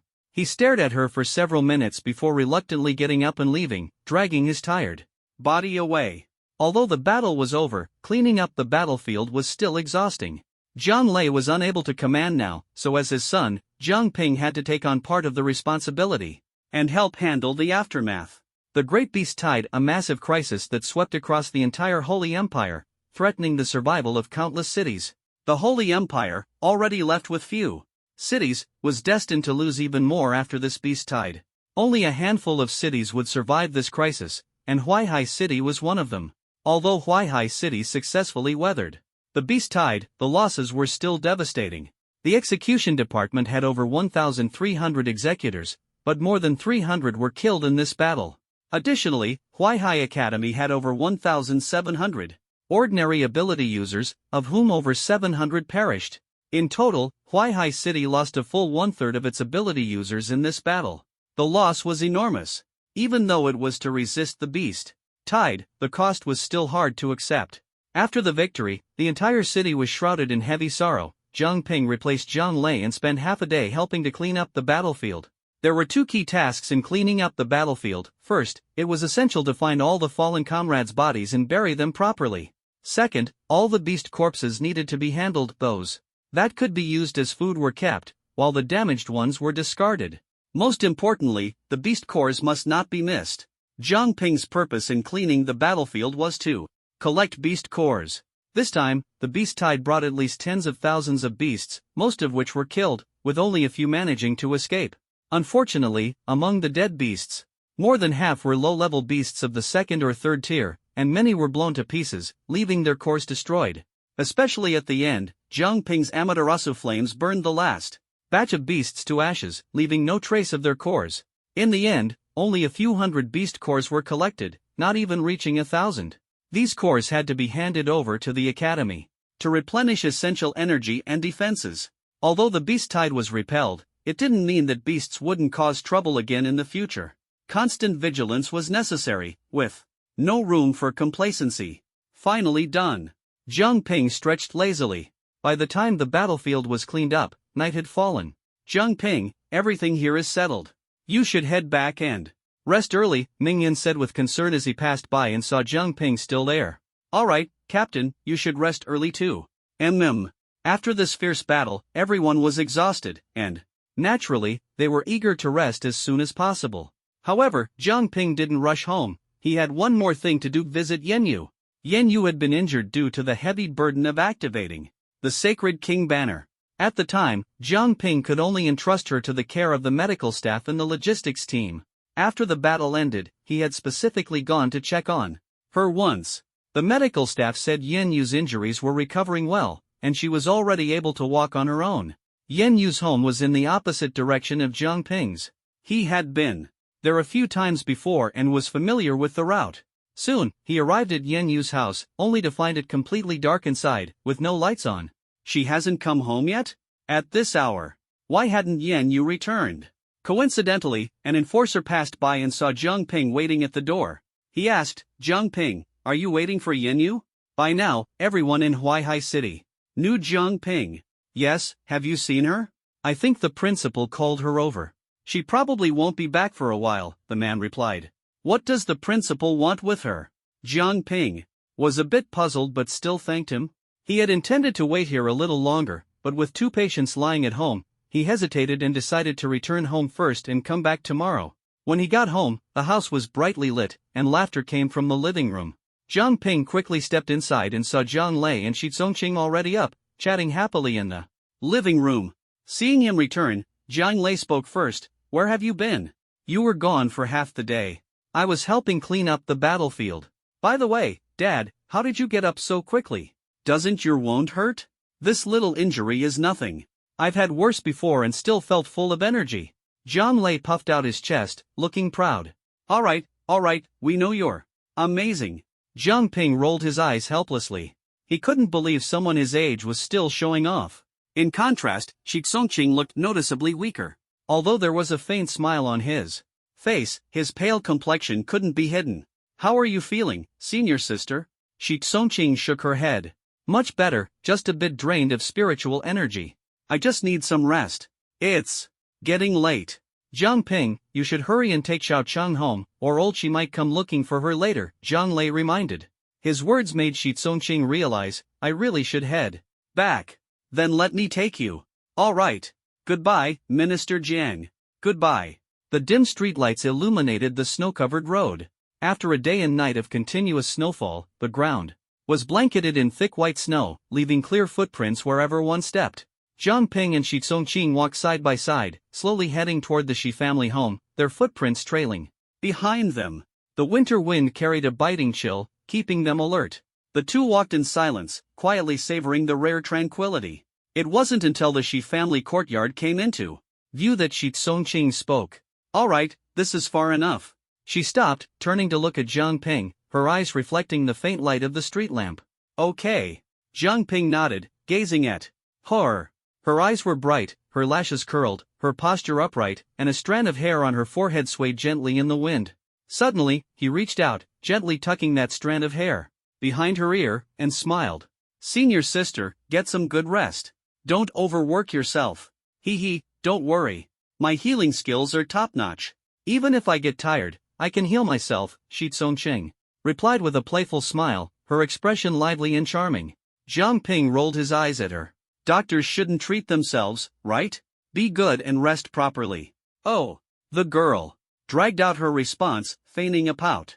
All right, let me walk you to the door. Shi Tsongqing blinked at him but didn't move. Is there something else? Jiang Ping asked. She said nothing, taking 2 slow steps forward, her movements hesitant, as if deliberating something. Then, she opened her arms, still moving slowly, as though seeking something. Jiang Ping simply watched her, standing still, until Shi Tsongqing gently embraced him. Her movements were cautious, as if she would immediately let go if Jiang Ping showed any sign of rejection. But Jiang Ping didn't. So, Shi Tsongqing gradually tightened her embrace, burying her face in his warm chest, feeling his body heat and listening to his heartbeat. In a soft, almost inaudible voice, she murmured, Jiang Ping, I like. Ahem. Suddenly, a light cough interrupted the moment. Shi Yan had appeared at some point, his expression blank as he looked at them. You uncle. Shi Tsongqing jumped in surprise, like a child caught misbehaving, immediately letting go of Jiang Ping and stepping back. Minister Shi, good evening. Jiang Ping smiled awkwardly. It's late. What are you doing outside in this cold weather? Hurry. Back inside, Shi Yan said coldly. Oh. Shi Tsongqing's face was full of disappointment. Well then, goodbye, Minister Shi. Goodbye, senior sister. Jiang Ping had no choice but to wave and bid farewell. Since the family elder had spoken, staying any longer would be impolite. Goodbye. Shi Tsongqing looked at him, her cheeks slightly flushed, and waved gently. Let's go. Shi Yan's appearance was like a bucket of cold water, extinguishing the warmth between the two. Shi Tsongqing reluctantly followed him away. Watching them leave, Jiang Ping tightened his coat, the faint scent of the girl still lingering on his chest. "Dad, I'm back," Jiang Ping called out as he entered the house, noticing the lights in the living room were still on. As soon as he entered the door, he saw Jiang Lei still sitting in his seat, already asleep. Despite his earlier vigor, even an iron body couldn't withstand such prolonged battles and severe injuries. Dad, Jiang Ping gently patted Jiang Lei's shoulder. You're back?" Jiang Lei struggled to open his weary eyes. "Yeah, let me help you back to your room to sleep." "All right." For once, Jiang Lei didn't refuse, and Jiang Ping helped him back to his room. "So, tell me, what do you think of those two girls?" Jiang Lei suddenly asked as he sat on the bed. Jiang Ping was taken aback. "Huh? What do you mean?" "I mean Yin Yu and Xiao Chang. I think they're both great. Who do you think is more suitable?" "You're not young anymore, it's time to find a girlfriend," Jiang Lei said bluntly. Jiang Ping, he finally understood what his father meant. "Dad, you're talking nonsense. Besides, choosing between two? Only kids think like that." "Nonsense? You're already an adult. Find a girlfriend, date for 2 years, and then you can get married and have kids," Jiang Lei said seriously. "I've been waiting to hold a grandchild. I originally thought you'd find a girlfriend right after graduating from the academy, and in 2 years, we'd have a grandchild." "Ridiculous. With the current crisis, Dad, as the head of the operations department, you should focus on the bigger picture instead of thinking about grandchildren all day," Jiang Ping sternly criticized. "I know that's how it should be, but this was your mom's dying wish. If I don't fulfill it, how can I face her?" Jiang Lei said. With a smile. Jiang Ping was silent for a moment, then lowered his head and said, "Stop talking nonsense. It's still a long time before you see Mom. When the time comes, I'll definitely give you a few chubby grandkids. What's the rush? Alright, get some rest. Elderly people shouldn't stay up late." With that, Jiang Ping left. Back in his room, he finally relaxed, enjoying a hot shower and lying on the soft bed. The feeling was simply wonderful. Sleepiness washed over him, and Jiang Ping didn't want to think about anything. He fell asleep as soon as his head hit the pillow. Although this beast tide had ended, the crisis was far from over. After all, the essence of a beast tide was the war between demonic beasts and humans. As long as demonic beasts existed and humans survived, the battles between the two would never cease. With the first great beast tide, there would inevitably be a second, a third. Just as humans had repeatedly launched campaigns to exterminate demonic beasts, the life and death struggle would not stop after a few failures. Thus, early the next morning, Huaihai City began urgently repairing and reinforcing its city wall defenses. Not a single day could be wasted. Jiang Ping and Jiang Lei, father and son, also returned to the operations department early in the morning to continue their duties. The most pressing tasks were repairing defensive facilities and clearing out any demonic beasts that might have slipped through outside the city. During this time, news from other cities trickled in. Over 10 cities in the Eastern District had been destroyed by the beast tide. Keep in mind, the Eastern District only had a little over 30 cities in total. This wave had nearly wiped out half of them. Additionally, there was one city that Huaihai City paid particular attention to: Jinghai City. During this beast tide, Jinghai City had managed to survive the crisis thanks to several 5th-tier ability users. In contrast, the cities that had previously boasted about forming alliances with Jinghai City were all annihilated. Jinghai City's promised support turned into a joke. Upon hearing this news, Jiang Lei felt a bit disappointed. "I didn't expect even Jinghai City to make it through. What a pity." The grudge between Huaihai City and Jinghai City was no small matter. Although he understood the bigger picture, Jiang Lei still secretly wished that Jinghai Academy would suffer some setbacks during the beast tide. What a pity, Jinghai Academy's overall strength is stronger than theirs, so it's normal for them to hold on. If they couldn't, that would be strange. We'll settle the score another time. Anyway, there will be plenty of opportunities in the future. Jiang Ping shrugged. This grudge started because of him, so naturally, he had to resolve it. "By the way, here's something good I snatched from old Wang. It's for you." Jiang Lei tossed a spatial ring to Jiang Ping. "What is it?"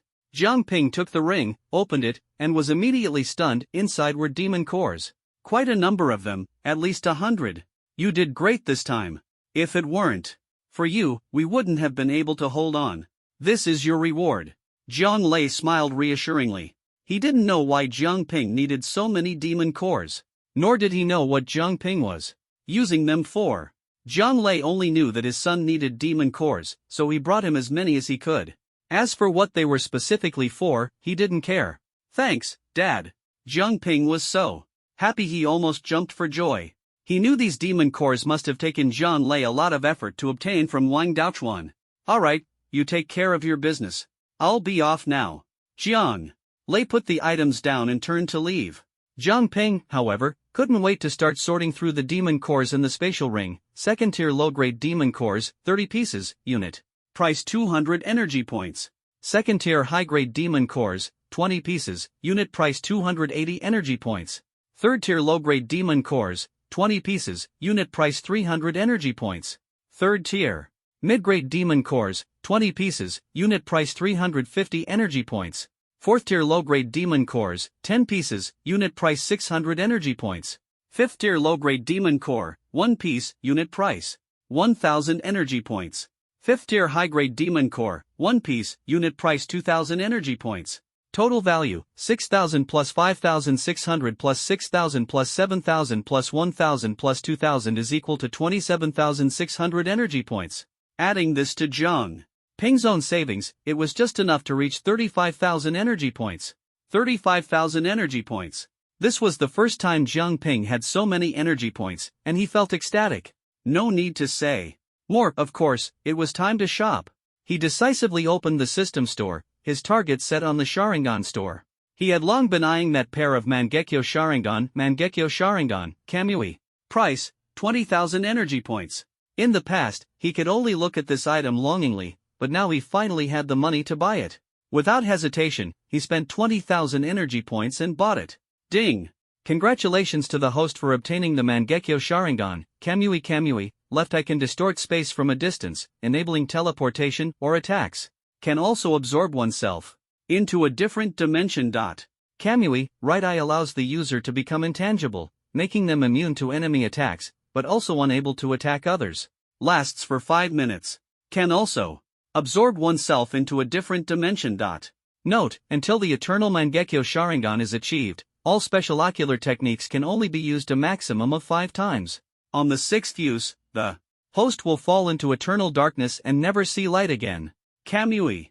It's practically a cheat-level ability. Without external hacks, dealing with Kamui is almost impossible. Jiang Ping had been eyeing this pair of eyes for a long time, but unfortunately, he never had the money to buy them. Now, he finally had them. After spending 20,000 energy points, he still had a balance of 15,000. No way he was going to waste it. Jiang Ping then checked the discount rate at the mysterious shop. This time, the shop had added quite a few new items. Summoning Beast, 2 tails, 20,000 energy points. Summoning Beast, 4 tails, 20,000 energy points. Summoning Beast, 5 tails, 20,000 energy points. Summoning Beast, 6 tails, 20,000 energy points. Summoning Beast, 7 tails, 20,000 energy points. Summoning Beast, 8 tails, 30,000 energy points. Summoning Beast, 9 tails, 50,000 energy points. Did I just stumble upon a tailed beast lair? Jiang Ping was stunned. Could the system have a bug? It was all tailed beasts. Although he really wanted them, the price was simply unaffordable. The mysterious shop was offering a 20% discount this time, making the starting price 16,000 energy points. Jiang Ping skipped it outright. Even if he managed to scrape together enough to buy one tailed beast, it wouldn't mean much. He already had 2, and adding another wouldn't be of much use. This time, the mysterious shop was a bust, leaving only the lottery shop, Wood Style, all-encompassing bag technique, Wood Style, Flower Tree World Creation, Sage Art, Wood Style, True Several Thousand Hands, Forbidden Technique, Impure World Reincarnation, Sealing Technique, Contract Seal, Sealing Technique, Dead Demon Consuming Seal, Taijutsu, 8 Gates Released. Formation A Lottery, Take a Gamble, Turn a Bike into a Motorcycle. With 15,000 energy points left, he could draw 3 times. Moreover, this round of prizes mostly consisted of good items, aside from a few useless ones. 3 draws, all at once. Jiang Ping waved his hand like a nouveau riche. Following his command, the wheel spun wildly, with 3 pointers rotating simultaneously. For a triple draw. Golden light flashed as Jiang Ping stared at the glow. Da. The pointers gradually slowed down, each stopping in a different slot. Ding. Congratulations to the host for drawing Sealing Technique, Contract Seal. Ding. Congratulations to the host for drawing Wood Style, Flower Tree World Creation. Ding. Congratulations to the host for drawing Taijutsu. 8 gates released formation. A triple draw, 3 great items. Among them, the one that excited Zhang Ping the most was the 8 gates released formation. 8 gates released formation. The ultimate taijutsu, allowing the opening of the gate of opening, gate of rest, gate of life, gate of pain, gate of limit, gate of view, gate of wonder, gate of death. Each gate opened significantly boosts strength, but also exponentially increases physical strain. Note, with your current physical condition, you can only open the gate of life at most. TSK, only up to the gate of life? Zhang Ping was a bit disappointed. But upon reflection, it made sense. His body simply couldn't withstand the conditions required to open more gates. Being able to open 3 gates was already lucky. It seems that to truly unleash the power of the 8 gates released formation, I'll need to strengthen my body first. Having drawn the 8 gates released formation, Zhang Ping decided to prioritize improving his physical fitness so as not to waste this opportunity. Overall, the 30,000 energy points were well spent. After all, his efforts hadn't been in vain. The work at the operations department remained busy, and Zhang Ping had been running around sweating profusely these past few days. He didn't even have time to look for Shi Tsongqing and Yin Yu either. He was out on missions, or they were. Even within the operations department, it was hard to catch a glimpse of them. Zhang Ping felt quite stifled. Especially with Shi Tsongqing ever since that night when Shi Yan disrupted things. He wasn't sure if it was Shi Yan's deliberate arrangement or something else. In any case, from that day onward, Shi Tsongqing had been almost constantly following Shi Yan on missions, and the two of them could only exchange brief greetings when they met. Just like that, more than a month had passed until this day. Wang Daochuan called Zhang Ping over. Principal's office. Knock. Knock, knock. Zhang Ping knocked on the door. 3 seconds later, a voice came from inside. Come in. He pushed the door open and found several people already seated inside. Mainly Wang Daochuan, Zhang Lei, and Shi Yan. There was also Shi Tsongqing. Seeing this lineup, Zhang Ping's heart tightened sharply, sensing something was amiss. Could it be that Shi Yan had come to complain to Wang Daochuan and expose what happened that night? You, kid, are always the last one. Can't you learn from your dad and come earlier? Wang Daochuan's first words were critical. As a student, arriving later than the 2 department heads was truly inappropriate. Principal, you didn't inform me in advance. I already ran as fast as I could. Zhang Ping shrugged helplessly. Although the other party was the principal. After experiencing the Great Beast Tide battle, Zhang Ping had made significant contributions and dared to joke with Wang Daochuan like this. Alright, stop rambling. Let's talk business. The reason I called you two here is that there's a task that requires your execution. Wang Daochuan tapped the table. This task can only be carried out by the 2 of you because it is closely related to you. Wang Daochuan's serious expression made Zhang Ping focus as well. What task? What kind of task required him and Shi Tsongqing to go together? Just now, a team returned from a mission and reported discovering a large spirit stone mine at the border between the eastern and southern districts. Shi Yan spoke up. A spirit stone mine? Zhang Ping raised an eyebrow. Spirit stones were the most important and scarce resource. A spirit stone mine was worth a fortune. The problem is, Jinghai Academy's people have also discovered this mine, Shi Yan continued. Jinghai Academy. As soon as this name appeared, Zhang Ping understood why Wang Daochuan had only called him and Shi Tsongqing. The feud between Jinghai Academy and Huaihai Academy ran deep. Strictly speaking, the deteriorating relationship between the 2 academies was partly related to the 2 of them. Moreover, the conflict between the 2 academies had not yet subsided. If not for the Great Beast Tide, Jinghai Academy would have already caused trouble. Now that the Great Beast Tide was over and both academies had weathered the crisis, Jinghai Academy was likely to formally challenge Huaihai Academy. Zhang Ping had no doubt Lin Hai would do so. After all, he had once mobilized the entire execution department and even personally attempted to assassinate Zhang Ping. So what do we do now? Just let Jinghai Academy take the Spirit Stone Mine? The Spirit Stone Mine was discovered by us first. Why should we let them take it? Zhang Lei said. Your task this time is to retrieve all the Spirit Stones from the mine. Under no circumstances can Jinghai Academy's people take possession of them. Even if it means clashing with Jinghai Academy? Even if? We've already clashed with them, Wang Daochuan interjected, leaning back in his chair with a stern expression. That guy Lin Hai doesn't show us any respect, so we don't need to be polite either. Since relations had already soured, there was no need for pleasantries. Action was necessary. Leaving the Spirit Stone mine to the enemy would be tantamount to strengthening them, which was absolutely unacceptable. I understand, Jiang Ping nodded. He had always felt a bit guilty, believing that the strained relationship between Huaihai Academy and Jinghai Academy was largely his fault. Although it wasn't entirely his responsibility, Jiang Ping took it upon himself, feeling that he had caused this situation. Back then, Jiang Ping had been quite worried if Wang Daochuan and the others chose to support Jinghai Academy and expelled him, turning him into a rebel. What would he do? Fortunately, that didn't happen in the end. As a representative of Huaihai Academy, Wang Daochuan chose to stand by Jiang Ping. This mission, is it just the two of us, Jiang Ping and me? Shi Tsongqing noticed a question that others hadn't mentioned. Wang Daochuan had only summoned the two of them to explain the mission. Did that mean it was really just the two of them carrying it out? Hearing Shi Tsongqing's words, Jiang Ping finally reacted. Yeah, Principal, you don't really think that highly of us, do you?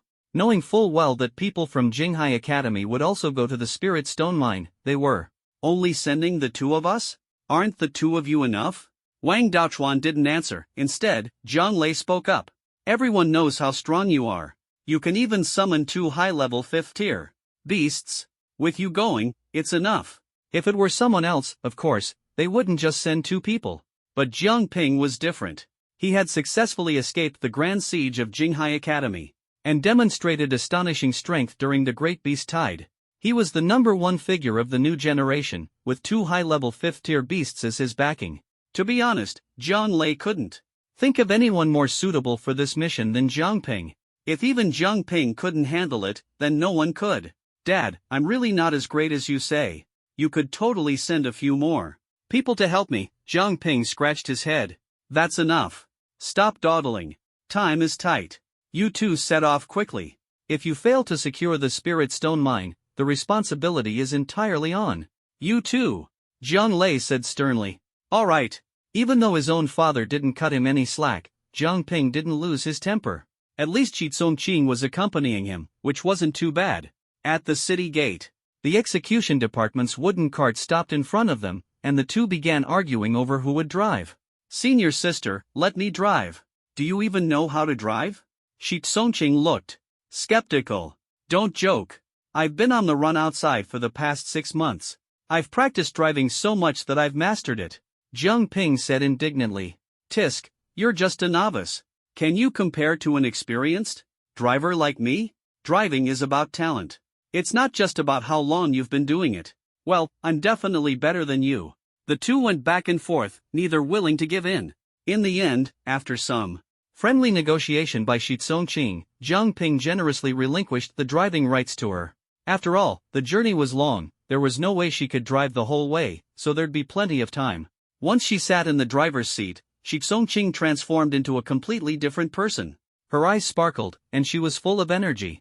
Normally, she was gentle, quiet, and serene. But once she started driving, it was as if she had been injected with adrenaline, becoming extraordinarily excited. Jiang Ping had once doubted whether the driving Shi Tsongqing and her usual self were even the same person. Hold on tight.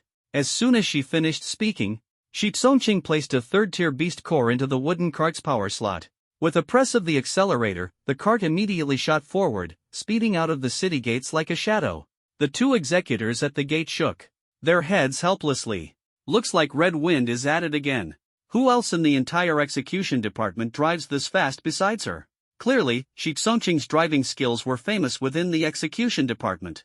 The scenery outside the window flew by rapidly. Jiang Ping looked at the forest that had endured the Great Beast Tide, now scarred and desolate. This place had once been home to many beasts, but now not a single one could be seen. In a short time, these demonic beasts probably won't dare to return. They've all retreated to the corrupted forest. That's a good thing. Senior sister, let me know if you're tired of driving, and I'll take over, Jiang Ping reminded earnestly. The Spirit Stone Mine was at the border of the southeastern 2 districts, about 200 kilometers from Huaihai City. At normal speed, it would take at least 2 to 3 days to get there. Although Shi Tsongqing drove fast, it was only in occasional bursts.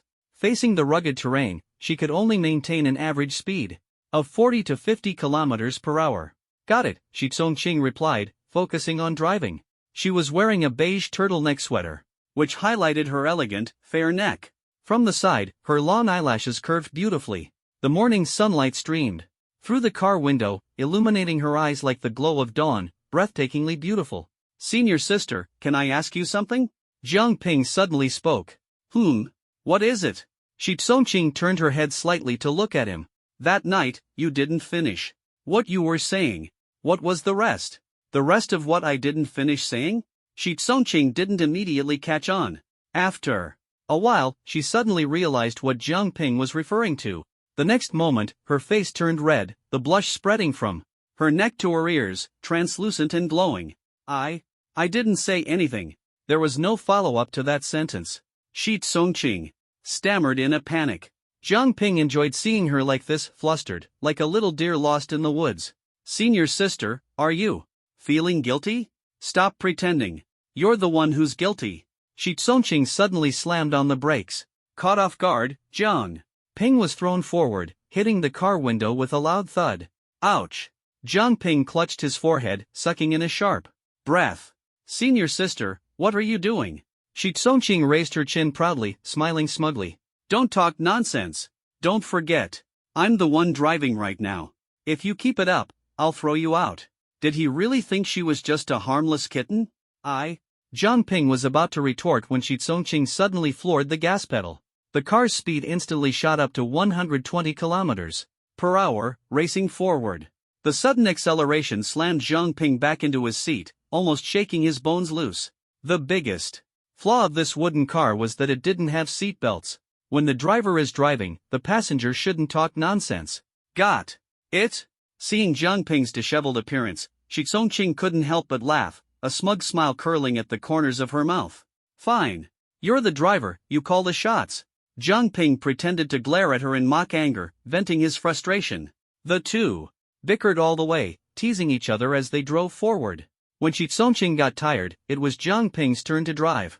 He didn't take revenge, he just drove steadily. They took turns driving, continuing for over 10 hours. As night fell, they finally stopped to rest in a forest. Let's rest here for the night, Jiang Ping said, parking the car in a secluded grove and stretching lazily. Taking turns driving, each had driven for about 6 hours. They needed to rest. Although they could continue traveling, it wouldn't do any good to arrive at the Spirit Stone mine exhausted. Snow had been falling for over a month, and the landscape was a vast expanse of white. Shi Tsongqing got out of the car, stretching her body lazily and taking a deep breath of the fresh, icy air to shake off her fatigue. Do you think there might be demonic beasts here? Although the great beast tide had reduced their numbers significantly, they still couldn't let their guard down. Simple, just have a few people keep watch. Jiang Ping formed a hand seal, creating several wooden clones, and set up a perimeter of sentry points. Let's get something to eat first. They hadn't eaten much along the way and were already starving. They had brought some dry rations when they set out, but Jiang Ping preferred fresh food. He sent a few clones out to hunt, and they quickly caught an unlucky third-tier white jade rabbit. The white jade rabbit was a gentle spirit beast with tender meat, a rare delicacy. One rabbit was enough for 2 people. Jiang Ping skillfully prepared the rabbit, cleaned it, cleared a patch of snow, lit a campfire, and began roasting the meat. Shi Tsongqing watched his adept movements and couldn't help but think that this was probably a skill he had learned during his wandering days. She sat across from Jiang Ping, the campfire, separating them, and said nothing.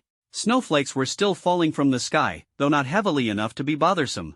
Here. The rabbit was done roasting. Jiang Ping tore off a large piece of leg meat and handed it to her.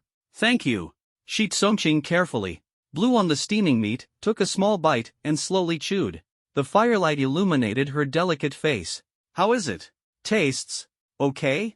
Jiang Ping asked. After chewing thoughtfully, Shi Tsongqing nodded and said, it's okay, but not as good as Uncle Jiang's cooking. Then she added, but I like it. Your cooking might not be the best, but I just love eating it. Perhaps this was what special treatment felt like. Jiang Ping smiled gently. If you like it, eat more. There's plenty. The two of them said no more, quietly enjoying their dinner. Shi Tsongqing felt a bit strange inside.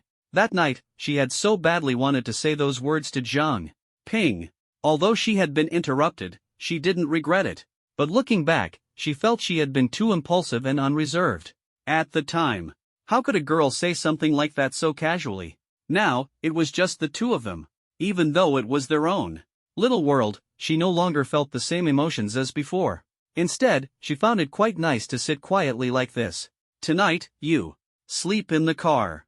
I'll keep watch outside. After finishing the meal, Jiang Ping stood up, stretched, and said, "All right, this bit of wind and snow won't bother you." Shi Tsongqing nodded in agreement. The car could only fit one person for sleeping. Although they could squeeze in together, it wasn't appropriate for them to sleep side by side. It's getting late. Rest early so we can reach the destination by tomorrow night. Shi Tsongqing got into the car to sleep, while Jiang Ping leapt onto a tree branch and leaned against the trunk to rest. He had been through this kind of situation many times and was used to it. The night grew deeper. Inside the car, Shi Tsongqing wrapped herself in a blanket, the cold kept at bay, and the interior warm and cozy. Yet, she couldn't fall asleep. Despite her exhaustion, her heart was restless, worrying about the person outside. She stayed in the car for over an hour without closing her eyes. Finally, she sat up, looked through the car window at the blurry figure on the tree, and softly called out, "Jiang Ping, Jiang Ping."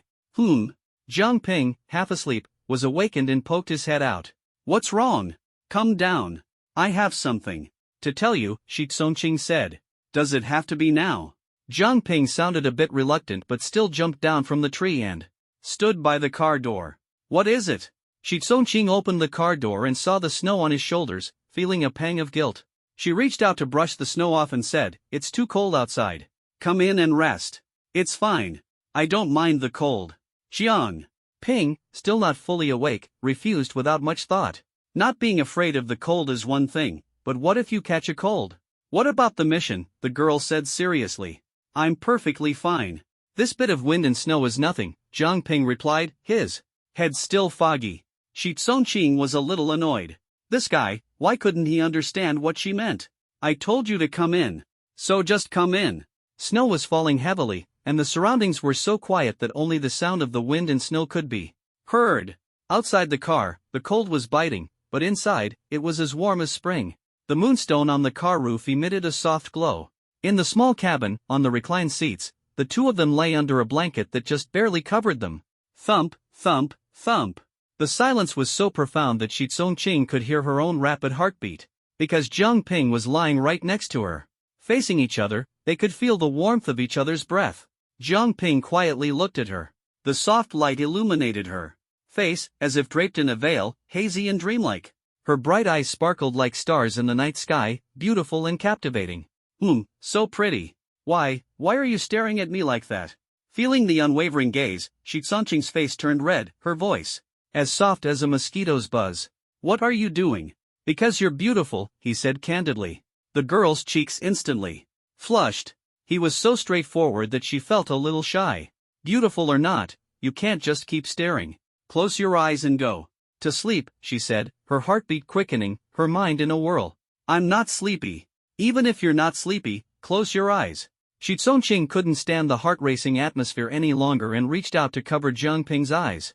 All right, I won't look anymore." Jiang Ping didn't want to tease her further and obediently closed his eyes. Shi Tsongqing finally breathed a sigh of relief. But she herself didn't close her eyes. She quietly looked at his handsome face, liking him more and more the longer she stared. Before long, Jiang Ping opened his eyes again. Their gazes met. "Didn't you say you were going to sleep?" Shi Tsongqing panicked, like someone caught doing something wrong. "Well, you haven't slept either," Jiang Ping retorted logically. "I'm going to sleep right now. You close your eyes too." Shi Tsongqing immediately shut her eyes, her long lashes trembling slightly. She didn't want Jiang Ping to know she'd been secretly watching him, it was too embarrassing. At that moment, she felt a warm, large hand gently cover her soft palm. In that instant, Shi Tsongqing's breath caught, and her heartbeat, which had just calmed down, sped up again. She quickly opened her eyes and glared at Jiang Ping. What are you doing?" she stammered, her voice tinged with nervous breaths. "Sleeping," Jiang Ping said matter-of-factly, his hand tightly holding hers, their fingers interlocked. "I want to hold your hand while I sleep. Is that okay?" Shi Tsongqing's first reaction wasn't to refuse. "Why do you want to hold my hand?" "Because." Jiang Ping slowly leaned closer to her cheek, their breaths mingling. As his face drew nearer, Shi Tsongqing clenched her fists, her heart pounding. as if it would leap out of her chest. But she didn't push him away. Her long lashes quivered gently as she slowly closed her eyes. Someone once said that if a girl closes her eyes, it means she wants you to kiss her. Bang! A loud noise suddenly erupted, and the entire car shook violently, shattering the intimate atmosphere inside. Startled, Shi Tsongqing immediately opened her eyes, quickly pulled her hand back, and wrapped herself tightly in the blanket. She hurriedly said, "Go outside and see what happened." Jiang Ping. Damn it! Who is it? He suddenly flung open the car door and rushed out. Being interrupted at such a critical moment made him furious. Outside the car, a large black gorilla, which had appeared out of nowhere, was jumping around on a tall tree. From time to time, strange fruits larger than basketballs and harder than rocks would fall from the tree. Just now, one of those fruits, like a stone, had directly smashed onto their car. Where did this gorilla come from? And where's my clone? Jiang Ping was fuming with rage, wishing he could skin the creature alive.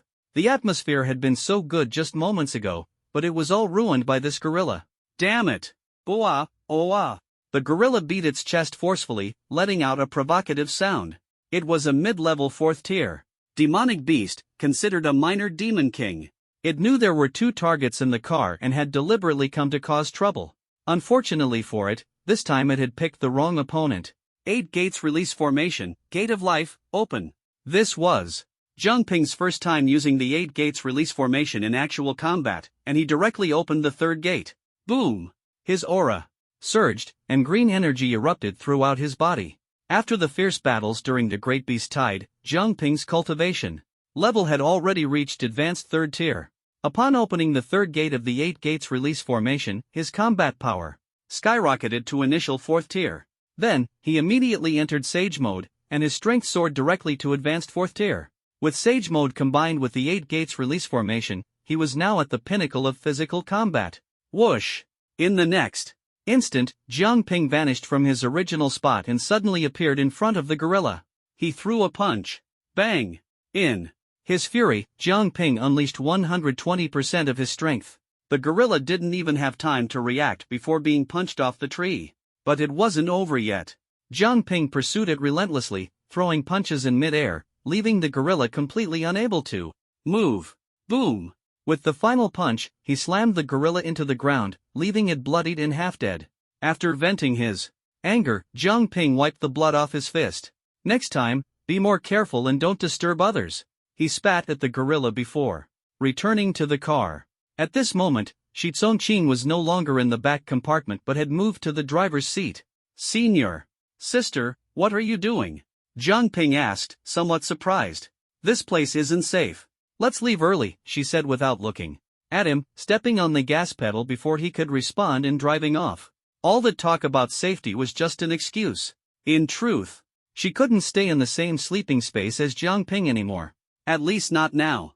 After calming down, she felt both embarrassed and angry when she thought about what had just happened. Angry at herself for being too weak, unable to resist. Acting like this would only lead to being bullied. Jiang Ping, I knew it. It's all that damn gorilla's fault for ruining my plans. As the car drove away, he really wanted to go back and give the gorilla another kick. Forget it.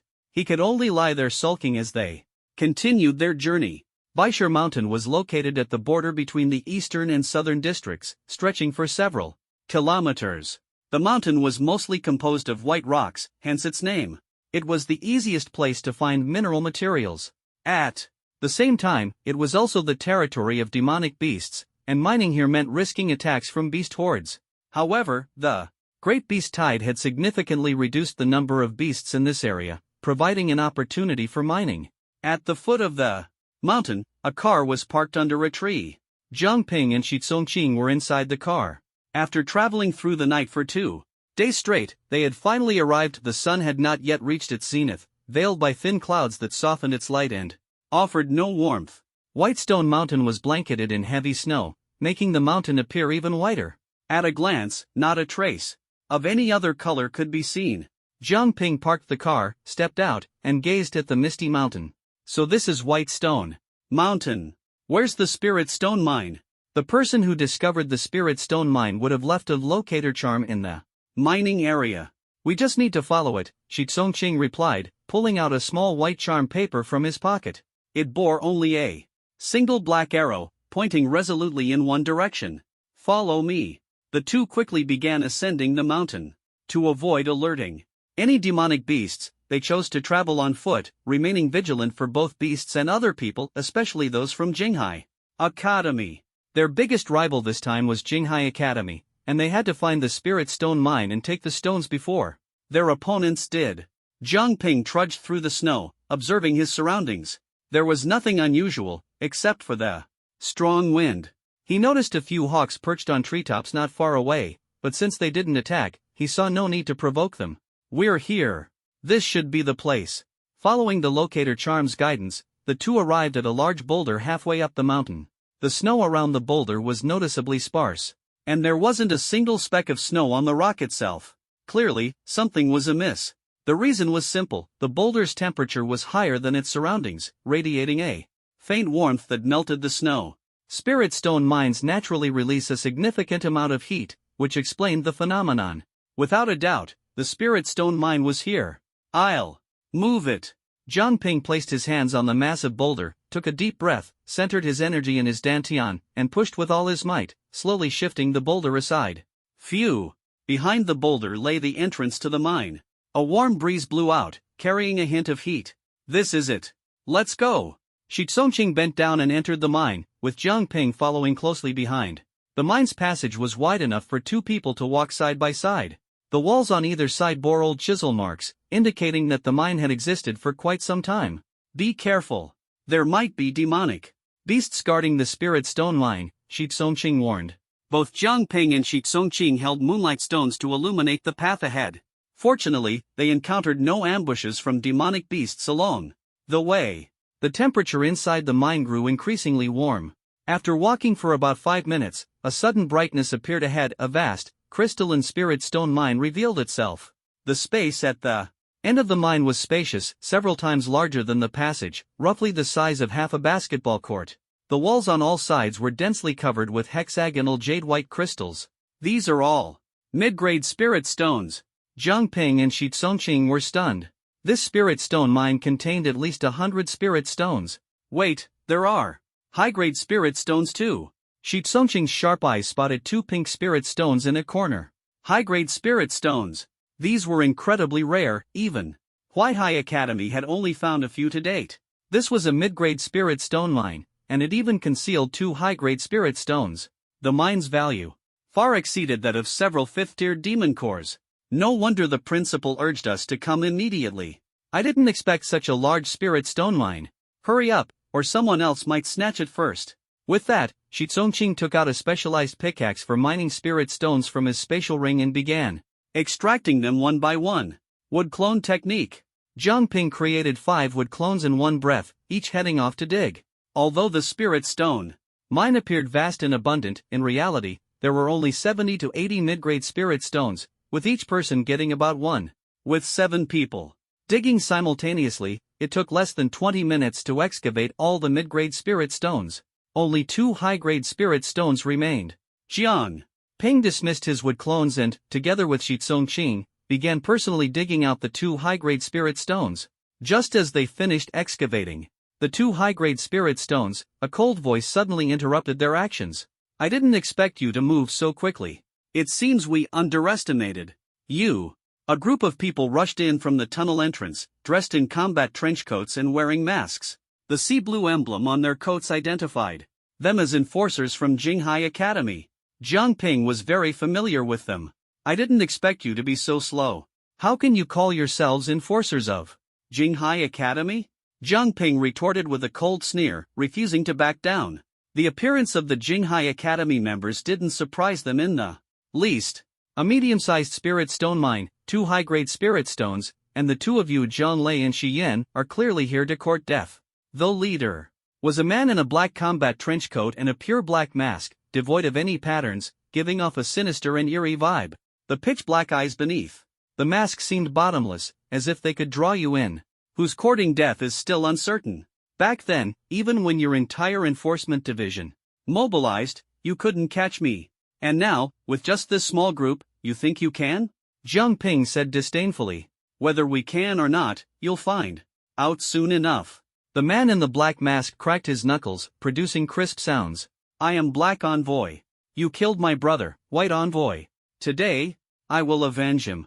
He didn't even bother demanding that Jiang Ping hand over the spirit stones. Since Jiang Ping was the target, seizing the spirit stones became secondary, capturing him was the priority.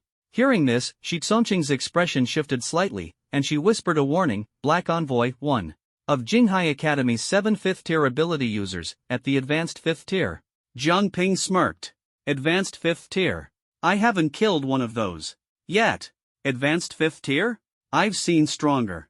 With a grin, Jin Huaihai City in the Holy Empire, she had never heard of anyone who could surpass Jiang Ping in so many abilities. Not only did he possess a wide variety, but he also wielded each one with great proficiency, making it hard not to feel intimidated. Should we leave? Shi Tsongqing asked as they exited the cave. She had thought they would have to fight to the death with the people from Jinghai Academy inside, but to her surprise, Jiang Ping had already prepared and brought her out directly. No, Jiang Ping shook his head, his gaze cold and sharp. Since the opponent is a 5th-tier advanced ability user from Jinghai Academy, he must be one of the Academy's main forces. If we kill him, Jinghai Academy will lose a crucial asset. His ambition was immense. Since they were already mortal enemies with Jinghai Academy, he couldn't let go of any opportunity to weaken them. Especially as one of the 7 5th-tier ability users, killing the Black Envoy and eliminating a 5th-tier expert would undoubtedly be a significant advantage. Jiang Ping quickly formed hand seals and slammed his palm onto the ground. Earth escape, rock collapse. Boom! The ground instantly cracked, and the cliff walls of the cave shattered. The collapsing rocks completely sealed off the entire mine. But before the cave had fully collapsed, a loud roar suddenly echoed from deep within. A massive figure forcefully broke through the rubble and charged straight at the two of them. Shi Tsongqing reacted swiftly, instantly forming a pair of energy wings on her back. She grabbed Jiang Ping and flew into the air, successfully dodging the attack. Jiang Ping's gaze turned serious as he stared at the enormous figure below, a giant one-horned rhinoceros, its fur bristling like steel needles, exuding a chilling killing intent. A 5th-tier advanced beast, the Black Needle Berserk Rhino. The Black Envoy stood atop the Black Needle Berserk Rhino's head. A 5th-tier advanced beast. So he's from the beast taming category. Jiang Ping raised an eyebrow. The beast taming category was unique. The strength of a beast taming ability user came from the beasts they contracted with. The stronger the beast, the stronger the master. The Black Envoy had reached the 5th-tier advanced level, clearly thanks to the aid of a powerful beast. And the Black Needle Berserk Rhino was one of the fiercest and most brutal among 5th-tier beasts. The Black Envoy slowly retrieved a scroll from his spatial ring and quickly unfurled it.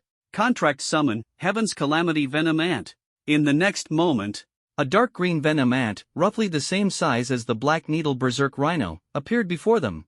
Heaven's Calamity Venom Ant, 5th-tier advanced.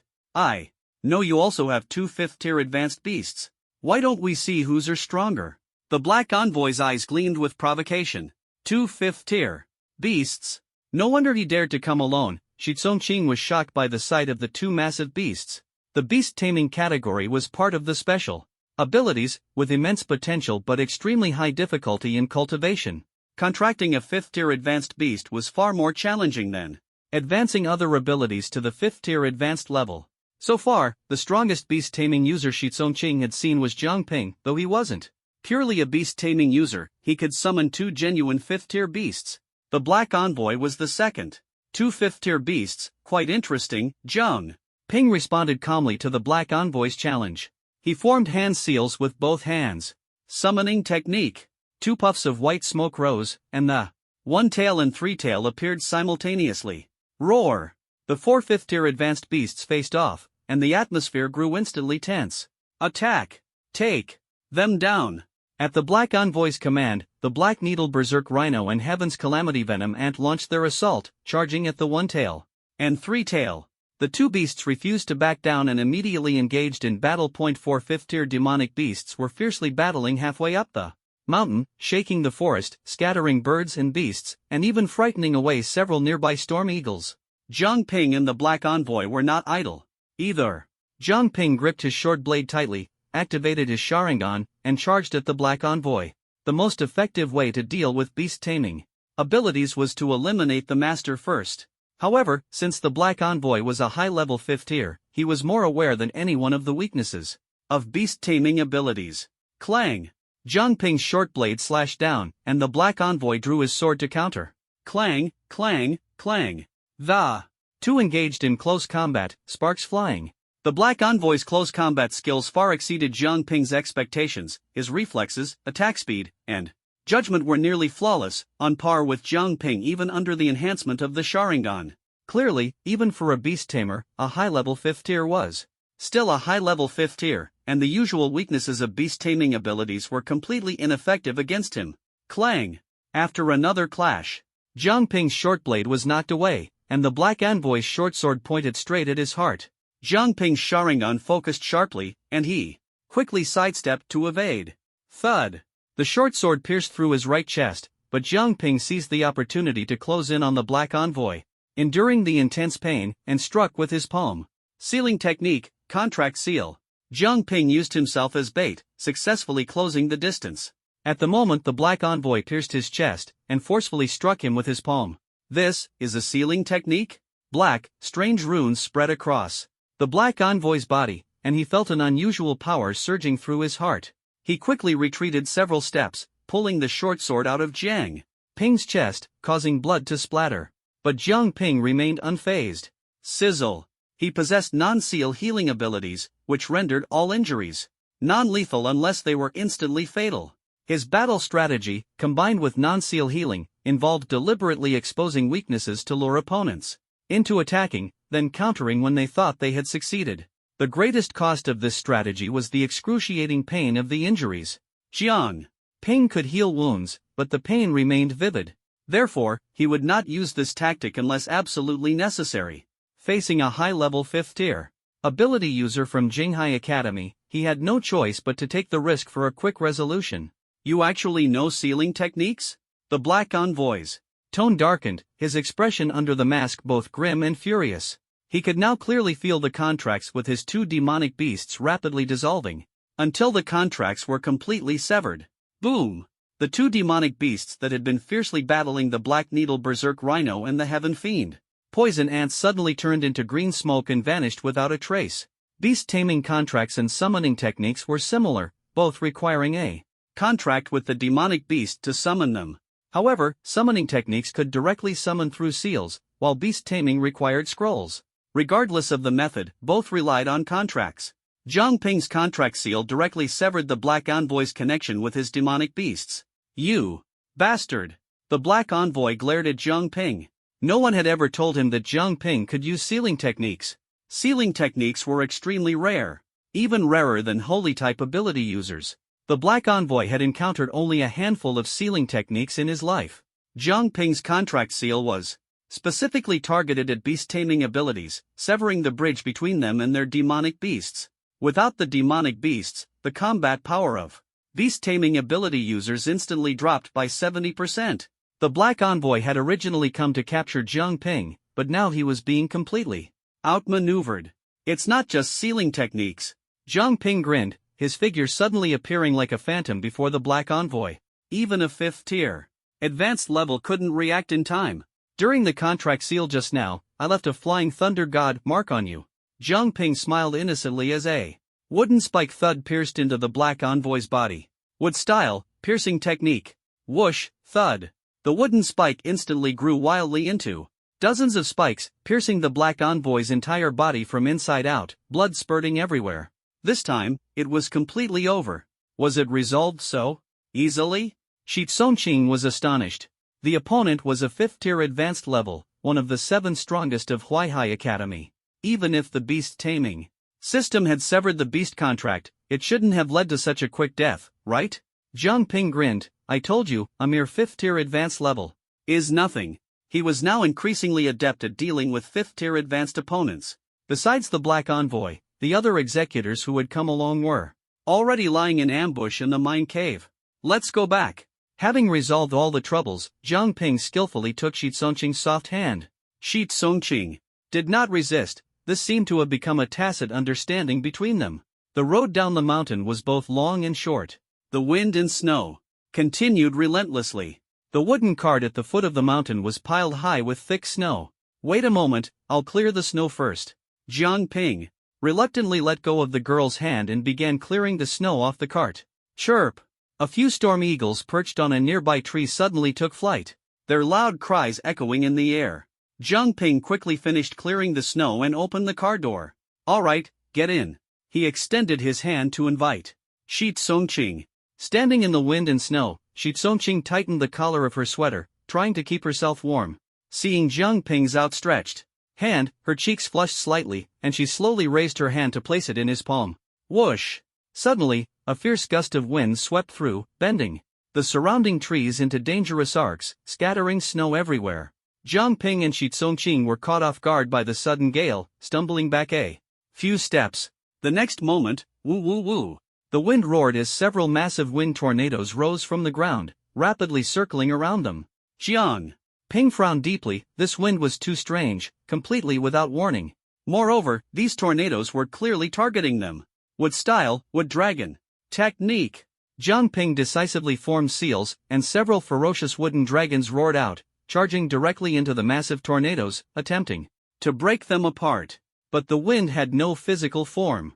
The wooden dragons merely passed through, unable to stop the tornado's attacks at all. Four-way wind wall. Shi Tsongqing also began summoning 4 deep green wind walls around them. Earth-style, multiple earth flow walls. One earth wall after another rose up. But whether it was Shi Tsongqing's wind walls or Jiang Ping's earth walls, they were utterly ineffective against the massive tornadoes, easily crushed. The situation isn't right, we need to break out first. Shi Tsongqing quickly assessed the situation and immediately made a decision. A pair of wings rapidly formed behind her, ready to take Jiang Ping and fly away from here. Just then, the tornadoes suddenly unleashed a powerful suction force, directly pulling Shi Tsongqing into them. Songqing. Seeing Shi Tsongqing being sucked away, Jiang Ping immediately entered Sage Mode and simultaneously activated the third gate of the 8 gates formation. Relying on his formidable physical strength, he forcefully resisted the tornado's suction force and charged forward. Trying to rescue Shi Tsongqing. At that moment, a highly compressed wind sphere struck Jiang Ping like a cannonball, forcing him back several steps despite the dual enhancements of Sage Mode and the 8 gates. Simultaneously, a figure appeared at the center of the wind vortex, tightly embracing Shi Tsongqing. Finally found you. In the eye of the storm, a strange figure clad in dark red armor held Shi Tsongqing. Its upper body was human, but its lower body resembled the legs of some reptile, complete with a crocodile-like tail, creating an eerie appearance.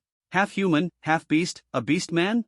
Swish, swish, swish. More figures arrived with the wind, appearing at the center of each wind vortex. They were all dressed in dark red armor, and each one was a beast man. Their positions marked the eye of the storm, with all the wind vortices revolving around them. Who are you? Jiang Ping frowned. He had never seen these individuals before. Initially, he thought they might be ambushers sent by Jinghai Academy, but they turned out to be these strange beastmen. Beastmen? How had he never heard of this race before? Where had these creatures come from? No matter who you are, let go of Tsongqing. Jiang Ping's gaze turned icy as he stared at the beastmen. Let me go. Shi Tsongqing struggled to break free, but the beastman's strength was overwhelming, binding her like iron chains and rendering her immobile. By order of the Storm King, we are taking you to Storm City, one of the beastmen said coldly, then threw Shi Tsongqing back into the wind vortex. Invisible winds sealed her limbs and mouth. If you want to take her, it won't be that easy. Jiang Ping clasped his hands together. Wood style, wood golem jutsu. Boom! A massive wooden golem rose from the ground, confronting the beastman leader within the wind vortex. At the same time, the recently concluded battle left the One Tail and Three Tails still present, and they suddenly launched a surprise attack. Several thick tails swept across, directly knocking several beastmen out of their wind vortices. The wooden golem beneath Jiang Ping's feet took a step forward, charging at the beastman leader, and reaching out to grab the wind vortex. Chirp!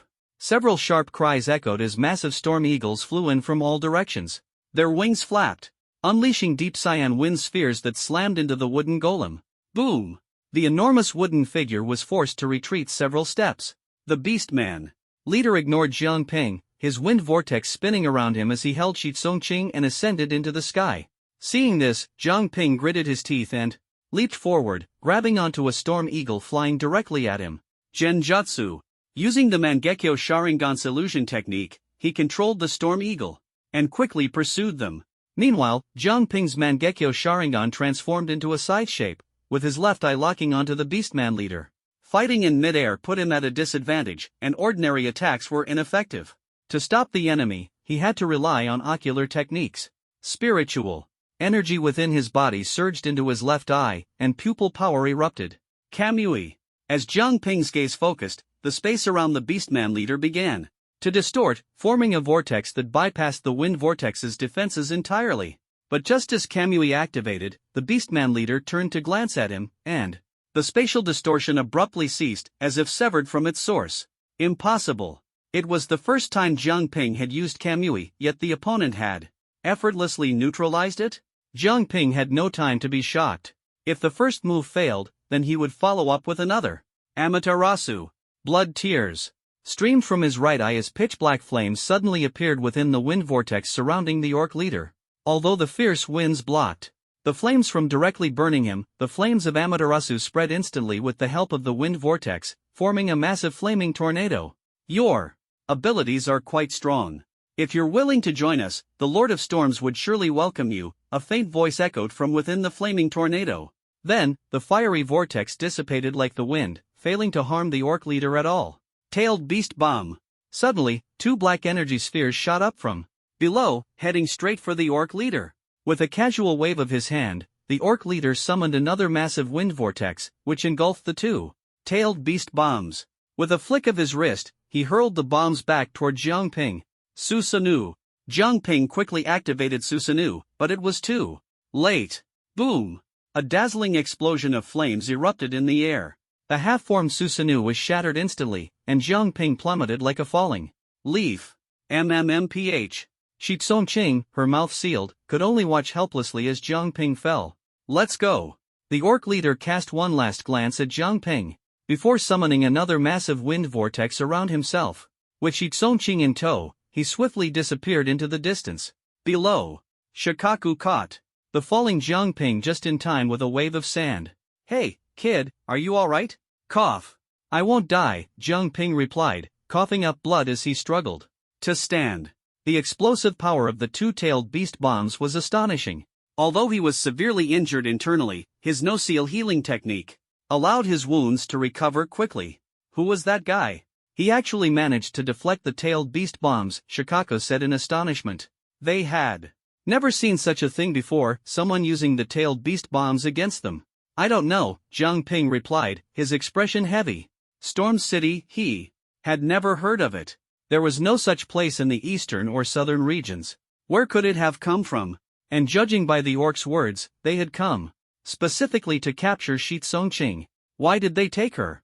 Was she in danger? Jiang Ping had no answers. What frustrated him even more was that the enemy had no intention of fighting him, they only wanted to take Shitsongqing away as quickly as possible. Jiang Ping was powerless to stop them. He could handle a direct confrontation, but trying to detain the enemy had already pushed him to his limits. Flight was his greatest weakness. No matter how powerful his would release was, it couldn't take him to the skies. The only slight comfort was that Shitsongqing didn't seem to be in immediate danger. Storm City. I'll have to go back and ask the principal about it. The enemy had long since vanished, and chasing them was impossible. Kid, your eyes. Shikaku suddenly noticed that Jiang Ping's eyes were no longer Sharingan but had turned into lifeless white pupils, a sign of blindness. Yeah, I'm blind, Jiang Ping replied calmly. He could no longer see anything, his world was now shrouded in darkness. To stall the enemy, he had been forced to use the final ocular technique of his Mangekyo Sharingan. Unfortunately, it had failed. His Mangekyo Sharingan had already been on the verge of blindness, and using two ocular techniques in quick succession had pushed it beyond its limits, plunging him into darkness. In other words, he was now completely blind. Huaihai City. Principal's office. Storm City. Are you certain the people who took Xiaochang were from Storm City? Wang Daochuan pondered deeply. Not sure, but they claim to be from Storm City, commanded by the Storm Lord to capture Qing. They are a type of beastman, with a human-like upper body and a tail resembling that of a crocodile. Capable of controlling wind-based abilities, Jiang Ping said. He had rushed back from Baishar Mountain to inform Wang Daochuan and the others about everything that had happened. Principal, have you heard of Storm City? Zhang Ping was clueless and could only rely on Wang Daochuan and the others. Never heard of it. What about you two? Wang Daochuan shook his head and asked Zhang Lei and Shi Yan. I haven't heard of it either. Zhang Lei shook his head. I haven't heard of Storm City, but I have heard some news about beastmen, Shi Yan said solemnly. There have been reports of beastman activity in the western region, but it's unclear if they are the same type of beastmen you encountered. The northern region is quite far away. So, does that mean Storm City might be in the western region? Zhang Ping frowned deeply. The only clue now was the beastmen. If Storm City is in the northern region, then they would have to investigate the western region. Storm City is not in the western region. Suddenly, a crisp voice rang out. The group turned their heads as the door opened. And Yan Yu walked in. Yan Yu, you're here. It was Wang Daochuan who had called her over, otherwise, she wouldn't have entered directly. Xiao Yu, do you know where Storm City is? Zhang Ping asked with a hint of surprise. Yes, I know. Zhang Ping, your eyes? Yan Yu nodded. When Zhang Ping turned his head, she noticed his eyes were covered with a white cloth, her mouth slightly agape in shock, almost unable to believe it. It's nothing, just blind, Zhang Ping said lightly. But Wang Daochuan and the others' expressions grew heavy. Two of Huaihai Academy's outstanding students, one missing, the other blind. They regretted sending Zhang Ping and Shi Qing to Baishar Mountain. How could this happen? Yan Yu covered her mouth, her face full of disbelief and sorrow. Before coming, she only knew that Shi Qing had been captured. She hadn't expected Zhang Ping to lose his sight as well. Zhang Ping's spiritual eye ability was one of his greatest advantages. Now that he couldn't see, his spiritual eye ability was rendered useless, significantly weakening his strength. Don't worry, Xiao Yu. First, tell me where Storm City is. Do you know?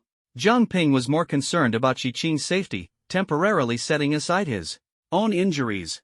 Yan Yu looked at him, her eyes filled with a trace of sadness. Soon, she suppressed her emotions and calmly said, Storm City is not in the western region, it's in the northern region. To be precise, Storm City is located behind the Sacred King City. A long time ago, before the establishment of the Sacred Empire, the Beastmen of Storm City once occupied the northern region for a period of time, wielding immense power. Later, when the Sacred Empire was founded, the first king personally took action, severing the Storm Lord's head and driving all the Beastmen out of the northern region, establishing the Sacred King City. After hearing Yan Yu's words, Zhang Ping and the others fell silent for a moment. So it's in the northern region? That means Qing was likely taken to Storm City, Shi Yan said. What is the strength of the Beastmen in Storm City? Zhang Lei asked. Yan Yu shook her head. I'm not entirely sure. I only know that the Beastmen of Storm City are hybrids with ancient dragon bloodlines, and the Storm Lord is a true dragon. Even the original King of Beginnings back then couldn't completely eliminate them, only driving them out of the Holy Empire, so their strength must still be formidable. It seems we need to make a trip to Storm City ourselves, Shi Yan said in a hoarse voice, his gaze resolute. Clearly, he intended to personally rescue Shi Qing. Zhang Ping, however, said, Minister Shi, you can't leave. The beast tide has just ended, and you need to stay here with the principal to stabilize the situation. I saw Songqing being captured with my own eyes, so I will go to rescue her. It's my responsibility. Can you even make it to the Northern District now? Shi Yan glanced at him. It wasn't mockery, but a statement of fact. Zhang Ping was now blind, and whether he could even reach the Northern District was questionable, let alone rescue someone. Don't worry, although I'm blind, my strength won't be affected, Zhang Ping said. But Shi Yan still seemed half convinced. At this moment, Yan Yu spoke up, Zhang Ping, I'll go with you. Our academy also needs to send people to the Holy King City. Zhang Ping was surprised. What are you going to the Holy King City for? As the topic shifted, Wang Daochuan took over, saying, the beast tide has just ended, and major cities have suffered heavy losses. Thanks to Yan Yu activating the Holy King banner, some losses were mitigated, otherwise, the consequences would have been unimaginable. Precisely because of this, we must go to the Holy King City, open the sealed gates, and reignite the King's flame within the city to activate all the Holy King banners. The power of the Holy King banner comes from the King's flame. Only by activating the banners can the major cities gain basic security, giving us a chance to restore the Holy Empire's former glory. We've already foreseen that there will be another beast tide in a year. If we can't reignite the King's flame and activate the Holy King banner, no one will survive by then. Wang Daochuan's tone was particularly heavy. Opening the Holy King city, reigniting the King's flame, and activating the Holy King banner were their last hopes for survival. Another beast tide is coming. Jiang Ping's heart sank. Misfortunes never come singly. Shi Tsongqing had just been captured by Storm City, and now there was a new crisis. Now, major cities are starting to send people to the Holy King city. We've also decided to have Yan Yu lead a team to support the Holy King city, Wang Daochuan said. Since Storm City and the Holy King city are in the same direction, let's go together, Jiang Ping decided decisively. Whether it was the Holy King city or Storm City, he had to see them for himself. Alright, I'll go back and organize the others immediately. We'll set off early tomorrow morning, Yan Yu said. Okay, it's settled then. Any other questions? Wang Daochuan looked at Shi Yan and Zhang Lei. Zhang Lei glanced at Jiang Ping, opened his mouth as if to say something, but finally shook his head. No problem. Jiang Ping, you'd better bring Shaoqing back, or I won't let you off, Shi Yan said coldly. Minister Shi, rest assured, I will do my utmost to rescue Tsongqing. Night fell. At the Jiang family. At the dinner table, Zhang Lei personally cooked, preparing a table full of dishes that looked, smelled, and tasted delicious. However, today's atmosphere was different from the usual lively one. It felt somewhat heavy. Smells amazing. Looks like Dad, your cooking skills haven't declined at all, Jiang Ping said, holding his chopsticks and leaning in to take a sniff, savoring the enticing aroma. Although he couldn't see now, his senses had become sharper. When a person's eyesight is lost, their other senses often become more acute. Up until now, Jiang Ping could still take care of himself. If he activated his immortal mode to further enhance his perception, it wouldn't matter whether he could see or not. Of course, he usually conserved its use and wouldn't casually activate immortal mode. He fumbled with his chopsticks, picked up a dish, sniffed it, felt its temperature, and only ate after confirming what it was. Sweet and sour ribs, still the familiar taste. The first piece was his favorite sweet and sour ribs. There's plenty more. Everything made today is what you like, Zhang Lei said, deliberately preparing a bowl with a bit of each dish and placing it in front of Jiang Ping. Eat up, let's all eat together. Jiang Ping began to eat, fumbling to pick up the dishes. Once he got familiar with their positions, not being able to see didn't affect his eating. However, what he couldn't see was Zhang Lei looking at him with a face full of worry.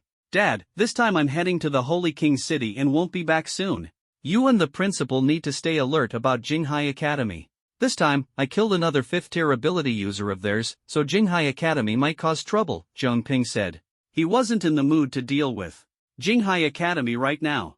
But after he left, Huaihai Academy had to be cautious of them. Lin Hai had already thrown all decorum aside, nothing would be surprising anymore. Don't worry. Jinghai Academy has already lost 2 5th-tier ability users. Even if they come, we are both had already reached the advanced stage of the 3rd tier, the same level as Jiang Ping. Yan Yu, however, had long since reached the intermediate stage of the 4th tier. Of course, this was only their apparent strength. In terms of actual combat power, Jiang Ping was still recognized as the strongest in the team. But now, no one knew if Jiang Ping still maintained his former strength. The square was filled with students and teachers bidding farewell. At this moment, Yan Yu and the others couldn't help but recall the awakening ceremony for their abilities that they had completed here more than a year ago. A year later, they stood here again. But this time, they were not in the audience, they were on the stage, receiving the respect of others. Heading to the Holy King city was both an honor and fraught with danger. Many longed to go, while many others feared it. Regardless of whether they yearned for it or dreaded it, everyone held deep respect for Jiang Ping and his team. Wang Daochuan slowly stepped forward, his expression solemn and dignified, and said, "Today, the 10 people on this stage will represent Huaihai Academy and head to the Holy King city. The Holy King city is the core of our holy empire. The holy law, the holy banner, and the holy flame are the foundations that uphold the empire. If these are lost, the holy empire will face destruction. If the empire collapses, we will be like specks of dust in a flood, ultimately vanishing. Therefore, protecting the Holy King city is protecting ourselves. You bear the life and death of Huaihai City, the entire eastern district, and even the entire Holy Empire on your shoulders. For the sake of our families, friends, and loved ones, you must succeed. Wang Daochuan's powerful voice echoed in everyone's ears. We will never let everyone down. Ming Yun and the others responded in unison. Thunderous applause erupted from the audience. Having experienced the Great Beast Tide, they now understood the preciousness of survival. Without the Holy Banner, the next Beast Tide would mean the complete destruction of Huaihai City. Ming Yun and his team of 10 carried the future of all the people of Huaihai City. This was a journey of redemption spanning thousands of miles. Outside Huaihai City, 5 wooden carts moved forward in an orderly fashion. The carts were arranged in 2 rows. The last 3 carts were for Jiang Ping and his team's mission, while the first 2 were personally escorting them part of the way, driven by Jiang Lei and Wang Daochuan. Jiang Ping and Yan Yu shared a cart, with a member of the execution department, Yellow Snake, driving in the front. Inside the cart, Jiang Ping couldn't see outside. He could only hear the howling wind and feel the speed of the wooden cart. Along the way, the 2 remained silent. 3 hours later, the wooden carts gradually slowed down and came to a stop. Ahead was a long bridge spanning a kilometer across the great river Luo Shen Bridge.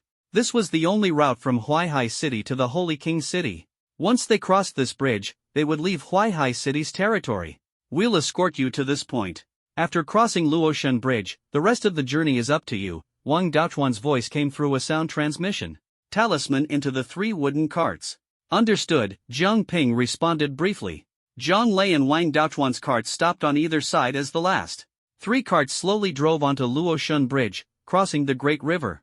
Beyond the bridge, the journey would be entirely up to them. Jiang Lei and Wang Daochuan got out of their carts, watching them gradually disappear into the distance until they were completely out of sight. Do you think they'll succeed?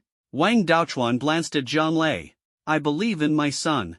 Ha, I believe in them too. Let's go. Beyond Luoshan Bridge lay a dense forest, with towering trees and thick canopies that blocked out the sunlight. The sun was shining brightly outside, yet the forest remained dark and gloomy. The Sacred King City is in the northern region, over 1,000 kilometers away from Huaihai City. The journey is rugged. At our speed, it will take at least a month, so everyone should be mentally prepared. Ming Yun's voice transmitted through the communication talisman to the other 2 vehicles. Understood. Traveling from Huaihai City to the Sacred King City, crossing the entire empire, naturally took a long time. Jiang Ping understood this deeply. Years ago, when he was being hunted in Jinghai City, he had to flee all the way to the northern region, a journey that took him several months. The convoy moved steadily forward. After the Great Beast Tide, the number of monsters had significantly decreased, and for now, there were no large-scale attacks along the way. Inside the carriage, Yan Yu looked at Jiang Ping, unsure whether he was awake or asleep. After some thought, she asked softly, Jiang Ping, are you asleep? No, Jiang Ping answered immediately. After a pause, Yan Yu continued, do you know our true purpose this time? Purpose? Isn't it to support the Sacred King City? Then find Storm City and rescue Storm? Jiang Ping found it odd that Yan Yu would ask such a question. That's not correct. Our primary goal is to ignite the Sacred King flame and reactivate the Sacred King flag scattered across the empire. Only then can we proceed to Storm City, Yan Yu said solemnly. In other words, the first step now is to ignite the Sacred King flame, Jiang Ping said indifferently. Got it. Since it's all in the Sacred King City, it doesn't matter how we do it. Only after igniting the Sacred King flame can you go to Storm City, Yan Yu murmured softly, as if speaking only to herself. In the depths of winter, the road was heavily covered in snow. Even without interference from monsters, the convoy could not move quickly. After several hours of continuous travel, the group finally emerged from the long stretch of forest. There's an abandoned town ahead. We'll rest there, Ming Yun said. It was a city destroyed during the Great Beast Tide, with collapsed walls and crumbling houses. Traces of human life could still faintly be seen, but now there wasn't a single person left, not even corpses could be found. Stay alert and eliminate all dangers, Ming Yun, the team leader for this mission, maintained the rigorous style of the Execution Division. Apart from Wei Lin and Zhao Mei, the others were all from the Execution Division. Upon hearing Ming Yun's orders, they immediately took action. Even Wei Lin and Zhao Mei, who often carried out missions with the Execution Division, were quick to respond to Ming Yun's instructions. Jiang Ping, come with me, Yan Yu said, pulling Jiang Ping along as her vigilant gaze scanned the depths of the abandoned city. Being pulled along, Jiang Ping naturally didn't refuse. It made things more convenient for him. Holding Yan Yu's soft hand, the two quickly explored ahead. This abandoned city was lifeless. There wasn't a single person, not even a trace of monsters. The group soon found a safe area to settle down and rest. Night fell, and the campfire burned brightly. Dinner was roasted meat. Wei Lin personally roasted a large leg for Jiang Ping and handed it to him. "Brother Ping, try this roast leg meat. It's absolutely delicious." "Thank you. Jiang Ping, here's some water." "Be careful with it," Jiang Mei said, handing him a bottle of water. The two of them kept talking, leaving Jiang Ping both amused and exasperated. He said, "Although I can't see right now, that doesn't mean I can't do anything. I can handle these things myself." After speaking, he set the water bottle down, retrieved a small knife from his spatial ring, and though his movements were slightly stiff, skillfully cut the roasted leg into small pieces and began eating. Seeing that he could still handle things on his own, Wei Lin scratched his head somewhat sheepishly and said, "Brother Ping, you're really something. If it were me, I'd definitely make a complete mess of it." Jiang Ping kicked Wei Lin accurately. "Enough. Eat your food and stop buttering me up." "Hee hee," Wei Lin chuckled. Seeing Jiang Ping so light-hearted, everyone felt much more at ease. Truth be told, losing one's sight would be a devastating blow to anyone, and it was something almost impossible to accept in a short time.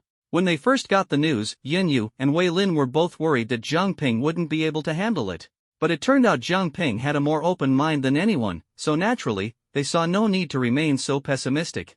"Finish eating and rest early, we'll continue our journey tomorrow," Mingyun said.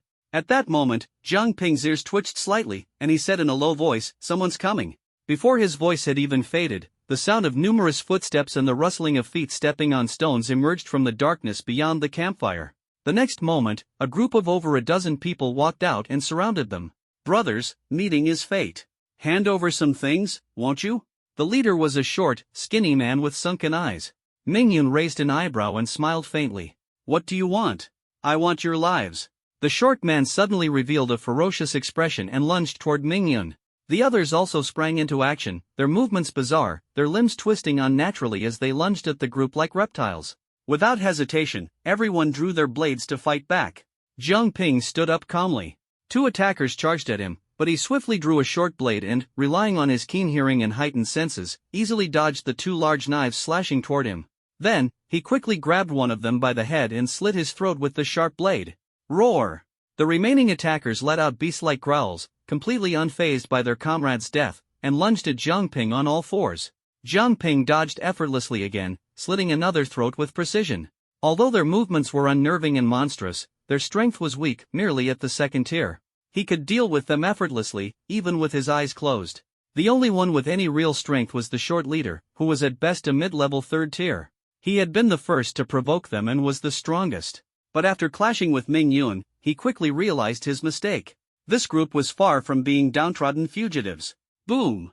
Mingyun threw a punch, sending the short man flying into a tree, his frail body embedding deep into the trunk. I'm sorry. We were wrong." Seeing Mingyun about to land a second punch, the short man hurriedly begged for mercy. "We didn't recognize you as esteemed warriors. Please spare my life." "Humph, you were quite arrogant just a moment ago, but now you're quick to beg for mercy," Mingyun said with a laugh. He had thought these people were ruthless opponents, but they turned out to be nothing more than a group of pathetic bullies. A bunch of second and third tier ability users. How could they have possibly survived amidst the great beast tides? But none of that mattered now. "Speak. Who are you, and why did you attack us?" "If I don't like your answer, I'll make your head explode," Mingyun said, raising his fist. The short man nodded repeatedly and said, We are refugees who lost our shelter during the great beast tides. With no place to go, we had no choice but to wander and resort to robbery for food." "Is it really that simple?" "It's the truth. I swear, if I'm lying, may I be struck by lightning," the short man swore hurriedly. "Jiang Ping," Mingyun called out instinctively, intending to have him interrogate the man in front of them. Back when Jiang Ping was part of the execution unit, interrogation was his specialty. His illusions were particularly useful for extracting information.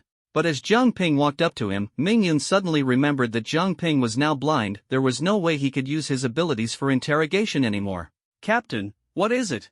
Jiang Ping asked. "Do you think he's telling the truth?" Mingyun rephrased his question, hesitating. Jiang Ping didn't respond immediately. He turned toward the short man, remaining silent for a few seconds before asking, "Who told you we were here?" What? With your strength, there's no way you could have gotten this close without being noticed. Who's behind you? Jiang Ping raised the short blade in his hand and pressed it lightly against the short man's shoulder. The highest strength among this group was only at the early third tier. How could they have approached within 200 or 300 meters without being detected? I don't understand what you mean, the short man stammered, clearly panicking. Playing dumb won't help you, Jiang Ping said, applying more pressure as the knife slowly pierced into the man's shoulder. I said I don't know, the short man suddenly growled in a low voice. His frail body erupted with startling strength as he lunged forward. As the short blade pierced through his shoulder, he grabbed Jiang Ping's arm. Die! The short man's entire body began to glow intensely, his aura surging dramatically. Not good. He's going to self-destruct. Not only the short man but the others as well began preparing to self-destruct, their energy surging wildly. Retreat! Ming Yun shouted. The group quickly moved back to distance themselves from the danger zone. The short man's hand, claw-like, clamped tightly onto Jiang Ping's arm. Just as he was about to explode, Yan Yu suddenly rushed forward, slamming her palm onto the short man's body. Buzz! A golden light enveloped the short man, forcibly suppressing the explosive energy within him. Then, Yan Yu kicked him away. Boom! The explosive energy within the short man finally detonated, bursting like a brilliant firework in the sky. Boom, boom, boom. The self-destruction of the others was unstoppable, erupting into flames in an instant. Fortunately, everyone had retreated in time, and no one was injured. Self-destruction was a desperate countermeasure used by both humans and beasts, leveraging their spiritual or beast cores to unleash an explosive force far beyond their usual strength. These individuals were weak, and their self-destructions were limited in power. Only Jiang Ping had come close to being harmed. Had it not been for Yan Yu's timely intervention, the consequences would have been dire. The outside world is really dangerous. We just wanted to enjoy a meal, and it turned into this mess, Wei Lin muttered, looking at the chaos, unable to help but complain. And this wasn't even the northern region yet. How could things already be this chaotic? No. The real enemy is only showing up now, Jiang Ping suddenly said, raising his head to look in one direction. The others immediately followed his gaze. Whoosh, whoosh, whoosh. Over a dozen figures darted through the forest, swiftly surrounding them. These newcomers were completely different from the earlier group. They all wore masks and combat windbreakers. People from Jinghai Academy? Yan Yu and the others immediately recognized them as Jinghai Academy's enforcers. I knew Wang Daochuan would send you. I've been waiting long enough, an icy voice echoed. A burly middle-aged man slowly emerged, his expression dark and his gaze icy. Lin Hai? Ming Yun and the others were utterly shocked. It was Lin Hai, the dean of Jinghai Academy? You dared to chase us all the way here. I truly didn't expect this, Jiang Ping said, staring directly at Lin Hai. Lin Hai's appearance surprised him, but he could accept it. This time, Wang Daochuan and the others aren't here. No one can help you. Now. Lin Hai's eyes were fixed solely on Jiang Ping. He had waited too long for this opportunity. Finally, he seized the moment when Jiang Ping was alone. Today, I'm going to reclaim all the dignity your Jinghai Academy has lost over the years. New grudges and old scores, all settled at once. Jiang Ping sneered and said, if I'm not mistaken, you've brought only yourself and a dozen enforcers. I've already taken down 2 fifth-tier ability users from your Jinghai Academy. Do you think you alone can deal with me? So confident, coming to challenge me alone? Jiang Ping faced Lin Hai with a relaxed tone, but his heart was already tense. The people from Jinghai Academy must have known he had 2 fifth-tier advanced beasts hidden. Lin Hai daring to intercept him with just a dozen enforcers showed he was fully confident in handling Jiang Ping and the 2 beasts. I know you have 2 fifth-tier beasts. Don't say I'm bullying you. I'll give you a chance now to summon them, Lin Hai said coldly. He didn't rush to act but gave Jiang Ping time to call for reinforcements. Ming Yun and Yan Yu exchanged glances, their expressions serious. Lin Hai being able to track them here was completely unexpected. Besides Lin Hai, the 4 major enforcers of Jinghai Academy had also arrived. Among them was a 5th-tier advanced enforcer, 4 4th-tier high-level enforcers, and more than a dozen 4th-tier junior and mid-level enforcers. In comparison, Jiang Ping's side was clearly weaker. However, they still had their final trump card. Although they didn't know what Lin Hai was planning, Jiang Ping's only ace was those 2 fifth-tier tailed beasts. Without hesitation, he formed seals with both hands. Summoning technique. As soon as the seal was completed, there was no response. Summoning failed? Jiang Ping frowned deeply. His summoning technique had failed? Brother Ping, what's going on? Where are your two fifth-tier beasts? Wei Lin began to panic as well. I don't know. I can't summon them. Let me tell you why. Lin Hai spoke coldly, the surrounding space has already been sealed by me. Your contract summoning and spatial abilities are all nullified. Spatial seal? Jiang Ping muttered to himself. His summoning technique was essentially a spatial ability, using a specific technique to summon the tailed beasts from another space, similar to the contract summoning of beast taming systems. Now, with Lin Hai's spatial seal in place, his summoning technique was completely blocked. Not only that, the spatial seal also immobilized his flying thunder god technique. Can't summon them? Hearing Lin Hai's words, Yan Yu and the others' expressions grew even more grim. Without Jiang Ping's summoned beasts, who among them could stand against Lin Hai? Jiang Ping, I know you have many tricks. Besides the two fifth-tier beasts, you also have spatial abilities for rapid traversal, black flames from the spirit eye system, powerful illusions, a massive energy giant, and formidable wood-based abilities. There's one thing I must admit, your talent is truly monstrous, being able to master so many powerful skills at once. But unfortunately, the spatial seal prevents you from using spatial abilities and summoning beasts. Your spirit eye is blind, so you can't use spirit eye abilities either. Now, you're left with only wood-based abilities. Can you still escape from my grasp? Lin Hai crossed his arms, brimming with confidence. The current situation is clear, they are the hunters, and Jiang Ping's group is the prey. Deal with the others first, leave Jiang Ping for last. As soon as the words were spoken, Lin Hai gave the order. And the executors around them surged forward, murderous intent filling the air. Ming Yun and the others, of course, refused to back down, drawing their weapons to fight. Under the night sky, in the snow-covered forest, the battle grew increasingly fierce. Shadows clashed among the trees, blades and swords flashing, sparks flying. Both sides were seasoned executors, and even the simplest swordplay was filled with lethal intent. Lin Hai did not personally join the fray, only the four top executors from Jinghai Academy took action, barely managing to stabilize the situation. Jiang Ping entered the battlefield, facing the leader of the four executors, Black Dragon. The opponent was a high-level fourth tier, and Jiang Ping fought with all his might, immediately entering immortal mode and activating the third gate of the 8 gates formation, significantly enhancing his perception and close combat abilities. Whoosh! Black Dragon's figure flickered rapidly, seizing the opportunity to strike at Jiang Ping's back with a blade. Clang! Jiang Ping reacted swiftly, turning and deflecting Black Dragon's blade with a reverse hand motion, while simultaneously forming a seal with one hand. Fire style, Great Fireball. Technique. A massive fireball instantly took shape, hurtling toward Black Dragon. Such fast casting speed. Black Dragon was momentarily stunned but quickly retreated to evade. However, just as he dodged, Jiang Ping had already flashed in front of him, delivering a fierce kick. Too fast. Black Dragon was shocked, hurriedly crossing his arms to block the kick. The force of the kick was beyond imagination, sending Black Dragon flying and crashing heavily to the ground. Jiang Ping was about to continue as Yan Yu reacted swiftly, her body shimmering with light, instantly forming a golden shield in front of her. Boom! The shield was ultimately shattered, and the force of the punch struck Yan Yu directly. Cough!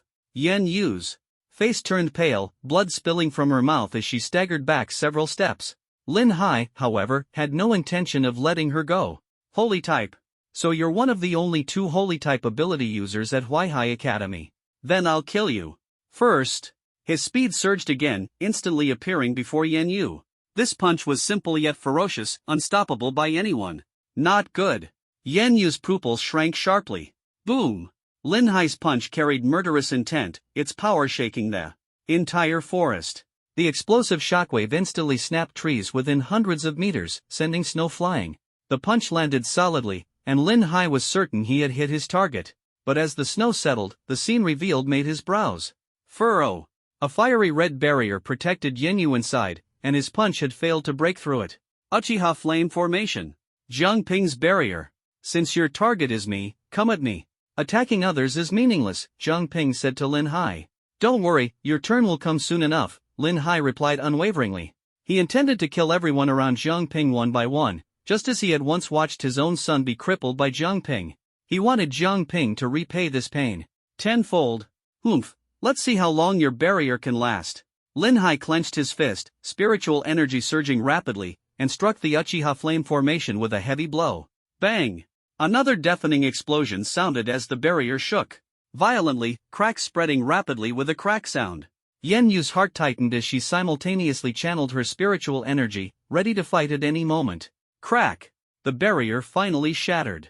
Almost at the moment of its collapse, Yen Yu launched her counterattack. Holy, myriad splendor! A massive golden torrent shot out with a roar, like a laser cannon, instantly hitting Lin Hai. Facing the attack of a 4th-tier beginner ability user, Lin Hai was unconcerned. Being a strength-type user with a robust physique, he chose to endure it directly. But he quickly realized he had misjudged. Yen Yu's strike was far more powerful than expected. The golden torrent felt like scorching flames, delivering a soul-piercing burn. For a moment, Lin Hai's consciousness even blurred briefly. Boom! The golden torrent pressed forward forcefully, pushing Lin Hai back several steps, leaving deep marks on the ground. But the respite was short-lived. Lin Hai's eyes gleamed, his arms trembled, and a low growl escaped his throat.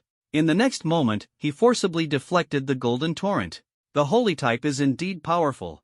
But little girl, your current strength is still insufficient. Yen Yu's attack only solidified Lin Hai's resolve to kill her. Since he had already torn ties with Huaihai Academy, he couldn't miss any opportunity to weaken their forces. The holy type girl before him was one of Huaihai Academy's 2 S-class students.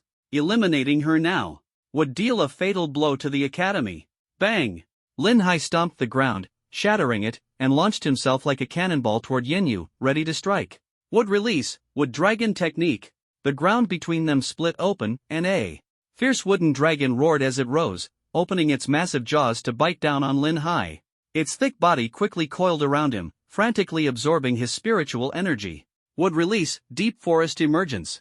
Jiang Ping's hands quickly formed seals, and a large area of vines and trees grew rapidly, tightly entangling Lin Hai and trapping him firmly at the center. Xiao Yu, are you okay? Jiang Ping hurried to Yen Yu's side, unable to see her condition clearly and worried she might be injured. I'm fine. Yen Yu squeezed Jiang Ping's hand, reassuring him that she was alright. That's good. Knowing Yen Yu was unharmed, Jiang Ping immediately turned toward Lin Hai's direction.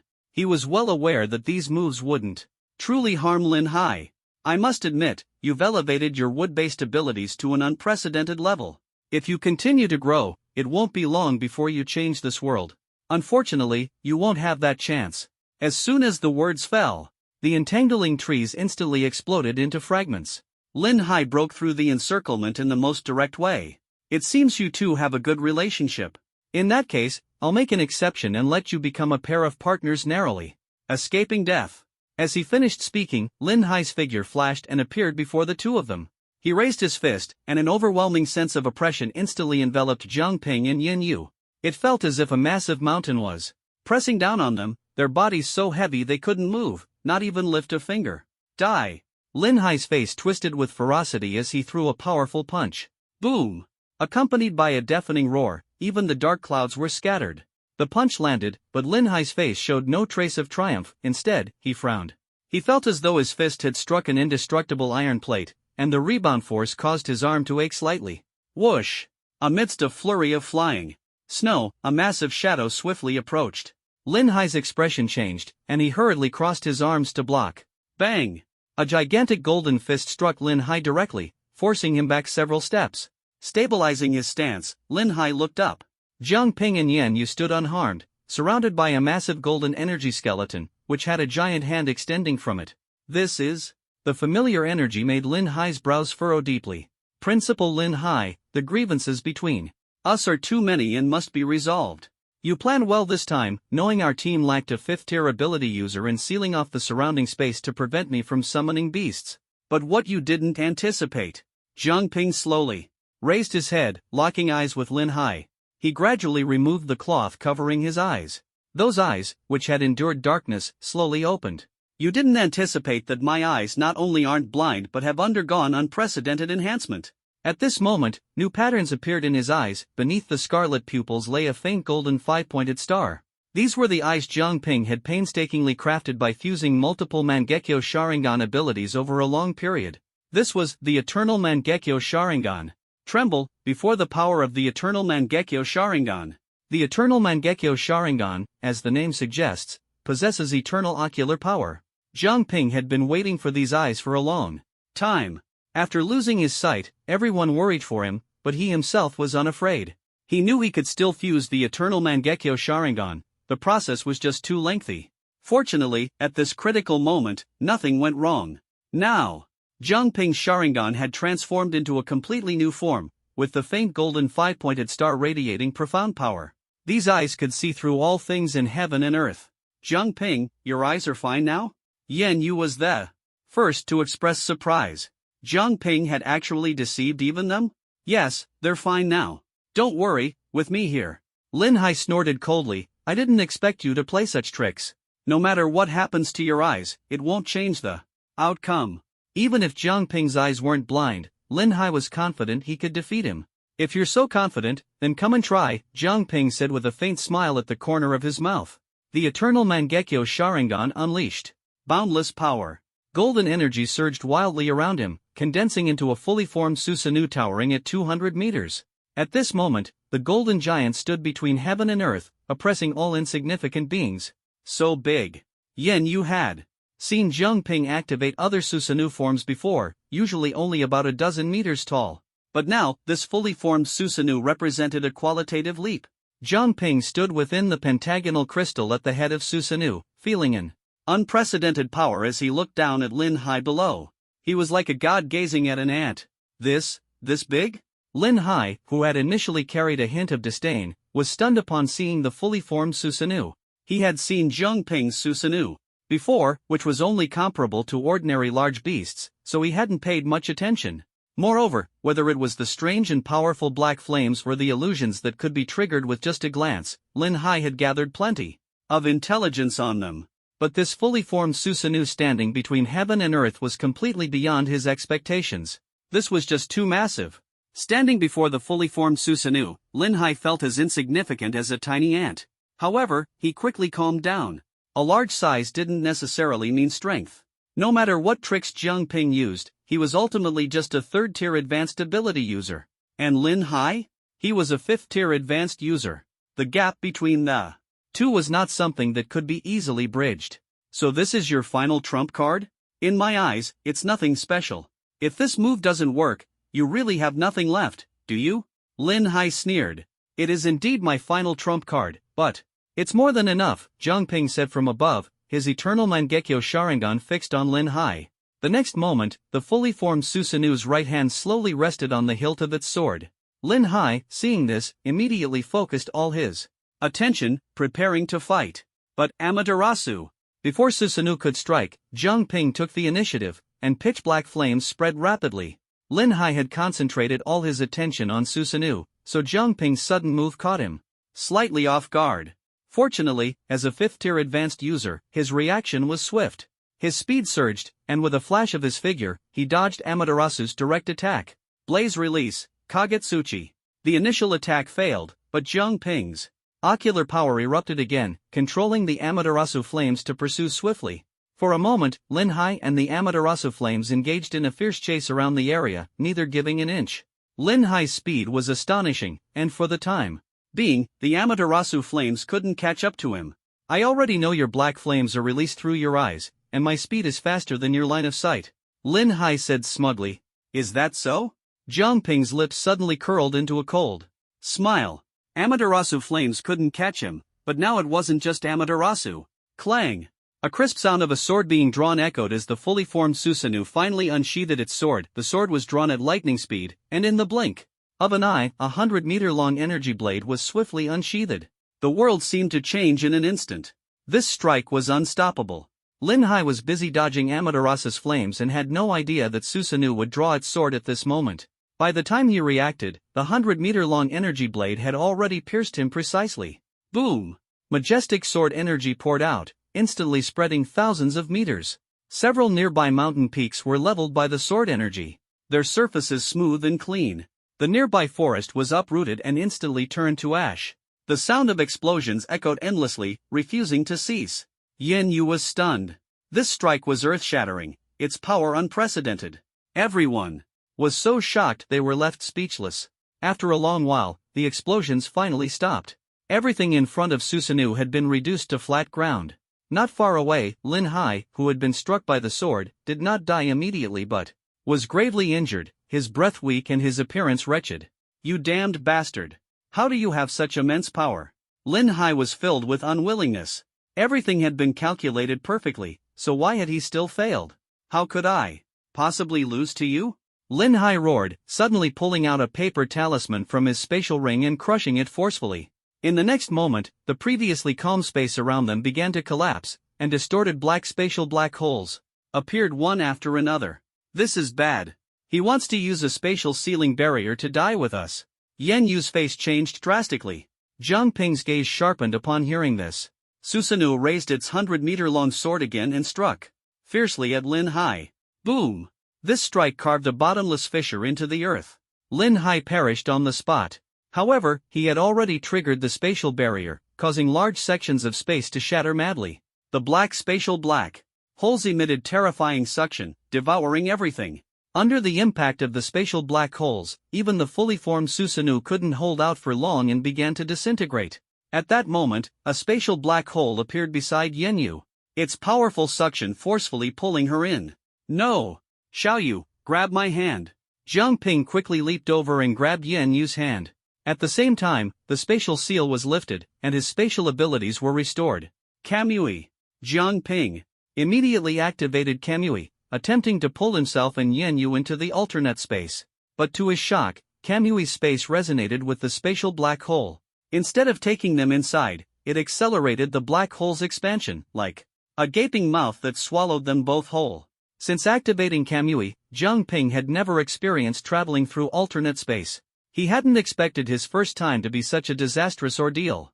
After being sucked into the spatial black hole, Jiang Ping felt as if he had been thrown into a washing machine, spinning wildly, disoriented, and unable to tell direction. Moreover, the black hole was pitch black, and he couldn't see anything. "Jiang Ping!" Yan Yu's voice came from the darkness, followed by a faint golden light that appeared in the void. It was Yan Yu. "Xiaoyu, hold on to me." Jiang Ping quickly reached out, and Yan Yu extended her hand as well. The two finally managed to grab hold of each other. Kamui. After grabbing Yan Yu, Jiang Ping activated Kamui with both eyes, hoping to accelerate the process and take them out of there. The surrounding space twisted violently, seemingly resonating with the chaotic space. Crack! The pitch black space black hole finally cracked open a beam of light, and the two were instantly spat out. Jiang Ping felt himself falling into a soft sandy ground. The fine grains of sand carried a slight chill, giving him a completely new tactile sensation. "Jiang Ping, are you okay? Are you hurt?" A worried voice from Yan Yu reached his ears. Jiang Ping shook his head and propped himself up to sit. His vision gradually cleared. The sky was caught between night and dawn, with a fiery red sun just rising. A ray of morning light spilled down, dyeing the desert in golden hues. "This is a desert?" As his sight returned, Jiang Ping focused his gaze and saw an endless expanse of desert all around, with no trace of where they had come from, or where it ended. "It seems that shattered space black hole just transported us here." Yan Yu, who had just woken up, looked around nervously. Who would have thought that in the end, Lin Hai, that old bastard, would pull one last trick before dying? Jiang Ping said through gritted teeth. Lin Hai had already lost his life after being struck twice by his fully formed Susanoo. But the spatial seal he detonated before dying had sent them here. "I wonder how Wei Lin and the others are doing. I hope they're okay." The shattered spatial seal had affected not only them but others as well. It was highly likely that some had been transported to different places. They should be fine. Right now, the most important thing is figuring out where we are and how to get out of this desert, Yan Yu said. "I have a way to solve this." Jiang Ping stood up, brushed the sand off his body, and his eyes transformed once again into Mangekyo Sharingan. "Come," he grabbed Yan Yu, and the power in his eyes surged. Kamui. The space around Jiang Ping began to distort into a vortex, slowly enveloping the two of them. Just as Kamui was about to pull them into the alternate dimension, the surrounding space suddenly fractured, revealing pitch-black cracks that spread into the Kamui space. It seemed as though another spatial black hole was about to tear open. "No, stop quickly!" Yan Yu shouted urgently. Jiang Ping immediately withdrew Kamui, and the distorted space gradually returned to calm, with the black cracks closing up again. What's going on? He remembered Kamui's space not being this powerful. Why did the surrounding space collapse as soon as it was activated? It must be an issue with the surrounding space itself. Yenyu frowned, trying hard to recall relevant details. Desert, spatial collapse.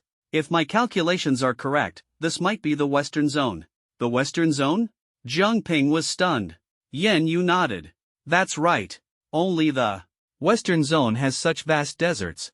The Western Zone experienced a large-scale, shattering battle years ago when the Holy King came to conquer it, leaving the space here extremely unstable. The Western Zone was a life-restricted area of the Holy Empire. Once prosperous, it had become desolate after the shattering battle, with its space turning unstable and frequent spatial storms of immense destructive power.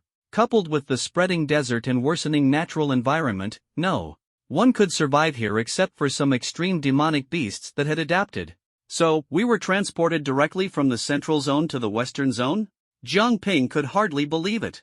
If this was the Western Zone, then the distance from the Central Zone where they were ambushed was far too great. How could they have traveled such a vast distance in such a short time? Even a spatial black hole shouldn't be able to cross such a distance so quickly, right? Could Kamui have had some influence in this? Jiang Ping was utterly puzzled. Moreover, the space here was extremely unstable. Neither the Flying Thunder God nor Kamui could be used, otherwise, it might trigger another spatial black hole. The headache was intense. There's no choice. Since that's the case, let's figure out a way to leave here first. Yenyu was unwilling to accept it, but the reality was clear. They had indeed been transported to the western region. Which way should we go? Yenyu thought for a moment, then looked up at the sun on the horizon and said, the sun rises in the east, and since it's morning now, we'll head in the direction of the rising sun. We should be able to get out. That means heading east. Let's go. The two immediately started walking briskly toward the direction of the rising sun. The sun had just risen, and the temperature in the desert was still relatively low, making the climate somewhat bearable.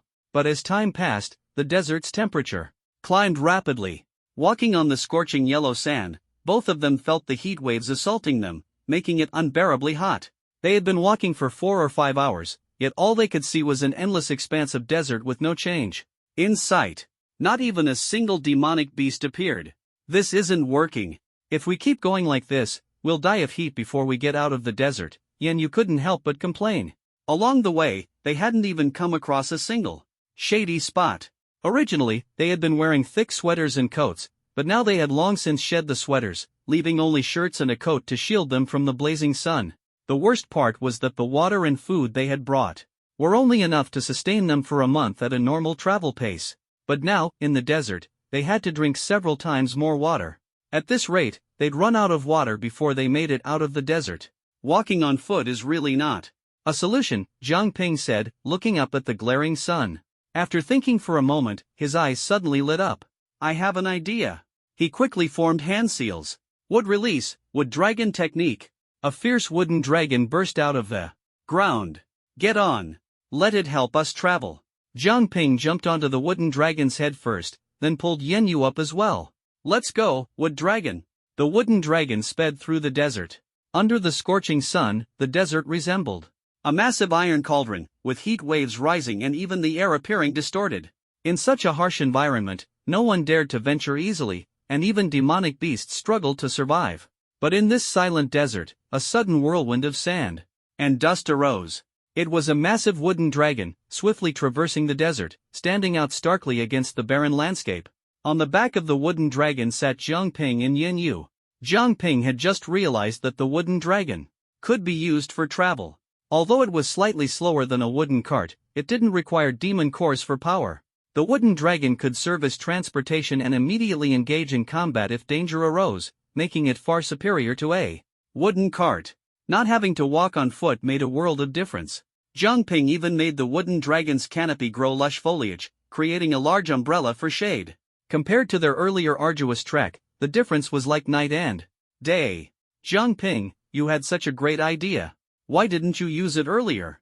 You made us suffer for nothing all this time. Yenyu said, both annoyed and amused. She was glad they no longer had to walk but also frustrated that Jiang Ping hadn't thought of using the wooden dragon sooner. I just didn't think of it at first, Jiang Ping said, scratching his head with an embarrassed smile. Now, with shade from the trees and the wooden dragon for transportation, all they had to do was sit on the dragon's back, drink water when thirsty, eat when hungry, and even rest when tired. It was much more comfortable. Jiang Ping increasingly felt that the wooden dragon was far more practical than the wooden cart. Although it was a bit slower, that wasn't a major issue. They maintained this pace, traveling for several hours straight. They still didn't encounter anyone along the way. They did, however, come across a few demonic beasts, but most of them, upon seeing the commotion caused by the wooden dragon, quickly avoided them. As night fell, the desert revealed its extremes. The daytime heat was unbearable, while the nighttime cold chilled to the bone. As soon as the sun set, Jiang Ping felt the surrounding temperature drop. Within less than an hour, the desert was swept by a biting cold wind. The desert is too cold at night, and it's unsafe to travel. Let's stop and rest, he suggested.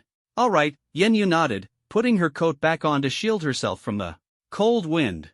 Once the wooden dragon stopped, Jiang Ping formed a hand seal. Wood release, linked pillar house technique. Boom! Several wooden planks quickly rose from the ground, and in no time, a square wooden house was constructed. Earth. Release, multiple earth flow walls. He formed another seal, and walls of earth rose around the wooden house, blocking the cold wind from all directions. You can even build a house? Yan Yu's mouth opened in surprise, her eyes sparkling. She had seen the powerful offensive and defensive capabilities of Jiang Ping's wood-based abilities, but this practical application in daily life was a revelation to her. Looks like from now on, no matter where we go on missions, as long as you're with me, I won't have to worry about sleeping outdoors, she said with a smile. Oomph, my wood release is so powerful, and you're using it to build houses? What a waste. Jiang Ping rolled his eyes at her, then walked into the wooden house and hung two moonlight stones on the walls for illumination. Come in. We'll rest here tonight and continue our journey tomorrow. With the wooden dragon's help, we should be able to cross the desert in just a few days, Yan Yu said lazily, lying on the wooden bed with a graceful posture. The wooden house wasn't completely enclosed. A small skylight was left in the roof, allowing a view of the dark and deep night sky outside.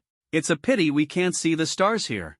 I haven't seen a starry sky in so long, she said, gazing at the vast darkness, trying to find a single star in the endless void. If we can't see the stars, it just means it's not the right time yet. But one day, we will, Jiang Ping replied, lying straight on another bed. However, the wooden bed was too hard, making it uncomfortable to sleep. Will we really get to see the stars again? Yan Yu raised her hand, looking through her fingers at the deep night sky, as if trying to grasp an invisible star. Jiang Ping turned his head, looking through the small skylight at the tranquil night sky. The stars have always been there. Sometimes, the clouds are just too thick, blocking our view. Whether you can see them or not, the stars are always there, silently watching over you, never leaving. It was the first time Yan Yu had heard such an explanation. She blinked in surprise, then turned to look at Jiang Ping.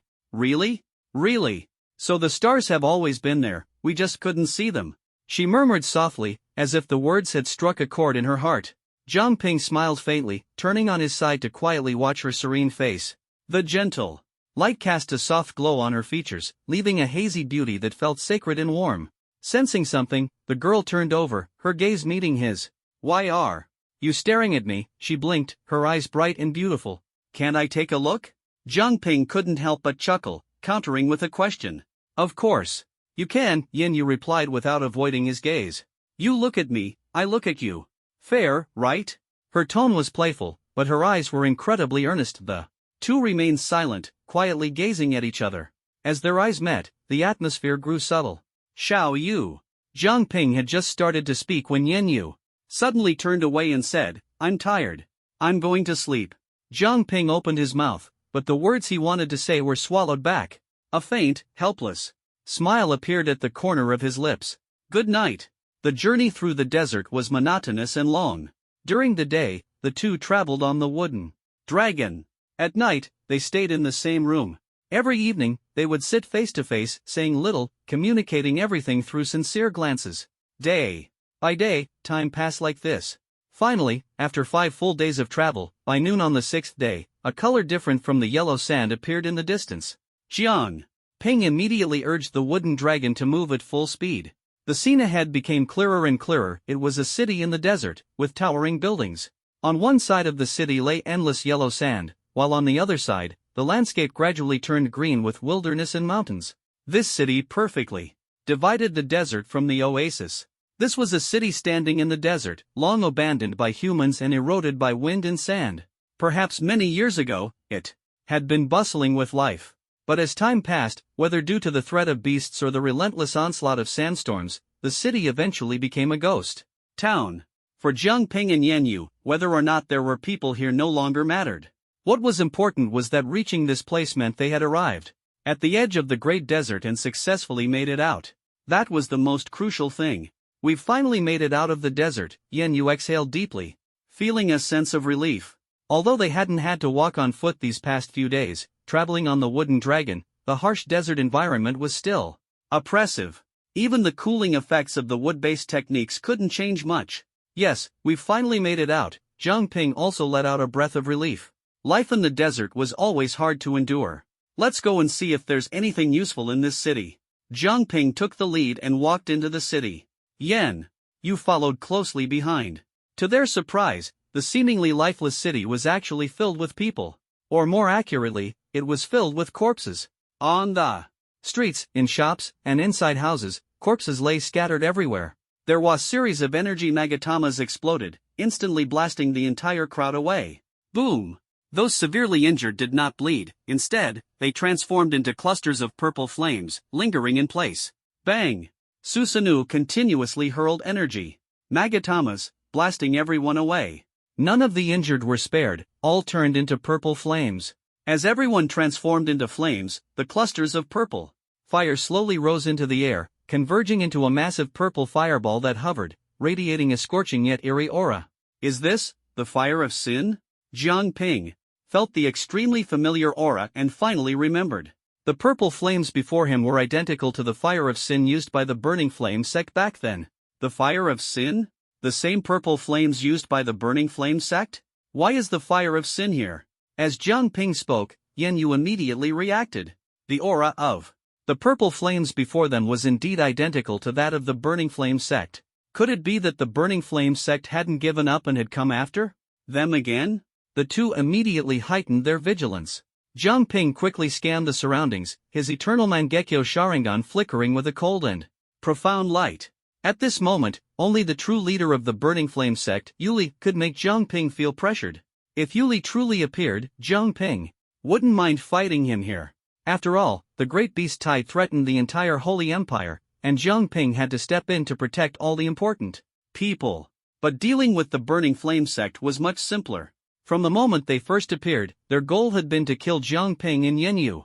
Despite multiple encounters later, they never changed their objective, focusing solely on hunting the two.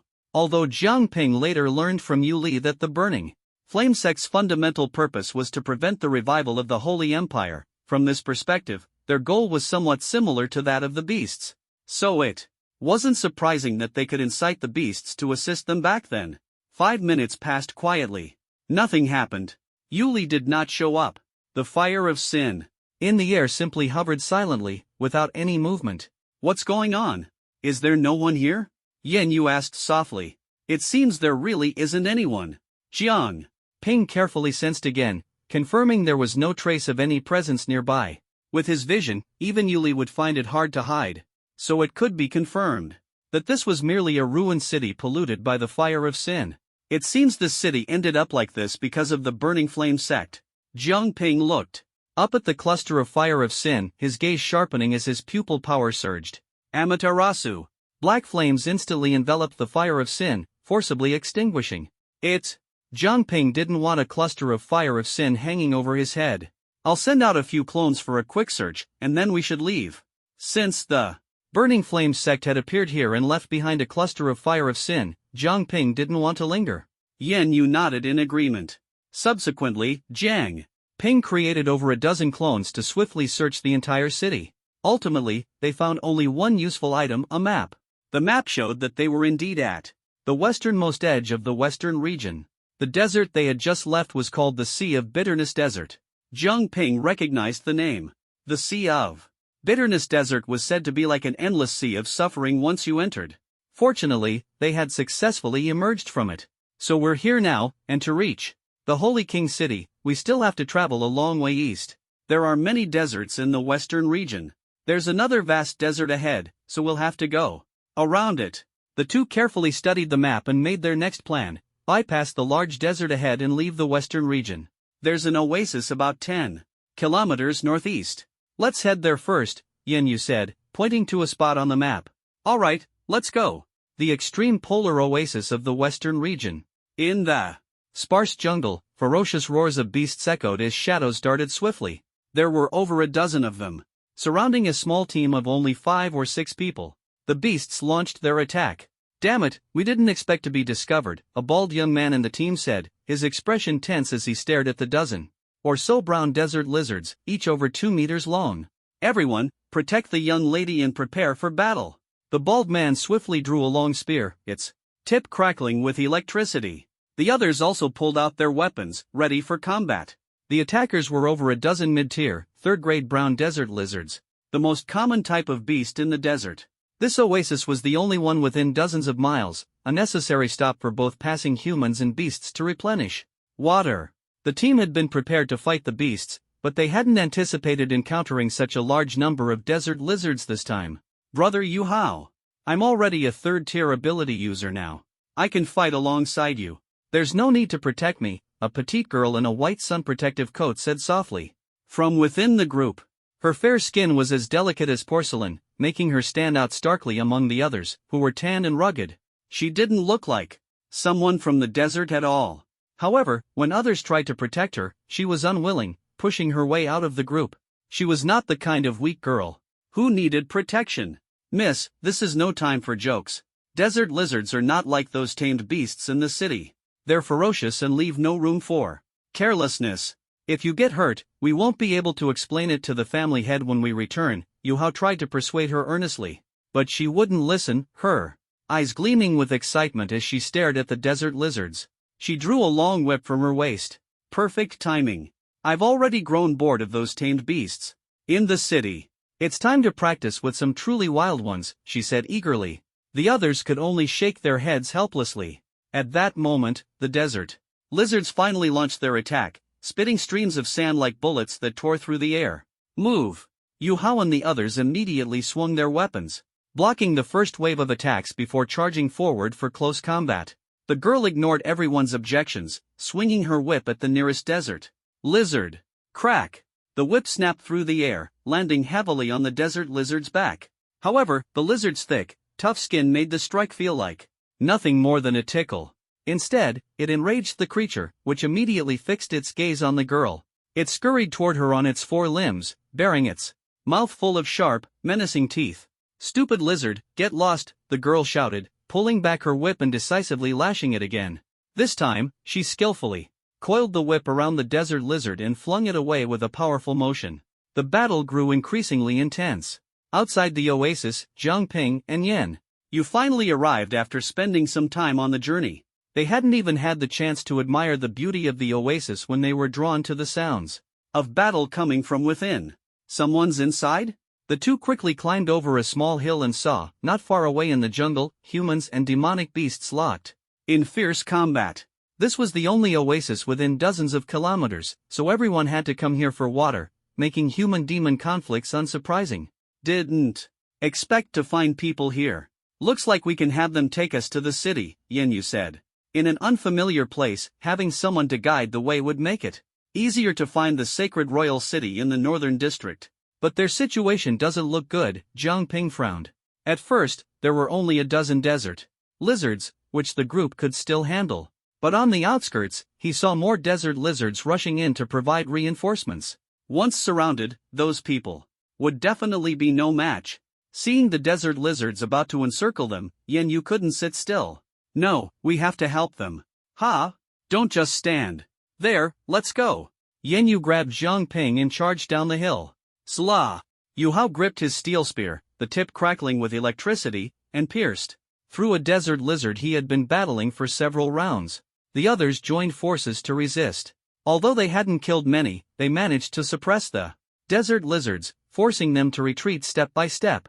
Flaming whip dance. The girl swung her long whip rapidly, igniting a blazing fire that transformed into a massive fiery tornado. It engulfed a desert lizard, burning it to ashes. She proudly showed off to the group, see? I told you, dealing with these beasts is a piece of cake for me. Yu Hao glanced at her, feeling both helpless and relieved. Finally, he nodded, as expected of the young miss. We were too narrow-minded. Thankfully, nothing had gone wrong, otherwise, he wouldn't know what to do. Just as he breathed a sigh of relief, a sudden crack sound reached his ears. It was the sound of rough, hardened skin scraping against the sand. Yu Hao turned to look and saw another 20 or 30 desert lizards swarming over the hill, densely packed. Seeing so many desert lizards, everyone's faces changed drastically. This is bad, it's a desert lizard swarm.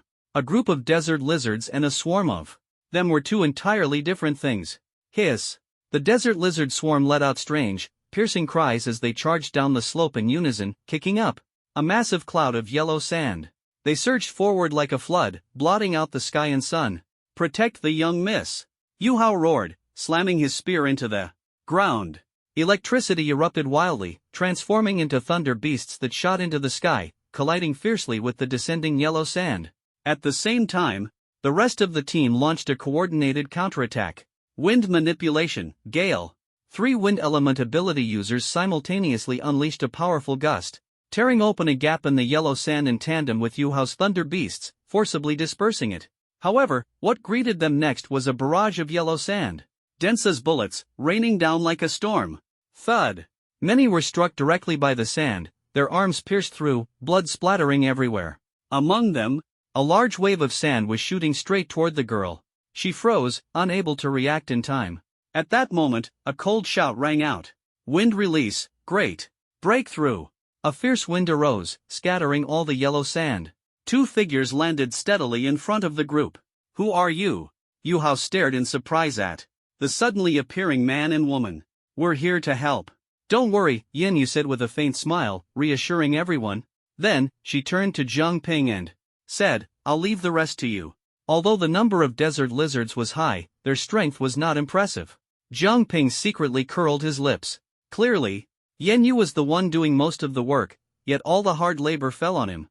Despite his complaints, the task still had to be done. 1, 2, 3, 4. 25. The Sharingan swiftly scanned the surroundings, locking onto the positions of all the beasts. The standard short blade was drawn from its sheath, and, in the next moment, Zhang Ping's figure disappeared like the wind, transforming into a blur as he darted among the desert lizards. These are over 23rd tier desert lizards. Can he handle them all by himself? Yu Hao felt grateful toward the 2 individuals who had suddenly appeared to help. But Zhang Ping taking on a group of desert lizards alone was hard for him to believe. These were beasts with considerable strength. How could they be dealt with so easily? In the next moment, flashes of cold light flickered among the desert lizards, blood splattered, and they had no choice but to shut their mouths. In less than 5 minutes, the entire group of desert lizards lay defeated at Zhang Ping's feet. So powerful. The sight of beast corpses scattered everywhere left Yu Hao and his companions stunned. They had struggled for a long time, almost unable to hold on. Yet, in front of these 2, the beasts were no match at all. One person effortlessly took down a group of desert lizards. It was truly unbelievable. It seemed they were the frogs at the bottom of the well, completely unaware of what true strength looked like. All done. Zhang Ping wiped the blood off his blade with sand, sheathed it, and returned to the group. Suppressing his shock, Yu Hao quickly clasped his hands and bowed deeply. Thank you both for your assistance. We are from the Yu family of Baidian City. My name is Yu Hao. This is our family's young lady, Yu Shui. Ning. Yu Hao didn't forget to introduce the young woman to Zhang Ping and Yin Yu. Who are you? Are you also from Baidian City? Since you saved us, our Yu family will certainly not let you go unrewarded. The young lady, Yu Xuening, slightly raised her fair chin, her tone carrying a hint of arrogance. With just a few words, she successfully made Zhang Ping lose interest in her. Initially, Zhang Ping was willing to take a few more glances at this fair and beautiful young woman, but her lofty attitude immediately made him uninterested. On the other hand, Yin Yu's demeanor was gentle. She smiled slightly and said, We are not from Baidian City. We were just passing by and saw you in danger, so we decided to help. Thanks to you, we were able to escape. Otherwise, the consequences would have been unimaginable. By the way, may I ask your names? Just call me Yin Yu. Zhang Ping, he replied somewhat reluctantly. Miss Yen, Mr. Jiang, thank you so much for this. May I ask where you plan to go next? If you don't mind, you're welcome to visit Baidian City so our family head can properly thank you, Yu Hao said with a humble smile. He had his reasons for saying this. Currently, almost no one ventured into the western region. In such a vast area, Baidian City was likely the only lively place left. He guessed that Jiang Ping and Yin Yu might be willing to head there next. Compared to Xuaning's arrogance, Yu Hao's attitude was much more approachable and pleasant. You helped us. Once we return to Baidian City, I'll make sure my father properly thanks you, Yu Xuaning added. Jiang Ping shook his head, uninterested, and signaled Yin Yu to handle the conversation. To be honest, we're lost right now. Going to Baidian City would be ideal, Yin Yu said with a faint smile. This was their first step in leaving the western region. In that case, come back with us. Yu Xuaning lifted her fair little face and looked at Jiang Ping. By the way, thank you for saving me earlier. I'll remember you especially. Jiang Ping. He didn't want to be remembered at all. Thus, through the communication between Yin Yu and Yu Hao, both sides reached a consensus. Without the disturbance of the beast horde, the group replenished their water supply at the Oasis Pond and set off on their journey to Baidian City. Yu Hao and his group had also come by wooden carts. 10 people, 5 carts. Now, with Jiang Ping and Yin Yu joining, they voluntarily made room in one cart for the two of them. The convoy sped through the desert, kicking up clouds of yellow sand. Inside the cart, you don't seem very friendly toward them, Yin Yu glanced at Jiang Ping, who was driving. Not really. It's mainly Yu Xuaning, I don't like her much, Jiang Ping focused on driving. Why? She's quite pretty. Don't all guys like beautiful girls? Yin Yu teased, a mischievous smile on her lips as her bright eyes watched him. I'm not someone who only looks at appearances. I value inner qualities, Jiang Ping said seriously. Besides, Yu Xuaning isn't that outstanding, she's not even half as pretty as you. The sudden compliment caught Yin Yu off guard, and her cheeks flushed slightly. This was the first time Jiang Ping had praised her so directly. She happily accepted it. Next, we need to go to Baidian City and ask them how to leave the Western District and head to the Sacred King City. You'd better be a bit nicer to them, Yin Yu reminded. I'm already being nice enough. Anyway, you handle the communication with them, Jiang Ping said, not wanting to interact much with this group since he was unfamiliar with the area. Alright, I'll take care of it. Once we get the information, we'll leave. The girl covered her mouth. With a soft laugh, her eyes filled with warmth. Baidian City wasn't far from the oasis. After 3 hours of travel, a city appeared ahead. The harsh desert environment gave way to sparse vegetation and rolling hills. A massive city stood before them, majestic like a steel beast. It was much larger than Huaihai City. The convoy entered the city, passing through bustling streets. Jiang Ping looked around, amazed by the city's prosperity. The streets were crowded with people, and the sounds of hawking and conversations filled the air. Baidian City was far livelier than Huaihai City. Who said the Western District was desolate and lifeless? We're here. The convoy stopped in front of a spacious manor. Jiang Ping got off the cart and looked up at the grand estate before him. It was extraordinarily impressive. The massive marble facade, the sturdy bluestone floor, and the flowers and plants on both sides seemed especially precious in this harsh environment. On the grand gate, the 2 large characters Yu family stood out prominently. This way, please, Yu Hao and Yu Xuaning led the way, with Jiang Ping and Yin Yu following behind. Walking through the Yu family's corridors, many maids greeted Yu Hao and Yu Xuaning respectfully. Young miss, steward Yu. Is my father here? Yu Xuaning grabbed a maid and asked. The family head is in the study. Go call him out and tell him I'm back. Yu Xuaning instructed. Understood. The maid quickly headed toward the study. The reception hall was spacious, with genuine leather sofas on both sides, exuding luxury. To be honest, if Jiang Ping didn't know this was the Western District, he wouldn't have thought this place belonged here at all. Please have a seat first, I'll go check if the master is out. The maid entered the study and didn't come out for several minutes. Yu Hao couldn't sit still. After pouring tea for Jiang Ping and Yin Yu, he also walked into the study. A few minutes later, Yu Hao emerged with a middle-aged man. The man was wearing a leather coat, had short, thick hair, a dark complexion, and a serious expression. He bore a striking resemblance to Yu Xuaning, clearly father and daughter. I presume you must be Miss Yin Yu and young Master Jiang Ping, the middle-aged man said with a smile as he approached. Allow me to introduce myself. I am Yu Menghua, the current lord of Baidian City. Greetings, Lord Yu, Yin Yu and Jiang Ping greeted politely. I heard from Yu Hao that you are not from Baidian City and ended up here by accident. Where are you from? Yu Menghua asked with a smile as he sat down.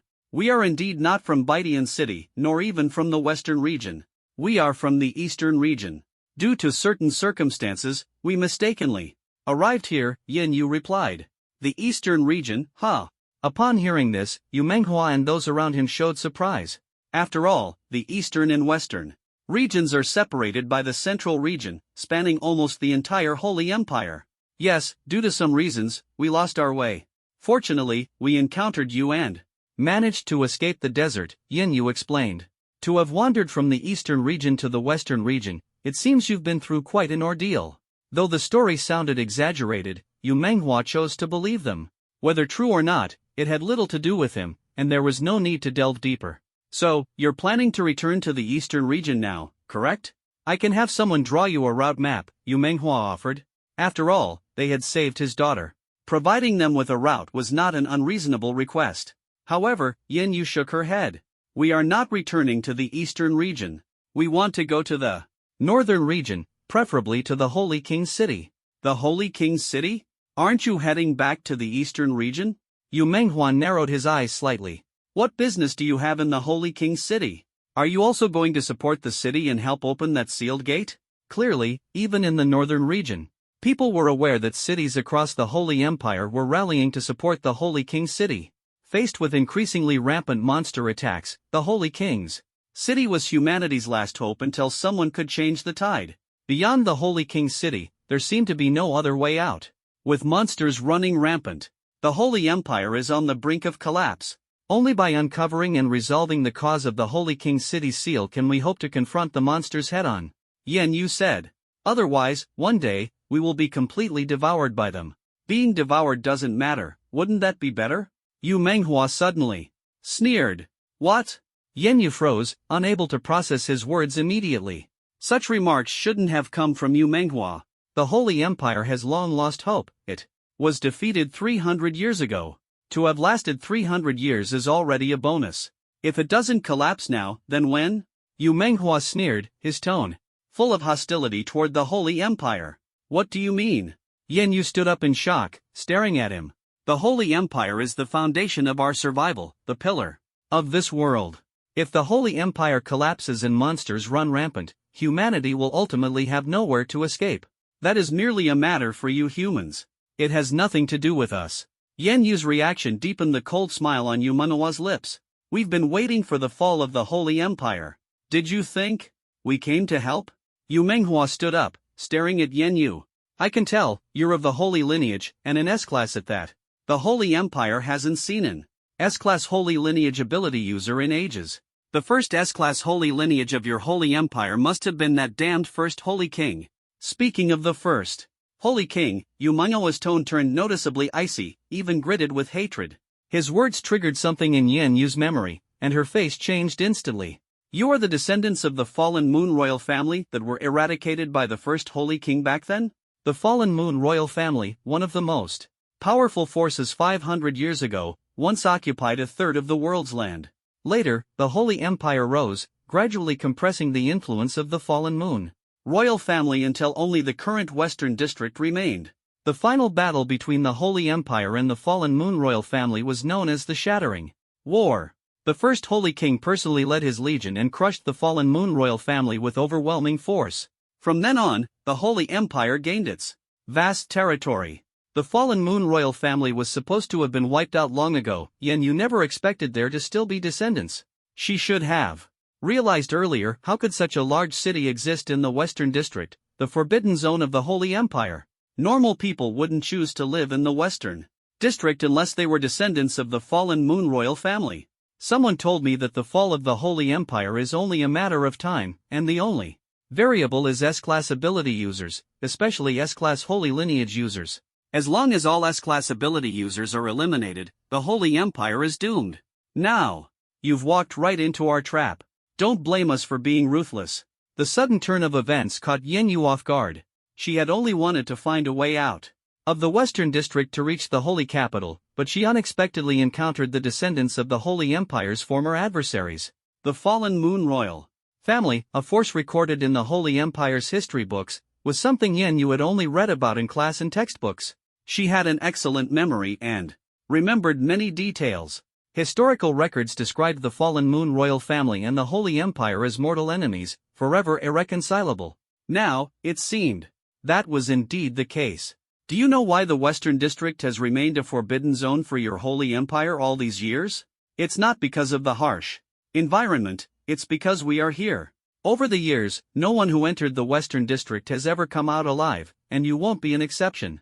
Yu Menghua revealed a cold smile. Nearby, Yu Hao and Yu Xuanning had already stepped aside. Clearly, they were aware of their identity and did not object to Yu Menghua's attitude. But there were exceptions. Dad, they saved us. Can we let them go this time? Yu Xuanning approached, her voice soft. Oh, my dear daughter, what do you want to do? Yu Menghua doted on his daughter's request. Killing them would be such a waste. That Jiang Ping is quite handsome, I like him. Let's keep him as my boyfriend.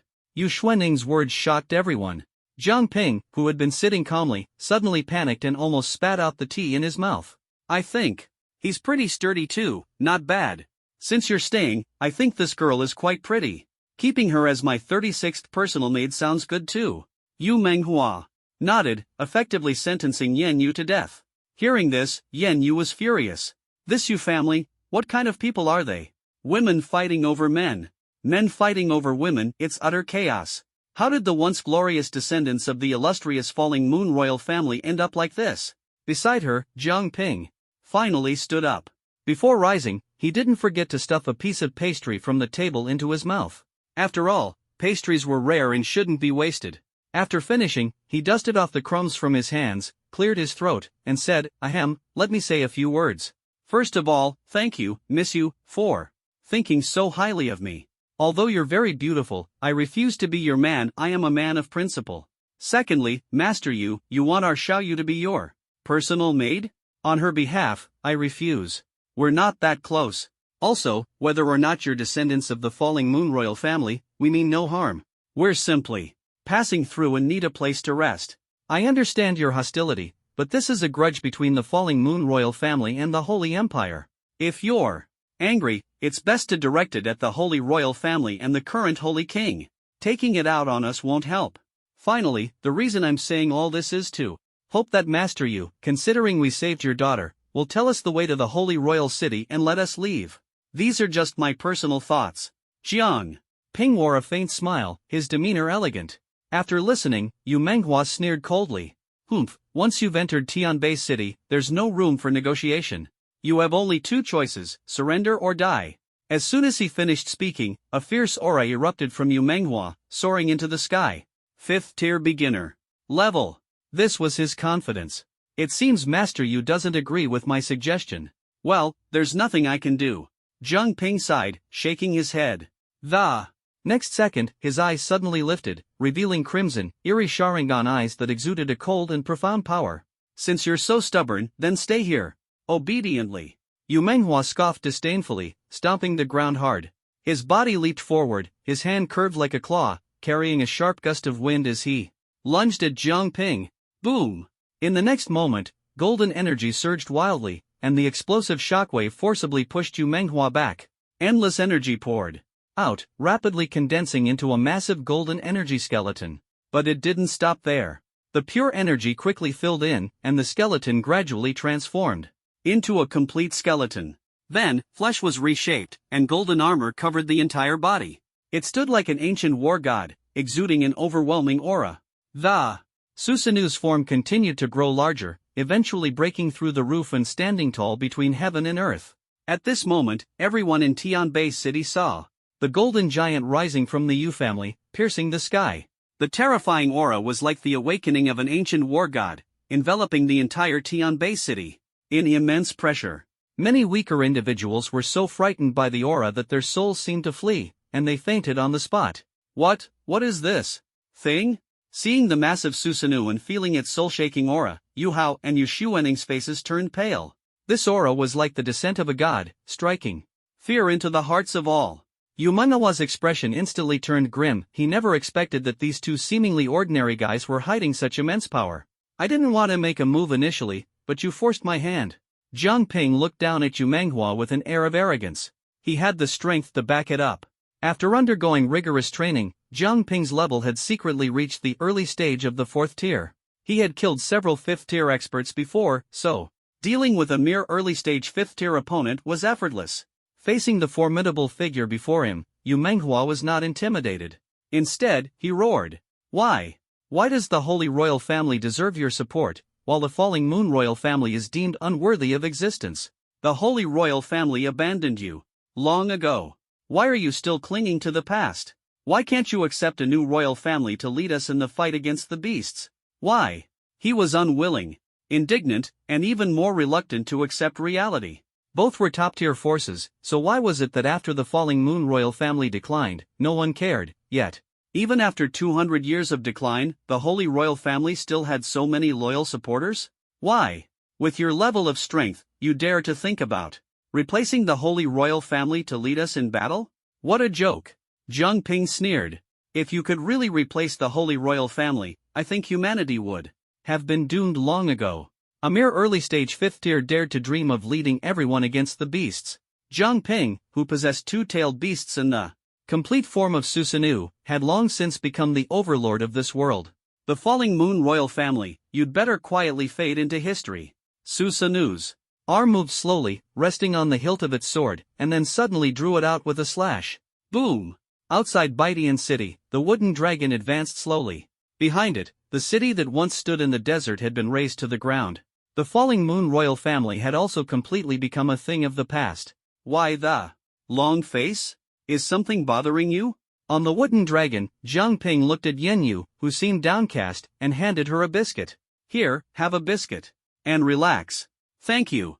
Yen Yu took the biscuit but didn't eat it immediately. Instead, she held it in her hand, quietly staring at it. After a long while, she slowly raised her eyes and said, I was just wondering if we really still have a chance to restore the Holy Royal Family to its former glory. The Holy Empire had been in decline for 200 years. The Holy Royal City had also been sealed for 200 years. The last Holy King had long since disappeared. This time, the various cities were supporting the Holy Royal City only to reignite the Holy King's flame there. Whether the Holy Royal Family could be restored was beyond their control. No matter the outcome, we just need to do our best. Besides, even if the Holy Royal Family can't regain its former glory, it's still far better than the Falling Moon Royal Family. Thinking of the Falling Moon Royal Family, which he had defeated with a single strike, Jiang Ping found it amusing. These days, anyone seemed to have the confidence to think they could contend with the beasts. Perhaps Yu Menghua and his people had stayed in the western region for too long and had no idea about the situation outside. A Falling Moon Royal Family that had just entered the 5th tier dared to challenge the beasts. Were they foolish or simply naive? And they even wanted to replace the Holy Royal Family. Although the Holy Royal Family had declined, the Holy King's banner they left behind still played a crucial role. It was precisely this Holy King's banner that gave the various cities the determination to reopen the Holy Royal City. By the way, Xiao Yu, I've always wanted to ask you, how were you able to activate the Holy King's banner back then? Jiang Ping looked at her. I'm not entirely sure of the specific reason, but it's probably because I have the Holy Attribute, and it's S rank. The Holy Attribute itself originates from the Divine Law and is one with the Holy King's banner, which carries the power of the Holy King's flame. That's why my blood can activate it, Yen Yu said. A power born from the Divine Law. What kind of special abilities does the Holy Attribute have? Jiang Ping grew more curious. When I was wandering and on the run, I once met a girl with the Holy Attribute. Her ability level wasn't as high as mine, but she had a particularly amazing power, prophecy. He recalled Suyu, whom he had met in Taiyan City. That girl, who wanted to marry him the first time they met, had left a deep impression on him. Of course, Suyu's prophetic ability also left a lasting memory, being of the Holy Attribute. As well, Suyu could foresee the future, which was an incredibly powerful ability. Logically, since Yen Yu's ability level was higher than Suyu's, she should also be able to awaken prophecy. The power of the Holy Attribute comes from the Divine Law, and the awakened abilities are also related to it. Prophecy is indeed one of the abilities of the Holy Attribute, but everyone's prophecy manifests differently. Some can see others' futures, some can only see their own, some can predict events for tomorrow, while others can only foresee things in the short term. The differences are significant, Yen Yu explained. Her explanation only piqued Jiang Ping's interest further. Then what is your prophecy? Yen Yu's face showed a hint of shyness as she playfully stuck out her tongue and said, Would you believe me if I said I haven't awakened prophecy yet? Jiang Ping's eyes widened. You're an S-rank holy attribute. Even Yu Menghua said you're the second S-rank holy attribute since the first holy king. And you're telling me you haven't awakened prophecy? But the truth is, I haven't awakened it. I want to, but I just can't. What can I do about it? Yen Yu looked frustrated. As the highest-ranked holy attribute, being unable to awaken prophecy was indeed exasperating. Jiang Ping, well, I'm not of the holy attribute, so if you say you haven't awakened it, then you haven't. I can't argue with that. But it's still a bit hard to believe that you haven't awakened prophecy. Yen Yu sighed helplessly. If I had awakened prophecy, I would have known in advance who among those people belonged to the fallen Moon royal family and wouldn't have gone back with them. She had been happy to finally find a city, only to discover that the people there were enemies of the Holy Empire. Fortunately, Jiang Ping had left one of them half alive and used the Sharingan's illusion technique to extract the route out of the Western District and toward the Holy King's city.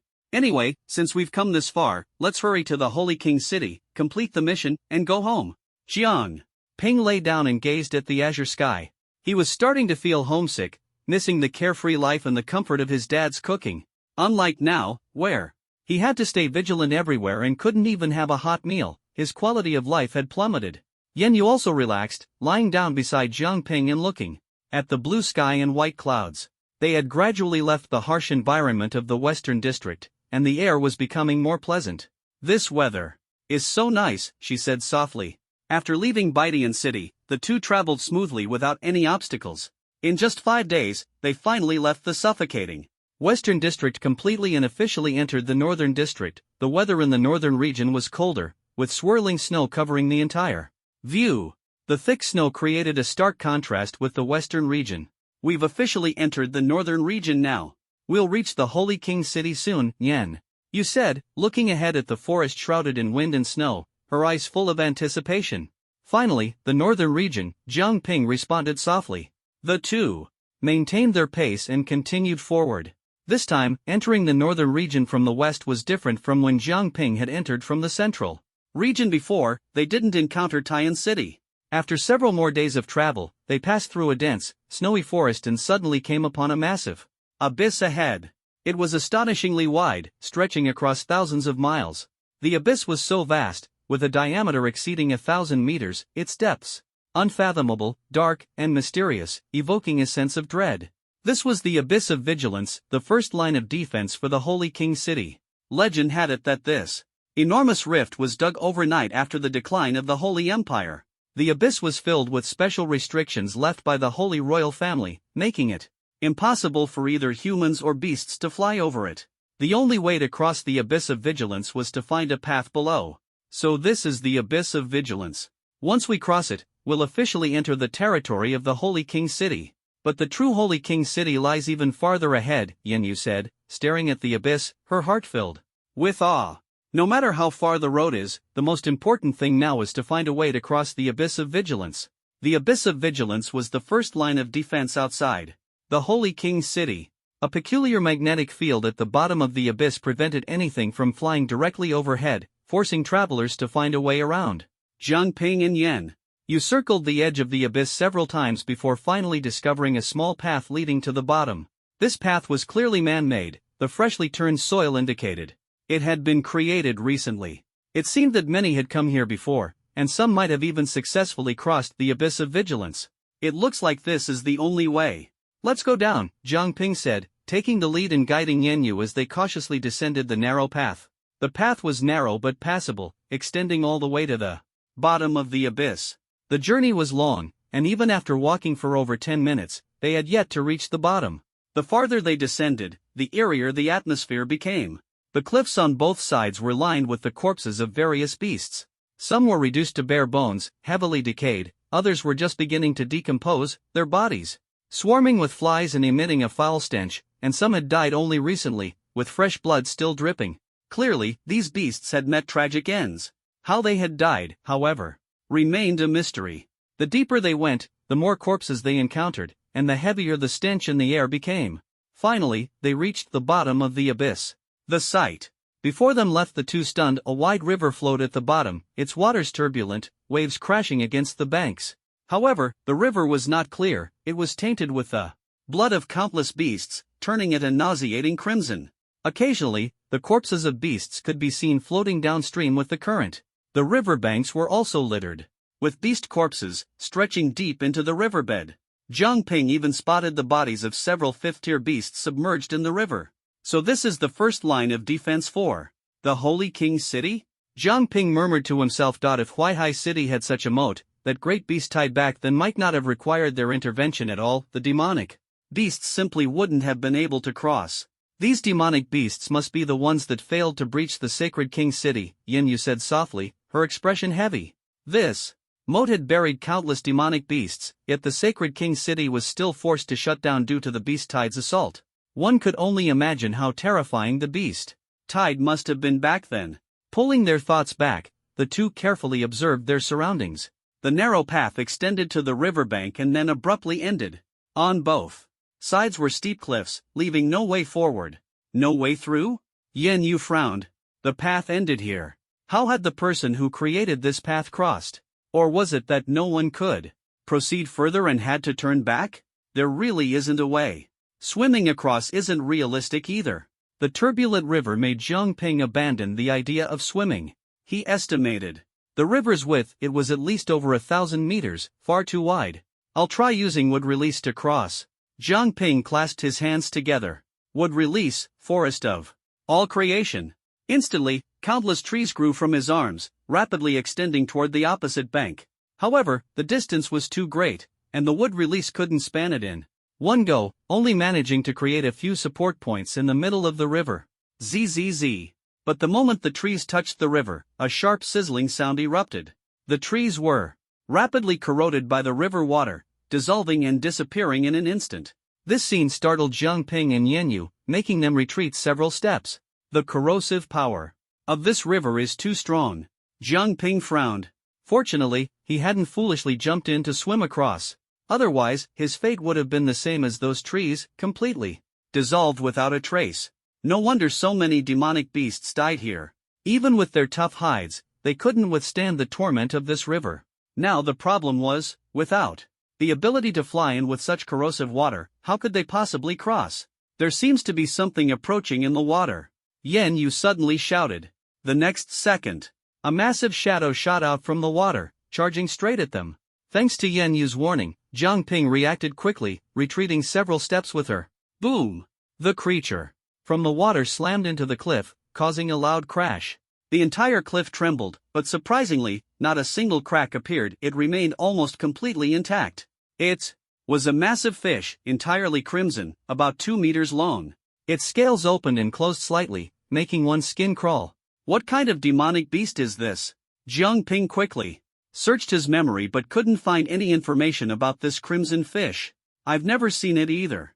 But since it can survive in this corrosive river, it's likely a guardian beast left by the sacred King's city to prevent demonic beasts from crossing the river, Yen Yu said, her eyes fixed on the crimson fish. Its strength was roughly at the mid-4th tier, but because it lived in the corrosive river, its overall combat power was far superior to ordinary demonic beasts. A demonic beast that can survive in the corrosive river. Jiang Ping suddenly thought of an idea. Splash! The crimson fish, having failed its sneak attack, leapt back into the river. Its densely packed scales opened and closed, spraying a large amount of highly corrosive river water directly at the two of them. Water release, water formation wall. Jiang Ping quickly formed hand seals, spitting out a torrent of water to counter the attack. Zzz. Even though it's all water, the red corrosive river water can still harm people. Water release, water surge wave. With a change in hand seals, Jiang Ping unleashed a massive column of water, forcefully suppressing the attack of the crimson fish. Bang! The water curtain dispersed as the crimson fish charged again, ramming fiercely toward Jiang Ping. Just as I wanted. Jiang Ping's lips curled into a cold smile, and his eyes suddenly transformed into Mangekyo Sharingan. A golden skeletal Susanoo appeared instantly, and 2 massive energy hands directly grabbed the charging crimson fish. Genjutsu. In the next moment, Jiang Ping used the illusionary technique of the Mangekyo Sharingan to temporarily control its consciousness. Take us across the river, Jiang Ping commanded. On the back of the massive fish stood two people, slowly crossing the great river. The Holy King's city. Never expected that the crimson fish, meant to block invading beasts, would become a helper for Jiang Ping and Yen Yu to cross the river. Under the control of the genjutsu, the crimson fish floated half its body above the water, steadily carrying the two. They stood cautiously, avoiding being splashed by the turbulent river. The corrosive river was over 1,000 meters wide, and the current was swift. It took the crimson fish nearly 5 minutes to ferry them to the other side. On the opposite bank, there was a small embankment. After disembarking, the two released the crimson fish and began walking up the small path along the embankment. Jiang Ping suspected that the paths carved into the cliffs on both sides were made by the people of the Holy King city.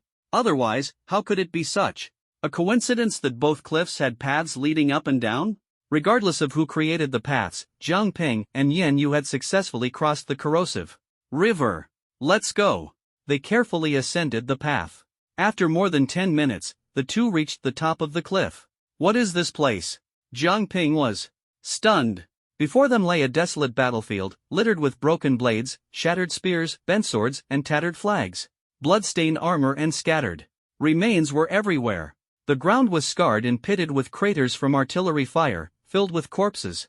There were both human and beast remains, long since reduced to white bones, with only their armor indicating they were once warriors of the Holy Empire. This must be the ancient battlefield from 200 years ago, when the Jiang Ping even felt that this wasn't an illusion. Ever since entering the territory of the Sacred King City, his whole body had become much heavier, and everything he did seemed more strenuous than usual. More importantly, from the Western District to the Northern District, they hadn't encountered a single team supporting the Sacred King City. It was known that most cities had sent people to aid the Sacred King City. Even if not 100 teams, there should at least be 20 or 30, right? With 5 people per team, there would be over 100 individuals.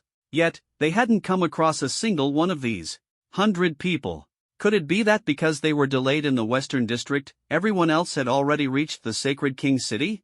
Or had they never made it to the Sacred King City and perished along the way?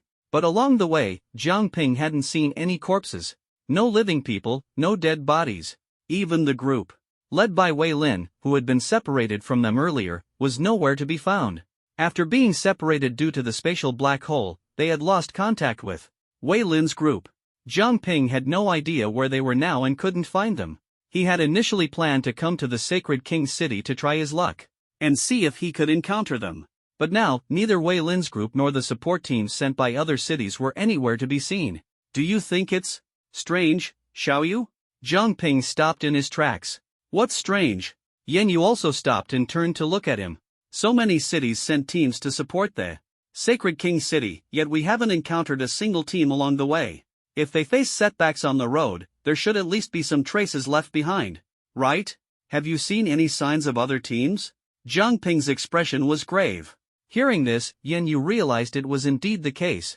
They had been focused on their journey and hadn't noticed that they hadn't encountered a single team along the way. It was too strange, truly strange. What do you think could be the reason? Yen Yu asked. I'm not sure, but I feel like something's not right here. Moreover, after entering the Sacred King City's territory, I feel a heaviness all over, as if some invisible force is pressing down on us, Jiang Ping said with a frown. That should be the sacred pressure of the Sacred King City. Whether human or beast, as long as they enter the territory of the Sacred King City, they will feel this pressure. This also proves that the Sacred King City hasn't been completely destroyed. Yen Yu's eyes gleamed. We've come this far. No matter what traps lie ahead, we can't retreat now. Her gaze was resolute. Jiang Ping nodded, without speaking. Indeed, their goal was the Sacred King City, and now that they were so close, how could they back down? Let's go. I want to see what dangers are waiting for us ahead. Jiang Ping's fighting spirit reignited as he stepped forward. The distance between the Sacred King City and the Abyss of Vigilance was much farther than Jiang Ping had imagined. After walking for over 3 hours, they finally saw the faint outline of a city ahead, emitting a weak sacred glow. That must be the Sacred King City. Jiang Ping breathed a sigh of relief. Yes, I can feel the intense sacred pressure emanating from there. The power of the sacred system originated from divine laws, and the closer they got to the Sacred King City, the more clearly Yen Yu could sense the presence of these divine laws. Although they could see the outline of the Sacred King City, the distance was still considerable. Night had fallen, and they wouldn't be able to reach it tonight. Moreover, the sacred pressure within the Sacred King City's territory had doubled their usual energy consumption, leaving Jiang Ping feeling utterly exhausted. Thus, the two decided to rest here for the night, replenish their energy, and fully prepare to enter the Sacred King City tomorrow. The night was as dark as ink. On the ancient battlefield, a small campfire emitted faint sparks. Jiang Ping and Yan Yu were temporarily resting in a pit on the battlefield. The campfire, built with dry wood, burned in front of them. Sitting side by side, they held skewers of roasted meat in their hands. After all, they had already entered the domain of the Sacred King City, where there were neither humans nor demonic beasts. They didn't need to be overly tense. Enjoy this meal and eat your fill. Starting tomorrow, who knows if we'll have another chance to eat so leisurely, Jiang Ping said as he seasoned his roasted meat and added seasoning to Yan Yu's as well. Pft, pft, pft. Can't you say something nice? Yan Yu pinched him and muttered, "We'll definitely complete the mission smoothly and return home early." Right, look at me, I can't even say the right thing, Jiang Ping said with a laugh, lightly patting his lips. The Sacred King City lay ahead, its shimmering, holy light faintly visible. Yan Yu gazed forward, her eyes filled with anticipation. I wonder how many people dream of coming to the Sacred King City, yet now it's just us who've made it here. Don't think too negatively. Maybe others have already entered the city. Tomorrow, when we arrive, the gates will already be open, and Wei Lin and Zhao Mei will be waiting at the entrance, mocking us for being late, Jiang Ping said optimistically. Ha, you sure know how to dream. Yan Yu couldn't help but laugh. Jiang Ping grinned widely. How can you not dream? Alright, hurry up and finish eating, get some rest, and we'll set off early. Tomorrow. Got it. Jiang Ping quickly finished his roasted meat cleanly. The environment here was poor. Although it was much warmer now, not as cold as before. The tense atmosphere of the battlefield made it hard for anyone to feel at ease. Fortunately, they were both seasoned veterans, long accustomed to a wandering life, and had no complaints. They simply found a flat spot and lay down to sleep. The campfire gradually dimmed, and the bright moon hung in the sky. The night wind was cool, carrying the somber aura of the battlefield, blowing past like a ghost, wrapping around people like a nightmare. Jiang Ping slept uneasily, and was awakened in the middle of the night by an indescribable strange feeling. He sat up and rubbed his eyes. In the moonlight, a figure appeared. Yan Yu was awake too. She stood not far away, gazing in the direction of the Sacred King City. The moonlight bathed her, as if draping her in a layer of dreamlike radiance. So beautiful it was hard to believe. Xiao Yu? Jiang Ping called to her softly. Yan Yu turned back. You're awake too? Yeah, couldn't sleep. Jiang Ping walked over and stood beside her, looking toward the Sacred King City together. Why aren't you sleeping in the middle of the night? What are you staring at? Ahead was still the Sacred King City, with only faint golden light, unchanged. Not looking at anything, just couldn't sleep, so I'm looking around, Yan Yu said, withdrawing her gaze, a faint smile gracing her lips, radiant and captivating. Jiang Ping stared at her and suddenly froze, exclaiming in surprise, Xiao Yu, why are you crying? Ha? Yan Yu seemed momentarily confused. Yet 2 streams of tears slowly slid down her cheeks, dripping to the ground. Why am I crying? She raised her hand to touch her face, feeling the dampness of her tears. Are you okay? What's wrong? Jiang Ping asked with concern, his voice gentle and comforting. I'm fine. I don't even know. What's going on? Yan Yu said, wiping her tears repeatedly, but they wouldn't stop, falling drop by drop to the ground. Splashing into tiny water droplets, she finally couldn't hold back and burst into tears, her voice choked. And the more she wiped her tears, the more they flowed. What's wrong? Seeing her like this, Jiang Ping grew anxious, unsure how to help, and could only gently pat her back to comfort her. Jiang Ping? Yan Yu finally couldn't hold on any longer, throwing herself into his arms and crying her heart out. Alright, it's okay. No matter what happens, I'll be here with you. Don't be afraid. Jiang Ping held her, gently patting her back and soothing her with a soft voice. But Yan Yu cried even harder, overwhelmed with sorrow. Her tears flowed endlessly, soaking Jiang Ping's clothes. No matter what Jiang Ping said, she couldn't hear him, as if she had experienced immense pain and her emotions had completely collapsed. At times like this, no words from others could help, she could only calm down on her own. Jiang Ping stopped speaking and simply held her tightly, letting her release her emotions. Gradually, her sobs began to subside. Exhausted from crying, Yan Yu fell asleep in Jiang Ping's arms. Jiang Ping carefully laid her down, letting her rest her head on him as she continued to sleep. Yan Yu's eyes were swollen from crying, her face streaked with tears. Even in sleep, her brows remained furrowed, as if she couldn't find peace even in her dreams. Jiang Ping had no idea why she was crying. Everyone has secrets, buried deep within, known only to themselves. Some things are too heavy for others to understand or for one to share, leaving them to bear the burden alone. But people aren't made of steel, they have moments of emotional breakdown. When the pressure inside finally erupts, the accumulated regret, pain, and sorrow can instantly shatter all defenses. Jiang Ping didn't know what Yan Yu had been through, but she must be hiding secrets she didn't want anyone to know. Those secrets had weighed on her for too long, and at this moment, something had triggered her, causing her to break down in tears. If she hadn't lost control, she would never have cried in front of Jiang Ping. Jiang Ping felt powerless, only able to watch her haggard appearance with a heart full of pity. When Yan Yu woke up tomorrow, if she didn't voluntarily tell him what had happened tonight, Jiang Ping wouldn't ask. After all, that was the least he could do to respect her. Rest well. He gently brushed aside the messy hair on her forehead, gazing at her sleeping face with deep concern. What could have caused this usually strong girl to lose control of her emotions? Morning came, and the breeze carried a hint of coolness. Jiang Ping had unknowingly fallen asleep, and when he woke up, the sun was already high in the sky. Yan Yu, who should have been leaning against him, was nowhere to be seen. He froze for a moment, then suddenly sat up. Turning his head, he saw Yan Yu not far away by the campfire, flipping meat over the flames. Seeing him awake, Yan Yu raised the roasted meat in her hand and smiled. Awake? Come have breakfast. Wow, you're up so early.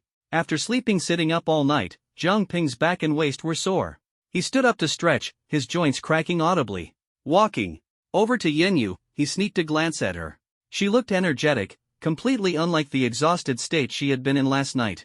Apart from her slightly swollen eyes, Jiang Ping almost wondered if everything from last night had been just a dream. I think this is the first time I've had breakfast made by you. Jiang Ping leaned closer, taking in the aroma of the roasted meat. Is that so? Yan Yu pretended to think. I think it's also the first time I've made breakfast for a guy. She blinked her bright eyes, which sparkled like stars. Her eyes were beautiful, reminding Jiang Ping of the summer breeze brushing over the sea.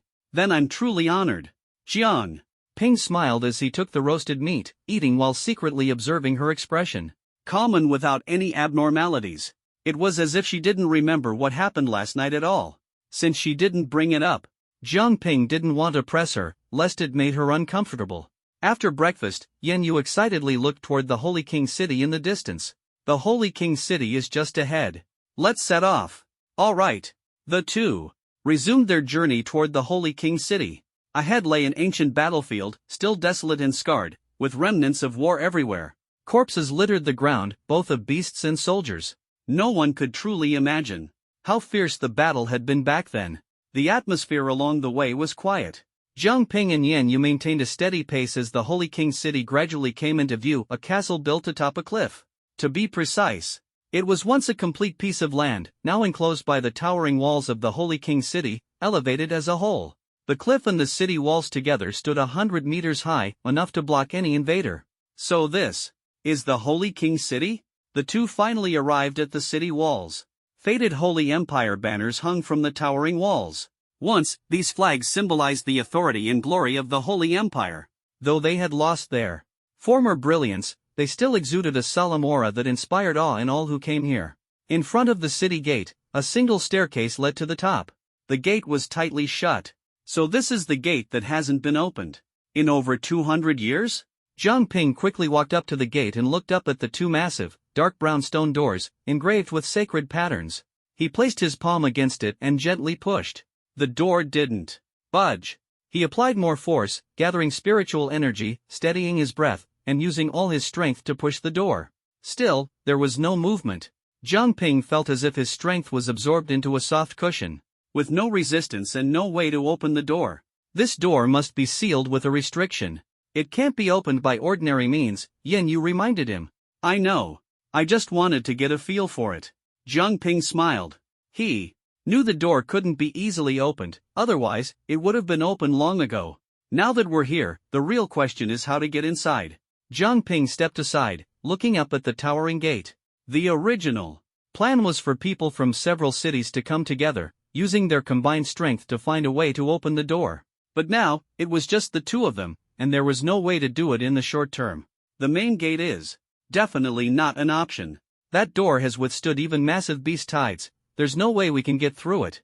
Yenyu scanned the surrounding walls, quickly searching for another entrance in her mind. Should we try forcing it open? Jiang Ping was already itching to try again. If conventional methods didn't work, then unconventional ones might be the only option. He had already thought of several ways to launch a direct assault. You can give it a try. Yenyu initially wanted to refuse, as offending the Holy King City was a grave taboo. But then she thought about the current state of the Holy King City and how the Holy Empire had fallen into such disarray without any response. Perhaps this city had long been abandoned. If it truly was an empty city, then offending it wouldn't matter. Alright, I'll give it a shot. With her permission, Jiang Ping immediately activated the city gate remained completely still. Susanu's fist struck it, but it was as if nothing had happened. The gate showed no reaction at all. This sturdy? Jiang Ping raised an eyebrow, astonished. Brute force won't work. Let's try spatial ninjutsu, Kamui. His left eye focused, unleashing pupil power and distorting space. However, just as the space on the gate began to slightly deform, Jiang Ping immediately felt a spatial force several times stronger than Kamui, directly interrupting his technique. The gate remained intact. Even Kamui can't open it? Jiang Ping was dumbfounded. Spatial abilities are among the most unique powers. Ordinary defenses, no matter how tough, cannot withstand spatial distortion. Yet this gate was impervious even to Kamui. It seems brute force won't work. Let me try. Yenyu stepped forward, placing her palm gently on the gate. Golden holy light flowed from her palm, and something miraculous happened. The light, like flowing water, quickly filled the patterns on the stone gate. Gradually, the patterns on the gate were completely covered. At the moment the patterns were filled, a miracle occurred. The gate, which neither Susanoo nor Kamui could budge, suddenly creaked open with a squeak. It's open? Jiang Ping lowered his voice. Yenyu quickly withdrew her hand and stepped back to Jiang Ping's side, watching as the gate slowly opened on its own. Squeak, creak. The heavy stone gate, untouched for years, emitted a piercing sound. When the two doors were fully open, a long-sealed atmosphere rushed out. This is the true Holy King City? Behind the massive gate lay a wide street stretching endlessly into the distance. The street was paved with enormous white stone bricks, neatly arranged, each engraved with the golden emblem of the Holy King. On either side stood uniform buildings, identical in size and height, forming a tight wall-like structure, solemn and unassailable. At the end of the street, 1,000 meters away, stood a towering and sacred palace. The Holy King Palace. Its majestic and solemn aura was overwhelming. Though it appeared unassuming, it inspired an instinctive sense of reverence. Even Jiang Ping, who had little interest in the Holy Empire, felt a deep respect at this moment. This reverence was not born of allegiance but of an innate respect for immense power. Up ahead is the Holy King Palace. The Holy King flame should be inside. Let's go. Yenyu, attuned to holy energy, could sense the oppressive aura of the Holy King City more acutely. All right. The two nodded and stepped forward, steadily entering the Holy King City. At that moment, the golden emblems on all the white stone bricks of the streets suddenly began to glow. The light quickly condensed, transforming into one figure after another. The number was astonishing, dozens, even hundreds. These figures were clearly not soldiers of the Holy Empire, as their attire was varied and chaotic. Jiang Ping had encountered Holy Empire soldiers before, and while not in formal settings, he could generally recognize them. The people before him were definitely not part of the Holy Empire's regular army. Are they teams sent by other academies to support the Holy King City? Yenyu's expression suddenly changed. Where? Why do you say that? Jiang Ping immediately asked. Look at those few people, they're wearing uniforms from Jinghai Academy. Yenyu pointed to one side. Jiang Ping, having dealt with Jinghai Academy multiple times, instantly recognized that those were indeed people from Jinghai Academy. And over there, they should be from Xia Haking and Shichang, and these ones here are from Luan City and Pingfeng City. Yenyu recognized many academy uniforms and confirmed that among the people before her, quite a few were from the city academy she mentioned. About half, she identified as belonging to other city academies. The rest, though unfamiliar, could be determined to be from other cities. So, they weren't lost halfway, nor did they fail to come, they had already arrived at the Holy King City. Jiang Ping frowned deeply. But judging by their appearance, something seems off. The people before them all had vacant expressions, their bodies shrouded in an unshakable golden glow, completely devoid of self-awareness, resembling soulless puppets. Jiang Ping's suspicions were confirmed. Soon, those people marched forward in unison, charging straight at Jiang Ping and Yen Yu. "We're from Huaihai Academy, we mean no harm," Yen Yu, still doubtful, quickly explained. But those people paid no attention and rushed at them frantically. Seeing this, Jiang Ping stopped holding back and swiftly formed hand seals. Water style, exploding water wave. Splash! Massive water columns erupted, instantly engulfing everyone and forcibly pushing them away. Lightning style, grateful wave. As the water surged through the crowd, Jiang Ping's hand seals changed, and arcs of lightning rapidly spread through the water, reaching everyone. Sizzle! The combination of water's impact and lightning's paralysis formed a perfect synergy. However, those people seemed completely unaffected by pain, showing no reaction even when struck by the intense electric current. They quickly recovered and continued charging at the two. Their movements were stiff, and they didn't even use any abilities, relying solely on their physical bodies to attack. Yet Jiang Ping couldn't bring himself to kill them. These people were clearly being controlled, and since they were allies from the same faction, Jiang Ping didn't want to resort to killing unless absolutely necessary. Perhaps the mastermind behind this was exploiting this very sentiment, using them as a human wall to block Jiang Ping and Yen Yu's advance. There was no doubt that the Holy Royal Family was behind this. These people had been turned into puppets by the Holy Royal Family to prevent anyone from approaching the Holy Palace. Holy purification! Yen Yu raised her palm, which radiated a brilliant golden light, enveloping everyone in a gentle glow, attempting to dispel the force controlling them. However, Yen Yu's holy power originated from the sacred laws of the Holy Royal Family, and using the sacred laws against the Holy Royal Family proved ineffective. "It seems persuasion alone won't work," Jiang Ping said, clapping his hands together and shouting, "With style, birth of the tree world." Twisting trees grew resiliently from beneath the stone bricks, effortlessly trapping all the controlled individuals, restricting their movements while absorbing their spiritual energy to render them completely powerless. Jiang Ping held back, not draining their spiritual energy entirely, but merely immobilizing them to prevent further obstruction. Among these controlled puppets, Jiang Ping discovered a troubling fact: Wei Lin and the others were missing. None of the controlled individuals were from Huaihai Academy. Perhaps they hadn't yet arrived at the Holy King City, or they had escaped the trap and avoided becoming puppets. But regardless of the situation, as long as their whereabouts remained unknown, Jiang Ping couldn't rest easy. But now, the most urgent matter is to uncover the mystery behind the sacred royal family. Let's go! After using wood released to trap these people, Jiang Ping and Yen Yu stepped over the entwined trees and quickly headed toward the sacred palace. Soon, they arrived in front of the palace gates. The palace doors remained tightly shut, just like the gates of the sacred royal city. Perhaps these doors could only be opened with Yen Yu's holy power.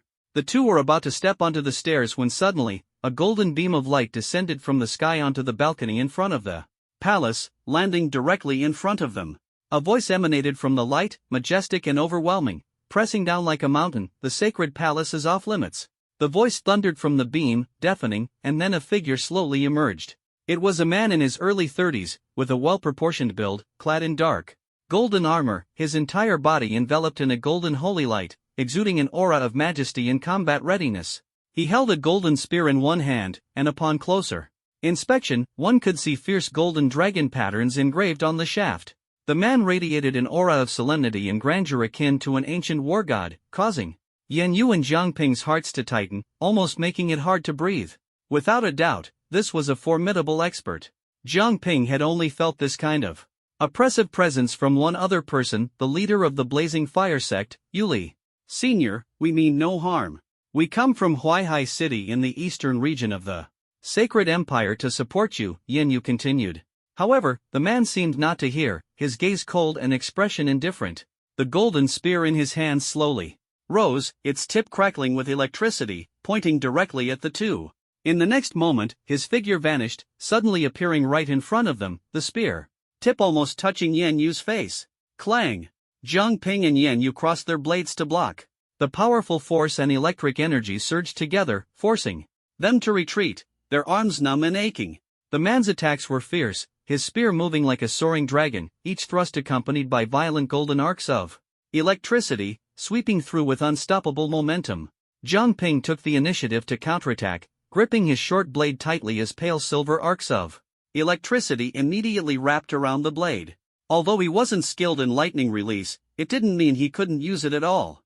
The two clashed again. Clang! Clang! Clang! The sound of rapid metal collisions rang out, sparks flying everywhere.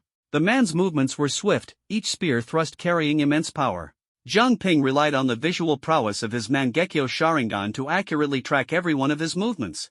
However, no matter how he wrapped his blade in lightning, the force of the opponent's strikes always had the upper hand during their clashes. Clang! The opponent thrust his spear again, and Jiang Ping, with sharp reflexes, quickly used the narrow blade to block. Boom! Although he managed to block the direct attack of the spear tip, the force from the angled strike of the spear was like a raging bull crashing into Jiang Ping, forcing him to retreat repeatedly. Susanoo! Realizing he couldn't gain the upper hand, Jiang Ping's eternal Mangekyo Sharingan suddenly focused, and golden energy surged forth, forming a massive fist that smashed toward the man. The man reacted swiftly, holding his spear horizontally in front of him to withstand the blow. He only retreated slightly, remaining completely unharmed. Amaterasu!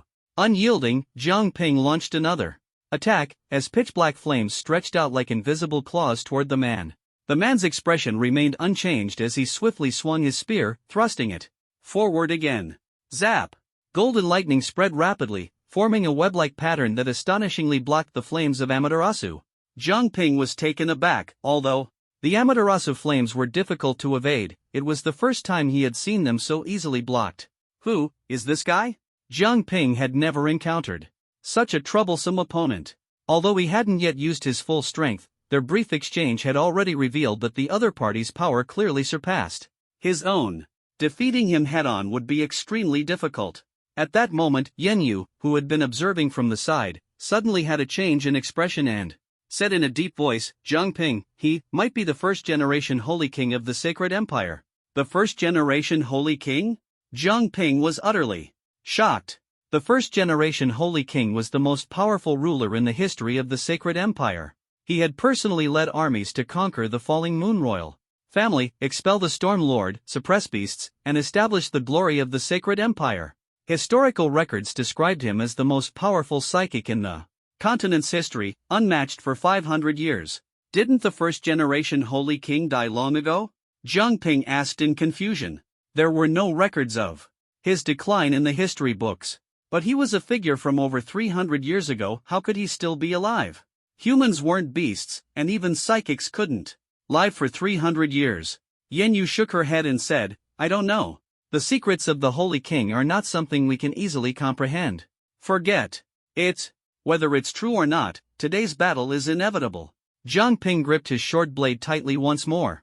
The first-generation Holy King on the other side paid no attention to their conversation. His task at the moment was singular, to prevent anyone from entering the sacred palace. Sla! Golden lightning flashed, and the spear, like a dragon's shadow, appeared instantly before Jiang Ping, aiming straight for his heart. Zzz. The electric arc tore through the air, drawing a shocking trajectory. Jiang Ping was unprepared, but the spear passed right through him. Truly passed through, as if Jiang Ping were merely a phantom, without a physical body. Divine might. This was a spatial psychic ability that allowed parts or all of the body to become intangible, rendering attacks ineffective. However, while intangible, one couldn't attack. To strike an enemy, one had to return to a physical state. Despite its limitations, the protection offered by Divine Might's intangibility far outweighed this drawback. Successfully evading the first-generation Holy King's attack, Jiang Ping decisively turned around and delivered a fierce reverse kick, sending his opponent flying far away. But such an attack had no effect on the first-generation Holy King. He merely steadied himself and took a few steps back. The next second, a golden energy arrow shot forth, striking the first-generation Holy King directly. Boom! By this time, Jiang Ping had already summoned a semi-complete Susanoo, drawing his bow and knocking an arrow. Whoosh! The arrow was released, splitting into dozens of arrows mid-flight, sealing off all escape routes for the first-generation Holy King. Amaterasu. Blaze release. Kagetsuchi. Black flames merged with the rain of arrows, instantly forming a massive flaming tornado that engulfed the first-generation Holy King. The scorching heat burned everything, and the space itself twisted violently. Let's see if you can escape this. Jiang Ping stared intently at the blazing tornado. Yet, a golden figure descended from the sky, landing within the flames. Immediately, the raging Amaterasu flames began to dissipate. That golden light was a sacred royal banner. The first-generation Holy King slowly stood up, the sacred royal banner rapidly healing the wounds on his body. Gripping the banner tightly, he radiated dazzling holy light, overflowing with divinity. He's still unharmed after all that? The first king slowly stood up, the sacred royal banner in his hand emitting a dazzling light, rapidly healing the wounds on his body. Still couldn't defeat him? Jiang Ping frowned deeply. The first king was far stronger than he had anticipated. The power of the holy element was displayed to perfection in him, flawless in both offense and defense. It was simply the epitome of power. Who? The first king gripped the sacred royal banner tightly. The wind lifted the flag, and the golden spear in his hand once again sparkled with golden lightning. It seems that to get through, I'll have to give it my all. Jiang Ping's eternal Mangekyo Sharingan locked onto the first king, his deep gaze beginning to gather power. Suddenly, an object flew out from his spatial ring and hovered in mid-air. It was a dark golden token. The sacred token. This was the sacred token that Li Tuo had given to Jiang Ping back in the City of Shadows. Jiang Ping had used it once in Taiyan City, but hadn't had the chance to use it again since. Unexpectedly, the sacred token now flew out on its own. The sacred token hung in the air, radiating a brilliant golden glow, its aura identical to that of the first king and the sacred royal banner in his hand. Upon seeing the sacred token, the first king actually stopped in his tracks and looked up at it. Then, he slowly planted the sacred royal banner into the ground, his body turning into faint golden light and beginning to dissipate. Before disappearing, he glanced back at Jiang Ping and Yen Yu, as if trying to etch their images into his memory. From beginning to end, apart from the initial warning, the first king hadn't said a word or interacted with them. This is the sacred token? How do you have this? Yen Yu also saw the token and asked in surprise. I obtained it by chance. I didn't expect it to come in handy now, Jiang Ping replied, equally astonished. The sacred token was originally issued by the first king to the 12 guardian generals of the Sacred Empire. Over the years, the guardian generals have changed several times, but there have always been only 12 sacred tokens. I think this first king blocking our way isn't the real him, but rather an illusion he left behind to guard the sacred palace, Yen Yu explained. She had long known that the real first king couldn't possibly still be alive. Yet even after so many years since his death, he had left behind an illusion to protect the sacred royal family. An illusion? Without this sacred token, we might have been trapped by the illusion, Jiang Ping said, feeling a mix of helplessness and awe. Just an illusion was this powerful. If the first king were still alive, how terrifying would his strength be? No wonder he had been able to suppress all opposing forces and personally establish the glory of the sacred empire. Unfortunately, that glory didn't last. The final sacred king failed to rise to the occasion, allowing the demonic beasts to make a comeback. Jiang Ping retrieved the sacred token. Let's go. With the first king no longer in their way, the two continued toward the palace. Step by step, they walked along the long floor. The path wasn't long, but it branched out in all directions, with a crossroads every so often leading to various parts of the sacred royal city. The once prosperous and thriving royal city was now deserted. After the first king's illusion disappeared, no one else stood in Jiang Ping and Yen Yu's way. They stepped on the stone bricks, passing by each sacred royal banner, and gradually made their way to the sacred palace. Before them stretched a golden staircase of 100 steps. On the railings flanking the stairs, the sacred royal banners fluttered in the wind, as if welcoming them. The sacred palace. I'll go up first. You stay here. On guard, Jiang Ping said, holding the sacred token in his hand.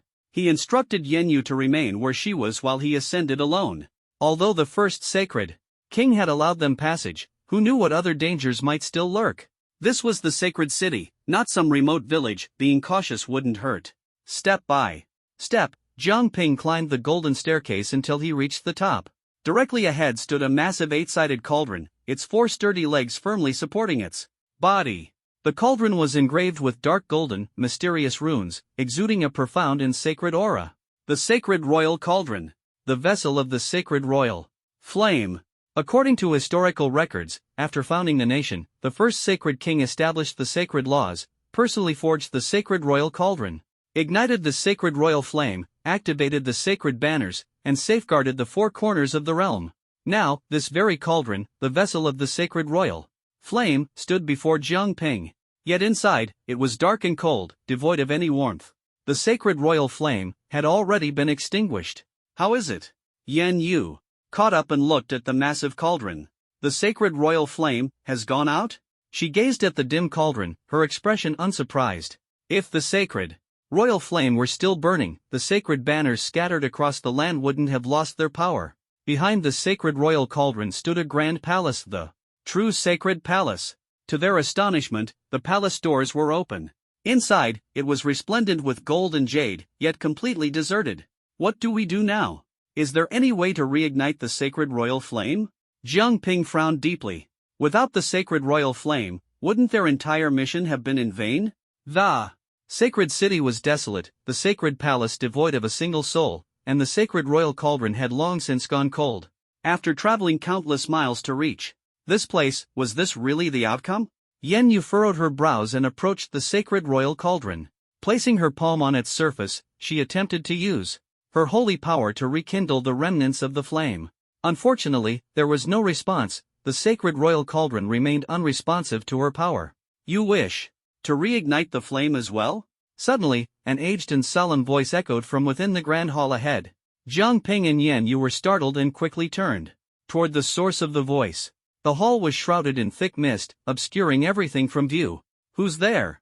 Jiang Ping asked warily. If you've come this far, why hesitate to enter? The voice continued. The two exchanged glances, weighing their options, and then strode boldly into the hall. Since the speaker was already aware of their presence, what harm could there be in meeting them? As they stepped into the hall, the surrounding mist dissipated instantly. At the center of the grand palace, seated on a majestic throne, was an elderly man. His face was deeply wrinkled, like cracked bark, and his eyes were as murky as a muddy swamp. A golden crown rested atop his head. Greetings. I am the last sacred king of the sacred empire. At these words, Jiang Ping and Yan Yu were both stunned. They had just encountered the first sacred king, and now they were face to face with the last sacred king? Moreover, the figure before them was clearly a living person, not an apparition. The last king. Jiang Ping scrutinized the elderly man. Beyond his weathered face, the most striking feature was his empty pant legs. He had no legs. If it weren't for the identical divine aura emanating from him as that of the first holy king, no one would believe he was the holy king. It's been a long time since anyone came here. Where are you from? The old man revealed a faint smile, but his bark-like face twisted in a way that was unsettling. Holy king, we are from Huaihai City in the eastern district. Yan Yu stepped forward, her gaze respectful. Now that beasts are rampant and cities can barely defend themselves, we hope to reignite the Holy King's flame, activate the Holy King's banner, and protect the cities. Reignite the Holy King's flame? That's a good idea. The last Holy King leaned back on his throne, resting his chin on his hands, his gaze profound. 200 years ago, the Holy King's flame was extinguished. Since then, 4 generations of Holy Kings have come and gone, and none have been able to reignite it. Do you think you can? Yan Yu's face turned pale. She only knew the Holy King's flame had gone out, but she hadn't known that over the past 2 centuries, 4 generations of Holy Kings had tried and failed to reignite it. If even the Holy Kings couldn't do it, what could they possibly achieve? Holy King, I have a question, Jiang Ping spoke up. Why was the Holy King's city sealed off? Why did the Holy Empire suddenly decline like this? The once glorious Holy Empire had been unmatched across the continent. But when the Holy King's city was sealed, the empire's power plummeted, leaving it in its current state. This was a question on everyone's mind. The last Holy King glanced at Jiang Ping, his gaze deep. That is because the Holy Law collapsed. Our lineage produced a traitor, and the Holy Law rejected us. The Holy King's flame can no longer be reignited. If you want to reignite the flame, you must not only find the fire seed but also become the Holy King. I see that both of you have great potential, both possessing S-level abilities. Would either of you consider becoming the Holy King? Jiang Ping and Yan Yu exchanged glances, both harboring doubts in their hearts. The last Holy King spoke so casually that it was Hard to discern the truth. If the holy law has rejected you, how could you possibly still be the holy king? And isn't the holy law created by the holy king? How could it reject you? Jiang Ping questioned. The old man seemed somewhat unreliable. That is why we sealed off the holy king's city, preventing outsiders from entering. We are still the holy kings, but we can no longer connect with the holy law. The holy law was not created by us, it is the manifestation of divine power. We are merely its guardians and inheritors, not its creators, the last holy king explained.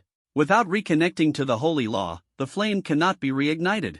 If you wish to reignite the flame, you must become the holy king. This conclusion left Jiang Ping and Yan Yu momentarily speechless. Moreover, Jiang Ping had a faint suspicion that this old man simply wanted to pass on the position as quickly as possible. No matter who came, he would say they were well suited to be the holy king.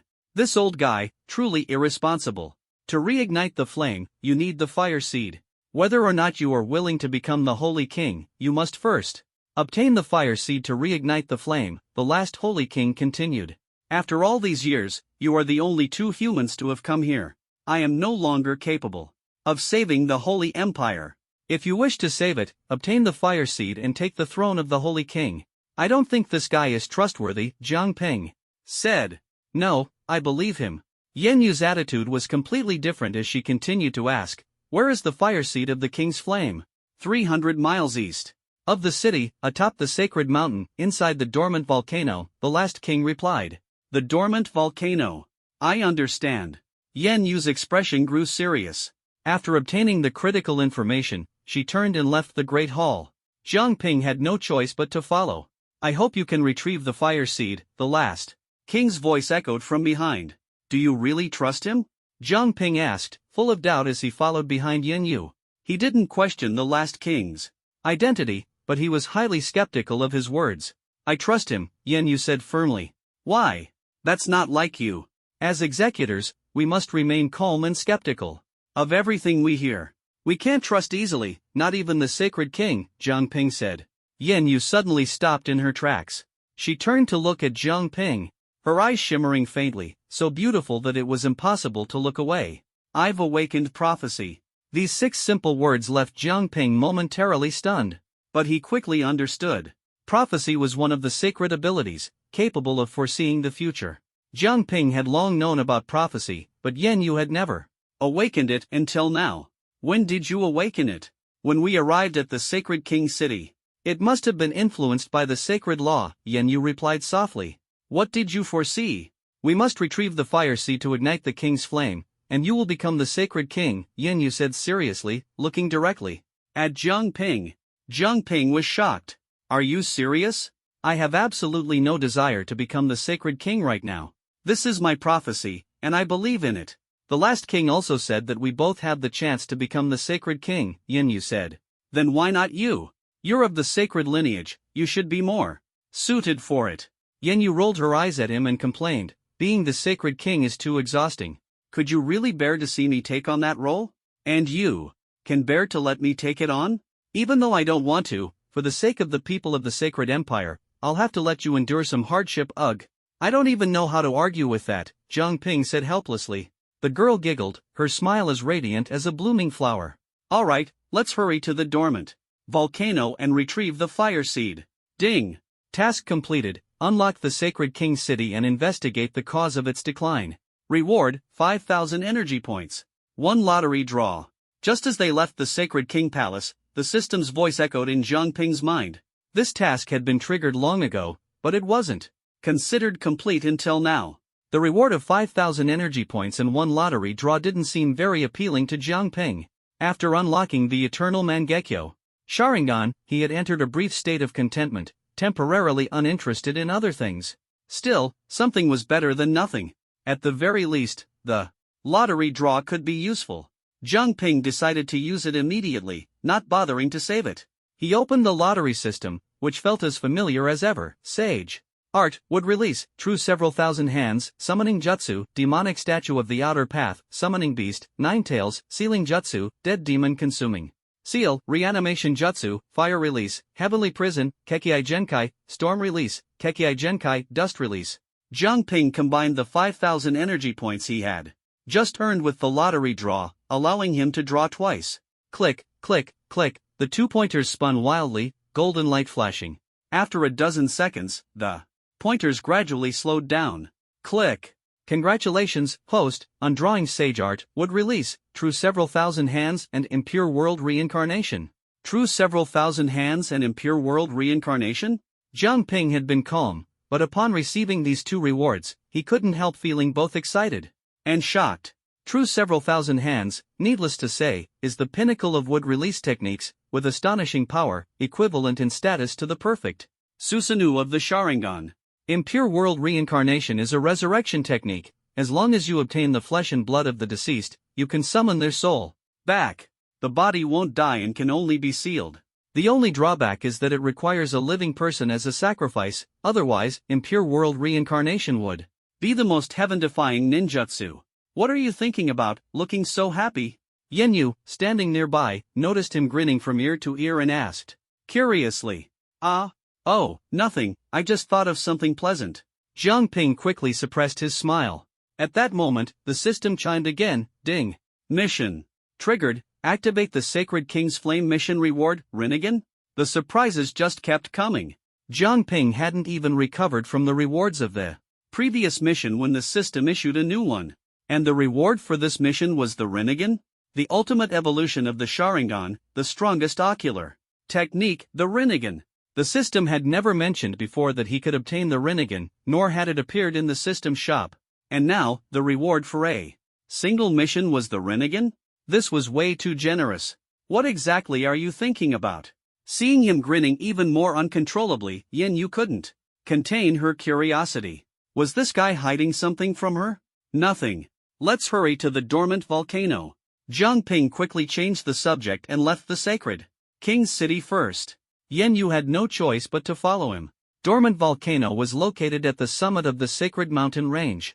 The Sacred Mountain Range was a stretch of continuous snow-capped mountains, covered in snow year-round and almost untouched by sunlight. Following the directions, Jiang Ping and Yenyu finally found the entrance to the Sacred Mountain Range. That over there should be the dormant volcano, Yenyu said, pointing to a towering peak in the distance. Its unparalleled height made it impossible to look away at first glance. That height seems about right. Let's go. After confirming the direction, the two immediately set off. Upon entering the Sacred Mountain Range, they were surrounded by dense forests, with thick snow piled on the treetops. The entire forest was dark and gloomy, as if sunlight could never reach it. The howling wind in the woods sounded like wailing spirits, sending chills down their spines. Once inside the Sacred Mountain Range, the oppressive aura of the Sacred King's city disappeared, replaced by biting cold and relentless wind and snow, making every step a struggle. Who would willingly come to such a godforsaken place? Only Jiang Ping and Yenyu had no choice but to brave the wind and snow and press forward.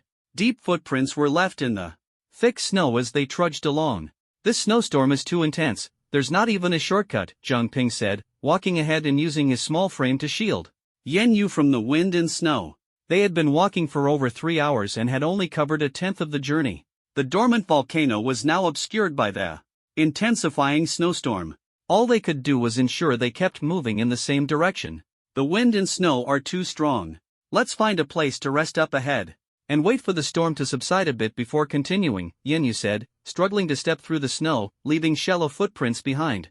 The wind and snow stung their faces, and the trees in the forest were almost bent over by the mountain winds. Jiang Ping looked up. The wind and snow were much heavier than when they first entered the mountain, as if trying to stop them from moving forward. After thinking for a moment, he agreed with Yenyu's suggestion.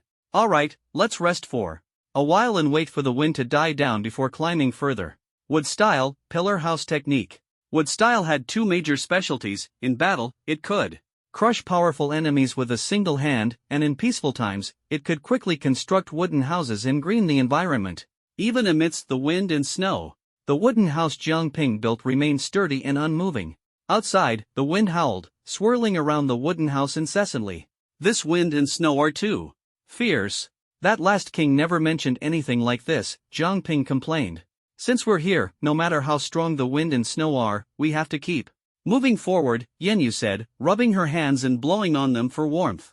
It was only then that Jiang Ping noticed her face and hands were red from the cold. Compared to him, a man with thick skin and solid flesh, Yan Yu's delicate skin couldn't withstand such harsh wind and snow. Let's rest for a while and wait for the wind to stop before we continue, Jiang Ping said gently, suddenly pulling her hands into his clothes. What are you doing? Feeling the warmth, Yan Yu's face instantly turned red. Keeping your hands warm, Jiang Ping said with a smile. Yan Yu didn't pull her hands back. She blinked her bright eyes and asked, just my hands? What else do you want to warm? The girl said nothing, slowly hugging Jiang Ping tightly, her soft face pressed against his chest, feeling the warmth and his heartbeat. This is warm enough. Jiang Ping smiled but said nothing, spreading his arms to embrace her tightly, pouring all his warmth into her. No matter how fierce the wind and snow outside were, they couldn't disturb the warmth in their hearts. Warm enough now? The girl in his arms was soft and fragrant, making Jiang Ping reluctant to let go. Not yet. She buried her face, her voice muffled, holding him even tighter, as if she didn't want to let go. After a long while, Yan Yu finally raised her head, her face flushed, her eyes as clear as autumn water. She asked softly, Jiang Ping, I want to ask you something. What is it? Do you like me? She asked directly, giving Jiang Ping no time to prepare. But in this situation, was preparation even necessary? The beauty in his arms was holding him tightly, her gentle gaze flowing like water, her passionate eyes seemingly capable of melting him. Was there any moment more suitable to express his feelings than now? There was no need to hesitate. Sorry to interrupt you. A sudden voice broke in. Whoosh! Jiang Ping turned without hesitation, drawing his short blade and slashing fiercely. The opponent, however, easily caught the blade between two fingers. The two immediately entered combat mode. Yan Yu's body radiated holy light, her short blade unsheathed and ready to strike at any moment. Jiang Ping directly activated his eternal Mangekyo Sharingan. When they saw the face inside the house, they were shocked. Wei Lin? Yes, the intruder was Wei Lin. It seems you know the owner of this body, Wei Lin said, but his voice was unfamiliar. He's not Wei Lin. Yan Yu immediately noticed the flaw. I know. Jiang Ping stared coldly at the Wei Lin before him, his eternal Mangekyo Sharingan emitting a chilling, killing intent, as if he could kill the opponent with his gaze alone. You must be Yuli, the leader of the Blazing Fire sect. At this moment, although Wei Lin's appearance remained unchanged, his aura was completely different, exuding the evil and fiery intensity of the sinful flame. The purple flame mark on his forehead proved that he was already a member of the Blazing Fire sect. Hearing Jiang Ping say this, Yan Yu's expression changed. Is he really the true leader of the Blazing Fire sect? She had heard about Yuli's existence from Jiang Ping. Since the Great Beast Tide, they hadn't encountered any trouble from the Blazing Fire sect for a long time, to the point where they almost forgot the sect still existed. But now, Yuli had appeared before them in Wei Lin's form. You dare harm my friend? Jiang Ping gritted his teeth, wishing he could immediately pierce Yuli with a blade. But now, the body before him was Wei Lin's. It seems you are friends with this body. Apologies, he is already dead. You may not believe me, but I didn't kill him. In his despair, he handed over his body to me, allowing me to possess it, Yu Li said with an elegant yet cold smile. You think I would believe you? Jiang Ping's voice was icy and piercing. Wei Lin was his earliest friend, they had studied, trained, and fought together. After getting separated on the way to the northern district, Jiang Ping never imagined that Wei Lin and the others would face such misfortune. Now, Wei Lin's body had been taken by Yuli, and the others likely hadn't escaped death either. I didn't come here today for this. You are heading to the sacred mountain summit to retrieve the sacred flame seed, aren't you? Yuli asked. That's none of your business. Jiang Ping's eyes lit up as he suddenly attacked. Susanu's massive hand instantly formed and grabbed fiercely at Yuli. But Yuli reacted swiftly, retreating as the wooden wall behind him melted under the purple flames, and his figure disappeared into the snowstorm. Whoosh! The snowstorm intensified abruptly, whipping up massive whirlwinds that swept toward them. Jiang Ping had no choice but to summon a semi-complete Susanu to fend off the raging snowstorm. The Sacred King's flame has already extinguished, the era of the Sacred Empire is over. Why do you still persist? Yuli's voice echoed from within the snowstorm. Jiang Ping immediately tracked the sound, and Susanu raised its hand to shoot an arrow into the snowstorm. Boom! The arrow stirred up a large patch of snow. The king's flame needs a new seed to reignite, and the seed shouldn't Be that poor girl, it should be you, Yu Li's voice came again. Jiang Ping tried hard to locate Yu Li, but his Sharingan couldn't penetrate the overwhelming snowstorm. The Sacred Empire itself has betrayed the law. What are you still holding on to? The Sacred Empire no longer has a reason to exist. Accept the flame of sin, become the seed, and let the flame of sin burn this world to ashes. That is the path you should take. You're too noisy. Jiang Ping's eyes unleashed the power of his pupils, quickly forming a 200-meter-tall complete Susanoo. With twin swords drawn, its sword energy swept wildly, directly cutting through the layers of snowstorm. Yu Li's figure emerged from the snowy mist. Amaterasu. Pitch-black flames instantly engulfed Yu Li's entire body. Alright. If you change your mind, you can always come find me in the underground of the City of Sin.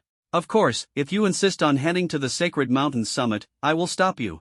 Yu Li was consumed by the Amaterasu flames, his body dissolving into ethereal purple fire and vanishing into the world. Roar!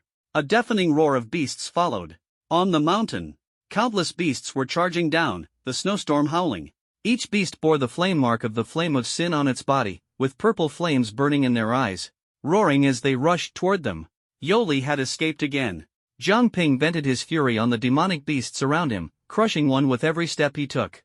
Even when these beasts chose to self-destruct, they couldn't penetrate the defense of the fully formed Susanoo.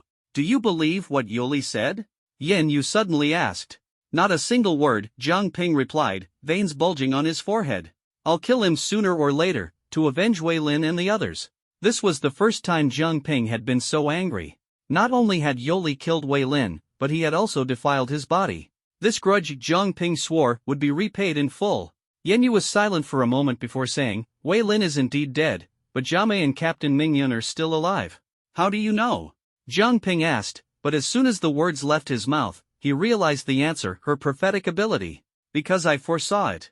After we acquire the fire seed and awaken the king's flame, we'll meet them again in Huaihai City, Yen Yu explained.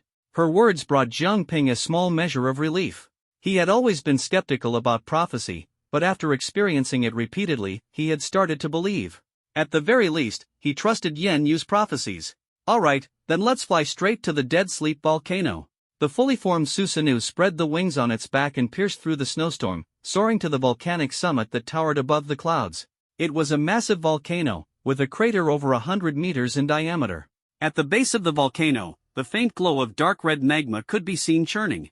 The intense heat from the crater melted the snow around it, dispelling the surrounding cold. The fire seed should be below the crater, right? Jiang Ping retracted Susanoo to avoid triggering an eruption with its overwhelming power. The heat waves emanating from the volcano instantly alleviated the biting cold. Yes, we have to go down to ignite the fire seed, Yen Yu said, her eyes reflecting the dark red glow deep within the volcano. Her expression was resolute. Then let's go down. Jiang Ping grabbed Yen Yu's hand, using Kamui to pull them both into an alternate space. Moments later, the tranquil space at the base of the volcano twisted, releasing them back into reality. The temperature inside the volcano rose abruptly. Outside, it was a frozen wasteland, but inside, they were surrounded by rolling waves of heat, causing them to break out and sweat immediately. Before them lay deep chasms, with dark red magma flowing quietly, emanating a sacred and blistering heat. At the center of the magma lake stood a solitary stone platform. On it grew a tree about a meter tall. The tree appeared completely withered, its entire body an ashen gray. Its thick trunk bore only a few barren branches, devoid of any leaves, exuding a desolate aura. That tree is called the furnace tree. It thrives in extremely hot environments. Once it absorbs enough flame energy, it can produce a fire seed to ignite the king's flame, Yen Yu said softly, her gaze fixed on the small, forlorn tree. The furnace tree? It's already grown in this kind of environment. It must have absorbed enough flame energy by now. Can't we just take it back with us? Jiang Ping asked. No, Yen Yu replied quietly. The flame energy here is only sufficient for the furnace tree to grow. It hasn't yet formed a true fire seed. Moreover, to form a fire seed, especially one that can ignite the king's flame, you need a special kind of flame. It has to be nourished by a sacred flame. The volcanic energy here isn't enough to create the fire seed needed for the king's flame. A sacred flame? Do you know where to find one? Jiang Ping asked, looking at her. Though he was skilled in wielding fire, it wasn't of the sacred kind here. Only Yen Yu belongs to the holy element. Yen Yu nodded. Let's go. Alright, let's move. The two were about to cross the chasm when suddenly, several towering pillars of fire surged from the previously calm lava lake. Massive figures charged toward them. The two quickly stopped and retreated. Boom! The fire pillars crashed into the lava, sending scalding splashes flying. Earth release. Earth flow wall. Jiang Ping swiftly formed hand seals, summoning a massive earthen wall in front of them. Sizzle! The lava splashed onto the wall, instantly melting several holes into it. Those must be the guardian beasts of the furnace tree, Yin Yu said gravely. In the lava lake, several enormous fire pythons with dark red, magma-like bodies were staring at them. High-level Tier 5. Jiang Ping immediately discerned their rank. High-level Tier 5 beasts were equivalent to demon kings in the outside world, and there were 4 or 5 of them here. They could easily rival the demon kings encountered during the Great Beast Tide in Huaihai City.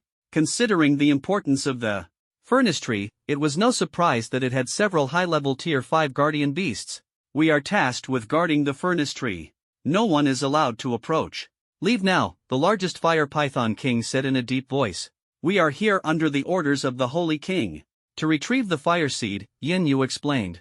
We do not recognize the Holy King's orders, so you'd best leave immediately, or don't blame us for being merciless, the fire python king replied coldly, its tone growing increasingly hostile. The other fire pythons flicked their scarlet tongues, their gazes icy. You don't follow the Holy King's orders? Xiao Yu, don't waste time talking to them. If they won't let us through, we'll just take them down. Jiang Ping's figure flashed as he charged toward the group of fire pythons. Foolish! The fire python king snorted coldly, leading the other pythons as they opened their massive jaws and lunged. Jiang Ping didn't dodge, charging straight at them. Whoosh! The fire pythons bit down on Jiang Ping, but it was as if they had bitten through a phantom. They all missed completely, as though Jiang Ping had no physical form.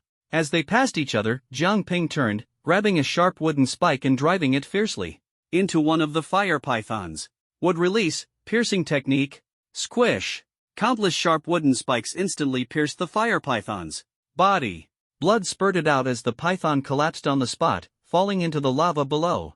Seeing this, the remaining fire pythons quickly turned and lunged again. But against Jiang Ping in his divine state, all their attacks were futile. No matter how ferocious their strikes, they passed right through Jiang Ping's body without effect. Divine power. With a burst of power from his left eye, space distorted violently. Jiang Ping used divine power to twist and snap the necks of 2 fire pythons in one move. In the blink of an eye, only the fire python king remained. In just a few exchanges, all its companions had been killed. The fire python king froze in disbelief. Having slumbered in the dormant volcano for years, it hadn't fought in a long time, but its strength remained formidable. Yet as a high-level Tier 5 beast, it was being toyed with by a mere Tier 4 human? Unbelievable.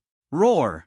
The fire python king's massive body thrashed wildly in the lava, stirring up waves that surged toward Jiang Ping.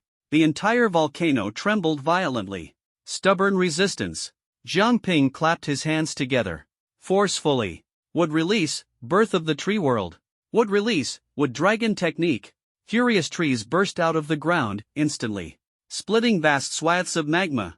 Countless vines, like giant hands, coiled around the body of the fire python king. From within the trees, 2 ferocious wooden dragons roared as they charged out, biting into the fire python king. Their massive bodies quickly wrapped around it, refusing to let go. Although the fire python king was a high-level Tier 5 creature, it had stayed too long at the bottom of the volcano.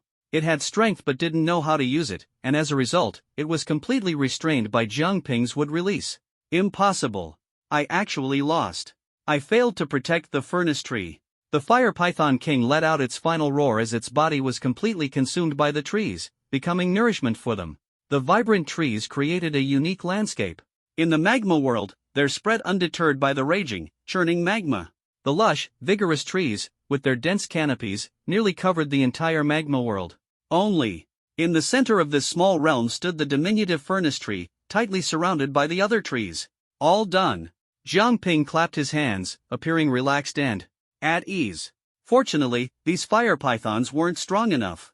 Although they were high-level Tier 5, they felt even easier to deal with than the Tier 5 demon kings he had faced before. Let's go. Now, nothing can stop us.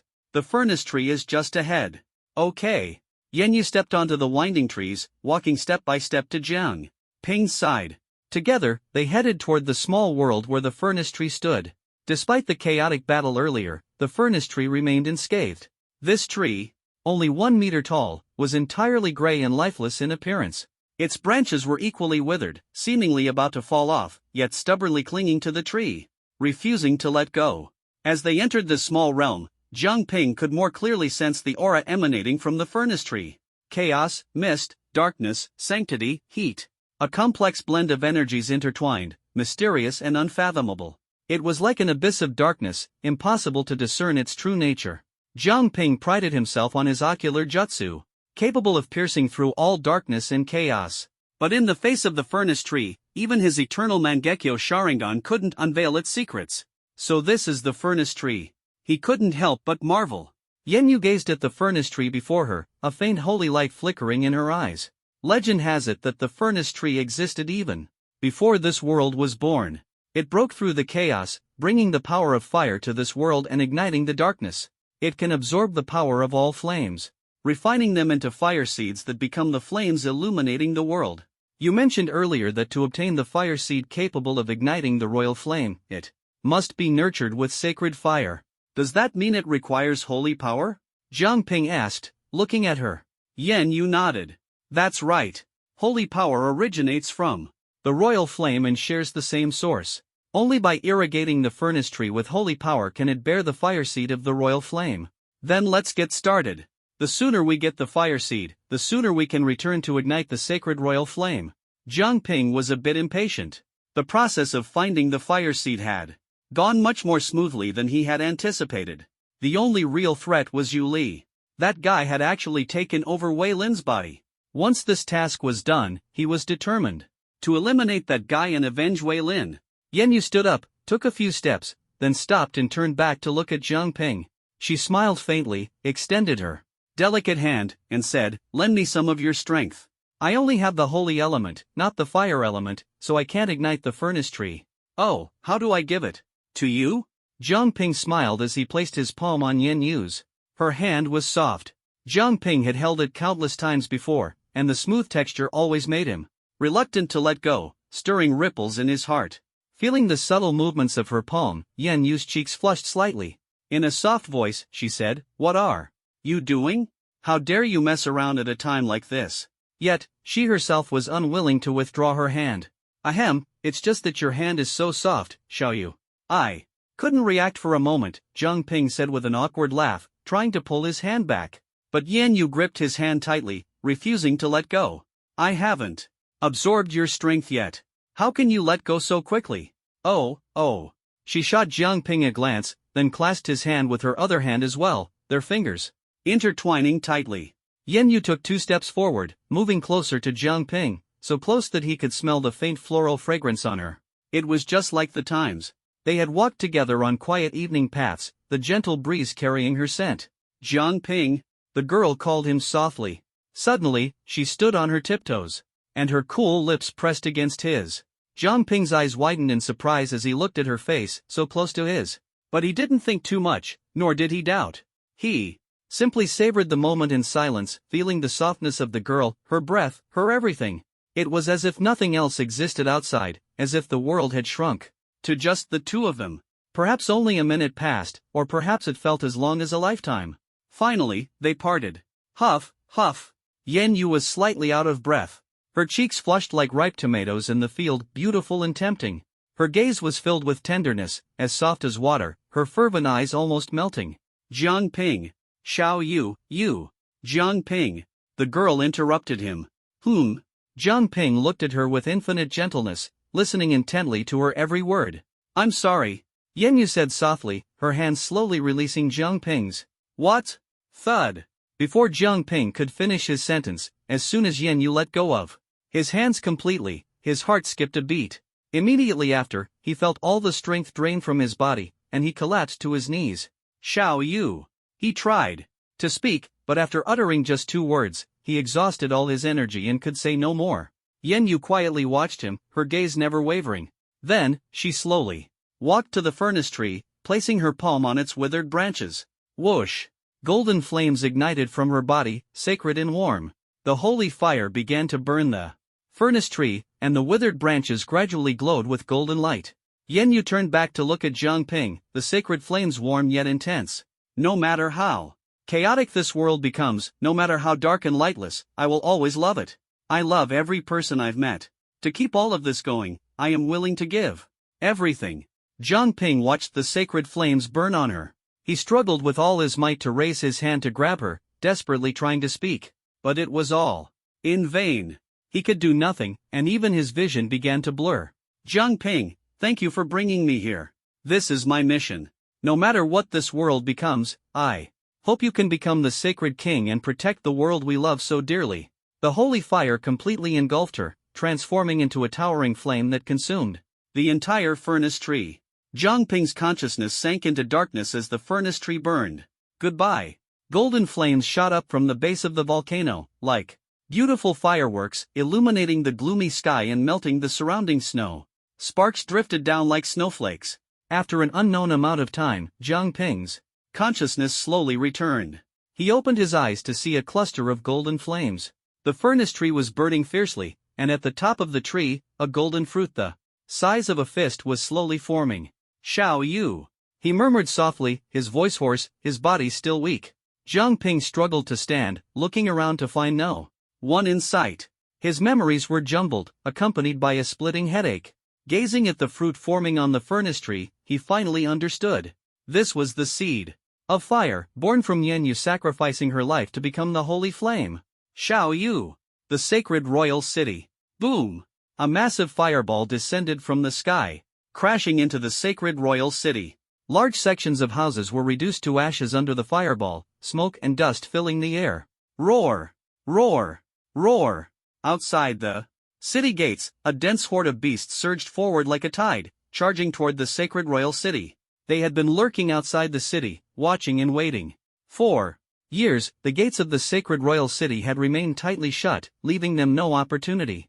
Now, someone had opened the gates for them. This was a once-in-a-lifetime chance. If they could breach the sacred royal city, the sacred empire would fall, never to rise again. Moreover, the city was now undefended, making it easy for them to invade. Inside the sacred royal palace, the last king sat on the throne, his gaze passing through the long palace corridor to the oncoming tide of beasts, showing no reaction. Until a beast king passed through the sacred royal city and stood before him. The last king, long time no see.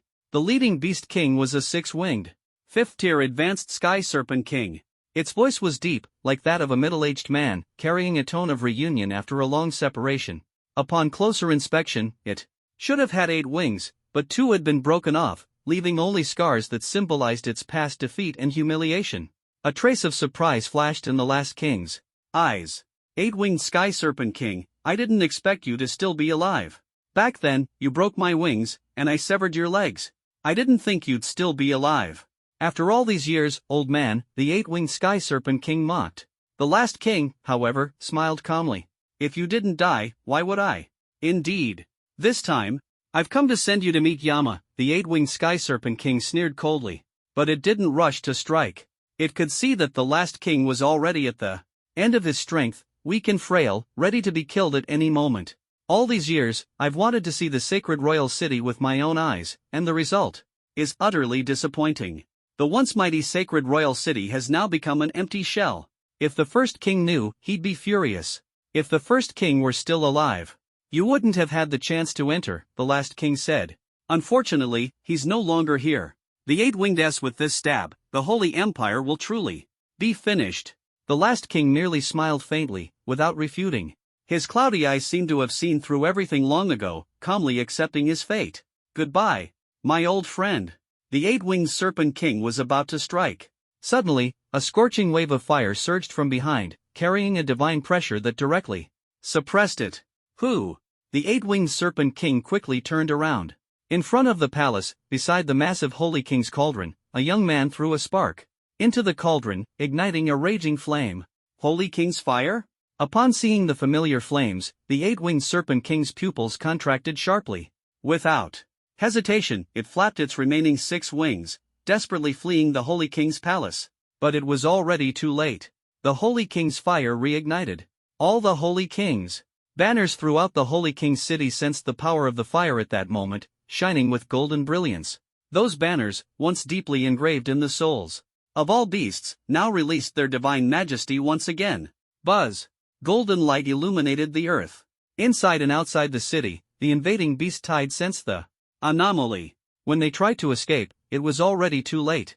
The light of the Holy King's banners enveloped the entire Holy King's city. From the abyss of vigilance to the Holy King's city, this entire region was under the protection of the banners. The ferocious beast tide, under the pressure of the banners, was like ants beneath a giant's feet, unable to resist and instantly reduced to nothing by the overwhelming divine power. Whoosh! Only the eight-winged Serpent King managed to withstand the pressure of the banners, forcibly flying out of the Holy King's city's protective range and disappearing from sight. Crackle! The Holy King's fire burned fiercely, its flames protecting the entire Holy King's city. The banners that had once lost their power now regained their strength, safeguarding all directions. Jiang Ping quietly watched the fire before him, faintly catching a familiar floral scent. It was the unique fragrance of that girl. Now, it remained only in his memory. You obtained the spark. The last king's aged voice came from behind. Jiang Ping did not respond, merely staring silently at the burning flames. In the past, he had always hoped for this fire to be ignited. But now, the fire was lit at the cost of that girl's life. He felt no warmth, instead, the flames seemed unbearably cold. After a long time, he turned and walked into the palace, stopping before the last king, his gaze cold. Why didn't you tell me the spark required her life in exchange? The last king did not avoid his gaze, speaking calmly, this was her destiny. Even if I hadn't told her, she knew. Because from the moment she was born, she was destined to fulfill this task, to reignite the king's fire and illuminate this world. She understood her mission long ago, when she crossed the abyss of vigilance. Every saint lineage awakens a prophecy, and every prophecy reveals their future. That girl's future was to offer herself to the furnace tree, transforming her life into the spark to reignite the king's fire. She always knew her fate, yet she resolutely completed her mission. The voice of the last king was calm and hoarse, stirring waves of memories in Jiang Ping's mind. Yes, this was the path she had chosen herself. On the night they first entered the sacred king's city, Yan Yu had held him and cried for a long time. It wasn't because she recalled some sorrowful past, but because that night, she awakened her prophecy. She saw the future only by jumping into the furnace tree herself. Could she become the spark to ignite the king's flame? That night, she was terrified. Afraid of losing everything, afraid of leaving alone. Yan Yu's heart was filled with fear. She feared losing Jiang Ping, feared losing all her memories, feared enduring endless burning in the flames alone. But in the end, she chose to accept her mission. Because only she could fulfill this mission, only she could bring the last hope to this world. She loved Jiang Ping, and she loved this world. For everything she cherished, she was willing to sacrifice her life to illuminate the world with light. In her final moments, with Jiang Ping accompanying her to the end, she was content. She used her life to ignite the king's flame, hoping to see the world restored, free from the oppression of beasts. She accomplished what none of us could. She didn't have to become the spark. Jiang Ping clenched his fists. If he had known earlier, he would have stopped Yan Yu. Even without the king's flame, I could have protected her. He had so much left unsaid, and now he would never have the chance. But this was indeed the best way. The last king looked at him, his expression sorrowful. The king's flame has been reignited, but to activate all the royal banners of the sacred empire, a new sacred king is required. I have already lost my connection to the king's flame. Only a new sacred king can link all the royal banners and allow the king's flame to protect the entire empire once more. Her final hope was for you to become the sacred king, wasn't it? Jiang Ping did not answer, only turned to look at the burning king's flame outside. After a long time, he finally asked, how can I become the sacred king? Years ago, when a traitor appeared in the sacred king's city, the sacred power of past generations rejected us, splitting the power meant to be inherited into 4 parts and scattering them across 4 locations. These 4 places are the Forest of Ruin, the Land of Bones, the Snowfield Tribe, and Storm City. As long as you retrieve one of these parts and bring it back, you can become the sacred king and establish a connection with the king's city. But to become a truly complete sacred king, you must gather all 4 parts of the power. The last king explained. Jiang Ping frowned. Where are these 4 places?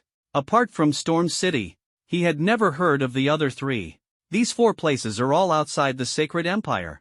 The Forest of Ruin lies to the east, the largest forest of beasts, home to the strongest beasts.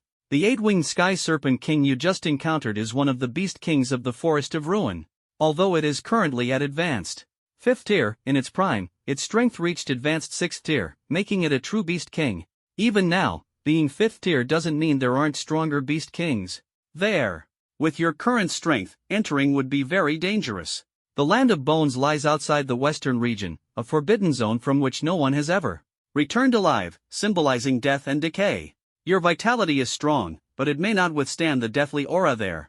The Snowfield tribe is located outside the northern region, beyond the sacred mountains and the snowfields, the territory of the Snowfield giants. The history of the giant clan predates our empire. The first king once attempted to conquer them but failed. Over the years, the giant clan has declined, making them relatively the easiest target. Storm City is also outside the northern region, in the opposite direction of the snowfields. Storm City was once the Empire's strongest enemy. They are descendants of ancient dragons, with dragon power flowing through their bloodline. Although they were driven away by the first king, they were not completely eradicated and remain powerful to this day. 4 options. The difficulty is about the same. My suggested order is the Snowfield clan, the Fallen Forest, the Burial Grounds, and finally Storm City, said the last king. How do I get to Storm City? Jiang Ping didn't immediately choose, but his question already revealed his decision, Storm City. He came to the Holy King's City to open the path to Storm City. Though the journey would be fraught with challenges, he ultimately had to go. Because someone was waiting for him in Storm City. He had already lost one girl, and didn't want to lose another. Storm City, huh? The last king didn't ask why he chose this path. Every king must walk their own road, not follow others' advice. This is a necessary experience to become a ruler. Storm City and the Snowfield clan are in the same direction, on the other side of the King's City. There is a tightly closed gate there that leads to Storm City. Understood. Jiang Ping nodded, decisively turned around, and headed toward the other side of the King's City. The wide Palace Avenue was empty. The once bustling King's City, after years of decline, had long lost its former glory. Now, with the King's fire reignited, the sacred flags lining the streets were reactivated, carrying the power of the King's fire and radiating a holy warmth. Those fluttering flags seemed to embody the girl who was watching him, silently supporting his journey forward. Jiang Ping walked all the way to the other side of the King's City, arriving at a towering city gate. This gate, like the main gate of the King's City, was covered in glowing golden runes. As Jiang Ping approached, the gate slowly opened automatically. Whoosh! As the gate opened, a piercingly cold wind mixed with swirling snowflakes rushed toward him, enveloping the area in mist, making it almost impossible to see the road ahead. This snowstorm was even colder than that of the Holy Mountains. To the left lay the path to the Snowfield clan, while to the right was Storm City. Without hesitation, Jiang Ping strode toward Storm City on the right. As he stepped out of the Holy King's City and into the snow-covered wilderness, a mechanical voice suddenly echoed in his mind. Ding! Congratulations to the host for completing the task. Ignite the King's fire reward obtained, Reincarnation I. Storm City was once the most powerful force on the continent, even before the rise of the Holy Empire. Back then, the first emperor single-handedly slew the Storm King of that era, completely driving them away, paving the way for the Holy Empire's establishment. However, as the Holy Empire gradually declined, Storm City's forces have become increasingly active in recent years, re-emerging and making their presence felt across the continent. Amid the swirling snow, a figure dressed in a white hooded windbreaker slowly trudged forward, leaving a trail of deep footprints behind him, stretching into the distance before being covered by freshly fallen snow. Ahead lay a fortress built against the mountain, surrounded by iron spike fences, tightly guarded, sending a clear message: no entry. This was the first line of defense on the path to Storm City. Who goes there? On the fortress, a group of orcs clad in dark red armor quickly became alert. These orcs had humanoid upper bodies, but their lower halves resembled the tails and legs of some reptilian creature, giving them a bizarre appearance. Finally found you. The newcomer slowly raised his head, revealing a pair of crimson eyes beneath the brim of his hat. Tell me, where is your Storm Lord? I want to see him. Jiang Ping's voice was as cold as drifting snow, merciless and resolute. A human? Humph, arrogant. Our Storm Lord isn't someone you can meet just because you say so. The small leader on the fortress sneered disdainfully. This is not a place for humans. But since you're here, don't think about leaving. Before the words had fully left his mouth, several orcs immediately launched an attack, spewing out several high-speed compressed wind spheres that hurtled toward Jiang Ping. Jiang Ping stood firm as a rock. Just as the wind spheres reached him, golden energy erupted instantly, forming a towering Susanoo that swung its sword in a horizontal slash. Boom! The massive fortress was cleaved in two by the strike, and countless orcs perished on the spot. Only the small leader was spared. As Susanoo captured him and brought him before Jiang Ping. I'll ask you one more time, where is your Storm Lord? Don't dream about it, I won't tell you. The orc leader stubbornly resisted, his gaze unwavering. Jiang Ping wasted no time and directly used his Sharingan to cast a Genjutsu, extracting all of the leader's memories. From the limited memories of the orc leader, Jiang Ping gleaned little useful information. There was almost no news about the Storm Lord, as the orc leader had rarely seen him. The only valuable piece of information was that he knew the location of Storm City. Bang! Susanoo crushed the orc leader, and Jiang Ping continued forward. Based on the memories, the main city of Storm City was over 100 miles ahead, with 7 storm fortresses to pass through along the way. To enter the city, he would have to break through these 7 fortresses. Each fortress was guarded by a 5th-tier advanced warrior. But for Jiang Ping, none of this posed a problem. Now that he knew the location of Storm City, nothing could stop his advance. The first storm fortress. This fortress resembled a heavy iron mountain, its black iron walls shrouded in fierce winds and snowstorms. The sky was overcast, devoid of any light. On the walls, the fortress lord lounged leisurely in his chair, with several guards standing vigilantly nearby. I heard that a lot has been happening in the Holy King City recently. Someone reignited the King's Flame and activated the Holy King banner. The 8-winged Sky Serpent King led a beast tied into the Holy King City, but nearly suffered total annihilation, escaping alone in the end. Chief, is the King's Flame of the Holy Empire really that powerful? Several soldiers asked in confusion, not fully understanding the might of the King's Flame. Of course. A flicker of genuine fear flashed in the fortress lord's eyes. The Holy Empire once stood high above, ruling the entire continent. Whether it was us, the beasts, the giants, or the falling moon royal family, we all had to bow in submission. And what elevated the Holy Empire to such heights was the King's Flame, the symbol of holy power. It is an invincible divine force, capable of destroying everything. No one can resist it. Fortunately, 300 years ago, a rebellion broke out within the Holy Royal family. Someone betrayed the holy power, causing it to split into 4 parts and leave the Holy King City. Only then did the Holy Empire begin its decline. Although the Holy Empire has reignited the royal flame, without the support of divine power, this flame won't last long before it extinguishes.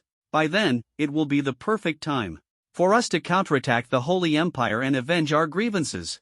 They were originally the strongest race on the continent, but divine power had chosen the Holy Royal family, helping them drive them out. This grudge had never been repaid. It seems we'll soon have our revenge. Several subordinates were so excited they nearly jumped up. Boom! Suddenly, a loud explosion echoed from the snowstorm in front of the fortress. Boom! Boom! Each explosion shook the earth. The fortress lord immediately stood up, his eyes fixed on the front. The snowstorm gradually dispersed, and an enormous golden giant slowly emerged from the storm, towering several times higher than their storm fortress. What is that thing? Everyone was stunned. This energy giant, resembling an ancient war god, exuded an aura that sent chills down their spines. In its presence, they felt as insignificant as ants. Who are you? Unlike the others, who were shocked, the fortress lord, though surprised, remained composed. He quickly noticed a human figure standing atop the golden giant's head. Summoning a deep cyan wind vortex, he lifted himself swiftly to face the figure, locking eyes with Jiang Ping. May I ask who you are? Seeing that the figure was human, the fortress lord frowned slightly but did not underestimate him. The fully formed Susanoo, before him, radiating such immense power, demanded his attention even if the opponent was a human, whom he despised the most. Are you the lord of this storm fortress? Jiang Ping asked. That would be me. After the fortress lord responded, Jiang Ping nodded lightly. Then, with a mere thought, the fully formed Susanoo suddenly drew its sword and slashed fiercely at the fortress lord.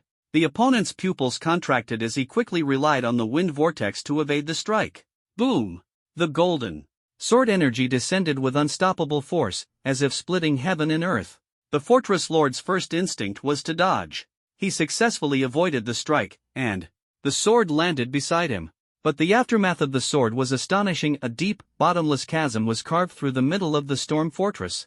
The fortress, known for its formidable defenses, was split apart like soft tofu under the sword. The fortress lord had no intention of taking the strike head-on, but after dodging, the sword had cleaved the storm fortress he had guarded for decades in two, reducing it to ashes in an instant. Audacious human! No matter who you are, today you will die here. Raging wind dragon flame. With an angry roar, the fortress lord summoned a massive wind vortex, which instantly expanded to match Susanu's height. Then, he spewed fiery dragon flames from his mouth, enveloping the wind vortex. The enormous flaming tornado charged fiercely at Susanu. Jiang Ping calmly watched the flaming tornado approach, showing no fear, allowing it to collide with Susanu. Boom! Susanu remained unmoved. The flaming tornado didn't even make it take a single step back. Your power is too weak. Jiang Ping took a step forward, and the fully formed Susanu advanced with him, directly dispersing the flaming tornado with its body. Subsequently, he gripped his sword with both hands, crossing it into an X shape, and unleashed a massive cross-shaped sword energy. The lord of the fortress roared, burning his own blood essence, and summoned another blood-red wind tornado. Then, together with the storm fortress, he turned to dust. Storm City. In the dim great hall, faint candlelight flickered. Your Majesty, bad news. A beastman soldier rushed in hurriedly, his face tense. In the center of the hall sat a burly middle-aged man, his figure resembling a brown bear. Unlike other beastmen who were half human, half beast, he had a completely human form, though his physique was extraordinarily robust. Hearing the report, the man frowned and said, I told you not to disturb me unless it's important. Didn't you hear me? Your Majesty, this is very important. The beastman soldier lowered his head, his voice trembling as he said, a human from who knows where is driving a massive golden energy giant and heading in our direction. He has already destroyed 5 of our storm fortresses in succession. The lords guarding those 5 fortresses, none of them survived. What?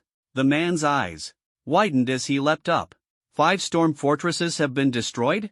Why are you only reporting this now? The beastman soldier lowered his head even further in fear. Because that person's power is simply too overwhelming. After each fortress was destroyed, no one survived to bring back the news. What kind of human is this strong? Could it be the current Holy King?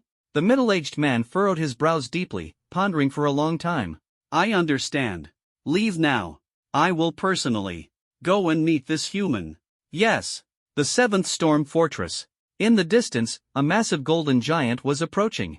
The orcs in the fortress gripped their weapons tightly in nervousness. But as the fully formed Susanu gradually revealed itself, they realized that the weapons in their hands were utterly inadequate, completely outclassed. This thing, can we even deal with it?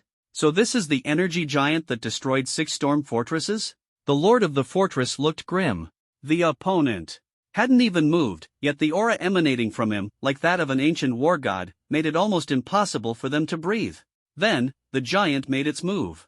The golden giant swung its sword, unleashing a sword energy that shook the heavens and earth, even splitting the clouds in the sky. At that moment, deep green winds surged from all directions, forcibly condensing into a massive wind shield in front of the storm fortress. Boom! The sword energy collided with the wind shield but failed to penetrate it. Both forces dissipated simultaneously. Finally, someone I can talk to. Jiang Ping raised his cold eyes and saw a burly man approaching with the wind, his physique as strong as a bear. The man also saw Jiang Ping. Seeing someone so young yet possessing such immense power, he was somewhat surprised. Are you from the Holy King's city? Are you the Lord of the Storm? Jiang Ping countered with a question instead of answering. I used to be. Not anymore, the man replied. You can call me Julie. May I ask your esteemed name? Jiang Ping. Jiang Ping, I don't sense the aura of holy power on you. You're not the Holy King? Julie squinted slightly. When he first saw Jiang Ping, Julie had assumed he was the new Holy King. The rekindling of the Holy King's flame signified the emergence of a new king. Only the Holy King would dare to come to Storm City alone. After careful observation, he realized that Jiang Ping did not possess divine power. Jiang Ping did not answer Zhu Li's question but instead said, I came here to take two things. First, the divine power scattered in your storm city, and second, a girl you captured years ago. Zhu Li narrowed his eyes at him, those eyes he had never seen before. These eyes are remarkable, cold, dark, filled with hatred and power, making it hard to look away. As for the things you want, no one has ever dared to come to Storm City to demand anything, nor has anyone been able to take anything away. Except for the first king back then. Do you think you're stronger than him? Zhu Li chuckled and asked in return. I want to try, Jiang Ping replied, his expression still calm. Whether it was ordinary beast soldiers, fortress lords, or the former master of the storm, they were all the same in his eyes. Young man, you have guts. But if you think destroying a few storm fortresses means you can challenge Storm City, you're gravely mistaken. Zhu Li suddenly struck, pointing a single finger toward the sky. Wind, come, trap. Whoosh! Fierce winds gathered around, rushing toward the direction Zhu Li pointed, enveloping Susanoo. The invisible wind now resembled a raging tidal wave, violently crashing against Susanoo, forming a massive cage that sealed the heavens and earth. Bang! Bang! Bang! Thick wind blades slashed fiercely at Susanoo, accompanied by ropes made of wind blades that coiled layer upon layer, tightly binding Susanoo. The wind elements in the world were all mobilized by Zhu Li. But, clang! A crisp sword hum echoed, and domineering sword energy transformed into dazzling light, instantly illuminating the heavens and earth. Countless raging winds were instantly cut apart and vanished, without a trace. In the face of the fully formed Susanoo, no attack could withstand its sword energy. With one strike, it shattered Zhu Li's wind cage, and with a second strike, it swiftly slashed out again. However, this strike was not aimed at Zhu Li but directly at the storm fortress behind him. Wind, come, net.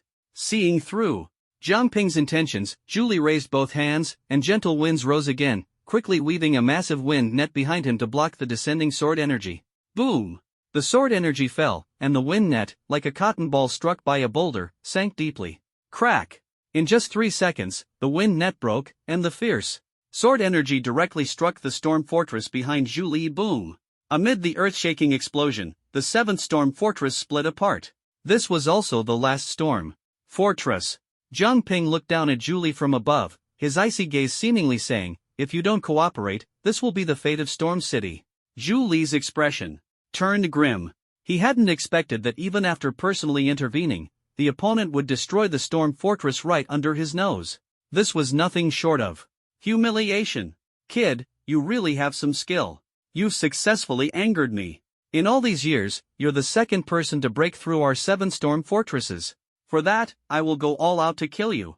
Zhu Li's face twisted in rage, and his massive body rapidly transformed into a colossal 2-winged dragon. Its entire body was dark red, but its head bore streaks of cyan wind patterns, symbolizing its mastery over the power of wind. Roar! The dragon's roar shook the heavens, its furious voice reverberating in all directions. Zhu Li's size was enough to rival Jiang Ping's fully formed Susanoo. Ancient Dragon Clan? Jiang Ping narrowed his eyes slightly. The ancient Dragon Clan was born in the early chaos and was one of the first races to emerge after the spiritual energy revival 500 years ago, thriving for centuries. They are neither human nor ordinary beasts.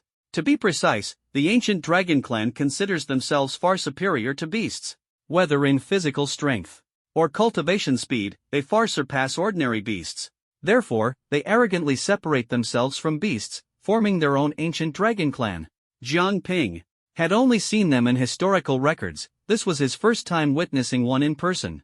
No wonder it's so arrogant. Turns out it's such a formidable creature. Arrogant. Today, I'll show you the true power of the ancient Dragon Clan. Zhu Li circled in the air a few times before suddenly diving down.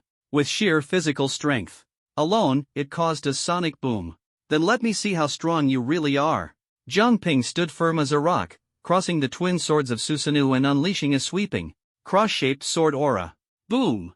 Zhu Li didn't dodge at all, using its body to forcibly withstand the attack, and it held its ground. The 2 sword auras landed on its body, only slightly slowing its offensive before being neutralized.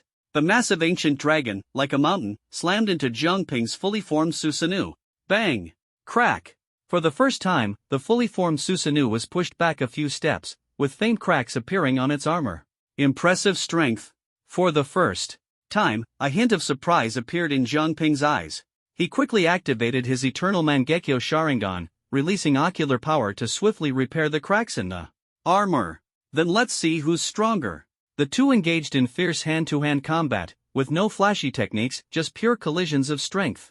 The ancient dragon's tough body clashed against Susanu's armor, and neither side could gain the upper hand. Susanu's sword couldn't break through Julie's defenses, and Julie's claws couldn't shake Susanu's armor. Each exchange sent shockwaves rippling through the air. The others were forced to retreat repeatedly by the impact of the battle, with some beastmen even being blown away directly. Incredible strength. That ordinary human can actually fight Lord Julie to a standstill. I've never seen a battle like this before.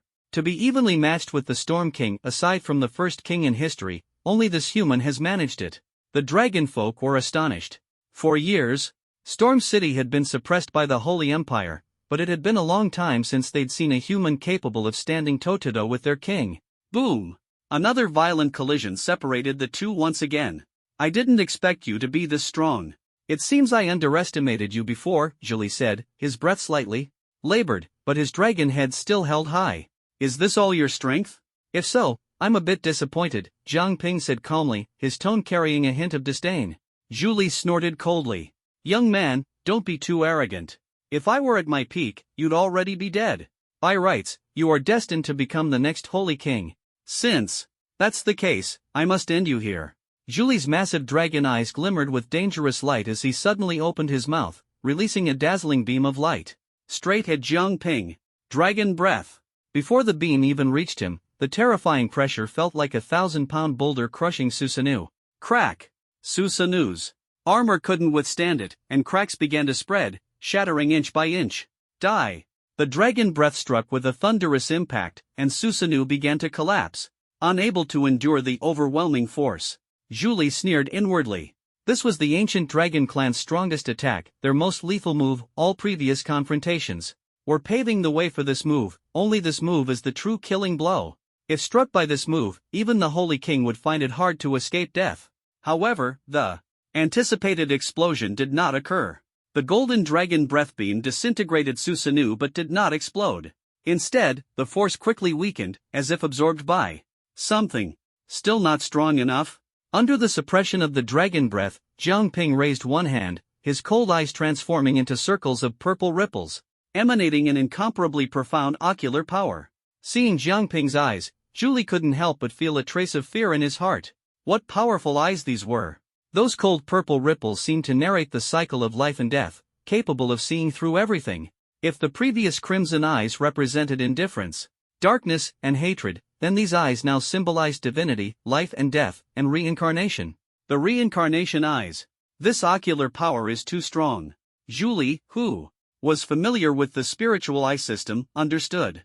It was originally an inconspicuous ability system, but he never expected to witness such a powerful spiritual eye. That kind of ocular power, with just a glance, could unsettle one's mind. Earlier, even the dragon breath, representing the strongest attack of the ancient dragon clan, was effortlessly neutralized by Jiang Ping. For the first time, Julie felt fear toward this human before him. If this is all your strength, then it's truly disappointing. Jiang Ping slowly lowered his hand, the reincarnation eyes exuding the power to see through life and death. In the face of these eyes, all resistance was futile. Arrogant. The battle isn't over yet. Julie roared angrily, his massive body lunging at Jiang Ping once more. This time, without the protection of the towering golden energy giant, he wanted to see how Jiang Ping would block his attack. As Julie charged forward, Jiang Ping remained as steady as a mountain. The ocular power of the reincarnation eyes condensed Shinra Tensei. Boom! In an instant, a powerful force erupted from Jiang Ping's body, spreading outward. The invisible force struck Julie fiercely. Boom!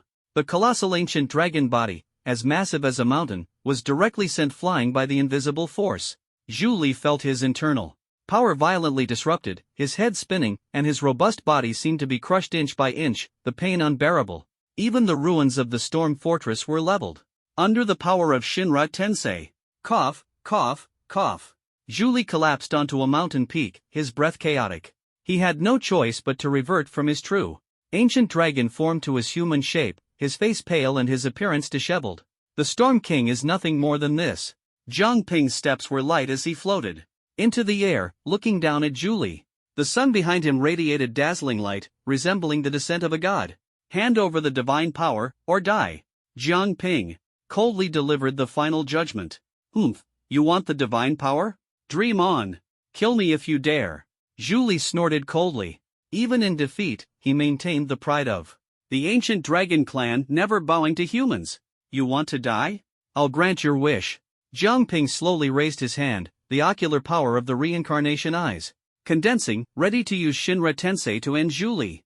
At that moment, a gentle breeze swept through the heavens and earth, and a figure arrived with the wind, light and agile. A hand lightly slapped away Jiang Ping's hand. Jiang Ping did not retaliate, for the person who had arrived was the one he had been searching for all along, Shi Songqing. At this moment, Shi Songqing was no longer the simple and lively girl Jiang Ping remembered. She was dressed in a deep blue phoenix robe, a phoenix crown on her head, her brows sharp, and her entire being surrounded by the power of the wind. Songqing. Seeing Shi Songqing, Jiang Ping's expression finally relaxed, revealing a trace of joy. Songqing, they didn't hurt you, did they? When the people of Storm City had taken Shi Songqing, Jiang Ping had been powerless to save her and had always worried about her safety. Now, seeing her unharmed, he finally felt relieved. I'm fine, thank you for your concern. Shi Songqing's expression was cold, her tone devoid of any warmth, as if Jiang Ping were a stranger to her. Songqing, he is an enemy of Storm City. Kill him. Julie's face lit up with joy at the sight and immediately shouted loudly. Before the words had even fallen, Jiang Ping's expression darkened.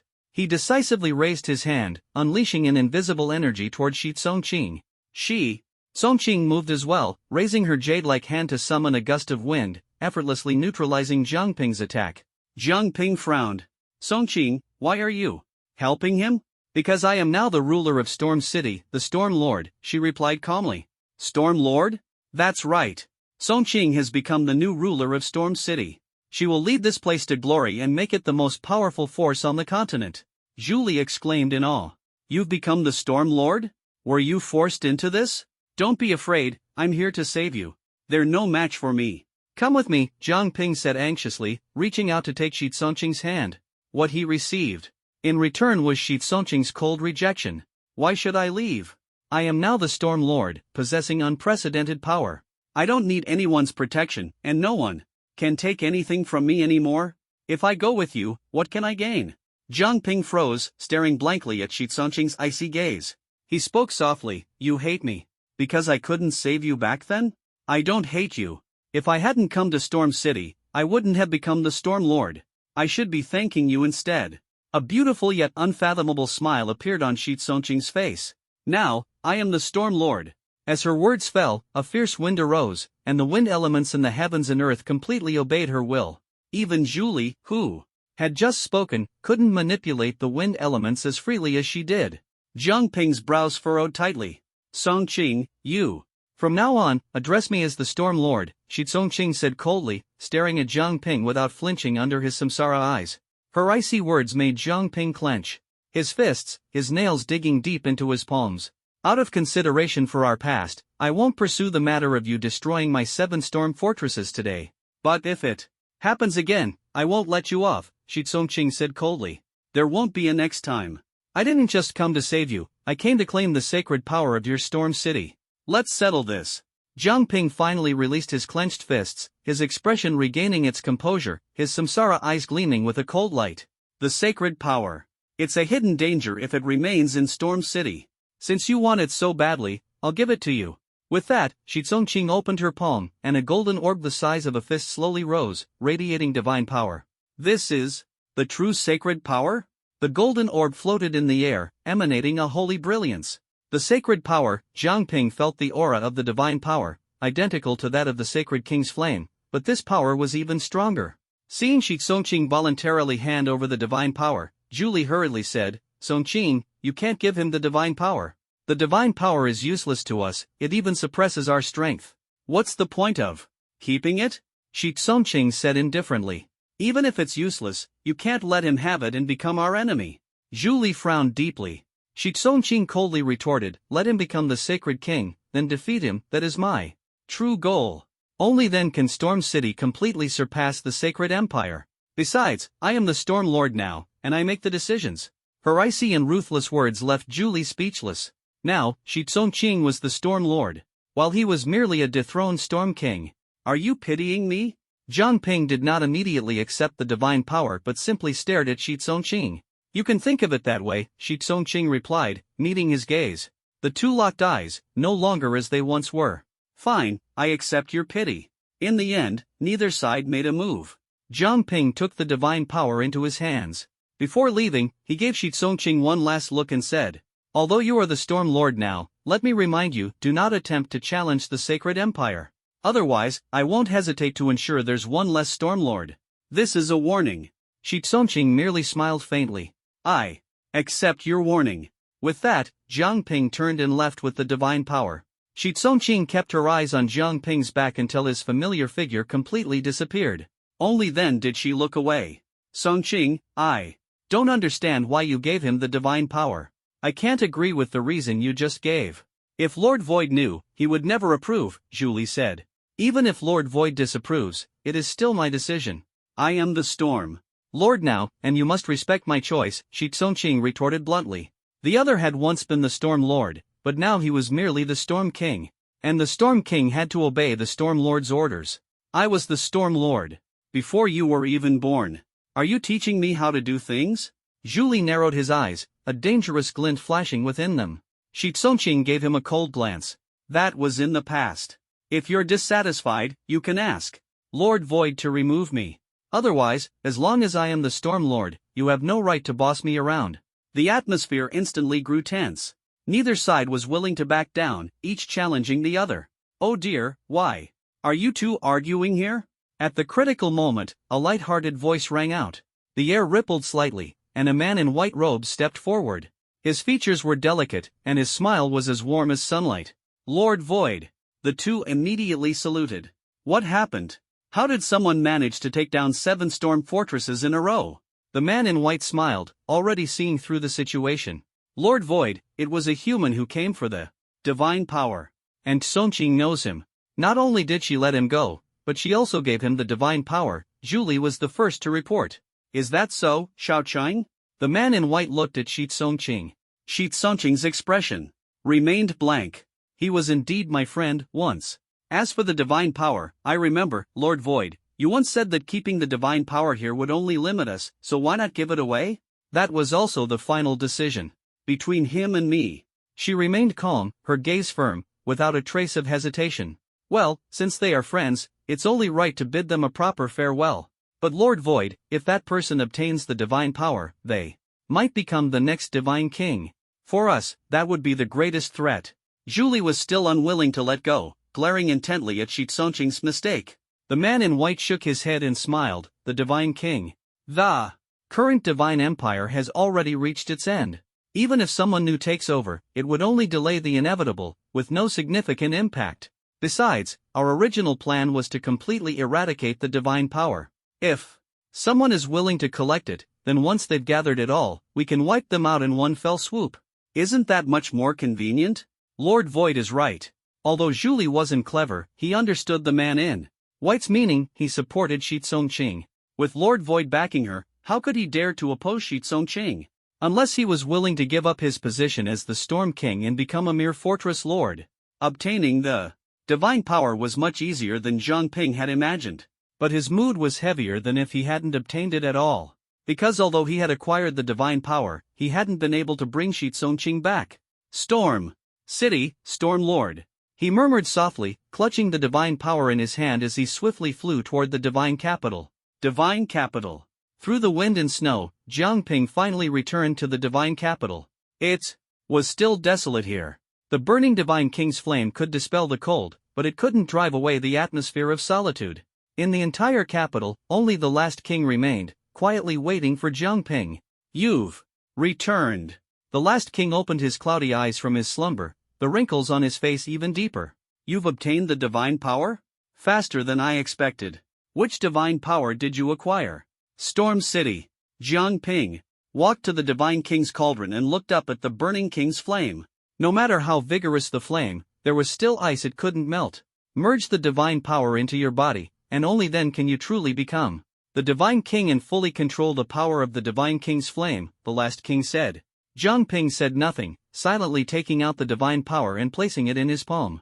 The divine power seemed to respond, transforming into fine starlight and gradually merging into Jiang Ping's body. With each bit that merged, Jiang Ping felt his connection to the Divine King's flame grow stronger. Divine King's flame, do you hear the call? The new Divine King has emerged. Let your light shine upon the world once more. The last king's voice was firm as he called out loudly. The Divine King's flame began to stir, tendrils of fire wrapping around Jiang Ping.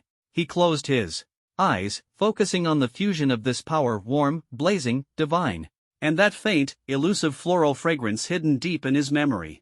Warmth, divinity, mystery, void, heat. A myriad of complex sensations filled every nerve in Jiang Ping's body. He didn't resist, allowing these feelings to take over completely.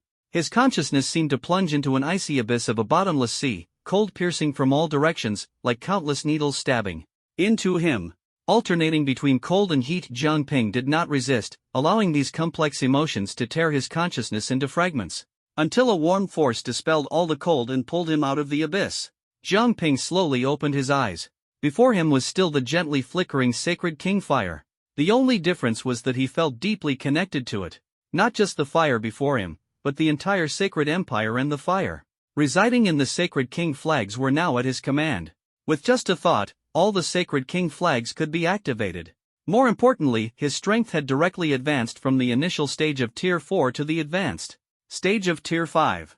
That divine power had completely merged into his body. At this moment, he was the new sacred king. Congratulations on becoming the sacred king. A weak and aged voice sounded. Jiang Ping turned around and saw the last king, who had suddenly aged significantly. His hair, already white, now made him look decades older, his vitality nearly exhausted. The new king has been born, my mission is complete. From now on, the sacred empire is in your hands. Each word was accompanied by heavy breaths. After uttering his final sentence, the remaining vitality in his body completely dissipated. Whoosh! A gust of wind blew past, and the last king's body turned to ashes, scattering with the wind. Throughout the entire process, Jiang Ping remained silent. He understood this was the last king's destiny. As the final sacred king who had persisted in guarding the sacred king city, his life had long reached its end. It was only because there was no successor that he had held on to his last breath, waiting for the new king to appear. Now that Jiang Ping had become the new sacred king, the last king's mission was complete, and his life had come to an end. In the vast royal city, Jiang Ping was truly the only one left.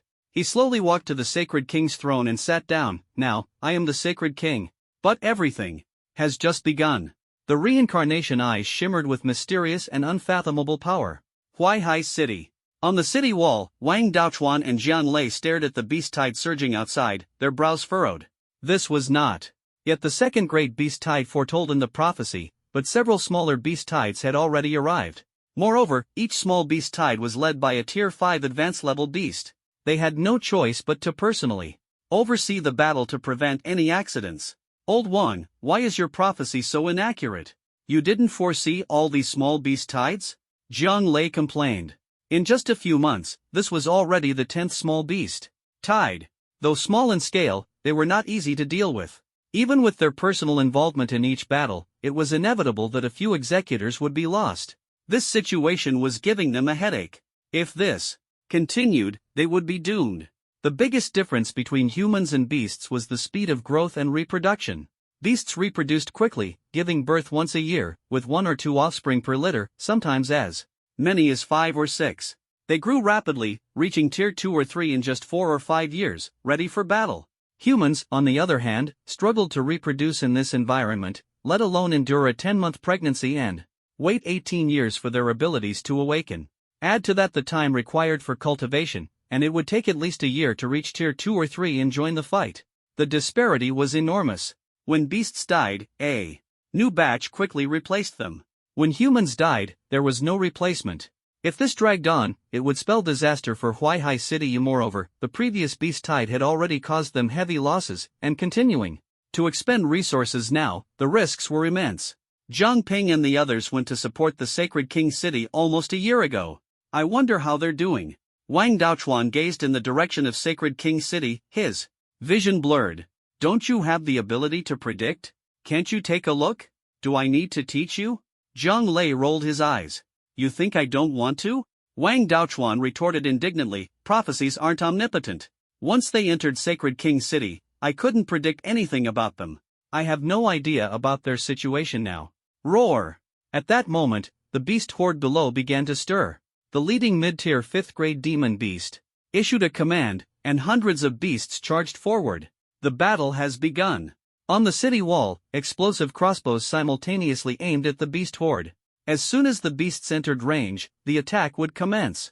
Immediately, Wang Daochuan and Zhang Lei also prepared themselves, targeting the mid-tier 5th grade demon beast, ready to take it down first. The battle was on the verge of erupting. Suddenly, the Sacred King banner on the city wall radiated a dazzling golden light. It was the banner that Yan Yu had activated and planted here long ago. The light rapidly spread, transforming into a powerful barrier that enveloped the entire Huaihai city. This is the Sacred King banner? Everyone was stunned. Wang Daochuan and Zhang Lei stared intently at the activated banner, afraid they might be mistaken. But it was all real. The golden radiance of the Sacred King banner enveloped the beast horde. In an instant, hundreds of demon beasts were firmly suppressed, unable to move. Even the mid-tier 5th grade demon beast felt an overwhelming heaviness, struggling to stand. They've succeeded.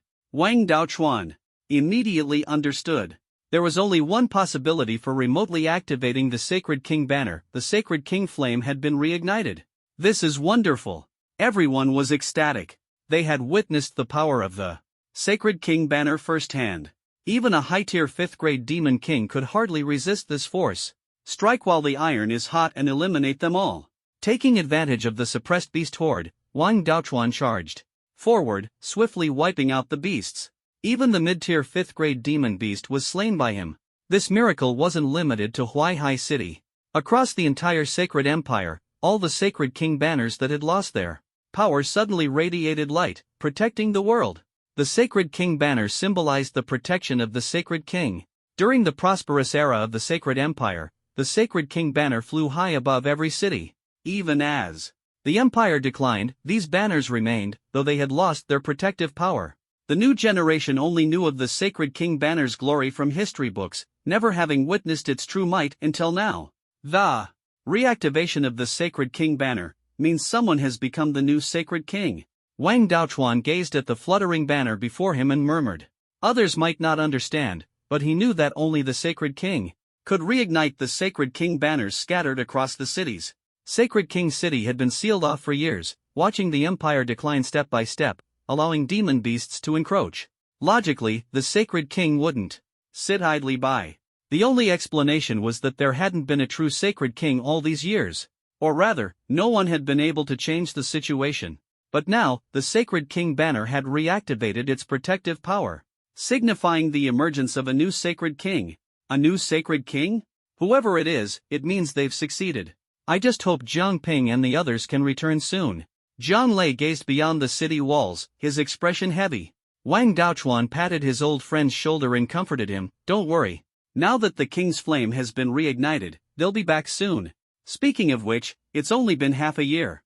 Compared to the last time Jiang Ping was hunted down by Jinghai Academy and fled for 6 months, this time you've become less like a man. What do you mean, less like a man? Can't you use a better choice of words?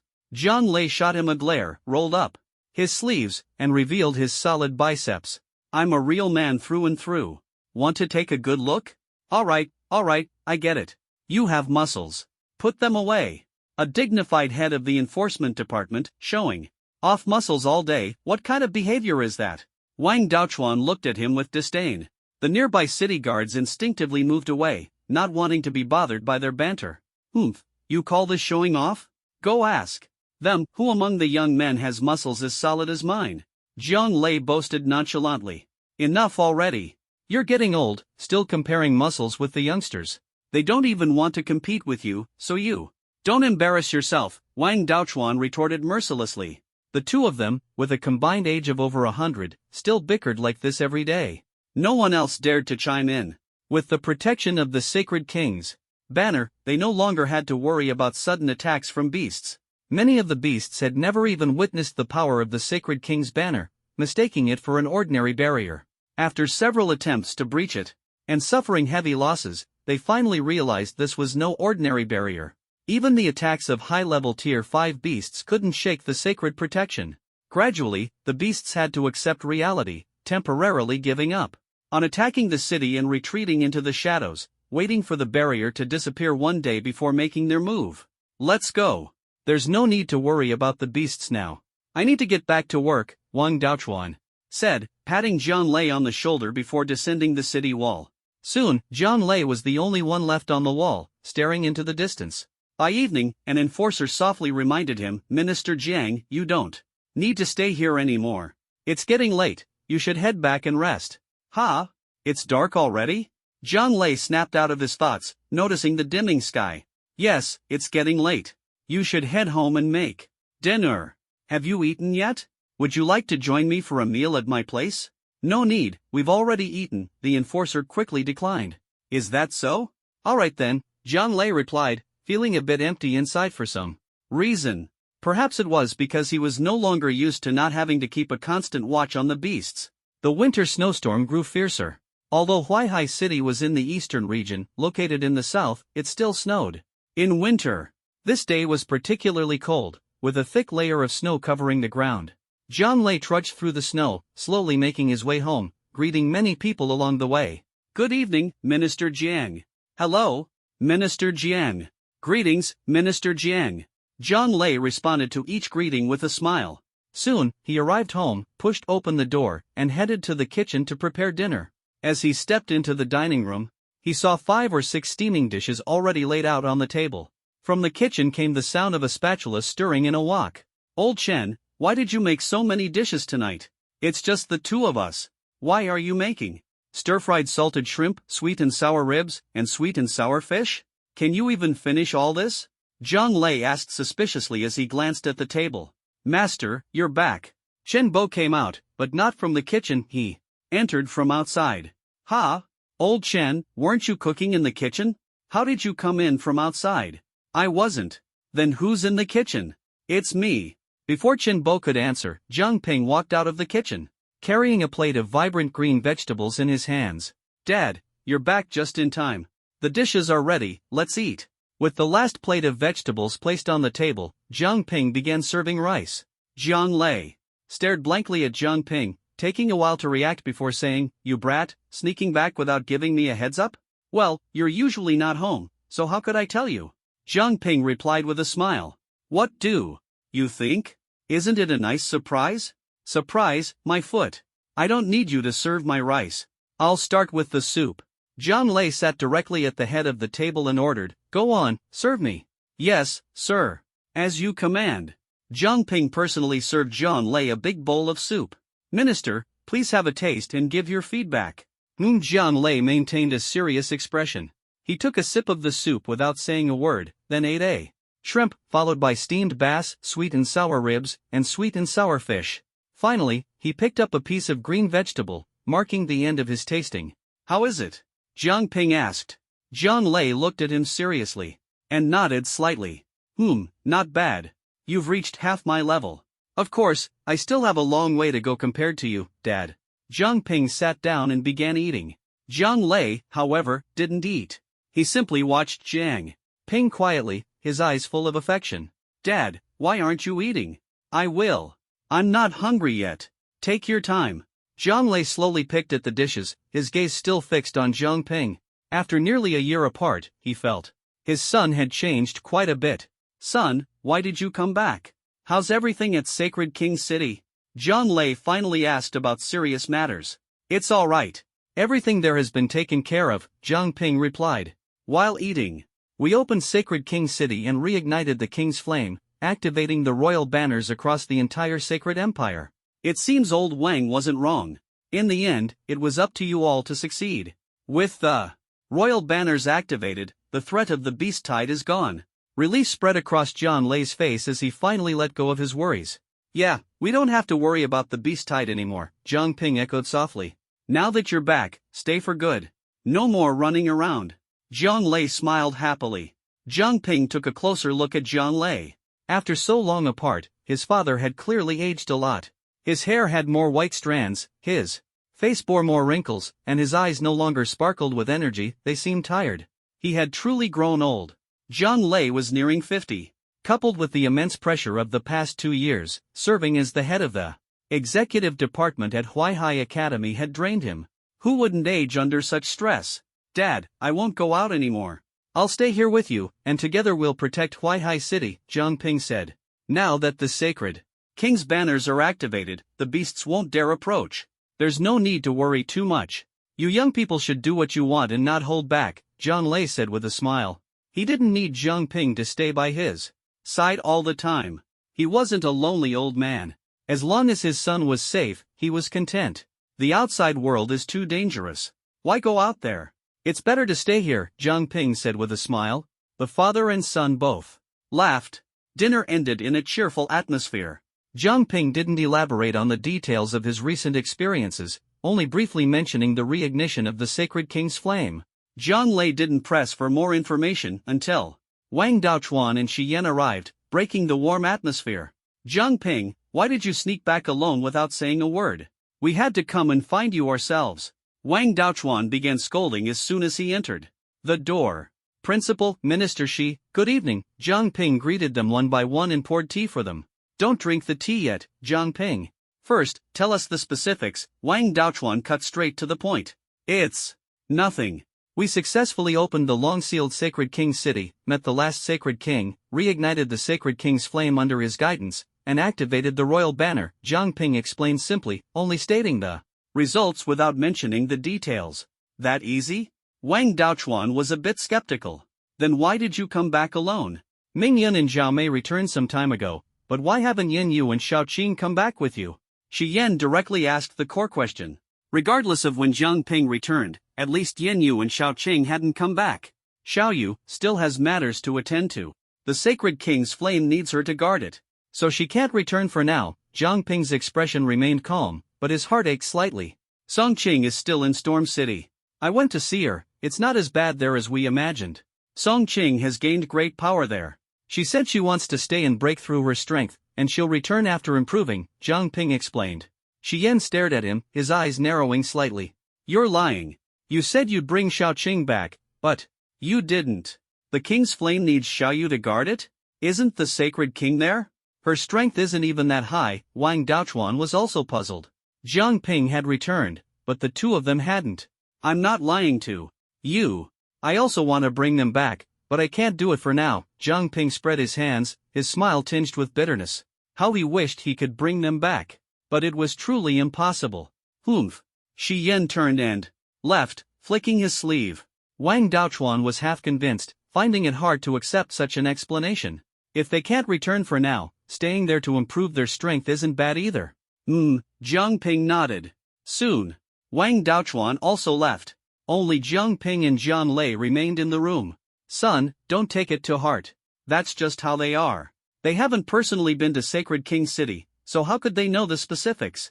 Dad believes you. Zhang Lei patted Zhang Ping's shoulder. You've been out for so long, you must not have rested well. Get some rest tonight and don't dwell on their words. Zhang Ping smiled and said, Dad, you should rest. Early too. The night was bone-chilling, with snowflakes flying. Zhang Ping stood by the window, pushing it open to let the icy wind hit his face directly, clearing his mind. Huaihai City. I will protect this place. The Sacred Empire, I will guard it too. Early the next morning, Zhang Ping woke up early. The first thing he did after waking was to call Zhang Lei and Wang Daochuan over. But to his surprise, Shi Yan was nowhere to be found. Where did Minister Shi go? Wang Daochuan was silent for a moment before saying, Old Shi, that guy, went to Storm City. Zhang Ping fell silent. Shi Yan had always been reserved, but his feelings for Shi Tsongqing were undeniable. Knowing Zhang Ping hadn't brought Shi Tsongqing back, he didn't blame Zhang Ping but chose to go to Storm City himself to find Shi Tsongqing. Faced with this, Zhang Ping could only feel helpless. He couldn't bring Shi Tsongqing back. Nor did he have any reason to stop Shi Yan. Don't worry about him. He knows what he's doing, nothing will happen. Wang Daochuan said disapprovingly, so, why did you call me over so early? What's the matter? Zhang Ping got straight to the point, his expression serious and earnest. Dad, Principal, I want to reunify the Holy Empire, unite all the cities, and restore its former glory. Zhang Lei touched his forehead, then touched his own, and laughed. No fever, right? Son, what nonsense are you talking about? Reunifying the Holy Empire isn't our business, and we can't do it. That's something the Holy King should do. Wang Daochuan also shook his head. The idea sounded too far-fetched. I know. I am the Holy King, Jiang Ping said calmly. What? Wang Daochuan and Jiang Lei were stunned, blinking in disbelief, wondering if they had misheard. Jiang Ping didn't say much. He casually picked up a piece of white paper and gave it a light flick. The paper was instantly enveloped in a layer of golden light, exuding an aura identical to that of the Holy King's banner. The so-called Holy King's banner was not about the flag itself but the royal flame that resided within it. Theoretically, whether it was a flag or a piece of white paper, as long as it was imbued with the power of the Holy King's flame, it could receive divine protection. Jiang Ping had now fully mastered the Holy King's flame and could control it at will. Although Wang Daochuan had the ability to foresee, his prophetic power also stemmed from holy energy, and the Holy King was the strongest of the holy lineage. Naturally, he couldn't foresee that Jiang Ping had become the Holy King. However, he could clearly sense the power Jiang Ping was releasing. It was indeed the Holy King's flame. You've really become the Holy King? Jiang Lei, as a father, found it hard to accept this fact for a moment. It wasn't that Jiang Ping was unqualified, but it was all too sudden.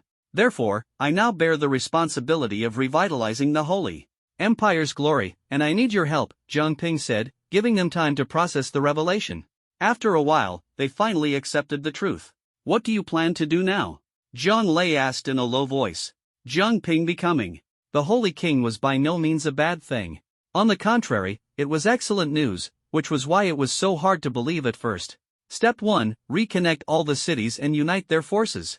Step 2, use this power to drive out all the beasts within the Holy Empire, turning it into a forbidden zone for them, not allowing them to set foot here. Step 3, gradually strengthen our overall power, sending a warning to those who covet the Holy Empire, and reclaim all the lands we've lost over the years.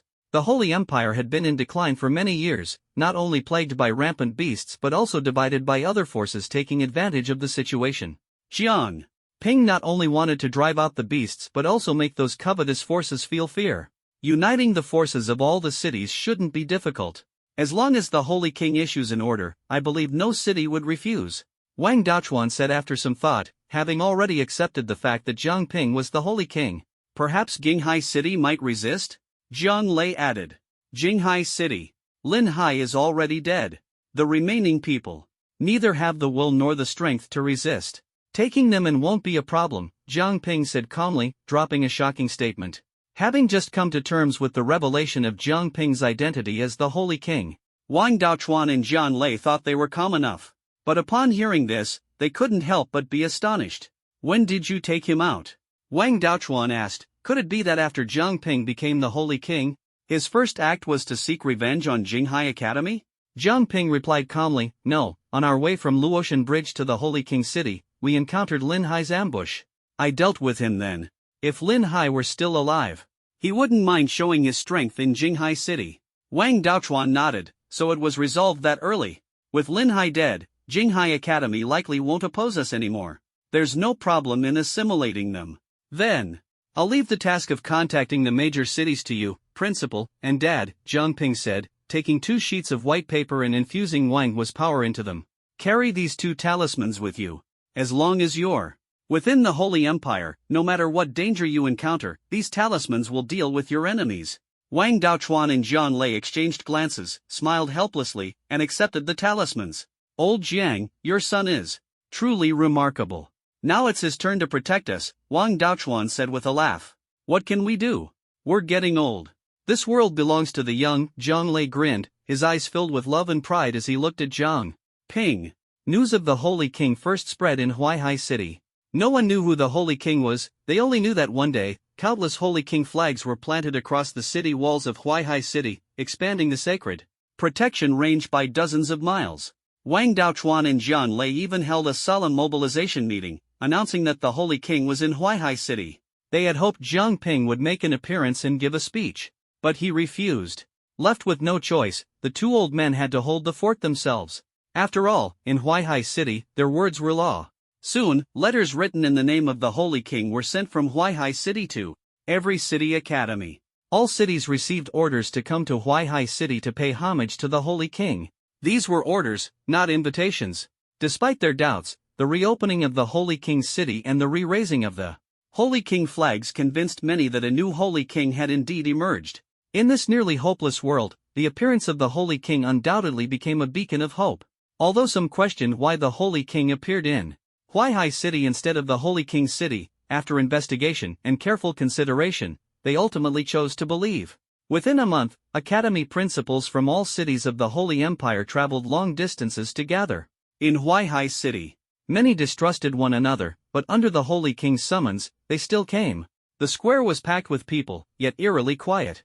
Hundreds of academy principals gathered, each calm and composed, without a hint of commotion. On the stage, Wang Daochuan personally took charge of the proceedings. Welcome, esteemed principals, for making the arduous journey to Huaihai City to pay homage to the Holy King. I am Wang Daochuan, principal of Huaihai Academy. Principal Wang, spare us the pleasantries. We're here to meet the Holy King. If we find out we've been deceived, Huaihai City won't be able to bear the consequences, someone said sternly.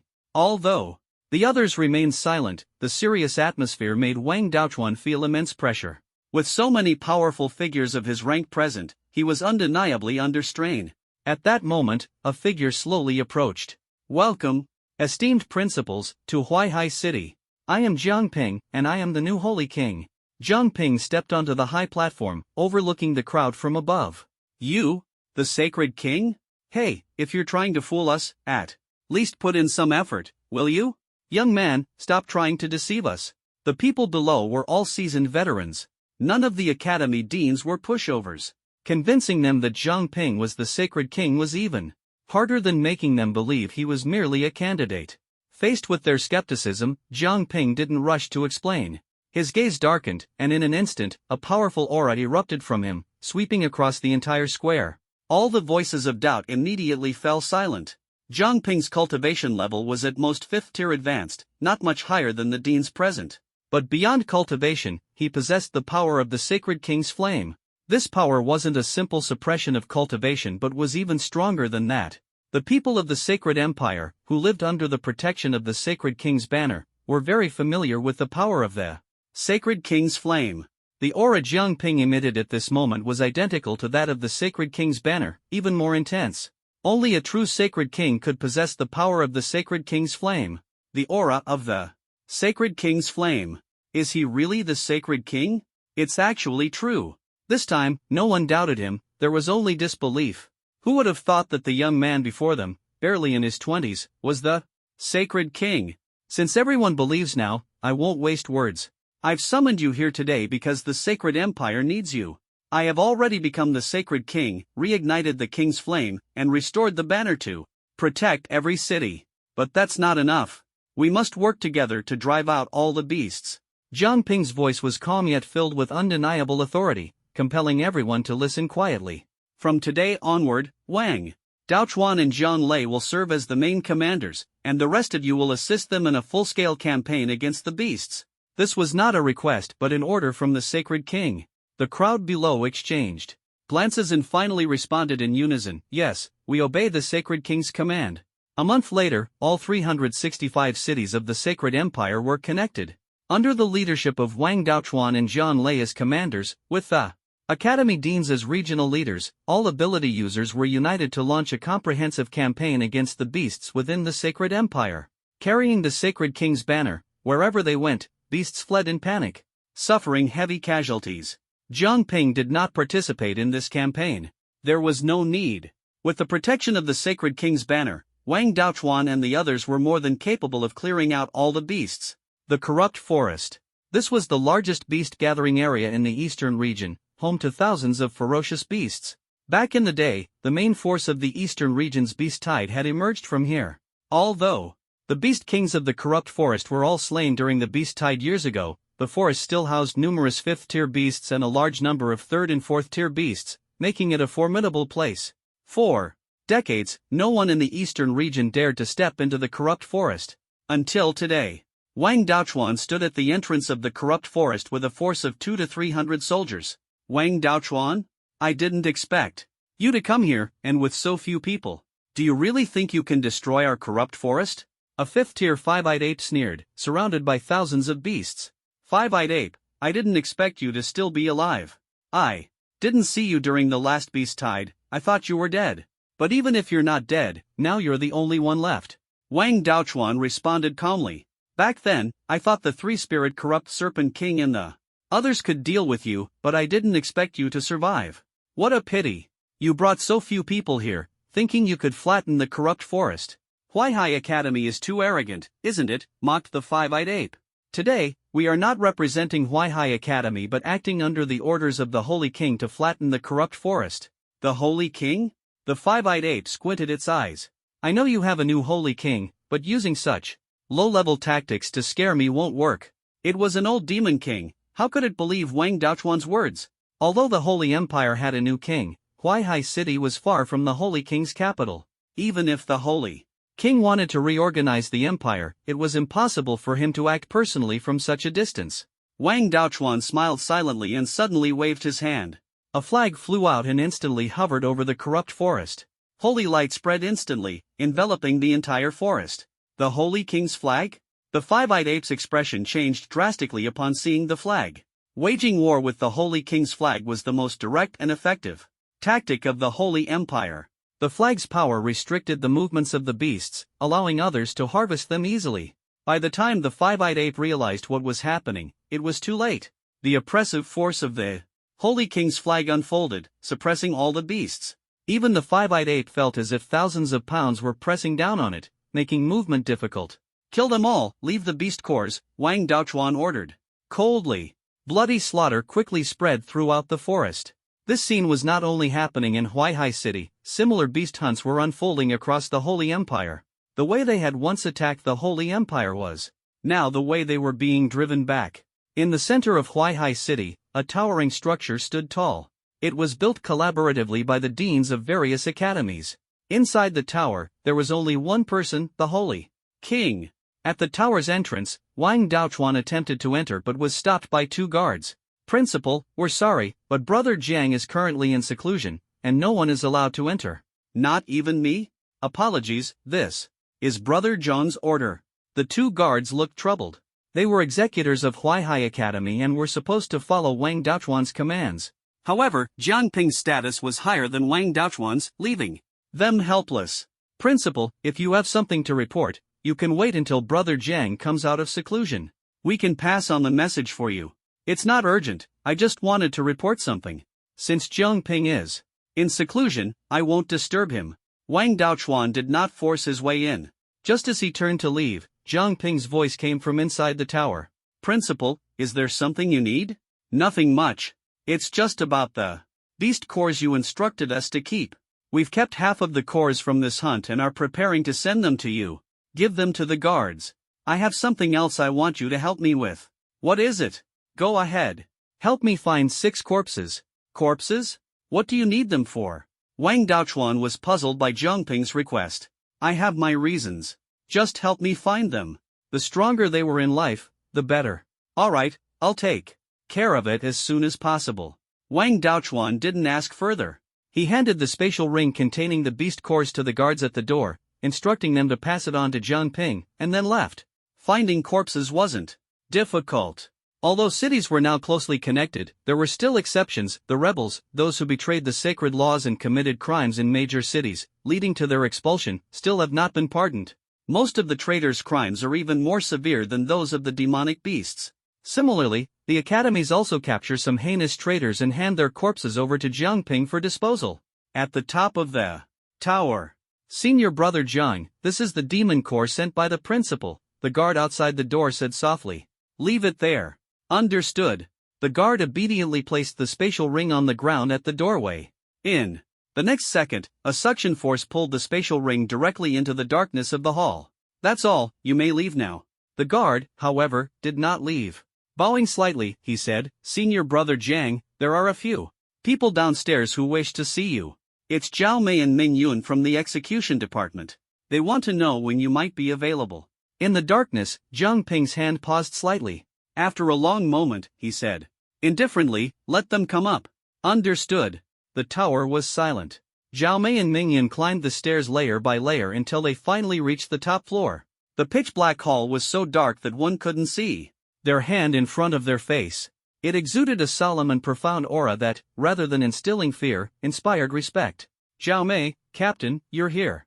Suddenly, the hall lit up, revealing its sparse furnishings. The spacious hall was almost empty, with only a massive throne at the front where Jiang Ping sat quietly. Jiang Ping, long time no see. How have you been? Seeing Jiang Ping, the two were taken aback. Zhao Mei and Ming Yun had returned early from the Holy King City and had not had the chance to meet Jiang Ping. Previously, they had only caught a glimpse of him when the principals of the academies came to pay their respects. Strictly speaking, this was their first formal meeting with Jiang Ping since returning from the Holy King City. What surprised them even more was Jiang Ping's current appearance: disheveled hair, an unkempt beard, sunken eyes, and an overall haggard demeanor. Out in the world, no one would believe that this man before them was the Holy King. I'm fine. Haven't been out much lately, so I do look a bit scruffy, Jiang Ping said with a smile, running a hand through his long hair. By the way, what brings you here? Nothing in particular. It's just been so long since we've seen you, so we thought we'd come and check on you, Ming Yun said, his expression complicated. When they first learned that Jiang Ping had become the Holy King, they were initially shocked, then overjoyed. After all, having such a powerful ally was a cause for celebration.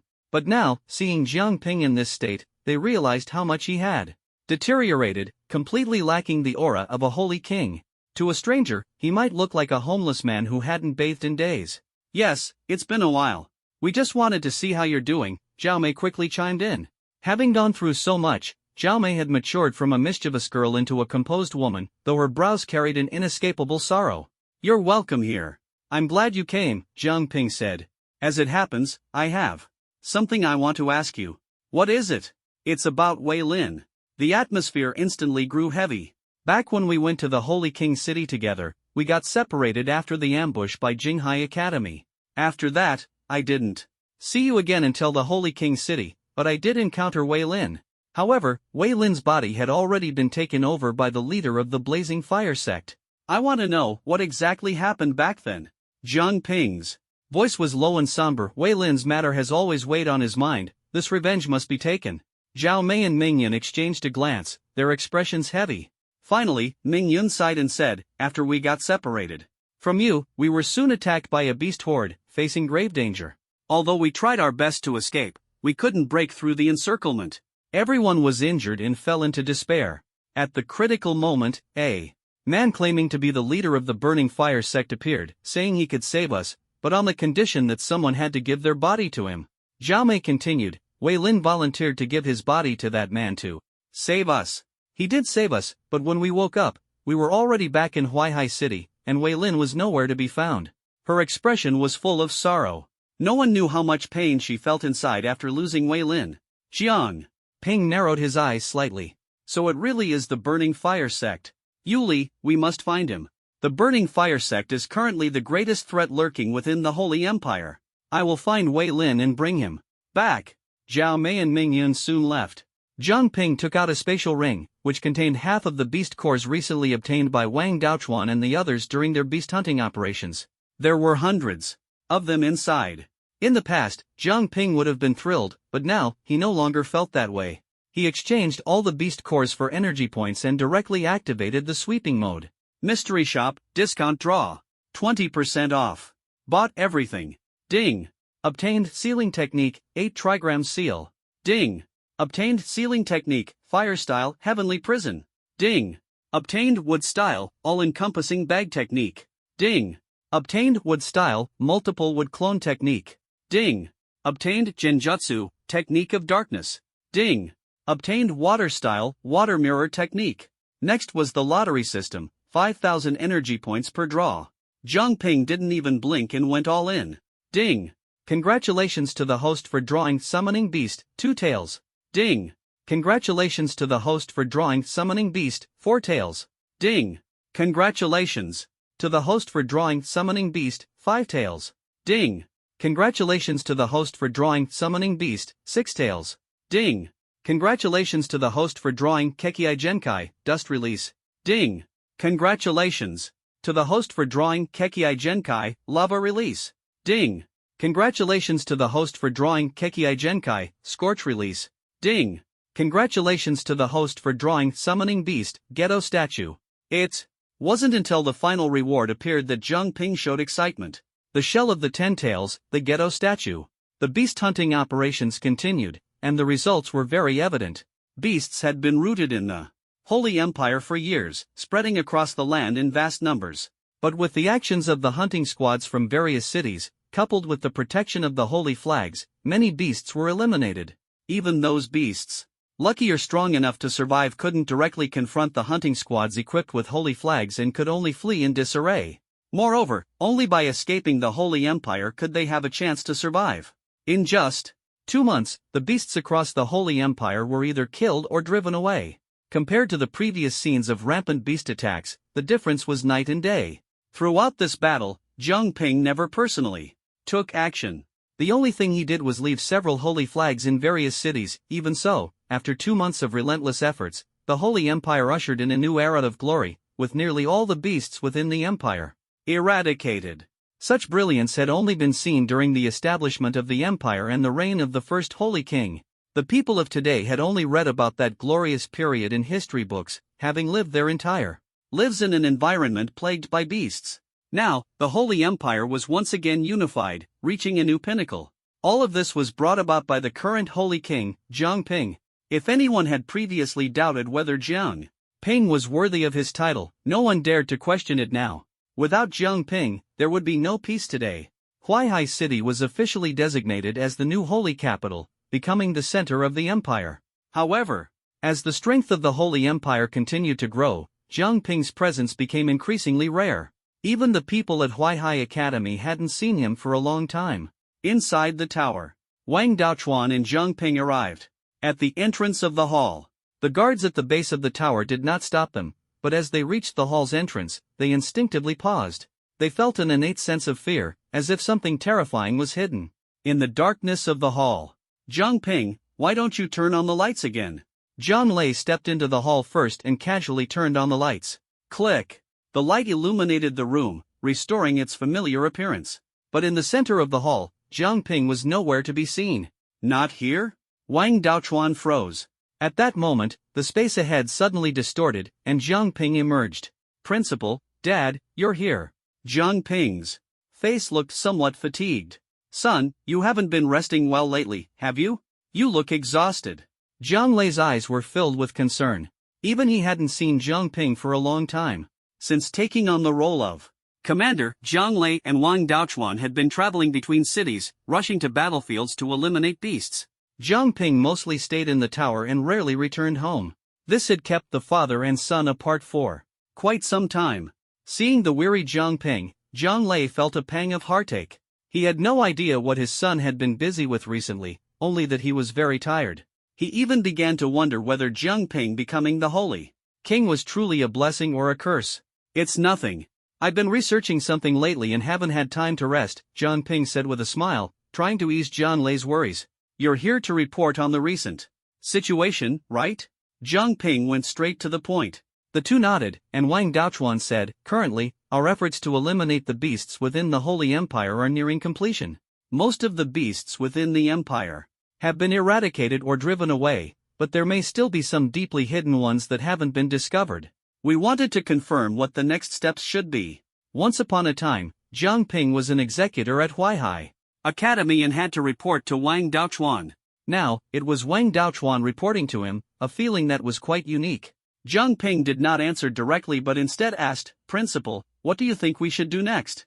Although he was the Holy King, Zhang Ping was still young. In many matters, he lacked the experience of Wang Daochuan and was willing to listen to his advice. After hearing his question, Wang Daochuan pondered for a moment and said, currently, the threat of beasts has been largely eliminated, and the crisis of a major beast tide is unlikely to reoccur. The most important thing now is to take advantage of this period to quietly accumulate strength and enhance the number and capabilities of ability users in various cities.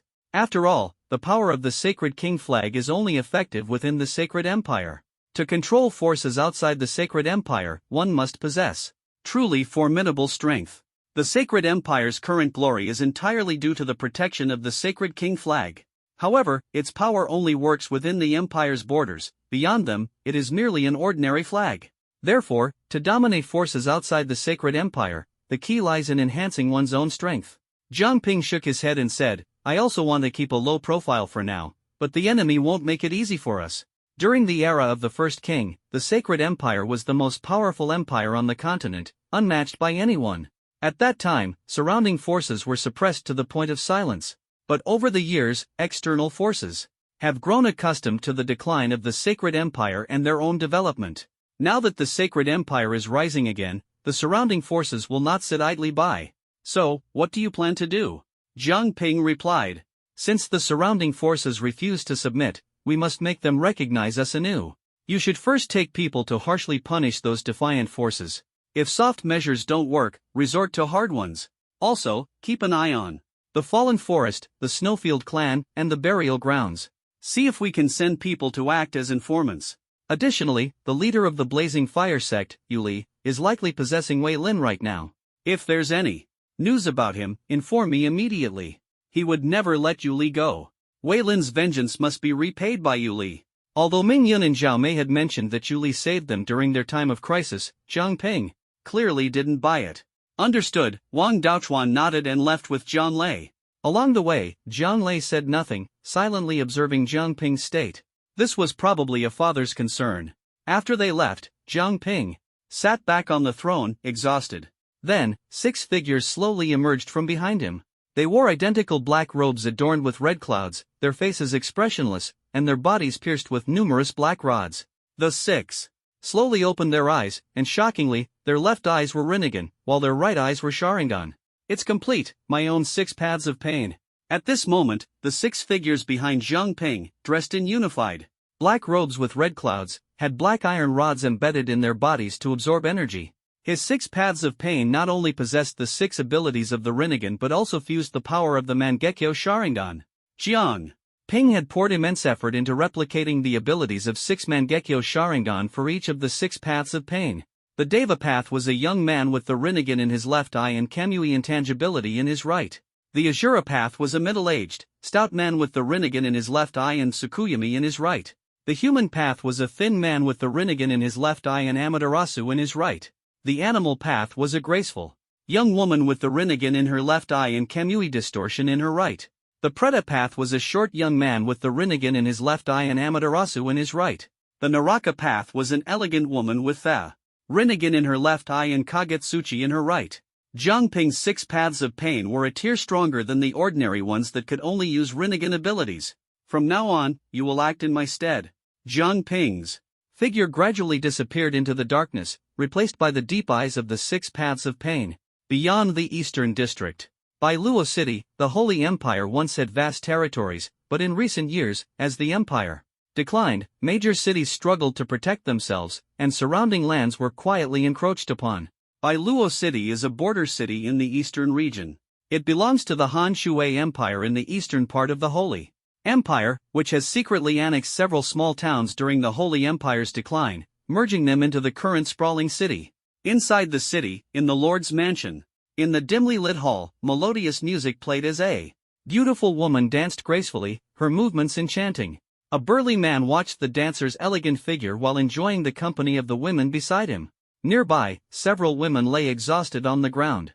The man, still unsatisfied, was about to grab another woman when he suddenly noticed a figure standing at the city gate. It was a woman, her skin pale to the point of translucence, her expression emotionless yet coldly alluring, like an icy mountain. She wore a black robe adorned with red clouds, which wrapped around her delicate figure. The most captivating feature was her deep, penetrating eyes, as if they could see through life and death itself. Who are you? Do you know where you are? The man pushed aside the woman next to him and strode toward the girl at the gate. Are you the lord of Bai Luo City? The girl asked coldly. Her voice, though icy, could not conceal its melodious tone. Of course, I am. I see now, you must be here to trade your body for something, right? The man licked his lips and reached out to touch the girl's cheek. But his hand met an unexpectedly cold and rigid surface, devoid of any warmth of a living person. The girl said nothing, suddenly grabbing the man's wrist and twisting it forcefully. Crack. Ah. I represent the Holy Empire, here to reclaim this city, the girl said coldly. You wretch. The man broke out in a cold sweat from the pain and immediately swung his other fist at the girl. The girl reacted swiftly, releasing his wrist and delivering a fierce kick that sent the man flying. To everyone's surprise, the man managed to withstand the blow, standing his ground with a flushed face. "So, you're from the Holy Empire, and you think sending just one person is enough to deal with me? How insulting!"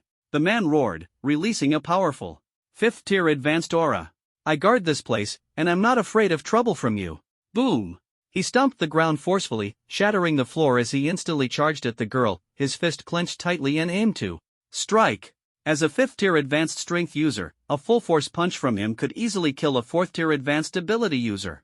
Though it was a pity to kill the girl, she was from the Holy Empire and could not be allowed to live. Facing the man's fist, the girl's right eye, a Sharingan, slightly Foko. The maids in the city lord's mansion had long fled in terror. The man, drained of his power by the spirit beast, collapsed limply to the ground. "Who's there?" The commotion alarmed the strong individuals of Bailuo City. Within a minute, several experts arrived at the city lord's mansion and surrounded the girl. Among them were one mid-level 5th tier, one low-level 5th tier, and 3 high-level 4th tier experts. "Who dares to cause trouble in Bailuo City?" The group stared at the man on the ground, cautiously watching the girl. "Since you're here, that's perfect." The girl, expressionless, quickly formed a series of hand seals. Spirit summoning technique. Spirit summoning technique. One by one, massive spirit beasts broke through the city lord's mansion: Hellhound, Hellcrab, Hellcentipede, Chameleon.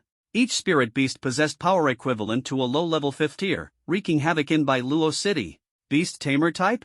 Seeing the girl summon so many spirit beasts at once, the group immediately recognized her. Ability type. Attack her. The most effective way to deal with a beast tamer was to eliminate the master. But when they looked for the girl again, they found she had already disappeared, replaced by the fierce attacks of the spirit beasts. Boom! Above Bailuo City, a Yatagarasu carried the girl as it circled in flight. In the city, several massive spirit beasts rampaged freely, unstoppable wherever they went. The few 5th tier ability users were entangled by a Hellhound. Cold Water Wave. Cold Water Blade. Several water-based abilities imbued with chilling energy struck the Hellhound's vital points. Even a high-level 5th tier beast would suffer severe injuries from such an attack. But the next scene shocked them. The Hellhound, which should have collapsed from a fatal blow, not only remained standing but split into several dog heads, transforming into multiple identical Hellhounds. What's going on? Splitting? Not sure. It must be some kind of enhancement ability that allows it to split when taking fatal damage. The group's expressions turned grim. One Hellhound was already troublesome enough, and now it could split into so many. Moreover, aside from the Hellhound, the other spirit beasts were also wreaking havoc, leaving the people of Bailuo City unable to resist and forced to flee for their lives. Standing on the Yatagarasu's back, the girl coldly watched the battle below, silently waiting for it to end. Roar! The dozen or so split Hellhounds instantly tore apart the remaining 3 5th tier ability users. The 4th tier ability users couldn't withstand so many 5th tier level spirit beasts, not even lasting 10 rounds. In the blink of an eye, Bailuo City was engulfed in smoke and flames, houses collapsed, and city walls crumbled. Outside Bailuo City, the path of beasts descended slowly from the Yatagarasu. A group of executors had already gathered here, waiting. They were executors from Shangha City, collaborating with Huaihai City for the first time. Initially, Huaihai City had only sent a single girl as their leader, which greatly displeased the people of Shangha City. They felt Huaihai City wasn't taking the mission seriously and was sending them to their deaths. After all, Bailuo City and Shangha City had had numerous conflicts in the past, with Shangha City often suffering losses due to having far fewer 5th tier ability users than Bailuo City. For this operation, Shangha City had only dispatched one mid-level 5th tier ability user and dozens of 3rd and 4th tier ability users to cooperate in the battle. Yet Huaihai City had sent only one person. Wasn't this just using Shangha City as cannon fodder? As a result, Beast Path ventured alone into Bailuo City, summoning a large number of 5th tier beasts. Single-handedly, she turned the entire city upside down, leaving everyone dumbfounded. I've dealt with all the 5th tier ability users inside. The rest is up to you. Drive the people of the Coldwater Empire out completely, Beast Path said coldly. Understood, my lord. The leader of Shangha City no longer dared to doubt the strength of this mysterious young girl before him. He nodded repeatedly and led his men into Bailuo City, clearing out the remaining enemies. There was no mercy for those who invaded their country. In no time, within just half a day, Bailuo City was completely purged, and all the invaders from the Coldwater Empire were eliminated. But this was only the beginning. The Coldwater Empire's invasion of the Holy Empire extended beyond Bailuo City to several other cities. Beast Path personally led dozens of enforcers from Shangha City, reclaiming these cities one by one. They swept through everything in their path, unstoppable. Eventually, they recovered all the cities that had been occupied by the Coldwater Empire for over a decade. The entire process took less than half a month. At the border of the Holy Empire, East Fortress, Beast Path and the dozens of enforcers from Shangha City were temporarily resting here. On the city walls, bonfires burned, and the banquet was lively. The people of Shangha City raised their glasses in celebration. This time was truly satisfying. We finally drove out those annoying Coldwater Empire folks. Yeah, we've been holding this grudge for years, and we finally let it out. All thanks to the Divine Envoy. The crowd cheered jubilantly. The leading fifth-tier intermediate man glanced at Beast Path, who was standing by the wall gazing into the distance. After hesitating for a moment, he walked over. Divine Envoy, why not come and have something to eat? Over the past half-month, he hadn't seen Beast Path eat a single bite of food or drink a drop of water. The young girl before him exuded an unfathomable depth and mystery. No need, you all eat, Beast Path coldly refused. As expected, just as the man had anticipated. As he was about to leave, Beast Path suddenly asked, "What's your name?" The man was somewhat surprised and quickly replied, "Divine Envoy, you can just call me Wang Ming." During this half-month campaign, although it seemed like they were advancing together, in reality, Beast Path was single-handedly crushing the enemies, while they were merely cleaning up the aftermath. Everywhere they went, there were formidable foes that she alone could defeat, leaving them only to follow and tidy up. Thus, throughout this half-month, Beast Path had only issued orders and had never asked for their names. What's the name of that city ahead? Beast Path pointed to a faintly visible town in the distance. Wang Ming followed her gaze and said, "That's the border fortress of the Coldwater Empire. It's said to be guarded by 3 fifth-tier advanced ability users and serves as the first line of defense for the Coldwater Empire. Have your people rest well. Tomorrow, come with me to attack it," Beast Path said. Attack? Wait, Divine Envoy, are you saying we're going to invade the Coldwater Empire? Wang Ming's eyes widened as if he had heard earth-shattering news. Is there a problem? Beast Path looked at him. Divine Envoy, this isn't a simple matter. With your strength, taking down that fortress ahead is certainly not difficult. But doing so would mean officially declaring war on the Coldwater Empire, Wang Ming stammered. Nervously, although the strength of the Han Sui Empire was not as great as the Holy Empire at its peak, it was still stronger than the current Holy Empire. To be precise, the Holy Empire had been in decline for many years, and the surrounding empires had all surpassed it. However, due to the lingering prestige of the founding king of the Holy Empire, other empires dared not act too recklessly. But in recent years, more and more empires had begun to stir, coveting the Holy Empire, and the cities that had been annexed were clear evidence of this. If no action was taken this time, not only the Han Sui Empire but other empires would also seize the opportunity to become even more brazen. If the Holy Empire wanted to rise again, it had to make everyone know that the Holy Empire was back. Not retaliating is a sign of weakness. The Han Sui Empire has occupied our cities for years, now it's our turn to step into their territory. There's nothing wrong with that, is there? Han Sui Empire, Border Fortress. On the tall city walls, heavily armed soldiers stood guard.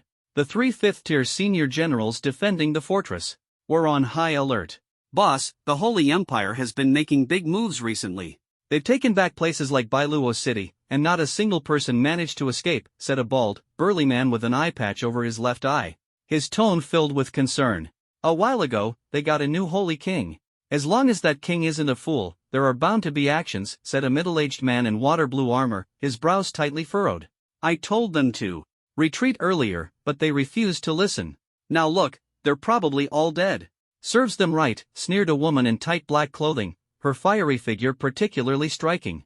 She clearly held the people of Bailuo City in contempt. Speaking ill of fallen comrades from the same Han Sui Empire seems a bit unkind, doesn't it? A gentle voice came from behind as they discussed the Holy Empire. The three turned around quickly, only to see a refined young man in a water blue hoodie embroidered with a water blue flood dragon walking up the city wall. Third prince. The three saluted respectfully. This was none other than the third prince of the Han Sui Empire, Baishan. The Holy Empire has a new king, so naturally, they won't let us continue occupying their land. They want to make an example of us, using us as the target of their warning, Baishan said, gazing toward the direction of the Holy Empire. The Holy Empire has been in decline for years. A new king or not, no matter how strong, it's just their last struggle. They can't turn the tide, the one-eyed bald man snorted disdainfully. The foundation of the Holy Empire had long been shattered, a new king wouldn't change the situation. Their holy banner is only effective against monsters. Outside the Holy Empire, it's useless. I don't think much of them, the seductive woman said in a soft, mocking tone. Baishan shook his head, his voice carrying a hint of reprimand.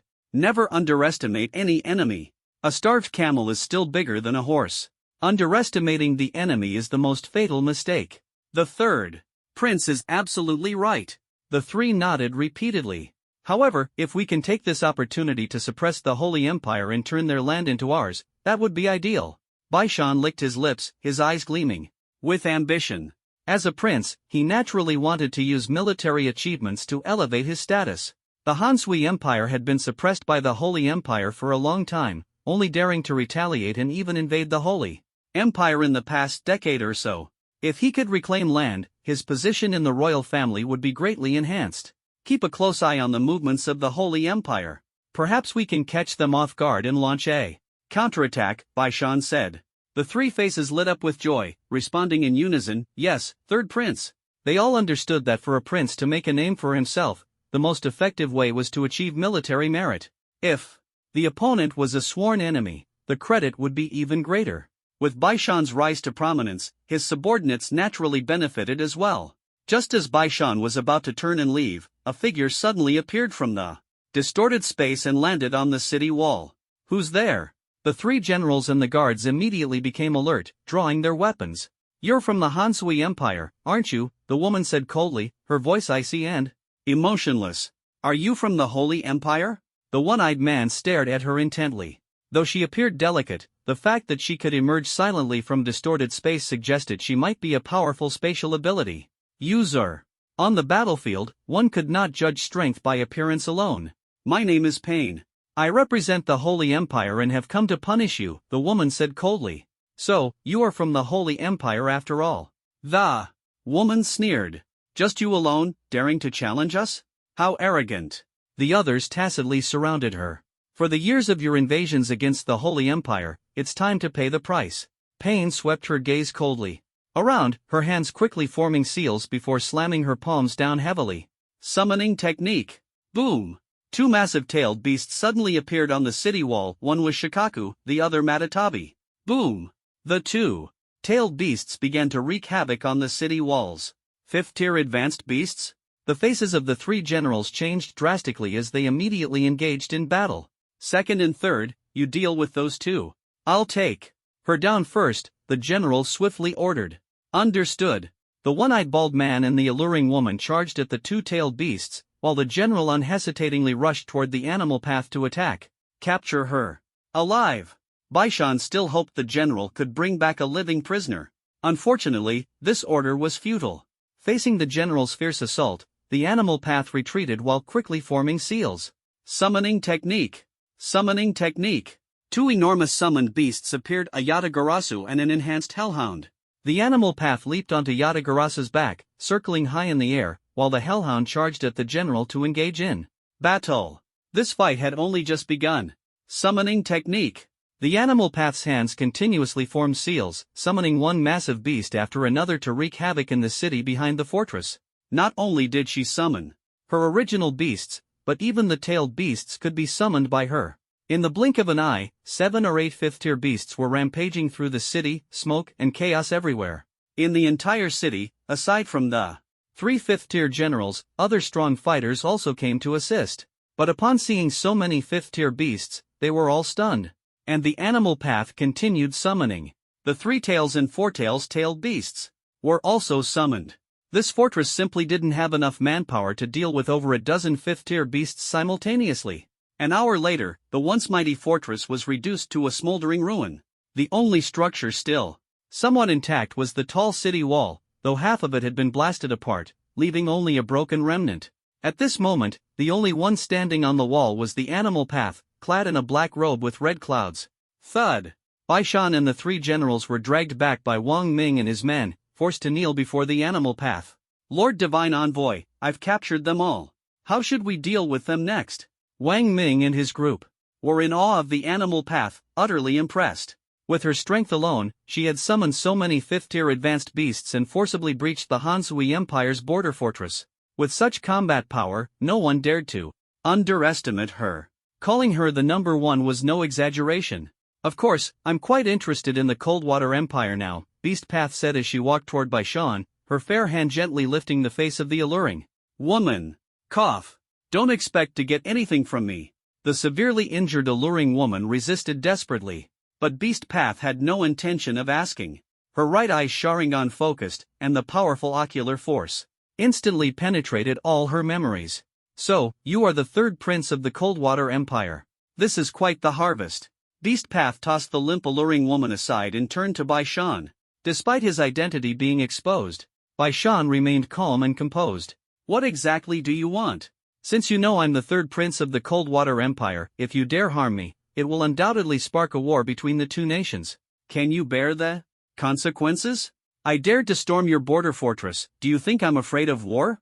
Beast Path grabbed Bai Shan's chin. The mistakes you've made in our holy empire over the years will all be paid for today. How dare you? Release our prince immediately, shouted the nearby general and the one-eyed bald man. I don't like people yelling at me, Beast Path said coldly, releasing Bai Shan.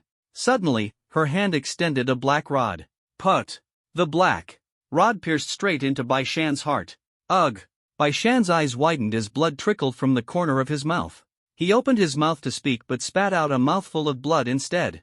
His body fell straight to the ground. Our king will never let you go, the general roared in fury before his death, but he couldn't escape the same fate as the one-eyed bald man. Without hesitation, she killed as she pleased. Beast Path's ruthless methods and overwhelming power sent chills down Wang Ming's heart. He was grateful to be part of the Holy Empire, sparing him from being an enemy of such a merciless woman. And so, the Coldwater Empire's border fortress fell completely. However, this time, Beast Path did not massacre the city, leaving some people alive to depart. These individuals would carry news of the situation back to the Coldwater royal family. But Beast Path was unafraid. Attacking the Coldwater Empire was part of Jiang Ping's plan. His true goal was the Coldwater Empire's inherited treasure, the Coldwater Jade. Legend has it that this treasure, passed down through generations, possesses mysterious powers, providing immense vitality. Some even say the Coldwater Jade can resurrect bones, bringing the dead back to life, a miraculous artifact. This was what Jiang Ping truly sought. Driving out the Coldwater Empire and retaliating against their invasion was merely the fuse. Divine Envoy, are we really going to war with the Coldwater Empire? Wang Ming asked cautiously. Attacking the border fortress was already their limit. He admitted Beast Path was powerful, but if they truly forced the Coldwater Empire into war, facing their massive army, they would stand no chance. Of course. I've already sent word to other cities for reinforcements. The Coldwater Empire will be the first stepping stone on our path to glory, Beast Path said indifferently. It's really happening. Wang Ming's heart churned with mixed emotions, shock, doubt, and an uncontrollable excitement. Declaring war on the Coldwater Empire carried an overwhelming momentum. This would be the Holy Empire's first major battle in its resurgence. Coldwater Empire, Coldwater Royal Palace. Bang! Outrageous! An angry voice, accompanied by the heavy sound of a table being slammed, erupted in the grand hall. In the palace, a middle-aged man dressed in water-blue robes embroidered with a golden five-clawed dragon was burning with fury. Below, numerous powerful figures lowered their heads, not daring to make a sound. The Holy Empire is becoming increasingly arrogant. Do they really think that just because they've reinstated the Holy King, they can act so high and mighty? The King of Coldwater roared, his emotions erupting. Not only did they breach our border fortress, but they also killed my son. This debt, the Holy Empire must repay. The King of Coldwater's face was icy, and no one below dared to refute him. What do you all think? Speak. Finally, he forced his subordinates to respond. Your Majesty, I believe this is the Holy Empire declaring war on us. If we don't retaliate this time, they will only grow more reckless and overstep their bounds. Exactly. The Holy Empire has been struggling for years. Although the new Holy King has just ascended the throne, he can't change their long-standing weakness in a short time. Now is the perfect opportunity to crush them completely. They killed the third prince, they must pay with blood. Everyone knew the King of Coldwater was furious, and no one dared to contradict him. Good. Issue the order to immediately mobilize the army and follow me west to campaign against the Holy Empire. Long live the king! Long live the king! The atmosphere had reached its breaking point. The King of Coldwater gritted his teeth and said through clenched jaws, "Holy Empire, prepare to die." The third prince, Baishan, was his most beloved son. Sending him to guard the border was meant to temper him, but it ended in a permanent farewell. The King of Coldwater would never rest until this vengeance was exacted. Border Fortress. Since the Beast's Path seized this place, it had become territory of the Holy Empire. At the same time, thousands of enforcers from Shangha City and surrounding towns had been ordered to come and provide support. The Beast's Path planned to use this formidable force to seize what they desired within the Coldwater Empire. Wang Ming and his group had waited for 5 days, yet the Coldwater Empire's army had not appeared. The fact that such an important border fortress had been captured without reinforcements arriving made them suspicious. If they won't come, then we'll keep advancing and fight our way straight to the Coldwater Empire's royal city, Black Feather City. This city was located between the Coldwater Empire's royal city and the western border fortress. It was a critical transportation hub in the west, holding immense strategic importance and controlling the lifeline of the entire western region. If Black Feather City fell, the enemy could launch a direct assault on the Coldwater Royal City from the west. Today, over 10,000 people had gathered in Black Feather City, prepared to defend it to the death. Keep your eyes wide open and watch every movement. If Black Feather City falls, none of us will leave here alive, the city's commander roared in a deep voice.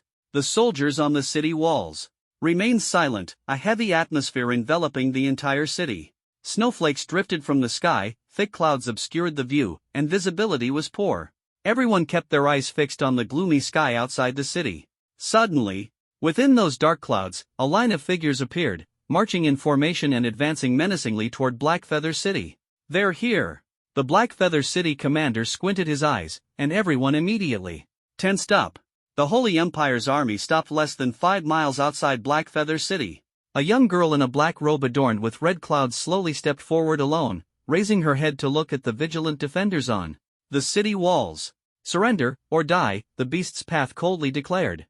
The Black Feather City commander, a middle-aged man clad in heavy black armor and wielding a large blade, frowned as he looked at the seemingly delicate girl before him. In a deep voice, he said, "I am Heya, commander of Black Feather City, tasked with defending this place. You should turn back." Although the opponent appeared to be just a girl, Heya knew that the person leading thousands of troops to conquer cities was by no means weak. On the battlefield, underestimating the enemy was the gravest mistake. The Animal Path stared at Heya, the Rinnegan, and Sharingan gleaming with a cold and profound light. With just a glance, without using any illusions, Heya felt his mind tremble, as if his consciousness was being drawn away through his eyes. It wasn't until the Animal Path withdrew her gaze that Heya snapped back to reality, cold sweat dripping down his back. This ocular power, terrifyingly strong. Just by looking, I almost fell under her spell. He was filled with shock and fear. If she had made a move, he might have already lost. Heya had encountered many special spiritual eyes before, but it was the first time he had come across such mysterious and powerful eyes as those of the Animal Path. This further proved that the girl before him was no ordinary person. "It seems you've chosen the second option," the Animal Path said coldly. Heya hadn't yet understood the meaning of her words when the answer hit him directly in the face. This time, it was a literal physical attack. Several black-tailed beast balls pierced through the dense fog, whistling as they flew, suddenly appearing before Heya and his men. Heya's pupils contracted sharply. Boom! Several tailed beast balls smashed heavily into the towering city walls, blasting out several large holes and instantly tearing apart Heyu City's defenses. Only then did Heya realize he had fallen into a trap. The Animal Path seemed to be engaging in direct combat, but in reality, only he was fighting back. His opponent had already set up an ambush. Form the array. Heya steadied his mind amidst the chaos and shouted angrily. Together with 4 other 5th-tier advanced ability users, he quickly set up a barrier that enveloped the entire Heyu City. As soon as the barrier was formed, more pitch-black-tailed beast balls shot from afar, colliding with the barrier and stirring up violent airwaves. With each explosion, the barrier trembled violently. Heia's face turned extremely grim. He knew that this time, the Holy Empire had sent a beast-taming expert capable of controlling multiple fifth-tier spirit beasts. They had been vigilant about the animal path's movements, but they hadn't expected her to have hidden the spirit beasts out of sight, launching a sudden long-range attack. This ambush caught them completely off guard. Fortunately, they were well prepared. Though somewhat flustered, the barrier quickly stabilized. Form ranks. Heia maintained the barrier while ordering the others to form an array, channeling spiritual energy continuously into the barrier. The barrier, which had been on the verge of collapse under the bombardment of the tailed beast balls, regained its stability. Subsequent tailed beast balls struck but could no longer shake the barrier. It seems they were well prepared. The animal path murmured, her gaze fixed on the center of the barrier. Her right eye's Sharingan flashed with immense ocular power. Kamui. This was the ability of her Mangekyo Sharingan in her right eye. The space at the center of the barrier twisted violently, like a drill slowly tearing through the defenses. Spatial ability? Heia's expression changed drastically. Spatial abilities were among the hardest to counter, as ordinary methods were almost ineffective against them. Even with the combined strength of so many people, the barrier was still torn open by the spatial distortion. Damn it! The intelligence report didn't mention she had spatial abilities. Heia roared. The power of spatial abilities depended on the user's strength. Spatial abilities from third or fourth tier ability users weren't particularly frightening, but this was the strongest ability of their opponent, making it an enormous threat. Defend with all your might. We must not let her breach the barrier. Heia commanded loudly. Everyone gritted their teeth, pouring all their strength into the barrier to resist the divine power of the animal path. Without a better solution, the simplest and most direct response was to reinforce the barrier with a massive amount of spiritual energy. This way, even if the animal path managed to tear through the barrier, it would consume an enormous amount of energy. They even hoped to rely on their numerical advantage to withstand the spatial abilities head-on. Unfortunately, they overestimated themselves and underestimated the animal path. Crack! No matter how much spiritual energy they channeled, the barrier still couldn't withstand the divine power. The supposedly indestructible barrier was forcibly torn open by the animal path, leaving a 1-meter-long fissure. Whoosh! Over a dozen small-tailed beast bombs swiftly flew through the opening and landed inside the city. Boom! Although a single small-tailed beast bomb wasn't as powerful as a true-tailed beast bomb, the sheer quantity made up for the lack of quality. The explosions of over a dozen small-tailed beast bombs within the city instantly tore apart the defensive walls. The barrier was destroyed from within and completely collapsed. With the barrier broken, what awaited them was a relentless bombardment of tailed beast bombs. Precision strikes were useless, only overwhelming firepower could get the job done. Bang! The last section of the city wall collapsed with a thunderous crash, sending dust flying into the air. This marked the complete fall of Black Feather City. Under the successive bombardments of the six-tailed beast bombs, Black Feather City was reduced to ruins in an instant. Even Black Cliff and several high-level fifth-tier ability users were severely injured and ultimately killed. Indeed, overwhelming firepower is the most efficient solution, the animal path said in a low voice. Turning to Wang Ming, she ordered, lead the team to clean up the battlefield and prepare to move forward. Yes. The Coldwater Empire had clearly underestimated the animal path's forces. They assumed that the animal path had brought only a little over 1,000 people and 4 or 5 fifth-tier demonic beasts, which they deemed unworthy of much concern. Thus, they only stationed Black Cliff with a few fifth-tier ability users and an army of over 10,000 to defend Black Feather City. However, they hadn't anticipated that the animal path's summoned beasts far exceeded 4 or 5. Including the six-tailed beasts, she commanded over a dozen summoned beasts. Each one was a top-tier fifth-tier creature. Such combat power was even stronger than that of some small empires. Although the Coldwater Empire was a major power, it wouldn't easily deploy over a dozen high-level fifth-tier ability users.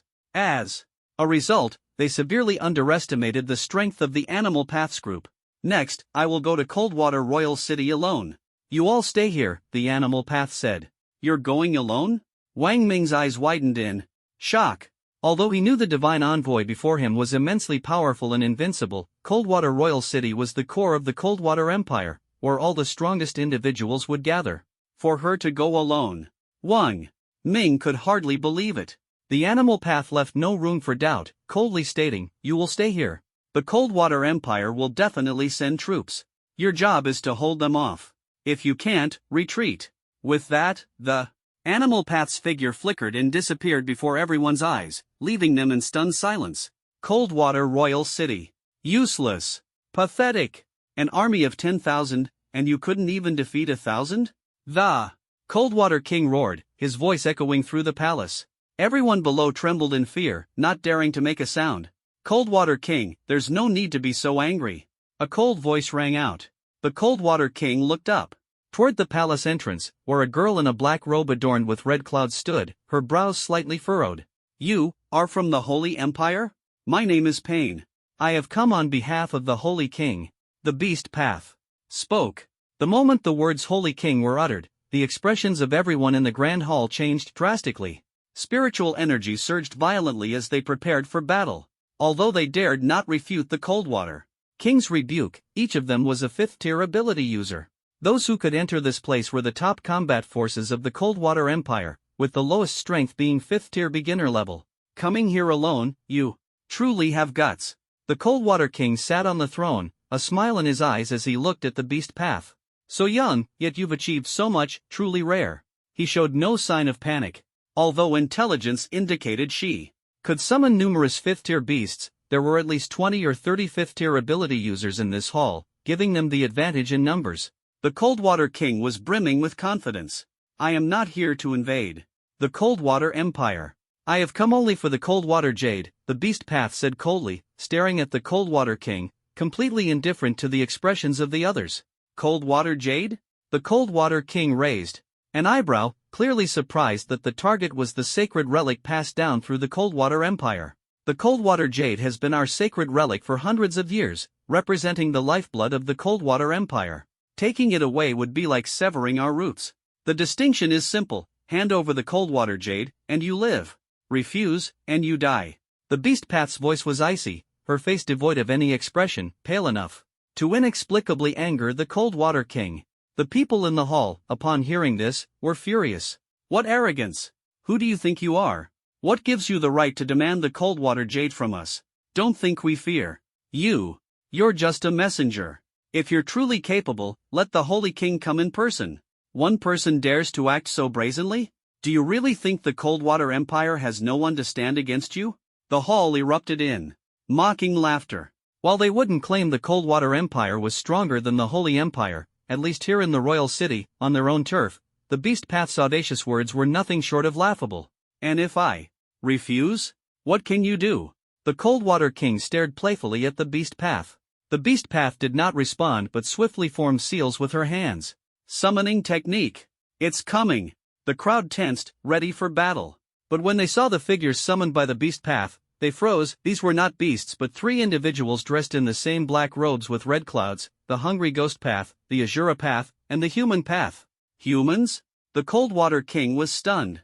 He had only ever heard of beast taming techniques summoning beasts, never humans.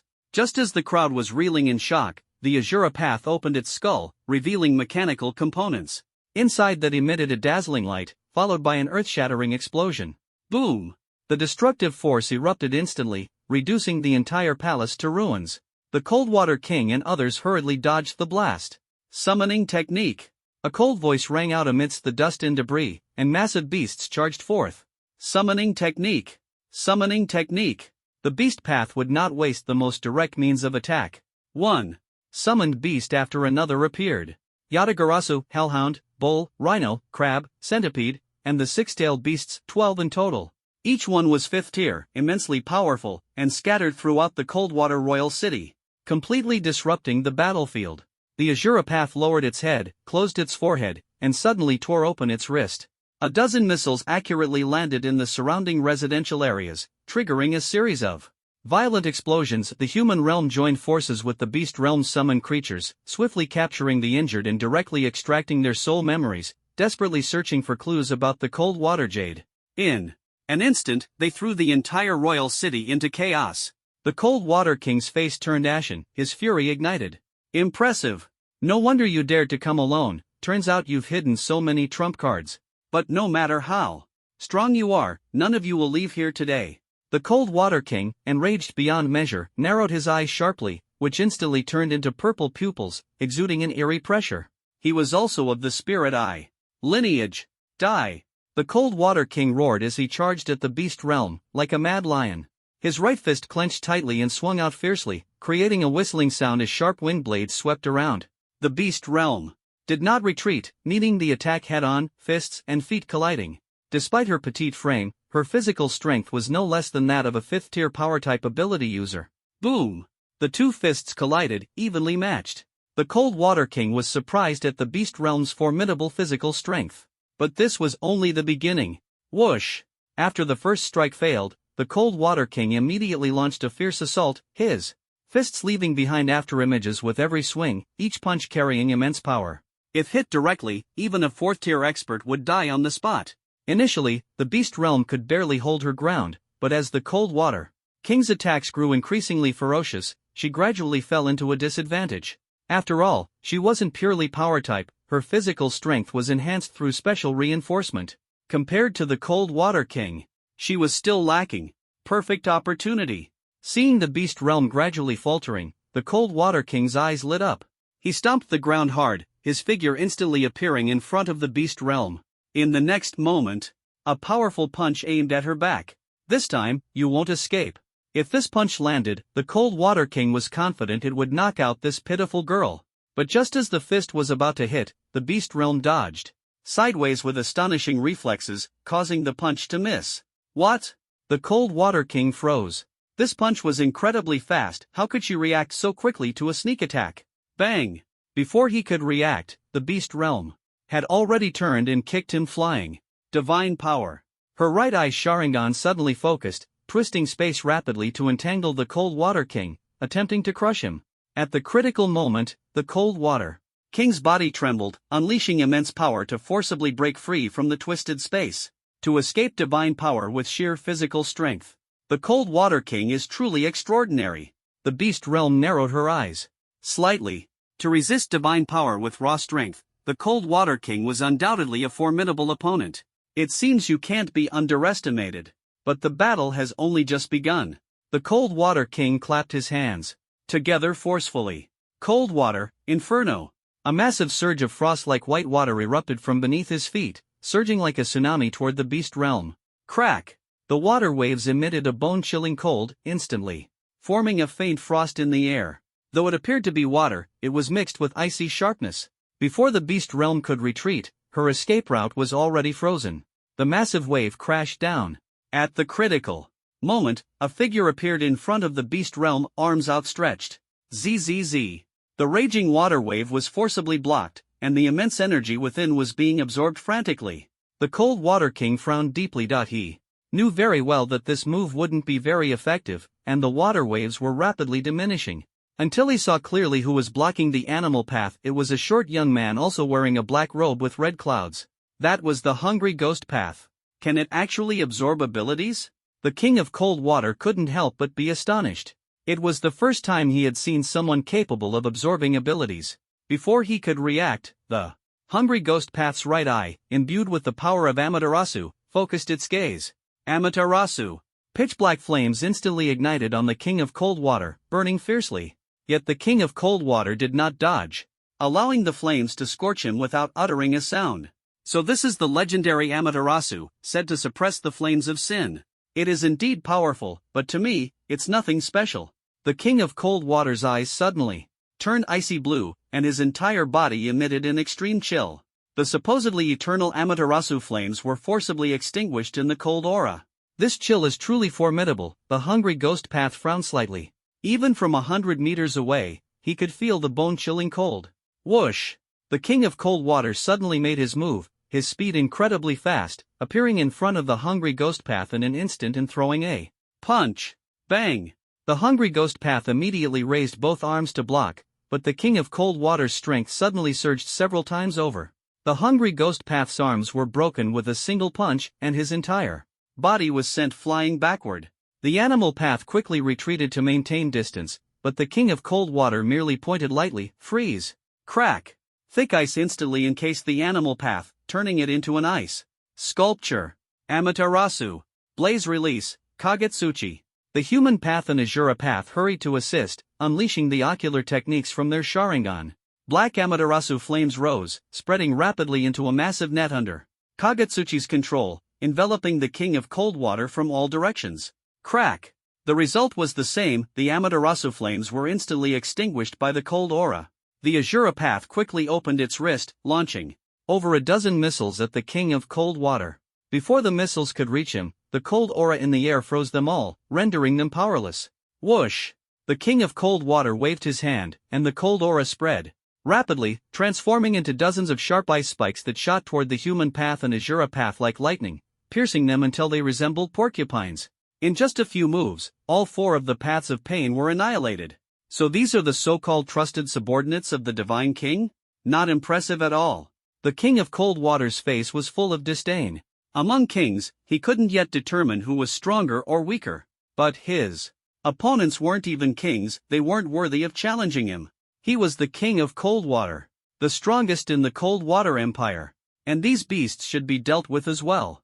He looked up at the rampaging summoned beasts and tailed beasts in the distance, preparing to make his move. Suddenly, a fierce gust of wind came from behind. The King of Cold Water quickly turned around, waving his hand to form a massive ice wall in front of him. But the invisible attack penetrated the ice wall directly, striking him hard. Bang! The King of Cold Water staggered backward, letting out a muffled groan as blood spilled from his mouth. He frowned and looked ahead. The four paths of pain he had just defeated were standing perfectly intact. Moreover, there were now 2 additional figures, 6 in total. Who exactly are you? 6 pairs of cold eyes stared at him, and an inexplicable sense of fear rose in the King of Cold Water's heart. Pain is the collective name for the 6 of us. King of Cold Water, prepare to face judgment. Pain? Just a bunch of clowns. The King of Cold Water brushed off the ice shards on his body and stood up, his icy gaze as chilling as the frost in a 1,000-year-old ice cellar, sending shivers down one's spine. Yet, the gaze of Heaven's path was even colder. Taking a step forward, he said, I'll give you one more chance.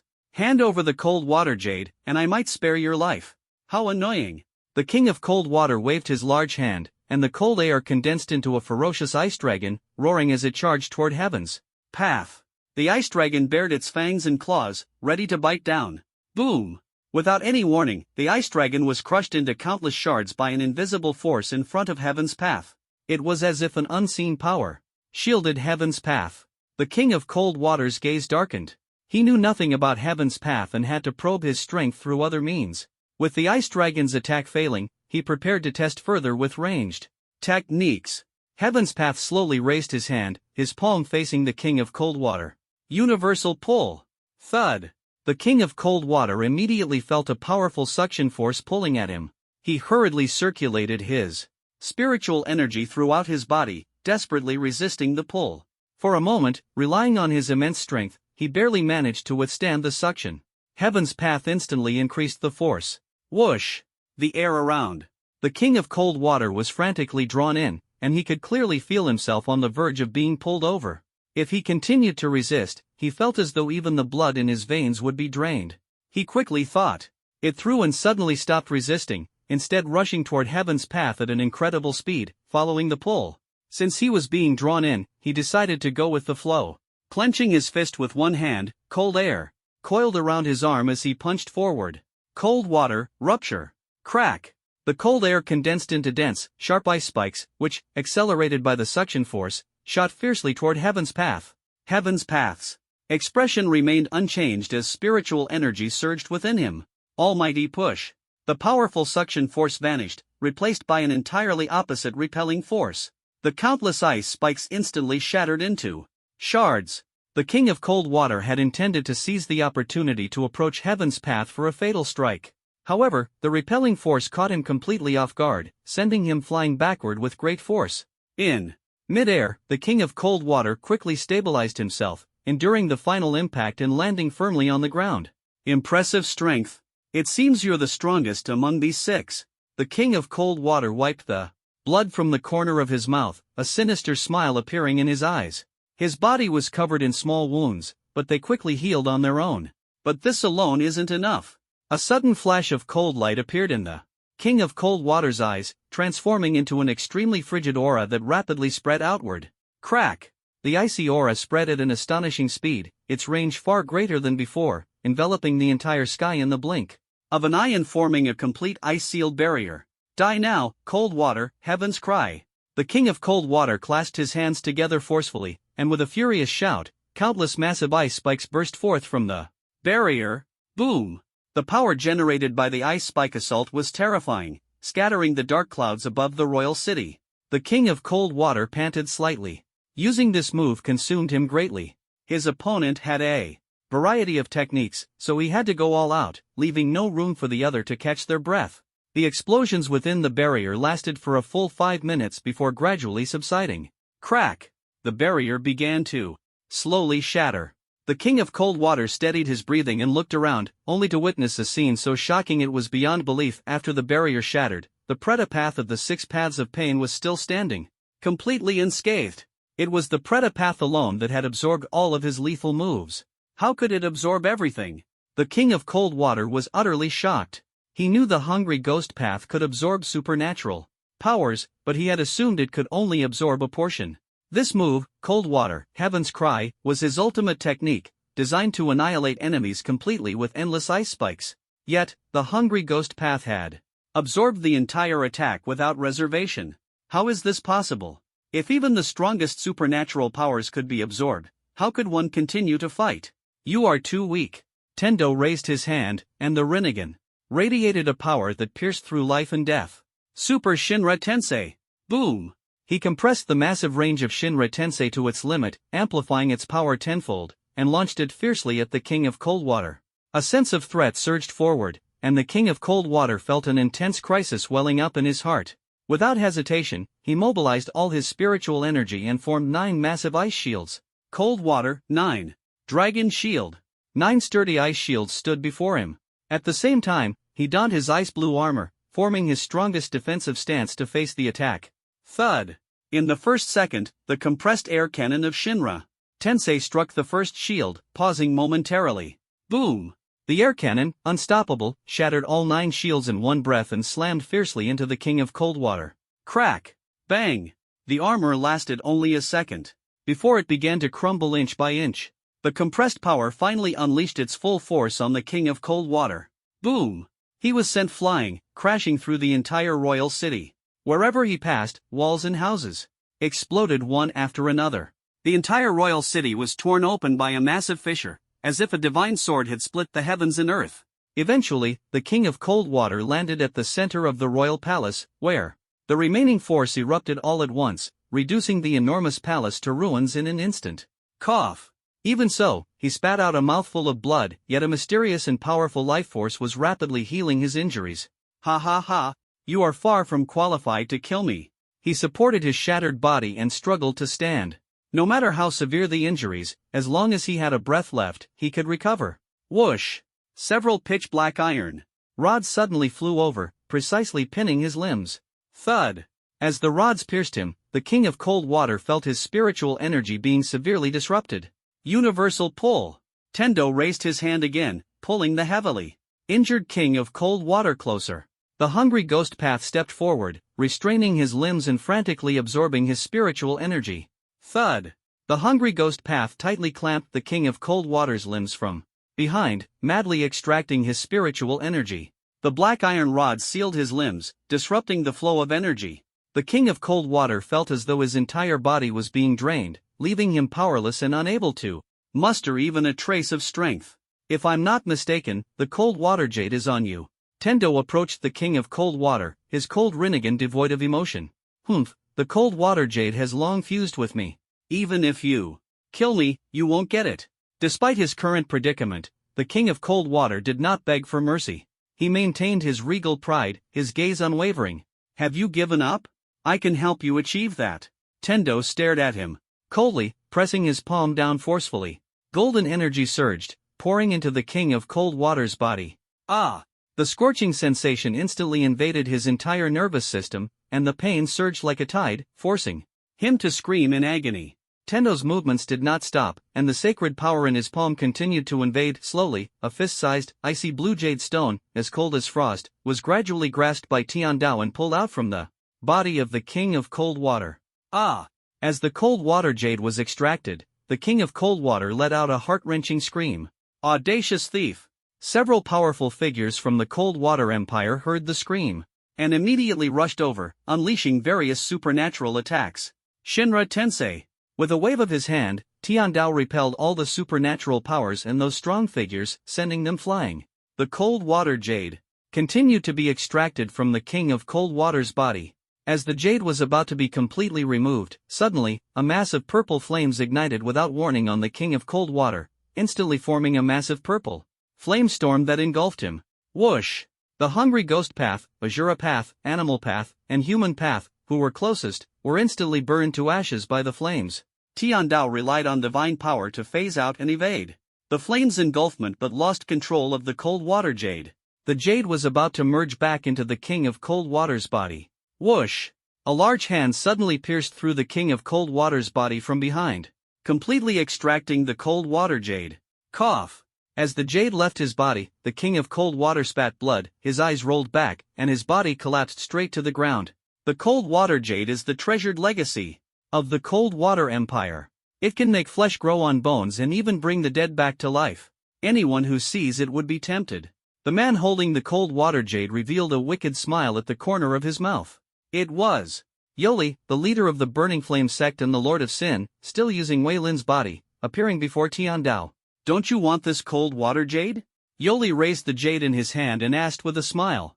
You should know the price of daring to appear before me, Tiandao said coldly. Of course, but I don't think your puppets can defeat me, Yoli replied calmly, playing with the cold water jade. I guessed right, didn't I? You took the cold water jade to revive that girl? I told you long ago, the one who should have become the fire seed was you, not her. But you refused to listen. Now, looking back, was it worth it? The cold water jade can only revive someone who has been dead for less than a day. That girl has been dead for far too long. The jade can't save her. Moreover, her body was long burned to ashes by the sacred king's flame, and her soul is trapped in the furnace tree. Without a body or soul, how can you revive her? Boom! Tiandao stared coldly at Yoli, his Rinnegan emitting an invisible pressure that instantly bore down on Yoli like a mountain. Yet Yoli remained unfazed, his expression calm. Why so angry? Did I hit a nerve? Yoli chuckled lightly. Becoming the sacred king, do you think it was worth it? Tiandao raised his hand slightly. All things have their cycle of life and death. I think it's fine. Yoli was non-committal and continued to ask, to you, is she more important, or is this world more important? Tiandao's gaze was resolute. The world isn't that important to me, but she is. Yoli said, to her, the only thing that mattered was her mission. Her life was like a matchstick, existing solely to be ignited and burned away. But have you ever thought that she doesn't necessarily have to be that matchstick? She could have her own dreams. And you could have yours. Yoli's words were like the wind, stirring up memories in Tiandao's heart. Tiandao slowly raised his head, gripping the black rod in his hand tightly. I have no dreams, but I can protect the dreams of others. Forget it, I don't want to fight you. It's meaningless. Just as Tiandao was about to make a move, Yoli shook his head. My target this time isn't you, it's the cold water jade. I want to use it to reshape my body. If you want me to keep using your friend's body, then come and take it. He opened his palm, and the cold water jade lay quietly on it, as if he would hand it over as long as Jiang Ping wanted it. Tiandao narrowed his eyes slightly but did not act. It seems you already know that the cold water jade can't save that girl. If you insist on taking it, you won't even be able to get your friend's body back. Losing a loved one and not even being able to protect your friend's remains, it's not a pleasant feeling, is it? Yoli's words carried a hint of mockery. Tiandao finally couldn't hold back. Universal pull. A powerful suction instantly drew the cold water jade from Yoli's hand. Amaterasu. Blaze release, Kagetsuchi. The Asura path, animal path, hungry ghost path, and human path, which had been destroyed by the flames of sin, were resurrected by the Naraka path. Black flames, like agile tentacles, stretched toward Yoli from all directions. Are you trying to burn your friend's body along with me? Yoli tried to shake Jiang Ping's resolve with his words while deftly dodging the incoming Amaterasu flames. Though he spoke confidently, it was clear he couldn't ignore Amaterasu. To some extent, the flames of sin were still suppressed by Amaterasu. No, you're wrong. It's not that I don't care about my friend. On the contrary, it's precisely because I care about him that I won't let someone like you defile his body. Universal pull. As the immense power of Tiandao surged, Yoli, who had barely been able to cope, was now forced into full defense by the suction of universal pull, leaving him no room to counter other attacks. This exposed his weakness.